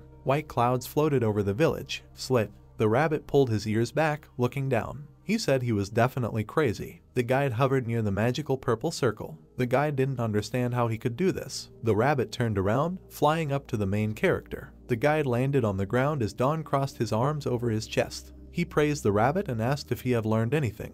The rabbit closed his eyes, raising his paw in front of his face. He said that it seemed like some kind of crazy person had turned the village into a dungeon. The rabbit hovered near the magic circle. He told Dawn that there was a dungeon automation system activated, asking him what he thought that meant. The main character tensely looked up, pursing his lips. Alpha said that someone had declared this land to be the realm of the Dragon of the Last Days, which meant that someone was definitely using the altar. The rabbit closed one eye, raising his paw to the top. Dawn asked the rabbit that Serpa had really resurrected. The guide said that he didn't think so. Even if this happened, there is no altar in stage 4 for him to use. Dawn looked down thoughtfully, imagining the image of Baboon. He said that it turns out that this is Baboon after all. The rabbit put his hands behind his back, standing opposite the main character. He said that it was, most likely it was him. The blue-haired player scratched his head in bewilderment. He said he suddenly had numbers. The brown-haired player asked what 29 was and what it meant. The rabbit rose into the air in front of the players, crossing its paws over its chest. He told the players that they might die soon. The rabbit closed his eyes and raised his index finger. After the rabbit's explanation, the players looked at the rabbit in fear while the numbers glowed on their foreheads. People could not contain their fear, and Dawn was deep in thought. The protagonist looked at the floor with a sad look. The rabbit hovered in front of the players with a dejected look. The player in the headband asked the guide what they should do now. The guide said that if they cleared the dungeon in 29 days, they would survive. The players looked downcast, with their heads bowed. The brown-haired woman said that they don't even know what kind of place the next dungeon is. The masked player said this is the end. The guide flew up to the protagonist's ear, covering his mouth with his paw. He told Dawn not to try to send the members to the gate. The main character narrowed his eyes, looking ahead with displeasure. The guide told the protagonist that if he continues to help them, they will never grow up, and as a result he will simply be a bad influence on them. The main character began to get more and more nervous while the rabbit whispered in his ear. The guide said that they say that a person grows up through suffering. The guide added that they were suffering, that's why there was a dungeon there. A red column of light flashed through space. The main character said that he doesn't know. The main character slammed the rabbit's head into the ground as he walked towards the players. Don raised his hand, showing 2 fingers to the guys. He told the participants that there are 2 ways. The players looked attentively at the main character with puzzled faces. The main character raised his head up, opening his mouth slightly. He said that there is an easy and fast one, or a difficult and hard one, asking the players which one they would choose. Minjun raised his hand, looking at Don. The guy told Minjun to speak up. Minjun raised his eyebrows, opening his mouth slightly. He asked Don if the easy and fast method had any disadvantages. The guy said that of course there is. The main character raised his index finger, looking at the players with a serious look. He said it was a shortcut so it wouldn't be so hard, and when it wasn't so hard, they all knew what that meant. Sioyan clutched a spear in her hand while the protagonist looked at her. Sioyan said that the easier the path, the more you can lose. The girl threw her spear over her shoulder, looking at Don with a confident look. She said that this meant that they could not be sure whether they would be able to overcome the trials, but they would miss the chance to become stronger. Sioyan looked at the protagonist with a menacing gaze. She said that, however, they did not have time and thought it would be better to solve urgent problems first. Sioyan turned behind her, looking at the members. The girl asked them what they thought. The helmeted player said they would follow her. The girl turned her head in the other direction, looking with a serious look. Youngho sat on a tree stump, holding a sphere of fire in his hand. Sioyan asked Youngho what he would do. Youngho looked at Sioyan indignantly, his mouth parted. He said he refused. Sioyan looked at Youngho with contempt, her eyebrows furrowed. Sioyan started telling Youngho that there is a person like him. The main character looked at the guys dejectedly, his mouth parted. He thought that their opinions did not coincide, and this was terrible, thinking of taking him with him by force. Youngho rose from the stump, looking at Sioyan with a menacing gaze. Youngho told the girl to listen to the end of what he had to say. Youngho raised one eyebrow, looking at Sioyan annoyed. The blonde guy pointed out that Sioyan said there were urgent problems to solve and that they didn't have time. He walked towards Sioyan, pointing his finger at her. Youngho asked the girl that if they consider all these excuses, when will they be able to clear the dungeon and grow up? Youngho added that he refuses to follow her decision to retreat. Youngho bared his teeth and furrowed his brows. He thought that besides, Don wouldn't just help for thanks, and that Sioyan was stupid. Youngho turned his head to the side, squinting his eyes straight ahead. He said he thought there was too little explanation for a final decision. The guy asked Don what this easy and fast way was. Don looked at the guy, imagining a gate with golden light. He said that this is moving to another dungeon using a gate, and the travel time will be reduced dramatically. Youngho looked at Don in bewilderment, his mouth parted. He thought about a straight gate leading to a dungeon, and that he had heard that that clam-shaped tower was also a dungeon. Sioyan looked at Youngho annoyed as she walked closer to him. She told the blonde guy that there was no reason to refuse, offering to go together. The protagonist opened his mouth slightly. He looked at the guy with a malicious grin. Don said that it's just that it's easy and fast, even if it's not free, and he will have to pay. Youngho and Sioyan looked at the main character carefully. Sioyan asked Don what it was like to barter when he exchanged food for enhanced weapons. The main character stood opposite the players with his arms out to his side. He said that this time there will be people instead of food because he needs workers. Don crossed his arms over his chest, looking at the members. He said that Baboon will appear there very soon. Don furrowed his eyebrows, looking with a serious look. He said that they would hunt him. The guys widened their eyes, looking at the main character in bewilderment. They all thought about what the main character said. Youngho looked at Don angrily, his mouth open. He asked Don that he was going to hunt the assistant. Don looked at the blonde guy with indifference. The brown-haired man said he knew it seemed crazy, but if you didn't kill him, the spell couldn't be broken. Youngho put his hands in his jacket pockets, grinning maliciously. He said that he had never heard anything like this before, and announced a hunt for the assistant himself. Youngho smiled bloodthirstily, looking at Don with crazy eyes. The guy said he doesn't know what the quick and easy way is, but he's attracted to this crazy idea. Sioyan clutched a spear in her hand, looking at the bloodthirsty Youngho. The girl noted that this is why he talked so much about growth and attack, adding that how easily he changes his mind. Youngho turned his gaze to the girl, grinning maliciously. The guy said that the assistants bullied them every day, and now there was a chance to take revenge by asking the girl that she thought he would miss such an opportunity. The players behind Youngho cheered while she smiled evilly. The guy asked the guys if everything was wrong. The guys told their captain that everything was correct. Youngho looked away while Sioyan looked at him. She asked Youngho that it was surprising that their opinions were the same. Youngho replied that he was talking about the same thing. Don smiled widely, raising his eyebrows. He said that it seemed they had agreed, and now he would tell them the plan of action. Don drew a circle and arrows in the sand while the guys looked at him. Sioyan opened her mouth slightly, pointing her finger at the circle. Youngho covered his mouth with his hand, frowning. The main character looked at the guys, while the rabbit looked at the sand. Young-ho smiled bloodthirstily, biting his finger while Seo-yeon looked at Dawn. The girl asked the brown-haired man what they would really do. Young-ho noted that you can go crazy. The spirit agreed with the main character. The protagonist looked up in bewilderment. Alpha said that they would then need new dragon apostles, noting that it was good that there was now a third temple, so there was an opportunity to choose new apostles. The protagonist squinted and looked straight ahead. Alpha said that so far 3 have met the conditions. The brown-haired man put his hands to his side, looking in front of him in shock. Alpha said that if there are more temples and dragon apostles, then perhaps a war with the last dragon will begin later. The brown-haired man asked the spirit what kind of war it was, telling him not to overdo it. The brown-haired man looked down thoughtfully, raising his hand to his chin. He thought that while this was an excellent time to appoint new apostles, if communication could be established, it would be beneficial during battles. The brown-haired man looked up, raising his eyebrows. Dawn asked the spirit, and who are the 3 that meet the conditions? The spirit said that these were the people who helped him and touched him to the depths of his heart. The girl held her spear in her hand, her mouth slightly open. The spirit said it was Seo-yeon. The blonde guy pursed his lips, looking up. The spirit said it was Young-ho. Alpha added that this is also Minjun. The rabbit crossed his arms over his chest, looking ahead in bewilderment. The rabbit asked who Minjun was. Minjun raised his hand in confusion, his mouth parted. He said that he was Minjun. Dawn thought he was certainly impressed by the pepper. The guys looked closely at the protagonist. Seo-yeon told Dawn about his plan, asking him if he really wanted to use that name. Dawn said of course, because it fits perfectly. Seo-yeon said hesitantly that it was. Young-ho looked at the main character with a crazy smile while Seo-yeon looked at him. Young-ho asked the girl what the big deal was, noting that it was an awesome name for a plan. The protagonist smiled broadly, looking up. He said that they had some final preparations left, calling Seo-yeon, Young-ho and Minjun to him, and he would appoint them as dragon apostles. The weather was clear over the green mountains. Baboon's face was illuminated by a bright purple light. Baboon bared his fangs, spreading his paws to the side. He said that there were more dungeons and his level had increased. Baboon lowered his head, pressing his hand to his stomach. He said that the increase in strength made him hungry, and at such times, the best thing is human flesh. Baboon jumped off the ground, leaving behind a table of purple aura. The assistant in the hat flew through the sky, emitting a bright light. Baboon opened its mouth slightly, scanning the area. He said that even though this was his dungeon, he had no passion for it. Baboon added that sooner or later the little people will end up in his belly, and you just have to look, there will probably be a few. The assistant wearing a hat suddenly stopped in mid-air, emitting a purple aura. His gaze was directed downwards. The assistant in the hat saw a wooden bridge on the water. Baboon asked what the bridge was, wondering where it led.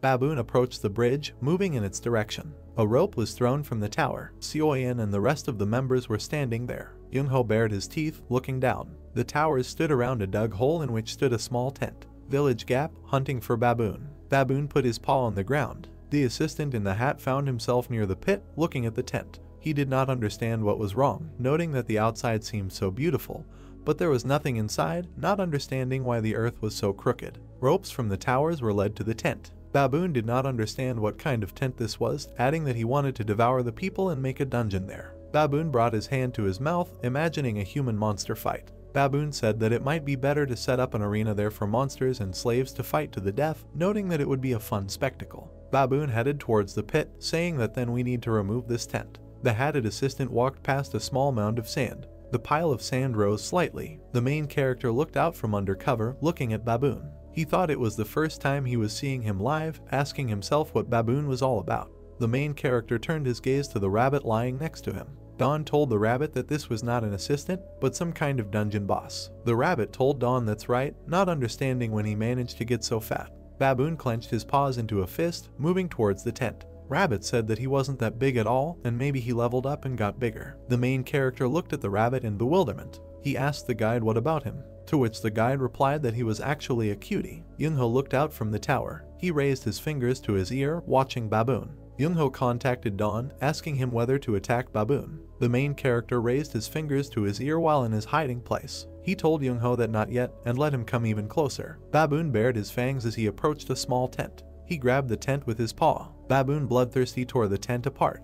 Under the tent there were fiery spheres, which he looked at in bewilderment. The protagonist opened his mouth wide and knitted his eyebrows. He shouted to Young-ho that it was time. Young-ho smiled bloodthirstily, clenching his hand into a fist, emitting a fiery aura. He said he would make a mountain of ashes out of him. Fire spheres appeared in Baboon's face. He didn't understand what was happening. The spheres exploded in front of the hatted assistant's face. Baboon's head was on fire and his suit was burned. Baboon opened its mouth wide, poking out of the fire. The main character clenched his hand into a fist, joyfully looking at what was happening. He said that this was excellent and that the preemptive strike and suppression of the enemy's force, the first point of the plan, had been completed. The rabbit squinted one eye, peeking out from its hiding place. He asked what kind of suppression of force. Baboon waved its paws near its face, driving away the fire. The assistant in the hat clenched his hands into fists, baring his fangs. The rabbit said it didn't do him any harm. Baboon thought that he almost got caught out of surprise, thinking that it was some kind of trap. Young-ho smiled maliciously, looking at the fiery sphere in his hand. The main character told Young-ho to stun him so he wouldn't escape. Fire spheres rained down from the tower, flying towards the hatted assistant. Young-ho smiled maliciously, holding out a fiery fist in front of him. He said he would hit Baboon in the head, calling him a monkey. Fire spheres appeared behind Baboon, who bared his fangs. The spheres exploded at the back of the head of the assistant in the hat, which he definitely did not expect. Baboon fell from the explosion, spinning on the ground. The assistant in the hat squatted down, resting his paw on the ground. He noticed how the fiery spheres were approaching him again. The fire radiated bright light. Baboon covered his face with his hands, his eyes wide. He thought that this was not a living creature, but a skill. The spheres exploded again in the hatted assistant's face. He grinned displeasedly, clenching his hands into fists. He thought that among the participants there would be one with such a skill. Baboon opened its mouth wide, eyes flashing with anger. He said that it was Young-ho the scoundrel, asking who it was. Baboon raised his paws up, leaning back. He hit the ground with all his might, causing cracks to spread in different directions. Clouds of dust rose from the impact. Young-ho furrowed his eyebrows, looking out of the tower in bewilderment. Baboon raised his head, scanning the area for Young-ho. Baboon asked where Young-ho was, calling him a rat. Young-ho grinned maliciously, hiding behind the wall of the tower. Young-ho noted that Baboon is powerful, and it's not for nothing that it's called a helper, which is a little scary. Young-ho smiled bloodthirstily, looking at Baboon with crazy eyes. He said that it would be much more pleasant to give this assistant a good blow. Young-ho put his hands in front of him, creating a sphere of fire. He said come what may, using a string of fireballs. A flurry of fireballs headed towards Baboon.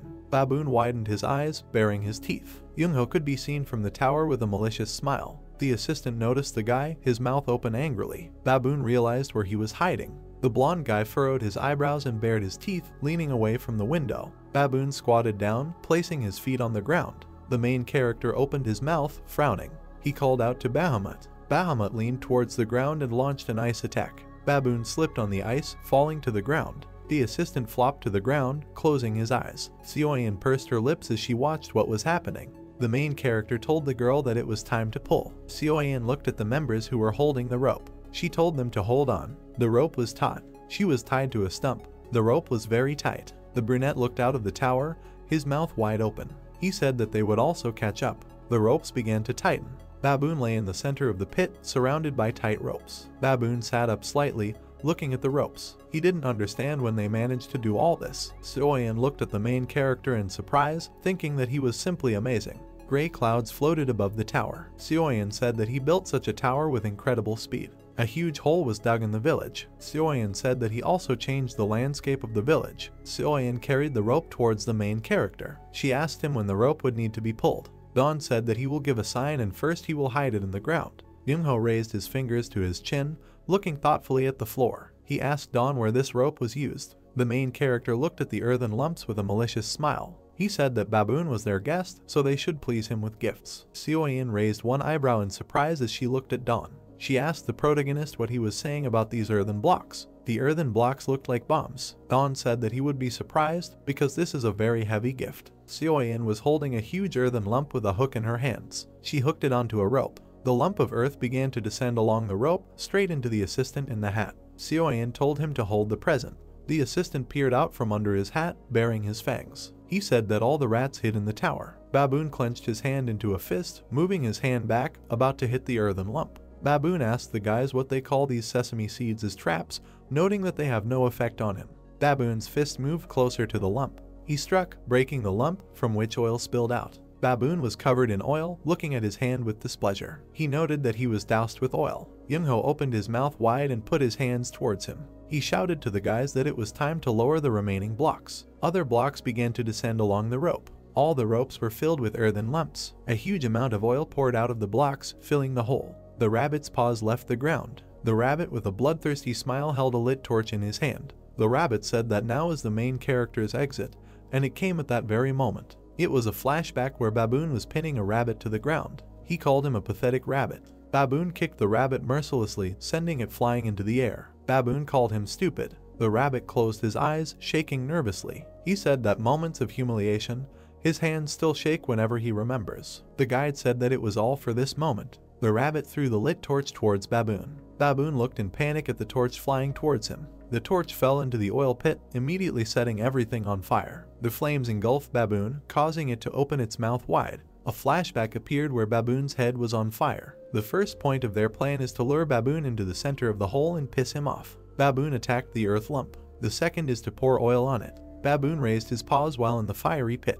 And all this for the sake of the third point. The main character pursed his lips, bringing his palms to his mouth. Don saved his strength until that very moment. The green flowers were preparing to attack the assistant in the hat. Don opened his mouth slightly and frowned. He said it was time to launch the projectile. White explosions appeared on both sides of the towers. He used all his concentration and began to control the P-traps. Baboon was attacked by fire. System notification. Skeleton breaker. Don single-handedly destroyed 1,000 skeleton warriors. The dungeon pays respect to his amazing achievement. Reward: he can destroy bones twice as good. The projectiles hit Baboon's body, causing him to open his mouth wide in extreme pain. He applied the skeleton breaker achievement to the trap and dealt the killing blows to Baboon. Baboon widened his eyes, baring his fangs. He thought that he couldn't use the flying skill. The shell flew into the back of the assistant in the hat. He put his hands behind his back, shielding his back from the projectiles. The protagonist watched closely what was happening. He said he wasn't very handy with a gun. Red target dots appeared on Baboon's back. Don said that the traps are very good.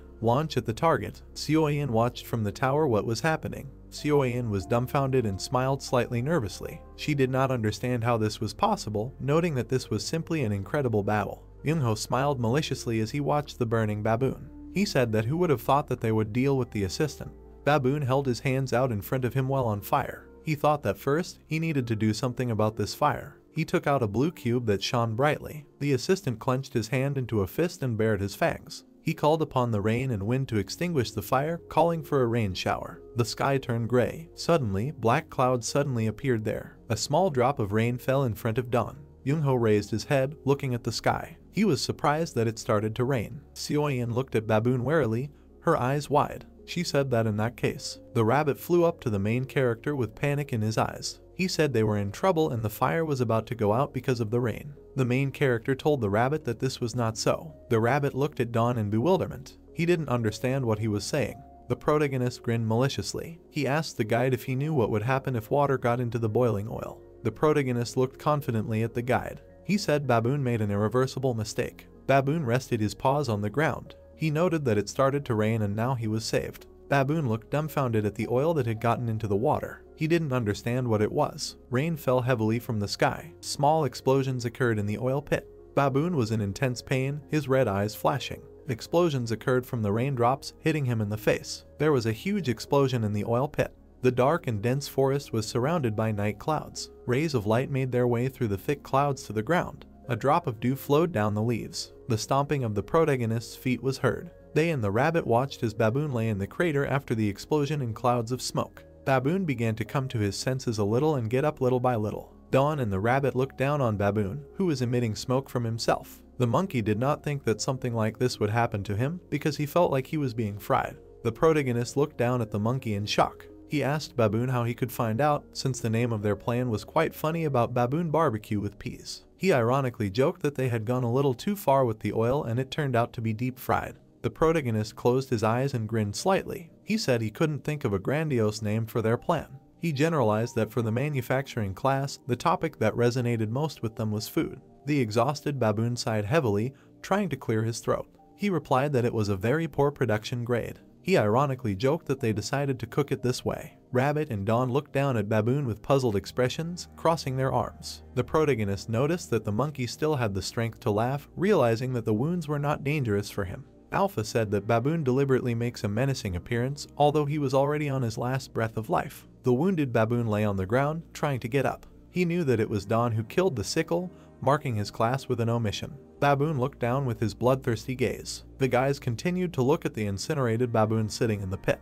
The monkey said that he told the rabbit to find the guy, and he took his side, making him look like a fool. The guide looked angrily at Baboon, pointing his finger at him. He sarcastically said that the monkey was talking too much for someone who was about to die. Baboon tried his best to get up, but he couldn't. He accepted his defeat and admitted it. The monkey hit the ground with his fist, realizing that it was so cruel because he had gained eternal life but met such a pitiful end. The monkey clenched his fists while in the pit. He decided to curse his fate. The monkey raised his hand and was about to point his finger. He also decided to curse the rabbit. He extended his finger and pointed it at the rabbit. The protagonist looked worriedly at the rabbit, who immediately became gloomy at what he heard. The rabbit irritably pointed his finger at the guy standing behind him, indignantly asking why he was cursing him if it was not he who set the traps and beat him. Baboon lowered his head and asked if he wanted to know why he was cursing him. With the last of his strength, he rested his hands on the ground, saying that what he doesn't know is. Guide froze with his mouth open when Baboon said that this was his action. Clenching his teeth tightly, he bared his teeth, saying that he was the only one who forgot everything, and then asked if this made him feel better. The rabbit lowered his ear and scratched his head, saying that if he continues to say something that no one understands, then he will not be able to agree with it. The assistant gasped for air, calling him a pathetic coward. His trembling hands rested on the ground, and he said that they were all. The dark fingers began to become covered with stone and crack. Baboon doubled over as his entire body turned to stone. Frozen, Dawn and Guide watched what was happening in puzzlement. Moments later, the beast's body broke into many stones. The rabbit was silent, looking displeased at the white smoke. He grabbed his cheeks and screamed loudly, saying that he had stopped at the most interesting part. On the golden tablet, information appeared about the new achievement Dungeon Hooligan, the reward for which was things belonging to the manager, as well as the skill of setting traps was raised by 3 levels. While Dawn was studying the information, Guide began to dig the ground, exclaiming that now is not the time to die. The rabbit was breathing heavily, pressing his paws into the ground. Gritting his teeth, he frowned, asking what he forgot. He turned to the brown-haired man as he squatted down and said that for sure it wasn't that important, and when Serpa died, he also said unpleasant things. Guide flew up and pointed his finger at him, exclaiming that suddenly this could be connected with the secret of his origin. The guy replied that there was no secret, and he was originally born a rabbit. Guide looked at him with a puzzled look, agreeing, and then exclaimed that he had. The player's eyes widened in surprise as a trickle of blood flowed from his nose, and the furry beast told him so. Frightened, Dawn began to pick out the blood with his hand, saying that he probably overdid it a little. After these words, the brown-haired man began to fall, losing consciousness. Sioyan smiled softly, picking him up by the shoulders. Sitting on her knees, the brunette held the player, saying that it seemed like he was having a hard time controlling all those underground beings. The rabbit said that it was the first time he had seen something like this. The girl said that Youngho was also not feeling well. He had released so many fireballs. Guide looked at the tower in confusion when a loud scream was heard from there. The guys gathered around the commander lying on the floor, loudly asking if he had died. The weakened Youngho clenched his teeth in anger, thinking that he had not died, and they were all idiots. With a soft smile on her face, Sioyan straightened her bangs and suggested they go back, then said that everyone did a great job. 2 days later it was pouring rain. The rabbit walked with a large leaf above his head, using it as an umbrella. He noted that the baboon magic he cast over these lands continued to have an effect even after his death, which was very strange. Hiding from the rain, the Jim frowned, saying that he thought he would die and all his magic would wear off, but it began to rain again. Raising his eyes and looking at the sky, he noted that it seemed like a rain curse, although it was probably just the dungeon's automation system being activated. Due to the ongoing bad weather, the participants who were in the village had to go down to the Dawn Underground Temple and pitch tents there. The brunette lying on the skin began to open his eyes. Covering his face with his hand, he began to rise, muttering that his head hurt badly. He asked how long he slept. When he sat down on the bed, a rabbit flew into the room and replied that 2 days had passed, which the guy was very surprised by. Running into the room, Sioyan pushed Guide into the door frame and loudly asked if the brown-haired man had really woken up. The player was puzzled, and the girl pressed her hands to her face when the rabbit fell, and then apologized to him. The guy replied that he had just gotten up. The brunette smiled with a happy face and said that they were all very worried about him. Dawn with Paku on his shoulder looked at her with a puzzled look and asked if they were really waiting for him to wake up. He asked what would happen if he slept for an eternity. He clenched his teeth in displeasure when the rabbit with a bruise on his forehead crossed his paws and told him not to make such a moved face, adding that besides, the curse of these participants could be lifted by moving it here. The guy smiled widely and said that the curse was lifted quickly, and since there were about 27 days left, they could rest a little. He noted that he was fine. Sioyan, on the contrary, smiled and replied that in this case he should also rest. The girl left the room. The brown-haired man looked at the rabbit sitting on the floor and asked him what kind of things Baboon had. Guide replied that the others were already looking for them. Rubbing his chin with his paws, the rabbit remembered the battlefield and said that the fire had gone out quite recently and the temperature was too high because it was a hot battle. With a smile on his face, he put his paws into the cylinder and said that he still managed to pick up something. Don looked in surprise at the sparkling blue cube and asked if this was the altar of the 4th dungeon. He looked up in surprise at the golden tablet when Alpha said that they now had 5 altars and 3 temples. SH-Stan noted that there were a lot of them and asked when they managed to appear. The system responded that such an event was worth celebrating. The player extended his hand and looked at the cube, asking whether the altar would always be this size. Guide replied that they can't remove Baboon's spell, so most likely yes. Suddenly, the altar in the player's hands began to glow yellow. Looking at him with a puzzled look, the guy asked what was happening, and Alpha replied that she analyzed the spell that was cast on the altar. The brown-haired man was sitting on the bed, and next to him was a surprised rabbit. The system noted that there were traces of the magic Baboon used on him. Dawn asked what kind of magic and is it really making rain? Alpha said it was a gate. Looking at the blue cube, she said that there were coordinates engraved on the altar, and if they followed them, they could find out the location of the 4th dungeon. The happy brown-haired man and guide looked at each other, and the player said that it works out. The rabbit finished by saying that they can go to where Seung-woo is. The two of them sank sharply when he asked what would happen next, because if they found him, then they would still have to leave. Pursing his lips, Don lowered his eyes, imagining 2 lions, one of which was him and the other a brunette. He thought that to some extent he was right, and he had a feeling that their paths were constantly diverging, and the stories of the dragon posts never seemed to be enough. The player looked up when Alpha said she had a great idea, then asked what it was. Presenting the image of a brunette next to a blue cube, the system suggested giving this altar to Seung-woo, and then they could track its location. Smiling widely, the brown-haired man pointed his finger and exclaimed that it sounded good. He said that then they needed to meet him first, and then asked Alpha to track the coordinates. After a while, the rain still continued to fall. A man in a cape was walking toward Don, who was sitting under a canopy with 2 yellow spheres sparkling around him. The brown-haired man raised his surprised eyes at him. Looking down, Young-ho said that he found this. A large purple stone rune appeared on the player's palm. He asked if it belonged to Baboon. Suddenly, the rune began to become covered with cracks, and a white light appeared from them. Pieces of the object flew to the ground. The eyes of the guy and guide widened in surprise. In Don's palm there was a figurine with a little girl holding a rabbit, and a cat lay at her feet. Looking at the figure with a puzzled look, the brown-haired man asked if this was the Baboon item that dropped as a reward. Alpha replied that judging by the marks from the curse, this was not his item. Violet energy hovered around the figurine. The system noted that this figurine definitely had the curse of corruption from the village on it. Having flown closer and looked at the object, the rabbit clarified about the curse of decay, and then asked if this was a Serpa thing. Drilling his eyes into the figure, the guy decided to check the information.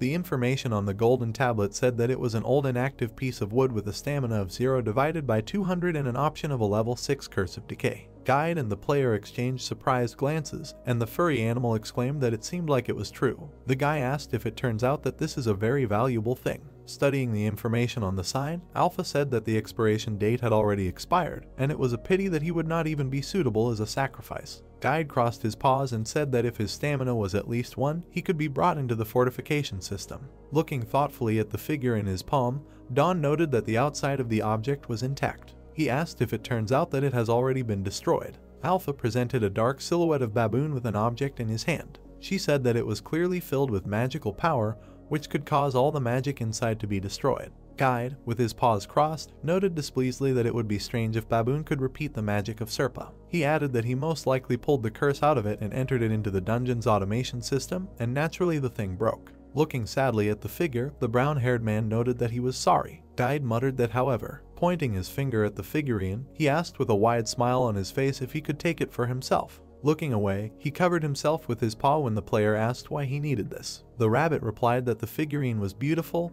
and besides, the girl was hugging the toy there. Pursing his lips, Don lowered his eyes thoughtfully. He saw that the girl was actually hugging the toy rabbit. Guide's face turned red and he exclaimed with a joyful smile that this toy looked a lot like him, and if you looked closely, he even had a small butterfly on his neck. The furry animal pointed to himself as the guy began to twist the object, saying that he didn't see anything.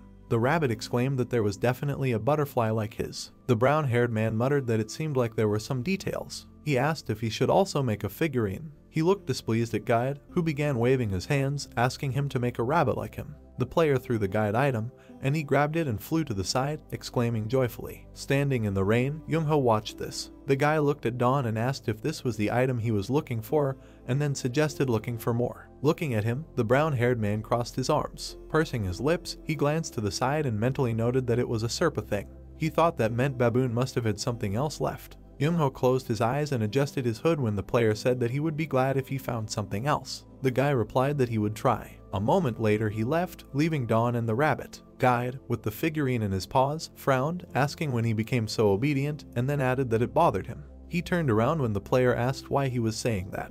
Rabbit noted that from the very beginning he was one of those who are strong with the weak and weak with the strong. He added that this meant not very good. He sighed when the brown-haired man, looking into the distance, said that on the contrary, such people can be immediately seen through. Guide said that although this is true, you shouldn't relax too much. Dawn with a calm face repeated the words of his comrade that the player is strong with the weak and weak with the strong.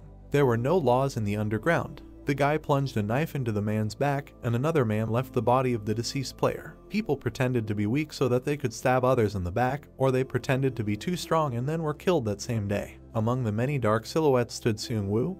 People like him were the exception. Young-ho walked in the rain with his hands in his pockets. Is a person really doomed to become a villain because he initially has an evil nature? Or are circumstances making him this way? The sound of rain and Young-ho's muffled steps plunged Dawn into thought. Pursing his lips, he looked into the distance, asking what Young-ho was doing anyway. Looking at the figurine in its paws, the rabbit assumed that, like most, it was an office worker. The brown-haired man closed his eyes and agreed with him. Looking at the drops falling from the sky, he said that most likely it was the net.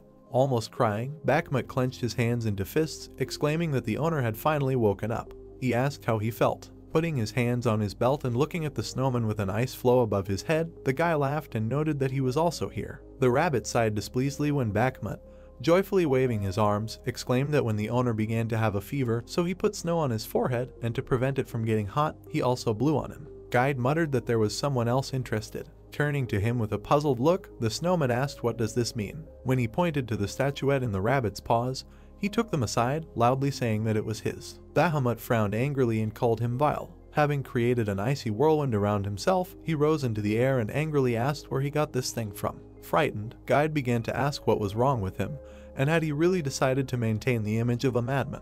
Looking up, Dawn asked what happened, noting that he could scold him. The snowman immediately calmed down, and the whirlwind around disappeared. Looking at the raindrops, the guy asked if this figurine was the thing of its previous owner. Approaching Bahamut with the figurine, Guide asked about the witch, and he confirmed. The snowman lowered his sad gaze and said that she made this figurine in memory of her happiest days, which she missed. The guy picked up the red bracelet and said that she did a good job, noting that she also made this bracelet. He introduced a witch in a black cape, saying that it seemed that she not only knew how to cast magic, but also made things with her own hands. He added that since she lived deep underground, she must have had a lot of time. Remembering his refuge, the brown-haired man, shedding a stingy tear, muttered that when you are bored, you start making things. When the rabbit asked him what was the matter, the player said that he understood her very much. Guide began to nervously tap his paw on the ground when Dawn collected the figurine from him and asked what kind of cat was depicted there. Bahamut replied that it was Serpa. Pointing his finger at the figurine, the snowman said that he was not here since this was before he met the witch, but the rabbit was her favorite toy. Hearing this, the guy cast a tense glance to the side and asked again. Frowning, he looked closely at the figurine again. When he squinted and looked at Guide, he asked what happened. Looking at the figurine again, Dawn loudly asked if his comrade was also the same toy. The surprised Guide asked if he really thought so. He sighed and spread his paws to the side, saying that even though he didn't remember what happened before, he was not a toy. He added that it would be better to say that he was a witch in a past life. Bahamut suddenly flew up to him and began to indignantly ask what kind of nonsense he was talking about. The rabbit ordered not to communicate with him in such a tone. At this time, the brown-haired man looked thoughtfully at the figure. Looking at the girl with two animals, he thought that now it was somehow reminiscent of them, and it didn't matter who was who. The player's lips curled into a smile. He exclaimed that we need to stop quarreling and make peace. Squatting down, he smiled and patted Guide on the head, who was poking at Bahamut, who was poking at him. After a while, Seoyin approached them in a black cape and asked the guy if he could go outside already. She offered him a raincoat. When she began to approach closer to the canopy, the player refused, saying that he had a lot of this, and the brunette agreed. She stopped when her feet sank into the mud. Seeing this, Don gave a puzzled look, noting that he had completely forgotten about it when he came to his senses. Looking at the girl behind the canopy, the guy crossed his arms and said that first we need to stop the rain. Seo-yin asked if he wants to make it rain. The girl was surprised when the player replied that the umbrella was too difficult. He smiled broadly and pointed upward, offering to build a roof. A large roof appeared over the perimeter of the square. Looking at her, Young-ho laughed nervously. Looking up with shocked eyes, he asked if he really made a roof instead of an umbrella, and then said that he simply had no words. A large roof of floating stone covered the round body of the building. Dawn placed sun stones inside, so there was also plenty of light. This artificial light gave off a pleasant warmth. The brown-haired man, along with the others, enjoyed the light with a smile, noting how long they had not seen the sun's rays. An even more amazing thing was the rainwater that rolled down the roof and itself broke through the ground, forming furrows. Thus, a defensive moat was created around the base, which only strengthened the defensive power of the village. Don smiled and put his hands on his waist as Alpha said that the roof was made of earth and rain would seep through it. The guy replied that that's why he came up with something. The roof began to glow when the player said that he had the idea to install a trap throughout the roof area. With a smile on his face, he pointed his finger and said that he divided it into zones and set traps, and it would only be necessary to reinstall the damaged areas and energy could be saved. The system noted its magnificence. Don presented a small hole in the wall, saying that when cultivating the land, it would be possible to remove the desired piece so that water could flow there. A rabbit flew up to him and asked if he was just about to plant something. The player closed his eyes and replied that the underground temple had become crowded and he wanted to move the rice fields to the first floor. He smiled joyfully, saying that it would be very beautiful. Looking at him, Guide grimaced with dissatisfaction. As the glowing guy walked away, he sighed and thought that if he liked it, then fine. Information about installing a trap on the roof appeared on a golden plaque. The brown-haired man patted the ground with his foot, noting that it was already dry and everything was ready. Guide agreed, noting that there was no need to worry. Approaching him from behind, the guy began to press his fists on his cheeks, muttering that he had some kind of wrong attitude. Freezing, Don turned around when Seo-yin called out to him and waved. She extended her hand to him, and the brown-haired man asked what it was. The brunette showed him a large golden key and told him that it seemed that because of the rain and mud, it was buried in the ground, and when the ground dried up, she noticed it. The player took the key and began to examine it, thanking the girl, and then decided to check the information. Holding the key in his hands, he saw on the golden plate that it was the golden baboon key, the strength of which was 100/100, and the special magic option was level 1 magic warehouse. While piercing the object with his eyes, Don noted that judging by the name baboon, this was his object. Standing with Seo-yin and the rabbit, he asked what he was opening and clarified about the magic warehouse. The brunette looked up and imagined a magical cave, suggesting that it could be some kind of skill in owning an item, and after giving the password, some kind of storage would open. The brown-haired man put his fist to his chin, saying that he also had such thoughts. Holding the key, he waved his other hand and shouted, asking the magic warehouse to open. He began to jump around the room, continuing to exclaim.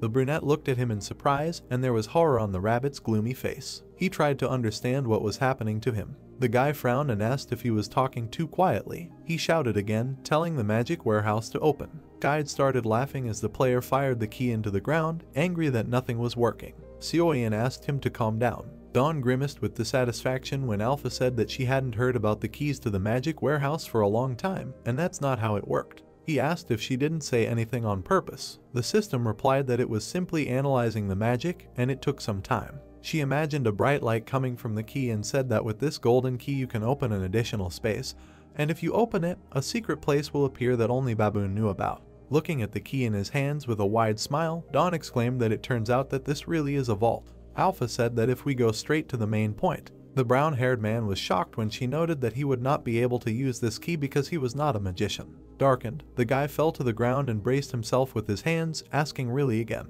The rabbit crossed his paws displeasedly and noted that Baboon does not change, and even the last thing left after him is the key to the treasure vault. He sighed and spread his paws when the player stood up and asked with a sad look if he really didn't know how to use it, given that he used to be a helper. Guide replied that no one could use what was in the assistant's caches. The rabbit smiled and waved his hand, creating a zipper next to him when the guy asked if he had the same one. The furry animal replied that he also sometimes visits his storage room. Donu touched his chin with his hand and thoughtfully asked why when he didn't run there. Guide sighed and pointed his finger, saying that he probably didn't have enough magical powers. He reminded the brown-haired man that he also spends a lot of time opening the gate. The player's eyes widened when he remembered that Bahamut was also a magician. He asked if he knew anything. After a while, the snowman bowed down and apologized. Lying on the ground opposite the guy, he said that he uses ice and snow to move in space, but he doesn't know how to open it with keys. Don looked at the golden key with a puzzled expression, noticing that there was no catch from this battle. Suddenly his brows furrowed as a thought occurred to him. Turning to the side, the brown-haired man clarified that it was the door that needed to be opened with this key. He asked how about just making a new one. Bahamut looked at him with surprised eyes, and Guide sighed tiredly, asking what kind of nonsense he was talking about. Raising a thoughtful look, the player touched his chin with his hand and suggested that if this secret place can only be opened with the help of magic, then a door is needed that fits this key. The rabbit looked at the guy with displeasure as he clenched his teeth tightly and shook, saying that he was using this damn magic to cheat the system. Guide mentally noted that he had come up with something again. Don crossed his arms over his chest when Alpha said that if you make a door that fits this key. Smiling widely, the brown-haired man clenched his hand into a fist when she added that it was possible that it will work out. He exclaimed that he knew it, and the rabbit asked if Alpha had also succumbed to this madness. The player looked at the key puzzled when the system said that first you need to link the coordinates of the key in the magic circle. She imagined a golden lock that had a key in it, and said that if you activated the magic formula by opening the lock with the key. Alpha then imagined a bright light and a spinning key, saying that there was a chance that additional space would open. Turning to his friends, the brown-haired man victoriously clenched his hand into a fist, asking if they heard. The rabbit looked at the floor with displeasure while Bahamut exclaimed with admiration in his eyes that he was simply amazing. Guide quietly asked who knew that he should be taken seriously. The system asked if it would be possible to make such a door. The guy held his chin and thought that the lock, which fits the shape of this key, has a standard structure. He replied that something would come up along the way. Imagining a golden castle in his head, he said that if there is a key, then there must be a lock. The player, smiling broadly, rolled up the sleeves of his t-shirt and noted that there was a lot to do and it would be very interesting. Drops of rain hit the roof under which Young-ho stood. Putting his hands in his pockets, the guy noted with displeasure that he was already tired of this rain. Don clenched his hand into a fist and a golden object with an arrow in the center appeared above his hand. As he looked at him in surprise, Alpha said that the interpretation of the marks on the mini altar was completed. Looking at the arrow with the image of moons, she said that the direction of the arrow pointed to the mark that was on the altar, and it would indicate the position of the fourth dungeon. Alpha said to follow her instructions. She asked if this meant that he would not leave. Clenching his fist and rubbing his wrist, the brown-haired man answered in the affirmative, noting that he had some business to attend to. Seo-in and Young-ho teams gathered outside. The voice asked if Don told him to gather everyone here. The brown-haired man approached the players and asked if everyone was ready. He furrowed his brows and told the gate to establish itself. He crossed his arm and a golden light appeared behind him. The guy smiled softly and said that now it was time to say goodbye. They moved to stage 4 to the witch's house in the second dungeon. When a group of people jumped out of the gate, the rabbit asked the guy if he was the last one. Seo-in looked at him with a slight smile and said that it felt like they were cheating and she wasn't sure if it was okay to skip a stage like that. Guide crossed his paws and leaned back, telling them not to relax and noting that their main task was to run across. Frowning, he pointed his finger and said that the dungeon would be cleared when all the monsters were destroyed, and this needed to be done by their own efforts. Looking with an angry gaze and exuding a negative aura, he loudly asked if they understood. The frightened players responded positively. Guide turned around sharply when Don said behind him that he had already caught the ghosts, so only half of the monsters remained. The rabbit approached him and, putting his paw to his mouth, quietly asked him to leave and not spoil the atmosphere for him. A moment later, a bump from the brown-haired man's fist appeared on his head. Turning around, the wounded rabbit crossed his paws and said that there is room for luck in life. He said that it was worth taking advantage of since the task had become twice as easy. People smiled nervously, agreeing. Seo-in, looking with delighted eyes, asked about luck. Guide waved his hand offendedly while the guy stroked his bump with his hand, asking if this was really so. The player was called by name. Don, tugging at the rabbit's cheeks, turned toward the voice. The brunette bowed to him and thanked him for helping them. The guy put his hand behind his head when the players approached him, saying that thanks to him they were able to rest, and also shared food with them. The brown-haired man again heard words of gratitude. Scratching his head, Don smiled sheepishly and noted that they helped him too. Seo-in raised her finger with a wide smile and told him to remember to practice with the spear even when she is not around, and that he should do 1,000 times a day. The player agreed with a nervous smile. The girl waved her hand and activated the system window, saying that he should just use it during training. A spear appeared in the guy's hands. The information on the golden plaque said that it was a boomerang spear with a durability of 5/100th and a level 1 return option. The brunette, looking at it with a smile, said that it had almost lost its strength and was not suitable for battle, but just right for training. Flying closer and looking at the weapon, the rabbit exclaimed that the skill of returning was in the hands of a comrade. Don noted that this is just a great spear. Seo-yin began to smile as the brown-haired man began to thank her loudly. The girl replied that although this is not a bad thing, the attack power is small since she got it at the second stage. The brown-haired man smiled widely and showed a thumbs up, saying that the weapon had an amazing option. He also thanked everyone else. The guys started waving to the player and saying goodbye to him. Among them stood Young-ho with a dissatisfied look. Seeing this, Guide grimaced and noted that he was incorrigible, and Don next to him asked him to stop because the guy also helped them a lot. He put his hand to his mouth and called out to Young-ho, thanking him for everything. The blonde boy's eyes widened in surprise and he arched an eyebrow. He opened his mouth slightly, about to say something. Then his lips curled into a soft smile. Throwing his hands behind his head, the brown-haired man walked to the side with the rabbit.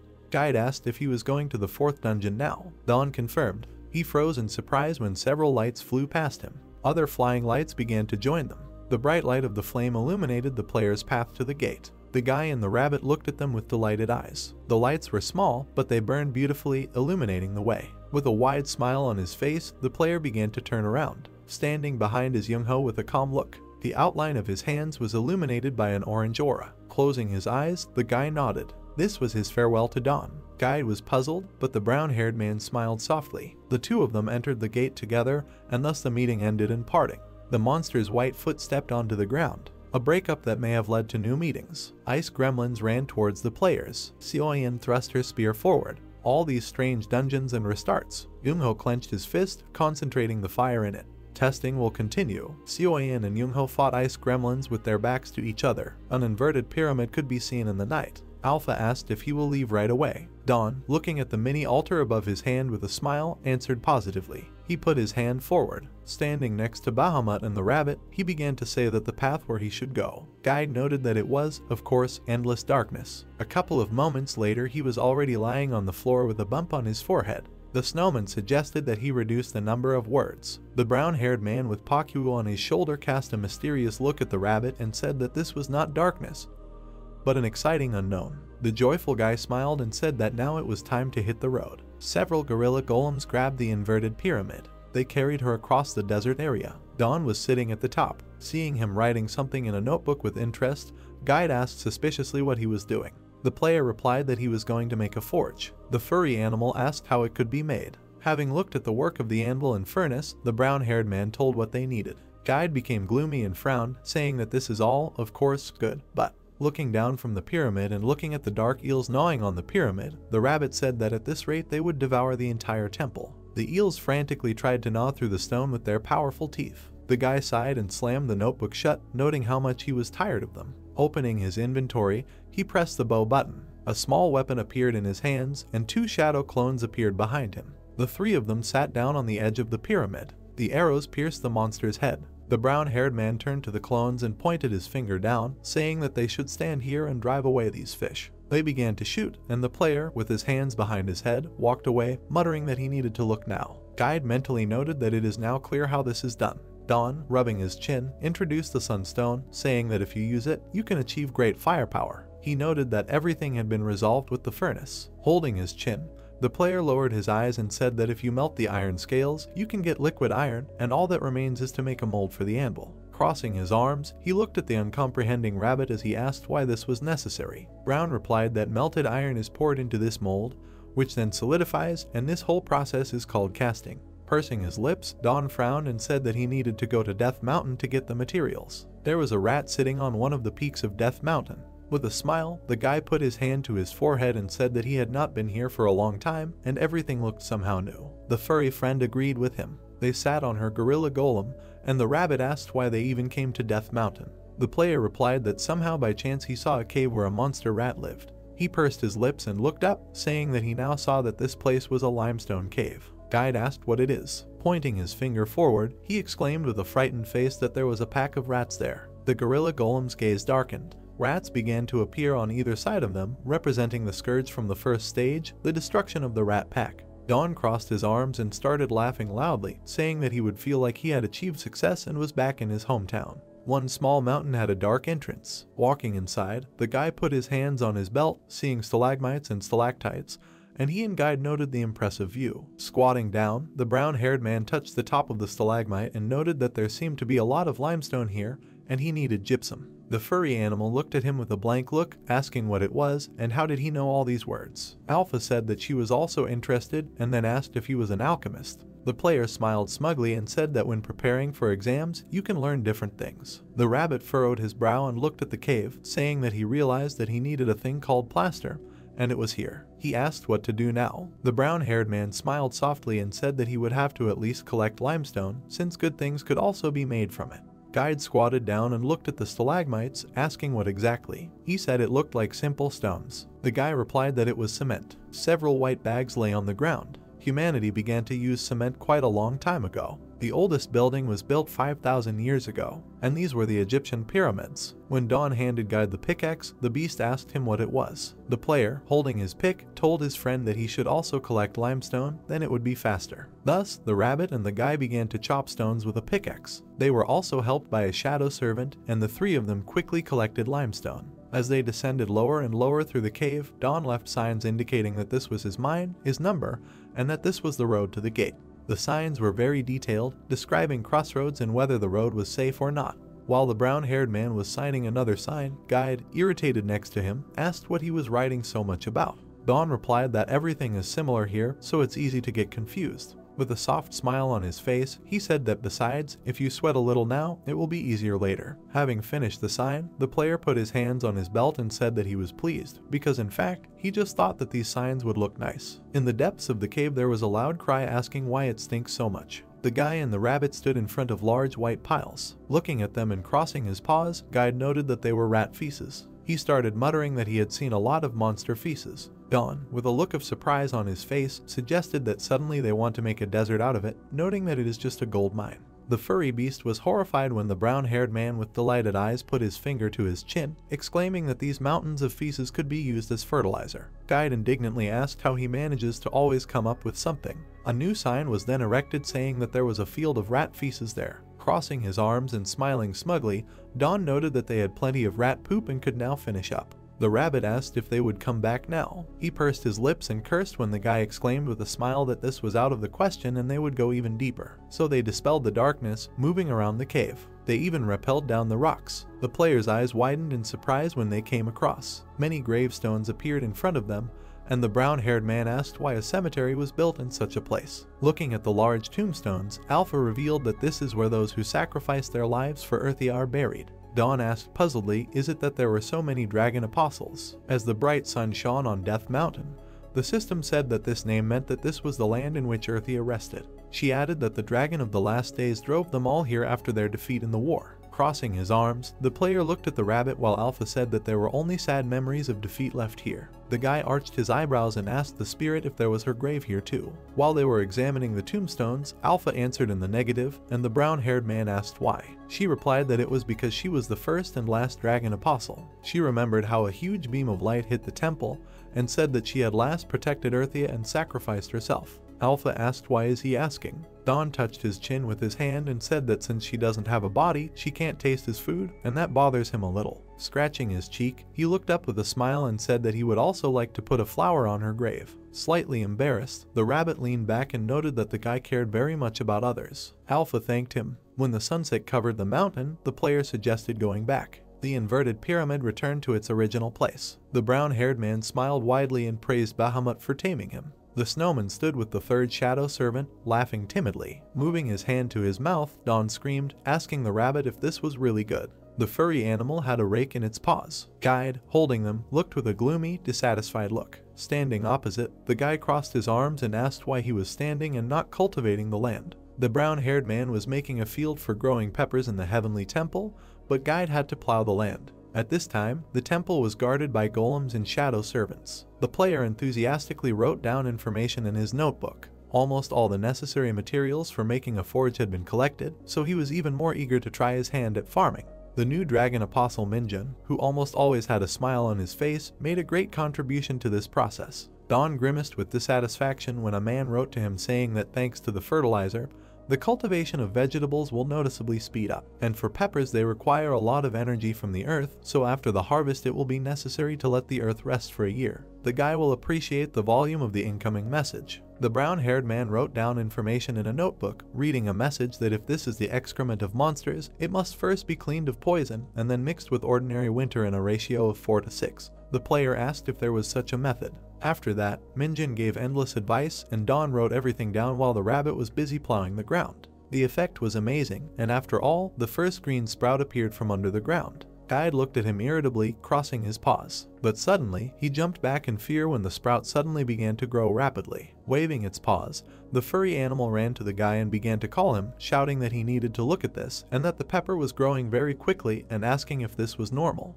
The player, with genuine surprise on his face, loudly asked if he had really grown that much already. He said it was much faster than it was with potatoes. Rubbing his chin, he looked at the rows of green sprouts, asking if this was the effect of a good fertilizer. He said it was similar to guano. The rabbit gave him a blank look and asked what it was. The guy replied that it was fertilizer made from frozen bird droppings, and there was a time when there was even a war because of it.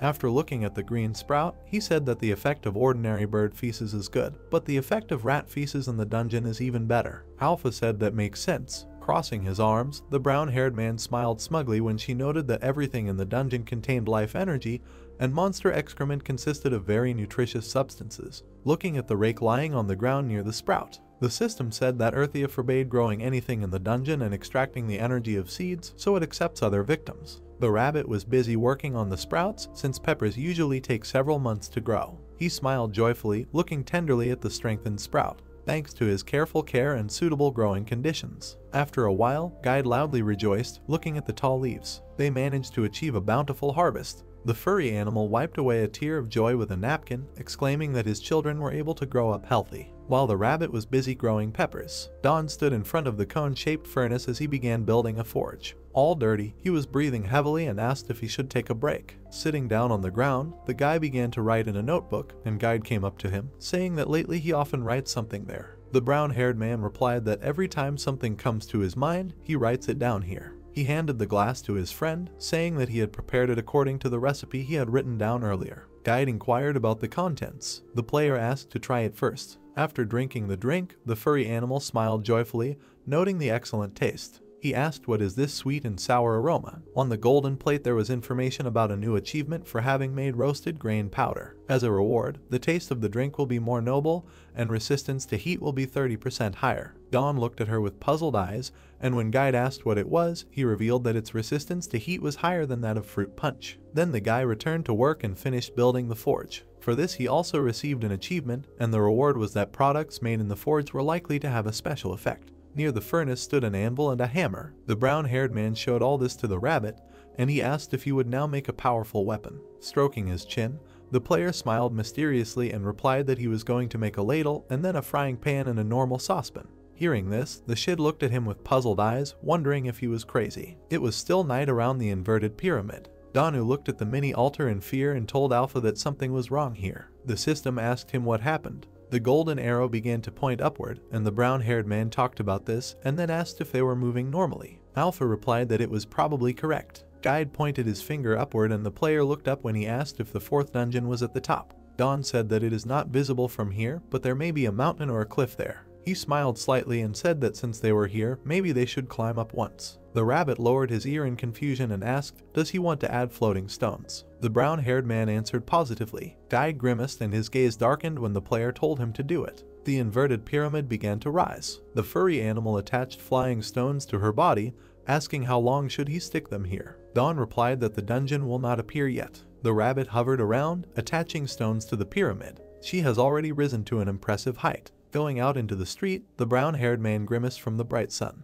He saw the temple floating above the black clouds and said it looked like a black sea. Guide noted with displeasure that there were even real fish there. Looking up in the direction of the altar's arrow, the guy noted that the compass was still pointing upward and then wondered if they should go higher. Alpha replied that it was. Dawn and the rabbit smiled when the player suggested they try. The furry animal said that it was better than wandering in the dark. Soon their eyes widened in surprise. In front of them in the sky they saw huge floating yellow crystals. A huge number of sunstones were located along the IR body. The pyramid flew around 4 such islands, and they looked like the sun. Guide, along with the player, looked at them with a puzzled look and then asked if it turns out that he was not the first to invent a floating stone. The guy replied that apparently this is so. The furry beast waved his hand, indicating the achievement birth of a floating stone. He asked if Dawn remembered his achievement then. He asked suddenly this monster is the world's secret.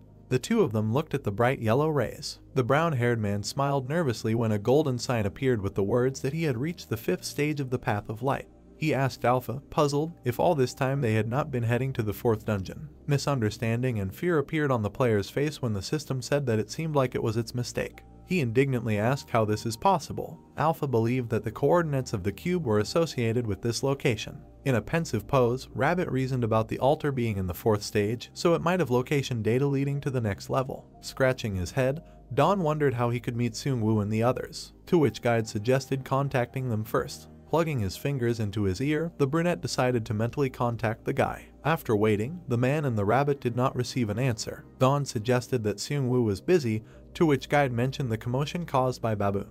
Looking at the dark, dense abyss, the man thought that they needed to go down. The brunette leaned over a little and heard someone's strange cries. Bearing his smile, Don looked at the clouds. Because power is in the sky, he thought. 3 winged creatures similar to eagles fluttered in the sky. They were griffins. One of the birds flew towards the man. The brunette loudly asked for help from Bahamut so that he could cover him. The snowman, spreading his arms, used the power of a snowstorm. The ice whirlwind was able to stop the attacking griffin. The beast screamed, its eyes filled with rage. The 4th stage, the 4th dungeon, lightning flashed in the fossil. There was one last piece of beef jerky left. Rubbing his face from bruises, Seung-woo remembered Don, who would be useful if he were here. A message from the brunette reached him. Having lowered his eyes, the guy said that he was easy to remember. He would like to send him a message in response, but he could not. Seung-woo looked at the last piece of meat, because talking also takes energy from the dragon apostles. Having bitten off the beef, the man began to look for the rest. Seung-woo had just started walking when he heard a strange sound behind him. Turning around, he recognized who was standing behind him. The beast with blue braids and bright eyes introduced himself. His name was Rugal. Clenching his fist, the assistant of the 3rd stage spoke about the destroyed dungeon and the absence of an altar. Seung-woo grabbed his sword and didn't understand how Rugal ended up here. Crouching, the beast asked not to provoke him into shameful fights, because that's not what he was here for. The man in the blue suit was very angry at Rugal's remarks and asked him to repeat himself. Opening his mouth wide, the wolf called the guy impatient, threatening that he would not die for long. Seung-woo's eyes glowed with anger. The 3rd stage assistant quieted down without inciting a fight, saying that he was talking to himself. The guy was surprised and confused by such an act of the beast, to which Rugal explained that if he fights, he will die, and he did not want to die in shame.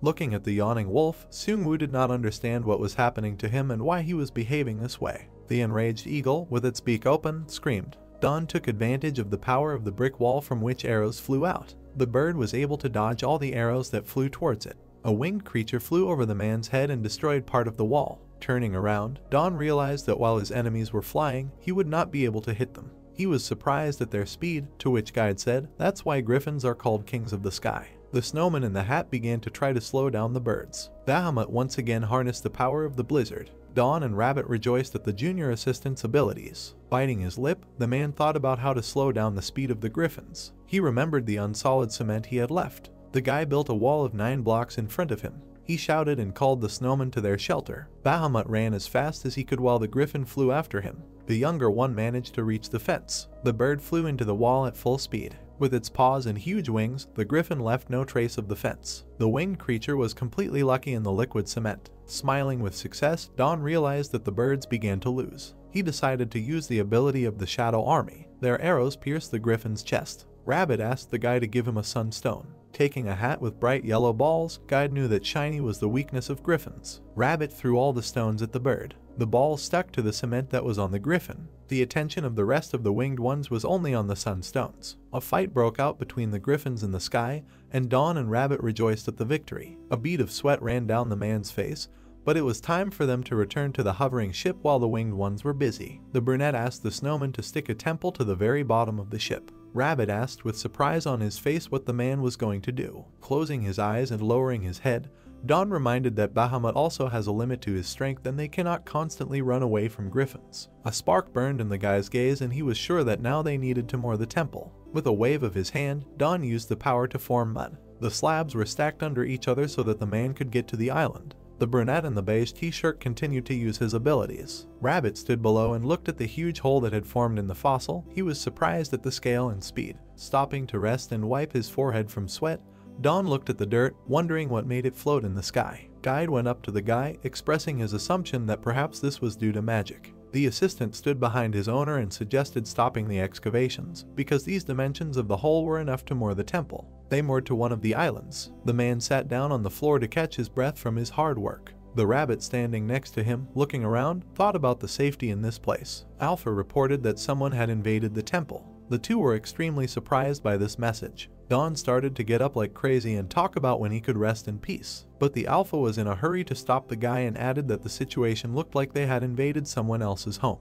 A dark dungeon, bright lightning struck the stones. Raggle growled angrily about the cause of all the problems in which the guy was involved. Seung-woo, with a black eye, didn't understand who he was talking about. The beast was talking about Don, since the man himself had nothing to do with it. Rugal sharpened his sense of smell and smelled the mana. The guy in the blue suit reeked of the mana of the missing assistants, the beast added. Seung-woo took up his sword again and threatened the wolf, to which he scratched his head and asked for forgiveness. Lowering his gaze, the guy thought that Rugal had never been like this before he would tell what was needed and leave. Stretching out his hand with large claws, the wolf asked about Rabbit and whose side he was taking. Rygel idly wondered how such a little sneak could obey someone. The guy, looking at the thoughtful beast, added that this was the work of Dawn. The wolf, frowning and irritated, accused Seung-woo and Rabbit of complicity in the murder of Baboon and Serpa. The guy was already tired of the conversation and continued to repeat that it was all Dawn's hands. He thought that the ability to sense mana was a terrible skill. Sniffing, Rugal felt a familiar smell. He realized the guy opposite him had received the blessing of the Dragon of Life. The man silently continued to listen to the beast,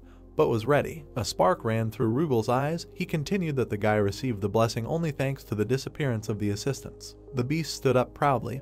A fire flared up around him. He took all the dungeons of the second stage and his rank was raised, so you need to be grateful to him. Seung-woo grabbed his swords. Lightning flashed around him. He thought that the beast knew more than he thought. Could it just attack him first and kill him? Frightened, Rugal stuck out his hands and asked him to calm down his bloodthirstiness, to which he promised not to question the man anymore. The guy grinned, tired of this dialogue. Rugal, closing his eyes and crossing his arms in front of him, asked himself a question.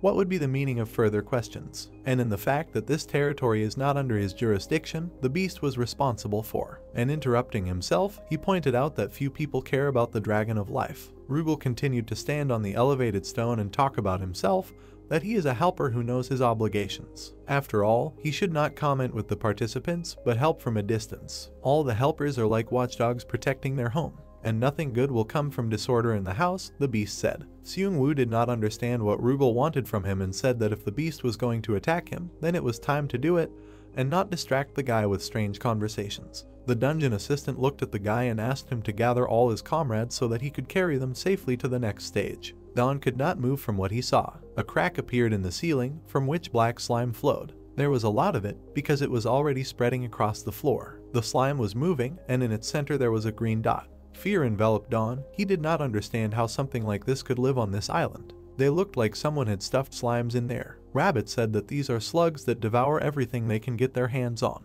The man began to speculate whether these creatures had any weakness. Guide said that their fear is cold and fire, but if there are too many of them, then it is necessary to aim at the green core. Don smiled and said that they would get out of here, to which Rabbit was very surprised. Having gathered all his strength into a fist, the man explained that there was no point in fighting an enemy who could not be eaten after the battle. The guy told me to leave and dig another hole. At this time, the slugs were looking around the entire territory. A garden with herbs came into their field of vision. Slimy creatures rushed to the beds to eat everything they could. Turning around, Don couldn't believe that the slug's target was peppers. Screaming in horror, Rabbit asked the man to stop them. Guide rushed to save the floating stones while Don put on gloves and hurried him. Bahamut rushed into battle with the slugs, who wanted to stop them. The snowman began to freeze a huge flock of slimes that were attacking the garden. Putting on his second glove, Don praised the junior assistant and told him not to let them spread further across the territory. With waves of his hands, the man began to build walls to gather the creatures in one place. Covered in sweat, Don did not take his eyes off his opponent. He looked at the constructed pool into which the slugs were flowing. The man came up with an idea to see if he could make a trap out of the slug pond. Alpha stopped the guy's plans, saying that when the slugs were able to get out of the pool, everything in the temple would be eaten. Turning around, Don gave the snowman a task to point the temple in the other direction.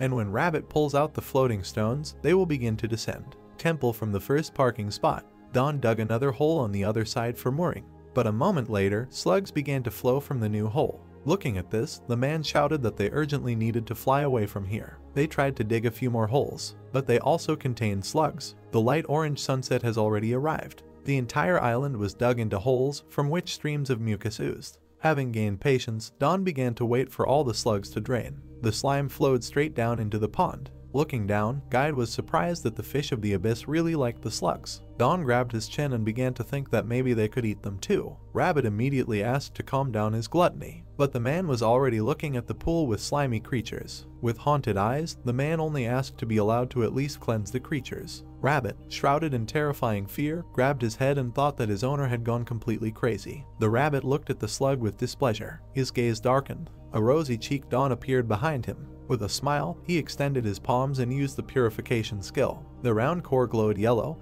but then turned green again, with smoke coming from it.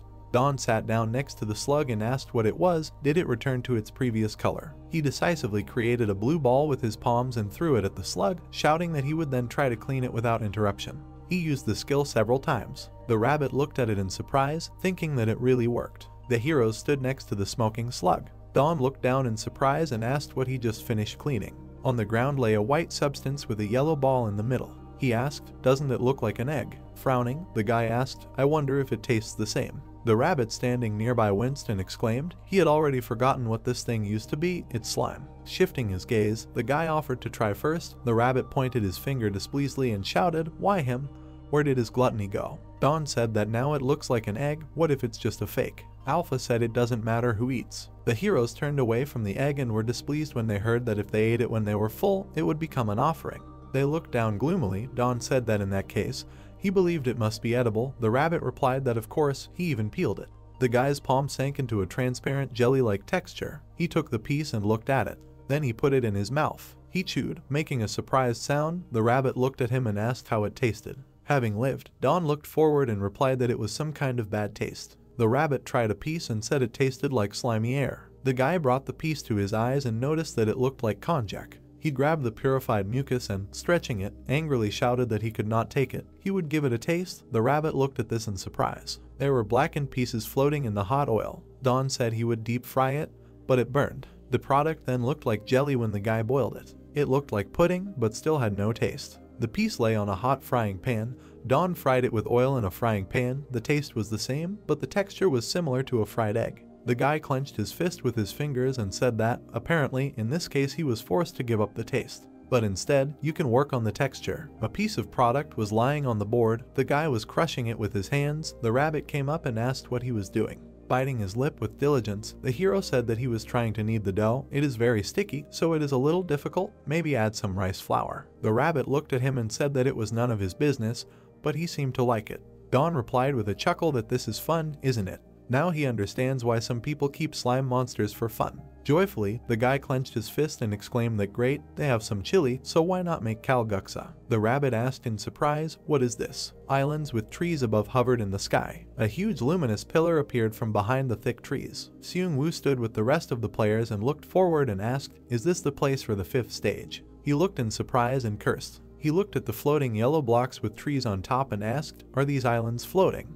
Rugal looked at him and said that's right, they are high in the sky. He sees that the guy is surprised. Now he will explain everything. The wolf with yellow eyes said that starting from the 5th stage, he will rarely meet with the manager, which may sound great to them, but this has its drawbacks. The guy listened attentively, and the players whispered, asking why there is no manager here. A hand in a short glove rose up. Jinsu pointed his finger and asked the wolf, in that case, who will inform them where to go? A wolf with a human body squatted in front of them and said that the observation was correct. Rugal's eyes glowed yellow and he replied that this place was known as the road to the top of the sky. He looked at the floating islands and said that finding a way to this place in the sky would be their first task. Seung-woo looked at him and asked what does this mean? With a smile, the wolf replied that if they did not find the right path within the allotted time, then all the islands would fall. Jinsu and Seung-woo looked at him in shock. Islands hovered above Rugal. He said that every island they see, regardless of its size, is a dungeon. Some can be easily passed, while others will take their lives. The wolf's eye glowed with yellow fire.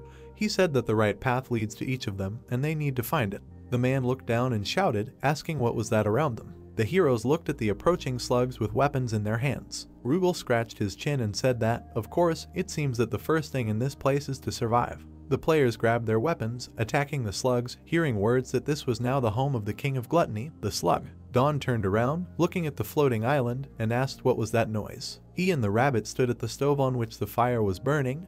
The guy was stirring something in a saucepan. The rabbit leaned towards the dish and said that the meat of the abyssal fish with the fat of the armored clam is also bright red in color. Will this thing really be delicious? The guy pointed his finger at the embarrassed rabbit, who wiped his mouth and said that his saliva said otherwise.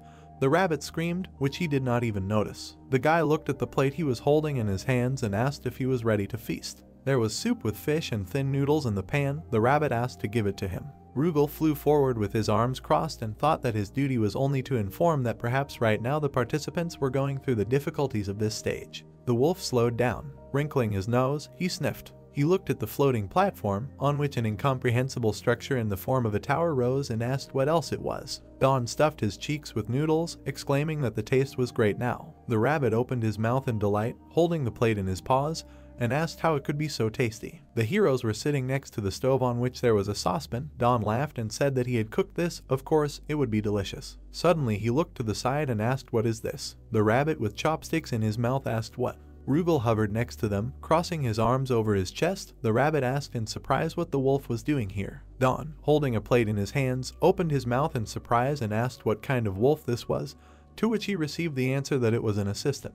Alpha reported that an ill-wisher was heading towards the temple. Don asked in surprise, "Manager." Bahamut appeared nearby and emphatically announced that he had arrived. The guy raised his index finger up. Looking ahead resolutely, he ordered everyone to prepare for battle. He extended his hand and Bahamut appeared in front of him with weapons in his hands, armored golems surrounded by a purple glow. The wolf looked at this in surprise. Stretching his paws forward, he screamed and asked to calm down. He was not going to attack him, no matter who he was. This place was not even in his jurisdiction. The guy looked at him and asked why they should believe him, and thought to himself that he seemed different from Serpa and the baboon.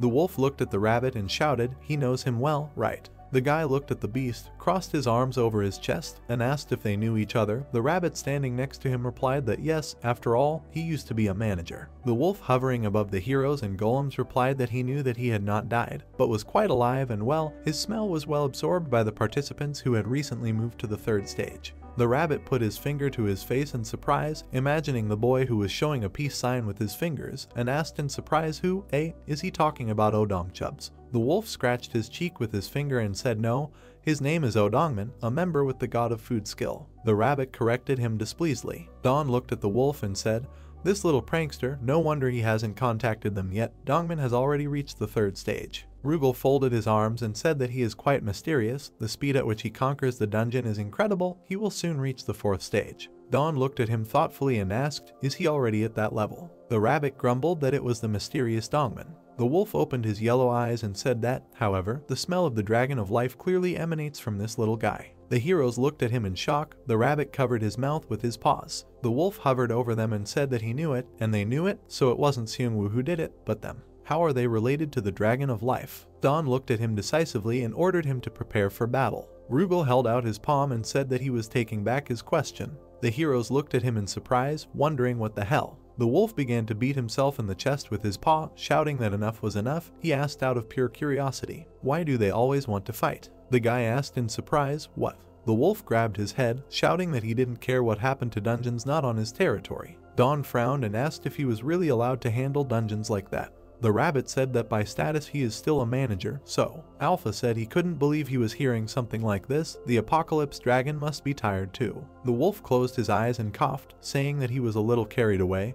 He is not usually like this. Anyway, now they have 5 altars at their disposal, right?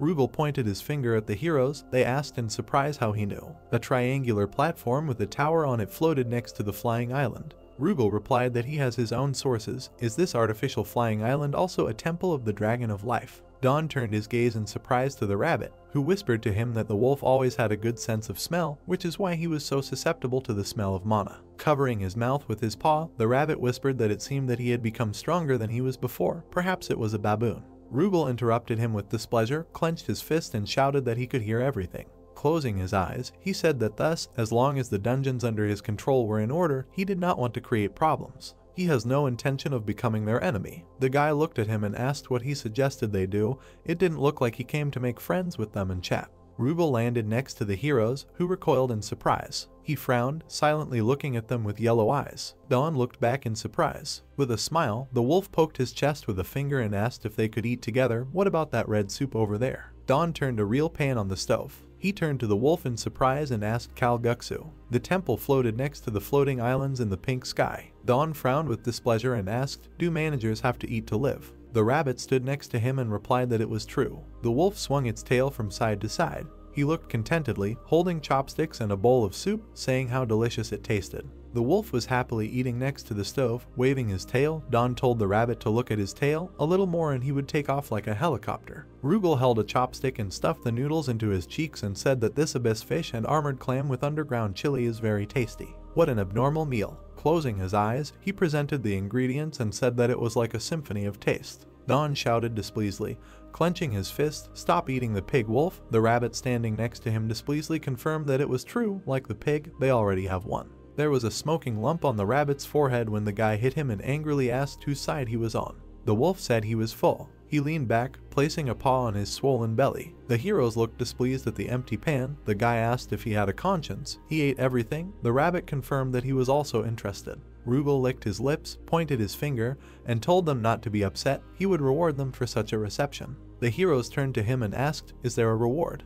Rugal sat on the ground, scratching his nose with his paw, and said that this was more of a proposal. He has already said that he is not interested in anything beyond the third stage. Touching his muzzle with his finger, he said that he hated it, whether it was night shifts or overtime. But this is necessary so that everything that is under its jurisdiction works without problems. Dawn waved his hand and asked, "Isn't he responsible for the third stage? What's the problem?"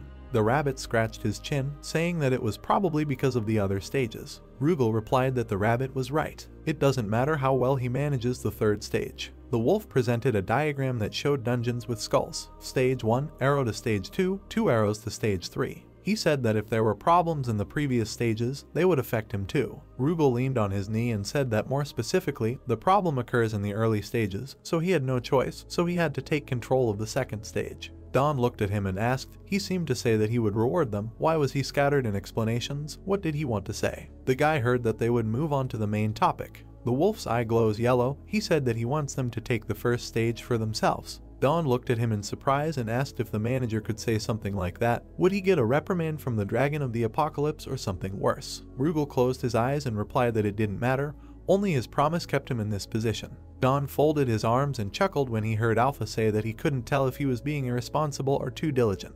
Although he is in doubt now, it would be better for him to accept the offer. The wolf was surprised to hear Alpha's words about whether he could also take control of the fourth stage. Pointing a clawed finger, the wolf replied that he didn't care, but this place was functioning smoothly without a manager, all thanks to magic and Serpa. So rash actions can lead to the collapse of the dungeons. Let them be careful. Dawn looked at the wolf and asked how Serpa achieved this. The wolf presented several gray rectangles, and the fourth rectangle was red and cracked. He said that Serpa's automated system can function until the fourth stage. Now the final dungeon of the fourth stage is the Abyss Sea. The rabbit frowned and asked, automated to that extent? What a genius. How lazy was he? Rugal looked at them and said that in fact, for a top rank, such magic is nothing special. Isn't this place a great example? He introduced a dark lion that had ghostly purple wings and said that Serpa's real talent was not magic, but mimicry. The guy turned around and looked at his shadow copy, saying that this is how. Now it's clear why shadow cats copy what they see. The wolf looked at them with glowing eyes and said that this is his reward. Do they accept his offer? Dawn looked at him seriously and asked what if he doesn't want to. Rugal was surprised and asked what an arrogant person.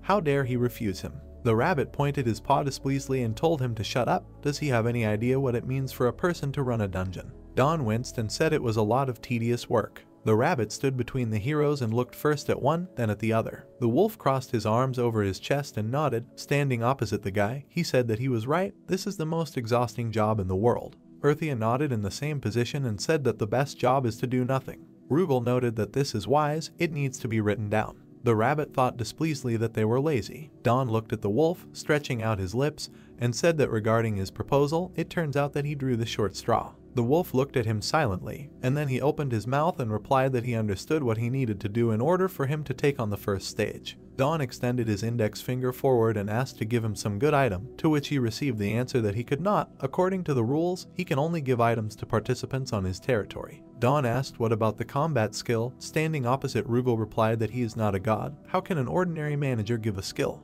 The guy turned gloomy and asked what the hell, he was of no use. The rabbit standing next to him added that he needed to start with the fact that the manager was, in principle, useless. The wolf angrily told the rabbit not to get involved in the conversation. The guy looked down and, putting a finger to his lips, chuckled. Then he stuck out his finger and said, okay, they will try to do this, he will take the first stage. Looking decisively at the wolf, he said that he would think about what he wanted in return in the future. Could he do him a small favor now? The wolf looked at him and asked, what? Let him speak. Don put his hands on his hips and asked if member Seung-woo is currently on the floating islands, to which he received the answer that this is so. He personally brought him here. The wolf heard the question if he could transport them to him and, looking at him, answered that he could only transport participants, so no. Don closed his eyes saying that then. He put his hand on the head of the surprised rabbit and ordered him to take this mediocrity and fly there. Looking at the wolf, Don asked if someone of his level could protect the rabbit from the eagles, right? The wolf smiled smugly and said to stop saying the obvious, of course. The guy gave the rabbit a small glowing blue cube and said that he should give it to Seung-woo. The beast replied that he understood. The wolf turned away. The guy asked the rabbit how he thought Rugal would not betray him, to which he received the answer that there was no need to worry about it. The rabbit sat on the wolf's back and said that they used to communicate well. Rugal darkly told him to stop acting like they were friends. A wolf with a rabbit on its back jumped up to the clouds. The guy looked at it and thought, will it still be okay? Flying islands hovered in the pink sky. Seung-woo held a weapon in his hands and turned towards the eagle, which glowed from a discharge of electricity. He looked to the side, asking, the eagles are right after the slugs, there are only mountains beyond the mountains. The guy looked up in surprise, where a laughing rabbit appeared, saying that he seemed to have everything under control. Seung-woo asked how he ended up here. The rabbit released the glowing blue cube from his paw, giving it to the guy, and said that it doesn't matter, here, let him take this mini altar. The floating rabbit waved his paw, shouting to the surprised guy that great, the job is done, and said goodbye. Seung-woo asked in amazement, what was that? The next day, white clouds floated in the blue sky. Don was lying in the warm water, his head thrown back on the side. The rabbit looked at him, resting his head on his paw, and asked if he was still tired of these baths, to which he received the answer that, of course not, they relieve tension perfectly. The beast asked in surprise, is he stressed now? The guy replied that now he had a new stupid responsibility. The rabbit standing behind asked the management of the first stage. The guy winced and said that yes, the problem is that he has no reliable way to get back there. The rabbit stood behind the bathtub and said that the guy could use the gate, so there was no need to worry about it. Alpha said that he would repeat it again. Until they have fixed coordinates, it is impossible to open the gate. Don told Alpha to shut up, his ears were already hurting. The guy turned around and looked back. The rabbit crossed his paws and said that means they have no choice but to return the way they got here. Bahamut standing nearby raised his hands up, telling the owner that he would lead them through, even if it cost him his life, he is ready. The rabbit turned displeasedly at the snowman and said that he was already dead, to which he received the answer that this was just a turn of phrase. Don was amazed to hear Alpha's words that this does not mean that they cannot do anything in this situation. The guy opened his eyes, asking, really? Alpha said that it is necessary to upgrade the skill of opening gates to the second level. Don threw back his head, saying that in other words, offerings, that's what he meant. The spirit said that's right. Stretching his lips, the guy looked to the side and asked if what they had collected was not enough. He had already taken possession of so many altars. Don introduced the baboon and Serpa and said that every time they lost a lot of energy in the battle with the managers.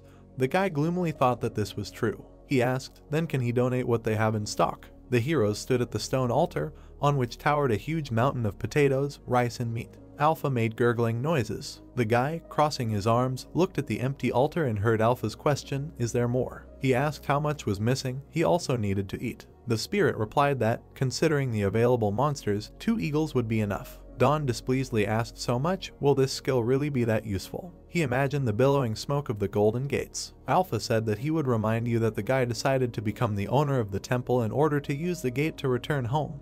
Did he forget? Don put his hands behind his head and said that he remembered. He had not forgotten his main goal. The guy looked to the side and said that there was no choice. He could ask the dragon apostles for help. Seung-woo put his fingers to his ear and asked, Don wants him to eat 2 whole eagles. It will be difficult even for him. The long-haired man turned to Jinsu, who pointed with his hand and said that there was another one on the way. The guy thought it was just in time. Don heard the guy's apologies and the words that he was a little busy. The embarrassed hero stood with his fingers to his ear and said that this, after all, was impossible. The rabbit closed his eyes and, touching his chin with his fingers, said that he should have asked another person. Don made a questioning sound. The rabbit pointed with his paw and, frowning, asked, did he forget about the master in this matter? Fog began to emanate from the creature's hooves. A monster approached the brunette. The creature had sharp fangs. The guy punched his opponent in the face. The guys who saw this widened their eyes. One of them wondered if he was definitely a high school student. The smiling boy touched his face with his hand. He turned to his brother and said that everything was fine with him. A drop of sweat began to flow down the main character's cheek. His partner informed him that he, who needed offerings, could rely on him.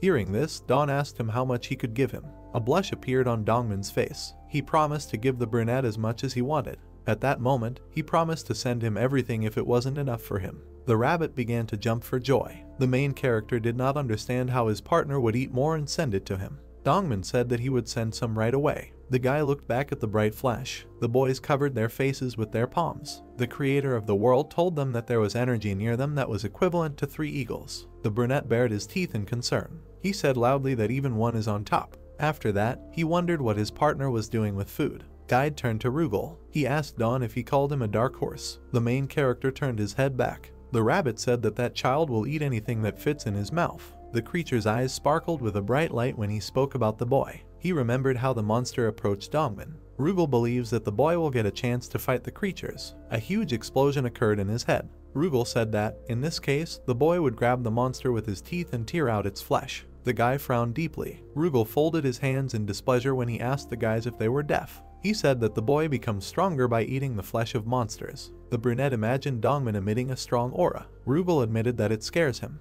Don felt uneasy when he remembered the image of a cute and small boy. He realized that he was no longer there. The main character believes that the dungeon is to blame for everything. A system window appeared about increasing the gate installation skill to level 2. Standing in front of the screen, the brunette raised his finger. He asked someone about the twisted gate. At this moment, the creator of the world said that they are a passage that can only be opened at the top of the altar. Hearing this, the guy asked him about its difference from ordinary gates. Don stared at the iron object. The spirit said that each altar at their disposal has a given coordinate, after which he reported that they could now contact temples and altars while on the move. The main character imagined 2 men standing near the altar. The creator of the world informed him that the altar was originally intended for the dragon apostles to exchange offerings between temples. The guy grabbed his chin. He clarified whether this is similar to delivery. The brunette raised his head when he asked whether people could pass through these gates. The spirit told him that, with his permission, they can move as much as they want within the first dungeon,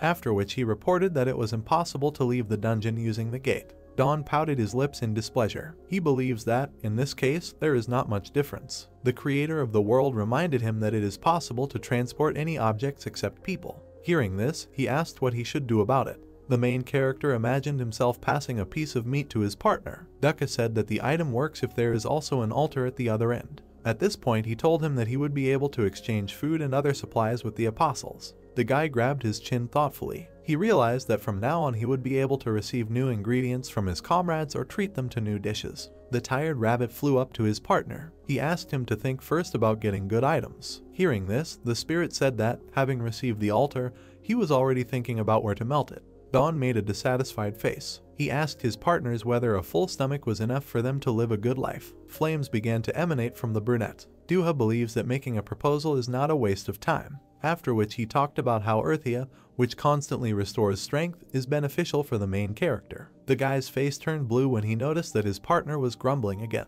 The brunette lowered his head and closed his eyes. The creator of the world invited him to visit the temple because the twisted gates had already opened. At this moment, Don asked him why they were heading there. The spirit admitted that he wanted to show him something. Standing on a mountain, the great temple was illuminated by sunlight. The main character, surprised, opened his mouth wide. Strong energy emanated from the bone. The guy stood in front of a skeleton covered in aura. The spirit asked them to bow before this greatness. Don raised his head up. The creator of the world announced the beginning of the revival of Earthia. At this point, the brunette compared him to a neon sign. The rabbit began to wipe his tears with his paw and introduced himself as the manager of the temple. The spirit asked him about why he burst into tears, because this was the first time he saw her. Hearing this, Guide admitted that he had been caught. Bahamut opened his mouth in surprise. He bowed before the statue and introduced himself as a humble servant. The snowman in the wicker hat said that he gave him his loyalty and pride from the bottom of his heart. At this moment the rabbit thought that he was exaggerating his devotion. Strong energy began to flow from the skeleton. The main character believes that the revival will continue as donations come in. His cheeks turned pink. He realized that it was cooler than he had imagined. The brunette looked back at the chipmunk with displeasure. She asked him if he had already seen this, because he had been in the temple for a long time. The skeleton's jaw was enveloped in intense energy. The guy asked someone if he would later have muscles, skin, and even organs. Hearing this, the creator of the world said that everything that had rotted would be restored to him. The rabbit stretched his paw forward and asked him if it looked like the survivors had fully recovered. The spirit reported that this is essentially one and the same, because both of these abilities belong to dragons. Don lowered his head. A wide smile appeared on his face. He promised someone to start collecting donations seriously from now on. The guy looked up intently. He admitted that he wants to complete this process. The temple was illuminated by sunlight. The world creator believes that the main character's speech is disrespectful, after which he said that it is not so important as long as he is motivated.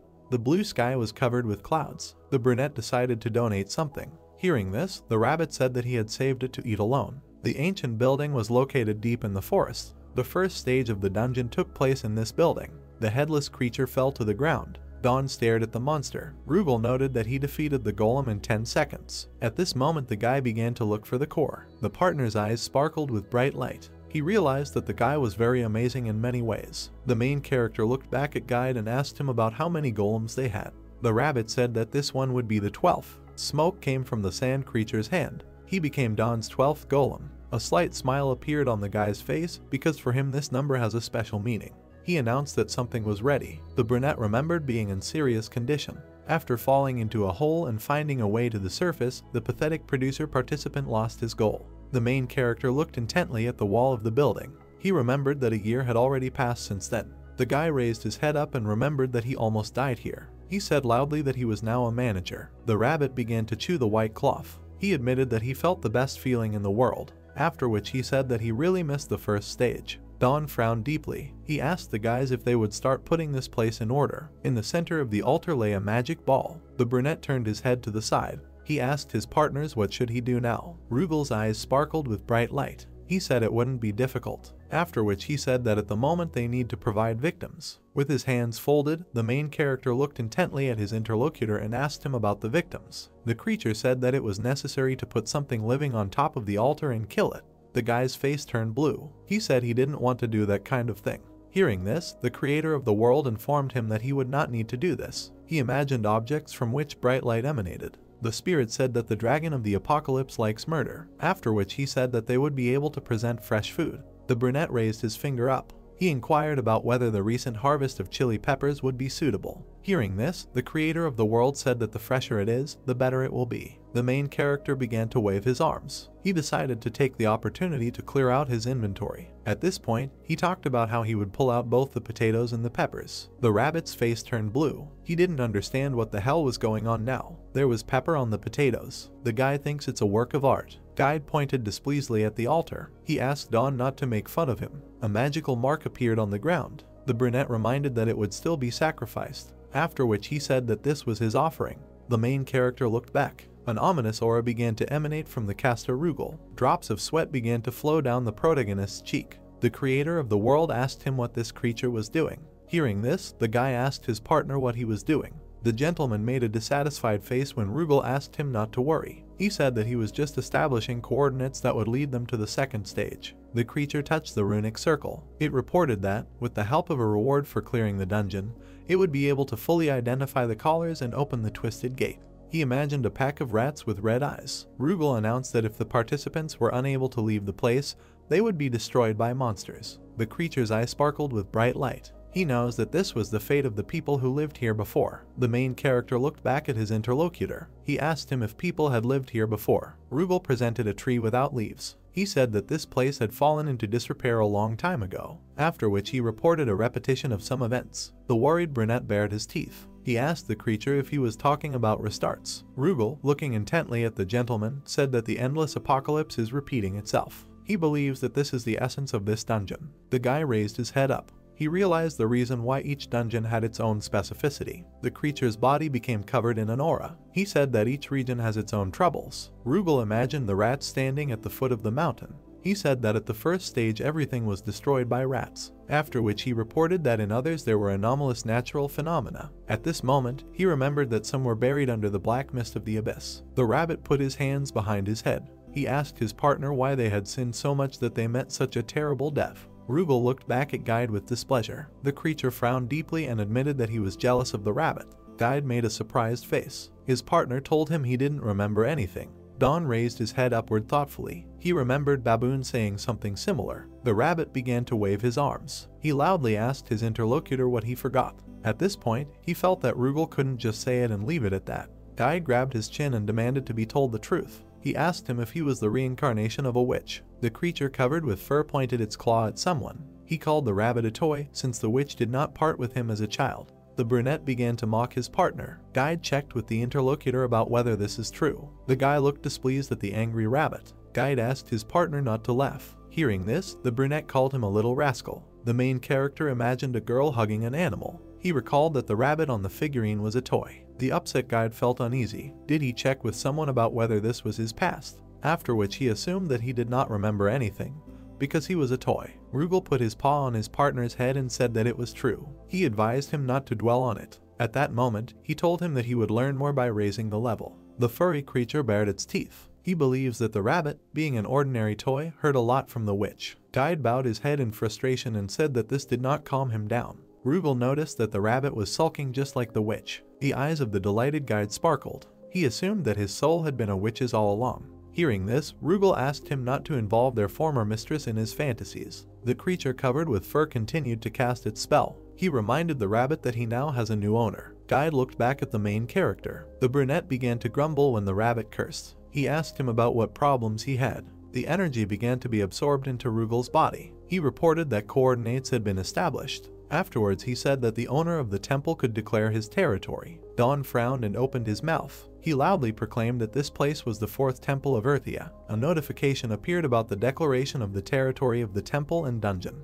The rabbit pointed forward. He noticed that the dungeon was named after him. At that moment, he asked the creator of the world if he was laughing at him. A system has emerged that allows free disposal of dungeon traps. Concerned, Guide spread his arms to the sides. The spirit said that he chose this name because he believes that the rabbit will take great care of the first stage. Guide grabbed his chin contentedly. The main character agreed with the creator's opinion because this was the rabbit's place of work. At this point, Guide agreed to the proposal. An ominous aura began to emanate from him. He spoke of the return of a king who had experienced many ups and downs, after which he thought that soon everyone would not only begin to bow before him, but also tremble with fear. Don hit his partner with all his might. The rabbit began to rub the back of his head and admitted that he was in pain. He said that he would have to put more pressure on the participants so that they would not die a senseless death. The brunette pointed his finger down. He reminded the rabbit that the place he controlled also belonged to him. At that moment, he admitted that he wanted no one to die on this earth. Guide scratched the back of his head with his hand and called the owner's speech meaningless. He said that people can die due to illness or age, after which he said that he did not see the difference if they were eaten by a monster or if they fell into a trap.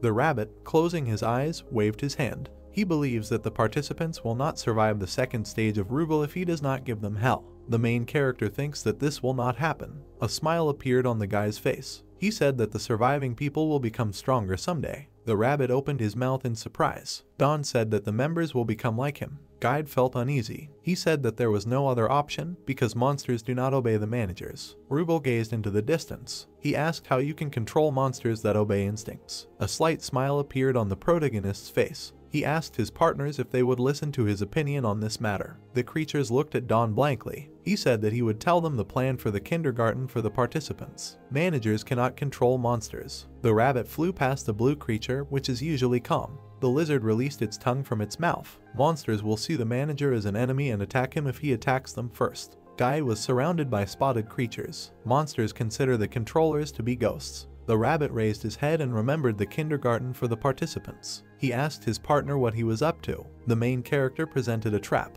He reminded us that monsters are a problem, after which he asked someone if he had forgotten about the plants. The creator of the world realized that Don had decided to use his trap setting skill. The brunette, opening his mouth, began to gesticulate. He said that traps would be planted in order to reduce the level of difficulty for participants. Guide swung his hand hard. He asked the spirit if they would use up all the resources by planting plants. The creator of the world admitted that he is not against setting traps. He asked the guy where he would get the energy to reboot them. The brunette grabbed his chin. Did he ask the spirit to remind him of what he could offer as a sacrifice? The creator of the world presented a piece of meat. He said that fresh food was best since it was followed by bloodless monster meat. The guy looked to the side and asked him why such troubles were needed. The spirit reported that when blood is released, the meat remains disgusting, becoming a little cleaner. Hearing this, Dawn suggested that it would be better to organize the butchering of the monsters' bodies. The main character bowed his head. The creator of the world asked him if he had come up with a way to solve the energy problem. At that moment, the brunette announced that they would receive it by increasing the level of the participants. A smile appeared on the guy's face. He believes that now the production side will have more work than the fighters. The partners looked at the satisfied brunette with confusion. The forest is illuminated by sunlight. The main character touched his chin with his hand. He decided to start something. Dawn started pushing the plants. He talked loudly about setting traps. A strong aura emanated from the creature. Dawn talked about how he wants to make sure that if participants swallow, they won't produce stomach acid. The rabbit realized that the flowers were becoming safer. The brunette clenched his hand tightly into a fist. He decided to continue in the same spirit. At that moment he said that they were on the right track. Rugal thoughtfully grabbed his chin and asked the gentleman about this feeling. Did the guy ask him why he was still here? Hearing this, the creature admitted that he was curious to see the dungeon setup. Everything did not go according to the main character's plan. Closing his eyes, the brunette began to hum. The planted plants did not attack the managers. The main character turned his head to the side in concern. The monsters either ignored or avoided Dawn and his subordinates. The deciduous forest was illuminated by the sun. The implementation of the protagonist's plan was easy. He realized that this caused misunderstanding on the part of the participants. The girl, surprised, opened her mouth. A brunette stood in the depths of the forest. She assumed it was safe where he was standing. The guy felt uneasy when his partner suggested watching. The tired gentleman wiped his forehead with his hand. He made a surprised face. Drops of sweat began to flow from the brunette's face. He loudly demanded that the guys not come near him. The main character began to wave his arms. Seeing him, the girl assumed that he was asking to come to him quickly. A participant in sneakers walked onto the path. The guy realized that ordinary players had approached. Monsters surrounded the guys from all sides. All the monsters in the area that were hiding from Dawn began to indiscriminately attack the participants. Black blood scattered everywhere. A drop of sweat began to flow down the brunette's cheek. He recalled that he asked the guys not to approach him. The main character opened his mouth wide when he remembered that he and his subordinates had set traps. He demanded that the participants stop coming to him. The players quickly entered the path when someone loudly shouted about the absence of monsters. The guy knows that every time there was a misunderstanding among the participants, creatures attacked the guys from all sides. The main character understands that the danger of the first stage has skyrocketed. The worried brunette tried to cover his mouth with his palm. Guide asked him if he was going to save them. Dawn put his fist to his mouth. He asked his partner why a lot of people had gathered here. Hearing this, the rabbit assumed that the participants were automatically transported here when the manager disappeared. The sky was covered with clouds. Someone said loudly that it was all Baboon's fault. The eyes of the creature in the wicker hat sparkled as he summoned a blizzard. Bahamut jumped high into the air. The monsters began to become covered in ice. The boys began to shiver from the cold. Seeing this, the snowman apologized to them. The rabbit stared at Bahamut. He believes that such a temporary solution to the problem will not help the participants. After which he remembered that his partner's strength did not last forever. The creator of the world reminded us that we need to save as many people as possible. A bloody body lay on the ground. The spirit said that dead people will only benefit the dragon of the apocalypse. Guide hit a fictitious board with a stick. The creator of the world believes that it is necessary to save at least one more person, and then provide them as an offering. At this point, the rabbit said that they needed to come up with something long-lasting instead of temporary measures. A red arrow appeared in someone's head. The main character thoughtfully grabbed his chin. He raised his head up and suggested putting up road signs. Guide asked him about them. Strong energy began to emanate from the iron object. The brunette decided to show workarounds to participants who could not hear him. After which he said that people would follow the beaten path. Dawn was working hard on something. He said that first you need to gather all the remaining players in the first place. The green-haired participant was trying to see something. A huge arrow hovered in the air. The girl raised her head up and assumed that the arrow showed where to go. Her partner asked her if this was a trap. The heroine pointed her finger back and said that this whole place is a big trap. She suggested that the guys go somewhere. An arrow hovered above the ground. In the merciless dungeon, the sight of this familiar symbol gave people confidence. The players ran along the path. The girl looked back at the blonde guy, because the survivors were gradually gathering together. A monster approached the guys. The faces of the participants were bruised. The main character knows that they began to fight together. The participants simultaneously attacked the creature. Dawn realized that the number of deaths in the battle against monsters had decreased. Someone stepped on a well-trodden path.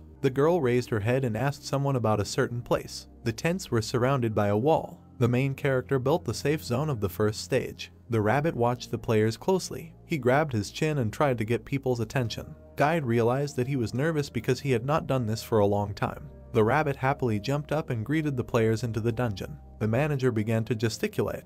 Thanks to his experience, the briefing on the rules of the dungeon and the final goal took 10 minutes. The heroine looked at someone in disbelief. She assumed that they would get home by clearing the dungeon, after which she asked what they need to do right now. The guide showed 3 fingers and informed the participants that they would be divided into groups. He imagined a bow and arrows lying on the ground. The rabbit said that the first group will be hunters, the second group will be butchers, and the third group will be farmers. Guide looked at the participants ominously. He informed them that from now on they would be moving between these 3 groups, after which he said that they would be reborn as dungeon experts. Someone started talking about hunting and cutting meat. A drop of sweat began to flow from the guy's face. He inquired about farming. Pakyu's eyes sparkled as he looked at the bones. The main character said that the participants must learn skills in order to be fed and alive, after which he said that he would first explain how they could use the monster bones. The girl grabbed her hand. She doesn't understand who is standing in front of them. The brunette pointed a finger at his servant. He asked the butchers to follow the shadow chief. The guy holding the chipmunk extended his hand.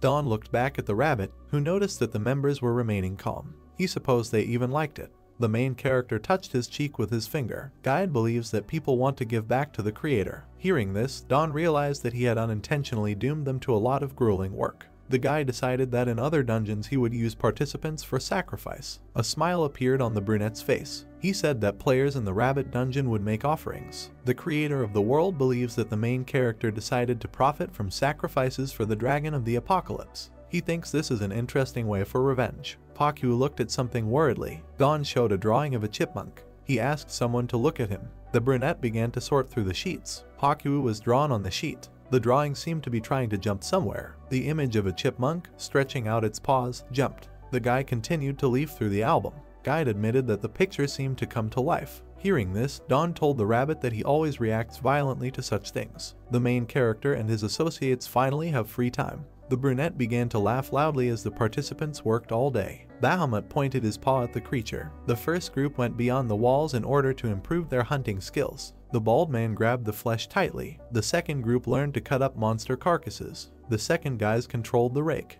The third group learned to cultivate and fertilize the land for crops. The brunette was poring over some document. The shadows of the main character showed the participants everything by example. Precise instructions were then printed and given to the group leaders. The guy covered his mouth with his hand. Dawn now has a lot of free time thanks to a well-coordinated system. He looked like an old man hanging around the neighborhood and grumbling about everything. The main character looked intently at the tired participant. He praised him and suggested that he try another way. However, a little later, the rabbit even surpassed him in this. Guide began to taunt the man. He called him names and said that he was doing everything wrong. Participants believed that Dawn seemed to have wings on her back. Managers inadvertently adopted a carrot and stick approach that facilitated harmonious learning. Drops of sweat dripped from the players' faces. The man decided that they needed to work harder while a kind person was helping them. At this moment, the main character realized that his popularity had skyrocketed. A rainbow appeared over the forest. Someone noticed that the potatoes had already sprouted. The guys standing opposite the brunette felt awkward. He praised them for their excellent work. The plant began to glow with bright light. Dawn said he would immediately set a trap for safety reasons. The brunette grabbed his chin and noted that the guys had already learned the most basic things. He asked them to speed up the process as the offering needed to be made soon. In the inventory, a window with monster rat droppings lit up. The main character quickly fertilized the soil. The guys looked at him in disbelief. They believed that he was the god of agriculture. The brunette approached the participants. He told them that the seed would germinate much faster when using fertilizer, after which he said that they would use it only this time because it was rare. The guys rushed to the garden bed. They thanked the gentleman. Dawn began to write something down in a notepad. He knows that the growth rate will be doubled by using the unrefined blood of monsters and their bones together. At this point, he suggested that the result would be better with purified blood. He looked back at Rugal. The creature asked him what he was writing, after which he said that he came after finishing his shift. A drop of sweat began to flow down the guy's cheek. He didn't expect that he himself wrote something like this. On an old sheet it was written that you should not eat potatoes. The main character frowned deeply when he realized that this was not his handwriting. Guide raised his paw and said that these were runes. Hearing this, Dawn asked him about them. The creator of the world talked about how runes are a writing system used by magicians. He said that it was called the witch's letter. The rabbit raised his paw up. The brunette asked him how he could learn to read this. At this point, Guide explained that an underground auto-translation was needed so that the participants could communicate. The rabbit scratched his cheek and realized that even this was a big problem. He believes that a magician would not use runic writing to write such a thing. The creator of the world introduced the runic circle. He talked about how a magician can learn new types of magic by awakening runic writing within himself. After which he said that using combinations of different words, magic circles are created. Hearing this, the main character asked him if he was able to learn magic with the help of this. The spirit advised him not to hope so, because imitation would not work. He believes that only after understanding the true meaning of runes and their application can the world be changed. The brunette bared his teeth in displeasure when he realized that it was too difficult. Guide told him that he wouldn't be able to use it at first. The guy looked back. Rugal said that there are people who can use runes without having any mana. The creature's eyes flashed yellow. He said that witches can use runes without mana as much as they want. Dawn raised his head when he suggested that the text about potatoes was written by a witch. The creature pointed to the notepad. Rugal asked him where he got the magic book. Hearing this, the brunette said that he found her on the 4th stage, where Bahamut was. Rugal began to twirl his finger. He said that usually magic books are made from paper that causes magic circles. At this moment, taking into account the manifestations of the runes on the paper, he said that this was just a coincidence. The main character looked at his interlocutor with confusion. He wondered what his partner was trying to tell him. The creature bared its teeth and said that it is not every day that you can see a magic circle. He said that the circle appears when using a certain type of magic. The brunette opened his mouth in surprise. He realized that the potato notes were created using magic. Rugal, looking intently at the guy, suggested that he take the magic book and repeat what he did before. The main character tried to remember what he was doing then. A drop of sweat began to flow down the brunette's cheek. He remembered that he was cultivating potatoes. Dawn took a cutting from the plant. The book sparkled with bright light. Hieroglyphs appeared on the white sheets. The guy said he saw the same text. Rugal pointed his claw at a potato sprout. He informed him that the source was potatoes. At this moment the gentleman assumed that he was magical. The potatoes were covered with green leaves. The creature believes that the most important thing is inside the underground vegetable. After which he said that there was a will in him that wrote the runes in the book. Overjoyed, the rabbit showed its paw not to itself. He admitted that he also wanted to try and asked to give it to him. Guide felt uneasy when he realized that nothing was happening. The main character took the magic book in his hands and assumed that only he could do this. The rabbit asked menacingly why, again, only he succeeds. Hearing this, the guy admitted that he didn't know the reason. The brunette picked up the droppings of a monster rat. Guide doesn't understand why potatoes need to know how nice and round they are. At this point Dawn wondered if this would work with other things. A poem about rats appeared in a magic book. The guy didn't expect it to appear right away. The main character's inventory contained an abyssal fish bone. An entry about a fish appeared in a magic book. The brunette looked thoughtfully at the notebook. Guide asked him what this means. The main character raised his eyebrows in surprise. He asked the rabbit if he thought this was strange. There were hieroglyphs on a piece of paper. The guy suggested that the person who wrote the text did not know about the fish of the abyss. At that moment he noticed that she was describing something similar to this creature. A drop of sweat ran down Guide's cheek. Dawn was reading the glowing book. He realized that it was as if they were now looking at the backstory of the appearance of monsters. Roller crossed his arms over his chest, frowned with displeasure and asked if this was too much. The guy looked carefully at the open book, ran his finger along the page and read aloud about dungeon potatoes, monster rats and abyssal fish, after which he added that judging by the records, they used to be ordinary living beings. If you read more carefully, you can find a mention of any from existing monsters. A bead of sweat ran down his cheek. The young man with a calm expression said that it was likely that the dungeon was not the creation of the apocalypse dragon, and there was a chance that they would find out how to get out of there if they managed to find the witch. The guy looked into the wolf's eyes and asked where she was, after which he instructed him to find her. Rugal replied that it was useless because the witches had disappeared for a very long time. He imagined blazing flames, burning trees, and added that, more precisely, everything in this world had met its end. The young man looked at him sternly, asking if he knew something. The wolf looked down guiltily, apologized and said that he had lost his memory, like all the managers, although not as much as the rabbit.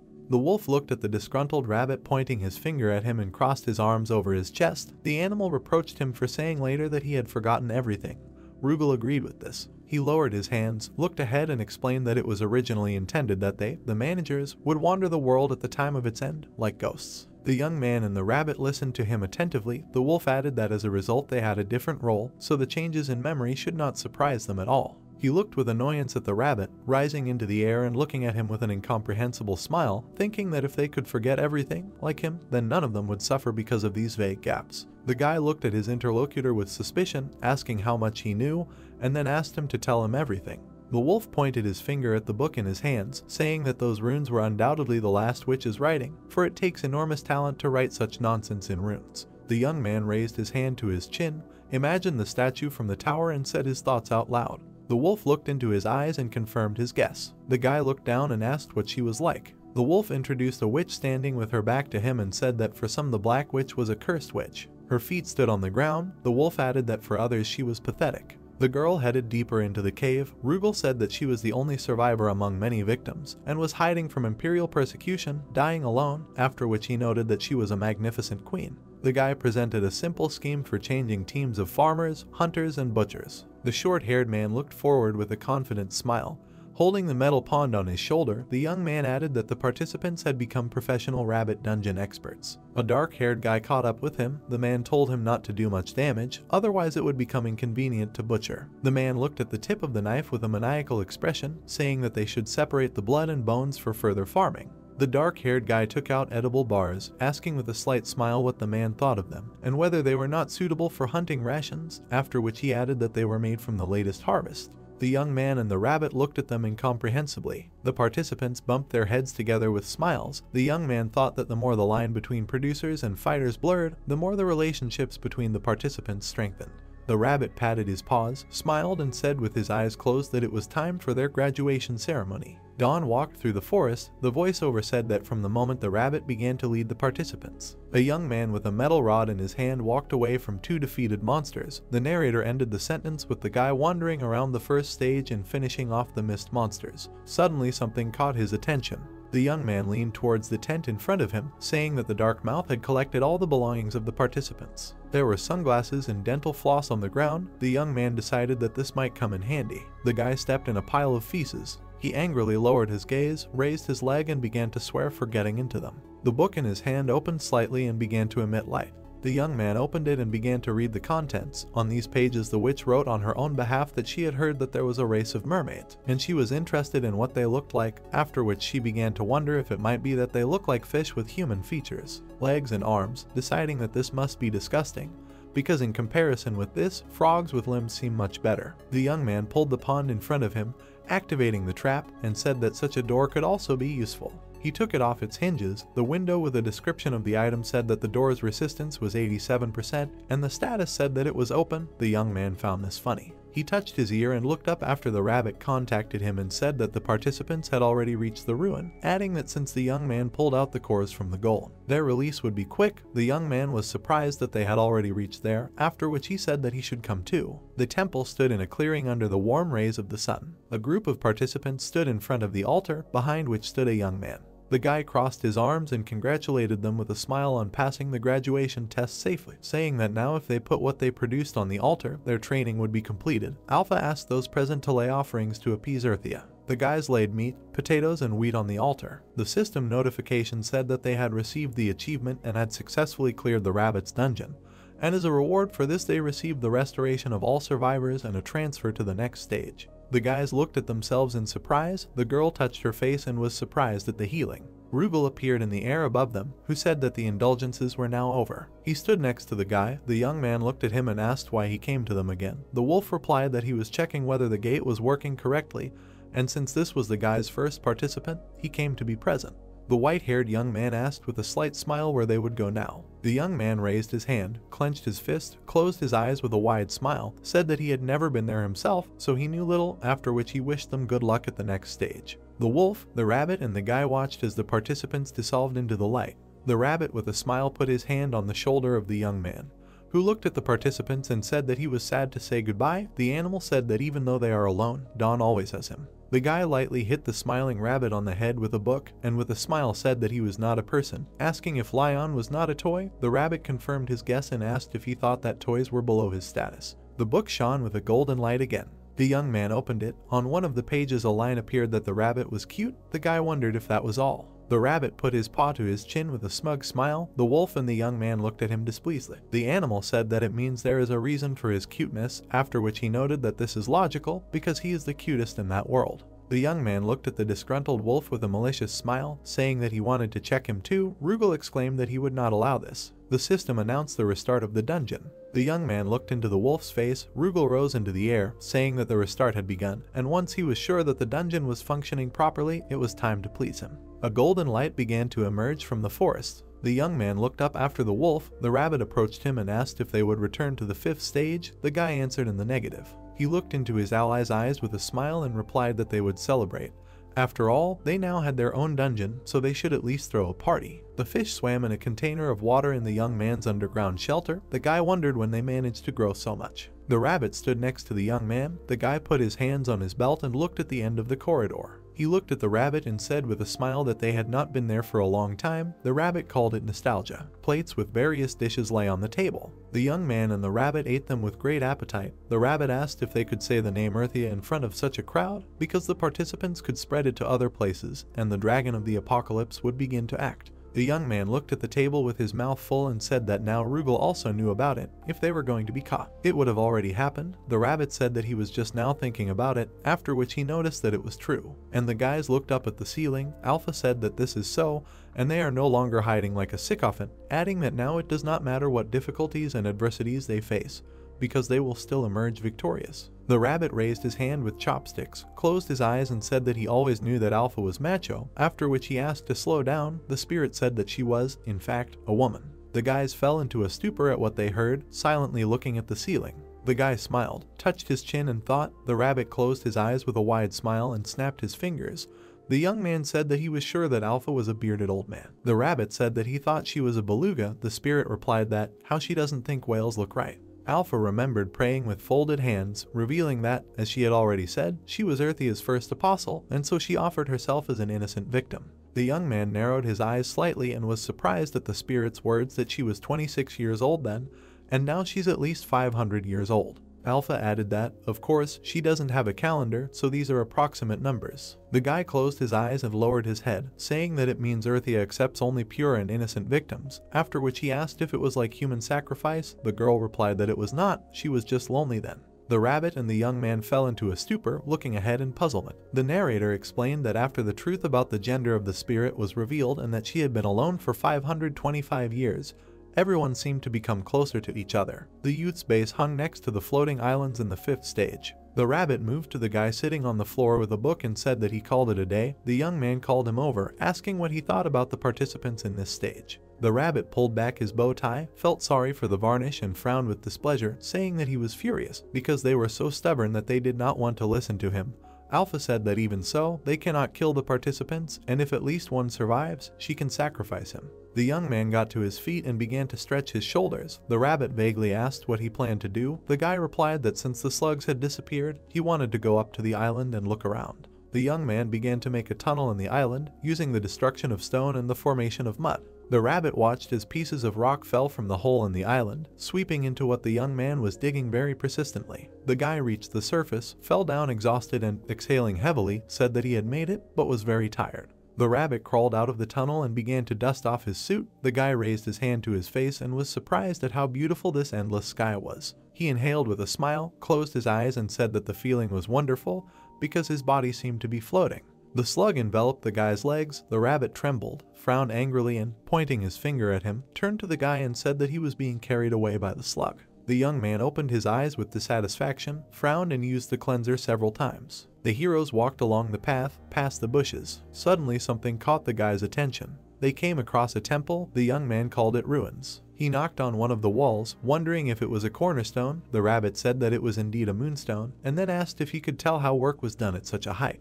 The young man lowered his hand slightly, looked at his interlocutor and said that he was sure that there were ruins made of sunstone on other islands, and that it should have worked, but not for him. The guy looked back with displeasure at the wolf that appeared. Rugal crossed his arms over his chest and said that it wouldn't work until he put energy inside. The guy asked if he really didn't want to work now. The wolf bared his teeth, frowned and said that he needed to replenish his energy through death, and by saying this, he meant that the guy needed to hunt. Don looked thoughtfully at the beast, touched his face and said that, in that case, he would activate the ruins and think about what to do next. Alpha agreed with him, saying that she was curious what kind of magic this was, after which she added that if they find a way to the next island, they can choose their destination. The guy looked away, saying that the monsters they could hunt in such a deserted place, not taking into account slugs. A flock of griffins flew over the island. The young man said that they only have the opportunity to hunt these birds. He kept his head up, looked down and said they were hard to catch from the ground, then came up with something. The young man opened the inventory, which contained a griffin bone. The guy opened a book from which a bright light was emanating, apparently wrote about griffins, saying that apparently they are birds that live in the sky, and that according to rumors, they look like a mixture of birds and tigers, after which he called it creepy. The witch also wrote that in truth, crows scare her more because they are greedy and have a bad character, and that one day a crow took her pearl necklace to an unknown place. The girl noticed that. However, they are afraid of the dark, since their eyesight is not very good. Guy realized why the griffins were so obsessed with the sunstone. He continued to read what he had written, thinking that griffins hated the dark and loved shiny things. If he used this information, he could come up with something worthwhile. Suddenly, he opened his eyes wider after a brilliant thought came to him. Fluffy clouds floated across the blue sky. The gorillas climbed up the island towards the surface. The golems climbed over the edge. The young man said that they had finally arrived. He smiled a little, looked up and said that if he couldn't go to the sky, then he needed to get the griffins to come down to earth. The warm rays of the sun illuminated the floating islands. The young man used the return. The gorilla looked at the guy in surprise. The shine in her eyes disappeared. As the golden core appeared, the rabbit asked in surprise whether the young man used the return of the golem cores. The guy confirmed his guess. He pointed his finger at the rabbit and said with a smile that the griffins are so strong that no amount of armor can save them, so in an emergency, he only uses the return on the core and it will be pulled out. The rabbit frowned slightly, touched his chin and said that in this case they would not lose the golems, after which he called it a brilliant idea. He found it, grinned and agreed with him. The rabbit looked in surprise at the metal pond with spiral notches. The young man asked him to look at it. The rabbit asked why he carved these grooves on the spear. The guy shook his hand, heading towards the large cobblestone, and said that last time he got the twisting skill. Swinging this drill, the young man said that if he combined the twisting with the possession of the spear. Don struck with a strong blow with the drill. He hit the center of the stone and finished his sentence with a smile by saying that it could be used as a drill. The center of the cobblestone shattered into small pieces. The guy punched a round hole in it. He looked at the result in surprise. The rabbit pointed his finger at the cobblestone and was surprised at how much penetration this skill had. The young man thought that he needed to control his strength, after which he said that this was a success. Dust came from a hole in the cobblestone. Bahamut looked at this in shock, thinking that the guy had such power even without using magic, and then said that a long time ago in the Empire there was a knight with similar abilities. The guy looked at his shadows standing with the rods in their hands and said that this could be useful in battle, after which he told them to try it. He looked in front of him with a calm expression, thinking that this was an excellent result, because if this is a weapon of this level, then he should prepare a place for battle. The young man stood on a floating platform, taking out golden spheres from the island. He threw one of the spheres at his feet. Taking the drill in his hands, he wondered if he should practice and get them out with a spear. The system announced that the twisting skill was at the 3rd level. Night fell on the islands. The narrator explained that the guy took out the sunstones one by one, and the islands plunged into darkness. The shining balls lay in a huge pile. The rabbit asked why he needed so many. The guy replied that, as he had already said, they needed to prepare a place for the fight. The guy raised his hand and used his digging method on the blocks of earth to create a semblance of an arch. The blocks lined up on top of each other. The young man said that if he gave them this shape, they would be able to rise. The rabbit furrowed his eyebrows, looked ahead in shock and said that he had never seen such a design. The young man put his hands on his belt, standing in front of a giant earthen pumpkin, and said that his plan worked. The rabbit rose into the air. The young man looked at his creation. The animal asked how it would be useful in hunting griffins. Don said that if griffins do not like the dark, then they need to illuminate the place for their new nest. A bright beam of light emanated from the pumpkin. The guy added that if they placed all the collected stones, it would definitely attract the attention of the birds. He looked at the rabbit with a smile. The animal pointed to his palm and with a sly smile asked if it looked like a huge bait. The young man replied that the concept was the same.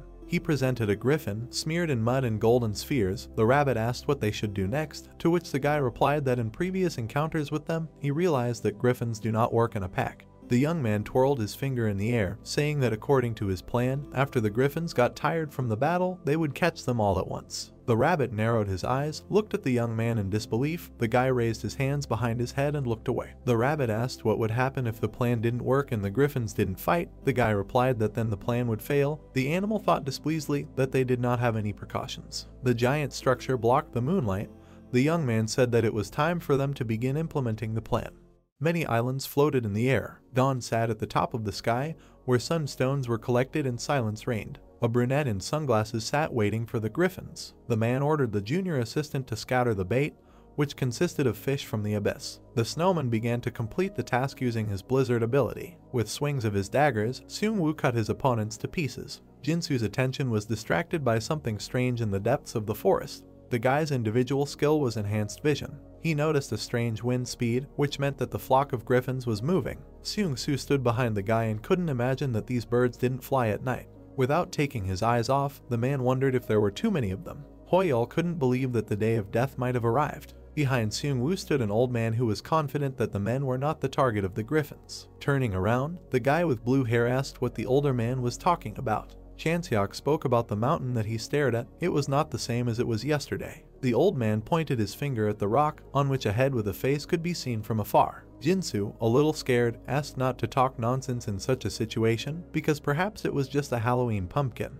With joy, Dawn ordered Rabbit to meet the customers. Guide, looking at his owner, did not understand why he was so joyful and what kind of fur coat was not mute. Alpha was also surprised by the image of the man. Raising his glasses, the brunette asked not to dig into his appearance and get ready. He looked at the sky, where a flock of griffins were circling. They were clients who were already catching up. The birds saw something bright that attracted them. One by one they rushed into the trap. The birds' eyes sparkled at what they saw inside. The walls of the structure were covered with sunstones, which so attracted griffins. One of the birds was attracted by something that lay at the very bottom. It was a heap of fish from the abyss, from which a strong aroma emanated. Rabbit, looking at the owner's plan, noted that things were going well if things continued as they were. To which Dawn replied without any doubt, if the griffins try to leave, he will gut them to pieces. With a wave of his hand, the man with glasses got to work. From under the lenses of his glasses, the brunette's serious gaze was visible. Rugal flew past the trap. He stopped to look, because it was the first time he had seen something like this, that someone was specifically attracting griffins. A very bright yellow light was visible from the pumpkin, as if in a moment she completely went out. The enraged Rugal did not understand what the man did and why. Tipsy, Dawn took all the sunstones that were trapped. A flock of griffins was horrified by the loss of bright stones. The birds began to fly furiously inside the pumpkin in search of what was missing. With the power of thought, Dawn asked what the situation was now. Rabbit, leaning out a little, replied that because of such a sudden turn, the griffins reacted aggressively. It's total chaos here. Rugal flew up behind the man and was unhappy with his actions, calling him a crazy bastard. The brunette, not paying attention to the dungeon assistant, simply thanked him for the compliment. Dawn ordered Bahamut to turn up the music, who was in a pile of fish. The snowman bared his teeth and gave the command to Mini Bahamut. Little snowmen appeared holding mandrake sprouts in their hands. They started squeezing them to make the plants make a loud sound. Dawn looked at the map, which showed the location of the griffins. He asked Alpha to push their clients for more excitement. She guessed that it was about a trap with arrows. The brunette had already managed to figure out how to set traps that were aimed at leaving the cell. But the man did not give permission to the griffins to leave the cage. Taking up the weapon, Dawn thought that the time had come when it was time for them to enter. He was stopped by Rugal, who was surprised that a man did all this and how he was going to fight in complete darkness. Turning around, the brunette with a smile on his face was confident that he had a solution for any situation. Rabbit stood next to the owner at the entrance and, just in case, asked about his decision. But Dawn had already gone to the cage. The man decided to use the ant antenna skill and the strength ability of the homogeneous boar. Without taking off his glasses, the brunette stuck an iron rod into the bird's neck. He then attacked another griffin. The junior assistant helped his master using a snowstorm. One by one, Dawn was pierced with his iron bars. While free, Rugal asked Guide if he had seen the same vile guys on his way. Smiling, Rabbit was sure that Dawn was originally like this. Baring his mouth, Rugal believed that this was not a battle, but most likely an extermination, and this guy was just a coward, but a very strong coward. During the battle, the body of a masculine man was clearly visible. It was already beginning to dawn outside. Dawn continued not to let go of the rods. Standing on the corpses of griffins, the brunette noticed that morning had come. His spinning skills and ant antennae have reached level 6. Rabbit was happy that his owner was able to catch 40 griffins. Tired of the battle, Don put his hands on his hips and decided that there was no time for talking and it was time to start cutting up birds. Rugal was surprised, because they need to hurry. The ruins have already completed charging and the road to the next island will open soon. Alpha gave advice that it was necessary to simply bleed him and sacrifice him. She was also amazed by the fantastic battle. With a happy but dirty face, the brunette ordered Bahamut to get busy with the knife while they examined the ruins. On the street in front of them stood a stone building with black fog coming out of it. A notification that appeared above the guy's head said that passage through the curved gate was impossible. Don grabbed his head from the message, and Guy was disappointed. It turns out that they tried in vain. Alpha said that all this was not in vain, because she received many offerings and they still benefited. The brunette's attention was distracted by a black train that appeared on another island. Alpha assumed that Seungwoo's mini altar was moving with this train. All three of them looked at the guy's dark movement, because this is the only safe way to move around the islands from the griffins. Dawn doubted this guess. The brunette thought if this is such a method, then they can do something similar. Rugal didn't understand what it meant to do it himself. Introducing the temple, the man said that they would get there on their own using a flying temple along the black plume. Scratching his face, Rabbit agreed with the idea, because you can move freely as long as there are no griffins nearby. But can Bahamut, and what about the huge amount of vital energy that will be needed to move? Smiling, Dawn therefore began to think about the boat. The assistants were surprised by the plan with the boat and why it would be useful at all. The black plume emanating from the building was similar to the water of the abyss, in which a large number of monsters live. Dawn suggested trying to use the abyssal fish scales, which he had 9 left. Some time ago, a group of 4 people stood near the building. Changxiok suggested that it is necessary to follow one of 3 paths that leads to a certain island.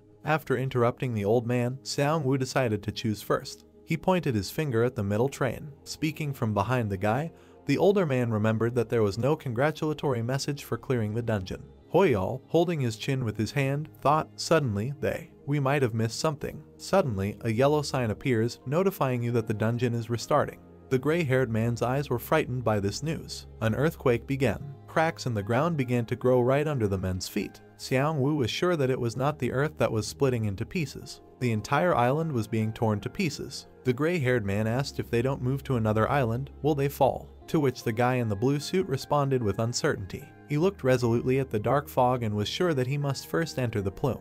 Back to the present, Dawn, not understanding what was happening, shouted, because how could everything collapse if they were able to conquer the dungeon? Levitating in the air, Rugal calmly explained that all the energy the island needed was used for the black plume. Ignoring the brunette's insults, he continued that the floating islands would be scattered and divided into parts when they restarted, and most likely, after completion, they will form around the ruins. Everything that falls will disappear forever into the abyss in the mouths of the fish. Out of fright, Rabbit began to stutter and ask his owner to return to the heavenly temple. Turning blue with anger, Dawn pointed to a trap overflowing with griffins and not even all that were there. Alpha got into the conversation, reminding them that they could lose all the offerings they have. Pointing his finger, Dawn told Rabbit to check the path to the Sky Temple. Entering the trap to check on the junior assistant, the man asked how things were going with him. Bahamut raised the knife up and said with a clear conscience that the order was completely carried out. Stuttering, the rabbit informed the owner that they were completely ready. The tunnel was completely destroyed. Dawn had a drop of sweat running down his face from the tension, thinking about how everything had happened unexpectedly and they had no other choice. The brunette began to use his mud formation and floating ladder abilities one after another. Dawn used mud formation to restore the walls and at the same time filled in the gaps using the ladder as a stone. Covered in sweat, the man said to himself, suddenly, if he made a mistake, then everything would end. He needed to concentrate. And in the end, the island shattered into small stones. But Dawn was able to survive. Looking out of the hole, the man estimated that despite the destruction, if the island continued to float, then everything would be fine. The owner turned to the junior assistant to direct the pumpkin towards the temple, but Bahamut spent all his energy on the battle with the griffins. Alpha reported that quite a lot of energy was spent and there was nothing left. Smiling, the man remembered a bunch of birds to bring as an offering.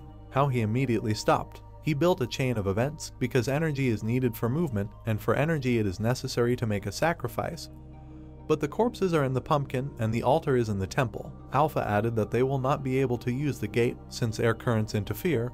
That is, in any case, there is no energy. Without showing his worries, Dawn decided to contact and ask Dongman for help. Rabbit assumed that the kid is busy now. Turning back, Dawn understood that he would have to use the last method since there is no other way out. He looked at the large pile of griffins. Did he really have to eat them all? Grabbing Gaida by the ears, the owner did not let him go. Biting his lip, the man was glad that they came to the beginning of the festival. The lonely pumpkin continued to hover in the air. The assistants could not utter a word from what they saw. Their owner again built something. It was a bar counter with chairs and a stove. Guide, pointing his finger, asked where this huge iron plate came from. Don managed to make it in the forge. The assistants sat down on chairs and listened to the owner about how they first needed to eat 100%, so they should start making hotteok. Watching the man knead the dough, Bahamut advised that bread mold should be added so that the dough would rise well. Don was surprised by the snowman's cooking knowledge. Raising his finger, the junior assistant added that bread mold can be obtained from flour nectar, which has a lot of sugar, and left to sit for 2-3 days until it grows. Snapping his fingers, the man remembered the fermentation process in cooking.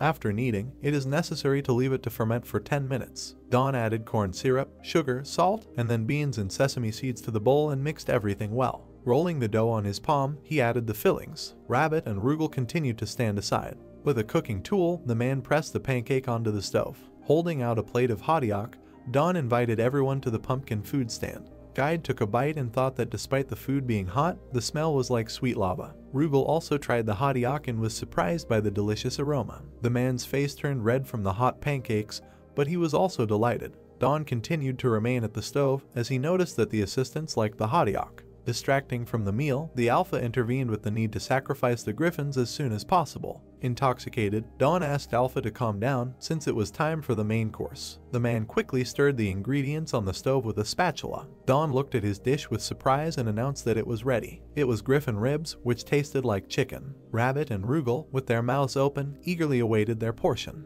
Alpha said that the wolf cannot eat this, to which he was very angry. After all, this is not just food, this is a valuable offering for Earthia. Rugal thoughtfully said that for him, the manager, it was sheer nonsense to make offerings to the Dragon of Life. Alpha agreed, but she did not care, so she forbade the wolf to eat the dish. Don entered the conflict and asked Alpha not to be so angry, because the dungeon assistant, without knowing it, had done them a great favor. The man served a full plate with another dish. Rugal looked with surprised eyes at the bowl full of food. It was fried rice with the taste of ribs, but there was no meat in it. Alpha agreed to this option of food. Rugal devoured the bowl of food with great pleasure, saying that even though there was only the smell of meat, it was still very tasty. The pumpkin flew across the cloudy sky. The snowman used a blizzard. The voiceover said that the process of eating instead of an offering was long and difficult, but little by little the pumpkin was approaching the temple. The temple stood on a field under the sun's rays in the third stage. Dongman greedily gobbled up the meat on the bone. His bad eating skill had risen to level 7. The group of people looked at him in shock. The dark-haired guy said that thanks to him, they easily cleared the third stage, then asked the guy to at least remove the fur before eating. The youth turned around at the wolf's voice, who said that he thought the boy had gained weight since their last meeting. Dongman happily waved his hands, looking at the wolf hovering in the air. Rugal crossed his arms over his chest and said that he really was eating without stopping. The guy smiled with his eyes closed and beckoned the smell to his nose, saying that the beast smelled very delicious, then asked if he ate chicken ribs. The wolf lowered his head in disappointment and, closing his eyes, answered negatively. The youth said that he was lying. His nose could not deceive. The wolf replied that it was true because he only ate fried rice. The boy looked at his face in surprise and said that it must be delicious, then asked why he came to them. The wolf bared his teeth, frowned, and said that he came to them to tell them that his work in the third stage was finished and it was time to go to the fourth. Don put his head on his hand and looked away. Alpha said that the first apostle had just arrived at the temple. The boy thought about the kid, saying that Dongman probably had some free time, so he should go down to the temple and make offerings there. The girl asked if he thought that receiving energy directly would be faster. The boy rubbed his chin with his finger, frowned slightly, and replied in confusion that it was not so, but after eating, he had a feeling that they wasted their time. He sat back down, put his hands behind his head, and said that since the altar was closed, they should go the way that would benefit both of them. The roller looked at the boy, saying that since the altar was closed, they should. The indoor temple in the old village stood in the pouring rain. Dongman touched his ear with a wide smile. Contacting the boy asked if he had arrived at the temple. Dongman asked if this was his temple. He looked suspiciously at the temple wall, saying that if this was originally his land. The men in armor looked at the boy from the top of the wall. The boy finished the question by saying that those guys must not be the owners there. The hooded girl pointed at him and exclaimed, asking what he said. The man next to her angrily said that if he wanted to hide from the rain, he should go into the forest. Don looked up, lowered his hands and said that although it was true that the village was empty, there was a chance that other participants might have come and settled there. The hooded girl looked at the boy while covering her face with her hand. The boy looked at the people above with a calm expression and said that this place belonged to someone, then asked them how they got hold of it. The girl asked him to go to another place. The man looked at the youth, presented the rice reserves and said that they couldn't calmly let the boy in since it was too valuable a resource, and since he didn't understand the words, they would explain it to him in a different way. The mages put their hands in front of them, creating magic projectiles. They used the flame sphere, air cutter, and flash flare. Dongman frowned as he looked at the projectiles approaching. He quickly jumped away from the impact point where the explosion occurred. The man in armor leaned his hands on the fence, exclaiming that this guy is very fast, after which he insulted him. I angrily replied that he is not fat. His mother said that later everything goes up. The boy took off his clothes, smiled slightly and said that they attacked first. The girl turned away in disgust, covering her face with her hands. The man looked at him angrily and called him a pig, said that he took off his clothes and began to fuss. The girl said that he was crazy. Suddenly the young man sharply lost weight, gaining a relief body from which thick steam emanated. The young man used the ability of the god of food. He sharply tightened the belt on his pants. The people above looked at him in shock. The guy put his hands on his belt, smiled broadly and said that now he only had to get taller. He touched his temple, contacting Dawn and asked if he could break one of those roofs. The youth told him, well, they were traps anyway, so they could just reset them later. Dongman lowered himself to the ground, gathering his strength. With explosive power, he rose into the air, flying over the wall. He swung his arm, looked down at the ground, and used Diet Punch. A powerful explosion appeared from behind the walls of the temple. A voiceover said that the young man had cleared the building of uninvited occupiers. Dawn did not understand the look. Alpha said that it was really interesting, and that it seemed to her that the first apostle had learned to use the vital energy accumulated in his body due to his determination. The young man asked what this meant. The rabbit called this result amazing, saying that an ordinary person could achieve this. The rabbit and the boy raised their heads, listening to the girl's words that it would be easier for them to understand if they saw him themselves. The guy asked how they could do this, to which the girl replied that in his arsenal of skills there was one that would allow see everything from afar. I looked down at the window on BK, asking if she meant the minimap. The system window with the observation tower skill said that the time for construction had been reduced by 3 times to 15 minutes 20 minutes. Fatigue during construction had also been reduced and it was possible to check the surroundings using the map. Alpha said that usually temple owners can see the apostles wherever they are. The young man looked at the minimap that appeared. The girl said that he would not be able to see as much as the magicians, but he should try. The guy replied that since he had built many towers around the temple, he could do it. He raised his hand to the card, pointing to the shining dot, and asked if he should just press the blue button. Suddenly a screen appeared in front of the young man,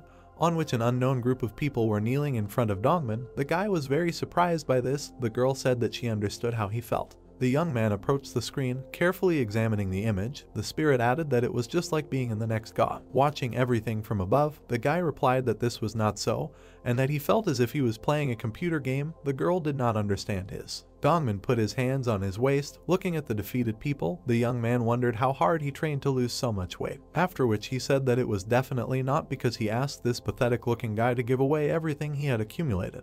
He closed his eyes, furrowed his eyebrows and shouted at the screen with all his might, asking the young man for forgiveness. Dongman raised his head in surprise. The voice of a guy asking for forgiveness was heard in his head. He looked up in confusion, wondering why he was hearing his voice from the sky, and if it could be auditory hallucinations due to the fast diet. Dongman stood in the pouring rain.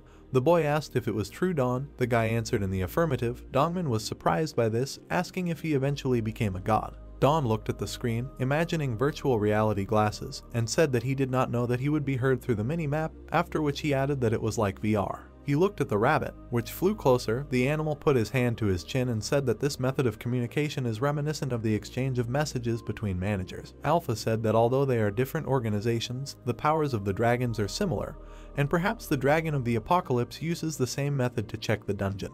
The rabbit lowered his gaze, furrowed his eyebrows and thought that, in this case, Serpa for the Buin should have known about the existence of a mistake. The rabbit wondered why the dragon of the apocalypse did nothing.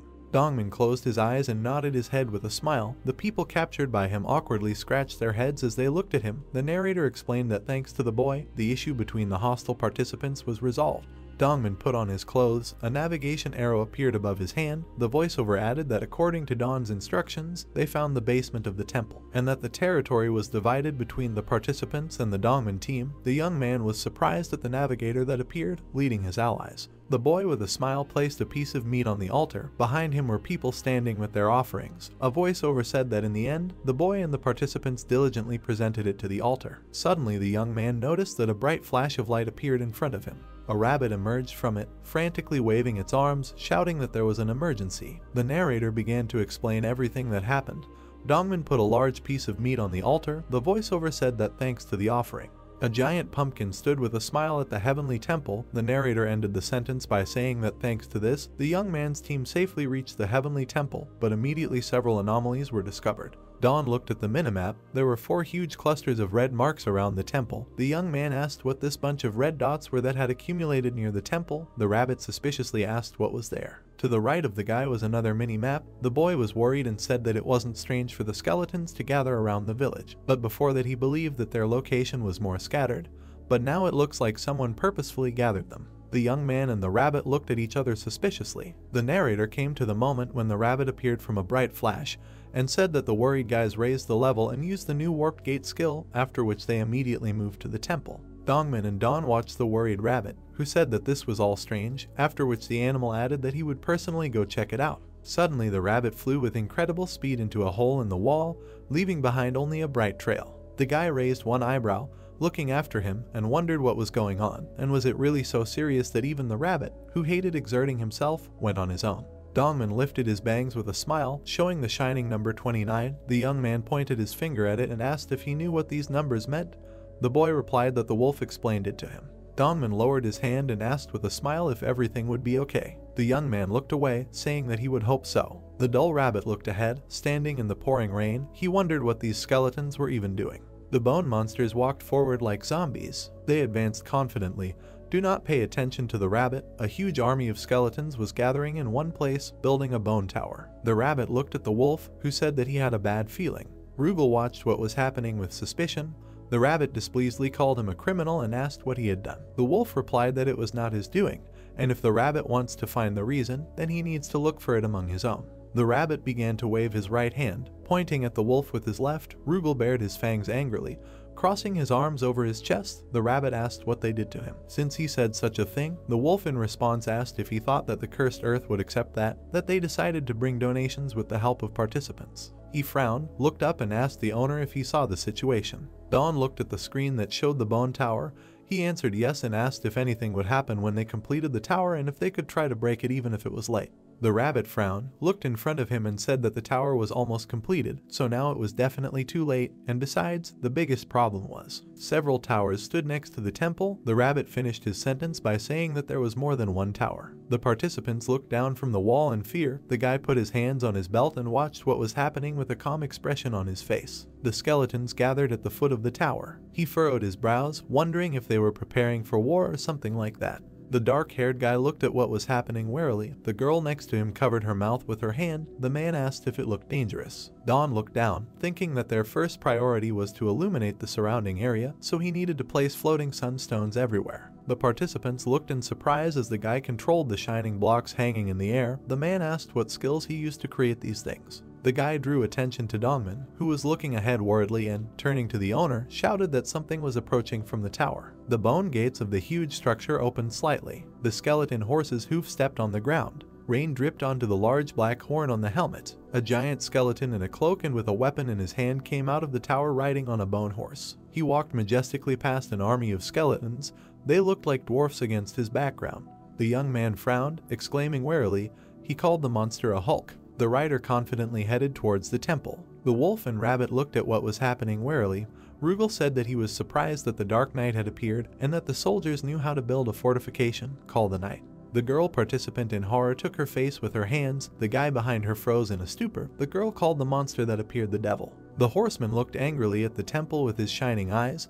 The voiceover explained that the minds and participants were gripped by primary fear when faced with death.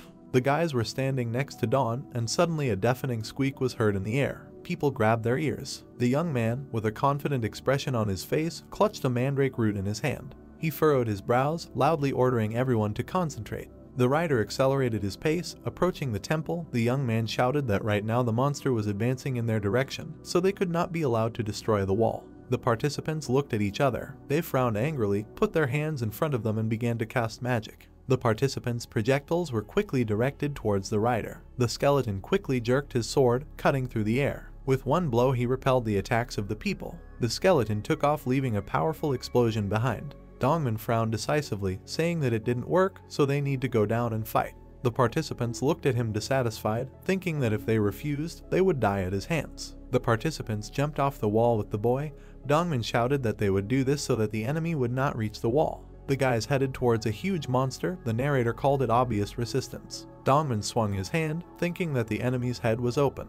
The skeleton stopped him with one blow. The guy was shocked but looked in front of him. The voiceover said that this was a confrontation between the forces of the Dark Knight and the participants. The man and girl raised their heads as they watched the skeleton throw Dongman several meters away. The man gritted his teeth, turned pale and looked at his opponent in fear. The narrator explained that they did not have the moral support that Seung-woo or Changseok could give. Well, even worse, the skeleton knight was. The giant rider raised his hand. The skeletons rushed into battle. The voiceover ended the sentence by saying that he was the commander-in-chief of the skeleton army. The monster ordered the soldiers to go into battle. The narrator said that the situation was becoming increasingly desperate. Dawn looked at him warily. He was surprised that the skeleton could also speak, and moreover, they were able to set up camp and organize an attack. He furrowed his brows, looked down, and ordered traps to be set so that they would only attack skeletons. The planes fired a powerful shot. The vine began to envelop the enemy soldiers. The hoof of the bone horse landed with a roar between the legs of the boy, who looked at him in fear. Dongman trembled in fear, looking at the hooves hanging over him. Suddenly, the armored golem knocked the rider out of his way. Dongman began to lose consciousness and stuttered out Dawn's name. Dawn looked at Bahamut, who was saluting him, and said that he divided the golems into 3 groups into 4 divisions, and that the snowman should order the mini Bahamuts to penetrate the gap created by the golem, after which he added that he would leave the minor matters to him. The snowman was ready to carry out the order. The young man turned to the screen, looked at them with a smile and said that it was time to test the acquired skill of viewing the minimap. The young man touched his temple, frowned slightly and ordered to ignore ordinary skeletons and aim at the towers that do not call upon soldiers to knock them over. The gorilla golem looked at his shoulder where there was a small gremlin saluting. The kid turned back, noticing something. The 2 golems tried their best to topple the tower, saying that they would obey their master's orders. The rider noticed the leaning tower. He swung his sword, knocking the gorilla off his feet, and asked how they dared to do this. The rabbit pointed his finger at the galloping skeleton and said that he had gone to defend the collapsing towers. The young man watched the situation tensely, thinking that now he knows for sure that monsters are intelligent. When the skeleton reared up, stopping in front of 2 golems, the young man ordered his subordinates to block the rider. The skeleton narrowed one eye and ordered the warriors to aim at the golem's cores. The guy noticed this in confusion, wondering how he figured out their weak point. The gorilla looked down in confusion. The skeletons began to climb on top of her. Suddenly, the giant rider pierced her body with his weapon. He pushed the gorilla away, who began to fall to the ground. The skeleton squeezed the golem's core between his fingers. The guy frowned, thinking later that he would break them, and then ordered the core to return. The golden sphere began to rage in the skeleton's hand. Suddenly, she moved into the hand of the young man, who said that it was close. The gorillas stood in formation in front of the rider. The young man ordered them to defend the core with all their might and fight. The skeleton looked at them with a calm expression. Suddenly, his horse moved, quickly heading forward. The gorilla roared loudly, holding its arms out in front of them. They collided with the skeleton's horse, stopping it. Dongman and one of the participants watched what was happening.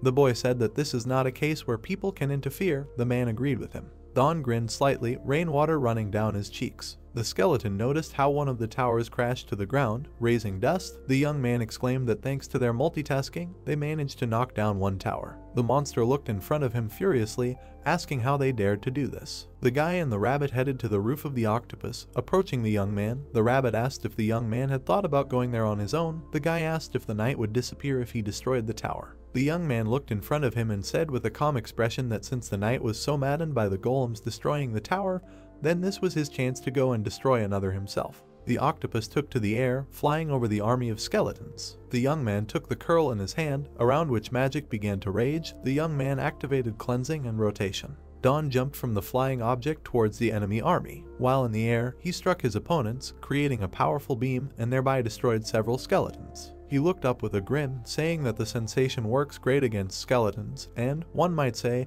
He is their only enemy. The second tower stood next to the ruins of the previous one. The young man twice ordered to set a trap. The Trolloc flew closer to him. The young man looked up at the plants that had appeared. The rabbit asked why he installed the tower inside, to which the guy replied that he would understand when he saw everything for himself. Dawn and Rabbit climbed onto the roof of the octopus, looking down at the tower. The guy smiled broadly and ordered to open fire. Suddenly, the plants inside the tower began to attack the walls. The young man joyfully watched as another tower collapsed to the ground. The skeletons slowly walked forward. They approached the ruins of the tower. The skeletons began to restore their structure. They built the tower higher and higher. The young man looked at them in shock, surprised that they were restoring the tower with their bodies. The rider looked at the defeated body of the golem, holding a golden core in his hand. With a slight movement of his fingers, he crushed the sphere into small parts. The system announced the destruction of one golem. The young man looked at his screens, saying that he was late, after which he added that he was too concentrated on the tower, missing the moment of return. The system announced that there were 10 harems left. Alpha added that if you count the octopus, ostrich, and image, as well as the return core, then there are 11 golems in total. The rabbit looked at the screen in shock. I was surprised at how many golems were left. The young man asked him to be silent, saying what he was thinking. The guy watched the rider, thinking that it doesn't matter how many golems they have, because this opponent is too strong. And all those golems that blocked him lost, after which the guy decided that it would not be easy, but first he would take care of the monster. Dongman touched his temple and looked up when he heard the young man's voice. The boy watched the rider killing the golem. Don said that he needed to join the others and together take one of the knight's legs in a pincer. The boy replied that they had already tried to do this, but he was too fast and they didn't have time. Suddenly the octopus grabbed the boy and the rest of the participants. The young man asked if he just needed to become faster. The man, in fear, pointed his sword at the octopus tentacles. The boy stopped him, saying that the octopus was on their side. The boy looked back, touched his ear and asked how Dawn was going to increase their speed, since this golem was barely dragging along. The young man sternly ordered the octopus to leave them. The golem lifted the guys up, waving their name. Dawn furrowed his brows, thinking that the boy already knew the skills and characteristics of these members, and that the 5 of them could handle it if they used their powers correctly. The octopus threw the guys at the rider with incredible force. The man and girl screamed in fear, asking what they should do. Dongman frowned, having difficulty looking at the rider due to the wind, and said that their target was the leg. The guys struck the horse's leg at high speed, breaking it. The boy looked back with a wide smile, exclaiming joyfully, and then asked where Dawn was. The skeleton got down from his horse. The young man asked if the boy was talking about him. Dawn looked sternly at the skeleton's back as he stood on a floating platform, cubes of dirt floating around him, from which his traps grew. The young man did not take his eyes off his enemy, ordering the plant to destroy him. A powerful volley hit the skeleton, hiding it from sight. Raisin's monster fell as I was under a barrage of exploding attacks. The guy's plants continued to attack the enemy, raising more and more dust into the air. The skeleton's armor lay in the pouring rain, with bones scattered around it. Dongman looked down, wondering if he was dead and where his head went. Suddenly the bones on the ground began to tremble. The boy became afraid. Dawn and Rabbit looked at what was happening in shock, wondering what it was. The bones rose into the air. They spun in the air, starting to glow. But suddenly a dragon's skull appeared above the guys, with a high tower of bones built towards it. The rabbit turned pale in fear, asking if it could be the dragon of the apocalypse. The bones acquired the bone structure of a dragon's body. The creature looked at the guys with shining eyes. Alpha warned them, saying that she felt the spirit of the apocalypse dragon from him. The monster opened its mouth, growling loudly. The young man recoiled a little, repeating the girl's words. Alpha said that this was not a real dragon of the apocalypse, but a half copy, a bone dragon. Bahamut stood on top of the wall, looking up at the giant bone dragon. He looked in front of him in surprise, wondering what was going on, and then said that it was a dragon knight. The gremlin looked at the terrifying face of the dragon and thought that if the most terrifying dead magician is the Lick, and the most powerful undead is the Dark Knight, then the best undead summoner is the Bone Dragon. But right now, the Bone Dragon and the Dark Knight have fused together and formed a Dragon Knight.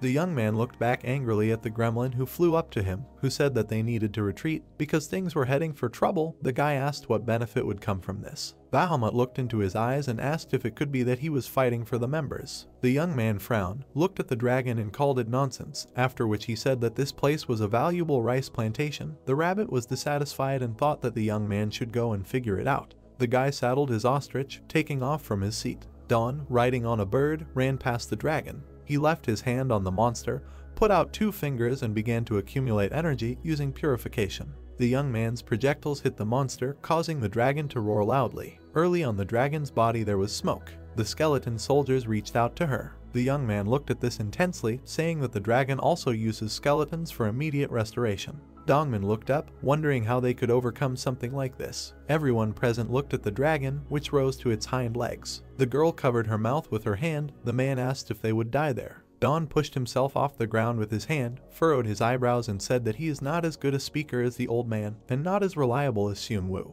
The young man turned sharply in front of the dragon, running in the other direction. He touched the ground again, adding that even so, he was also good at something. He looked at his opponent sternly, furrowed his brows, and activated the floating ladder. A huge layer of earth in the place with the dragon began to rise to the sky. The monster fell off its feet, heading towards the ground. He looked up in confusion, growling loudly. The dragon crashed to the ground. The young man looked at him, turned to Alpha and asked if he was right in thinking that the weak point was the knight on his head. The girl confirmed his guess, saying that life energy was concentrated in the skeleton knight.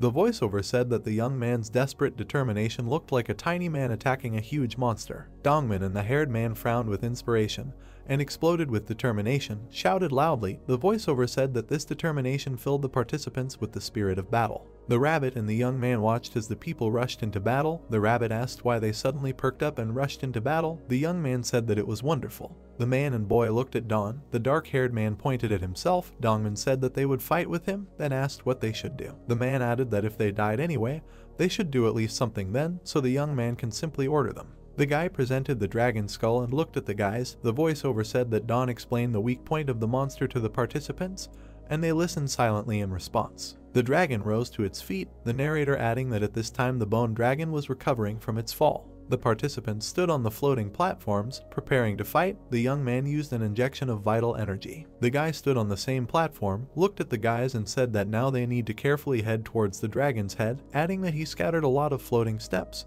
so that they can run around. He added with a calm expression that they could only use ranged attacks. The members loudly agreed with him. The gorilla golems rushed into battle at the Yeren dragon after the young man's order. The girl and the guy with glasses put their hands in front of them, using magic. Dongmin headed forward into battle, destroying stone debris along the way. The squall hit the dragon's body. His sparkling eyes continued to look at people. The men stopped, looking at him. The guy with blue hair raised his glasses. The dark-haired man said that he didn't care about their attacks, to which the guy asked if it seemed to him that the sky had become a little darker. A huge number of earthen blocks were floating in the air above the dragon. Don closed his eyes and calmly said that as an artifact, the floating stone is composed of ghost stone embedded in the earthen brick, and that the ghost stones embedded in the dragon's head are especially powerful. The monster looked at the oncoming attack, growling loudly. Don opened his eyes using return. Blocks of earth fell chaotically onto the dragon. Yesterday the skeleton knight looked at what was happening in shock. Blocks of dirt fell onto the monster. They brought it to the ground, raising a huge amount of dust into the air. The young man opened his inventory,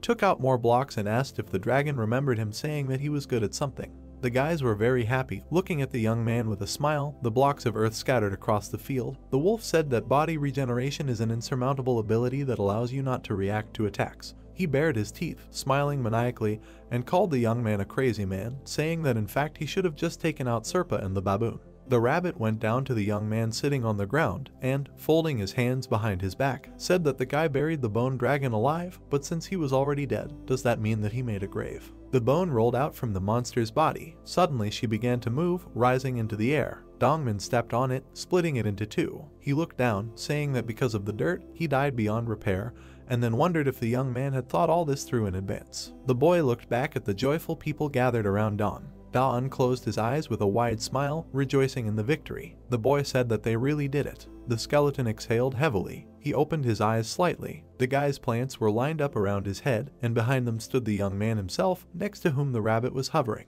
Don frowned, wishing the skeleton to rest in peace. Suddenly, system notifications appeared in the air, saying that the purification skill had risen to the 9th level, the ant antenna knife had risen to the 7th level, and the floating ladder skill had risen to the 7th level, and also that the young man had received the Dragon Knight Slayer achievements as a reward for this movement. Undead are slowed by 20%, undead damage is reduced by 20%, and their attack power is increased by 20%. The young man lowered his head, closed his eyes and said with a smile that this was an excellent reward and that the dragon was a worthy opponent. The rabbit and the boy looked at him. Don looked up. The rabbit said that this is amazing, and now I will no longer attack him like before. The young man said that this makes him happy, and then asked what about the other fighters. Dongman opened the achievement window, saying that they did not have a primary achievement. Only this, the system window said that the young man had received the Dragon Knight Slayer achievement. The guy crossed his arms over his chest, looking at the rabbit. The animal asked if this meant that they helped much less in defeating the dragon. The young man called this an interesting remark. Dark clouds floated across the sky. The guy said that although this means goodbye, but they should burn the Dragon Knight to the end so that he would never be able to recover, and then used mud formation. Rabbit and Dawn, am I in front of on a huge dome of dirt? The young man said that it looks just like the Imperial Mound. The rabbit called it a grave. Suddenly a tombstone appeared on the top of the hill. The young man looked at her warily, and the rabbit pointed his hand at the slab, saying that it was a tombstone, after which he wondered if he had really been resurrected. The tombstone stopped moving, frozen in place. Suddenly, a system window appeared in front of the young man, saying that he had received the primary achievement of the Tomb of the Dragon Knight Van Dyke. As a reward for this, he received a keepsake from the dragon. The rabbit and the young man looked blankly at the system window, wondering what it was. Suddenly, the guy noticed how a metal rim appeared on the ground with a bright glow. The young man took it in his hands, under it to his face, and said that it seemed to him that this was a ring, after which he wondered whether the dragon really had such a thumb. The rabbit frowned with displeasure, asking who sympathizes with the dead dragon, and who sympathizes with whom. Bahamut looked at the ring in the youth's hand, saying that it was the ring of the giant knight Van Dyke. The guy looked down at the items he received and repeated the gremlin's words. The system description window said that the durability of the item was 100%. The giant's bones were a special option. The people in the camp were vigorously discussing something. The girl raised her hand, closed her eyes, and with a smile was telling something to the guy with glasses. The voiceover said that the participants were celebrating the victory over the dragon and enjoying a well-deserved rest. Suddenly, the participants looked at the rabbit. Dissatisfied with the completed lessons, the girl asked how many stages there are in the dungeon, and is it true that they are in relation to the apocalypse dragon, because if they clear all the dungeons, but in this case, they will still die in the end. Dongman happily devoured the food while the rabbit angrily swore at the participants, telling them to take turns asking. Suddenly, the boy noticed the entrance to the tent. He opened the curtain and looked inside. Don was sleeping on his bed. The boy said that he must be tired. The young man had a dream about how many people were walking through the market, and the sellers were shouting out their offers. The guy wondered where he was. People looked up at him in surprise. The young man looked at his hand, wondering why it was so huge. He lowered his hand, wondering if it might not be his hand, and then thought it was someone else's memory. The high tower stood under the warm rays of the sun. The guy thought that he had turned into a giant, after which he realized what had ended up in his memories. The girl in the blue shirt opened the shutters. She happily waved to the giant, greeting him. The young man remembered that his name was Van Dyke. The girl closed one eye, folded her hands on the windowsill, and said with a smile that the man today was still as huge, to which the giant replied that she, on the contrary, was tiny, after which he asked when she would grow up. The young man thought that the girl had a very familiar face. The baby lowered her head and looked at the windowsill. The young man added that he had already seen this child somewhere. The girl asked if the giant was in trouble, to which Van Dyke replied that he was fine.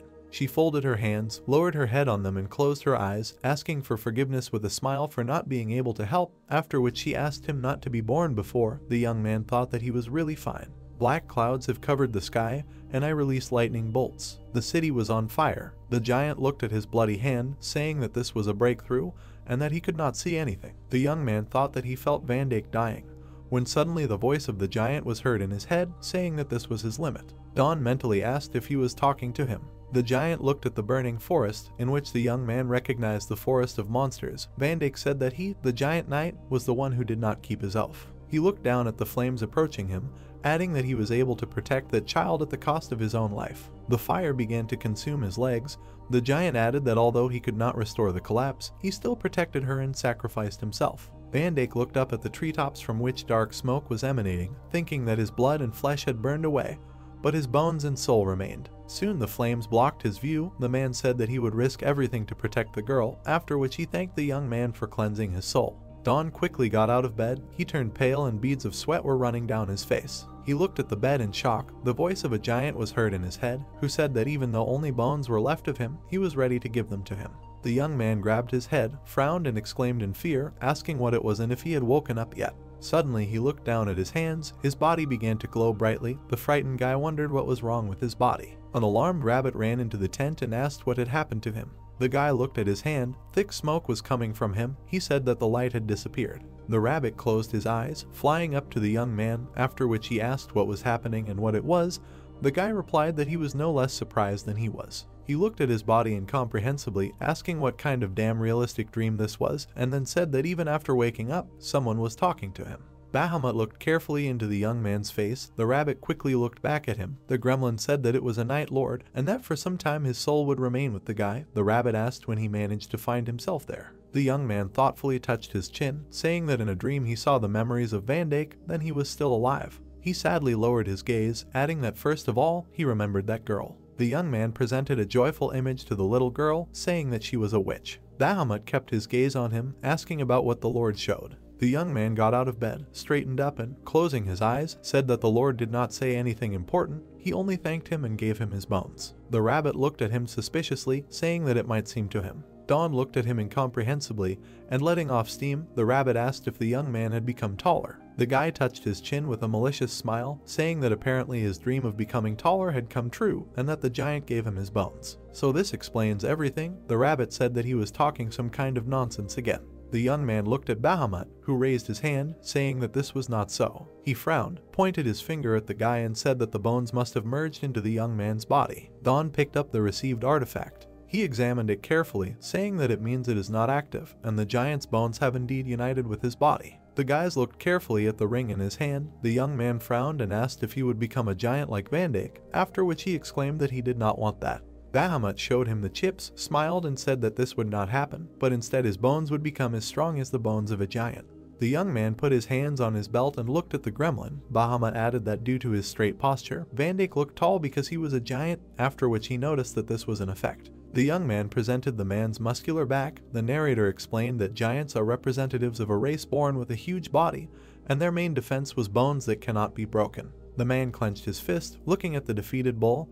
The voiceover added that their symbol was the incredible strength with which they could easily knock down the bull, after which he noticed that they were a real race of warriors, and now the young man had the same bones. Bahamut scattered confetti. The young man crossed his arms and looked up with a wide smile, laughing loudly. The rabbit said displeasedly that he had completely lost his mind. The next day, the participants approached the young man, smilingly asking if he slept well, and then thanked him for yesterday. The rabbit looked on in shock as Dawn bowed to them, with the chipmunk on his shoulder, and said with a small smile that they didn't have to thank him. After all, they succeeded because they worked together. The rabbit looked at the young man in confusion.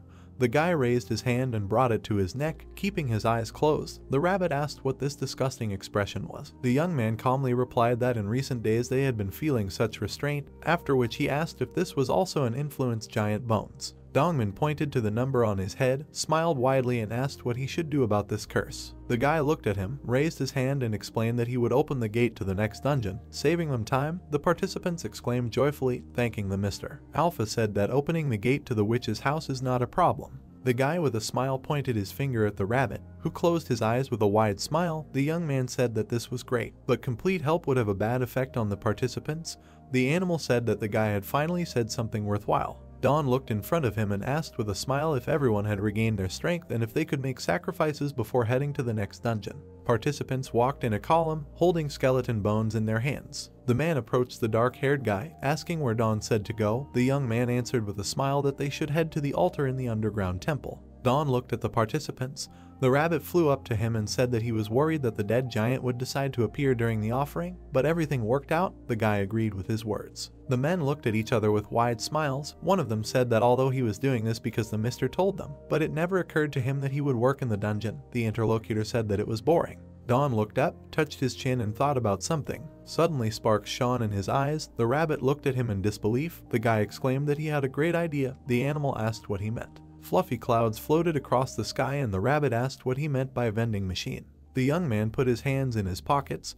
The rabbit raised its head, looking up incomprehensibly. Alpha asked what it was and how it was related to the offering. The guy raised his hand, extended his finger up and told the girl to think about it. Because he was helping there, the participants put a lot of effort into making sacrifices. The young man closed his eyes, asking what would happen if he left, who would work for nothing. Suddenly, he opened his eyes, smiled slyly and presented a handful of rice, saying that from time to time he would allow participants to visit this place, made a rice vending machine, and people would make sacrifices on their own. The guy sketched out how people would exchange bones for rice, and said that instead of tracking down hordes of evil spirits and offering up their inedible bones, people would receive rice. The guy drew a simple diagram on the ground, the rabbit looked at it, the young man added that if everything is set up so that one skeleton appears, then after the restart they will take all the remaining life energy, the participants will receive priceless food, and, in this case, they will receive profit without costs. The rabbit looked at the diagram, put his hand in front of him and said with awareness that, moreover, the participants will receive a clearer goal. Alpha said that they are adding a little snobbery, but thanks to this system, only those who bring the offering will receive a reward. The young man smiled broadly, clenched his fists and asked if everyone agreed, after which he said that it was time for them to start making. The guy dug a tunnel in the ground leading to the room in which the altar stood. He installed an automatic wooden door at the entrance. The guy and the rabbit looked at the hatch. The young man asked if he could make the door react only to inanimate objects, because they didn't need unforeseen incidents. The animal said that for him it was as easy as shelling pears, because he was an expert in this. The young man looked at the hatch in anticipation, saying that if he sparsely decorated the entrance, it would not attract people's attention, but if he did otherwise. The guy redesigned the entrance to the tunnel, creating a wooden box on which there was a sign reading that this is a rice machine. The young man opened the lid, poured bones inside and said that they needed to do this first. They looked at the box from which the bright light of the altar was emanating. The young man said that the number of objects would be measured on the altar. Then the guy pointed his finger at the bed nearby, on which a small spikelet appeared. The guy added that after this, a fresh rice sprout would be added next to the machine. The rabbit was surprised at this. The guy looked up when he heard Alpha. She said that she understood what he wanted, after which she asked if he needed this system to be automatic. Dawn asked if it was possible, to which the girl answered in the affirmative, saying that first he needed to increase the reinstallation level to the second. The guy said with a smile that he would start this immediately. A system notification appeared in the air, saying that the reset skill had risen to level 2. The guy looked down, asking if the conditions could be the same as catching the boss or restarting the dungeon. The girl confirmed his guess. The rabbit smiled widely, brought his open palm to his face and laughed, saying that they were able to automate the system by simply increasing the level while Serpa worked on it using magic. The video looked at the young man who stood in a strange pose. The guy said with a smile that it was all about his brilliant mind. The rabbit thought that the young man had become somehow strange after receiving the giant's bones. The guy called the participants and presented them with a rice vending machine. The guys were surprised by what they heard with great joy. The guy raised his head to the installed sign for recruits, thinking later that the feather installation would keep it in its original form. A gate opened next to them, and the participants waved to the guy, thanking him for his help. Dongman also headed into the portal, looked back at the young man and said that they would see each other again.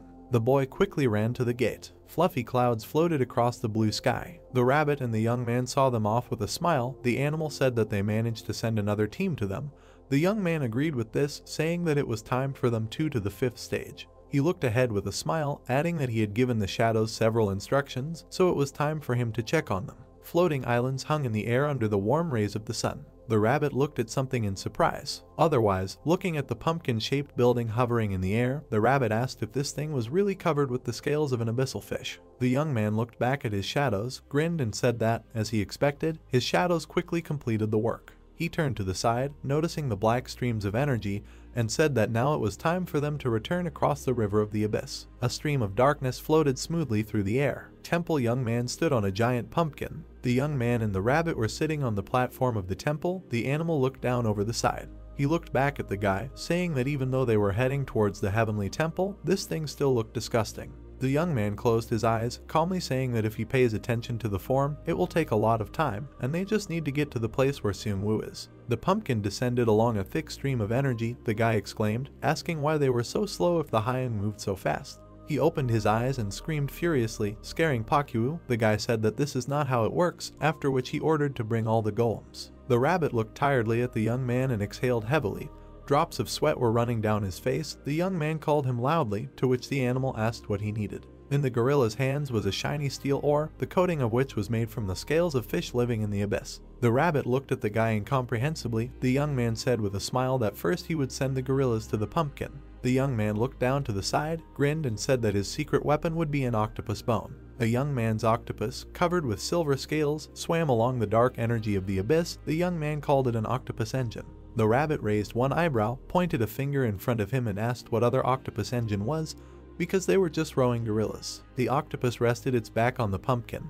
Pushing it forward, the young man closed his eyes and said with a smile that the octopus acts as a motor behind them, and this approach will make the gorillas work easier and increase speed. The guy pointed his finger in front of him, frowned his eyebrows and ordered him to start rowing with a wide smile. Their ship headed further down the dark river at high speed. The rabbit, dressed as a pirate, Grozny, frowned and, pointing his finger in front of him, ordered them to accept the information and said that the sea was on their side. The young man looked at him displeasingly, hitting the rabbit on the hat, after which he asked if he was being weird again. The animal grabbed its head and looked back at the guy.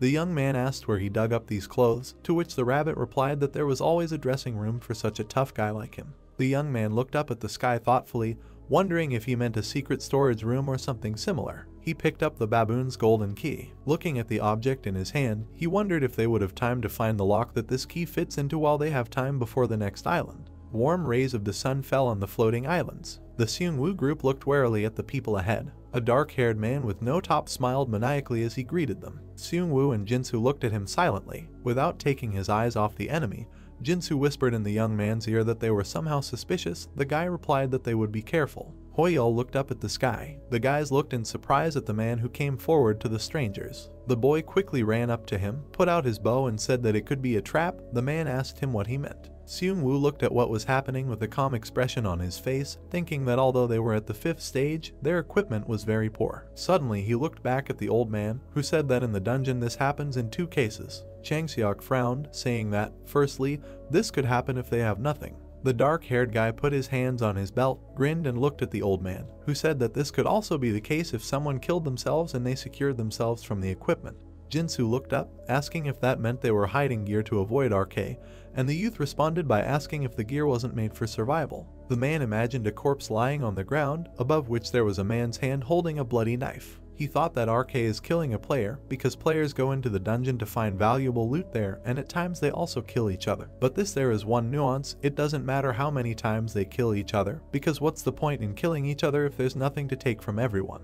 Changseok looked ahead warily and said that whoever took their equipment on purpose must have considered them player killers. The bald man smiled maniacally, clenched his weapon, narrowed his eyes and asked what they were whispering about and if they were happy to see them. Hoyol, Seung-woo and Jinsu looked sternly into the man's eyes. Changseok stepped back in fear. The dawn vessel continued to descend through the black substance. Various locks and doors lay on the ground. The guy held a lock in his hand, turning the key in it, and said that he was used to seeing locks in dungeons, after which he wondered what kind of lock was opened with this key. From behind his shoulder, the rabbit was looking at what was happening. He said displeasedly that this was the first time he had seen such a way to solve a problem. The young man calmly continued to go through the locks. He inserted a golden key into the hole of the lock, trying to turn it. The voiceover said that the young man made the necessary parts in the forge, based on the lock mechanisms used in the doors, and that he compared them with the shape of the key and tried to find the right one. Night fell over the temple. It was soon replaced by a bright morning. The rabbit rubbed his eyes, looking ahead in surprise. Suddenly he trembled, put his hand in front of him and exclaimed, asking if the young man had sat there all night, and whether he had not slept at all. The guy grinned with a smile. The rabbit straightened his tie, looked at the guy displeasedly and asked if the sun really rose in the west, after which he said that he was sure that this was the baboon's curse. The tired guy looked up at the rabbit. There were dark bags under his eyes. He showed the animal the lock in his hand, grinned and said that everything was ready. The rabbit ran up to him and happily waved his hands. The young man looked down at the lock and put the key in it. The animal asked if he really did it. The young man laughed, confirming his guess. Bahamut and the rabbit happily waved their hands. The animal said that the owner was simply inimitable, and that he was amazed by his greatness. The young man asked with a smile if he had done well. The gremlin replied that he believed in him. The young man looked up at the rabbit, looking at him displeasedly. The animal pointed his finger at the lock, saying that nothing was happening, after which he asked if the guy had added vital energy. Don replied that he was waiting for them to awaken. The rabbit crossed his arms over his chest, grinned and looked into the eyes of the puzzled guy. Calling it loyalty, the young man said that this was not so, because it was dangerous for him to do this alone. The rabbit said that he knew this. The system announced that life energy had been added. A bright light began to emanate from the opening of the castle. The young man exclaimed, saying that it was time for them to start. A huge magic circle appeared in the air in front of them, behind which mana raged. The system activated the opening of a magic window. The guy and the rabbit looked at each other with displeasure, and he also said that a magic window had opened. The rabbit shouted that the guy should go first. They both pursed their lower lips, looked at the circle that had appeared, and agreed that they would go together. The guys confidently headed straight into the bright source of light. Suddenly they looked in front of them in shock, exclaiming loudly. Gold coins were piled up the mountain. There were jewelry and expensive swords everywhere. The young man and the rabbit looked at the mountains of gold shining in the light. The rabbit trembled slightly, saying that this was the entrance to the treasury, and, apparently, that's why the key was called golden. The animal took the gold necklace in his hands, put his other paw to his chin and said that he knew the baboon's greed, after which he wondered why he liked these useless pieces of gold so much. The guy looked at the smiling rabbit, asking if they were similar, because the rabbit was obsessed with clothes and the baboon with jewelry. The animal responded by asking what was wrong with clothes, because it was just a hobby. The guy grinned slightly, put his hands on his belt and looked up, saying that the rabbit had suddenly become a rich man, after which he noticed that he couldn't even see the top. The young man threw on gold jewelry, smiled broadly, put on dark glasses and exclaimed that he simply had to try on a little of all this jewelry, after which he laughed, asking why no one was there. The rabbit looked at the joyful young man with annoyance. The guy shouted that all the money in this world belonged to him. He looked up with a wide smile. Suddenly something caught his attention. The young man took off his dark glasses, wondering what it was. Among the gold coins lay a mobile phone. Next to the gold watch were several smartphones. Don, with a golden crown on his head, looked at them displeasedly and said that the baboon was bad. He even took the user's valuables into his hands. The rabbit hovered nearby and, looking at all this, said that it seemed to him that he had taken it from the corpses. The guy agreed and said that for some reason he thought the same way. Where did so much goodness come from here? He looked carefully at the finds and asked, was he a thief in a past life? Alpha said that he could also be from the nobility. The guy asked again. In front of them lay huge piles of gold coins, crowns, jewelry, swords. The spirit said that most of the things that can be observed here are the national treasures of the empire. The emblems found throughout are also imperial. The rabbit pointed his finger at the guy who was squatting, holding a smartphone, and said that he didn't think he was really listening to him. Don dissatisfiedly threw one of the phones behind his back, holding the other in his hand and said, not a single dead phone or something, he wants to listen to music. The guy straightened the crown on his head and turned to the rabbit, who closed his eyes and, pointing his finger, said that he knows what these things are. This is the thing that all newcomers to the dungeon stare at. However, they throw them out after a couple of days. He looked at the black screen of the phone and said that this is a revelation. There is no internet in the dungeon and there is nowhere to charge the phone. With a cry, the guy fell back, shouting that he felt so good until he remembered about this thing. And now that he saw it again, he wanted to use it again. Alpha said that this is an interesting invention. From the outside it looks like a trinket, but inside you can feel the energy flowing along some kind of circuit, reminiscent of a magic circle. Don stood up sharply and shouted that the magic circle, by any chance, does he know how to charge it? The spirit replied that if it meant simply charging him with life energy, then he could. Don exclaimed happily, right. To which I received the answer that it is not as easy as it seems. He presented a green glowing ball. Alpha said that the process has its own quirks, as he already knows. Life energy keeps them alive. The apocalypse dragon uses it to create power magic. He imagined the silhouette of a strong man clenching his fists. Then he presented a blue shining sword. Alpha said that others can use it as a kind of aura. The wavelength of this force varies from person to person. Don pursed his lips and looked up, asking what does this mean? He presented a diagram with triangles inscribed in a circle and heard that in order to change life energy into electrical energy they needed alchemy to change the wavelength. Don closed his eyes with displeasure, resting his hand on his knee and said that first magic, then alchemy. The rabbit standing next to him chuckled, pointing his finger and said, what do you mean he needs an alchemist? Alpha replied that he could handle it.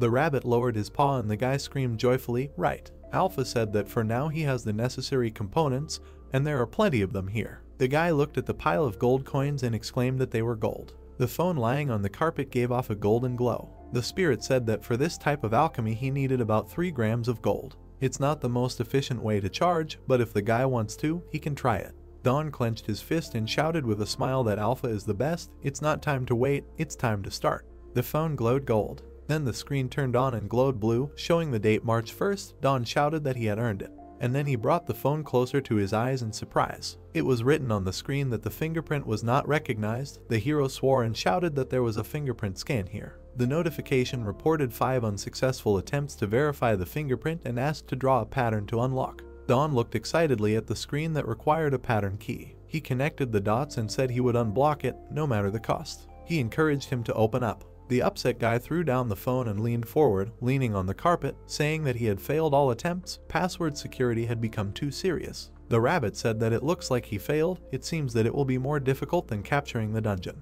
Alpha said that magic that recognizes its owner, this mechanism is much more incredible than he thought. Don looked to the side and asked the spirit if he thought he could unblock it, to which he received the answer that it was impossible. The guy looked at the many smartphones lying on the floor and said that at least one of them must be unprotected. All that was left was to find which one and ask the spirit to charge them. Alpha replied that it was good. Now he was also interested. Perhaps he would also use gold. The next phone glowed gold. Dots appeared on the screen and demands to use a pattern key to unlock.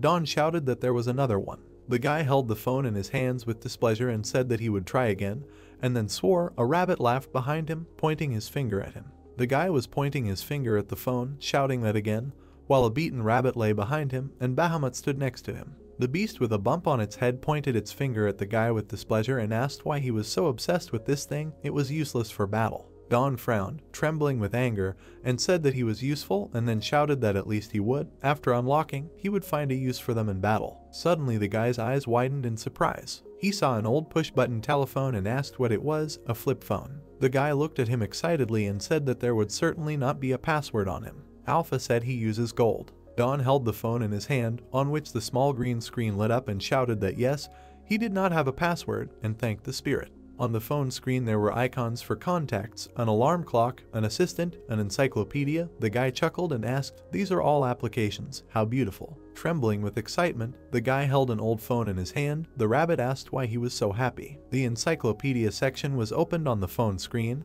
and articles were listed. How to make perfect noodles. How to make tofu taste like homemade. Vegetable soup that prevents cancer. How to make tough meat tender. How to remove chewing gum from clothes. Fruit vinegar helps for diet. How to clean a sink until it shines. Don shouted that this was amazing. He had found a real treasure. With a satisfied smile, he closed his eyes and said that the previous owner installed offline applications. Thank him from the bottom of my heart. It would have been a complete bummer if they needed the internet.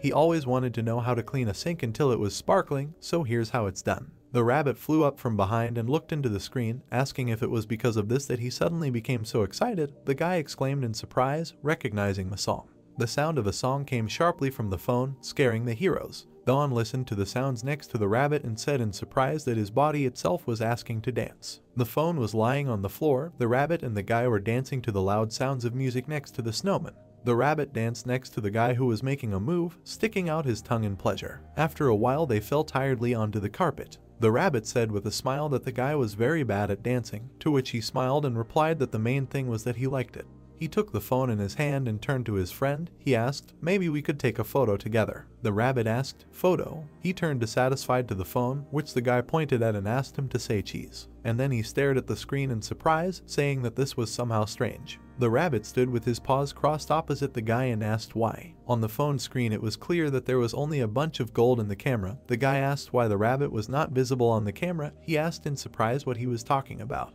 Don looked at the rabbit and said that he wasn't lying when he said he looked like a ghost. The beast exhaled displeasedly, closing one eye, and asked the spirit to speak instead of the ghost. The guy thoughtfully touched his face with his fingers and thought that he could take advantage of this, so the ghost's tricks would not work on him. An unexpected plus. White clouds floated in the clear sky. An artificial island with a temple flew up to the floating island. The man in the brown boots said finally. Don looked up determinedly, saying that they had finally reached the next island. Don and the rabbit stopped at the flying island and asked Alpha where Seung-woo was. The spirit replied that, judging by the location of the mini altar, it was far from them. The guy extended his palm, above which there was a golden arrow, and said that then, apparently, he was in a different place. Were they going in the wrong direction? He believes they will meet next time. The rabbit turned to him and asked, "How about being the first to clear this dungeon?" The guy looked up and said, "That's a good idea, go ahead." Several flying steps rose up from the platform. In the thickness of the floating sharp there was a hole that glowed blue. From there the spell of mud formation was constantly repeated. The rabbit looked out of the hole and looked at the guy, who bent over and said that he was tired. Suddenly the hero noticed black clouds and made a surprised sound. The heroes looked at the thick gray fog. The guy asked, "Is this island shrouded in the fog of the abyss?" Extending his fingers, he used the purification skill. A flickering blue ball appeared ahead. But nothing changed. The hero said that it seemed that everything was to no avail. The rabbit looked at him and warned the guy to be careful. He senses a bloody aura nearby. He needs to summon several golems. With an insidious smile, the guy took in his hand a silver cube with a golden key sticking out of it and asked if they could check that place. When he turned the key, a portal flickering with lightning opened in front of him. The guy saw Bahamut, who was standing by a pile of gold. The snowman stood next to the armored golems and, raising his hands, asked how he could help his owner. Sticking out of the metal cube was a golden key surrounded by a golden glow. The Isle of Plenty has unstable coordinates, so the gate won't open until they stand on the altar. However, the magical inventory can be opened anywhere as long as the lock can be opened. Bahamut spread his arms with a smile. Don instructed him to keep an eye on the treasury. There were several armored gorillas standing nearby. He placed golems inside to stabilize their summoning system. The heroes noticed in surprise how black fog surrounded the flickering portal. The rabbit said in surprise that the fog was seeping through the portal into the inventory. The guy swore and said to hurry up and send some golems. Several earth birds and a blue bear emerged from the portal. The rabbit looked at the guy and said that he only needed to widen the hole and clear the way up. Don replied that no, they should set up a camp first. With his arms outstretched, the guy was building a fence of earthen blocks in the middle of the fog, surrounding the heroes, and asked if he could make a roof then.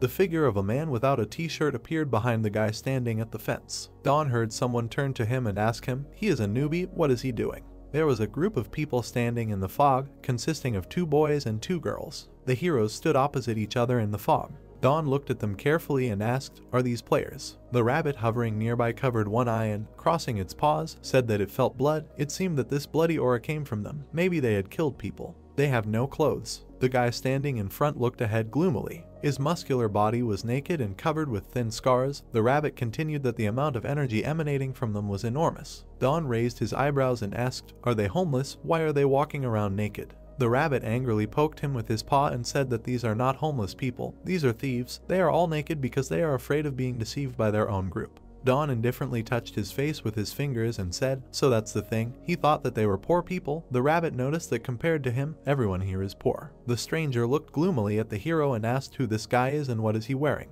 A brunette standing nearby, waving her fingers, said that he would have been robbed even if he was in the dungeon. The heroes heard in shock how the guy, grabbing the sword from behind his back, shouted that he would see what he had. The rabbit pointed his finger sternly and shouted not to let down his guard. They are professionals. The guy swung his sword at him, shouting that he would take everything from the newcomer. Then he frowned. The blue bear attacked him in the torso with a swift blow. The guy flew away from the powerful blow and fell on his back. The stranger screamed, eyes wide. His comrades looked at this in surprise. The guy asked what just happened, and the girl with her hair braided exclaimed, "What is this?" They watched as a huge blue bear loomed over the guy and could not find words. The guy turned to her and asked, "Is this a huge teddy bear?" The girl screamed, holding an arrow in her hand, that this was not a teddy bear, this was an ogre. Releasing an arrow, she ordered to disperse and attack from afar. The arrow flew towards Don standing opposite. He caught the arrow in his hand and squeezed it in his palm, opening one eye slightly. The girl looked at this in surprise. Biting his lip, the hero broke the arrow in his fist and said that such nonsense for him, superhuman strength was activated. Looking ahead, Don said he believed he needed an escort to explore the island, right? The strangers were surprised to see the guy jump high into the air and asked, "Is this a skill?" A group of strangers disappeared into the fog, shouting that it was stronger than they thought, retreating. The rabbit noticed with displeasure that they had fled into the fog.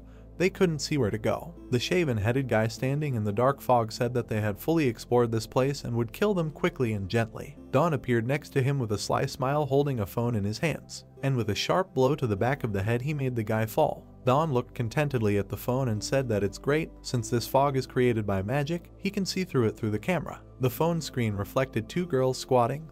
One of them asked what was going on, and the other replied that he had noticed them. Don slammed the phone cover with a smile and said, "What now?" 2 shadow copies appeared behind him. He pointed with his hand and said to go easy on them. A thick, dark fog swirled under the blue sky. Girls and boys with bumps on their heads were buried in the sand up to their necks and apologized in unison. Don turned away from them, scratching his ear, and said that he would take a look. He managed to build a camp, but could he build an observation tower himself? He opened his inventory and pointed his finger at the fan blades, saying no. Can he remove the fog and build it quickly? The guy looked at the 3 shadow copies that were holding the blades in their hands and told them that these were propellers covered with abyssal salmon scales. Let them spin as hard as they can. A small building and a tall tower appeared in the thick fog. The gang watched this in surprise. The brunette buried in the ground asked who he was. Eliminates fog using propellers. The dark-haired guy said that he also builds. The bandits fell silent when the guy squatted down next to them. With a smile, he asked them, "Now maybe we can chat." Don and the rabbit sat opposite the buried heroes, who were telling something.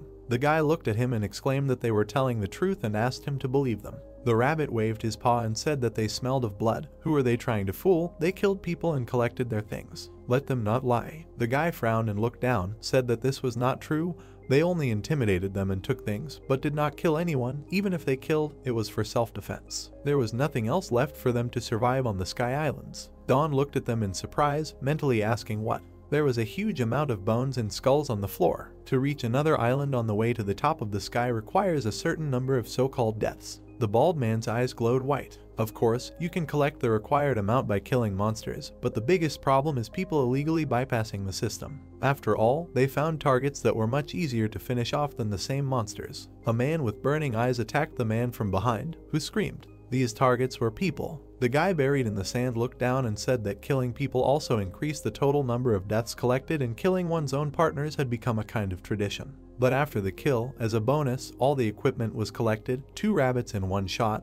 Their group did not want to go that way, so they simply took the items. The rabbit crossed his paws and, closing his eyes, said that they were pitiful and how they differed from those murderers and marauders. Isn't it obvious how the robbed ones would end up? The guy replied that they were victims too. The rabbit pointed his paw at them displeasingly and said that according to their logic, is there anyone who has not become a victim? The guy closed his eyes and imagined naked men standing in their underpants and said that, in any case, after a while everyone began to hide their equipment. Everyone did this, and no matter how weak a person looked, he could have an excellent weapon hidden, so no one attacked anyone. Don looked at the rabbit, who displeasingly crossed his paws over his chest and said that this place is simply incredible. Walking around naked so that no one attacks, what an absurdity. Don looked at the players and asked, should he clear this island or move on to the next one? In other words, hunting people is illegal, so there's a workaround. The guy with brown hair looked at him silently and thought to himself that for a newbie he had heightened senses if that was his. Closing his eyes, he said that, to be honest, they had escaped from the interior of the island, so they didn't know much. Don asked again, did they run away? He imagined a chest and heard that the participants on this island were competing against each other for a treasure chest located in the center of the island.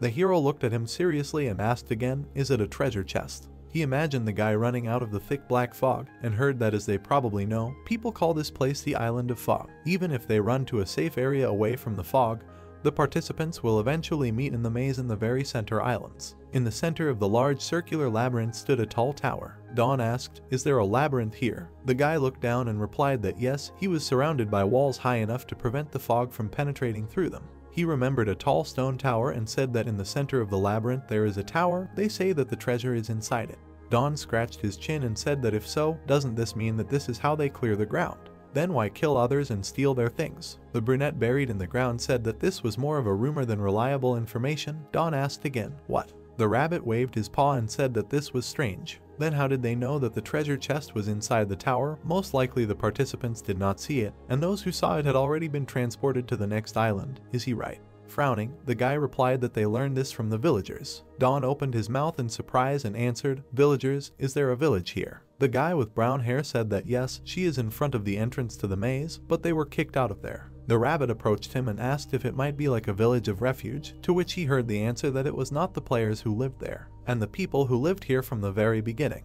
Naked players walked behind Don wearing a golden helmet with a disgruntled rabbit hovering next to him. The guy walked forward with a smile, saying that the villagers living in the dungeon were eager to see. The beast asked if he could do something with this helmet. It was attracting too much attention. Don put his finger up and said he can't. He doesn't even know what he's talking about, that helmet. A phone with a camera was inserted inside the visor. Don continued that this is a modern device that cancels the effect of fog. Turning to the surprised guy, he handed him a smartphone and said that with it they could find their way. The players stared at him in shock, exclaiming, the phone, how is it not dead yet? There was no fog on the phone screen, and the floating island ahead was visible. The man exclaimed that through the camera you could really see through the fog, and thought that was how he found them right away. The rabbit covered his mouth with his paw and quietly asked if it was okay to just give them the phone in case they ran away with it. The guy with a smile said not to worry, his battery would run out in a day or two and they wouldn't be able to charge it. With a smile, he clutched a bell on a red ribbon in his hand and said that his problem is that he does not trust anyone. People are loyal, he knows this because they have become a small team. And then he used the secret art of shadows. The guy recoiled in surprise when a shadow copy appeared in the fog next to him.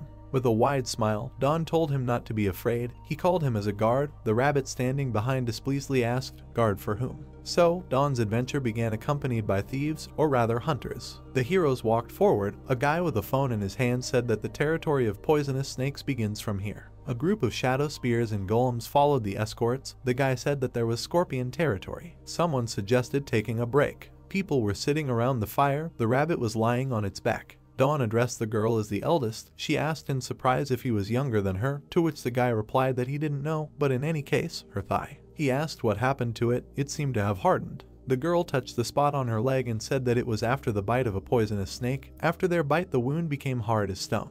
Dawn looked at her and asked the truth, like a stone. The girl replied that yes, that's why they call them stone snakes. The guy looked at the lying rabbit, who said that this must be the petrification curse. Dawn turned around in surprise when he heard the curse. The heroes jumped up, turning their backs to the fire, surrounded by many snakes. Someone shouted that they were surrounded. Apparently there was a den of snakes nearby. The guy turned to the hero in the helmet and told him to stay behind, to fight the snakes with a weapon like a spear. The naked guy hit the snake with a spear. The rabbit laughed into his palm and said that the romance of the dungeon, yesterday's enemies, today's allies, joining forces in the face of danger. Dawn replied that it does not matter. The blue bear attacked the snakes with his mighty paw. Thanks to Dawn golems, the team with spears attacked the snakes, and thanks to the excellent fighting skills of the participants, the snakes were quickly defeated. The bodies of snakes lay on the ground. A scream was heard. The brunette looked at her friend's hand, which had a bite mark, and asked, "Is she okay?" The girl replied that she thought they killed everyone. Apparently this one was hiding somewhere. The rabbit looked at the hand upset and said, "No, is she sure she will be fine?"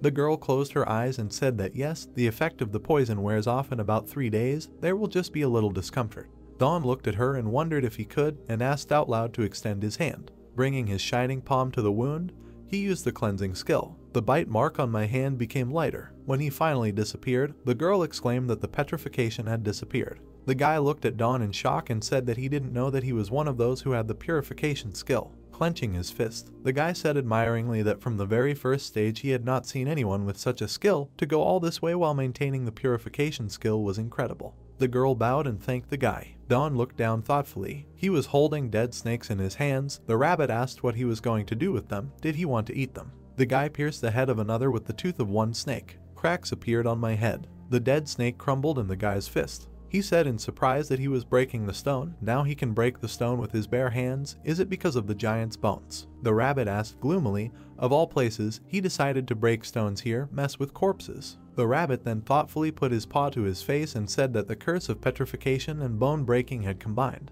Oh, this is a system error. With an insidious look, the guy held in his hand a dead snake, from which a blue drop of poison was dripping, and said that he had found a new weapon. The snake's fang stuck into the stone. When bitten by a stone snake, part of the body slowly turns to stone. Dawn, who personally observed this effect, came up with an idea. He imagined a silhouette of a shadow copy holding a bow. A picture appeared in his head of shadow servants launching steels reinforced with the venom of a stone snake. In the imagination, the silhouette was illuminated by a bright glow in a fighting pose, and he crushing petrified enemies. The rabbit was surprised when the guy in the golden helmet with a smile asked to collect all the killed snakes. Trees with lush crowns grew in the fog. Grass grew on the ground. Dawn with a blue bear stopped at a stone lake with a stone swan. Looking forward in surprise, he asked, "Did a nuclear bomb explode here?" The guy standing behind replied that he didn't know what happened. But when they arrived, everything was already like that. Looking up, the guy in the helmet remembered Rugal and thought that the dungeons were repeating the process of extinction. Dawn looked forward and said that this place must have become extinct due to the petrification curse. The rabbit hovering nearby replied that it seemed so, but did it matter, and called to go. Dawn sat down next to the swan and extended his hand and applied purification, saying that the swan looked very sad. The swan's body lay on the ground. The guy sadly said that he did not return alive. Dawn looked at Green Tree and said that although it worked on trees, the effect depends on what he uses the skill on. He took a notebook and began to make notes with a pen, saying that since he had overcome the curse of petrification, he needed to write everything down about it before he forgot. The hero heard the words that they were there. He turned his head. The players stood next to a high wall, consisting of plates fastened together. Dawn stood behind and asked, "They were talking about this labyrinth? Such high walls?" The guy confirmed. The naked guy looked at the hero and said that they need to walk with caution from now on. Dawn asked why, because they were kicked out by the villagers. The rabbit crossed his paws and asked why they were kicked out and something was stolen. The naked guy scratched his head and said guiltily that he was embarrassed, but yes, they harvested some crops without permission. Dawn thought, seriously, and he asked out loud whether it is possible to grow crops here. The guy with brown hair introduced the carrot patch and said yes, but they didn't see everything. There was a small vegetable farm with what looked like carrots. The upset guy and the delighted rabbit with carrots for eyes repeated in one voice, "Carrots." With a sweet smile, the rabbit waved its paws and asked the guys what they were waiting for. Let them show the way. The guy walking in front pointed at the houses and said that they should not touch what belongs to the villagers. If they do this, all the villagers will chase them. Dawn walking behind asked if this is true. With a smile, he waved his index finger and said that then, Instead of stealing, one can exchange meat for vegetables. A person should eat meat, not vegetables. The guy turned to him excitedly and said that about this, if the villagers had listened to them, they would have done this a long time ago, but they will understand everything when they see everything for themselves.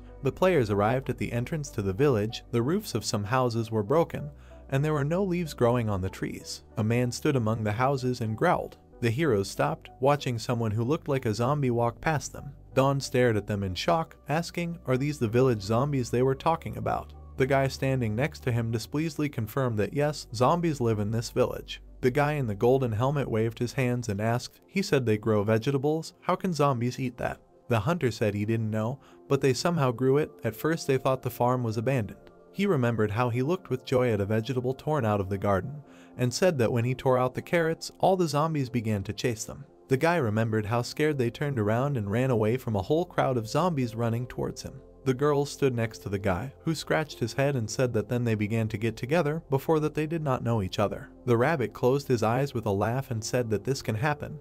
When you run away from zombies, you suddenly find new friends and even love. One of the girls embarrassedly said that she did not understand about the latter. Dawn smiled and said, "Zombie farmers, can we take a look at the farm first?" A local guy screamed, showing a cross of his fingers, and said, "No, absolutely not. You cannot touch their things or fight. If they kill at least one, then all the zombies will follow on their heels. The only way to enter the labyrinth is to walk quietly through the village." The worried guy asked Dawn, who was standing next to the blue bear, about the loud footsteps of those golems. Could they do something about it? The guy looked in surprise at the bear, which was awkwardly hovering in the air. Dawn folded his arms over his chest with a satisfied smile and asked what he means by can't. The ghost stone was equipped. The rabbit folded his paws on his chest and looked at the guy with suspicion, asking since when they were on the same side. He stammered and answered that it was better to go through the maze together than alone. The naked guy poked himself with his finger and said that, to be honest, it was only thanks to them that they got out of the fog. The rabbit turned away and said that it was because of the phone. "Did you hear creepy words? Treasures inside a tall building." Dawn turned towards the voice in surprise. He saw two zombies talking about how those who received the treasure were so lucky. He also wanted what kind of treasure was there. The other zombie replied that no, people like them would become greedy, they would be cursed and die. The guy standing behind Dawn frowned and ordered to be quiet. "The zombies are talking, that's how they found out about the treasure." The hero looked forward and said that the rumors were being spread by zombies. The rabbit hovering nearby said that these were the voices of ghosts. It seemed that they were cursed, and their bodies and souls were stuck in the village. Dawn frowned and thought that they were unusual zombies. There were empty shopping tents and counters next to the houses. The hero turned his head and looked across the street. Touching his chin, he said that this place looked familiar. Where had he seen it? The rabbit looked at him and asked, "The state?" The guy said that maybe he was right. He imagined the villagers who were standing at these market stalls and thought that no, he was wrong. He had seen this village in his dream. The rabbit asked displeasedly what was wrong with the guy when he froze, staring ahead, and shouted that this place looked exactly like the village where the giants roamed, which he had seen in his dream. The rabbit asked, "Did giants roam in this tiny village?" Dawn confidently walked, pointing his finger forward, saying that yes, in his dream he was going there, right past the town square. The guy standing behind him asked fearfully, where was he going?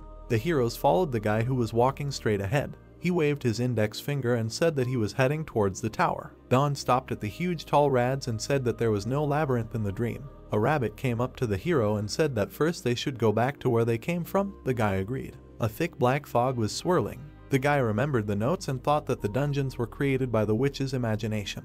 He imagined a little girl sitting by the window, closing her eyes, and said that this labyrinth was where she used to live. He imagined small houses near a high tower and thought that in the children's eyes this place must have really resembled a huge labyrinth from which no one can escape.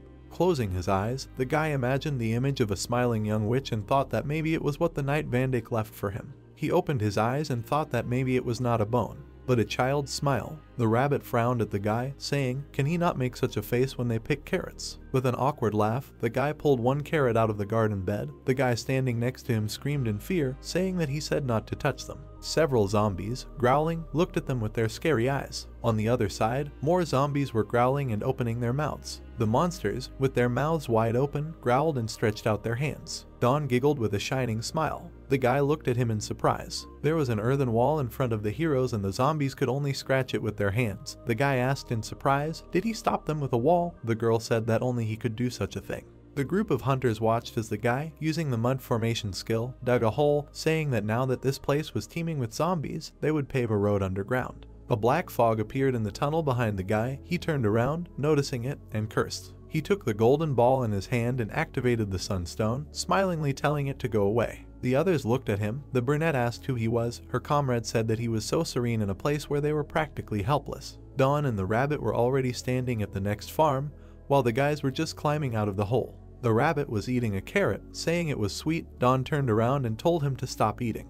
The rabbit was hovering next to the guy, happily eating the carrot. The friend looked at him and thought that he had heard that rabbits get diarrhea if they eat a lot of carrots. On the other hand, he eats enough pork for 10 people, so no one knows if there is treasure inside the labyrinth, but Dawn found a lot of treasures before entering the labyrinth. The guy was sitting by a bed of lettuce and asked delightedly, "Is this lettuce?" The guy winced in amazement at the guess and thought, "Wait, that's it." He looked at the lush green head of cabbage thinking it was cabbage. Joyfully clenching his fist, he imagined the traditional dish and exclaimed, "Kimchi, we can make kimchi." The heroes were standing in the fog. The guy was smiling and holding a salad in his hands and said that they got carried away and had a good harvest. The girl looked at the vegetable in her hands and said, "Will this be enough for them to last in the labyrinth?" The guy turned his head and looked at the huge crowd of zombies behind the wall, who were saying, "Will there be treasures there? They will be damned if they enter there," thinking that everything seems like a deception. Dawn asked, "Don't the zombies repeat the same thing over and over again, like NPCs?" The guy listened and said that yes, now that he can hear them up close, it seems like some kind of pattern.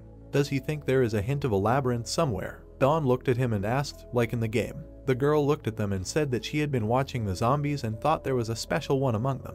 Dawn turned to her and asked, "Special zombies?" The sunstone was fixed on a wooden base. Dawn walked next to the brunette. They were holding torches made of sunstone. The others followed. The girl said that there. The rabbit looked ahead in surprise and asked, "Are they here?" In the thick fog there was a woman in a white scarf. The heroes approached the wall and saw 3 zombies in village clothes cultivating beds and planting something. The guy looked at it in surprise and said that it was cool.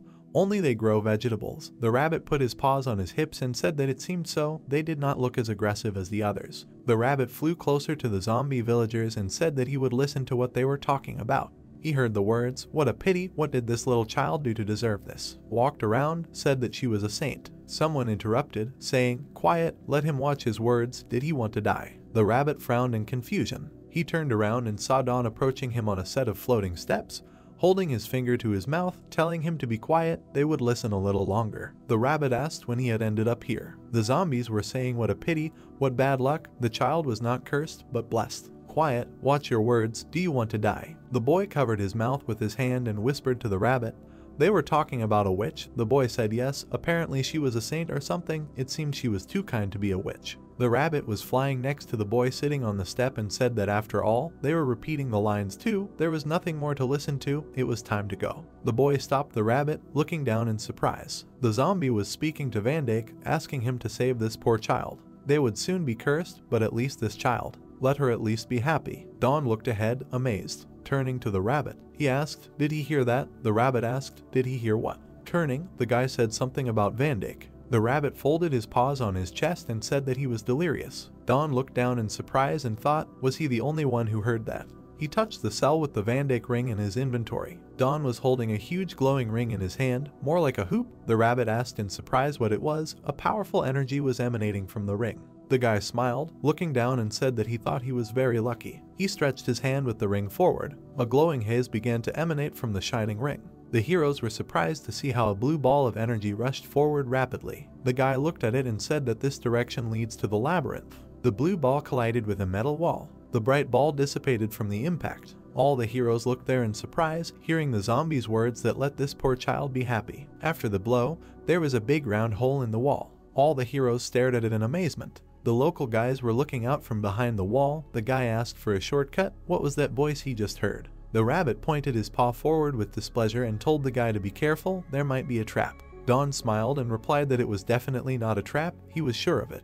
The rabbit touched his face with his finger and wondered if there was a reason for his confidence, and said out loud that if there was, they should go inside. The heroes looked at the floating steps of the stairs and heard Dawn sitting at the top ask what they were all waiting for. They had found a shortcut together, let them come here. The heroes carefully stepped onto the floating steps, which were right above the screaming zombies, and Dawn, walking forward, told them to carefully follow him. The naked guy silently looked at the hero, walking after them. He looked ahead thoughtfully, thinking that their lives depended on him, but he used purification to heal them, and on top of that gave them vegetables. He looked at the guy in the red t-shirt and gold helmet and thought that he didn't look like a bad person. In fact, he was very soft. He watched the guy trying to hold on and thought, he's a slacker. The guy's look was confused. He continued his thought, or how do they say it, on another level. Don touched his chin with his hand. His foot stepped on solid ground. They went down and stopped at high walls consisting of different slabs. This is a labyrinth. Don was holding a huge ring in his hands. The glow formed a blue arrow. He asked in surprise, is it pointing in that direction? The heroes walked along a narrow passage of the labyrinth. Don was walking in front holding an arrow in his hands. The rabbit said that this was a very huge place. He flew next to the guy, followed by the others, and said that if it weren't for the ring, they would have already gotten lost. Don held his compass tightly in his hand and said that there was no need to worry about getting lost. If things continued like this, he thought he could pull him out. They hadn't seen each other for a long time. The heroes looked up in amazement, asking, what is this, a tank, a bus? Don sat on the head of his elephant golem with the rabbit and said with a smile that it was an ordinary elephant. Looking at the others, he told them to climb in, otherwise he would leave them here. The heroes sat on the floor inside the cabin of the elephant golem. Don said that this place may look unsafe, but they are safe. The guy sitting opposite said thank you. He doesn't even know how to thank him after all the help he provided. The hero's gaze flashed as he smiled picturesquely and asked, do they really think so? The guy looked at him awkwardly and apologized. The hero in a red t-shirt showed him a whole bag of poisonous fangs of stone snakes and said that he had prepared a problem for them just for this occasion so that they could properly thank him. It's usually fun to do things like this together, especially when you're sitting with a group of people. The guys stared in surprise at the objects lying in front of them.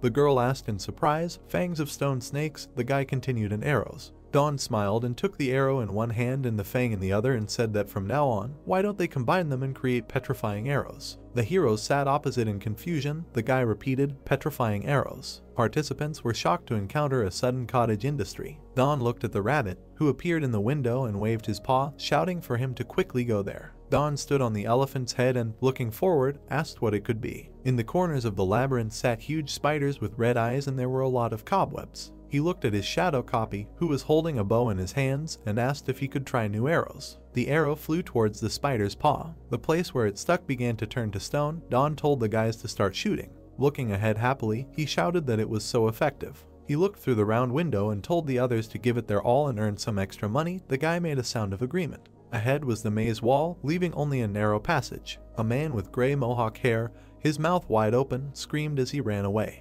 Then ran away screaming from a huge metal ball rolling towards them. The gray-haired guy jumped, caught by a gust of wind when he used the wind sprint skill. The bald man running after him swore and asked if he was going to leave him behind. He extended his palm, which was surrounded by a golden glow, and, swearing, said that he would now show what he was capable of. 2 golden flashes from the guy's palm flew towards the huge ball. He tried to cover himself with his hands, screaming and expecting a collision. The huge ball was rolling closer and closer, but instead of a collision, it became transparent and rolled away further. The bald man froze, opened one eye slightly, looking forward in surprise. He fell helplessly to the ground, saying that it was an illusion. He fell for it again. The bald man looked at a guy with gray hair who approached him, who said that the worst thing is that some of these illusions are real. The man said that he would let him go only this time. The guy with the mohawk helped the bald man up and asked where she should go now, to which he received the answer that they would return to the previous intersection. A naked guy with brown hair was holding a phone in his hands and saw a rolling ball.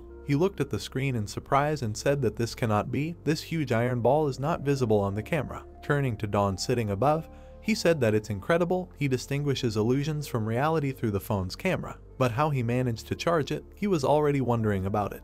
Don looked at him and said that by melting the gold, to which the guy asked again. The hero showed a gold ring and a glowing phone lying on his palm, saying what it was like. The guy laughed awkwardly, saying that's it, and thought that he was explaining how to charge it because no one else could do it. Don put his palm to his forehead like a visor and said that these illusions are well planned and intricate. Can they create something like this? Alpha said that he was not a magician, to which the guy ordered to be quiet. The ring in the guy's hands pointed the way with a blue arrow. Don and the others navigated most of the maze thanks to the ring's directions. The guys looked up in surprise. Soon after, a tower of rumors appeared in front of them. In front of them rose a stone tower with small windows. Some time ago, a guy in gloves with a scar on his face was trembling, clutching a sword in his hands and cursing at the spiders. A huge black spider spat out its web, which immediately entwined the screaming man. He looked ahead in fear and groaned because the web covered his mouth. The spiders gathered people into peculiar cocoons and carried them somewhere. The guy wondered where they were taking them. He was surprised to notice a tall tower and thought that there was a tower in that direction. Looking ahead, the guy with the scar thought about what it would be like to take the shortcut to the tower and be kidnapped by spiders. Luck is on his side. Suddenly the hero became gloomy. Don next to the rabbit stood opposite people with swords who were entangled in cobwebs like mummies. The rabbit extended his finger forward and said that everything was going too smoothly. Apparently the brains of these people were cleared by spiders. Let him look at their eyes. The guy with the scar on his face was wrapped in cobwebs right up to his eyes and growled, raising his weapon. Don took a closer look and asked if they were still alive. The rabbit replied that yes, they were. If they died in this state, would they become zombies? Don touched his chin with his fingers and asked if they were worth saving. The rabbit shouted at him displeasedly that he would stop interfering in everything. Don was surprised when his familiar guys appeared in front with weapons in their hands. The guy shouted that they would take care of them. The guy with brown hair looked ahead and said that, apparently, to get to the tower, they would have to go through them. They could do it without arrows. They like that kind of work. He jumped up, swinging his weapon and shouting for everyone to come to him. He will kill everyone. His comrades also rushed to the attack. With a spear in his hands, he flew at the hunched-over mummy. He struck sharply and the mummy flew back. The guy looked in surprise as the bandaged man stuck his feet to the sheer wall. A man with a scar on his face jumped off the wall and, with a sword in his hands, jumped at the guy, who managed to block him with a spear. The guy clenched his teeth from the effort and thought, "What kind of movement is this?" The rabbit looked at the pensive Don, saying that they were jumping around like they were parodying Spider-Man. Isn't he going to fight? Looking ahead, the hero chuckled and said that something was wrong. He looked at the bandaged people who were holding weapons and asked, "Aren't the movements of these spider zombies too similar? The participants have different skills, but their fighting style is the same." He watched as another zombie jumped off the wall and landed on the guy's sword and said those attack patterns were weird. The rabbit beamed and said that it seems he was right. Is there really a solution?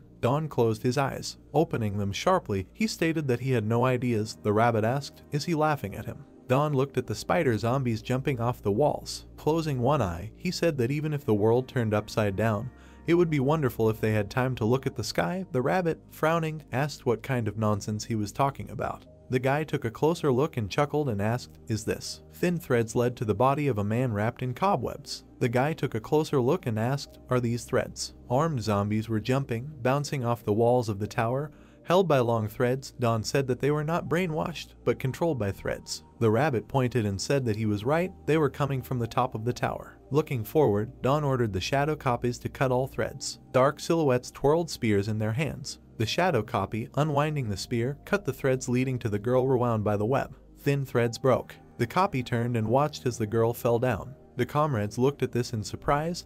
The guy said the zombies had fallen. What was happening? The girl asked Don did something again.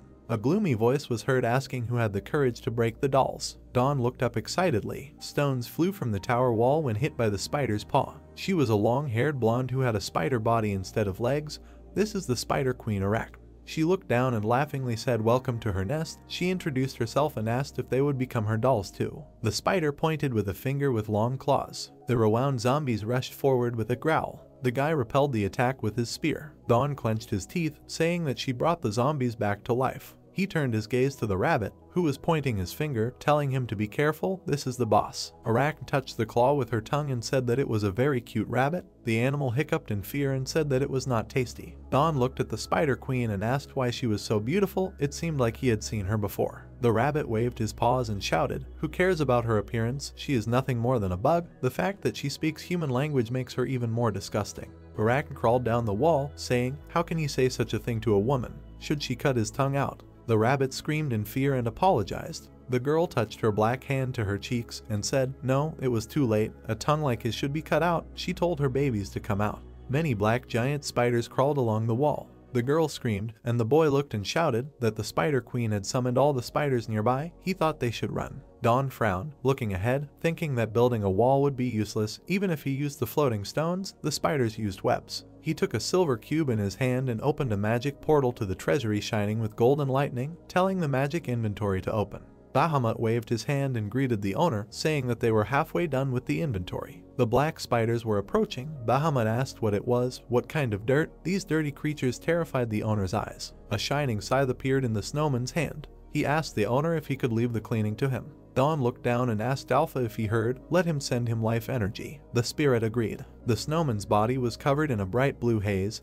He shouted that this was incredible power. Bahamut's eyes were shining. With a sly look he thanked the owner. The snowman with a scythe in his hands quickly flew over the spiders, calling for a blizzard. A swift movement of the scythe cut off the spider's paws and head. The heroes looked at the blue whirlwinds in amazement, asking what kind of magic this was. They needed to move away. Arachne trembled, rubbing her shoulders with her hands, and said that it was getting cold. Apparently there was a capable enough person here who owned magic. Bahamut bloodthirstily screamed for them to get ready. He was approaching the spiders with a blue glow and said that he, Bahamut, would wipe them all out in one fell swoop. A blue wave surrounded the spider. The snowman cut the second one with a swift movement. He hovered above the enemies with a warlike look, holding a scythe in his hands. Dawn looked at this with confusion and asked, shouldn't they refrain from bloodshed after joining the Dragon of Life? The rabbit replied that he would repeat it again and again.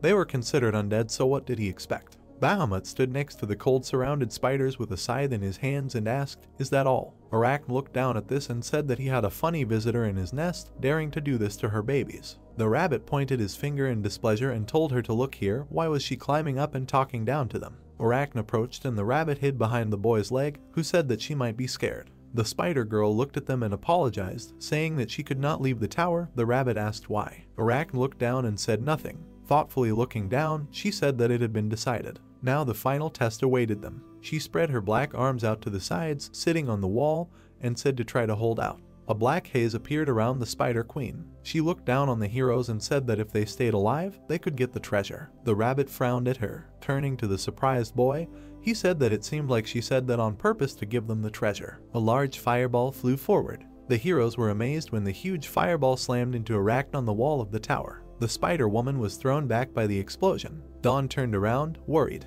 He looked at the two men. The gray-haired one put his hands forward. He smiled and shouted that he caught her, asking the people around if they saw it. The brunette headed towards them, asking who these people were. The bald one put his sword in front of him, telling the guy to go away from here, and that the treasure would be theirs. Rabbit folded his arms in displeasure and asked if it was getting more interesting, and said that these were the guys who had previously run away from the iron ball. The guy closed his eyes and said that, in short, more idiots on their heads. The guy with the mohawk put his hand on the other one's shoulder and showed him a thumbs up, asking him if they also had good equipment, and he told him that if they defeated this spider-like thing, then all the treasure would be theirs. The gray-haired man swung his fire spear and loudly said to die, shouting about the fire spear. Dawn crouched down and began to warm up under Guide's gaze. He said that at this rate they could lose the treasures, asking what he was going to do, and the guy repeated his last words. The brunette confidently raised his head and said that he was going to save first, and Rabbit asked who to save. Nick rushed forward. The man with the mohawk threw a fire spear at the spider. The woman covered herself with her hands and screamed. The hero jumped off the slabs and covered the blonde with one of them from the spear. She raised her hand to her face in surprise. Dawn crossed his arms, leaving yellow lines behind him, and summoned a hovering ladder. The men looked at the wall in surprise, asking what it was, and what kind of flying wall, and whether it was the boss's skill. He stood on the hovering slab in front of the girl and told her to run away from here. Spider looked ahead in surprise and asked what he was trying to do. The brunette pointed his thumb to the side, saying that the tower was no longer safe, so they needed to run into the labyrinth, asking that she had nowhere to run. The men looked up, and the bald man said that they would not give up so easily. They would flank and attack. Mick looked at them as they ran around the wall from the side. He narrowed one eye and asked if the men were changing the direction of their attack, then said that he would then build another wall, build a whole bunch. He stretched his hand forward, creating wall blocks. The boss watched this and was meaningfully silent. She looked at Guide, who was hanging in the air, and asked which participant was saving the dungeon boss, saying that this man was definitely crazy. Dawn spread his arms out to the sides and told them not to stand rooted to the spot and to run towards the labyrinth.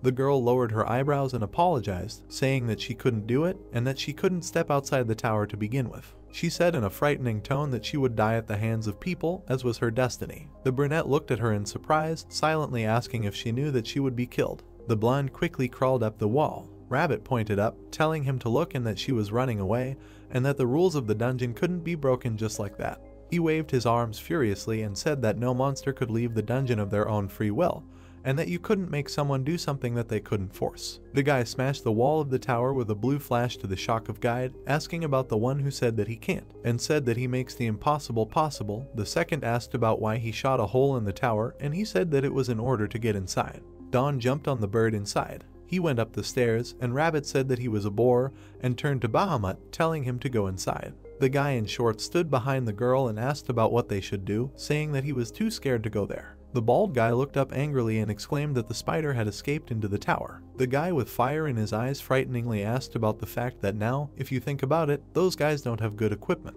Nick was climbing up with his group, and the blonde was wondering what he was trying to achieve, why he was climbing the tower, and if he was trying to find the treasure. The brunette stopped and looked up, asking if it was Arachne, saying that he would take her and the treasure. He looked at her with a calm expression, and she asked why he needed her, to which he said that he thought she had something to tell. Guide waved his hands in displeasure, loudly asking what he was talking about and if he was trying to hit on the boss. A bunch of spiders were crawling up the stairs behind the group, and Dawn told him to shut up, calling him a stupid rabbit, and asked if he saw that the spiders were chasing them, to which he said that of course he saw it, and if they caught up, they would be finished, asking why they would risk their lives like that. The guy thought about the piece of paper on which it was written that the girl had recently heard an interesting rumor. The locals said that she was an evil witch who was charming the townspeople, and warned others not to be fooled by her pretty face, and they also claimed that her legs were monstrous and scary, and this was outrageous considering that they had never even seen them. Moreover, the fact that she did not come down from the tower, they justified by the fact that she was guarding the treasure and not by the fact that she did not want to come down. And she wondered if greed was so strong,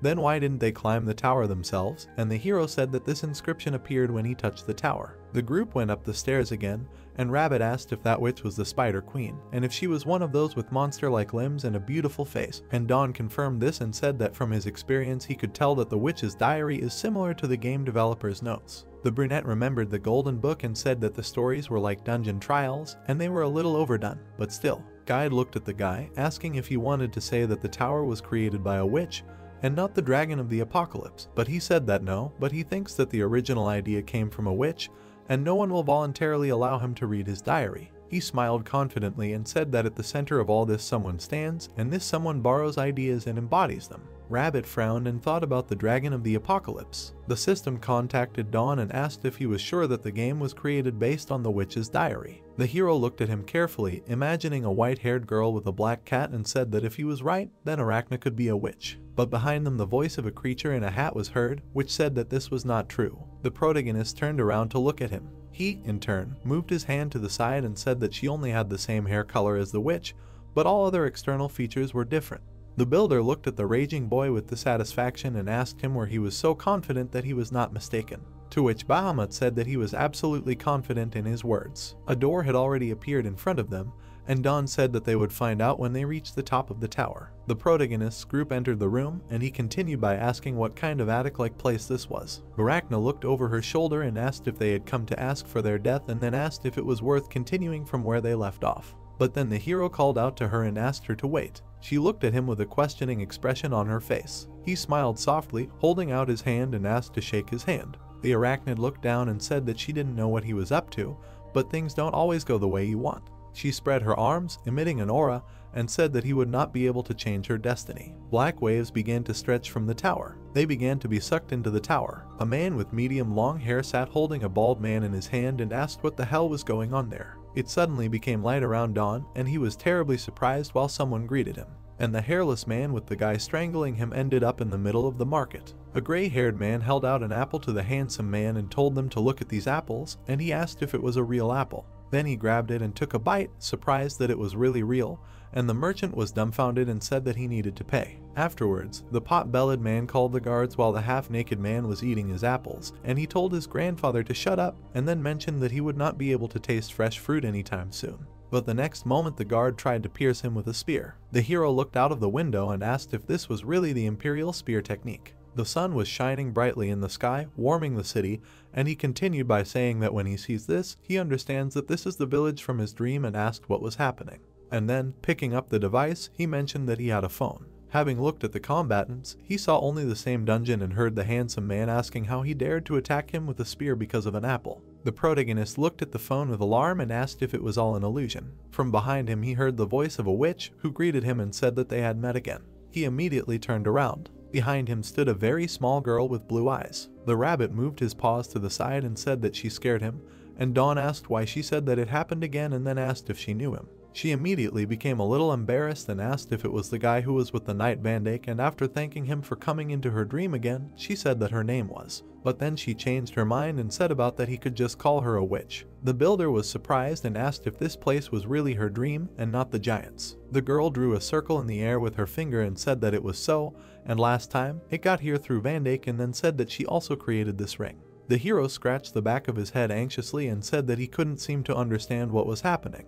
But then she screamed that she saw something very cute. She grabbed the rabbit, hugging him, and while he struggled and cursed and then asked for help, she pressed him a little harder, embarrassing him, and called him cutie again. White-haired warmed up and thought that it was very warm. Bahamut raised his hands in alarm and addressed the witch. The girl looked at the crawling snowman and asked who he was, to which he said that he was a devoted butler, or to be more precise, a former butler. Afterwards she asked who he was. The creature's tears flowed and he screamed and asked if she had forgotten him. Afterwards he bowed down, and she apologized to him and said that her personality, who now had not met him yet, must be, to which he anxiously asked about how this could be. Dawn looked ahead with concern and asked what she meant. She embarrassedly said that usually, memories are stored in objects that are treated with love and they can remember them through this object. After looking at the scorching sun over the city, she said that the atmosphere, things, people, and even the taste and smell. The protagonist looked with a dumbfounded look and said that even if this is true, it cannot feel so real, and then said that even though magic is a mysterious thing. And then Alpha lit up and said that perhaps this was the magic of the abyss, and she immersed them in memories through an object, and when you look, the abyss looks at you. Afterwards, she imagined how the hero stands with his projection and said that as soon as you find yourself in the world of dreams, there is nothing surprising in the fact that the owner of the dream recognizes you. The witch looked at the conversation with delight and said that she wanted to be as charming as her when she grew up. And the voice asked if she could see her. The little girl rested her chin on her hand and said that of course she could see, and she looked so cool and graceful, and then said that she must be a real charmer, to which she said that she had never had a boyfriend. The protagonist quickly looked around and asked where Arachna was. The girl put her finger in front of her and asked if he was looking for her spider, and said that it was right here. The hero was surprised and remained silent significantly. In front of him was a small spider in the corner of the room, and he asked if this spider was Arachna, to which she said that it was, and asked if her pet was cute.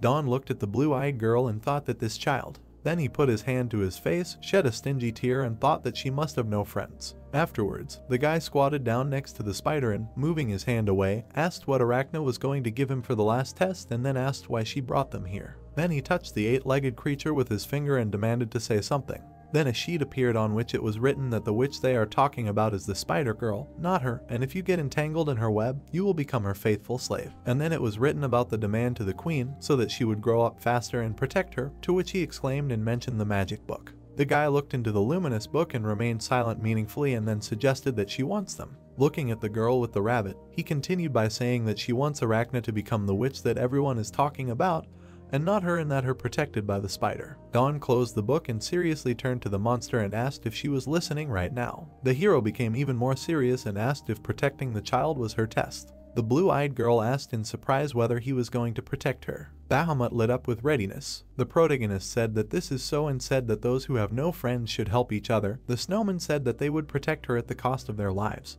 The hero turned his head and asked about what happened and what started. The girl became more serious and said whether they were really going to protect her. Dawn shouted with concern that he would protect her, and then asked about what he was protecting her from. The city began to burn, and she said that she needed to be saved from the former victim of this village. A man with a short mustache ran and shouted for them to kill the witch. The old woman screamed in alarm that everything was because of her. Residents raised their weapons and shouted for her to be torn to shreds. The blue-eyed girl cried and asked to be saved from this village. The main character looked out of the window with a stunned face. Dawn was perplexed, his eyebrows furrowed. He said that it was full of people, noting that these people were not like the hillbillies they had seen earlier. Men with angry faces stood near the building, their red eyes flashing. Dawn said that they are more like evil spirits. The rabbit behind the main character was calming the little girl. Dawn did not understand how those people could do this to a child, noting that this was too much. The protagonist with a serious look represented the buildings of the city. He thought that if this scene was the same as from the giant's dream, then the city would be burned and people would die, and the giant knight Van Dijk would sacrifice his own life to save the witch. The protagonist thought that Van Dijk was not there. The protagonist frowned, looking at the girl behind him. He thought that he clearly understood what was required of him in that test, and they should help the witch get out of the city instead of Van Dijk. The little witch hugged the rabbit tightly with tears in her eyes. The rabbit looked at the young witch with a sad look. He thought that he had never thought about the feelings of the final boss and that the witch felt this way every time. The protagonist extended his hand in front of him, throwing blocks out of the window. He created a floating staircase. The main character turned his head behind his back while the rabbit pointed his finger at him. Don told the guide to stop fooling around and help him. The guide asked Don that he couldn't see that he was encouraging them. The witch hugged the embarrassed rabbit tightly, looking at Don with a sad look. Don asked the guide that he was comfortable, to which the guide replied that this was the doll's responsibility. A white-winged griffin flew over the building. The guide asked the main character if everything would be okay, and if they climbed higher than the wall of the labyrinth, wouldn't griffins attack them? The guide added that if they did not climb high enough, they would hit the wall of the labyrinth. Don raised one eyebrow and pursed his lips. He said that in this case, they will strike a balance. A straight staircase was made from the tower window. Don told the little girl it was time to go. The young witch was shaking with fear, looking at Don with a frightened gaze. She said she was too scared to go outside. The rabbit suddenly backed away from the frightened witch, which made her afraid. The rabbit extended his paw to the witch, who looked at him with a surprised look. The guide told the witch that everything would be fine. The rabbit looked at the witch with a wide smile, blushing slightly and emitting heat energy. The guide told the witch that although he seemed stupid, he is a man of his word. The guide added that she did not need to be afraid and should just follow him. The girl looked at the guide with her big eyes, blushing slightly. She grabbed the rabbit's paw with her hand, wiping tears from her eyes. The guys climbed the stairs, from which a dim orange light emanated. The guide told the witch not to look down, but only at him. The main character turned behind him, looking at the guys running into the room. The guy in shorts called out to the protagonist. The guys stood opposite the main character. The guy said that there was complete chaos down there, asking him what was going on there. The protagonist pointed his finger towards the witch with the rabbit. He told the guys that they were just in time, calling them to him, adding that they were leaving from there. The guys climbed the stairs after the main character. Don extended his hand to the wall. He asked that they were already at the wall of the labyrinth, noting that it was thick and could not be penetrated with a pickaxe. Don looked in surprise at the glowing ring that appeared. He noted that it was a Van Dyke ring. A huge round hole appeared in the wall, from which a blue light emanated. Don took the ring in his hand, looking at it in surprise. He asked Van Dyke that he was trying to help them. The protagonist smiled widely, widening his eyes. He said it was great and we should keep moving forward. The short-haired guy turned behind his back when he saw a spider. He told the guys that they were being chased by spiders. The guys pulled out their weapons, defending themselves from the spiders. The guy with the spear told Don that they would deal with them and they should keep moving forward. The guy gritted his teeth, stabbing his spear into the spider's head. The main character continued to lay out the ladder to the wall of the labyrinth. The young witch closed her eyes as the rabbit pulled her arms. The spiders that had been chasing the boys lay dead on the stairs. The main character opened his mouth slightly,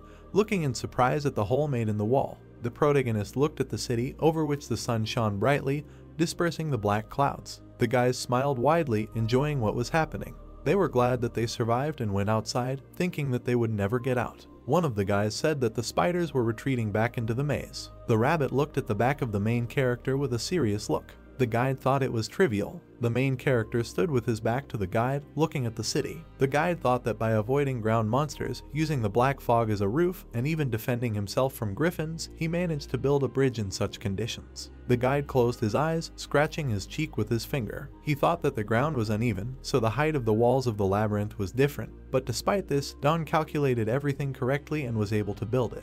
Don closed one eye, looking at the city with a joyful smile and wiping the sweat from his face. The guide thought Don was an incredible person. Don crossed his arms over his chest, looking at the witch with a smile. He told the girl that she could open her eyes because she was now safe. The witch asked Don if this was true. Don said it's true. The witch asked that she could really open her eyes, to which the protagonist replied that he could. The young witch opened her eye slightly, shielding her face from the blinding sunlight with her hand. The witch had a beautiful view of the city and the blue sky. The main character smiled and blushed slightly. He asked the girl how she was, and that isn't the outside world wonderful. The girl looked at the city with delight, folding her palms together. She told Don that it was, thanking him. A system notification has appeared. Achievement unlocked, successfully conquering the dungeon. They successfully completed the Misty Island Labyrinth. The dungeon nods at them in recognition of their achievement. Reward, full recovery of all survivors. Participants happily looked at the system notification, smiling widely. They were glad that they had passed another stage. The rabbit looked at the shocked protagonist with a malicious smile. A notification appeared. The floating staircase skill had reached level 8. Don asked what this was all about, to which the rabbit said that in the end, it was mostly the others who fought. The girl looked at the main character in confusion, knitting her eyebrows. She thanked the Duan for saving her, adding that she wanted to repay them, but she had nothing. Don smiled and crossed his arms over his chest. He told the young witch that he was not saying this to her, adding that she should not worry about it. The witch closed her eyes and extended her hands, creating a green energy sphere. She said maybe this would suit him. The spirit said that this could not be, noting that it was life energy and such pure power emanated from it. Green threads of energy flowed towards the tower. The witch said that the spirit was right, and in fact, the tower in which she was imprisoned was collecting little by little energy from the villagers. The witch added that this energy was then concentrated in her. The main character narrowed his eyes, looking at the witch with indignation, which made her confused. Dawn asked the girl that this tower sucks life energy. The girl said that it was quite a bit, not enough to shorten her life, noting that she did not live there of her own free will. The guide asked Dawn what he was doing, telling him to just accept. The rabbit looked at the wary Dawn with bewilderment. The protagonist said that it bothered him that it was taken away from someone. Rabbit told Dawn that the rest of the dungeons are also supported by the members' strength, so there is no difference. Dawn stated that in that case, he would gladly accept her. A system notification has appeared. Achievement unlocked, Witch's Blessing, which shared her precious energy with the knight who saved her. Reward, Transcendence Power, can be used to temporarily level up skills. The protagonist looked at the system notification with bewilderment. He asked what the power of superiority was. Spirit said it was another name for life energy. Alpha added that an excessive vital energy exceeding a person's capabilities leads him to superiority. The main character furrowed his eyebrows and smiled in confusion. Alpha said that of course, sometimes the body can't stand it and a person dies. Dawn asked the Alpha that in this case, isn't it dangerous? The main character turned his gaze to the golden light that appeared. The little girl began to glow, causing Dawn to look at her in surprise. He didn't understand what was wrong with her body. The witch closed her eyes and smiled slightly. The witch said that she is fine and knows that she died a long time ago, noting that these are only her memories. The rabbit lowered his ears, looking at the witch with a sad look. He said that after all, the dungeon is a cycle of death, and this child is locked in an eternal prison and constantly relives his death. Dawn blushed slightly and smiled widely, closing one eye. The protagonist asked that she comes there and sees it again and again. The witch opened her mouth slightly, looking at the main character in surprise. The main character looked at the young witch with a satisfied smile. He said goodbye to the little witch, saying that they would see each other again. The girl closed her eyes and smiled widely, crying with joy. Gray clouds floated over the village. Dawn looked at the system window with a serious expression on his face. When the witch disappeared, Dawn checked his list of skills. A system window opened, in which there were many skills with levels. The main character smiled embarrassedly, looking to the side. He noted how much of a mess his skills were, asking that they were a bit embarrassing skills. The main character looked thoughtfully at the system window, raising his hand to his chin. He said that he can increase the level of his skills by thinking about how to improve his skill. The rabbit flew up to the main character from behind. He asked the main character what to think, noting that of course he should improve his basic skills. Dawn said that purification is the most difficult to increase. The purification skill icon shone brightly. System notification. Dawn chose an upgrade for the purification skill. System alert. Purification skill increased from average level 10 to advanced level 1. Purifies the target. Can be used on a distant target. Can be used as an area attack. Immune to anomalous effects. The rabbit was lying on the ground, looking with a tired look at the main character. Dawn noted that nothing has changed at all. The protagonist looked at the black cat in surprise. He asked the cat what he had.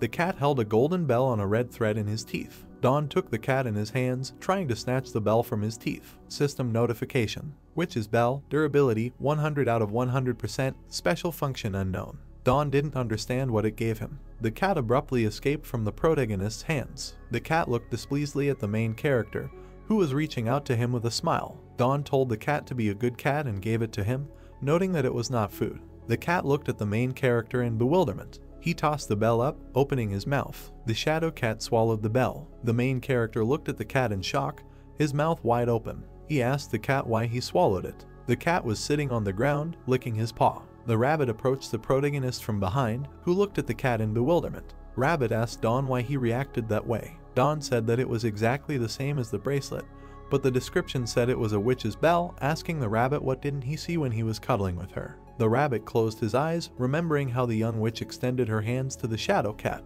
He said that as they walked across the bridge, he stroked the cat, adding that either the witch herself gave it to him, or the cat took it away. The main character pressed his lips together, sighing heavily. He said it was a loss anyway, after all, the thing looked impressive. The rabbit noted that undoubtedly. The shadow cat began to emit a blue aura. The guide told Dawn to take a look. The protagonist looked up, raising one eyebrow. Alpha said that he has a different personality from a normal shadow cat.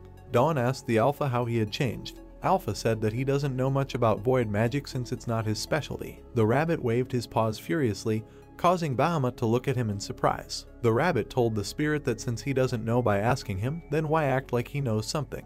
Bahamut opened his mouth slightly and raised his index finger. Bahamut said he thought the previous owner's bell had some influence on shadow art, asking if he could try it once. The main character raised his hand with a bell on his wrist. He used a secret shadow art. The cat took the form of a shadow servant. Dawn said that outwardly nothing has changed. The shadow servant squatted down, collecting a pile of dirt. The rabbit told the kids with a grin that if they just look at this, he imitates how his owner started by digging dirt.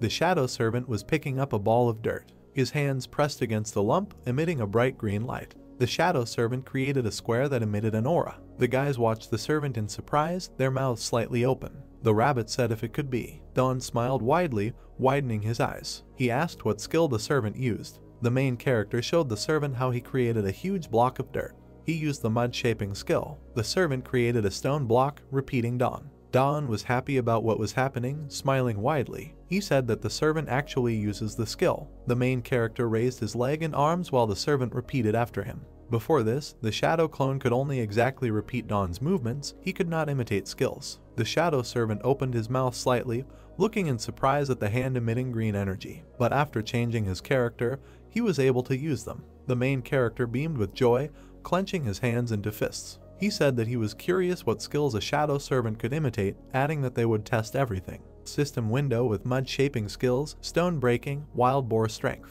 Based on the test results, the clone could use basic master level skills. The protagonist looked up with a hopeful look, clenching his hands into fists. Dawn asked what it means that every time he increases a skill to this level, he will be able to use them. Rabbit told Dawn that this might be true. The protagonist watched with a satisfied smile as the shadow servant took out an iron stick from his chest. Another amazing thing was that the shadow clone had the same abilities as Dawn.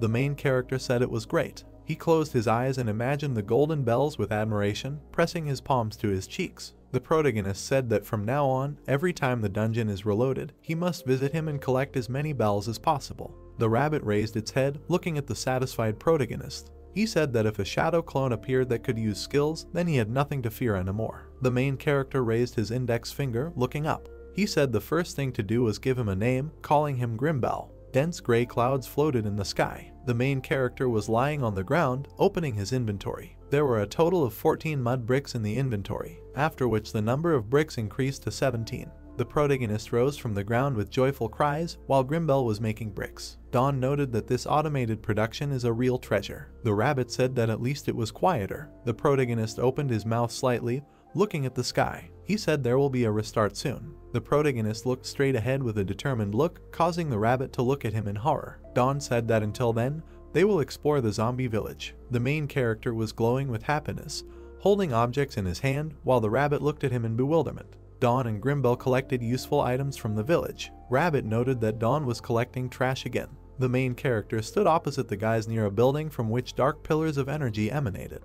The brown-haired man grabbed the back of his head with his hand, looking at the main character. The guy said that they decided to stick together. Dawn told the guy that since this is fate, then let them dare. The guy thanked the main character. The protagonist put his hands behind his head, looking at the guys. The guys continued to stand motionless in front of Dawn. The protagonist asked the guys why they didn't leave. The brown-haired man closed his eyes and smiled widely. He asked the main character where he was going to go. The brown-haired man thought that he definitely obliged to follow Dawn. The main character looked up thoughtfully. He said that he was not sure, adding that they should go ahead since he had a lot to do there. The brown-haired man looked at the main character with fire in his eyes, his mouth wide open. The guy asked Dawn what he was going to do, noting that he would die if he was hit by a restart. The guy told the protagonist that if he needed help, he would be happy to help. The brown-haired man mentally begged Dawn to come with them. The protagonist smiled sarcastically, looking to the side. He asked the guys if they wanted to watch, noting that he wanted to do something. Blue inventory window. What is the inventory limit? The inventory contained both dried meat and stone. This is unknown to any participant, or more precisely, no one has ever managed to collect enough items to find out. If there is no limit, can a house be placed there? In the middle of the clearing stood a gray house, around which dust rose. The participants looked straight ahead in shock, their mouths open. This is impossible. There were huge gray clouds above the village. Is it possible to fit an entire village there? The village disappeared from the earth, leaving only raised dust. As it turned out, it is possible. The main character smiled widely, clenching his hand into a fist. The guys stood opposite the main character, lined up. The main character said that he never thought that exchanging items would be so useful, asking if the speed of resource extraction had quietly increased. The girl and the brown-haired man looked dejected, putting their hands to their faces. The girl thought it would be easier to just surrender to the protagonist. The brown-haired man thought that there was an abyss between their levels. System alert. The dungeon is restarting. The participants walked towards the building, waving to the main character. Leaving their sadness behind, the other participants moved to the next island. The brown-haired man wished Dawn good luck. The octopus moved across the sky. Meanwhile, Dawn timed the restart. The riding beast approached the gray tower. He was waiting for the witch at the central tower of the labyrinth. Arachne was restored by the system, her gaze cast downwards. Arachne closed her eyes and sighed heavily. She noted that here it is again. Arachne walked on her spider legs, walking towards the window. The blonde walked to the window, looking out. Her eyes widened in surprise. She didn't understand what it was. On both sides of the bridge there were rice fields, which were illuminated by sunlight from a round window. Arachne smiled joyfully, letting tears flow from her eyes. The rabbit looked at the fields in bewilderment while Dawn looked at him. Rabbit told Dawn that he meant that they only needed a bridge, asking him why the rice beds were hanging in the air. The main character smiled slightly, looking up. He said that if he had only built a bridge, the place would have remained a lonely land, adding that the rice beds would decorate the landscape, especially if they harvested, they would remain in the black. Arachne climbed up the wall of the building, appearing in front of the main character. The blonde told Dawn that he got there himself, noting that it was incredible. She asked him that he was not there to kill her. The main character smiled confusedly, crossing his arms over his chest. He told Arachne that it was. Dawn thought that she lost her memory after the restart, noting that it would be problematic if that girl forgot everything too. The guys looked at the spider girl while standing on the bridge. Arachne told the protagonist that he has interesting skills. The main character asked the blonde if she could tell who her master was. The blonde smiled wickedly, raising her hand and emitting a purple aura. Arachne said that this was interesting, adding that it was time to begin the final test. Dust was flying in the lonely room. The young witch smiled joyfully and opened her eyes wide. She noted that Dawn came to her again. Dawn thought she remembered him. The young witch hugged the rabbit tightly as Bahamut bowed to the girl. Bahamut called the girl his dear former owner, telling her that he was glad to see her. The rabbit smiled shyly while in the arms of the young witch who was looking at Bahamut. The girl asked the snowman for forgiveness, noting that her memories were limited to that time period and she knew little about the people she would meet after. Bahamut told the witch that everything was fine. The girl happily hugged the rabbit and a cozy atmosphere hovered around them. Part of short-term memory, it reflects the personality of that girl. The main character smiled awkwardly, looking at the girl. He said that she was part of the witch's memories. The girl looked at Dawn with her big eyes and smiled widely. She said it represented her past, and it took a long time before she realized it. The girl added that she would have fewer problems thanks to the fact that he had rebuilt the bridge. Dawn looked up thoughtfully, pursing his lips. The sun shone on the path in the rice fields. The protagonist said that he did not build it a second time, noting that the bridge remained intact, so he simply planted rice there. A picture of a labyrinth appeared along which a bridge was built. The floating bridge was not subject to restart due to the hole from the Van Dyke ring. The bridge will remain in place even if the island decides to move. Dawn told the witch that in other words, restarting would have no effect on him. The main character grinned and blushed slightly, looking at the girl. He said that thanks to Van Dyke, that bridge will always protect her. The girl looked at the floor with a sad smile, saying the name Van Dyke. The main character pointed his finger out the window, where a bridge and rice fields could be seen. He told the witch that even if no one came to save her in the future, she could cross the bridge and get out. The witch said that she was so happy, thanking the main character. The protagonist closed his eyes and bared his teeth in a smile, putting a finger to his mouth. He asked the young witch if they could talk before the villagers gathered. The main character smiled in confusion, looking at the girl. The witch asked Dawn what he meant by wanting a bell. He asked the girl how she knew. The girl looked at Dawn with concern, knitting her eyebrows. She asked the main character what they should do, saying that she didn't have it because last time she gave it to the cat. Dawn asked the witch that it doesn't recover after a restart. The girl shook her head to the sides, continuing to hug the rabbit tightly. She apologized to the main character, saying that there was only one bell in her memory and last time she gave it to the cat. The main character closed his eyes and raised his hand with the bell. He noted that this meant the end of shadow art cultivation. The girl extended her hand, pointing her finger at the bell. She asked Dawn that future her made that bracelet.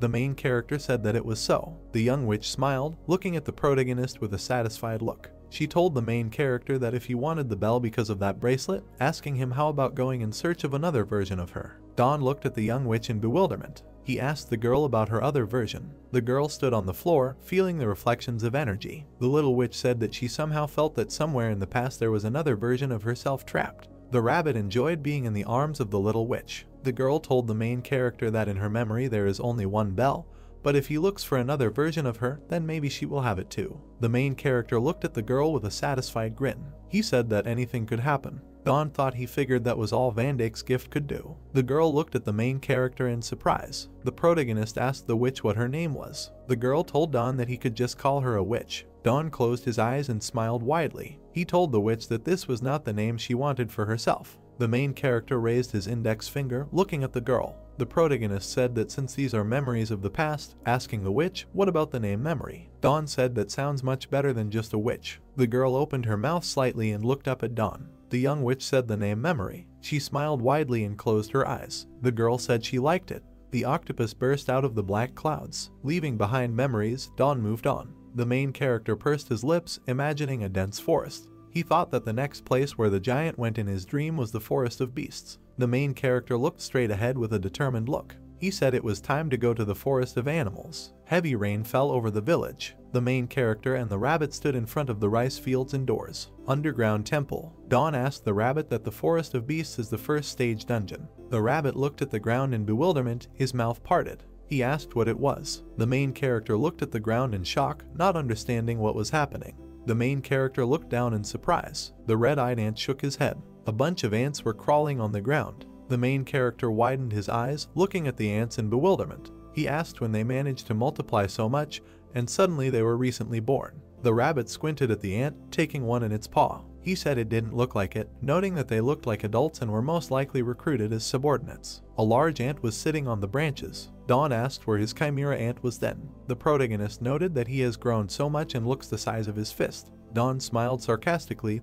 looking away to the side. He was thinking about giving the ant a name. Dawn pointed his finger at the ant who was looking at him. Dawn told the ant that he is now the queen. The main character looked up in surprise, his mouth parted. Spirit told Dawn that Dongman was calling him. Dawn told the spirit to connect them. Dongman stood on the island with a puzzled look. He asked Dawn if he had seen anything unusual in the forest of animals and if he could be more specific. The main character looked slightly confused, his mouth slightly open. He said that if he knew the details, he would not have asked, asking Dongman if he felt anything strange. Dongman raised his eyebrows and looked away. He repeated the words of the main character about something strange. Dongman widened his eyes and opened his mouth slightly. Dongman raised his index finger, remembering the cave entrance. He told Dawn that there was a huge cave at the base of the cliff, but when he got inside, he found nothing, noting that it was very suspicious. Dawn closed his eyes and smiled awkwardly. He asked Dongman what he said about the place where the sunstone was. Dongman asked Dawn what he knew about it too. The main character thought that he should know about this. After all, that cave was his work. The protagonist squatted down, looking at the ants crawling on the ground. He told Dongman that he understood and asked him to let him know if he remembered anything else. The protagonist put his hands to his side, rising to his feet. He stated that apparently he himself would have to visit the forest of animals, and there was no choice but to look for this something. The sun was shining brightly over the forest. Forest of Animals, first dungeon of stage 4. Red and juicy apples grew on the trees. This place was often visited by participants because many edible plants grow there. A river stretched out in front of the forest. However, those who had already cleared the dungeon could not go further than the entrance to the forest. But Dawn was an exception. System alert. Error. Dawn entered the dungeon using dishonest means. The main character took a bite of the apple, looking up. Dawn asked what is true or what. The main character ate an apple, throwing the core behind his back. The main character asked the rabbit that the boss there was a two-headed ogre. The rabbit told the protagonist that everything was right, and they even made an ogre golem from his skin. The protagonist pursed his lips, looking up warily. The main character recalled Dongman's words. The main character remembered the image of Dongman pointing his finger at the sky. Dongman told Dawn that in order to clear the beast forest, all 3 bosses must be defeated, noting that there are many ruins there and finding the bosses will be problematic. The rabbit opened his mouth slightly, looking up with the main character. Dawn said that he doesn't care about clearing the dungeon, noting that if there is something hidden, it should be in the boss ruins. The rabbit said that this was quite possible. The main character said that there is only one main problem. He narrowed his eyes and furrowed his brows, looking straight ahead in irritation. The main character told the rabbit that he did not know where to go. There were small black entrances in the rocks. Don said that all the trees looked the same and the rocks and caves looked like they were copied and pasted. The main character opened his mouth in irritation, while the rabbit looked at him in bewilderment. The main character said that he doesn't even remember where the ogre's cave was. The protagonist looked forward with an inspired expression on his face, waving his hand. He remembered that he had installed a gate in the cave. He turned to the Alpha and asked him to find out the coordinates. The Alpha apologized and noted that the gate he installed was destroyed by a two-headed ogre and therefore he could not determine its location. The main character immediately frowned and walked forward indignantly. He put his hand to his face, slightly thoughtful. He sighed and said that the search would be easier if there was at least something memorable here. However, he realized that this was a rarity for the dungeon. Dongman decided to think about it and said that there was a huge lake near the ruins. Don immediately became happy and touched his t-shirt. He thanked God for such a coincidence and decided to quickly run in search of the lake. He shouted that a tower should be built. A small glowing tower was located in a dense forest opposite the mountains. The protagonist peered at the map and watched the small dots in motion. He realized that simply by looking at the map, he could not determine the location of the lake. To him, the only noticeable thing was that the red dots were strangely congregating in one place. A bunch of luminous dots accumulated in the corner of the map. The rabbit looked at the map, puzzled. He thought that these could be monsters that were living beings. He proceeded from these events and assumed that there was water near these accumulations. The main character excitedly pointed his fingers at the rabbit, noting that it was a logical statement. He shouted forward and bright rays of light illuminated the dense forest. The rabbit squinted slightly and looked forward through the rays of the sun. The rabbit looked in bewilderment at the main character, who walked with glee in golden armor. It was gold armor +1, strength 100 out of 100, lightness feature. The rabbit asked if Don would really wear such an improved outfit. The main character smiled from under his helmet, trying to adjust it. He thought that illusion magic could work in this armor and with the phone in his helmet he could see through. He assured the rabbit to just watch him. He looked up, puzzled, noticing something. He saw large mosquitoes approaching him. He immediately swung his hand with the staff, baring his teeth. He immediately began swinging the staff and crushing mosquitoes. The large gray mosquito died immediately and lay in a pool of green blood. The protagonist held a spear in his hands and looked at the rabbit while mosquitoes flew at their will. This was disgusting for Don, and he asked his friend why they were so big. Dongman immediately reminded the guys that the forest was full of mosquitoes, which would be difficult to deal with. The main character continued to be tense and shouted that he should have said this earlier. The protagonist held a spear in front of him, looking into the sky at the mosquitoes. He noticed that they began to fly away. The rabbit looked at the dead mosquito with contempt while the protagonist stood behind. Don noticed that these mosquitoes had soiled his spear. The rabbit immediately frowned and shouted angrily about it, that it was not a mosquito, but a gadfly. The main character looked out from under his helmet, wiping his dirty staff with a handkerchief. He asked the rabbit what the difference was between a mosquito and a gadfly. The rabbit began frantically waving his arms and screaming hysterically that there was a big difference between them. He explained that if it was a gadfly, he would not drink their blood. The rabbit hovered in the air opposite the main character, who was holding a book in his hands. The guide explained that gadflies lived in damp places, so it was possible that a lake was nearby somewhere. In this case, the main character decided to find out information from the diary. A note with a mosquito appeared. The mosquitoes in the forest were huge and scary, and even through clothes they could suck blood. The protagonist looked at the rabbit with a puzzled expression, holding the diary in his hands. He explained that gadflies were flying up to them, but he was now reading information about a mosquito. The rabbit sighed heavily and crossed his arms, crossing his face a little. He proudly declared that he knew exactly what gadflies looked like. He thought that the witch might have been mistaken about the type of insects. The main character in his golden helmet watched the dead mosquito. He understood that the rabbit was talking about a gadfly,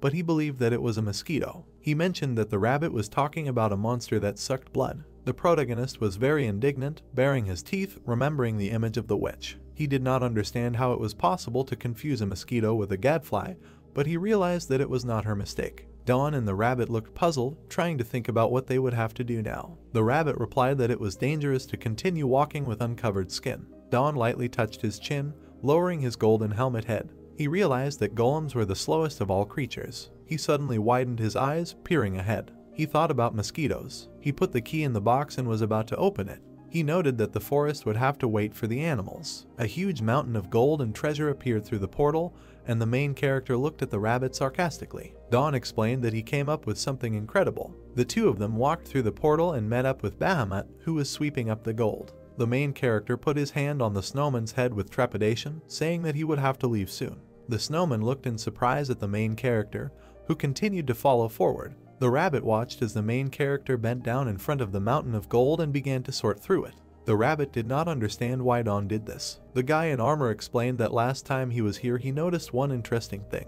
Don enthusiastically raised a red flag over himself, having found the very desired thing. The rabbit looked with confusion at the guy who was tightly clutching the flag. The rabbit noticed that it was a golden flagpole. The main character waved his hand at Bahamut, about to dive into the portal with the rabbit. Don noted that he went to work and asked the snowman to work at the same pace. Bahamut widened his eyes and looked forward at his owner in bewilderment. He asked Don what the reason was that he was so always busy. We were transported to the labyrinth of a foggy island, the Witch's Tower. It was a small tower located in a cloudy space. The rabbit asked why they returned to this place. The main character waved a flagpole above his head. He explained that the necessary thing could only be obtained here. The main character looked ahead cautiously, wanting to begin the task. We were transported to the forest of animals. It was that same small forest near high mountains with caves. The rabbit looked up indignantly and sweating. He didn't understand what this stupid thing was. The rabbit looked in surprise at the blue web that had formed between the two flags. Don looked sarcastically towards the rabbit, saying that now insects would not be a hindrance to them. The golden handle of the flagpole shone brightly. It was a gold flagpole from the vault. The web in the dark space glowed brightly. It was a web collected in the witch's tower. A small clay golem was holding a flagpole. These were many golems that carried this structure. The main character looked out gloatingly from under his helmet, talking about that it was their portable protection against gadflies. The rabbit looked forward with a small amount of contempt. He explained that this will definitely stop several insects, but those stuck in the web will not disappear anywhere. The main character held a spear in his hands, peering ahead with animation. He said that he would kill the stuck gadflies along the way. The main character carefully looked ahead with slight wariness. He knew that this was the right time and an excellent opportunity to improve his antenna skill. Two golems held flagpoles with webs in front of the protagonist and the rabbit.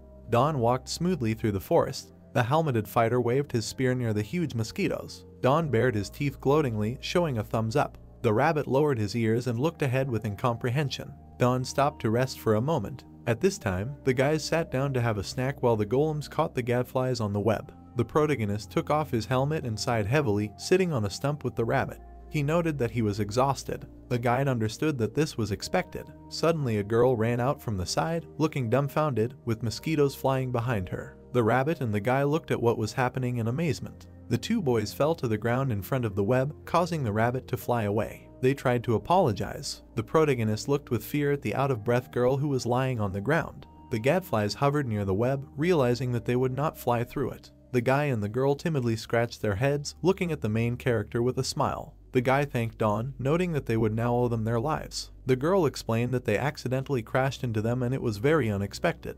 The protagonist said that everything was fine and it didn't bother him. The guys looked forward enthusiastically, beaming with joy. They noted that it was just a great idea to make a mosquito net out of spider webs. The guys noted that the main character was too smart and a genius. A rabbit with a bump on its head shouted angrily at the guys, telling them to be quiet and not draw too much attention to them. Two guys looked dumbfounded at the talking rabbit, sitting on the ground opposite. The guide grinned slightly and asked the guys if they really didn't know him, thinking that they could be the guys under the leadership of the Baba. The protagonist winked at the guys and waved his hand at them. He told the guys to take a breather as he prepared to set up a tent for them.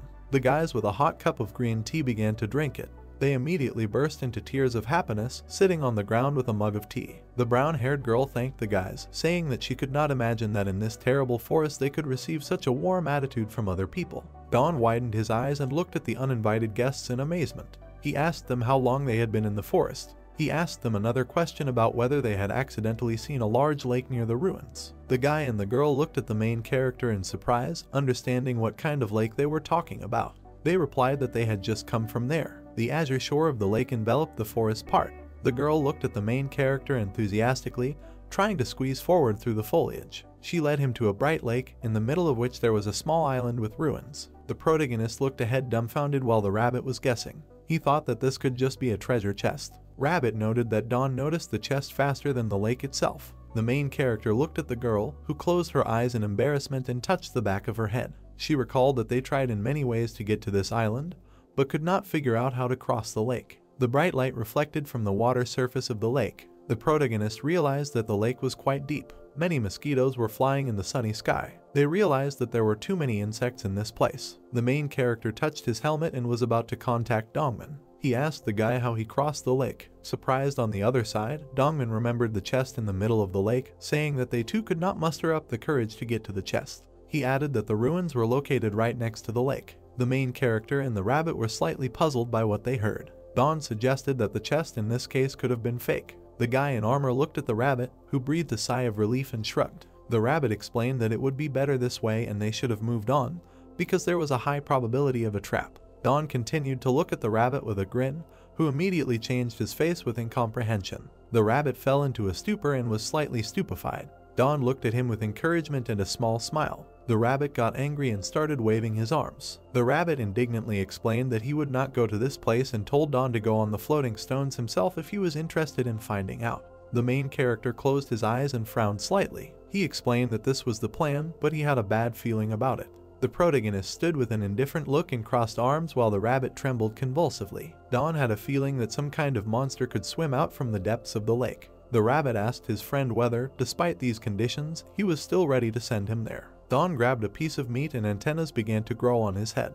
He decided to conduct a test in this case and activate the antennas. He waved his hand and threw a piece of meat into the lake. Air bubbles began to appear from the depths of the lake. The main character looked ahead dumbfoundedly, anticipating something. He peered into the quiet surface of the lake, realizing that the piece of meat had disappeared. He was stupefied and in a stupor, noting that there was clearly something in the water. He definitely came to the conclusion that something lived in the depths of the waters. The guys, together with the rabbit, watched as the main character threw another piece of meat into the lake. The girl stood behind and watched the rabbit and the guy in armor standing by the shore. The rabbit asked the guy about that. Why did he continue to throw meat into the water and create panic out of the blue? The girl noted that it was simply a waste of food. Don warily looked down into the depths of the lake, realizing that the meat continued to disappear and someone was eating the meat. The main character swung the piece of meat again and was about to launch it. He looked forward frantically and continued to hold a piece of meat behind his back. He realized that the meat was no longer disappearing. Air bubbles appeared in the lake. Suddenly the water began to swirl in the funnel, creating a whirlpool. The main character saw in front of him a blue mermaid who flew out of the water. The protagonist watched the rabbit, who screamed in shock towards the girl who had appeared. He knew it was an aquatic elf. The girl with blue hair looked at the people in surprise. Don looked into the bunny's bewildered eyes, crossing his arms. He explained that they could call them that, but his furry friend was a rabbit. The girl, in hysterics, began shouting to the main character that it was Spirit and he needed to be more careful. The protagonist did not understand what this meant. The brown-haired woman covered her ears and became very hysterical. She explained that it was a monster that lured prey with its song so that it could then eat it alive. She told everyone to quickly close their ears. Spirit closed her eyes and began to sing her melody. The rabbit immediately became angry and told everyone not to listen to Spirit. Don widened his eyes and went into shock, realizing that it was already too late. Spirit spread her arms to the side and sang her melody when the main character began to tremble. Don fell into the trap and succumbed to the melody, feeling a sense of satisfaction. In a daze, he heard her melodic voice and felt that she sang beautifully. The rabbit looked on indignantly at what was happening when the two boys behind him also became alarmed. The rabbit thought that only he had not been brainwashed. The guys immediately replied that they were fine too. The girl watched as the main character looked closely at the blue spirit girl. The brown-haired girl thought that this monster was different from the sirens they had met before. The blue girl looked at the guys in shock, waving her index finger. Spirit pointed a finger at herself with an inspired smile. The blue girl slapped her stomach with a satisfied face. The protagonist touched his chin and looked at the witch in puzzlement, hearing that the girl had eaten meat through the song. Spirit looked down at the guys with an animated look. The two guys began to chat vigorously while the rabbit and Don watched the siren sing. The brown-haired girl was surprised that the blue girl could talk. The guy wondered whether the brown-haired woman suggested this or whether Spirit told her this. The rabbit grinned maliciously, scratching his chin. Everything became clear to him. The rabbit began to grin maliciously as Don looked at him, puzzled. The rabbit explained that Spirit was simply full, so there was no need for her to eat them now. The rabbit looked at the sea girl, who continued to rejoice and smile. The sea witch immediately tensed up and was about to rush towards the guys. The guy in the helmet looked up in surprise, realizing that the sea girl had prepared something for him. Spirit looked at the main character with a shining gaze, holding high boots in her hands. The sea spirit put its boots on the shore and began to turn around. The rabbit thought it was garbage, but Don explained that it was rubber boots. The main character was immediately delighted and looked at the boots with delight, realizing that it would be difficult to find such a thing in a dungeon. The rabbit pointed his finger towards the lake with an exclamation. He noticed that Spirit was friendly towards them. He wondered whether in this case it was possible to ask her to be transported to the chest. Spirit bowed her head and crossed her arms in front of her. The protagonist crossed his arms and lowered his head while the rabbit fumed. He understood that Spirit could not leave the water. Dawn noted that it was not scary because anyway this chest will not go anywhere. The protagonist pointed his finger at the boots for the sea witch, who was floating in the air. He noted that there were other things that were important to them, asking Spirit if she could bring them more of those things. The main character enthusiastically held out a plate of yogurt and fruit towards the blue girl. He decided to give her dessert instead. The sea witch was immediately delighted and rejoiced at such a generous gift. A rusty metal shield fell to the ground. It was a rusty bronze shield plus 11, strength 1 out of 100, a feature in the fortress. The main character animatedly examined this bronze shield in his hands. The rabbit watched this and considered it an empty thing.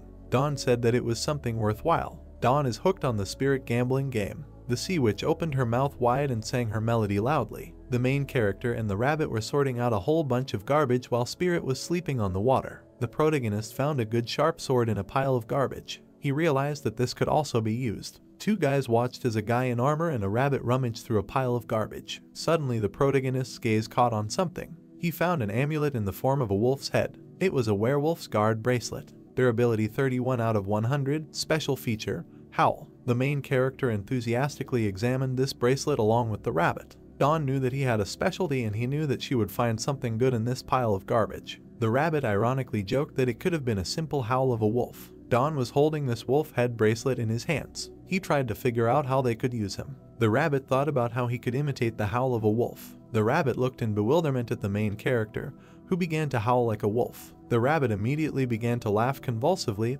looking at Dawn. The rabbit was hysterical with laughter until Dawn became slightly embarrassed and turned away. The rabbit noted that it would be worth just saying all this in human language. The menacing gaze of a ferocious monster appeared. He shouted about it. Why did you dare to call him? The rabbit and the main character turned back with slight wariness. A huge muscular wolf, Rugal, appeared in front of them. The guys bulged their eyes and looked at the monster in amazement. The guy didn't understand why Rugal appeared at stage 4. The protagonist looked out from under his helmet angrily while the rabbit was perplexed by what was happening. He asked the monster why he came here. Rugal opened his mouth slightly and peered ahead. He noticed his bracelet in the protagonist's hand. Rugal suddenly became embittered and looked bloodthirsty at the protagonist. He called his name and asked him where he got this thing. The monster looked forward arrogantly. Rugal fell into confusion when he saw the participants of the first stage. Rugal observed a group of 5 members chatting vigorously among themselves. These guys were called the Big Guys, an unusually large group of people with a friendly atmosphere. A girl with a short haircut looked enthusiastically at the dark-haired guy. Each of these participants was in excellent shape. Rugal continued to look forward with a frown. He understood that when they gave up the first stage due to this mistake, the number of muscular participants immediately increased,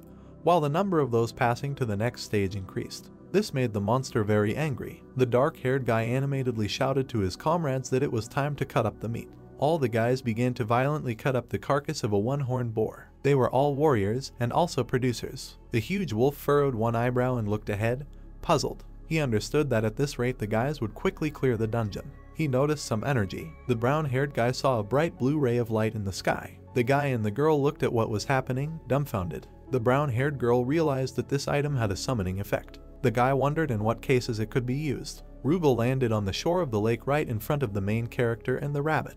Dawn coolly looked out from under his helmet, asking Rugal why he came here. The ferocious wolf immediately began to growl and scream. He ironically said that Dawn himself called him. He angrily asked the guy where he got this bracelet.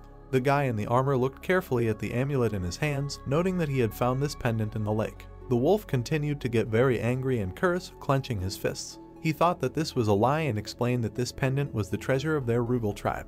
He was indignant that the guy could not find such a great thing in the lake by accident. The main character looked relaxed and calmly asked about the Rugal tribe. The wolf raised his index finger and began to ask the guy whether he really, not knowing what kind of object he had in his hands, still used it. The main character listened with a slight grin to the wolf's story about the noble animals of the Majesty Rugal. The ferocious wolf looked forward bloodthirstily with his glowing yellow eye. He explained that they were the cruel rulers of the forest. He recalled the image of a relative wolf who howled on the mountain in front of the huge moon. The silver mane shone like moonlight, and the mind was a ruthless hunter and the ferocity of a beast. He put his hand on his belt and looked forward menacingly, extending his index finger. He said they were forest nobility. The rabbit, along with the main character, looked at this kind of self-presentation with contempt and indifference. Rugal looked ahead attentively, continuing to discuss this with everyone. He said that this werewolf's bracelet was a symbol given to those they recognized in the past. When this bracelet was used, the closest member of the tribe was summoned. The protagonist looked in amazement at this wolf bracelet in his hand.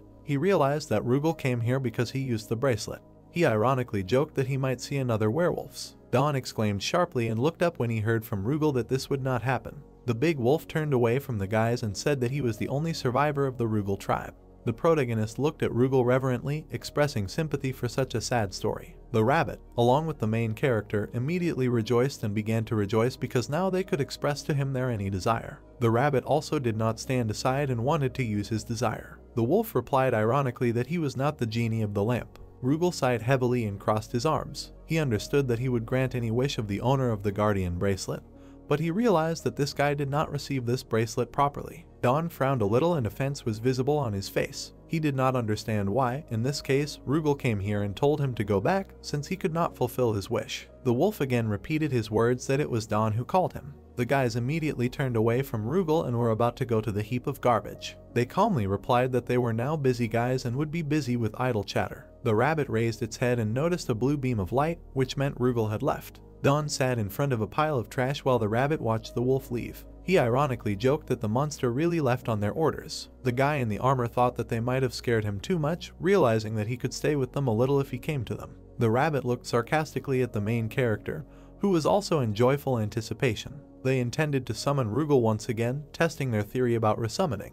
The main character grabbed the amulet and began enthusiastically shouting the name of the wolf into it. The angry wolf immediately started swearing at them, causing Don and the rabbit to laugh hard. He called them scoundrels and asked them why they called him again. They mocked him maliciously. The main character was wiping away tears of laughter. He replied that he was just curious if they could summon him again. He ironically asked the wolf that he could not resist the call. Rugal furrowed his eyebrows and became angry at the situation. This time Rugal rejected the protagonist's call. However, usually in such cases the howl was passed on to the next closest tribesman. The yellow calling arrow was aimed at the second wolf. The wolf stood on the globe, and the yellow arrow wrapped around it. Since Rugal was the only one from the tribe and therefore he was next, he fell into a trap. The silhouette of Rugal frowned at the yellow arrow in front of him. The enraged wolf angrily pointed his finger at the guys, saying that he warned them not to dare to call on him again. The protagonist and the rabbit watched the blue arrow fly away in the sky. The main character didn't care and decided to summon the monster again, shouting his name into the amulet.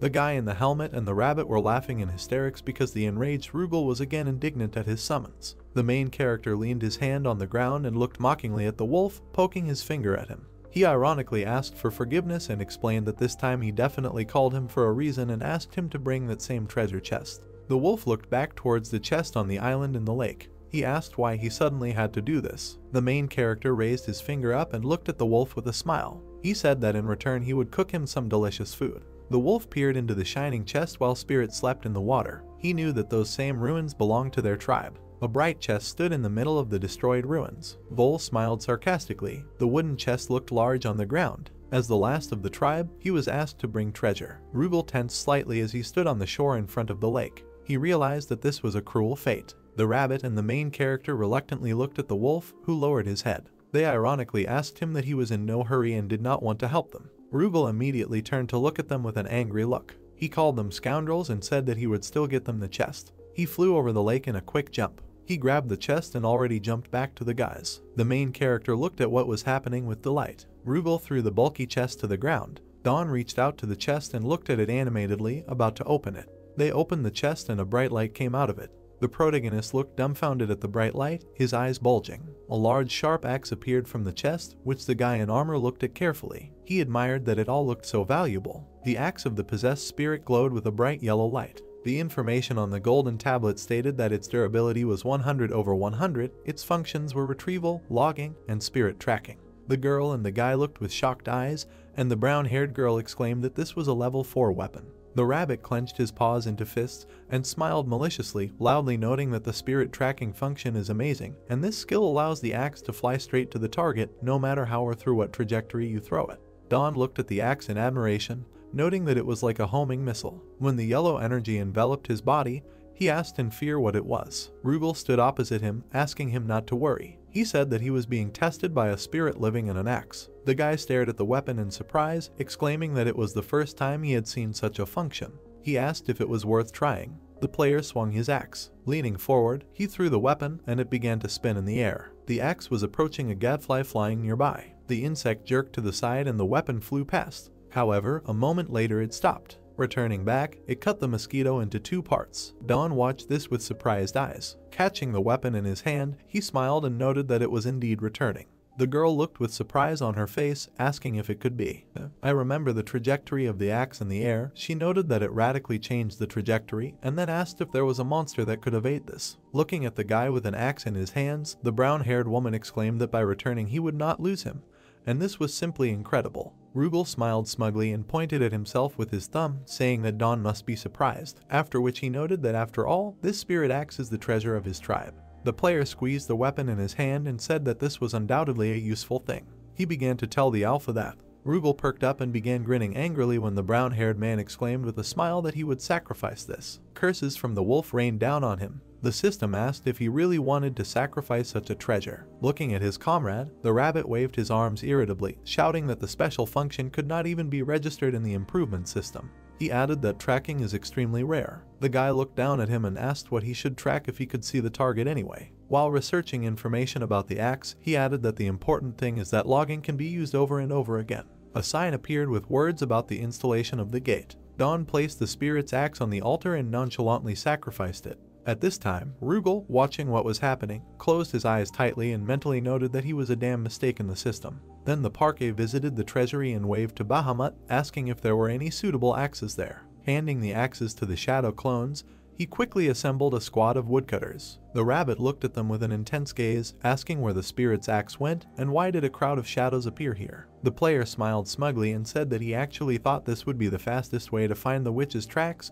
since golems were too slow. As he turned around and crossed his arms, Guide asked what his plan was. Don smiled and his eyes sparkled madly. He noted loudly that it was time for logging. A detachment of shadow woodcutters began to quickly cut down trees. After this, Grimbel and the player put the chopped ribs into their inventory. There were many gadflies flying in the sky, however, because of the cut down trees they did not bother them. Meanwhile, the guy and the girl were killing monsters that they caught during the cutting down to thank Don. The forest began to look like a collection of bare stumps as the effect of the level 2 logging skill was beyond imagination, and it resolved the trees as if cutting radishes with a knife. The guy, along with a shadow clone, stood at the foot of a huge tree. Standing with another clone behind him, he crossed his arms and noted that this tree was too big for the shadow to cut down. Biting his lip, the brown-haired man turned to Grimbel and called him. The player smiled contentedly and told him to start. The clone and the guy used the master level wild boar power and logging skill, so the two of them cut the thick tree trunk with axes, and at this rate, the forest of beasts quickly disappeared. Rugal frowned, and a drop of sweat ran down his face. He thought it was not good. He mentally addressed the system's error, noting that maybe he didn't even realize he was making a mistake. The rabbit flew up to his friend, who was wiping sweat with a handkerchief, and asked if it had become too quiet in the forest. Don asked if he really thinks so. With a surprised look on his face, the player turned around, saying that it seemed like the monsters were appearing less frequently. The brown-haired man and guide shook in fear when the ground shook beneath them. Frowning his eyebrows, the player loudly asked with shock on his face, "Is this really a restart?" The rabbit pointed his finger to the side, exclaiming that this was not the case and asking to look. In the distance above the green crowns there are frightened details of a bird. The trees began to tremble. For an empty moment, their trunks began to intertwine with each other. Don froze and began to ask in surprise whether these trees are intertwined. Several trunks are intertwined, forming one larger tree. Holes for eyes and a mouth appeared on the trunk, forming the face of a monster. Rugal ran up to the player with Guide and clenched his fists, exclaiming that this guy is to blame for everything, because he caused a lot of harm to the forest, and now this creature will not forgive anyone who destroyed the forest. Looking at him with a dumbfounded look, the brown-haired man asked how this is possible. The tree monster began to rise, towering above the crowns. The wolf said that this is the guardian of the forest. The giant humanoid tree monster rose to its feet. Rugal said that this is Quercus, the guardian tree. Looking into his big bottomless eyes, the alpha said that Quercus is the estate of the guardian deity who protects the trees, and it was mentioned in legends, but this is the first time she sees it in person. Looking up with stunned eyes, Don asked if the creature from legends really. His face darkened and he smiled nervously, wondering what he had awakened. The angry rabbit pointed his finger and exclaimed that he knew it would lead to this, and he didn't just say to stop mindlessly cutting down trees. The brown-haired man grabbed him by the ears and indignantly asked why he was worried only now. Guide muttered that now was not the time to blame anyone. Clenching his fist, Quercus stepped into the low forest. The trees under his foot parted to the side. He stepped heavily into the space that appeared. The player's eyes rounded, and he asked the stunned rabbit if he had seen this. The furry beast said that the trees cleared the way for him, and without a doubt, this is an anomaly. Quercus walked towards them through the green trees. Da-Unk looked at him in surprise, noting that he was quite slow, and that they would manage somehow. The player and guide retreated to the battlefield with the ostrich reaped from the guard. Sitting on horseback, the guy cast a sidelong glance behind him, thinking that even if he teamed up with Grimbel, he was not sure that he would be able to win, and in fact he did not want to fight him. The brown-haired man turned his head back and asked if everything would be fine if they continued to run, and they disappeared from his sight. Rugal, who suddenly appeared above them, noted that he was wishful thinking. Looking at the large tree monster, the wolf said that although Quercus himself does not have real eyes, every tree will become his eyes and give away the location of Dawn. The player continued to move on the ostrich golem, and two animals flew on either side of him. The brown-haired man asked what would happen if they got to the floating island. Rugal replied that it was useless and there were trees there too. Quercus continued to move slowly through the trees. The wolf said that no matter where he wants to run in this world, the local forest will turn into Quercus and attack him. Alpha said that it turns out that he will haunt them for the rest of their lives, and in the process destroyed their temples. Hearing this, Dawn smiled nervously, and the rabbit flying behind muttered that the impudence of man had angered nature. The player put his fist to his chin and asked the wolf whether the trees would become his eyes. He asked if he would then be blinded if they knocked them all out. Rugal and the rabbit looked irritated at the brown-haired man, who was in his own thoughts. Guide grimaced, and the wolf clenched his fists, sending curses at Dawn. The rabbit asked if he even understood the seriousness of what was said. The player jumped off the ostrich and clutched an axe in his hand, asking if it was too late to be sorry now. The guy smiled and his eyes sparkled with madness as he said that given the circumstances, all the trees should be cut down. Thus, the real felling began, and the brown-haired man, along with the shadow clones, armed themselves with axes. An angry Rugal appeared behind the player, who was wiping sweat with a handkerchief, and indignantly asked if he was afraid of the wrath of the forest. Dawn replied that he didn't care and then ordered the gates to be installed. As they appeared in front of him, he turned his head and smiled, saying that they could evade Quercus by using the gate. Then he installed another gate in another place, then another one. After some time, the player installed the last gate. Alpha exclaimed that if they abused the gate, they would drain the life energy. Haku jumped on the guy's shoulder while putting on the t-shirt, saying that they would restore it later. With a smile on his face, he looked at the beast and asked him how he got here. He asked if he had followed them while they were using the gate. The two of them looked at Quercus approaching them. Haku looked at him with admiring eyes. When the squirrel jumped to the ground and ran, the brown-haired man asked where he was going. He smiled when a rabbit flew up to him and said that he was apparently delighted with the first time he had seen such a huge tree. The player asked if it turns out that he is also with them. Guide furrowed his brow and raised his fist to his chin, wondering when did this little guy become so formidable. Dawn felled another tree. Wiping sweat from his chin, the guy looked at the flying beast and asked where he is now. The rabbit replied that Paku climbed 1/10 the height of Quercus and then fell off the branch. Looking askance towards the guard, the brown-haired man pursed his lips and noted that he felt calmer. He thought that it seemed that Quercus only saw him as an enemy. The afternoon sun filtered through the white clouds. Then, after some time, night fell. Rugal pointed a clawed finger and bared his teeth, indignantly asking what Dawn is doing now. He exclaimed that the wrath of nature would not give him time to rest and would constantly pursue him. He loomed over the octopus golem on which Bahamut stood and asked him to calm down. The snowman said that the owner is sleeping now. The wolf crossed his paws on his chest and asked why he himself was not sleeping. Bahamut replied that he was a lick and did not need sleep. Rugal frowned as the snowman raised his arms and exclaimed with a smile on his face that while the owner was sleeping, it was his job to control the octopus golem.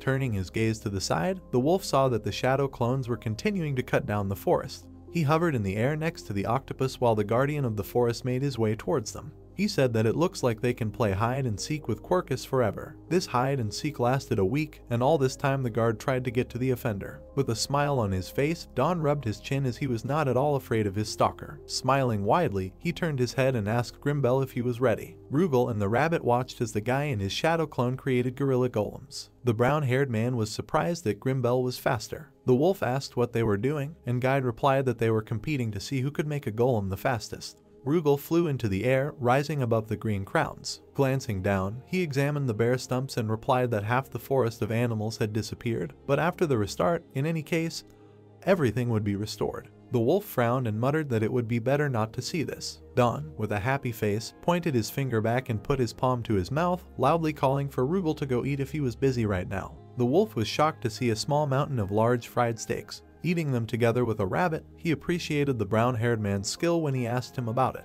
Looking at them, the guy smiled softly, telling them to enjoy their food. He waved the meat on his fork when Rugal turned and, chewing, asked why he didn't participate in the cutting himself. The player replied that the shadows coped just fine without him. Taking a new bite of steak, the wolf thought that sometimes this seemed even better than the automated system. The brown-haired man held the plate and chewed with a smile on his face, saying that it turned out very tasty, although he just fried the meat.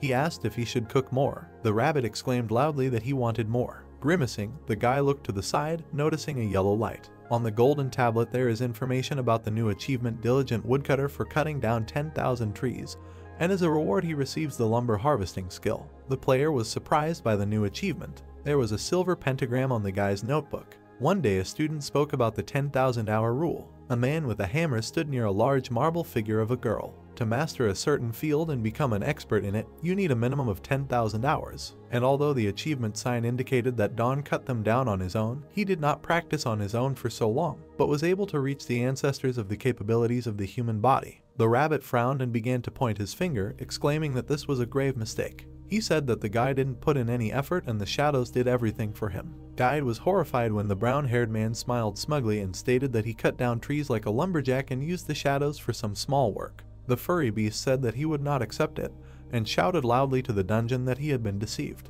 On the golden tablet appeared information about the logging skill, which increased the speed of logging and restored health after cutting down each tree. The dungeon can offer many skills that restore the participant's health. The tall, muscular man flexed his hands, flexing his muscles. Some simply speed up regeneration, while others reduce health consumption from the very beginning. Drops of blood fell from the knife blade. The most famous and familiar skill to everyone was the exploiter skill. Rabbit and Dawn thoughtfully studied the information on the golden tablet. In the case of the brown-haired man's new skill logging, its uniqueness lies in the fact that the target of exploitation was not a person nor a monster, but a tree. The guy smiled and touched his chin with his fist, asking if it would be enough to just cut down a tree if he was wounded during the battle. Guide asked what nonsense he was talking about and how he plans to cut down trees during the battle. With a smile on his face, the player looked at the iron axe that appeared in his hand, offering to check. The brown-haired man swung his weapon and cut down a nearby tree using his skill. Don brought the axe to himself and said that it felt like he had become one with him. Besides, looking at the golden tablet, he saw that his health level had increased from 83% to 84%, and then realized that with each with wood, his health increases by 1%.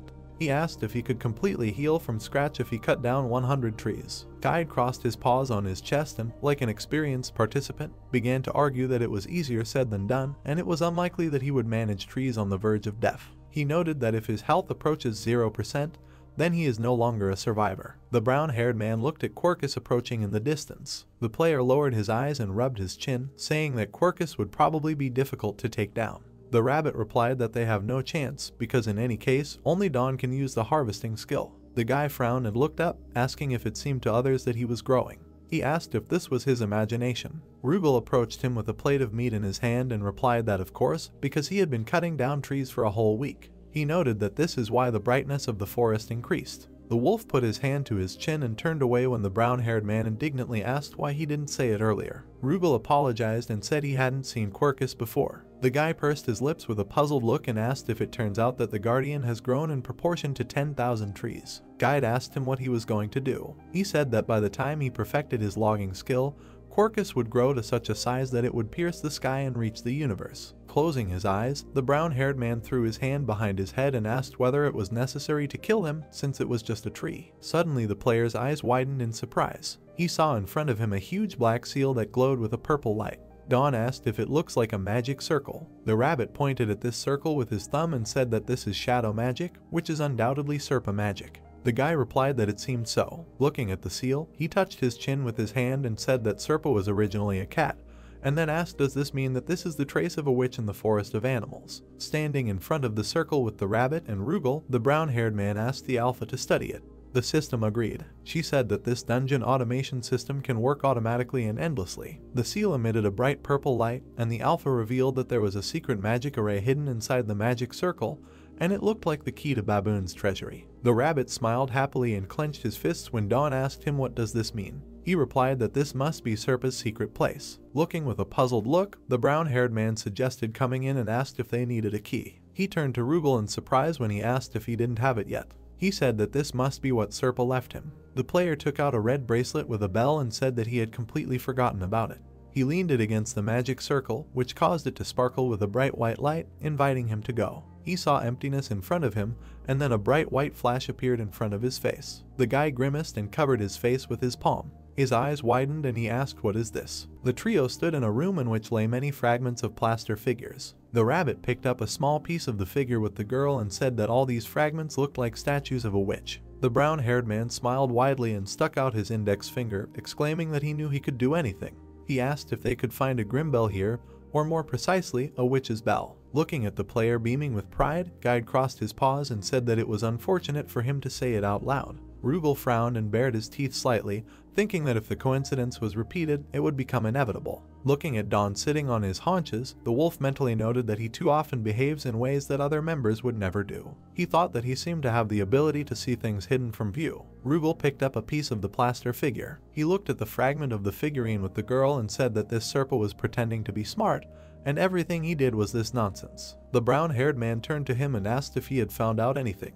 The wolf replied that it looked like he wanted to revive the witch. The wolf added with an indifferent look that he must have been living a pipe dream. He remembered the big lion with wings that was Serpa. The player became gloomy when the rabbit behind him wiped away a stingy tear and asked who dared to kill a cat yearning for its owner. He asked who was the wandering cat killer and destroyer of nature. A drop of sweat ran down the brown-haired man's cheek, and he, glancing back, asked what he was carrying and noted that he had no other choice. He asked why he is the destroyer. The furry beast sighed heavily and said that it means what it means, after which he called the guy dungeon trash. A moment later he was lying on the ground with a bump on his head, the player clenching his fist. Imagining a drooping winged lion, Rugal explained this situation in such a way that Serpa barely remembered the witch who was in fact his mistress, but unknowingly did to return the object of his longing, presenting a full-size statue of a witch. He said that in this way he completely automated the dungeon, gradually accumulating magical power to return the Black Queen. Looking at his comrades, the wolf said that Serpa was the one who called her the Black Queen. Looking at the many plaster fragments on the floor, he added that these countless statues meant that most likely he was trying to recreate her long-forgotten appearance. Sighing, Rugal crossed his paws over his chest, saying that this was pointless. He said that shadow magic could only recreate a fragment of someone's memory, and it would not be the real witch brought back to life. Looking down, Don pursed his lips, now understanding what happened. Closing his eyes, he sighed and said that he had made a decision. Looking at him, the rabbit spread his paws and asked what the solution was. Clutching a plaster fragment in his hand, the brown-haired man smiled broadly and replied that he would restore all these broken statues. Guide pointed his finger at the pile of ruins and asked if they would really need to restore them all. Looking at the white debris, he noted that there were more than 1,000 fragments. Holding a piece of a figurine with a girl in his hand, the player said with a smile that if they collect the pieces behind the cloud, sooner or later they will collect them all. He added that he thought if they did this they would get a clue about the bell. Putting his fingers to his ear, the guy smiled and contacted Bahamut, asking him to come to them. A moment later, a snowman jumped out of the storage room and asked why he was called, after which he assessed the surrounding chaos. The brown-haired man asked if this was stunning. He smiled and stuck out his finger, saying that they would now begin cleaning this place, and then asked to summon as many mini Bahamuts as possible. After a while, several small white monsters appeared in front of him and waved at him. Dawn actively took advantage of the fact that Bahamut and mini Bahamuts share the same field of view. In his direction, they cheerfully headed in all directions, having learned in advance about the wreckage that should come up. Then the brown-haired man and the clone connected them. The guy held two parts of the figurine in his hands, having previously applied cement to them so that they would stick together. After he connected them and wrapped them in web, he had to wait until it hardened. Looking at the many broken pieces, the player asked if they should just do this until there are no pieces left. A lot of time has passed. The guy raised his hands up and stretched, and next to him stood figurines of different sizes, but there was still rubble under his feet. He guessed that they were already about half done. The tired rabbit, holding a piece in his hand, noted that it was only half and then said that it also needed to be glued. After a while, the hall was filled with identical statuettes and girls. Looking at them, Rugal lowered his head and mentally replied that this all looked like a public cemetery. Crossing his paws, he walked up to Dawn and called out to him, after which he turned around. Standing with his comrades, the wolf pointed to the figures of a sitting girl and asked if she was different from the others. The brown-haired man saw a statue of a little girl, at whose feet a cat lay, and in her hands was a toy rabbit without a head. A blue system window appeared in front of him, and he began to press buttons. A moment later, exactly the same wooden figurine appeared in his hands. Seeing this, Guide came up to him and exclaimed that they were the same.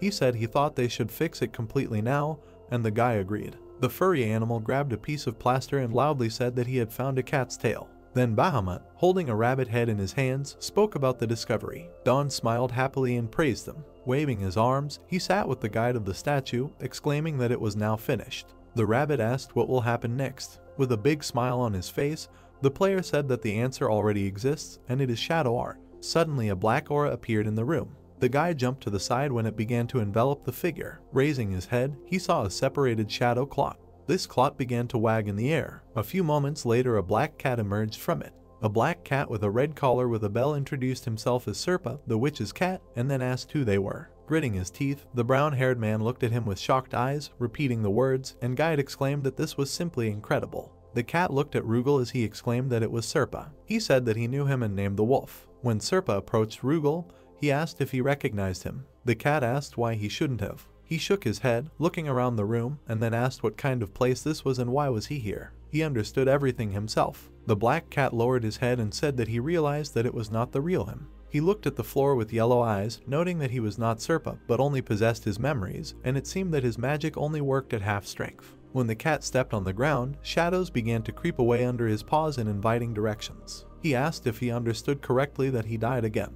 Rabbit and Dawn looked at him with stunned eyes, noting the gloominess of his aura. The brown-haired man smiled nervously and pointed his finger, saying that he didn't want to spoil his mood, but he needed a bell around his neck. Serpa's eyes flashed yellow, and he began to scold the guy for his impudence. He asked if he had any idea what he meant to him. The watching Rugal tensed and mentally asked him to be more tactful. The player put his hands on his hips and winked, saying that he was asking for a reason. He looked at the black cat and asked if he wanted to meet his owner. He asked me to give him the bell, and he will do it. Serpa was interested, but showed no emotion. The rabbit approached the brown-haired man's ear and began to whisper, asking what he was going to do. He exclaimed that they also did not know where the witch was. Looking at his comrade, the guy began to calmly say that he, unlike the Serpa who entered into a contract with the dragon of the apocalypse, consists of Serpa's yearning memories for the witch. Don crossed his arms over his chest and smiled, saying that they may not know the real fate of the witch, but the witch, who is a piece of memory, knows. The rabbit froze in shock as thoughts of memory dawned on him. The brown-haired man smiled insidiously and said that he doesn't care about souls, and memory is just a memory, and you need to think about it more simply. He extended his palm to the black cat and offered to go with him so that they could take him to his owner. Looking at him suspiciously, Serpa asked what he was up to. Smiling widely, the player beckoned him with his finger and asked him to take a nap, after which he used shadow art. The black cat disintegrated into shadows and inhabited the statue, as he was a spirit bound to the earth. The black shadows above the statue began to fade little by little. Serpa could not separate from her shadow and act as he wished. On Don's orders, the golem picked up the statue and carried it out. And after a while, Serpa woke up again. After rattling his collar with a bell, the brown-haired man again used shadow art. A large stream of black energy emerged from the statue again. The black cat that appeared yawned and flashed his eye, indignantly asking what he was doing. Opening its mouth, Serpa revealed sharp teeth. After a moment, his eyes widened and shock appeared on his face. A blonde girl stood in front of him with a soft smile on her face. Memory smiled happily and then greeted the cat. The blue-eyed girl smiled, noting the large size of the cat. She asked if he could even talk. The little witch pointed to Serpa floating in the air and asked if she could keep it for herself. Dawn replied that as long as she also has a spider, they definitely won't be bored. With an enthusiastic smile on her face, Memory clasped her hands and thanked her loudly. Trying to grab Serpa with her hand, she turned to the rabbit when he asked if she wasn't afraid, given that the cat was twice her size. The girl replied that there are no bad cats in the world, because the more, the better, and if she can still speak, then it's absolutely perfect. Looking at her, Serpa mentally noted that there was no point in this. A silhouette of a blonde in a black cape appeared in his memories, and he thought that the thing he had been striving for all his life was a vague shadow that was only in his memories. When Memory grabbed his paw with a smile and pulled him close, he thought that now she was right in front of him. Holding Serpa by the paw, the little witch asked his name. Looking at her with tenderness, the cat mentally reflected on her smile, warm as sunlight, and her voice, clear and pleasant. He thought that everything remained the same. When he didn't answer, the girl folded her hands and turned to the brown-haired man, asking if she could give him a name if he didn't have one. The corners of the guy's lips stretched into a smile, and he replied that she could do as she wanted because she was his mistress. Memory put her finger to her cheek with a joyful face and thought for a while, and then said that she would name him Serpa. She wrapped her arms around the big cat's paw and said that Serpa means helper, and this means that now they will help and support each other and will be together for the rest of their lives. The black cat looked at her with surprised eyes. A moment later, a tear ran down his fur. A large winged lion stood near the statue of a girl. Serpa mentally agreed and thought that his lifelong wish. Looking at the surprised face of the little witch, he thought that his wish was right in front of him. Memory asked Serpa why he was crying. She closed her eyes as the black cat began to glow with a bright light. After a moment, he began to shrink in size. The girl picked up a joyful, normal-sized cat and exclaimed that he was very talented. Dawn watched this with a smile, and the rabbit wiped away a tear, noting the touchingness of the moment. A red collar with a bell fell to the floor. The guy squatted down and with a smile on his face picked it up, which is why Guide was confused and began to scream indignantly, asking why he had to be taken away at such a moment. He was annoyed when the brown-haired man turned and said that he was the creator of this touching moment.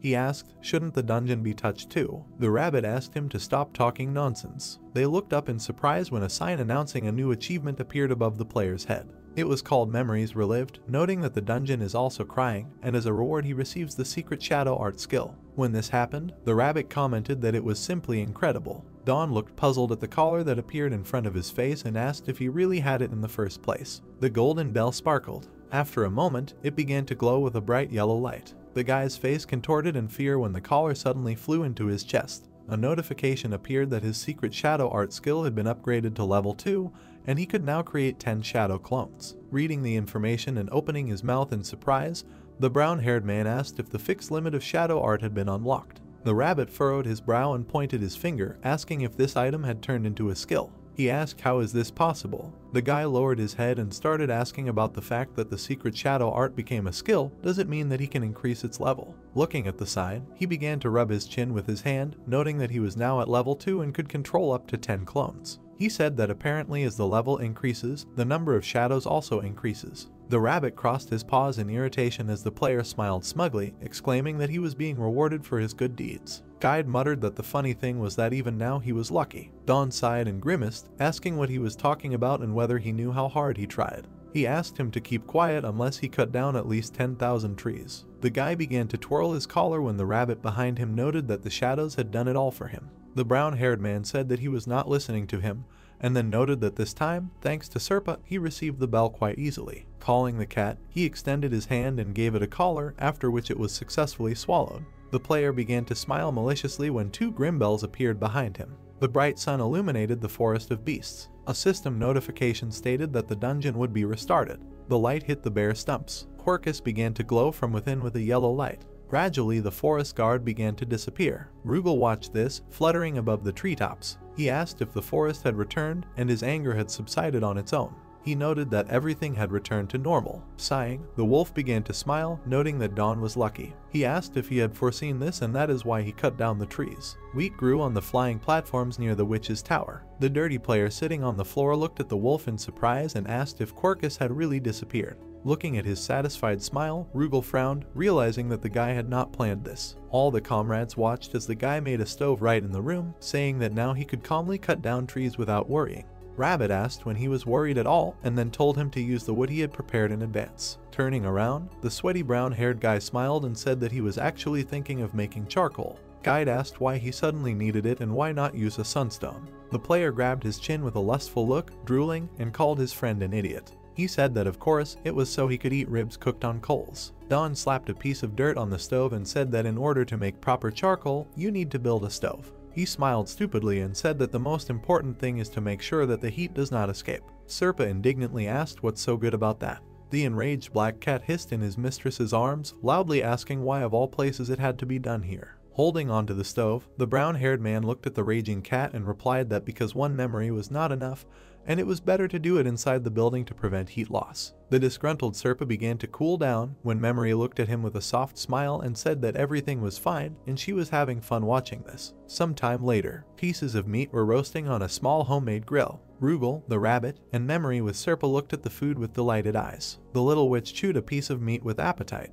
Guide slapped his stuffed cheeks, and the wolf ate the hot meat with barely noticeable pleasure on his face. These ribs on coals, no doubt. The comrades sat on the floor around the grill and shared the meal with each other because these ribs were insanely delicious. The boys, having eaten their fill, lay down around the grill. Memory admitted that she couldn't fit anymore. The girl stood up abruptly and turned to the gentleman. She asked him if he was going to meet his comrades. The blonde heroine assumed that he had stayed so long because of her. The protagonist waved his hand. He told her that he was there for the charcoal. Memory's face blushed. She remembered that the guy had fed her delicious food.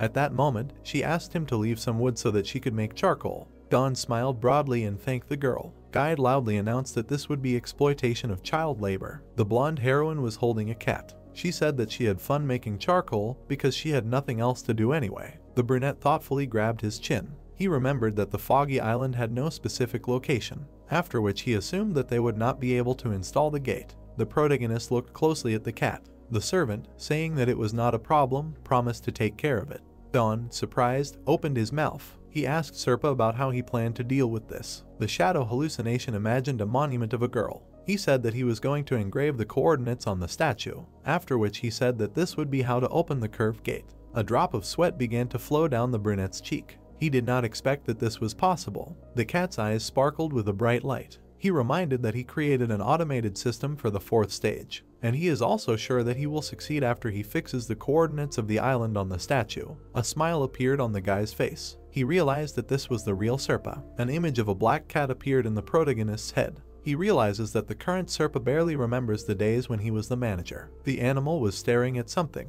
Dawn knows that Serpa barely remembers anything about managing the dungeon, as well as the reason for creating the automated system, after which he assumed that he only has memories of the witch. The black cat's nose was pink. The guy realizes that Serpa can't even remember him and Seung Woo. The brunette folded his arms. The creature initially thought that the protagonist wanted to harm him. At that moment, it reminded him that he reunited him with his owner. The black cat had fangs. He decided that he should thank Dawn, after which Serpa told the guy that he gave him, who was stuck in the past, a precious present.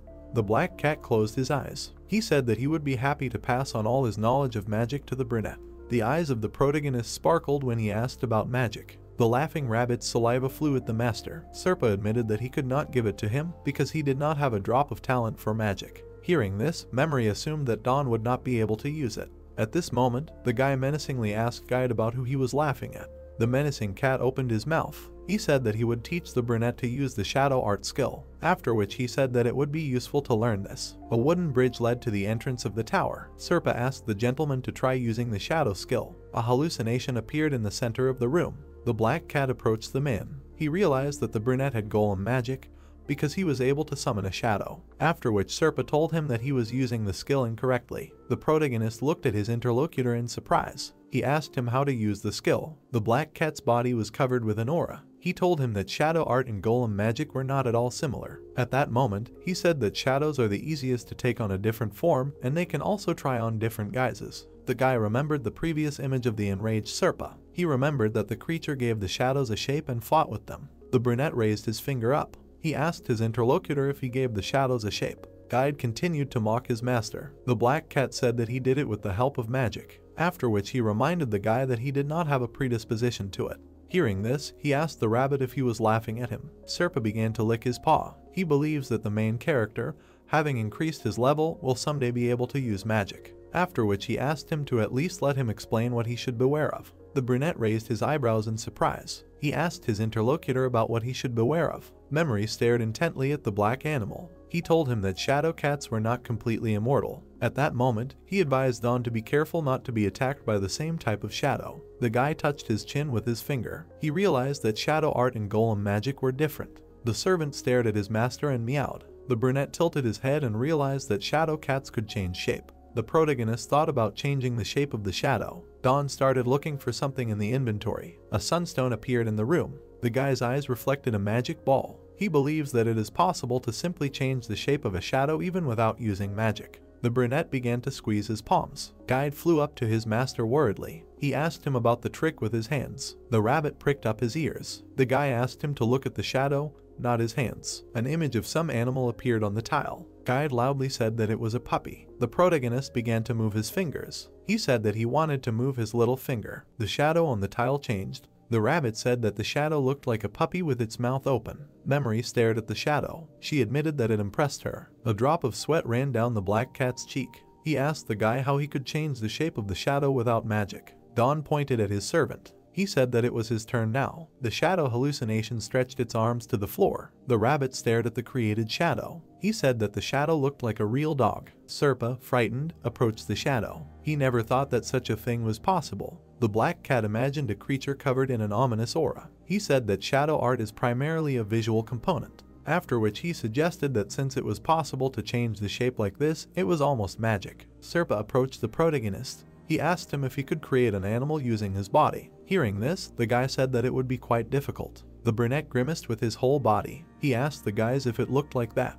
At that moment, Guide admitted that he couldn't even look at it. The guy wiped the beads of sweat with his palm. He realized that he didn't have to use his shadow, after which he suggested trying to use a spell on the golem's shadow. The guy stretched out his hand when he decided to use shadow art. The brunette felt uneasy. The black cat suggested that he was trying to run after just starting to walk. At that moment, he advised him to first increase his level because he was still too weak. Don pouted in displeasure. A smile appeared on Serpa's face. He presented the image of a conjuring witch who used shadow arts. Guide laughed loudly at the owner. The main character tried to use shadow art. The black cat turned his head to the side. He didn't understand what he was thinking when he compared his mistress to an ordinary person. Serpa began to approach the blonde heroine. He thinks it doesn't matter anymore. The cat sat down on Memory's lap. He realized that now the one he had missed for so long was with him. Rocks floated in the sky at the edge of the misty island. A wide smile appeared on the guy's face. He suggested that it was time for them to leave this place. Black fog began to emanate from the temple. The brunette closed his eyes when he remembered that they had already cleared the foggy island a long time ago. He decided that now it was time for them to move on. Don put his hands on his belt. The creator of the world informed him that the Seungwoo mini altar was spotted in the direction of the right column. Hearing this, he decided to head there. The sky was covered with black fog. The main character demanded that the shadows begin to row. A smile appeared on the guy's face. He wondered how strong Seungwoo had become. The blue-haired guy frowned deeply. Did he ask someone why he was doing something? Bloody bodies of people lay on the ground. The hero smiled ominously. Hugo put his hand on the back of his head and called his partner by name. The blonde warrior's body was covered in blood. He admitted that he wanted to kill, after which he said that, in any case, it was fair game. Seungwoo bared his teeth. He believes that these are excuses because there is no justification for murder. Hugo looked at the guy upset and asked him to move away. He confessed to Seungwoo that he didn't want to kill him. A strong aura began to emanate from the participant. He asked him what would happen if he didn't leave. The blonde boy frowned deeply. The armed warrior felt uneasy when his partner admitted that he was bored. Hugo tilted his head and winked. He thinks that he will waste his time talking to the guy, after which he reminded him that they were going their separate ways. Seungwoo got really angry and demanded that he said we. He said he is not a murderer like Hugo. The blonde guy looked intently at his interlocutor. He asked what the difference is between killing a monster and a human. At this point, he reminded Seungwoo that he had taken more lives. The blue-haired warrior frowned deeply. The guys are surrounded by dead bodies. The guy talked about how in the dungeons everyone cooperates in order to survive against the monsters. Hugo's eyes glowed red. He realized that talking with the player was leading him nowhere. A strong aura began to emanate from the blonde boy's body. There was not a single drop of blood left on him. Sweat started dripping from Seungwoo's face. Hugo, angry, tensed his body muscles. He decided to kill the participant since he did not want to leave. The guys raised their heads up. A system alert has appeared about the beginning of the 6th wave. A sly smile appeared on the blonde guy's face. He believes that they are now in no position to fight each other. Hugo began to move away from the participant. Seungwoo asked loudly if he was planning to run away. Hugo looked back. He advised the warrior to go and defend his comrades, as he usually does. The blonde guy jumped high off the ground. Seungwoo demanded the man to stop. Lightning began to emanate from his body. Hugo picked up tremendous speed. He believes that Seungwoo won't be able to catch him even if he comes back to life. A devilish smile appeared on the blonde guy's face. He suggested that he was the worst kind of prey for the greatest hunter. Blocks of earth, imprisoned in the abyss, hovered in the pink sky. The main character was flying on an inverted pyramid. He asked someone about what happened to the destroyed island. A drop of sweat began to flow down the brunette's cheek. He asked about how they should moor. Hearing this, the creator of the world guessed that they were on the battlefield where the Seungwoo altar was located.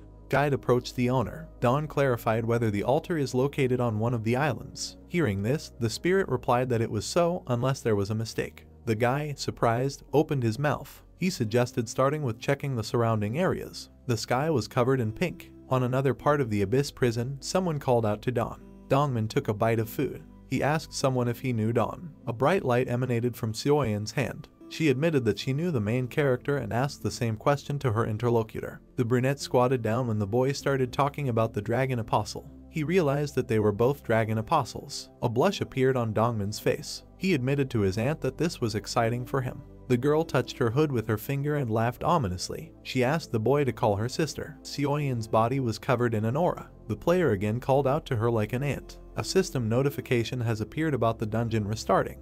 Black fog stretched towards the floating island. Dawn realized that they had cleared the dungeon without doing anything. There was a loud sound. The floating island began to fall down. The main character asked someone if they would fall. Hearing this, Guide reported the appearance of a bridge on a nearby island. The rabbit folded his hands in displeasure. He believes that the bridge will lead them to the next dungeon. At that moment, the guy realized what the destroyed islands were. The brunette grimaced when he asked whether the islands were part of the dungeon. Guide demanded that they quickly head somewhere. The guys ran across the collapsing bridge. The main character exhaled heavily. He realized that there was no time for a break in the dungeon since they were forced to flee immediately after arriving.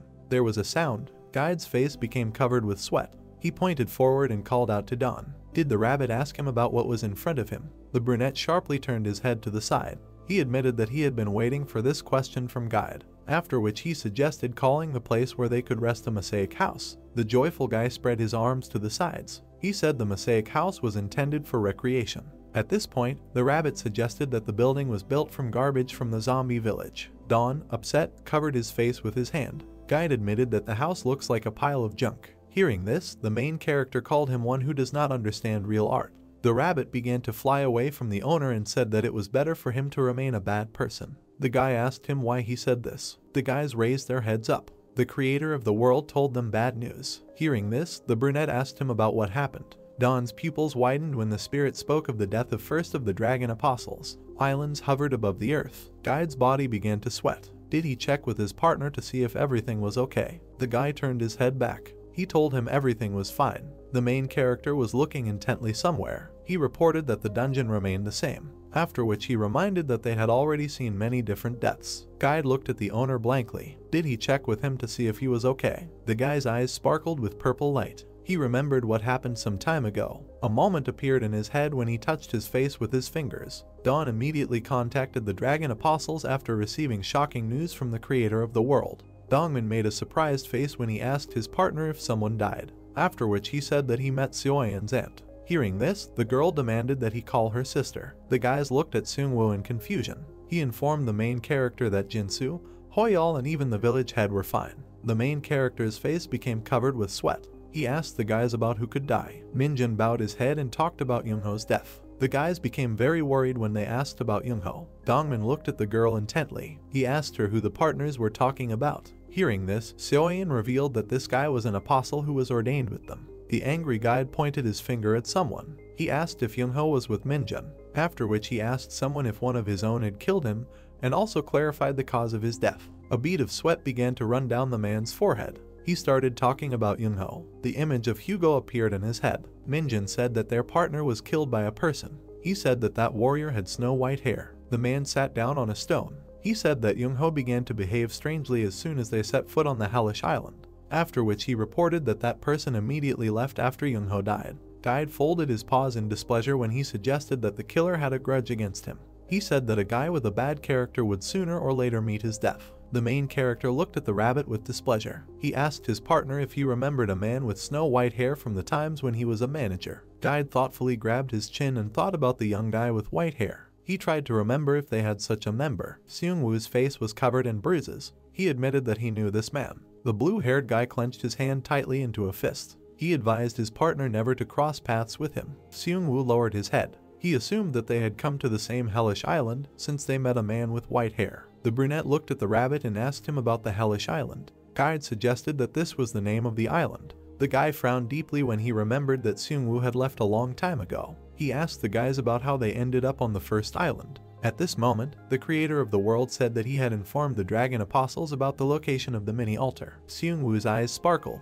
He admitted that he wanted to advise the guys something since they found themselves on a hellish island. The image of Hugo appeared in the guy's head. He asked his partners to proceed with caution and beware of the white-haired man. The blue-haired warrior frowned deeply. He turned to Dawn and said that this man was a killer with whom even he could barely fight on equal terms, after which he asked him not to even think of confronting him, but to run away. The brunette raised his head up and agreed with his partner. Guy grabbed his chin and thought of a person that even Seung-woo had a hard time dealing with. He believes that he remembered such a strong participant.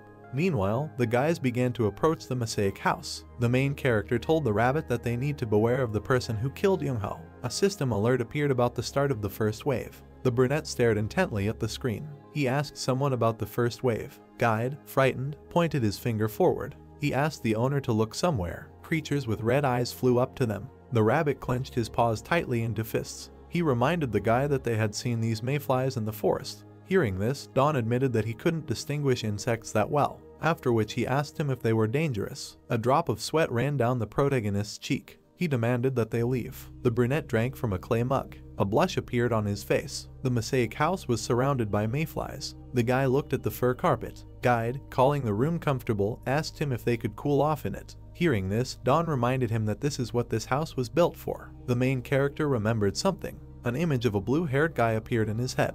He told him that the hellish island is an endless dungeon where he must resist waves of monsters, after which he said that they were in eternal prison. The brunette stared at the ceiling when he remembered Seung-woo's words. He suggested that they needed to survive until the first wave was completed. Dawn jumped to his feet. He decided it was time to get to work. Guide looked at the owner blankly. He asked him what he was up to now. The brunette waved his hands and said that he planned to dig. He decided to dig in some place. A ladder appeared under the floor of the house as the protagonist continued to dig. The rabbit flew up to its owner. Dawn said that he could take a half bath and think about it.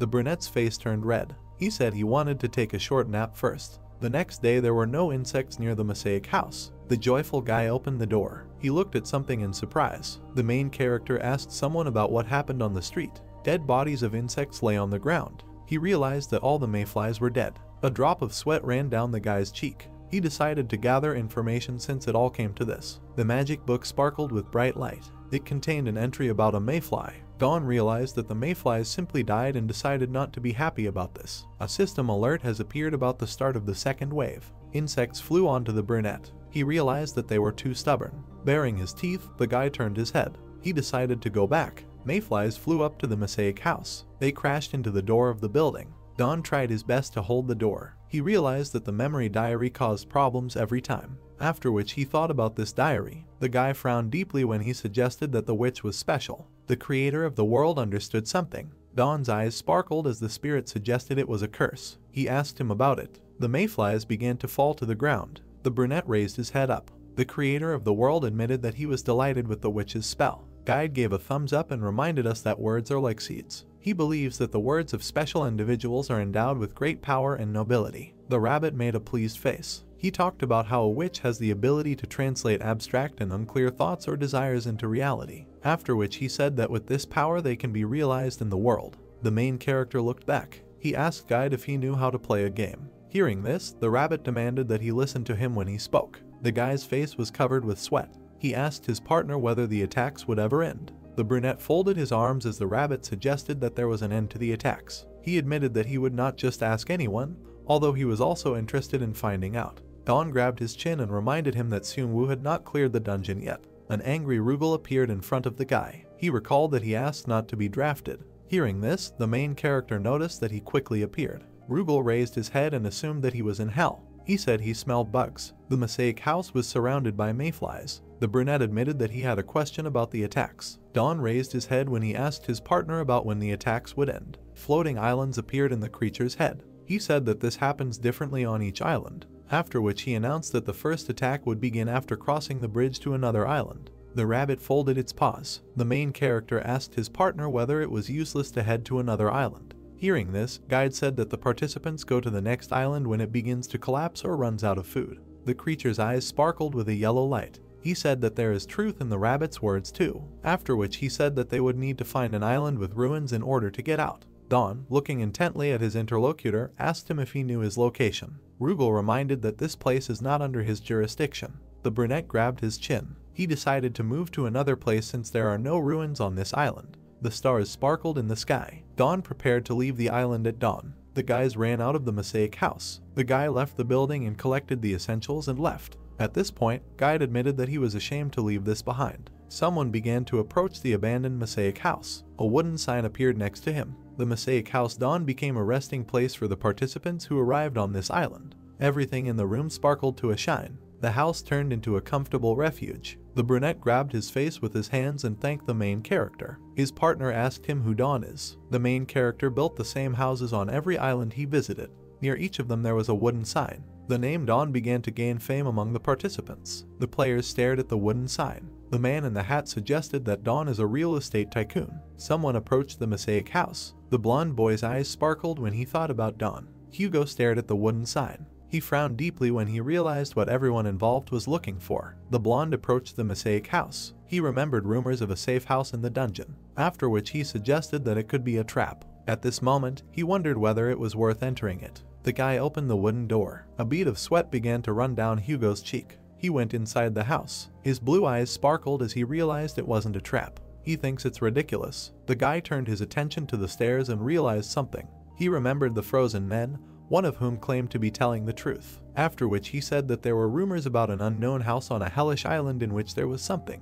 The blonde approached the hot spring that the man had told him about. Hugo turned his head sharply. Someone asked him why he shined so brightly. The blonde boy grabbed his weapon when he assumed that the owner had arrived. The guys were going down the stairs. Guide noticed that they had guests. The blonde opened his mouth in surprise. He remembered the rabbit. The main character pointed his finger at the man. He called him a foreigner. The mosaic house was illuminated by sunlight. Hugo sat on a chair with his eyes closed. The brunette raised his eyebrows. He asked him whether languages should be translated automatically, after which he introduced himself as the owner of the house. Dawn was already sparkling with happiness. Did he ask the guest where he was from and what his name was? The blonde guy's face became covered with sweat as he tried to slow down the owner. The brunette clenched his hands tightly into fists. He was glad that there was even a foreigner in the dungeon. At this point, Guide assumed he was a local. The guy looked back at the rabbit with displeasure. Guide admitted that for him they are all foreigners or even aliens. Hugo raised his head up and exhaled. He introduced his name. The brunette handed the guy a clay glass. He, realizing that the guest was German, spoke in German, after which he asked him if he would like to try a drink made from millet flour. The blonde guy frowned deeply when he suggested that they wanted to give him poison to drink. He believes that a mixture of flour and water is a psychotropic substance. Guy grabbed his chin as he tried to remember Hugo. The main character was sitting opposite the blonde.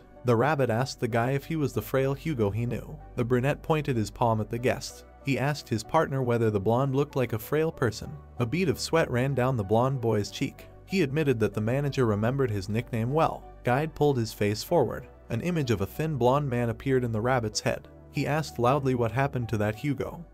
The pumped-up man sat without a t-shirt and, exhaling, said that he was surprised that he was still alive, and then asked how shocking it was for him. The rabbit raised his paws in alarm and shouted that this was certainly true and said that he was a complete weakling. The hero looked at the anxious guide and asked if he was weaker than him, to which he recommended that they not compete and said that even though he was a warrior, he was the weakest among them. Afterwards, a window appeared with a notification about the rage skill, and he continued by saying that, in addition, he had the most inappropriate skill for battles. The protagonist made a stupid face and put his hand to his chin and said that it was reminiscent of the Dongman skill. And the anxious rabbit said that it was similar, but not the same, and then said that when his energy is spent, he becomes incredibly weak. The builder threw his hands behind his head and, looking up, said that this really couldn't be worse. But however, using the skill cannot be avoided. The white-furred one poked the bodybuilder in the shoulder, winked and asked how that skinny guy could become so muscular. What did he do? He told him not to touch. The eared one leaned back a little and made a dissatisfied face, said that since their last meeting he had lost his sense of humor and then asked if the blonde had encountered difficulties. He closed his eyes and spoke in a drawn-out manner about the difficulties. Then his eyes suddenly opened. The men sat opposite each other and the smart one thought that the distance between him and the owner was 2 seconds. While Don yawned, he continued his thought, thinking that these were suspiciously worn clothes, and this meant that he was strong, and then wondered what skills he had. Afterwards, he frowned and thought that if it came to a battle, he would knock him out with one blow, and also that he would not have the chance to use the skill. The rabbit began to flirt again and, snapping his fingers, he turned to Hugo and asked why he was staring at him, which made him slightly surprised. The dark-haired man stood with a satisfied face and a mug in his hand and said that it seemed to him that a dispute had arisen between the two of them and said that it needed to be resolved and that this drink made from millet flour was needed now. Afterwards, he began to drink from the mug with a contented look and he remained meaningfully silent. The blue-eyed man brought the vessel to his face and wondered if the liquid was poisoned. Huge beetles flew up to the hut. The hero's eyebrows dropped, and with a dissatisfied face he said that these insects were very noisy and then offered to go out and calm them down. Hugo was stunned by this statement. He saw that two similar shadow figures appeared behind the protagonist while he was drinking tea, and thought about whether he was summoning demons and thought that it was all a trap. While the hero was sitting with a happy face, he continued his thought and thought that if he attacked, he would only be in danger, and then thought that this person could be stronger than Seung-woo. The jock drank his portion, and the beast looked at him and was meaningfully silent. The rabbit crossed his arms and knitted his eyebrows, thinking about what had happened to him. Then he thought that even if he had become physically stronger thanks to clearing the dungeons, then he became even more wary and thought about what that strong smell of blood was. The rabbit's paw was filled with lightning behind his back, and he thought that if necessary, he would have to prepare for the blow and personally knock him out. But then the protagonist's team was stunned by something. Tears flowed from the blonde's eyes and he asked why he suddenly cried. The builder with a cheerful face said that this is the effect of this drink and does not harm the body, so there is nothing to worry about, and then quietly added that apparently a lot of toxins had accumulated in his body, and the anxious-eared one thought about that Hugo has weakened a little. Dawn cheerfully pointed up and said that what was more important now was that he hadn't really eaten normally, and then said that they needed to cook lunch together. There were wonderful warm dishes on the table, which terribly surprised the bodybuilder. Saliva came out of his mouth and he looked at it with appetite, thinking about whether it was possible to prepare such dishes in the dungeon. The hero moved his hand to the side and said that he didn't know if he liked this and called for a treat. The blonde immediately noticed a dish with eggs and herbs and, exclaiming, was about to eat it. Afterwards he sat with his mouth full, a little worried. The muscular man then went into rage mode with a fork and plate in his hands and shouted in German that it was really delicious. Afterwards, he leaned back in his chair, exhaling, and thought that he had let his guard down, and after so many years he was able to enjoy normal food and, fortunately, he was not poisoned. The man in the red t-shirt looked at him and said that since they had finished eating, it was time to relax the body. Water poured out of the pipe with pressure. The blonde man leaned back with a flushed face and let out a long groan. The protagonist began to giggle while covering his mouth and mentioned that even foreigners make such sounds when they take a bath. The rabbit was alarmed, and he cheerfully continued and said that now he should rest, and they should do something here, while his white friend tried to clarify what they were going to do. Guide began to flap his paws and get nervous, and Mick squatted down, starting to stretch the web between his finger, and with a satisfied expression on his face said that he had recently learned the secret of the spider's web, to which his companion loudly said that he did not want to know it and demanded so that they don't tell him. The blonde man who watched this remained silent significantly. He watched them closely and then thought about what kind of person this was, and then wondered what kind of place this was. Afterwards, the bodybuilder scooped up some water into his hand and, looking at it, thought that this was the same dungeon, but it felt like he was in another world. Then he threw his head back, closing his eyes in pleasure, and thought that now he just needed to stop thinking. But then a roar began to be heard. The warrior stood up from the water without clothes, and the protagonist and his comrade looked up and wondered what it was. Dawn looked up with concern and said that it was busy today and asked if they had new guests. Warriors in blue armor and a magician flew into the building. Their leader shouted that they needed to find the warrior of rage because he should be here, and ordered him not to hide because they had come to avenge their comrade. The blonde walked in front of the rabbit and he closed his eyes, shouting that in front of him was a naked and weak Hugo. At that time, the pumped-up man took out a weapon and, knitting his eyebrows, apologized and said that he did not want to embarrass him, and then said that he would deal with them, and they could continue to deal with the web. Dawn noticed something and thought that he had a double weapon. The blonde man furrowed his eyebrows and said that he was using rage. Previously, Hugo was thin and weak, and he was the weakest in the dungeon and was always tormented by a dilemma. He then fell to his knees, and his rage guaranteed incredible combat power in exchange for his own blood, but during battles he often suffered from headaches due to anemia. Afterwards, the blonde stood near an unknown chest. There was a one-handed blade in the chest, and as it turned out, the moment of his awakening occurred after he passed the butcher's blade at the 4th stage. A notification came out that he had received the butcher's blade. Afterwards, we are presented with a diagram of how vampirism combined with rage. Afterwards, a symbol of rage with blood was created, and at that moment the story of the warrior of rage began. Other people shunned him, and his growth and explosive power aroused jealousy among his comrades. The bald man and the guy in the leather jacket broke into a wild smile. The first asked Hugo to lend him a butcher's blade, and the second asked what would be better if he used this blade instead of the blonde. Afterwards, his former comrades quarreled, and those who coveted this treasure began to attack each other, and relations quickly deteriorated. There was a shell with spikes on the floor. The blonde man stood covered in blood over the bodies of his comrades because in the end, they faced misfortune. From that moment on, Hugo stopped smiling. Blue-Eyed looked at his interlocutors and said that for him this blade is both a curse and a blessing. However, when he has the item, he will never lose. The protagonist again stretched the web with a stupid face, scattering a bunch of the same knives on the floor, which wildly surprised the warrior, who screamed loudly and asked why he had so many damn blades. To which he said in surprise that he cuts with them. Cobweb Dawn looked with confusion and asked what damn blades he was talking about, and then mentioned that it was just a kitchen knife. Blue-Eyed looked with alarm and thought about why he calls it a kitchen knife, and besides, he doesn't understand why these objects have such an unimaginable quality. The magician from the arriving squad saw a man without clothes and, closing her eyes, screamed that she had found him and said that he was here. She tried to look through her fingers with embarrassment and shouted that he was unarmed, or to be more precise, completely naked, and she could not miss such an opportunity. Hugo smiled sarcastically and said that if anyone heard,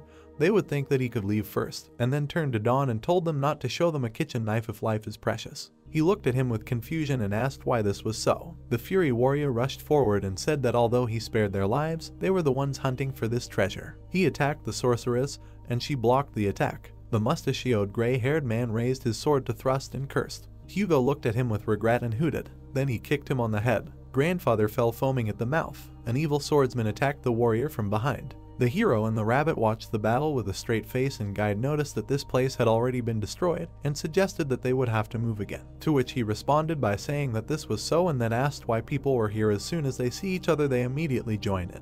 Eard pointed his finger up and asked if this was happening because of insects, and the protagonist asked why he thought so. On the note it was written that mayflies, despite the fact that they are disgusting, are undoubtedly amazing creatures, and how they passionately live, although only for one day. Whiteford anxiously pointed his finger up and asked if he remembered how it was in the witch's diary, and then asked if he remembered how she encouraged them, and then added to the question by asking about that. What does it look like the creatures are going to follow her words? The rabbit escalated the atmosphere and asked that if, due to the influence of the mayflies, this emotion was intensified to the maximum, and then said that if so, then the mayflies forced the participants to copy them, thereby constantly feeding the spirit of sacrifice. The hero crossed his arms and exhaled and asked if this was too exaggerated. The white-haired man drooped a little and said that everything in the dungeon exists thanks to exaggeration and sudden jumps. Dawn thought and put his hand to his chin. Knitting his eyebrows, he said that every monster has characteristics not described in the diary, and given this, it wouldn't be strange if mayflies also had some abilities. Then he looked away and thought that this was literally an endless hell. The guy looked at the beast and said that if this is the whole point, then he is worried that Seung-woo would be under the influence of this island, to which Guide said that his thoughts are very dark and he doesn't even want to imagine it. Fluffy began to fly from the side while Hugo was fighting in the background and said that in any case, he thinks that now is not the time to watch their battle and it is better to pack up and leave here. To which he soon agreed. Afterwards, the protagonist walked a little forward and found daggers and cobwebs lying on the floor. He smiled and said that it might be useful to him. The wild man was about to strike the naked man again, screaming. But suddenly a huge clump of cobwebs flew. The swordsman with the mohawk was glued to the wall and the weapon flew out of his hands. The disarmed man anxiously asked if it was a web and mentioned that he could not move. Mick looked at his new item with joy and said with a laugh that it worked even better than he expected. The girl magician pointed her staff at him and screamed, asking what he was doing, and asked if he was his ally, and then she declared that she would finish him off too. The hero looked at her with a dissatisfied face and made a sarcastic mockery. Then he spun the staff with the web on the floor, winding up a lump. Dawn threw a wad of cobwebs up with a straight face. Then he hit it, gluing the harmful woman to the wall. Afterwards, a sly smile appeared on his face and he said that it was great and that it was ideal for adhesive shackles. The house on the floating island was surrounded by mayflies. The attackers, wrapped in cobwebs, drank tea. The hero stood next to them with his arms crossed while the residents sat with mugs in their hands and asked with a smile whether it was better when they were tied up. And at that moment the disarmed people thought that he had tied them up in an instant. The blue-eyed man looked ahead, holding the cup, and thought that 3 seconds had passed and during that time he would be able to reach them and cut their throats. The 3 stone-faced attackers thought that this was their chance, and if the 3 of them synchronized their attacks, they would be able to defeat them. The mad swordsman gritted his teeth and thought that this web was too strong. The hero looked at them with displeasure and asked how they got involved in this, and then assumed that it was all because of the butcher's blade. The man with the mohawk looked at him with concern and said that in this endless hell, battles never stop, so items that restore stamina decide everything and their lives also hang in the balance, so they had no choice but to do this. Blue-Eyed looked calmly in front of him and said that he simply does not avoid the inevitable conflicts on his way and he has already gone through them many times, that he is not only used to them, but tired of them. Grandfather began to shake, and the witch asked him what happened to him. His veins began to bulge and he clenched his teeth. The fair-haired man knitted his eyebrows and thought that he was putting on a performance. The old man tore the web and screamed that he was dying. The protagonist picked up many balls while holding a drill in his hand and exhaled. Gray was wrapped in a huge cocoon, and Don dusted off his hands and told them to stop and just not move. The rabbit flew up to the wounded man and suggested that this man was not quite ordinary, because usually, after drinking a drink made from millet flour, people calm down, and then suggested that this could be a curse. The hero pointed his smartphone at him and said that they would check now. This, and after that his eyes widened sharply, as did the eyes of his companion, and he asked what kind of nonsense this was. There was a huge ball on the old man's head. Mick looked at his friend and anxiously asked him not to say that it was a ghost, but he said that it was not and asked if it looked like a barrier. The others watched this with confusion and wondered what was happening. The hero looked up and heard a voice that said that the same type of magic was vaguely felt as in mayflies, and he asked again. The voice continued, saying that it felt it not only from this person, but a little from everyone here. The protagonist turned the smartphone to the side and anxiously asked what was happening. In the cell, cocoons were visible on the heads of others who were wrapped up, and he said that it was true. The voice then continued, saying that it believed it could be a mayfly egg. There was disgust on the face of Dawn and the rabbit, and the first one asked if this thing was really a mayfly egg, and the big-eared one asked if he could check the diary. The note said that she was shocked when she saw that mayflies have no mouths, and it is incredible that they live only one day and die of hunger, and then asked if she felt sorry for them. Afterwards, the writer said that food gives so much joy, but they die after they lay their eggs, but then she asked where they lay them and said that no matter how much she searched, she could not find them. The hero frowned and, imagining the mayflies, said that the reason why the mayflies live their day so furiously is by laying eggs directly on the heads of the participants. The rabbit pointed his finger with alarm and said that he now understood that the maple egg directly affects people's minds. The protagonist put his finger to his chin and said that this makes sense, and then said that if in their case it has a similar structure, then it will have an effect on the mind. Whitehair began to shake with anxiety and asked what they should do now, and said that he did not want to stay in this creepy house for another second. The hero crossed his arms and closed his eyes and said that, in his opinion, he could be an ideal solution for them, and then asked if this was so. The rabbit knitted his eyebrows and asked what kind of solution he meant. The protagonist put his hand in front of him and cast a cleansing spell. The spell caused the egg to fall apart. The old man immediately began to come to his senses. Afterwards his face relaxed and he asked about what happened to him and what happened. Mick looked at it with joy and exclaimed that it worked and he knew it would help. Afterwards, the big-eared one raised his finger up, presenting the stages of the egg, and said that, apparently, the larger the egg, the more the character changes, and the rest are relatively small in size. Afterwards, the hero looked up and asked why they didn't have those, because they, too, had been wandering around here for a long time. Beard pointed his finger at the pumped-up man and asked with a smile whether this could be because they take a bath every day and Hugo also doesn't have an egg on his head. The protagonist put his hand to his chin and thoughtfully said that not only the cleansing skill can have an effect, but also water helps remove them. Grandfather, lying on the floor, suddenly looked at them and turned around, saying that he had a question.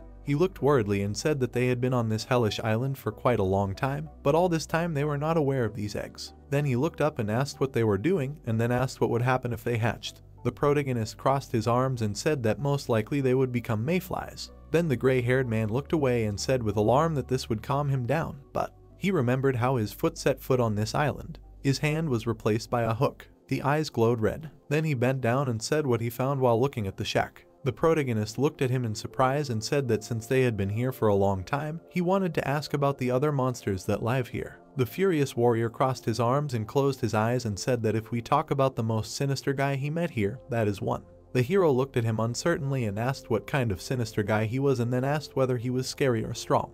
Then there was a knock on the door and a voice was heard from behind the door asking if they were sure. The hero raised his eyebrows and asked if another guest had arrived, and thought that it was some kind of familiar voice. But then the old man became alarmed and shouted that they should not open it. The knocking on the door stopped, and a voice from behind the door asked if this meant that they were gathered there. The protagonist looked at the door with alarm and thought about the voice outside that was the same as that participant's. Blue-eyed stood with two blades and was alarmed. The gray-haired man shouted with alarm that he was asking them to quickly free him from the web and they would fight on his side. The blonde frowned and said that while you are wandering around the hellish island and every now and then you come across sinister faces. A copy of the old man broke through the door. The rabbit got scared and spread his arms, asking if they were twins, to which he said that this was not so and such people are called doppelgangers. The red-eyed, gray-haired man calmly looked ahead. The web was cut by a dagger at the same moment. Those entangled in the web began to shake themselves off and get up. The protagonist told them to get up, for which they thanked them. Doppelganger calmly looked and said that they should let them clarify something first, and then asked why the traces of eggs suddenly disappeared. The hero looked at them and asked if they were talking about mayfly eggs. Red-Eyed pointed his finger at his forehead and said what exactly about them, and mentioned that they were on their heads. The rabbit hung in the air between them with his arms crossed and asked if it was possible that they were targeting that white egg.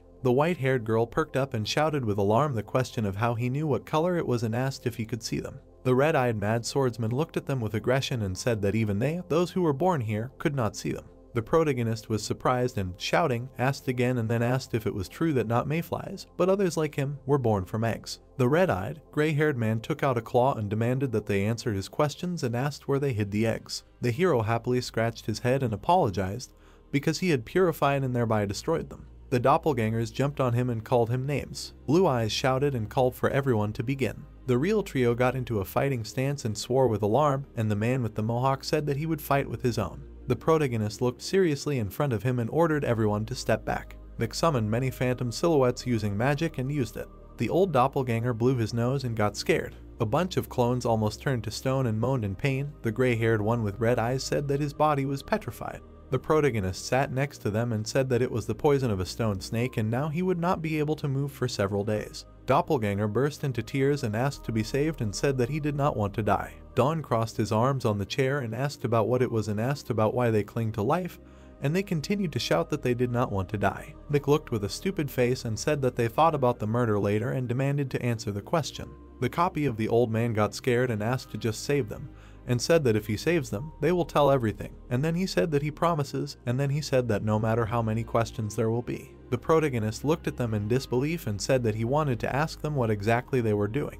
The fake started screaming with her eyebrows drawn together and said that he should save them first, and only then they would tell. The hero looked at them condescendingly and asked that if they did not speak directly, then he should kill them right now, to which he said that. What will he say? Dawn sat down with a book and pen and began to write down what was said in his diary. On the sheet it was written that mayflies quietly lay eggs on people's heads, and no one can see the eggs themselves, and they grow quickly on their own, but the growth rate is different and the process itself can take either a week or several months, and when it's time to hatch, they fall off and roll off to a dark, deserted place, and once they find a safe place, the safe place hatches, the doppelganger hatches, and the doppelganger's lifespan is 1 day. Dawn looked at him in surprise and asked if it was true that there was only 1 day and then asked if that was why they had such a strong will to live. Grandfather, who was lying almost completely turned to stone, sadly said that they are descendants of mayflies and therefore also live only 1 day. All three coppers looked at the builder and said that in order to increase lifespan, they kill people, and more precisely, they kill those people on whom eggs are laid. The rabbit looked at them with disgust and said that they were like vampires and then asked how much their life increased for one person. The main red-eyed one sadly said that their life was increasing by 1 day. Eared one got furious and asked if they really lived for 1 day to earn another one. With shock on his face, Dawn wrote down the information, loudly asking about 1 day. He asked if they really had to take someone's life just to live another day. The old man, imagining an egg on a man's head, replied that this was not so. He said that it parasitizes the human head and consumes the lifespan of a mayfly egg. He was lying on the floor, talking. However, if the host dies, the egg immediately bursts, and he absorbs the spilled life force. The guy curled his lips, noting that it turns out that in the end they need to kill the carrier. He noted that it seemed like he should take care of them right here. The old man frowned and began to shout loudly, exclaiming that this was not fair, and if they could see the eggs, then there would be no need to kill the host. He lowered his sad eyes and said that they were invisible and intangible. He asked what reflection he offers them to take the eggs. The brown-haired man sat on a chair near the people, asking how they then find participants with eggs. The old man replied that by pheromones, but they only know the approximate location. The player looked down and asked that if there was a way to burst the egg without killing the host, would they stop killing? The man smiled nervously and loudly replied that of course. He exclaimed that if it were possible, they would prefer to kidnap rather than kill. Hearing this, Dawn and the rabbit frowned. Guide wondered if they had decided to use abduction as mayfly egg carriers. The old man began to laugh and roll on the floor. The brown-haired man and the rabbit winced in disgust, and the player muttered that they were psychopaths, and the furry animal noted the depravity of their thinking. The mosaic house stood at the top of the cliff. The enraged Bahamut waved his hand, exclaiming that there was no point in negotiating for a long time, and he would get rid of them himself. The man looked at him with frightened eyes, loudly asking for mercy, and reminding him that he had told them that if they answered, he would let them go. The guy looked at him gloomily, asking if he wanted to die first. The old man asked him to free himself, noting that they would not forget his kindness. He looked at Don in fear, saying that when he kills them, he won't get anything from it. The brown-haired man confirmed with a frightening look, asking if their weapons and equipment were part of the transformed body. He was surprised when the man began to writhe, shouting that they would turn to ashes once they were separated from them, so he shouldn't dare steal from them. The player mentally noted that they understood everything. Looking down at him, he asked why they take on the appearance of the participants. He asked if there was any condition. The man replied that it was possible because they were real carriers. Don closed his notepad and said that he understood. He added that for the most part he had satisfied his curiosity. Looking with frightened eyes, the old man asked what would happen to them. Bahamut swung his spear as the rabbit ran his paw across his throat, suggesting that he should just get rid of them, and then asked what was the point of sparing them. The snowman exclaimed that he was waiting for an order. The brown-haired man touched his chin and said to let them go. The furry animal was shocked, and the old man began to thank him loudly. The guy rubbed his neck and said that in exchange they would have to spend the whole day with him. The rabbit and the man frowned, and he asked if he really wanted to watch them die. Guide exclaimed that he was just a demon. The player grabbed his neck with his hands and replied that this was not so, and he was just curious. Walking towards the open door, Don said it was time to stop debating and move forward. The blue sky spread over the dungeon. White eggs fell from it. Looking at the phone, the brown-haired man exclaimed in surprise. Through it he looked at the eggs that the insects laid, saying that they looked like Easter eggs and that there were a lot of them. He showed the phone to the approached copies, and they exclaimed that they could see it too. The guy handed the device to the old man, offering to take it and check it. The man asked what he was talking about. The player closed his eyes, asking if he really needed to explain everything. He told him to see if the egg could burst. The delighted old man exclaimed that he would do it. He started jumping on the ground. While looking at the egg through the phone, he hit it. Raising his head and looking at the white object, the man noted that physical means did not work, so Don and the rabbit watched as the clone used the skill on the egg. Gil noted that this may be one of the original skills of the participants. A moment later, the man fell to his knees in front of the player, exclaiming that he had succeeded. He said that if you use the skill, it can be destroyed. The guy told him to go and quickly gain days of life. The old man looked at him in surprise and agreed. An hour later, the members of his team were resting after a hunt. The guy commented that it was exhausting, and the girl exclaimed that they destroyed a whole bunch. The man gasped for air, and then asked Don if he could give them this phone. The trio bowed deeply, exclaiming that with him they could live without worrying about anything. The brown-haired man looked at them in surprise and replied that they could take it if they wanted. The team began jumping joyfully and shouting loudly with delight, noting that he was the best. They were unpleasantly shocked when, seconds later, the player said that there would only be enough charge for a day. The man shouted that in this case their lifespan would not change. The trio fell to the ground in bow when the guy said that it could be charged. The old man asked to bless them with his knowledge. The rabbit asked his friend if he noticed how quickly they changed sides. Don handed them 2 more phones and told them to take one each, after which they began to exclaim about his generosity. They sat on their knees and looked at their phones, and the brown-haired man said that it was not free. He smiled broadly and said that now they would have to do something for him. Night covered the mosaic house. The 2 players met the guy as he slammed the door, noting that he was very tired. They responded with his return. Hugo waved his hand and asked what he did with them and did he get rid of them. With his hands on his waist, Don responded in the negative and revealed that they would be doing more useful things instead. The blonde asked with surprise whether he was talking about those monsters, and then asked what exactly to do. The brown-haired man took the glass and said with a smile that now the clone guy walked around the dungeon, and the brown-haired man said that they were looking for ruins. The rabbit flew up to Hugo and rubbed his chin, saying that they would wander around, awake, until they found the ruins and informed them. He gave a thumbs up and said that they needed to charge their phone, so they would report once a day. The blonde looked at him and asked how they would know how to get back. Guide smiled nervously and muttered, "What about this?" The guy didn't see that a huge arrow was built above the mosaic house. The furry beast said that they would know exactly how to get back, no matter where they were. The next day, the old clone bowed down in front of the player and said that it was found in ruins. With surprise on his face, the brown-haired man asked, did they really do it so quickly? The guy with the mohawk also noted that they had found it. The white-haired girl said that she did too. Touching his chin, the player smiled thoughtfully, asking if it turns out that many of them found them. The rabbit muttered dissatisfiedly that this year was generous with ruins. Paku was lying on the floor and moving his paws. Freezing, he yawned loudly. A moment later the animal began to snore. Bahamut looked suspiciously at the sleeping squirrel, screaming. A moment later, Paku jumped up in fear and screamed. The snowman looked at him and asked what happened. The beast looked at him with a sad look. He began to rub his cheeks, and the lick crossed his arms and thought that soon this creature would have the opportunity to grow. Guide came to them through the portal while they were discussing the squirrel's sleep. The rabbit told them to stop pretending to communicate because they didn't understand each other. He extended his paw when the troublemaker asked why he came here. The furry animal replied that he was here to take some heavy gold rings. The snowman looked in surprise and asked why he needed them. Guide replied that it was to charge the phone and that he would leave now. After some time, he came out of the portal to the mosaic house and said that he had returned. Dawn asked if he brought the rings. The rabbit waved his paw and asked which ruin they would visit first. Glancing to the side, the brown-haired man replied that he was not going to go anywhere, which his friend was very surprised by.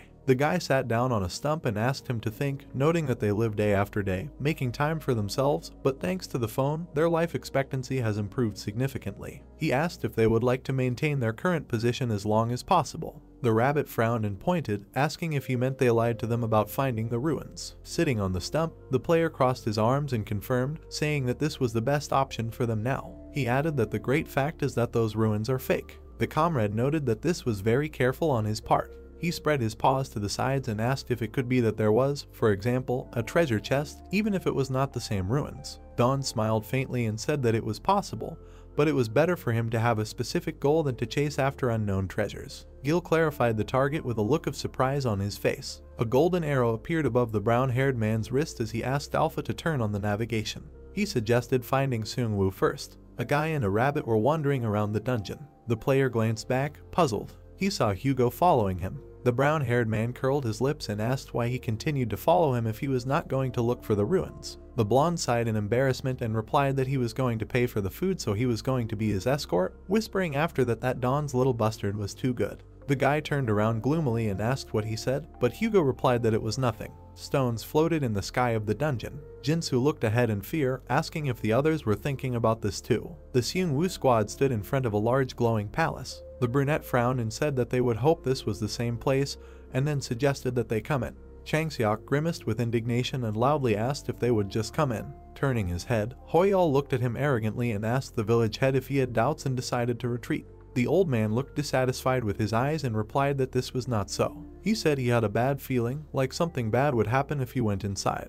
He jumped in fear when the man told him to stay outside in that case. Changseok shouted that it would be even worse. Looking at the palace, he began to shake, mentally noting that he had no choice at all. He pursed his lips and a bead of sweat ran down his cheek. He thought that his skill intuition was screaming non-stop. Raising his head, the old man looked at the palace, thinking that the skill was screaming about it. That this is a very dangerous place. Rugal hovered between the flying stones. He frowned and muttered that the prison had changed. Looking at the pieces of islands bathed in red light, he noted that initially it was a training ground for practicing assassinations. A man holding a bloody knife while standing next to a man's corpse. After killing a humanoid monster called Doppelganger, the man with drops of blood on his face looked at him in fear. The participants got used to living rationally and adapted to murder. A dark aura appeared around the man, and this is because all this leads to their souls becoming stained with blood, turning into offerings fit for the dragon of the apocalypse. Rugal frowned, muttering that that's how it was. Below him on the ground he saw two people with phones and asked who they were. A girl appeared in front of them and screamed, asking if it was Doppelganger. The brunette, screaming loudly,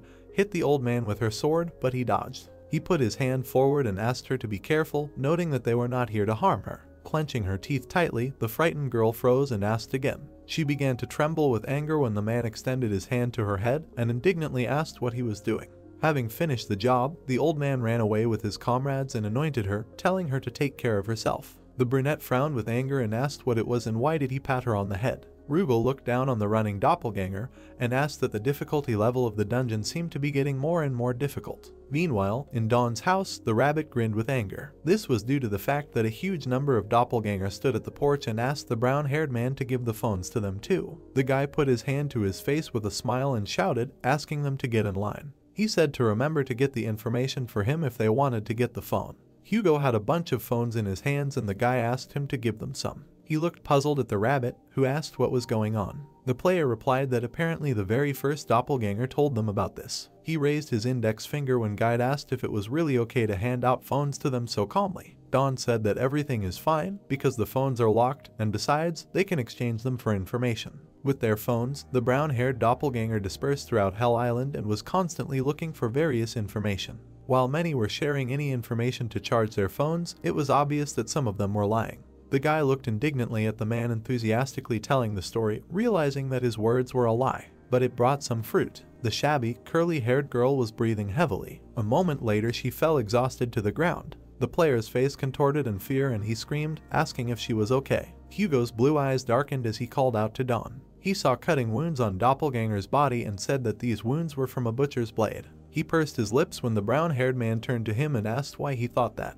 Darkening, the blonde lowered his head and said that all these wounds were caused by vampirism, and the only one who could do this to that girl. Clenching his hands tightly into fists, he said that this was his doppelganger. They walked further and saw another girl's corpse, and the rabbit said that her wounds were the same and all the blood had been released. He flew up to his friend and asked why they continued to walk in the direction of the bodies and whether he was scared. Looking at the golden arrow above his wrist, the brown-haired man said that this is the same direction where Seung-woo is and it bothers him. Guide turned to the blonde and asked why his doppelganger was killing his own relatives. The gloomy Hugo lowered his eyes and said that he already knew how to absorb life, and that is why he carried out the massacre. He added that this means he doesn't need things like phones. The man nodded as the player crossed his arms and asked if lifesteal was an ability of the butcher blade. The guy put his fingers to his ear. A bead of sweat rolled down his tense face and he said that he couldn't contact Seung-woo, so they had to hurry. Doppelganger clenched his teeth tightly as he was grabbed by the neck. A buttery copy of Hugo held the guy. Gritting his teeth and furrowing his brows, Doppelganger asked what he was doing. The man smiled madly and asked him why he was asking if they were born to die. He said he was just bringing the end closer. Flashing his angry red eyes, he said that the guy would be part of his long life and would live it well, better than living every day miserably. Lifting Doppelganger by the neck, he plunged the knife into its chest. The guy shook and his eyes widened in shock. A bright black and red light enveloped him as the man began to use vampirism. A moment later, Doppelganger's body fell, but Rugal watched from above. There was a look of surprise on the wolf's face and he said that he didn't think that a clone would steal lives from his own species using vampirism. Looking with his frown, he noted that the doppelganger were acting strangely, and he just thought that the difficulty of the prison had been broken. He asked if the difficulty of the dungeon had reset itself. Looking at the smiling man with the fire raging around him, Rugal said that he might even ascend to the throne. His eyes widened in surprise when the clone suddenly appeared behind him and asked what he said about the throne. Turning around, the wolf swung his leg, but Doppelganger jumped back down. Rugal was puzzled by this outcome. A man appeared in front of his face and called him an evil brat. With a crazy smile on his face, he asked if he was deaf and added that he was talking to him.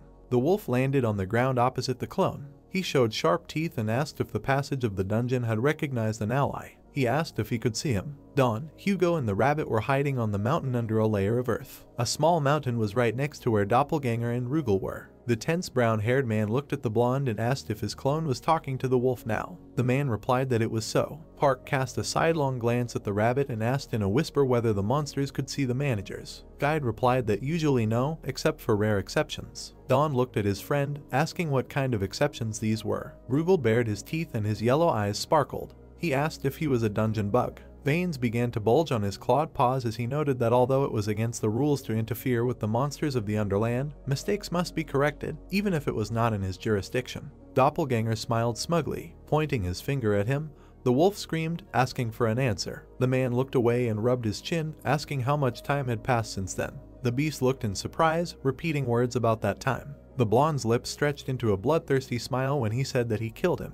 He said that he killed Seung-woo. The faces of those hiding nearby at that moment were distorted with shock. Looking tense, Rugal asked if his status was elevated for killing the dragon apostle. Doppelganger crossed his arms and asked, "What is this?" With a dissatisfied look, the wolf told him that it seemed that he had made a fatal mistake. The man laughed at this and asked what he was talking about. An angry Dawn appeared behind him, clenching his fist. The blonde turned questioningly a couple of moments before the impact. The brown-haired man darkened and frowned with anger, activating the power of the horned boar. He dealt a powerful blow to the clone, but he put his hands in front of him, flying to the side. Doppelganger, holding his hands to his head, looked with a puzzled look. Frowning his light eyebrows, he shouted indignantly, asking who he was. A second later, the player with sparkling eyes came close and said to repeat. With a grim face of anger, he asked who he killed. The man smiled nervously, and there was fear in his eyes. He asked if they were asking him about Seung-woo. By this time, Dawn's face had become even more gloomy. The rabbit sat in ambush and watched with tension on his face, mentally noting that this was very dangerous, since no one had ever seen him so angry. Doppelganger moved away under the approaching steps of the guy who was telling him to repeat it or say it was a lie. The blonde stood in a fighting stance and smiled sarcastically, asking if he was his comrade. He said it was sad, though. With a crazy smile on his face and using his brightness, He took off, exclaiming that this was just what he needed when he was bored. The player squatted down and touched his hand to the ground, activating the formation of dirt. His gloomy face frowned and the veins bulged on his cheeks. Doppelganger was about to jump on him, but a huge amount of land under his foot disappeared. His face contorted in horror, and he wondered if the earth had simply disappeared. When a shadow covered his face, he raised his frightened eyes and asked who was that mumbler. Opposite him stood a furious Don, holding a large round stone above his head. He said he would make him give the answer he was looking for. A huge stone flew into the sky. Korn looked at him with shocked eyes. When he fell on him a moment later, a loud impact sound was heard. The man jumped to the side, avoiding a direct blow. He clenched his teeth tightly and frowned. Doppelganger spun in the air, throwing flying rocks away from him. The brown-haired man again raised the huge cobblestone created by the skill above his head. A second later, he flew straight at the enemy. The man, enraged with anger, began to shout that he could not be fooled the second time by the same method. With a wave of his hands, he cut the cobblestone into many pieces. A player suddenly approached him and grabbed him by the wrists. The trembling clone tried to break free from the grip, surprised by the strength of his opponent. The enraged Don flashed his eyes and then used a swirl. The blonde's body flew upside down and hit the ground. The shocked doppelganger with thick veins on his forehead screamed loudly. The brown-haired man looked at him with disgust on his gloomy face, telling him to stop whining. The rabbit in ambush nudged Hugo with his elbow and asked if he was really going to lie there, watch and do nothing. The blonde clenched his teeth and cold sweat ran down his face. He wondered how he could interfere in this monster battle and join it himself. Spitting out blood, the beaten clone began to rise from the ground. Looking down, he frowned and wondered what just happened and what hit him. The player walked towards the squatting man. Looking at him with hatred in his eyes, he ordered him to get up. Doppelganger got even more excited, and with eyes burning with anger, he screamed that he didn't know what was happening, but did he really think he could defeat him so easily? Having gotten up, he stretched his hand towards his opponent, but oohed his head. Don grabbed the blonde by the wrist with his strong hand. With great hatred and contempt in his eyes, he activated the rotation. The brown-haired man waved his hand and his opponent fell to the ground. The man's body trembled when he was pressed into the floor. The player looked down at him with contempt and ordered to open fire. The shadow clones that appeared pulled the orc's bowstring a moment later. One of the arrows pierced Doppelganger's biceps. The skin under the arrow began to be covered with stone. Stone spots began to cover his entire body, and he loudly asked if this was really the poison of the stone snake. Clenching his fist, the player walked towards him. With a furious look, he waved his hand, ordering them to scatter. The delusion passed in an instant when the rabbit screamed that Seung-woo was not dead. The guy turned to his comrade flying towards him and asked him to repeat. Guide screamed that he was still alive, and Alpha told him so, but he did not hear. Don lowered his head and nervously asked the system if it was true. She answered in the affirmative, noting that if the dragon apostle died, she would be the first to know about it. Doppelganger indignantly asked why his rank had increased then. The brown-haired man turned to Rugal when he appeared in the air and said that he probably killed someone equal to him in strength. The guy clenched his fists when Alpha confirmed and said that she believed that he killed Doppelganger Seung-woo. The rabbit frowned and crossed his paws, asking why, however, all of a sudden, such a commotion and confusion. He asked, wasn't he also just protected? The player grabbed his phone and asked what he was talking about. On the front camera, he saw a white egg on his forehead. The furry beast screamed that it was true. Don asked how long it had been on his head. He touched the egg with his hand and used purification on it. He and the two beasts approached Doppelganger, and Guide noted that just one blow to the head made him a different person. The brown-haired man replied that as far as he remembered, he felt hot and then everything around him turned white. The rabbit looked at the blonde man lying on the ground and said that to be honest, he didn't look that strong, and then asked how he managed to kill Doppelganger Seung-woo. The beaten corn glanced at him and said that no matter how strong the opponent is, he is different from someone who wastes their life. He noted that he most likely won. Guide closed his eyes and rubbed his chin, noting that it meant he was winning because of the difference in lifespan. He added that even if it was Seung-woo's doppelganger, there was nothing he could do because life was short. Smiling, he put his paws behind his head and said that luck was on his side, otherwise it would have been the other way around. The blonde closed his eyes and said that it seemed like they had cleared up the misunderstanding, and then asked to let him go. Rugal pointed his finger, noting that this was all strange. He asked if his rank had risen because of the Dragon Apostle's doppelganger. Hearing this, Don pursed his lips. He glanced to the side and said that he didn't understand either, and then asked for an explanation. Frowning, the clone looked at him and began to indignantly say that he didn't know and that this was the first time he heard about Dragon Apostles. He asked if they even knew how many he had killed during this time. The brown-haired man's expression darkened again, and his eyes flashed madly. He answered negatively, saying that it would take him a long time to know. He said that he thought that he was the one who killed Young-ho. core froze as a shadow loomed over him. Seung-woo stood in the middle of a tall crystal corridor. He smiled nervously, closing his eyes, and mentally noted that he was lost again. His attention was drawn to the wall, which showed different players in different windows. The guy muttered that this was not just a mirror, but more like the CCTV cameras of the Abyss prison. In one of the images, he saw Dawn looming over a clone. The brunette noted that he was also a doppelganger, and then said that the brown-haired man's skills had improved dramatically. He looked at the players in the images and asked if all these mirrors showed everyone on Hell Island. Seung-woo turned around in surprise, hearing a voice from behind him saying that this was not surveillance, but a recording. He loudly asked who was there. The guy's doppelganger appeared in the image behind him and said that he was here. The brunette looked at the mirrors in surprise and wondered if he was talking to himself. He asked what he was. The blonde guy smiled crookedly and said that he was him, and at the same time, he was more him than him.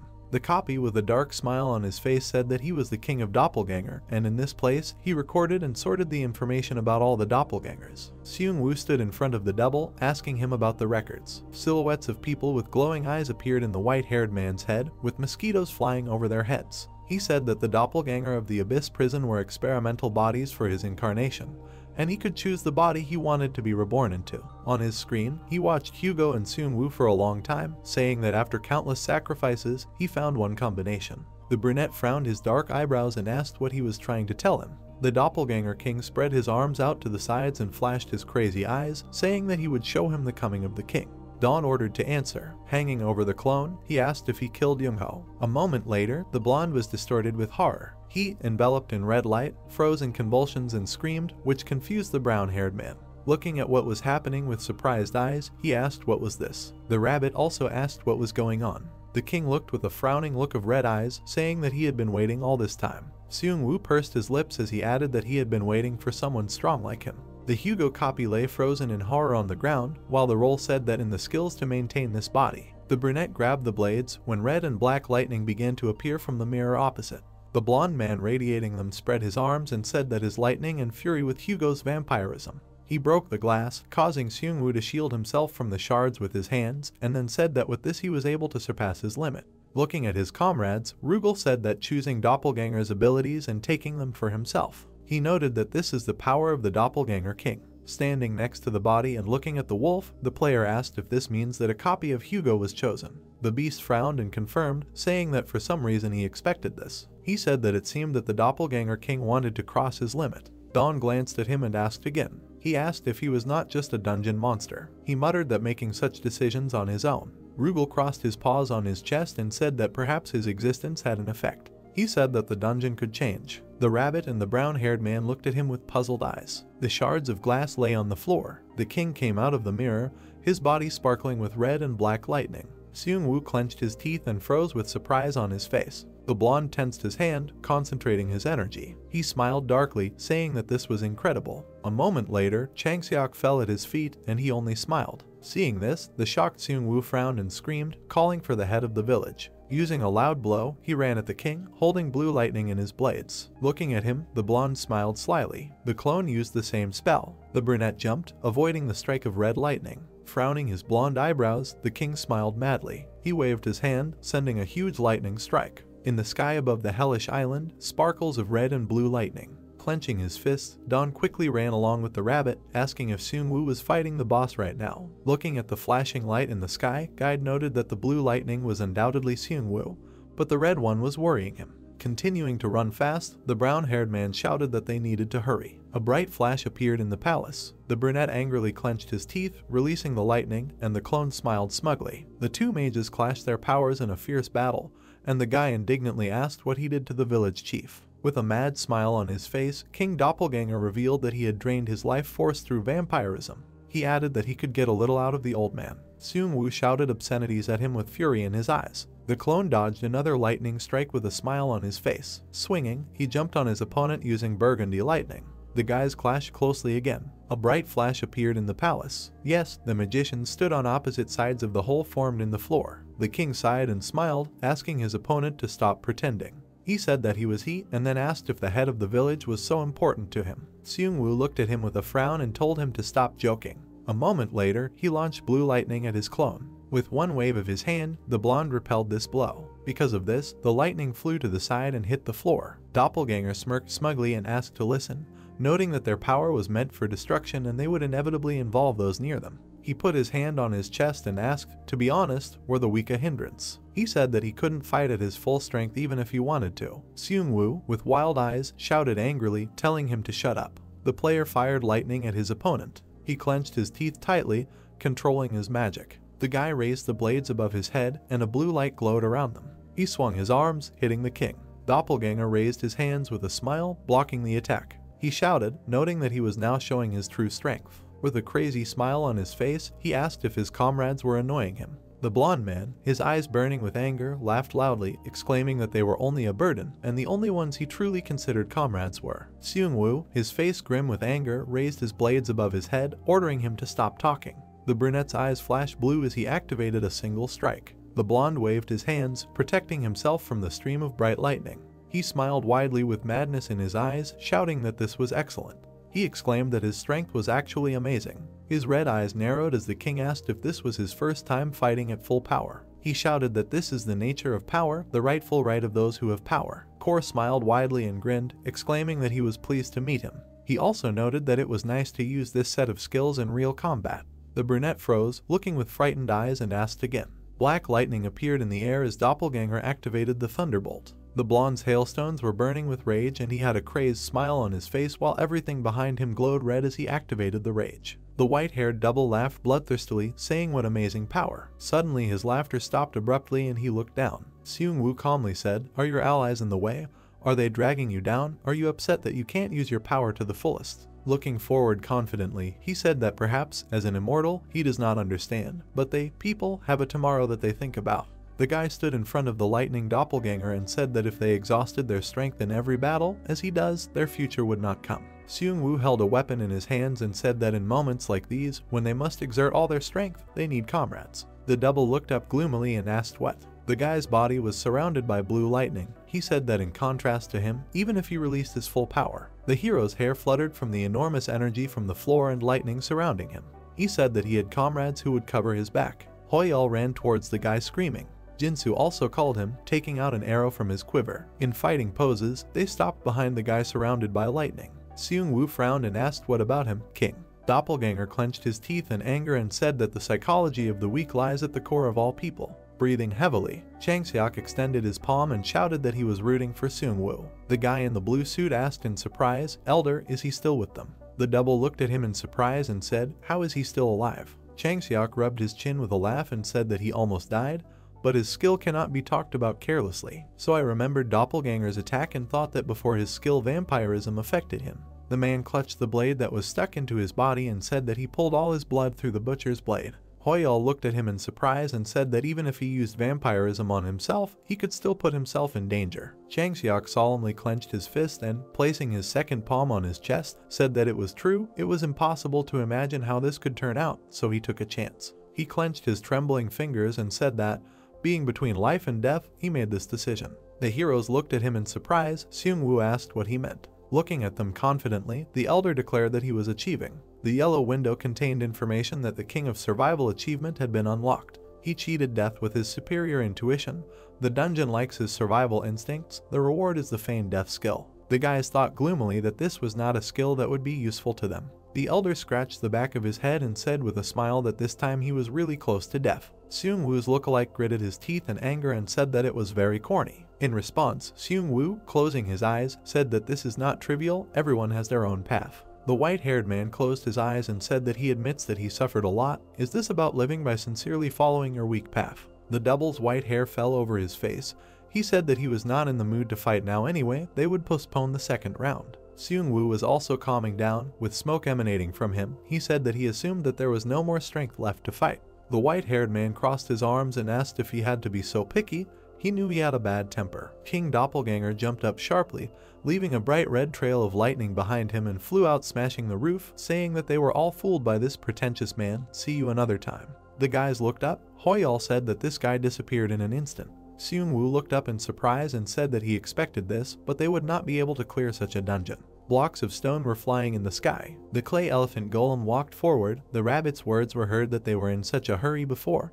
But what kind of nonsense is this? The rabbit, stretching out its paws, tapped its foot on the floor displeasedly and said that the sun had already set.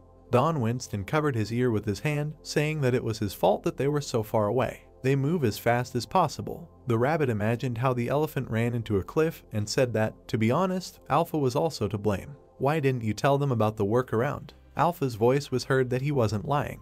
Don, with his hands behind his head, sat on the skin and asked what the essence of their disputes was. They just needed to continue their path. There was a knock on the door. The heroes turned in surprise. The guy asked, "Knock." The door opened. A Seung-woo doppelganger with white hair appeared on the threshold and asked if there was any place left to sleep. The heroes looked at him in surprise. The rabbit said that it was obvious, and the guy continued that this was doppelganger Seung-woo. Everyone watched thoughtfully as the double lay down on the skin and said that he would rest. The rabbit flew up to the lying guy and asked what this absurdity was he acting too impudently? Without turning around, doppelganger replied not to talk to him. He was tired. Dissatisfied, the rabbit pointed his finger and asked if he could throw him out of here. Don looked at him and asked if he wanted him to drive him away. Lying on the floor, doppelganger said the blanket was so soft, well made, and welcoming. Crossing his arms, Don looked at him in surprise and asked if he knew him, so he was doppelganger Seung-woo. The double chuckled and turned around, saying that it was more than enough. Looking at him, Don said that he is the king of doppelganger. The white-haired man turned, looked at the guy and asked how he knew about this. Raising his fingers, Don replied that the group chat went crazy over him. It seemed like they had finally met. Hugo frowned and said that King Doppelganger was born from the body of Seung-woo. The rabbit asked if he knew him too, to which he received the answer that he was a fairly famous person. The white-haired man looked at the guy and said that Hugo is also a part of him. The blonde looked at him in surprise and asked what. Doppelganger stood up sitting on the floor and called Don. The guy sitting opposite responded. Everyone looked at the double. Doppelganger looked with his red eyes and declared that he wanted to sleep. The guy looked at him displeasedly and asked what he wanted from him. Just let him go to bed. The white-haired man lowered his head and, closing his eyes, said that Doppelganger was not allowed to eat or sleep. This also applies to the king, but there are memories that continue to bother him. Looking dissatisfied, the guy asked, "Memories?" Looking forward with determination, the doppelganger said that both Seung-woo and Hugo had this memory in their minds, the food he cooked. Don frowned and said, "His food." The king spread his arms and presented a variety of delicious dishes, saying that, yes, warm food and rest, this is one of the few significant memories in this blood-soaked dungeon. Don waved his hand, saying that he appreciated his compliment, but what did he propose to do? Doppelganger Seung-woo looked at him decisively and asked him to make him an apostle. Looking at him, Don made a surprised sound and asked which apostle. Doppelganger pointed his finger and said that the apostle of the Dragon of Life is Earthia. He learned this from Seung-woo's memory. Sitting on the floor, the double closed his eyes and said that, having become an apostle of life, it would be possible to recognize the managers, after all.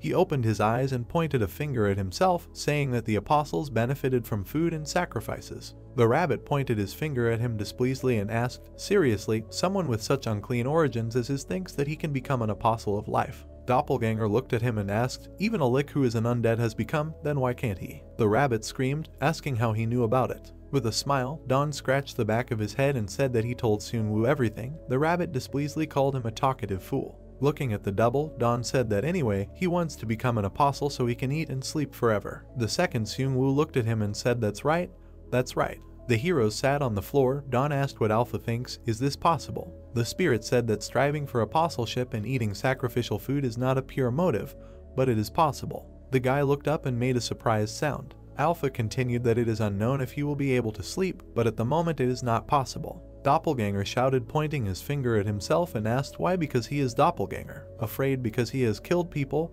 Despite his appearance, he has not killed a single person. Frowning, the double shouted that if they want, in the future he will not kill people, he will eat animals and monsters. Doppelganger fell silent, clenching his teeth, and heard that this was not the reason, until he did nothing to help the owner of the temple. To become an apostle of life, he first needs to impress the owner of the temple. Don rested his elbow on his knee and asked, if so, what will he do? Doppelganger looked at him, nodding, and said that he would destroy whoever he wanted to kill. Don looked at him and didn't understand. I asked why he was offering this. Earthia is the dragon of life. Exhaling, he covered his eye with his palm and said that this is difficult. Is it right to take it? Doppelganger frowned angrily and said that since that was the case, then there was no other choice but to raise his status in another way. Alpha asked, is there another way? White-haired joyfully shouted that yes, he would kill all the people on the hellish island, make this sacrifice on the altar, and thus receive the status of the apostle of the dragon of the apocalypse. Suddenly he looked at the guy, realizing that he was not sure whether these apostles could eat and sleep.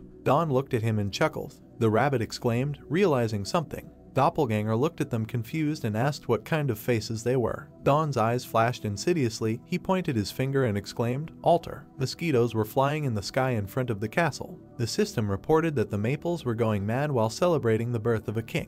The flying insects' eyes were red. A massive offensive begins. The insects flew towards the castle. Hoyol attacked them, leaving a bright trail of impact. He turned around and said that there was no end to them and asked Jinsu if Seungwoo had woken up. The guy was shooting insects with a bow. The arrow hit one of them. Turning around, he looked at Seungwoo lying on the ground and replied that not yet. Jinsu frowned and said that since arriving on the hellish island, he had overexerted himself in protecting them, but don't worry. The strongman launched a swift attack on the swarm of maples and shouted that they would protect Seungwoo. Opening his eyes, the guy shouted that there were too many of them. He clutched the axe with his hands, looking at the maples and shouting how much he missed Dawn. The guy turned around when he heard the order to lie down. He fell to the ground, a swift blow flying over his head, knocking back the monsters. The gray-haired man turned around. The brunette smiled and asked, did he just call a name? The girl in the jacket clutched a spear in her hands and said that she was Seoyin, the dragon apostle. Dongman stood behind and introduced himself with a smile. Hoyol looked at her with interest and blushed. Looking with a loving gaze, he shook the girl's hand and proposed marriage to her. The brunette looked at him in shock and asked what.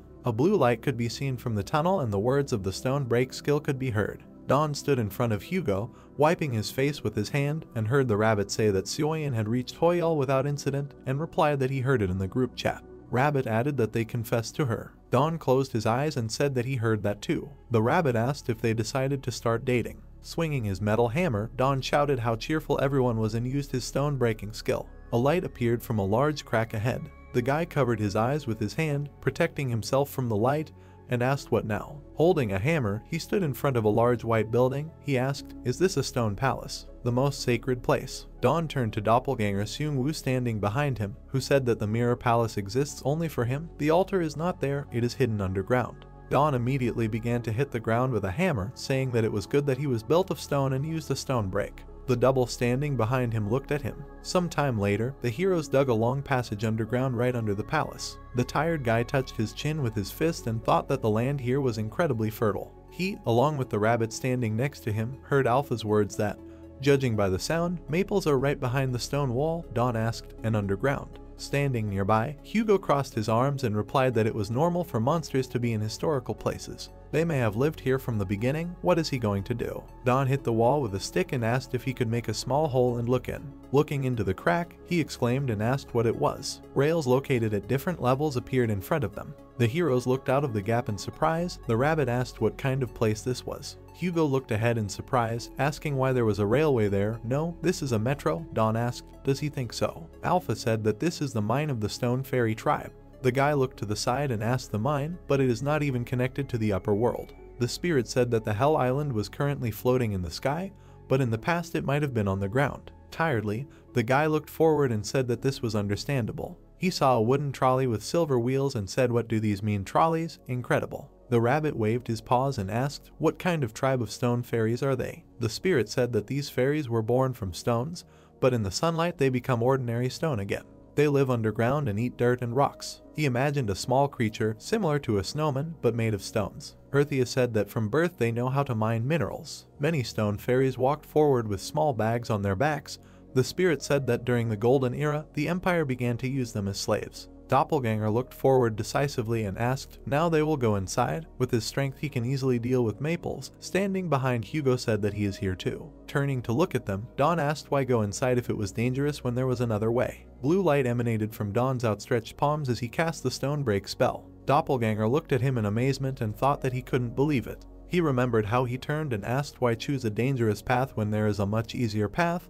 They just need to dig near the wall. He imagined a diagram where they were making a path inside the earth while insect monsters were flying outside. Don moved along the wall of the mine, cutting a path with the help of his skills. He avoided unnecessary fighting with the maples by learning the location of the altar from Doppelganger. Looking thoughtfully at the guy, the white-haired man thought, digging is easier than fighting monsters. Is he by any chance a stone fairy? Stopping in front of Don, the white-haired man said that it would be impossible to dig further. Now they must go directly. The guy wiped the stain off his face and asked, yes, apparently there is no choice. Don stood in front of the guys. Doppelganger told him to be careful not to get caught by his lightning during the battle.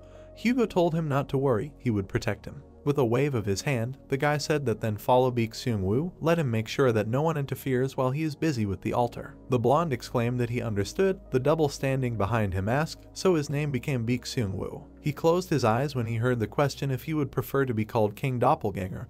He replied that okay, King Doppelganger Baek Seung-woo doesn't matter since he is the only one who calls him that. Dawn struck, leaving a bright blue mark, and said that it's great since there are no complaints, go ahead and use the stone break. The heroes stood on the surface and looked at a huge flock of maples. The rabbit pointed and said they were advancing and called out to the pseudo-lightning man.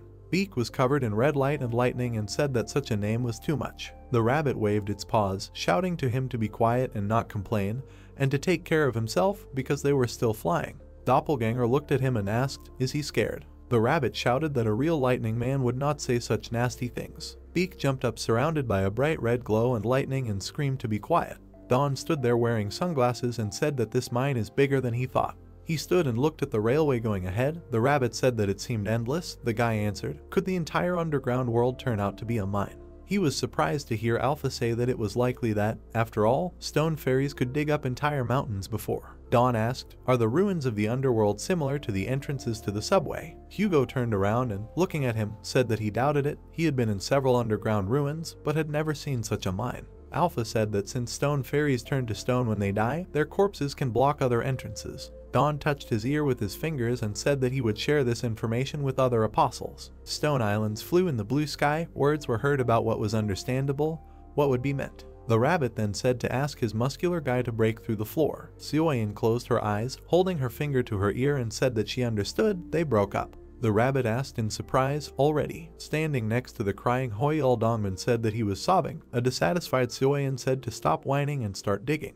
The guy in sunglasses opened his mouth in surprise and asked, what is this? The railway led to a platform on which stood a stone pedestal. The guy exclaimed that this was an altar. Dawn held a silver cube in his hands, turned the lock, and a portal to the treasury opened next to it. He said that was great and called Bahamut.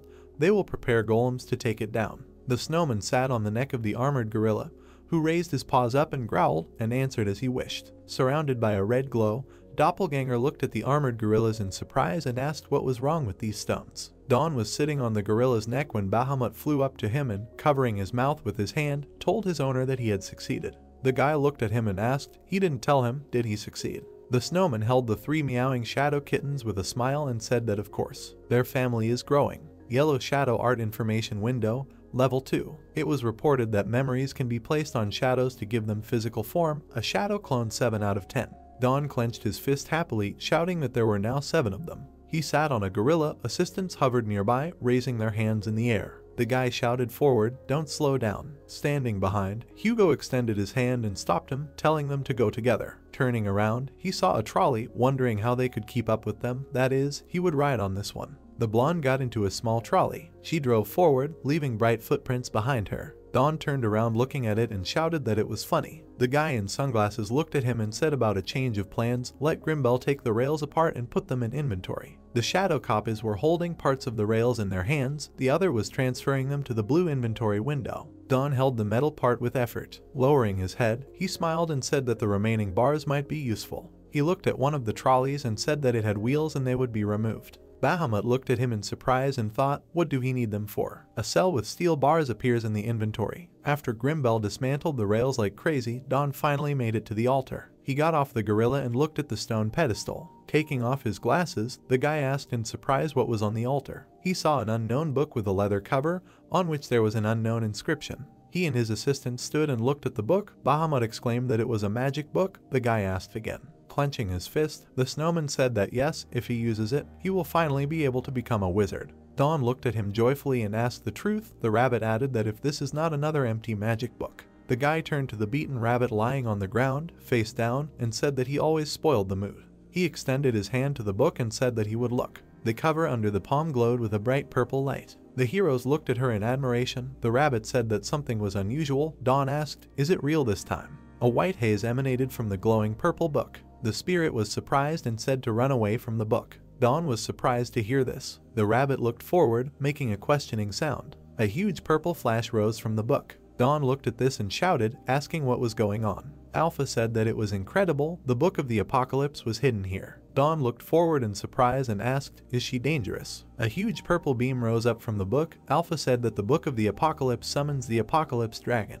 Beak Seung-woo was surrounded by a purple light, his eyes glowing. Trembling, he clenched his teeth. Dawn looked in surprise, calling out to him. Doppelganger floated with his arms outstretched, surrounded by a bright purple glow. He clenched his teeth, amazed that his body was not listening to him. He looked ahead in shock and heard an unfamiliar voice asking the unfaithful servant how dare he disobey his orders. The heroes watched as the guy floating in the radiance screamed. Dawn looked up and asked what's going on. Alpha replied to be careful, the dragon of the apocalypse. The white-haired man's eyes turned black. Beak calmly hovered above, his black eyes lowered. The spirit said that it possessed King Doppelganger. The rabbit frowned and trembled, thinking that this chilling fear was due to the dragon of the apocalypse. The heroes stood by the trolley underground at another archaeological site. Dongman looked ahead and said how spacious it was. Seoyin said that, as Dawn said, this place really exists. Hoyal looked at Seung-woo, who he was holding, and asked when he would wake up. He was worried. The brunette looked at him and said that he must be focusing on recovery.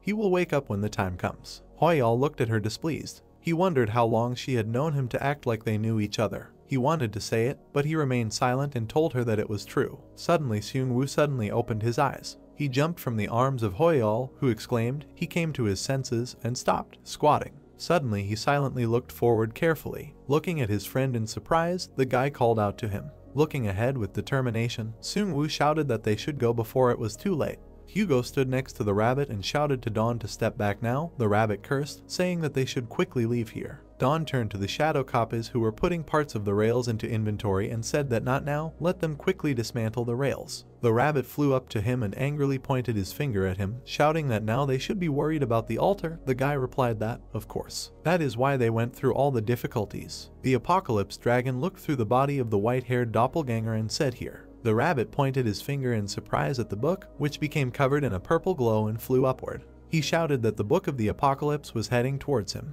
Alpha said that they must stop this, she must not get to him. Dawn was surprised to hear this and asked why. Covered in a purple glow, the book rose up, with many maples flying above. The spirit said that the reason why the Apocalypse book and the altar exist in this death-filled place together could be because the Apocalypse dragon is preparing to be resurrected, just like Lady Earthia. Dawn frowned and asked if this means that the dragon of the apocalypse is also dead.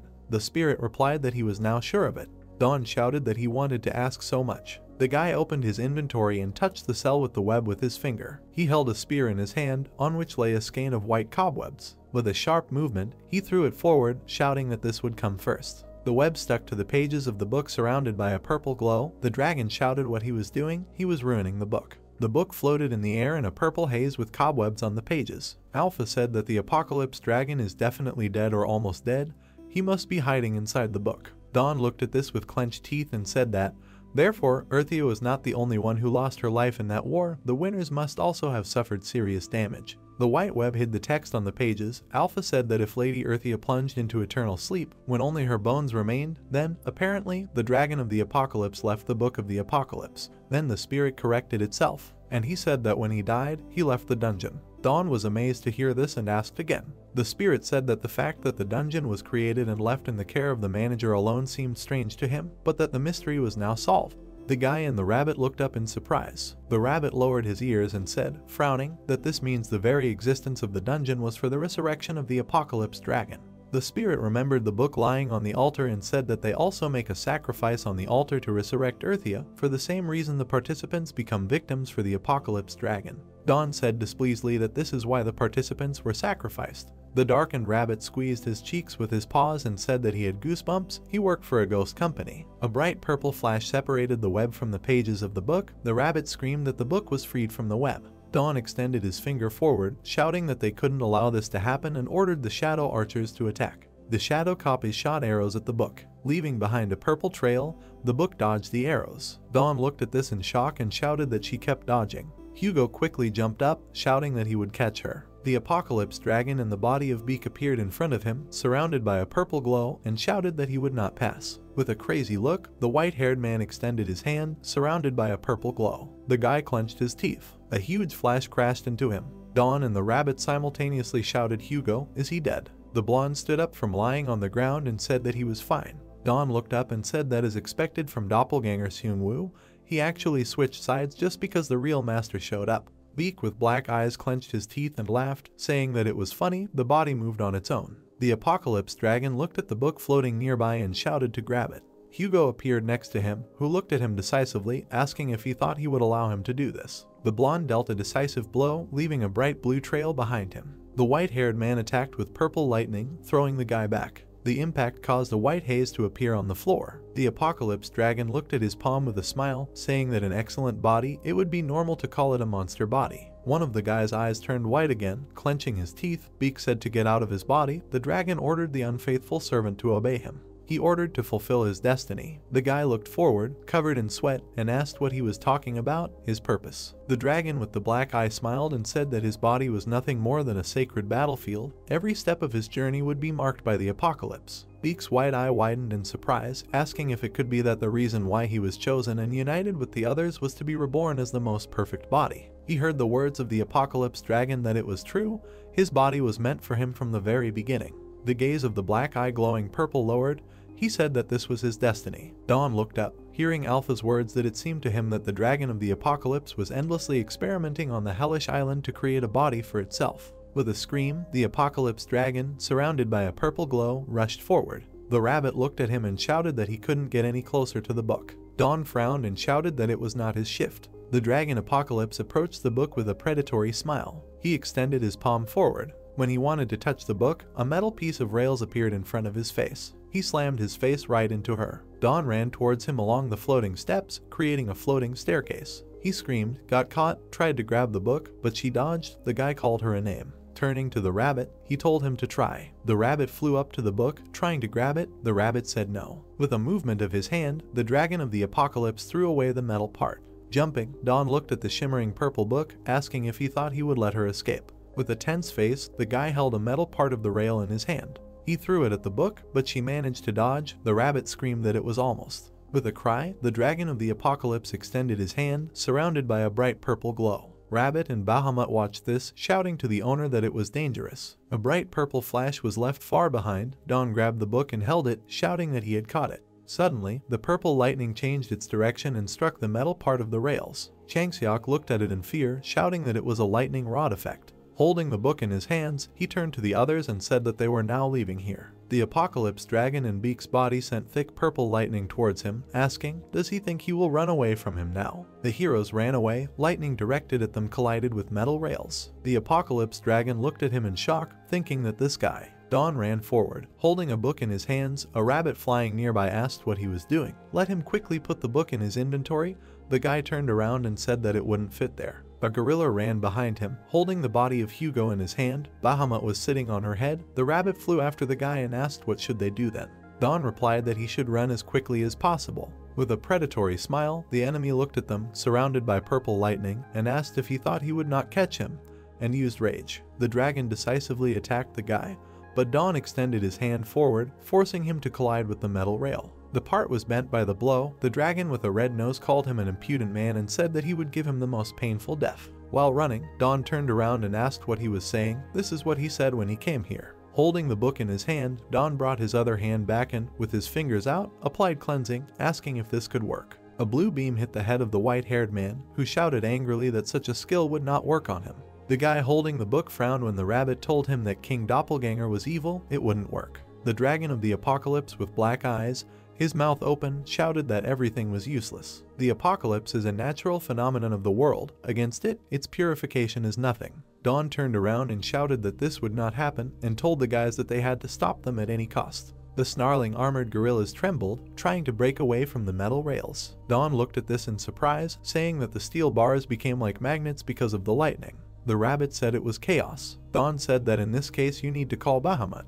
The snowman hovered between two hot metal parts and told his owner that it was too hot here. With a book in his hands, Dawn quickly ran forward, saying that he had no one to turn to and used the power of a horned boar. The Apocalypse Dragon, surrounded by flying maples, looked at this, asking, so he wants to fight with endurance, but he has vampirism. He extended his hand, directing a red glow at the guy using the skill. Dawn frowned and said that he could also recover. With an axe in his hands, he cut the metal rails using his logging skill. The system message said that the skill had reached the 3rd level. The logging speed was increased. When cutting down trees, health was restored a little. He shouted, happy that the level had risen. The Apocalypse Dragon opened his mouth, shouting for him not to level up so suddenly. Dawn looked at him with his tongue out and ran away, saying, "Great, now he will restart their game of catch up." The villain looked at him with black eyes, thinking that in the current scenario, this body could end its lifespan. He could not allow it to end like that. A purple glow and bright lightning appeared around the white-haired man. He did not want to use this technique, but there was no choice, fury and lightning at the same time. He clenched his teeth, his hair flew up. The dragon of the apocalypse was surrounded by a bright purple glow and said that he would definitely take away his lifespan. Dawn was surprised to hear Alpha say that be careful, if this energy explodes, the mine may collapse. He opened his magical inventory and looked at the pile of gold that appeared in the portal. In his hand was a book surrounded by a purple glow. He used the mud shaping skill. The book in his hands became like a clay plate. Dawn threw the book covered in dirt into the treasure portal. With a wild face, the apocalypse dragon shouted angrily, "What is he doing? He will kill him." Dawn sat down and looked resolutely at the enemy and offered to try to catch him. With glowing eyes, the guy waved his arms, leaving bright marks, and repeatedly used mud formation. Purple lightning rushed into the hole after him.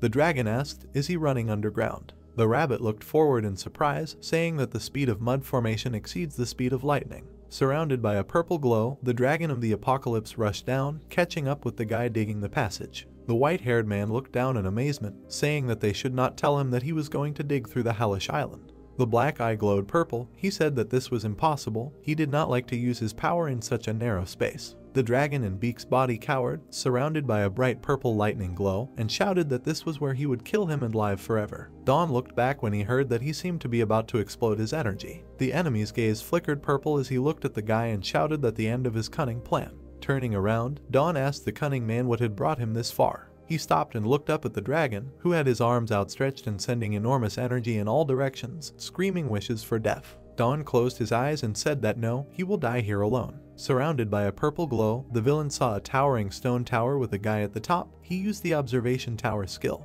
He watched the tower rapidly grow upward. Frowning, the apocalypse dragon shouted that he was crazy. A huge bright purple flash of explosion appeared at the base of the tower. The floating islands began to shake. Hoyal looked up at them, wary but saying that they were shaking very badly, and then wondered if it was possible that everything would collapse. Seung-woo looked over his shoulder at him, interrupting his thoughts by telling him that they had to hurry before it was too late. The young man ran forward along the railway. The man called out to him, asking him not to leave him. A crater appeared at the bottom of the floating island. The dragon of the apocalypse fell through the tunnel, keeping one eye closed. Suddenly he noticed a steel beam sticking out of the wall. He-Man put his hand up, used magic and grabbed the beam. He calmly hung on her, relaxing a little. Suddenly the dragon frowned and shouted loudly. He jerked his hand and launched himself upward as if from a slingshot. The young man and the rabbit watched him, peeking over the edge of the tower. They looked at him in shock. The young man said that the dragon self-destructed and survived, after which he asked how this was even possible. The animal added that he was more like not the dragon of the apocalypse, but the dragon of life. The man grabbed the wall of the observation tower and began to climb up. Dawn smiled, frowned and asked for forgiveness, saying that every hole dug has its own purpose. The dragon looked at him warily, frowning. Suddenly the tower blocks began to crumble. The dragon clenched his teeth, trying to escape from the falling debris. He furrowed his brows, looking up. A huge number of blocks of dirt rained down onto the ground from a tunnel that ran across the entire island. The young man looked down with disdain. The rabbit exclaimed in fear, after which he corrected himself, calling him a dragon. Suddenly a notification appeared in the air. The guy looked up incomprehensibly. The system window said that the young man had unlocked achievements, and as a reward for this he received complete healing and an invitation to heaven. He happily threw his hands up, closed his eyes and exclaimed that the dungeon was cleared. The achievement window above his head changed. It said that the young man had unlocked the achievement of the fall of the apocalypse dragon. As a reward for this he received a page of the apocalypse scroll. The rabbit was surprised, saying that he thought that he could defeat the dragon of the apocalypse alone. The system announced that the skills of the shadow arts in the observation tower had also reached the 3rd level. Looking at them, the young man furrowed his eyebrows and smiled broadly, delighted at this. Suddenly he froze in place, thinking about something. He frowned angrily, looked to the side and exclaimed, asking why everything was as usual and why his level had increased. The rabbit raised one eyebrow, looked at the young man incomprehensibly and asked if the dungeon should not end if they killed the dragon of the apocalypse. The young man looked at the system notification, saying that he wanted to double-check his achievements. I read what was written. He said that there was nothing more, after which he added that the second reward was quite strange. He wondered what an invitation to heaven meant. The guy frowned slightly and, without taking his eyes off the sign, said that if it talks about heaven, could it be that they will be sent home? The young man looked up at the rabbit and put his hands on his belt. The animal said that he was not sure about this, because it looked more like they were being invited to a dungeon called Heaven. After which he asked if it only seemed so to him. The guy asked displeasedly, why did he need to say this? The rabbit and the boy looked at the system notification. The guy touched his chin with his hand and the rabbit pointed his finger at the sign, asking when they received one page of the apocalypse scroll and what it was. A golden portal appeared in the air, leading to the treasury. The guy took some kind of package from Bahamut and looked at the gremlin with a smile, showing him a thumbs up. The kid said that everything was safe and sound, for which the young man praised him. He removed the dirt and revealed a book that glowed with purple light. The book rose into the air, flipping through a couple of pages. The young man looked at it in surprise. Suddenly it glowed even brighter, turning ninetidic. A purple eye appeared in its braid, looking at the heroes. The book frowned angrily, bared its teeth, and through it the spirit of the dragon of the apocalypse spoke to him, asking how he even dared to interrupt his revival. The young man and the rabbit looked at the book in surprise. The guy pointed his finger at it and said that the dragon must be dead. The rabbit exclaimed, confirming his words, and said that they even received an achievement. The book opened its mouth wider. The dragon loudly said that they should stop insulting him, because the dragon will never die, but only fall asleep. The young man incomprehensibly looked up, hearing Alpha's words that that's why she said from the very beginning that this book was most likely the real body of the dragon of the apocalypse. The guy asked what that meant. He remembered the moment when mud blocks fell from the island. The girl explained that the doppelganger king was just a puppet, and when he fell, the connection was lost. The guy folded his hands, frowned, and looked at the book. The girl added that as a result, the spirit of the apocalypse dragon had to move into its real body. The dragon calmly said that it seemed to him that the girl knew a lot. The rabbit approached the angry book, pointed his finger at it and covered his mouth with his hand, saying that they should have burned this book from the very beginning. Alpha said that this was impossible. The book showed them a tongue made from a bookmark. The dragon said that burning a book that contains the relics of the dragon of the apocalypse is more difficult than destroying the world. The guy with a malicious smile pulled the bookmark, asking if he should tear the book. The dragon exclaimed that he should not do that. The guy began flipping through the blank pages, wondering if it was empty. The dragon shouted irritably, asking to be put back in its place. The young man took a closer look, saying, what about the reward? There were some inscriptions on one of the pages of the book. The young man looked at them carefully, saying that he thought it would be the first page, but it turned out that it was in the middle. The guy frowned slightly, saying that he could not read it. Alpha replied that it was because he was of a lower status than the one who wrote these symbols. The guy took a closer look at the symbols. The girl said that they felt a special power from them, after which she invited the young man to touch them. The guy put his hand to the page. His face was illuminated by a bright light. He looked in shock at the system window that appeared, saying that the power of the apocalypse had forcibly developed skills, making mud shaping a main skill and raising it to the average level.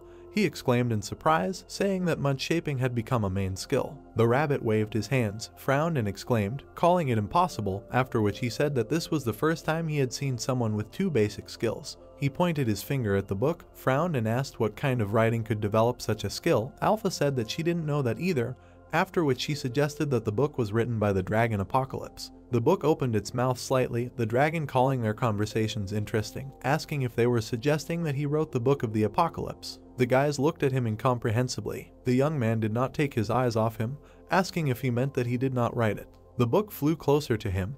The young man frowned slightly. The dragon said that they could not understand even after seeing that the book was empty, then added that it was because all its contents were released into the world. The guy recoiled slightly and frowned tensely when he heard the dragon's words that he, too, was just a part of this book. A thick fog shrouded the witch's tower on the island. The black cat looked at its owner and meowed quietly. The girl stood at the window, looking at the fog in the area. She clutched the book to herself, asking for protection. Dim light penetrated through the fog, hitting the girl's window. She asked to protect them, even if despair and darkness overtook them. The young man looked at the book with a serious expression, realizing something. He held his chin, looked down, and said that the reason why the Apocalypse Dragon manager couldn't influence the dungeon until now was because it had never belonged to them. The temple stood under the warm rays of the sun.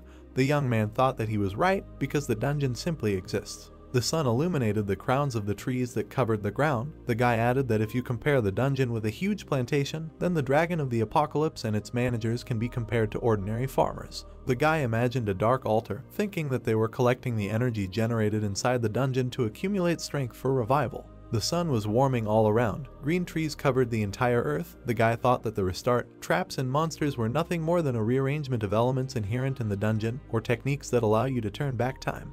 He looked up, thinking that in other words, it was just a matter of scale and nothing more than the task at hand. He pointed his finger at the book, saying with a calm expression that after all, the dragon of life and the dragon of the apocalypse differ only in nature and their purpose and capabilities are almost the same. The rabbit crossed his arms, exchanged glances with the young man, and said that it meant that both dragons fought furiously to turn into bones and books, all to see who would be reborn first. The book closed its eye, nodded, and the dragon confirmed his guess, saying that the fact that they could not talk or move in the book was also thanks to the proper sacrifices. The young man frowned, gritted his teeth, and mentally called the dragon a despicable creature, thinking that this meant that he had killed countless people. The dragon looked at the young man, smiled slightly, and said that judging by his face, he could guess what the young man was thinking about, but people summoned to the dungeon must ultimately die, and he simply processes them into energy without waste. He stuck out his tongue, grinned, and said that even without him, the dungeon would continue to operate on its own. The young man clenched his fists, looked into the eye of the book, and said that it turns out that those who called the participants of the dungeon were. The dragon interrupted him, ending the guy's sentence with the fact that the dungeon did it on its own. The young man looked at him incredulously, frowned, and asked if he really wanted him to believe this. The dragon looked away, calmly answering that it was not he who created this system, regardless of whether the guy believes in it or not, arguing that he may be able to destroy and succeed, but creation is not his. The guy looked down, saying that it turns out that the dungeon was created by someone. He imagined the image of a witch with her back to him and wondered if she might have created a dungeon. He glanced at the rabbit, saying that they needed to visit Memori. The guy looked up when he heard Alpha's words that he could be trusted, because even if it was the dragon of the apocalypse, a creature of this rank would still not lie. The book smiled widely, frowned its single eye, and the dragon said that it was true because it had no reason to behave shamefully just to deceive ordinary people, and besides, he had nothing to lose from them knowing the truth. The boy thought that even at this moment, energy was continuously flowing in all parts of the dungeon. The boy looked at the book hanging in the air in confusion.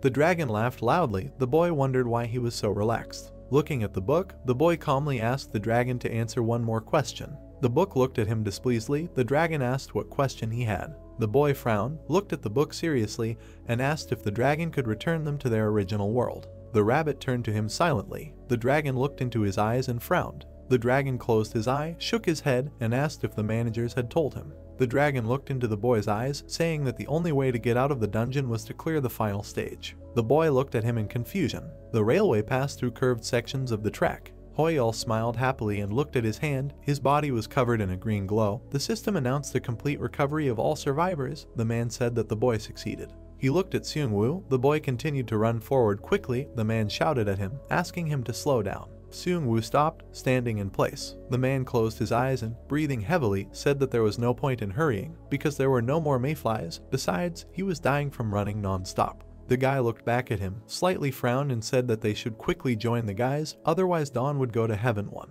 The man looked away, moved his shoulder, and said that if heaven means the reward they just received. Hoyol picked up a pen. I'll finish the question with what does this mean that this is an invitation? Jinsu and Changseok also stood next to him. The old man held his chest, closed his eyes, and tried to catch his breath. The boy adjusted his collar, saying that Dawn would not do that. After all, he is not a fool. Seoyan unzipped his zipper, looked at the guy, and asked if he was worried that Dawn might take advantage of the invitation first. Seung-woo looked down, saying that he was dreaming. The girl did not take her eyes off him, asking what he was dreaming. The guy looked ahead seriously, saying that he was dreaming of a witch's dream. Hugo was lying in the star pose in the middle of the white floor. Clouds were floating above him. The man opened his eyes slightly. He stood up, grabbed the back of his head, closed one eye, and asked what happened, adding that he definitely lost consciousness. He looked at his hand, clenched his fist tightly, and wondered if he was dreaming, because he was moving too slowly. The man rose to his feet, wondering out loud where he was. Suddenly, something caught his attention. A cloud of dark energy hung in the air in front of him.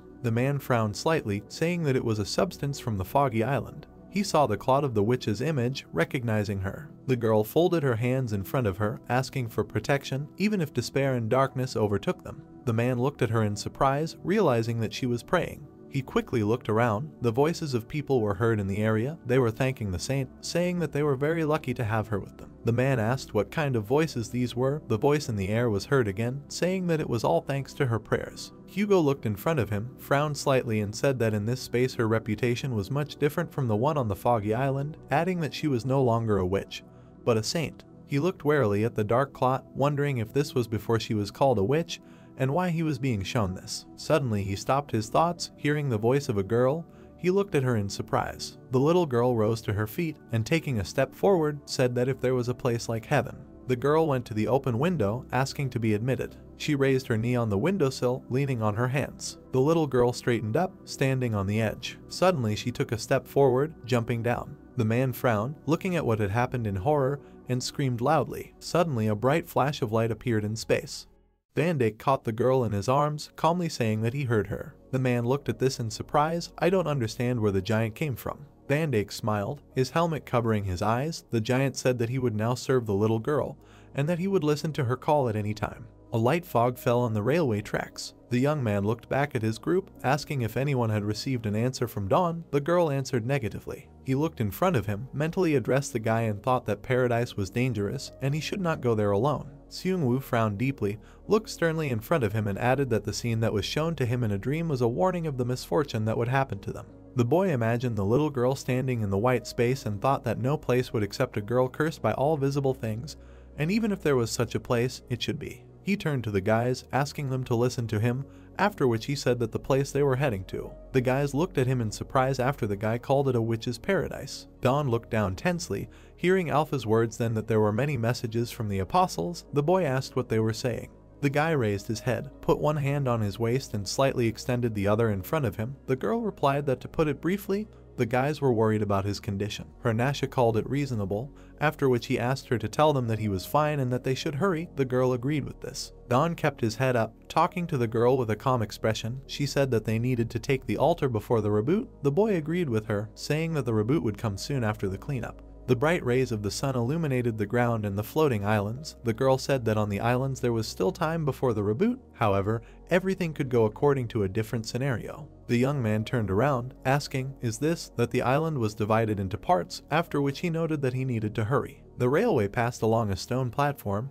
The boy said that although in the future he did not want to continue collecting the rails laid there. After which he suggested that since the normal gate would not work, they should reinstall the altar and use it as a distorted gate. The rabbit raised his hand, extended a finger, and explained that they just needed to take possession of the obtained altar and register it with the temple. The boy crossed his arms and looked at the animal. The rabbit added that they could turn to the wolf for tuning, since he had been helping them lately. The boy agreed with this. He grabbed the hovering book, saying that he wanted to do something before that. The dragon exclaimed, asking what he was doing. In the boy's hands, he frowned his only eye, shouting for him to stop this pointless action, since it was useless to try to damage the book. He smiled, saying that it was a little rude of him. The boy attached gold chains to the book, asking how he liked it, and said that it was much cooler. The dragon looked at his shackles, saying that it was mockery to humiliate him like this. The boy and the rabbit looked at him with a smile. The boy crossed his arms, extended his index finger, and asked if he thought his dignity had increased a little. The rabbit said that he looked like an antique. The boy opened a portal to the magic inventory. The rabbit and the boy went inside. The boy hammered a stake to which he tied the book, saying that this way he would not be able to escape. The book tried to break free, tugging hard at the chain. The dragon exclaimed, ordering him to let it go. The boy smiled mockingly, touched his chin, and said that the dragon would now live there, because at least he had freedom as far as the chain allowed, so he should not be too upset. The rabbit spread his arms out to the sides with a wide smile. Alpha said that this was a great idea, since the dragon of the apocalypse was immortal. Then restricting his movements was the best strategy. The rabbit said that no one could have thought that the warrior's magical storage would be used for such purposes. Bahamut closed his eyes, pointed his hands at the book, and said with a smile that he would not take his eyes off him. The boy thanked him, saying that he would count on him. The book bared its teeth, frowned its eye, and the dragon said that this was a great humiliation, and he would curse them all. The boy smiled widely, shooting him with purification projectiles, then wished him luck. The dragon squealed. The rabbit thoughtfully said that the boy had protection from curses. The boy and rabbit stood next to the altar. Rugal firmly stepped on the ground with his paw. He looked at the guys in confusion, asking what they wanted this time. He noticed an open portal, feeling dark energy from it, and asked if it could belong to. Rugal looked inside the vault in confusion. The dragon addressed him, ordering him to save himself. The rabbit raised one eyebrow, looked at the wolf, and asked if it was right to do this, and what would happen if the wolf helped him get out. Alpha said that the managers and apostles of the apocalypse are different, so everything is fine, and if the dragon of the apocalypse could control the managers, he would have done it long ago. The rabbit put his hands on his waist with a calm expression. The girl added that the wolf also. Rugal stood with his back to the door, crossing his arms over his chest. The dragon shouted loudly at him, saying that he was in the storage room.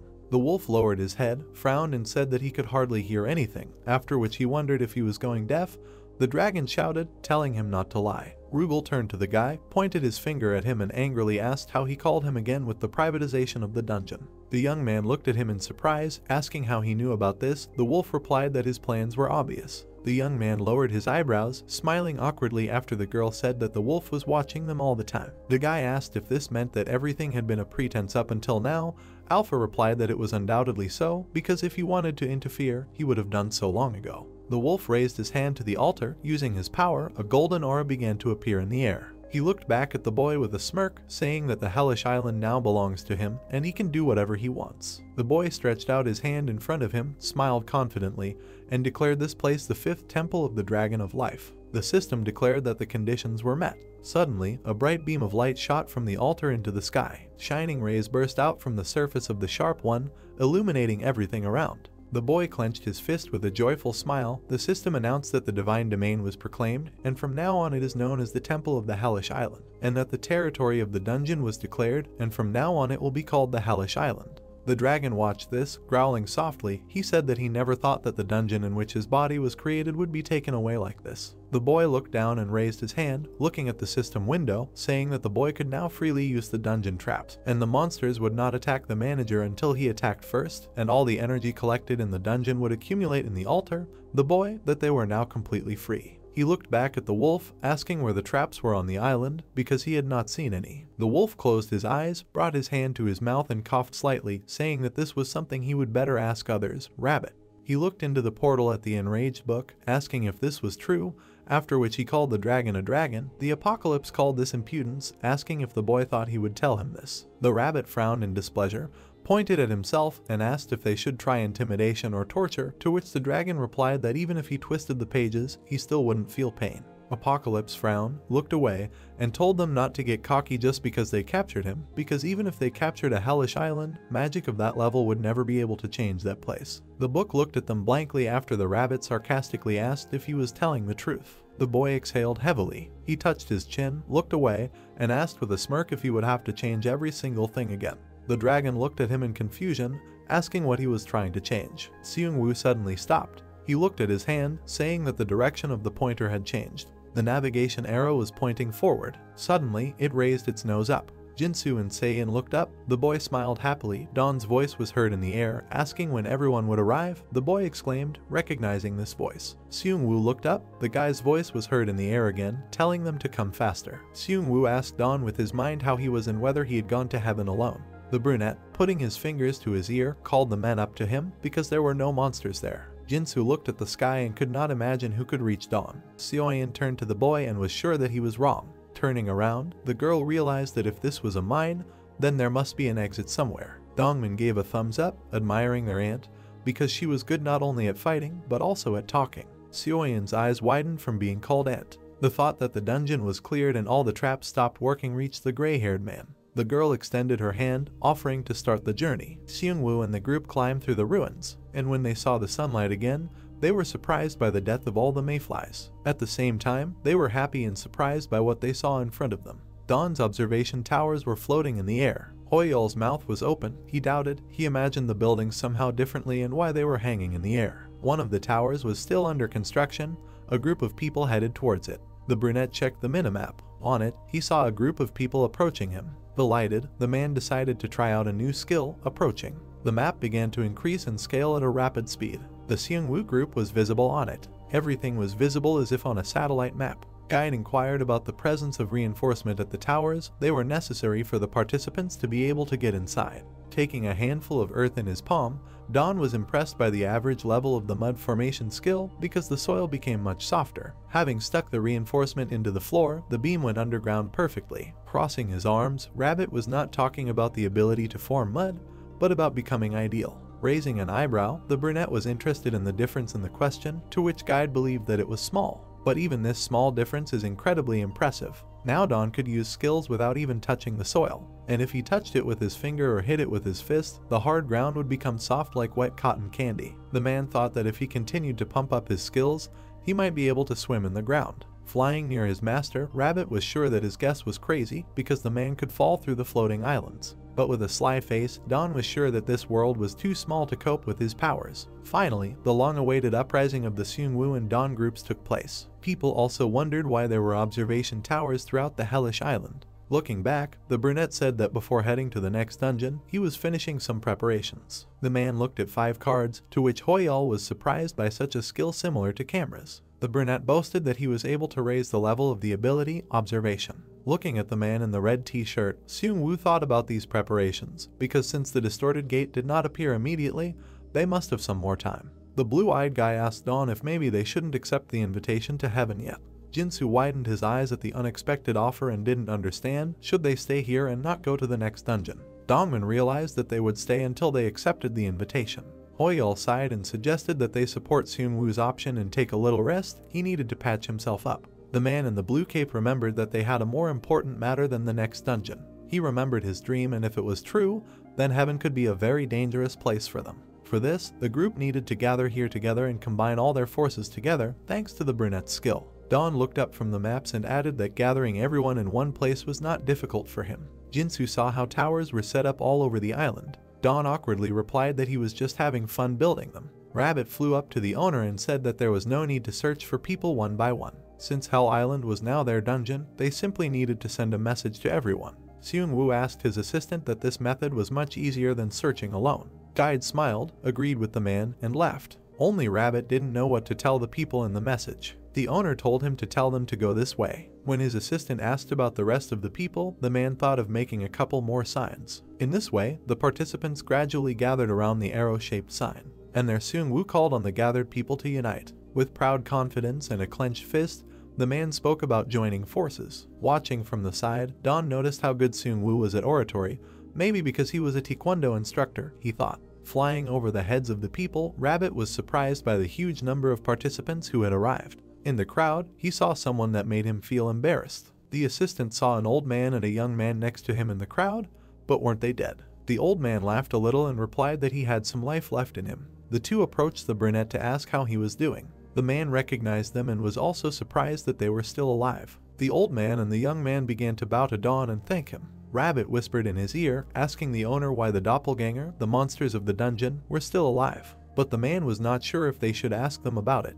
A book contacted the brunette through the portal, saying that he was not a creature that they could summon just to satisfy their curiosity. Blinking one eye, Dawn offered him a gift if he could answer his question. The creature silently looked at the man with its one eye. She continued that to think that there was such a person who could not even offer a sacrifice to the dragon of the apocalypse. But in any case, the doppelganger would soon die since the reset would not work on them. Rabbit remembered the monster mice from the first stage and asked about them. Dawn's eyes were full of surprise. He heard about monster mice for the first time. Raising his finger, Rabbit began to talk about the type of monsters that live and die regardless of the dungeon's reset. Folding his hands, Dawn guessed that until the creature ran out of life force, it continues to live. Waving his hands, the assistant added that they were still stuck on Hell Island anyway. With a smile on his face, the brunette thought that this outcome was even better because at least they would not have to worry about death. Screaming furiously, the Book of the Apocalypse reminded the man of something he had promised, that is, the gift he had promised for an answer. Mocking, Donnie grabbed the creature and began to write with chalk.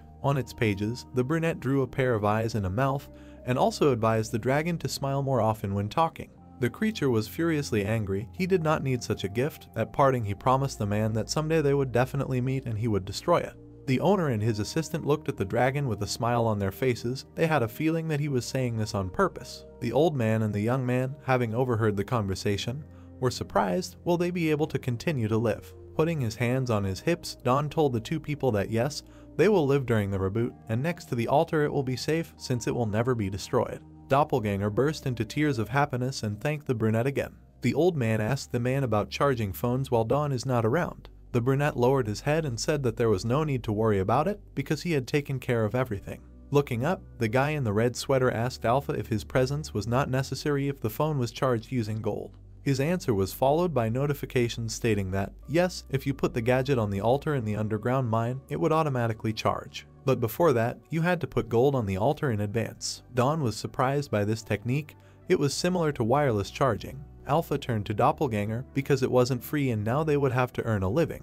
If they put the phone and provisions on the altar, only half of the energy would be converted. Dawn explained that a 50% tax would be levied. Doppelganger began to bow at the man's feet and thank him again. Alpha also said that from now on they would hunt mayflies every day. Arthea should like this, because as the donations accumulated, resurrection was only a matter of time. Looking up, Dawn noticed that Alpha was pleased. Sharply stretching out his hand, the man grabbed the Book of the Apocalypse and offered to use it as an offering, otherwise the dragon could also be resurrected. Evilly mocking, Rabbit was surprised by such a treacherous idea and he liked it, to which Alpha gave a categorical refusal. Dawn was surprised by such an answer. The notification said that the Dragon of the Apocalypse and Arthea are creatures of equal rank. If offered as an offering, then it can try to take control of Arthea's body. Scratching his chin, the brunette remembered that the same thing happened to the King of Doppelganger, and it is quite possible with the dragon. The Book of Apocalypse silently continued to listen to Alpha, who was talking about her, that even while the creature was locked in a magical vault, it still bothered her. But it was better this way than if he were to make plans in an unknown place. Guide, with his hands folded in front of his face, said that without the altar and apostles of the apocalypse in the vault, he could not do anything even if he wanted to. Baboon would never have been able to predict how his vault would be used. A hellish island free of mayflies, it turned into a quiet place to rest for the people gathered. Rabbit noticed Minjun on the island. Even the production squad managed to get to this stage. The man with glasses sitting on the rock also noticed Dawn with his assistant.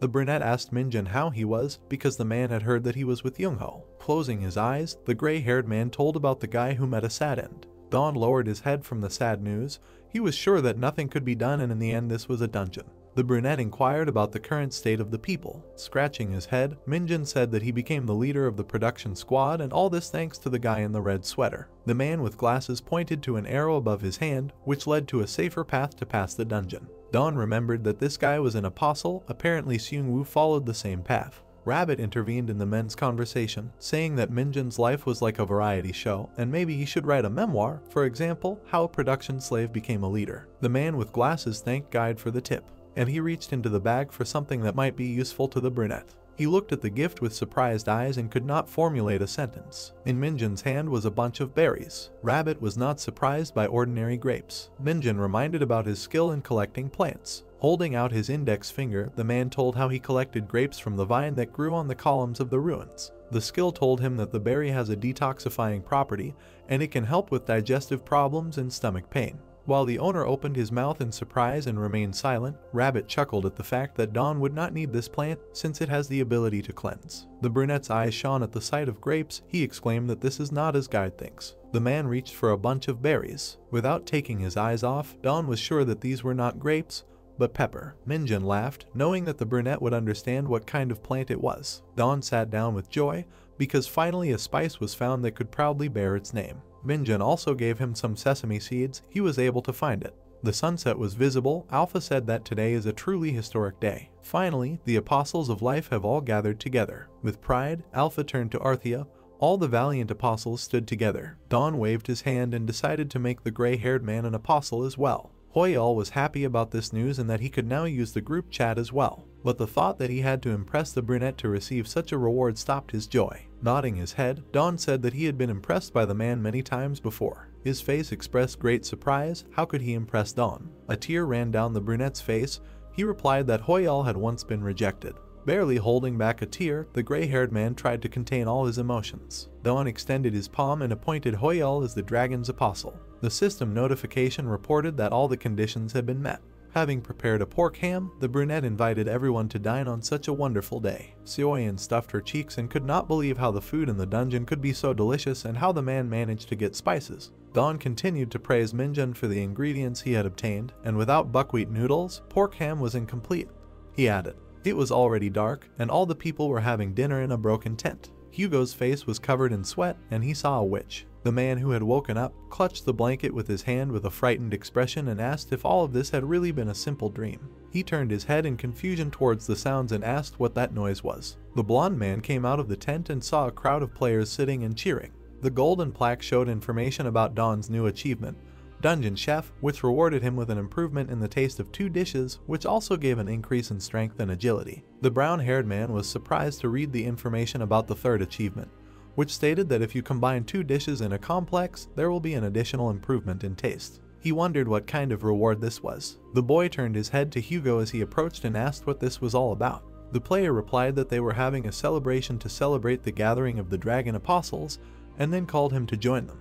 He crossed his arms with a smile as the blonde began to enthusiastically eat his food, exclaiming that it was delicious. Bahamut looked at Dawn in surprise, saying that the more you learn about your master, the more incredible he becomes. He said that he thought that such alchemy would only work for witches. Looking with his big eyes, the snowman noted that the witches were probably dead, but their power would remain on this land forever. Long-toothed fish swam in the sea of the abyss. One of the fish began to fuss. It began to twitch as its belly began to expand. The fish's belly swelled to a large size. A moment later, a hand tore through it. From the hole crawled out a blood-stained king doppelganger. He frowned his light eyebrows on his gloomy face and indignantly asked how the dragon of the apocalypse dared to steal his body. A swarm of toothy fish swam up to him. The guy smiled bloodthirstily and asked if he really got into the sea of the abyss. He wondered how they had enough brains to challenge him. The blonde smiled creepily, and red-black lightning began to appear in his hands. Capillaries began to burst in his evil eyes. When the doppelganger king raised his hands, electric discharges pierced the fish. They began to tremble while their bodies were electric. The guy sighed and glanced to the side. There he saw a huge fish with an open mouth. The blonde's lips stretched into a bloodthirsty smile again.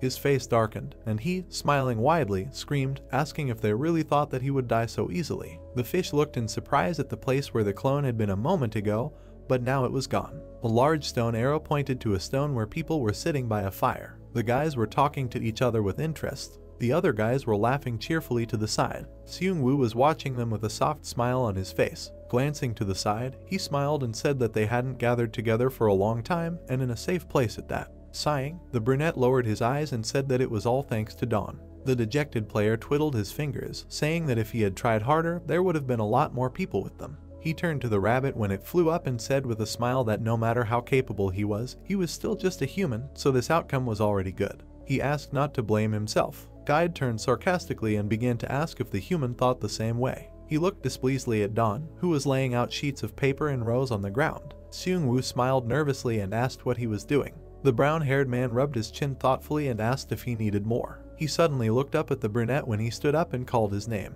The player asked if he called him. The brunette looked at what he was doing and asked what he was trying to do with those pieces of paper. The guy turned around with a puzzled smile and asked if these were the ones he was asking about. A full moon was rising above them, and the dark sky was covered with stars. The characters asked about the sky lanterns in surprise. Seoyin took one of them and happily asked how they were connected. Dawn said that it was spider web glue, which turned out to be very useful. Seung-woo approached them and asked if these were the sky lanterns that I launch at festivals. The brown-haired man answered in the affirmative, noting that it was just like in historical dramas. He placed a small sunstone in the place for the wick and commented on his actions. The first paper lantern began to rise into the sky. Seoyin noted its beauty, and the player thanked him. Seung-woo confirmed their beauty as he launched his lantern into the sky. He wondered if it had enough power to fly. The player clutched another lantern in his hands and noted that this was a very good question. He said that, however, they were only similar in appearance. The guy looked at the object and asked what would happen if he added life energy to it.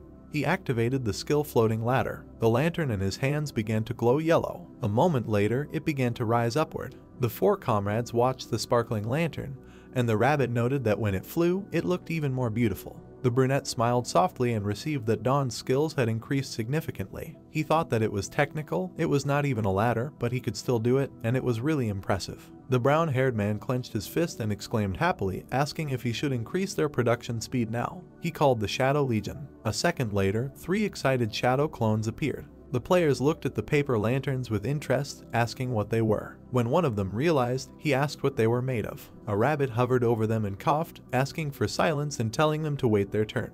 He looked at his comrade in confusion when he asked to borrow his ear. Covering his mouth with his hand, the guy began to whisper to him. Suddenly, the rabbit's face distorted in shock. Throwing a gloomy look at his friend, Guide asked if he was serious. Dawn smiled sweetly in response. The furry beast cleared his throat and began to say that many died this time. The players froze in surprise. The rabbit with a gloomy face began to say that therefore they, who were lucky enough to survive, would launch these lanterns so that their souls could rest in peace. All the people instantly began to cry, praising Dawn for his insight. They began to shout that they wanted to help. The brown-haired man froze in displeasure, and his face darkened. Approaching Guide, he began to whisper that this was just bait to attract griffins, and he had overdone it. The beast replied with a grin that this was now the resting place of the dead. As a result, Dawn's reputation increased. The players and Doppelganger joined forces and enthusiastically began to glue lanterns. The brown-haired man looked at the inventory, which was completely filled with it, and exclaimed that they had already done a lot. Closing his eyes, he grinned, thinking about the incredible speed of production. He climbed a high stone and addressed the people, saying that now they would have to write down their wishes. The players looked at him in surprise and asked him again about their wishes. The guy closed his eyes and asked them to write for themselves and for those who are no longer with them, because they were born to love and be loved. Suddenly, the atmosphere in the camp became warmer. Don happily waved his hand, creating a floating staircase, and then asked who has already finished writing. Many yellow lanterns were hovering in the night sky. The player and the rabbit looked at them with nervous smiles, noticing that some were falling. Someone shouted, asking who did it wrong. The brown-haired man muttered that it still looked exciting. He received an invitation to paradise. Seeing the golden tablet, Jinsu and Hoi all began to ask in fear, is it really already? Seung-woo looked tensely at the glowing white feather, saying that he hid it earlier. The three dragon apostles, glowing purple, began to disappear. The system continued inviting to paradise. Don put his hands to his mouth and started shouting at the others that they should make the lanterns fly above them so they could find each other. He looked up at the sky when the rabbit asked if they heard. The guy said he hoped so. A shining feather appeared in front of the player's face. When it started glowing brightly, he screamed, asking him to wait. Brown-haired man grabbed the rabbit by the ears. A moment later, they flew sharply into the sky. Don clenched his teeth tightly, shielding himself from the airflow. He turned to Guide on his back and asked why it worked on him this time too. His friend asked if this was some kind of bug. Alpha said that it seemed like they were being moved by the item system, not the small circle. Continuing to fly upward quickly, the player said that they were lucky it was night, otherwise they would have become griffin food. The dungeon began to reboot. The floating islands began to move quickly in the air. The rabbit and the player looked at this in fear. Guide noted that he hoped Doppelganger was okay. The guy noted that he told them to be near the altar during the reset. He clenched his teeth sharply, asking loudly what will happen to the Sky Temple now. He exclaimed that if Hell Island collapses, he will become known about it. Alpha said that if he stays like this until the morning, the griffin will find the temple and destroy it. Clinging to his comrade's shoulder, the rabbit said that this cannot happen. Don agreed and told him to get behind the wheel and follow him. He handed him a silver cube with a lock when Guide asked if he should do it himself. The brown-haired man said to take the item, noting that he will need Bahamut to drive it properly. He handed his friend a small bag, telling him to take the ghost stones just in case. Looking down and frowning, the player turned to the Alpha, asking that if he puts the ghost stones on the altar in the Sky Temple, will she be able to fill them with life energy? The system answered positively, noting that it is like charging a phone. The rabbit jumped down and flew down while his friend shouted at him to protect the temple. Looking down, he saw a bright purple light. Don smiled nervously and said that he hoped he could do it. He looked up as a shadow loomed over him. The guy saw a temple shaped like an inverted pyramid above him, and Guide happily told him to hurry up. The brown-haired man smiled, noting his friend's speed. Large dark fish swam in the sea of abyss. The doppelganger king jumped on their heads. Looking away and biting his lip, he mentally scolded, displeasedly noting that the faithful fog did not allow him to use his skills to their full potential, and for some time, he would probably have to move like this. The large fish slammed its mouth shut. The blonde found himself inside the fish. He breathed heavily as he examined the red walls. The doppelganger king inherited Seung-woo's indomitable fighting spirit and Hugo's vampirism. The boy smiled wickedly, and his eyes glowed red. He used the entrails of the abyssal fish as steps to climb up to the sky. He exclaimed that he was not going to give up, and then activated indomitable fighting spirit. The blonde touched the fish's entrails. He activated vampirism, and black and red lightning appeared from under his hand. Piercing the head, the clone flew out of the fish. His eyes widened in surprise. As he rose into the sky, he saw many shining lanterns. Stretching his lips into a mad smile, he noted that since there were so many of them, he should be able to climb up easily with skills. Seung-woo was standing on a cloud with several players. The brunette raised his head in surprise. Looking at the soft clouds, he asked, was the ceiling really made of them? The system notified the entrance to paradise. The boy with the short haircut stuck his hand into the cloud. A second later, his face became dumbfounded. Seung-woo watched him as he swung his legs, exclaiming that he could climb into the cloud. The brunette froze with his head raised, asking if they really needed to go up now. There was also a dawn temple floating among the clouds. A red notice said that he had entered heaven without permission. Seeing this, the guy grimaced and asked if they were serious now. He squeezed a white feather between his fingers and asked why if they had entered legally this time. He exclaimed that he even had an entrance ticket. The rabbit crossed his paws over his chest and said that they had actually moved properly this time. He noted that this message might be addressed to the heavenly temple. The brown-haired man touched the cloud with the feather, and it began to disappear, after which Guide asked about it. Floating next to the guy, he laughed and said that he never thought he would ever say such a thing to him. Guide spread his paws and happily exclaimed that he was here to see him off as an assistant, and the next stage was already waiting for him. Don looked surprised when his friend asked to enter. The rabbit smiled maliciously and asked what was the matter. He asked if he was surprised. Looking at the fluffy beast, the guy stood up to remember his past in the dungeon. He smiled cheerfully and replied that it was refreshing. He asked if there was definitely no mistake this time. The player frowned and smiled, saying that it was high time to go to paradise. While he was looking at the shining feather, the alpha said that it seemed that the cloud had physical strength, and although the temple could not pass, the feather created a hole in the cloud for a while. Clutching the white feather, the guy said that therefore it was impossible to enter paradise without it, and this was indeed an invitation. Starting to happily run forward, he exclaimed, asking if they could enter if they were invited. The system notified about the entrance to the 6th floor paradise. The player saw pink clouds in front of him, in which palm trees and flowers grew. Looking at it with delighted eyes, he said that so this is what paradise is like. He asked if this is really what heaven looks like. The feather in his hand began to turn black and disappear. Standing proudly on the cloud, the brown-haired man noted that the invitation was also disappearing, which meant that they got here according to all the rules. Sure sky his foot on the cloud, he noted the softness of the surface. Suddenly, something started pushing from below. A second later, a happy Pakyu jumped out of there, and Don asked if he was really following them. He stroked his cheek when he jumped on his shoulder and said that he hadn't seen him since the temple, noting that he seemed to be having fun. He put his hand to his ear when the rabbit contacted him and asked if he was alive. The player replied that everything was fine, and then asked how the temple was. Guide sat on top of it, noting that all the corners were in tatters, but otherwise everything was fine. The guy asked him if there was a hole the size of a temple nearby. Guide frowned nervously and said that he had looked, but hadn't found one.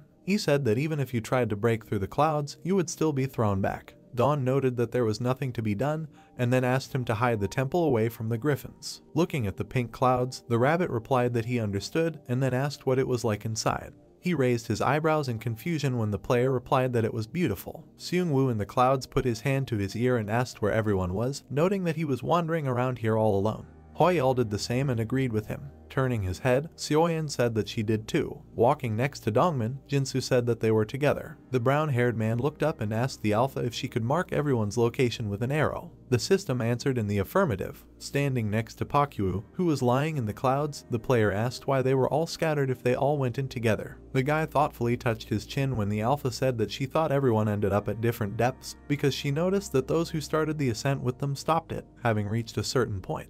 Don squatted down and touched the cloud, asking how he got up then and could it be because of. His hand froze on the cloud. He froze and pursed his lips, noting that the feeling was very familiar. The brown-haired man's face darkened as he activated mud formation. He was surprised when a piece of the cloud formed above his hand. Rolling it into a ball in shock, he asked what kind of nonsense was this. He was trying to figure out why mud formation worked on him if it was a cloud. The player froze as a thought occurred to him. He said that their components should be completely different, and then suggested that what looked like a cloud was actually soil. Holding the piece of cloud and looking at the picture in front of him, he noted that if it was a regular cloud, they wouldn't be able to stand on it. He added that trees and grass wouldn't grow on it either. The brown-haired man looked up in surprise when the alpha said that it looked like this place was like a giant terrarium. He asked her why. Alpha presented a cube with forest expanses inside. She explained that it was a closed space where artificial land was created with the help of magic. The player looked up and noted that the sky was very high. He asked if it was really a closed space. A drop of sweat was running down his face, and Don said that now that he thought about it, when they started to climb up here, it was the middle of the night. Looking at the sky, he noted that it was suddenly a clear day, and maybe. The guy created a cloud cube and asked what if they were suddenly surrounded by a wall of clouds on all sides. The system agreed with his speculation. Putting his hands on his waist and looking around, the brown-haired man said that back then they did not climb up the clouds, but entered this space through them. He crossed his arms over his chest and noted that now it was clear why he had come all this way here, noting that perhaps his mud formation and the power of the first interacted with each other. Don squatted down and touched the clouds with his hands, saying that it would be better for two people to do this, and it would be easier to move around since he could dig as much as he wanted. With an enthusiastic expression, the guy used mud formation. The player turned around with a blazing eye, his face dark, as the alpha yelled at him to be careful. An arrowhead was flying towards his eye. The brown-haired guy jumped to the side, and several arrows landed in the cloud. Don looked at them and exclaimed, asking why so suddenly. He turned around in fear in the direction they came from. A huge number of arrows were flying towards him from the side. Using the skill, the guy created a protective wall of clouds for himself. Looking at the arrows stuck in it, he muttered that he almost died. The player pressed himself against the wall again as another attack began. He exclaimed that they were still advancing and then wondered what to do. He added that he handed the magic equipment to the rabbit so that the voices could not be called. The brown-haired man furrowed his brows and shouted, using shadow art to summon shadows. In an instant, several shadow clones appeared nearby. Don put his hand forward and began to shout furiously, ordering them to protect him. He began to abundantly form mud. Jumping into the hole he made in the cloud, the guy waved his hand and called the clones there. When he descended to the floor below, the shadows followed him. The player swung his hands at the clouds, continuing to form mud. Beads of sweat flowed down his gloomy face as he said that if he dug a tunnel going to the side, he would be safe from any skill that penetrated the ground. Heavy gulping air, the brown-haired man began to look around, asking who attacked, a participant or a monster. He shouted at the alpha to urgently show him Seung-woo's location. A golden arrow appeared above Don's hand, and he noted that they needed to head there. The guy continued to dig through the clouds, exclaiming that he didn't know who they were, but his skills were much better and they could try to catch up with him.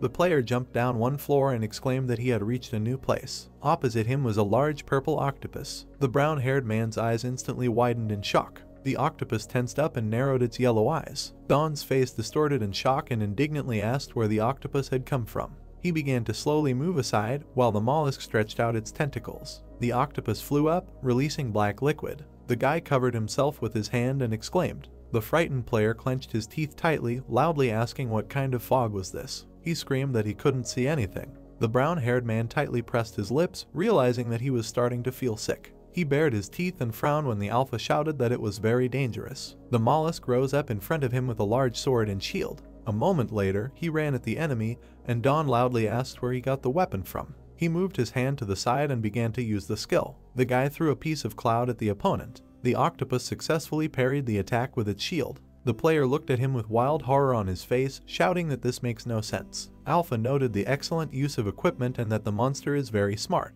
Brown-haired indignantly noted that now is not the time for comments. He looked at the lump of cloud in his hand and said that, however, he felt that it was slightly different from the ground. Don squeezed the substance in his hand, noting that it was quite elastic. He frowned and shouted loudly, calling on the Shadow Legion to split into two groups. When shields appeared in their hands, he noted that Grimbel 1 was commanding a squad of shield bearers. As the others grabbed their arrows, he said that Grimbel 2 would lead the archers. The Shadow Squad lined up in front of the boy, and he loudly asked if they were ready. They shouted an agreement. The player with angry eyes ordered them to attack. A second later, arrows were flying at the monster. The octopus frowned. He protected himself from the attack with his shield. Clutching his sword tightly, he rushed towards his opponents. Don waved his hand as he approached him. The clam cut one of the shadows, and it turned into a cat. The monster began to spin the sword. The brown-haired man watched him in surprise, noting that his movements were just like a human, however. Madness flashed in his eyes as he ordered Grimbel to kill him. The shadow clone with a sword rushed at the clam. He cut off one of its tentacles. The octopus screamed loudly in anger. He released a black mist at his opponents. Covering himself with his hands, the brown-haired man frowned, shouting that he was doing the same old thing again and asking if he was trying to escape.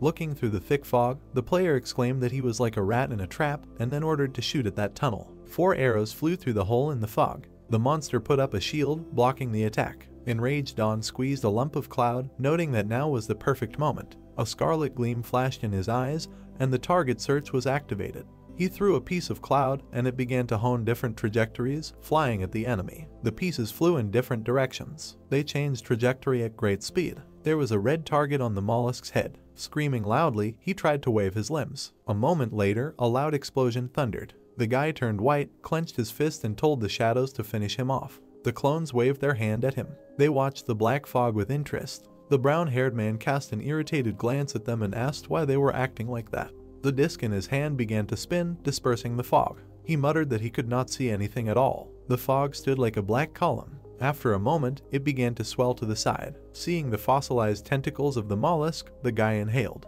He asked if he really cut them off and then ran away. The player saw cracks in the cloud and asked if he really climbed through that hole, noting its flexibility. The guy looked down with disdain and said that hiding would not help him, after which he activated the formation of mud. A mollusk was hiding under a large cloud. Seeing Dawn, he abruptly ran to the side. The brown-haired man, with a shocked face, shouted that their breakfast was running away, and then ordered to catch him. Together with the shadow clones, he ran after the monster. Running away, the octopus turned the corner of the cloud. A few moments later, the player was in that place. He looked up in surprise as a large shadow fell on him. The mollusk was sitting on the head of another octopus, which was much larger than itself. The excited guy was drooling as he looked at it while the alpha asked him to run. He exclaimed that it looked very appetizing. He smiled contentedly, then asked if they really thought that the appearance of a huge octopus would scare him. He exclaimed that the bigger the size, the easier it is to attack. After a while, a fossilized monster was lying at his feet. The brown-haired man threw his head back and began to laugh loudly, celebrating his victory. The information on the golden tablet notified him of a new achievement, Giant Octopus Hunter, for which he receives a key to a treasure chest as a reward. Looking at the tablet, the guy pursed his lips, asking why this unlocked the achievement. He noted that this monster was not difficult to defeat. Smiling smugly, the player rubbed his nose and said that he understood everything. He asked if he had become too strong. Hoyal, who was standing by the corpse of the mollusk, said into the device that he had also unlocked the achievement. Putting his hand to his ear, Seung-woo said that he did too. Seoyan stood by the cut-up corpse of the monster. He asked if they were talking about a huge octopus, noting that she had just killed it. Dawn raised a puzzled eyebrow and asked what that meant. He looked at the fossilized tentacles and asked if that meant that they had all defeated him one by one. He muttered that the bastard had run away again. He looked with surprised eyes, noting that this place was full of deception. He asked if this was just an aquarium filled with octopuses. Looking up with a puzzled look, the brown-haired man turned to the alpha and asked if she had heard from Minjun since they had arrived here. The system responded in the negative. It said that if there were a lot of monsters in this place, it would be dangerous for him to be alone, being a production worker. The player crossed his arms and said that then he should figure out what to do first. He said that they would first find Minjun, and then they would need to meet up with the others, and then make a hole to get back to the temple. The guy looked askance at the gold plaque, startled, when the alpha reminded him of the achievement he had received and asked if he wanted to check it out. He exclaimed that he had already forgotten that he had received anything. The brown-haired guy looked at the chest near the octopus's corpse. He said that this was what it was like to receive a reward, as if it were nothing, adding that he would now find out what kind of incredible treasure was guarded here. Behind the large chest, he saw a small clam. Seeing Dawn, it squealed in fear. The guy, also with a frown on his face, screamed in fear. The octopus began to stick its tentacle into the lock. The player drew his eyebrows together and screamed in anger, asking why he was opening it. With wide, angry eyes, Seung-woo exclaimed that he shouldn't let this little octopus steal their reward. Dawn looked up in surprise when Hoyal stated that his reward had already been stolen, and Seoyan agreed with him. Seung-woo told everyone to make sure that he didn't tear up the spell scroll. The player's eyes widened in surprise when he asked about the spell scroll. Hoyal's face was filled with horror as he muttered that what Seung-woo was talking about. An octopus stood in front of him, holding a scroll in its tentacles. A second later, the shellfish tore it apart, and the boy screamed loudly, telling the others about it. Hieroglyphics began to fly out from the torn scroll. They landed on the monster's head. A second later, the octopus began to rise upward, glowing yellow. Dongman looked at the clam flying past, noting that it had become faster. Seoyan, who was thrown back by the explosion, flew to the side. Grabbing her weapon, she looked at the monster, saying that it had become stronger with her. Hoyal's octopus was enveloped in hot flames, which he quickly passed on to his friends. Dawn looked down at the floor, asking if this was an item that allowed monsters to use skills. Seung-woo exclaimed that they needed to catch it immediately, because he could target the spell scroll from another place. The brown-haired man hung his head and thought. An octopus trembling with fear looked at him. The guy propped his chin on his hand and muttered that in other words. He pointed at the monster holding the scroll and asked if the skill would be used if this scroll was torn. The player took it from the clam's tentacles. The frowning octopus began to mutter. Squatting and looking at him, Dawn asked if he could be quieter. He wondered if he wanted to turn into small stone chips. Looking at the hieroglyphs, the brown-haired man asked what was written here. He asked again if this was a problem because of his level. Alpha confirmed, saying that these runes allow you to use magic. The guy's eyes lit up with joy when the system said that this type of spell scroll is the exclusive property of the witch,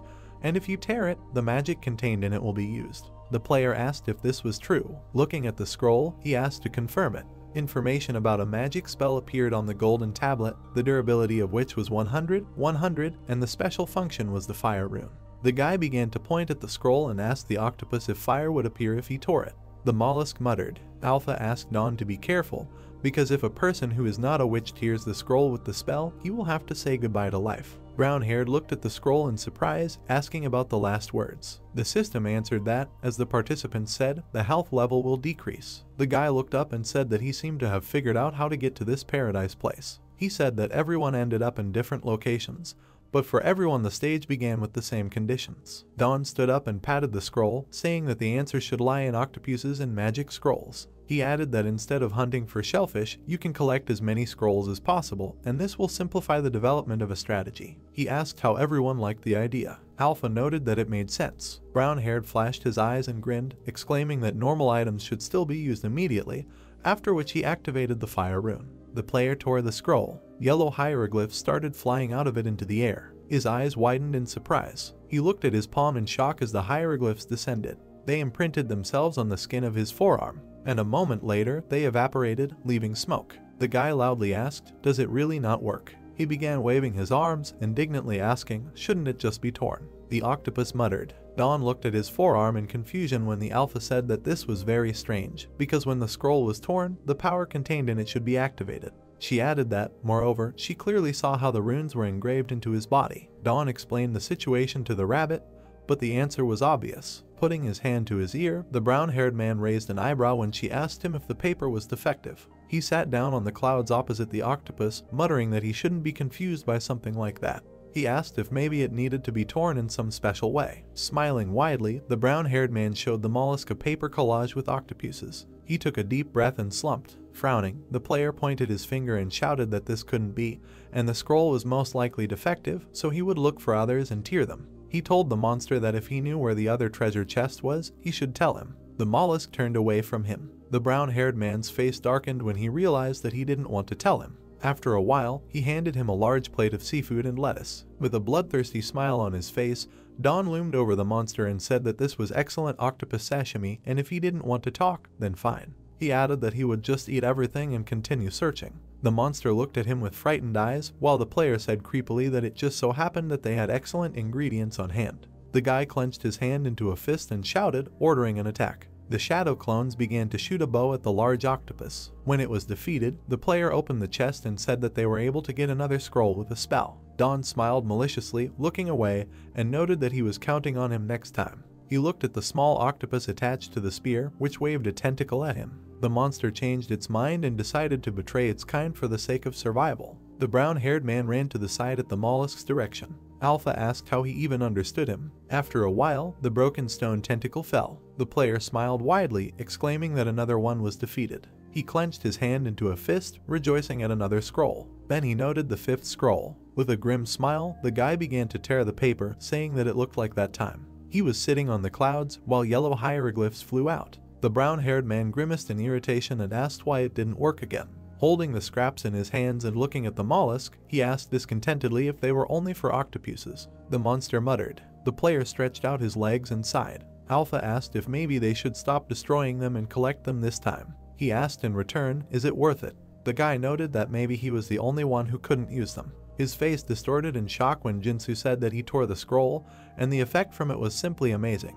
He exclaimed that his speed had increased. Don grabbed his head and indignantly began to shout, asking everyone to stop mocking him. He exclaimed that these pathetic underground bastards should let him use the scroll. Seung-woo put his hand to his ear, saying that he also used it, but it seemed that the effect was temporary. Jinsu, standing by the golden tablet, said that he was not sure if this was a side effect, but his health had decreased by a third. Don hugged his knees with his hands and sadly said that he also wanted to participate in the discussion of the scrolls. Alpha said that if a third of the health was spent to use it, then it means that only 2 scrolls can be used. Brown-haired looked up with a saddened look when the system said that it was not sure about the incredible effect of the scroll, but it seemed like a double-edged sword. The guy exclaimed that he didn't care whether it was double-edged or not, he still wanted to use it too. He emotionlessly fingered the scrolls in his hands, saying that they were all so different. He began to read the information about them on the golden tablets. Don cast a sad look back and said that it seemed pointless to keep them when he couldn't use them. He asked the Alpha if they were suitable as offerings. The system replied that no matter how good the benefits were, the life force would also be greatly depleted. She added that if they were effective in the first place, they would not deplete life force. Brown-haired clutched the wolf amulet in his hands and said that at times like this, one should turn to a knowledgeable person, and then called Rugal. A moment later, a wolf appeared in front of him in a blue light, saying that he was busy, and then asked why he had called him. Don smiled widely and handed him 2 plates of food, saying that he had prepared something for him, and told him that it was called pork legs with buckwheat noodles. Rugal turned and looked around, wondering if this was paradise. He mentally noted that this was his first time inside, and that he had only seen it from the outside before. He ate the noodles with a lustful expression and asked to get straight to the point, noting that he had definitely not been called here for a treat. The player noted that he was as perceptive as ever. Rugal frowned when the boy said that he had obtained several scrolls with spells, but was unable to use them, and he wanted to know why. The wolf asked why he was asking, noting that it was obvious. The brown-haired man scratched his cheek with a puzzled look and asked if he meant that they were all defective. The wolf closed his eyes and replied that usually there was a reason for this, but not this time. He said that people with a cleansing ability like his were hard for curses and poisons to work on. Sitting opposite his comrade, he added that what can we say about a scroll with a spell that sucks out life force at will? Don opened the golden tablet and read the information about cleansing level 1, which gave him immunity to all poisons. The guy sighed in frustration and asked if this clause really applied to this too. Looking up, he waved his hand and asked if this wasn't an effect. The player wondered how a scroll with spells could be equal to poison. Rugal crossed his paws on his chest and lowered his eyes, saying that in essence, it was a poison for people who did not have magic. He added that when poisoned, the health level decreases, and the scroll with spells works the same way. Don looked at the open palm and said that in other words, he had to use up his energy for the magic to manifest.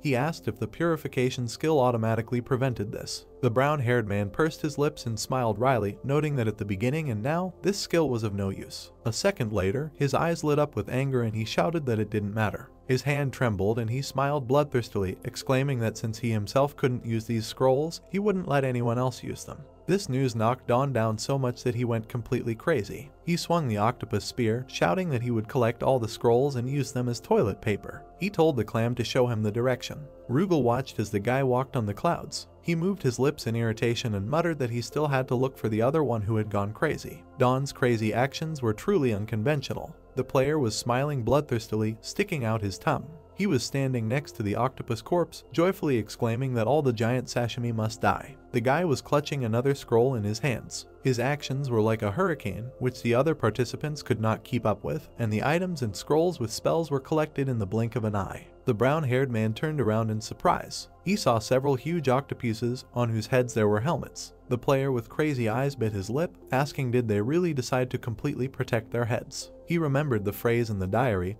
which said that you need to be smart in proportion to the size of your head, and then there was the question of how smart are octopuses. Don smiled madly while arrows flew past his head.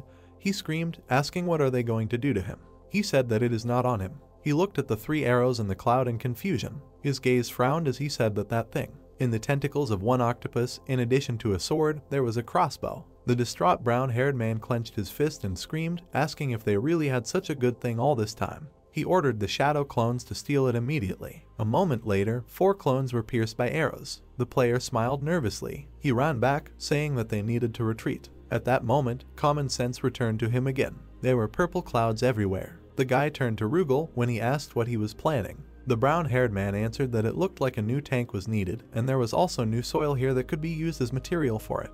He added that this is exactly what he was trying to make. Don was squatting when the wolf asked if he was making another golem. The player said that it would not be just a golem. He smiled maliciously, noting that it was a second-generation golem. The brown-haired man lowered his gloomy gaze and said that since his opponents were octopuses, they would also fight on their side. After a while, he sat on a large pink octopus, which he called the Octopus Golem Ver2, and ordered it to wake up. The eyes of the armored gorilla golem were glowing. As long as the golem's core was intact, it could regenerate infinitely. These creatures also had powerful destructive power due to their enormous weight. The gorilla golem's gaze was questioning. What was the weakness? The gorilla looked in surprise as Don tried to move it, holding onto a piece of armor on its paw. Their weight was also their weakness. The hare quickly ran away from the tired turtle. The heavier the golem, the slower it moved, and the same with its reaction. The guy imagined an elephant golem with an empty space in its body. As a result, the elephant golem was empty inside to reduce its weight. The octopus golem was floating in the air, looking with shining eyes. The octopus golem was equipped with floating stones. A pink octopus golem was floating in front, waving its tentacles. The version 2 octopus golem made of clouds is different. It is light due to the material and agile. Don, with his arms crossed, looked ahead with satisfaction with his name on his shoulder. So, the golems got rid of their weakness. Rugal looked at the boy and asked, wouldn't the destructive power be weakened since the weight was reduced? It seemed that most of the power disappeared along with him. Closing his eyes, the boy shook his index finger with a smile, saying that no, the cloud soil is not just light. The wolf frowned questioningly and asked, not only that, but what else? With a satisfied look, Don said that it was elastic. The boy sat on the head of the cloud golem, one of whose tentacles was coiled like a spring. The tentacle unfolded, flying forward with great force. The wolf looked at it in amazement, asking what kind of power was this, like a whip. Don clenched his fist happily. The squirrel on his shoulder raised its paws up in satisfaction. He said that moreover, since the octopus has 8 legs, this power can be increased. And now destroy them all. The octopus golem with the guy in the cabin hit the purple octopuses with pots on their heads with its flexible tentacles. With all its tentacles, the octopus made quick, precise strikes, leaving bright marks. The wolf hovered next to the guy. The octopuses made sounds, receiving numerous quick strikes. Don pointed his finger at Grimbel and told them to take out their weapons to destroy the octopuses. The shadow copies meowed in agreement, raising their hands. The guy reminded them not to forget the crossbows. Don thoughtfully touched his chin and said that he thought the crossbow arrows should be redesigned. They should make a version with a firestone like the other arrows. The octopus golem was floating among the pink clouds. A wolf was floating next to it. Don held an octopus in his hand, wrapped around a stick, and said that he was going further and asked where to go. The warrior of rage Hugo looked at the guy happily exclaiming his name. Don looked at the blonde guy with a fiery sword in his hand in surprise and said that they hadn't seen each other for a long time.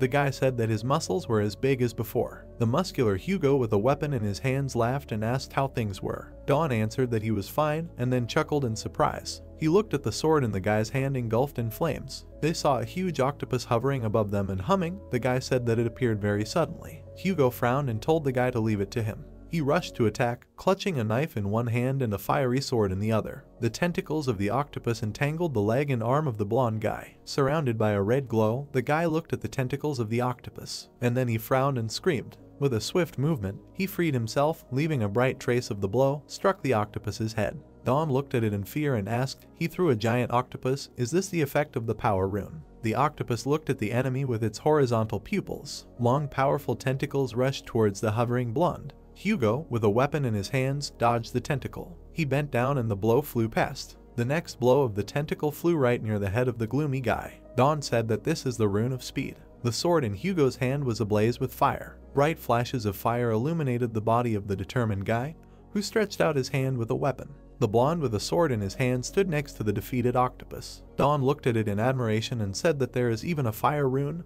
Amazing. He heard the wolf standing next to him cross his arms and say that he seemed to have found a good use for the butcher's blade. Since vampirism replenishes energy from using the spell, he has no problem with it. Don, with a squirrel on his shoulder, closed his eyes with a sad look and said that he was very jealous. Suddenly, he heard the rabbit ask what he was doing. The guy was surprised to hear this and asked the rabbit what happened. The beast answered that he delivered the temple to the corner. All that was left was to make a hole. Among the pink clouds, an octopus golem with Don inside was floating. Hugo and Rugal were moving nearby. The guy joined Hugo and heard a story about a witch's dream. The blonde looked at the guy and said that in the dream this place was called the witch's paradise. What they had to fight was not just octopuses. Don leaned his hands on the golem and asked who they had to fight. Did he remember anything else? Seung-woo and Hugo stood side by side with determined poses. They were chosen by the doppelganger king and were the only ones who saw the witch's dream. They imagined a blue turquoise cosmic sky. Like most dreams, you slowly forget it after waking up. It was like a bug was eating away the memories of the dream, like someone was trying to forcefully hide the secret you learned in it. The witch's dream was exactly like that. Don looked at the blonde and asked if that meant he didn't remember much, and he answered that yes, that was the problem. Hugo looked down and said that when he arrived in heaven, the contents of that dream started to surface in his mind, and he also realized the reason why Seung-woo and he saw that dream. Don placed his hands on the side of the octopus and asked what the reason was. Clenching his fist determinedly, Hugo answered that it was a mission. In the near future, they would be the ones to find a way for the rest of the members to move forward. The blue eyes were full of determination when the boy said that even at the cost of their lives. Don thoughtfully looked down, thinking that his gaze had changed, became like a warrior. The boys looked at the wolf hovering next to him, who said that he was right. From now on the members will have to figure everything out on their own. Don glanced at him and asked if this meant that they would replace the managers. He thought this was just a fake company and they didn't even have enough workers. Rugal answered that there was such a problem. Hugo awkwardly scratched his cheek and thought that this could not be the reason why he was shown that dream. Waving his hand, he said that okay, they still need to go to the highest point of this place. According to the dream, the destination will be there. He was surprised to hear Don, crossing his arms over his chest, say that they will split up here.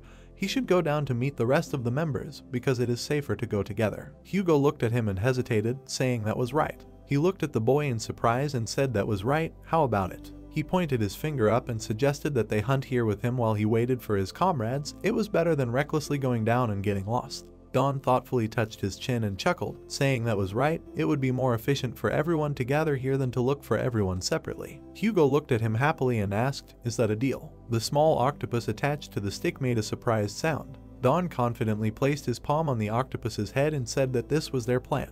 The blonde looked at him and asked, "Plan?" Smiling, Don said yes, if they took this place as the center and dug tunnels that would cover a large area of this place, wouldn't it be easier for the others to find them? Hugo looked at the happy guy in surprise and asked if they did this, wouldn't it attract more octopuses? Don opened the inventory window and said that they had nothing to worry about with him. Besides, they wouldn't have any problems with it. A lot of sheets of runic writing appeared in front of them. The blonde looked at the pile of sheets in front of him and asked where he got all these spell scrolls from, and more importantly, why was he giving them to him? Don closed his eyes and said that he couldn't use them anyway, and he also had the butcher's blade, so he could use them as he pleased. He felt much calmer now. Hugo looked at him happily, thinking that he was a wonderful person, and thanked the guy. The order of work was determined and the network of tunnels became more and more extensive. The guy squatted, pointing his finger at the shadow clones, and said that Grimbell number 1 to the left, Grimbell number 2 to the right. He smiled and pointed at himself and said that he would take care of the center. The wolf hovering next to the pink octopus golem heard that they were starting to collect the soil. Hugo looked ahead in surprise, saying that this couldn't be happening. In front of the blonde, white clouds floated in the pink sky and tall pink pillars rose. He said that this was incredible. Looking ahead, the guy asked, "Does magic mean nothing to him?" Hugo looked at him in surprise, saying that this is the essence of magic. Looking up, he put his hands to his face and shouted, "Don, isn't the path too wide? What if everything falls apart?" Waving his hand, the hero replied that there were pillars everywhere, so he shouldn't worry and just deal with the octopuses. Several octopuses with clay helmets on their heads had already appeared nearby. Hugo resolutely clutched his flaming sword, saying that he would take care of this. The boy's warlike cries were heard in the pink space. Don wiped his chin with his hand, watching the guy fight the octopuses, and said that he was incredible as expected. Suddenly, he was surprised to see a yellow sign in front of him, which said that the parameters of heaven were limited. He turned to Rugal in alarm and asked, "The parameters were limited, what did that mean?" The wolf, folding his arms, replied that he was also here for the first time and did not know. The two octopuses no longer had clay helmets. They looked forward, making questioning sounds. Hugo was surprised when the octopuses rushed away from him with a scream in the other direction. He turned around and looked back. Strong energy emanated from the pink clouds. Hugo screamed that something was approaching here. Don looked at the dark cloud in surprise ahead and asked, "What is this cloud of dust?" Cries of battle were heard from the darker cloud. Don looked ahead in surprise along with Pakyu and said that these are the screams of the participants. Several events are happening at once. The blonde ran towards him on the pink clouds, saying that it is not the time to stand still, it is necessary to get out. The hero looked at the dark cloud and stopped it. He frowned and said that this cloud reminds him. Don stood next to the dark cloud. The blonde reached out his hand to him, trying to stop him, and said that it is dangerous. The guy watched the dark cloud swirl. Hugo screamed his name in fear. Pakyu waved her paws in fear. Rugal frowned and screamed, trying to call out to the guy. A huge gust of wind tried to knock the heroes off their feet. Don waved his hand and used mud formation. The heroes looked ahead in amazement. Don, with a squirrel on his back, waved his hands, saying that he is going. Is this some kind of mediator? The others looked at him. Rugal frowned and thought, is he a mud mage? A blue mist was coming from the concentrated guy's palm. Don couldn't use spell scrolls, but he could create miracles with his own hands. The blonde looked ahead in surprise and said that the field cloud had stopped. The guy in the red t-shirt exhaled, wiping his forehead with his hand, and said that he just tried it just in case. The main thing is that it worked. The comrades looked at the guy and Hugo asked what it was. What did the parameter limitation mean? Rugal said that, apparently, heaven has its own special system. Looking at the guy with yellow eyes, the wolf said that he thought he was deliberately trying to lead the participants to certain places. Just like when he was resetting, he felt a similar flow of magical energy. Under his foot in the brown shoe, there were pink clouds. Alpha said that identical to the cloud under his feet, the dust cloud was gathering physical strength through magical energy. The energy in it was fluctuating due to the tunnel, and this led to the formation of three-dimensional magic. Don looked forward and said that in other words, it was like blood flowing in the veins, magical energy supporting heaven by moving through the tunnels. The hero crouched down and touched the pink clouds with his hands, telling Alpha that he had a great idea if they were to tear all these clouds apart and offer them as sacrifices. Crossing his arms, Don with the squirrel heard that it was an impressive idea, but the spirit did not recommend it. Like the spell scrolls, the clouds have a small amount of life energy, so the offering will use up more energy than they get in the end. Don touched his chin with his fingers and chuckled, just like when the shipping is more expensive than the goods themselves. Alpha replied that it might be more useful if they caught more octopuses. The hero turned around and looked at the dark cloud, saying that, in his words, these dust clouds are useless. The guy with the squirrel resolutely walked towards the dark cloud. He extended his palm, covered in blue light, and used mud formation. In the guy's palm was a glowing lump of cloud. Don said, "How beautiful, I should take more as a souvenir." Clutching a piece of cloud in his hand, he turned to the blonde and said that because of these dust clouds, their plan to stay here and wait was transformed. They were going to another place. Hugo clenched his fists with shining eyes and exclaimed that it was accepted. Let him leave the escort to him. However, as before, he did not have the opportunity to intervene. Don, satisfied, with a smile and a happy squirrel on his shoulder, extended his palm forward, repeatedly using the mud formation skill. The blue inventory window displayed many slots with cloud beads. Thus, Don managed to collect a huge number of souvenirs. There were many new slots in the inventory filled with cloud beads. The guy clenched his fist joyfully. Paku danced on his shoulder. He exclaimed, "What magnificent souvenirs." Then he chuckled in surprise, looking forward along with the pet. The guy walked up to the brown chest in front and asked if this was a treasure chest. He looked at the happy blonde man with clenched fists in surprise and said, "What luck, now that all the octopuses escaped, they got this chest for free." The boy agreed. Then he thoughtfully touched his face with his finger and asked if they weren't the only ones who could move around in this place, so all the chests in this area were theirs. Hugo looked at him happily and exclaimed that it looked like that. The wolf standing behind him remained silent. Don turned around when he heard Rugel's words. Didn't he say that he was going to look for his comrades? The boy replied that it was, but what would they do when they met? They would still look for the chests. He would meet them later. The wolf frowned darkly and thought that this was expected of him. Rugel looked at the happy boy with the happy squirrel on his shoulder and thought that he was completely wrong. 27 chests. That's how many Don found in the dusty area. Brown chests stood on pink clouds. The boy walked in front of the blonde and said that it looked like they had come out of the underground tunnel again. Since they had collected about 20 scrolls, maybe it was time for them to move on again. Hugo looked at him and said that it sounded great. The look in his blue eyes was very attentive. He looked at Don, who was running forward with a squirrel on his shoulder, and thought that the place that others had difficulty getting out of was nothing more than a walk in the park for Don.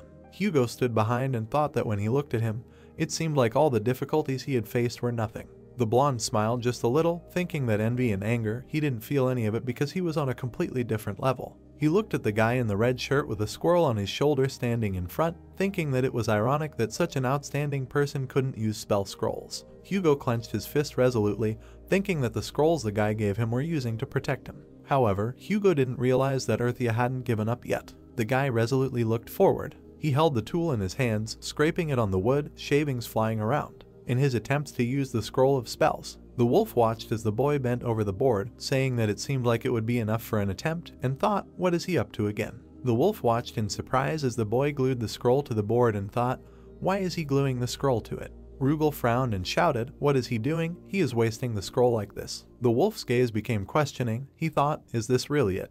Don wiped the lighting off his face and said that if this does not work, then he will finally give up. He remembered his school with the trees growing nearby. In school, in each class there were 1 or 2 students who were simply obliged to show their special talent. Little Don was sitting with the book, resting his head on his hand. 10-year-old Don was exactly such a student. He turned around and heard the teacher telling one of the students that he had a reflective paper due the following day. In 3rd grade elementary school, the homeroom teacher was obsessed with getting students to write their reflections. A man in a suit and glasses would slap his hand with a pointer if they didn't do their homework or were caught running down the hall or talking during class. In this teacher's opinion, there were so many things that deserved a reflective paper. There were scores of sheets of paper on the desk. Eventually, students had to write them all the time, more than 200 papers a year. The man stamped one of the sheets. A thumbs-up stamp appeared at the bottom of the page. The teacher handed the sheet to the boy, telling him to take it and tell the others to come get their reflective papers approved. The boys walked out of the room smiling, the student saying it was a miracle he had gotten the approval. Don, with his hands behind his head, heard the boy exhale and ask if he wondered if there was anyone who could put the stamp of approval on his behalf. Then it would be possible to hand in a half-finished letter. The boy's eyes widened in surprise. 10-year-old Don's talent blossomed that day. The boy was sitting at his desk, diligently doing something.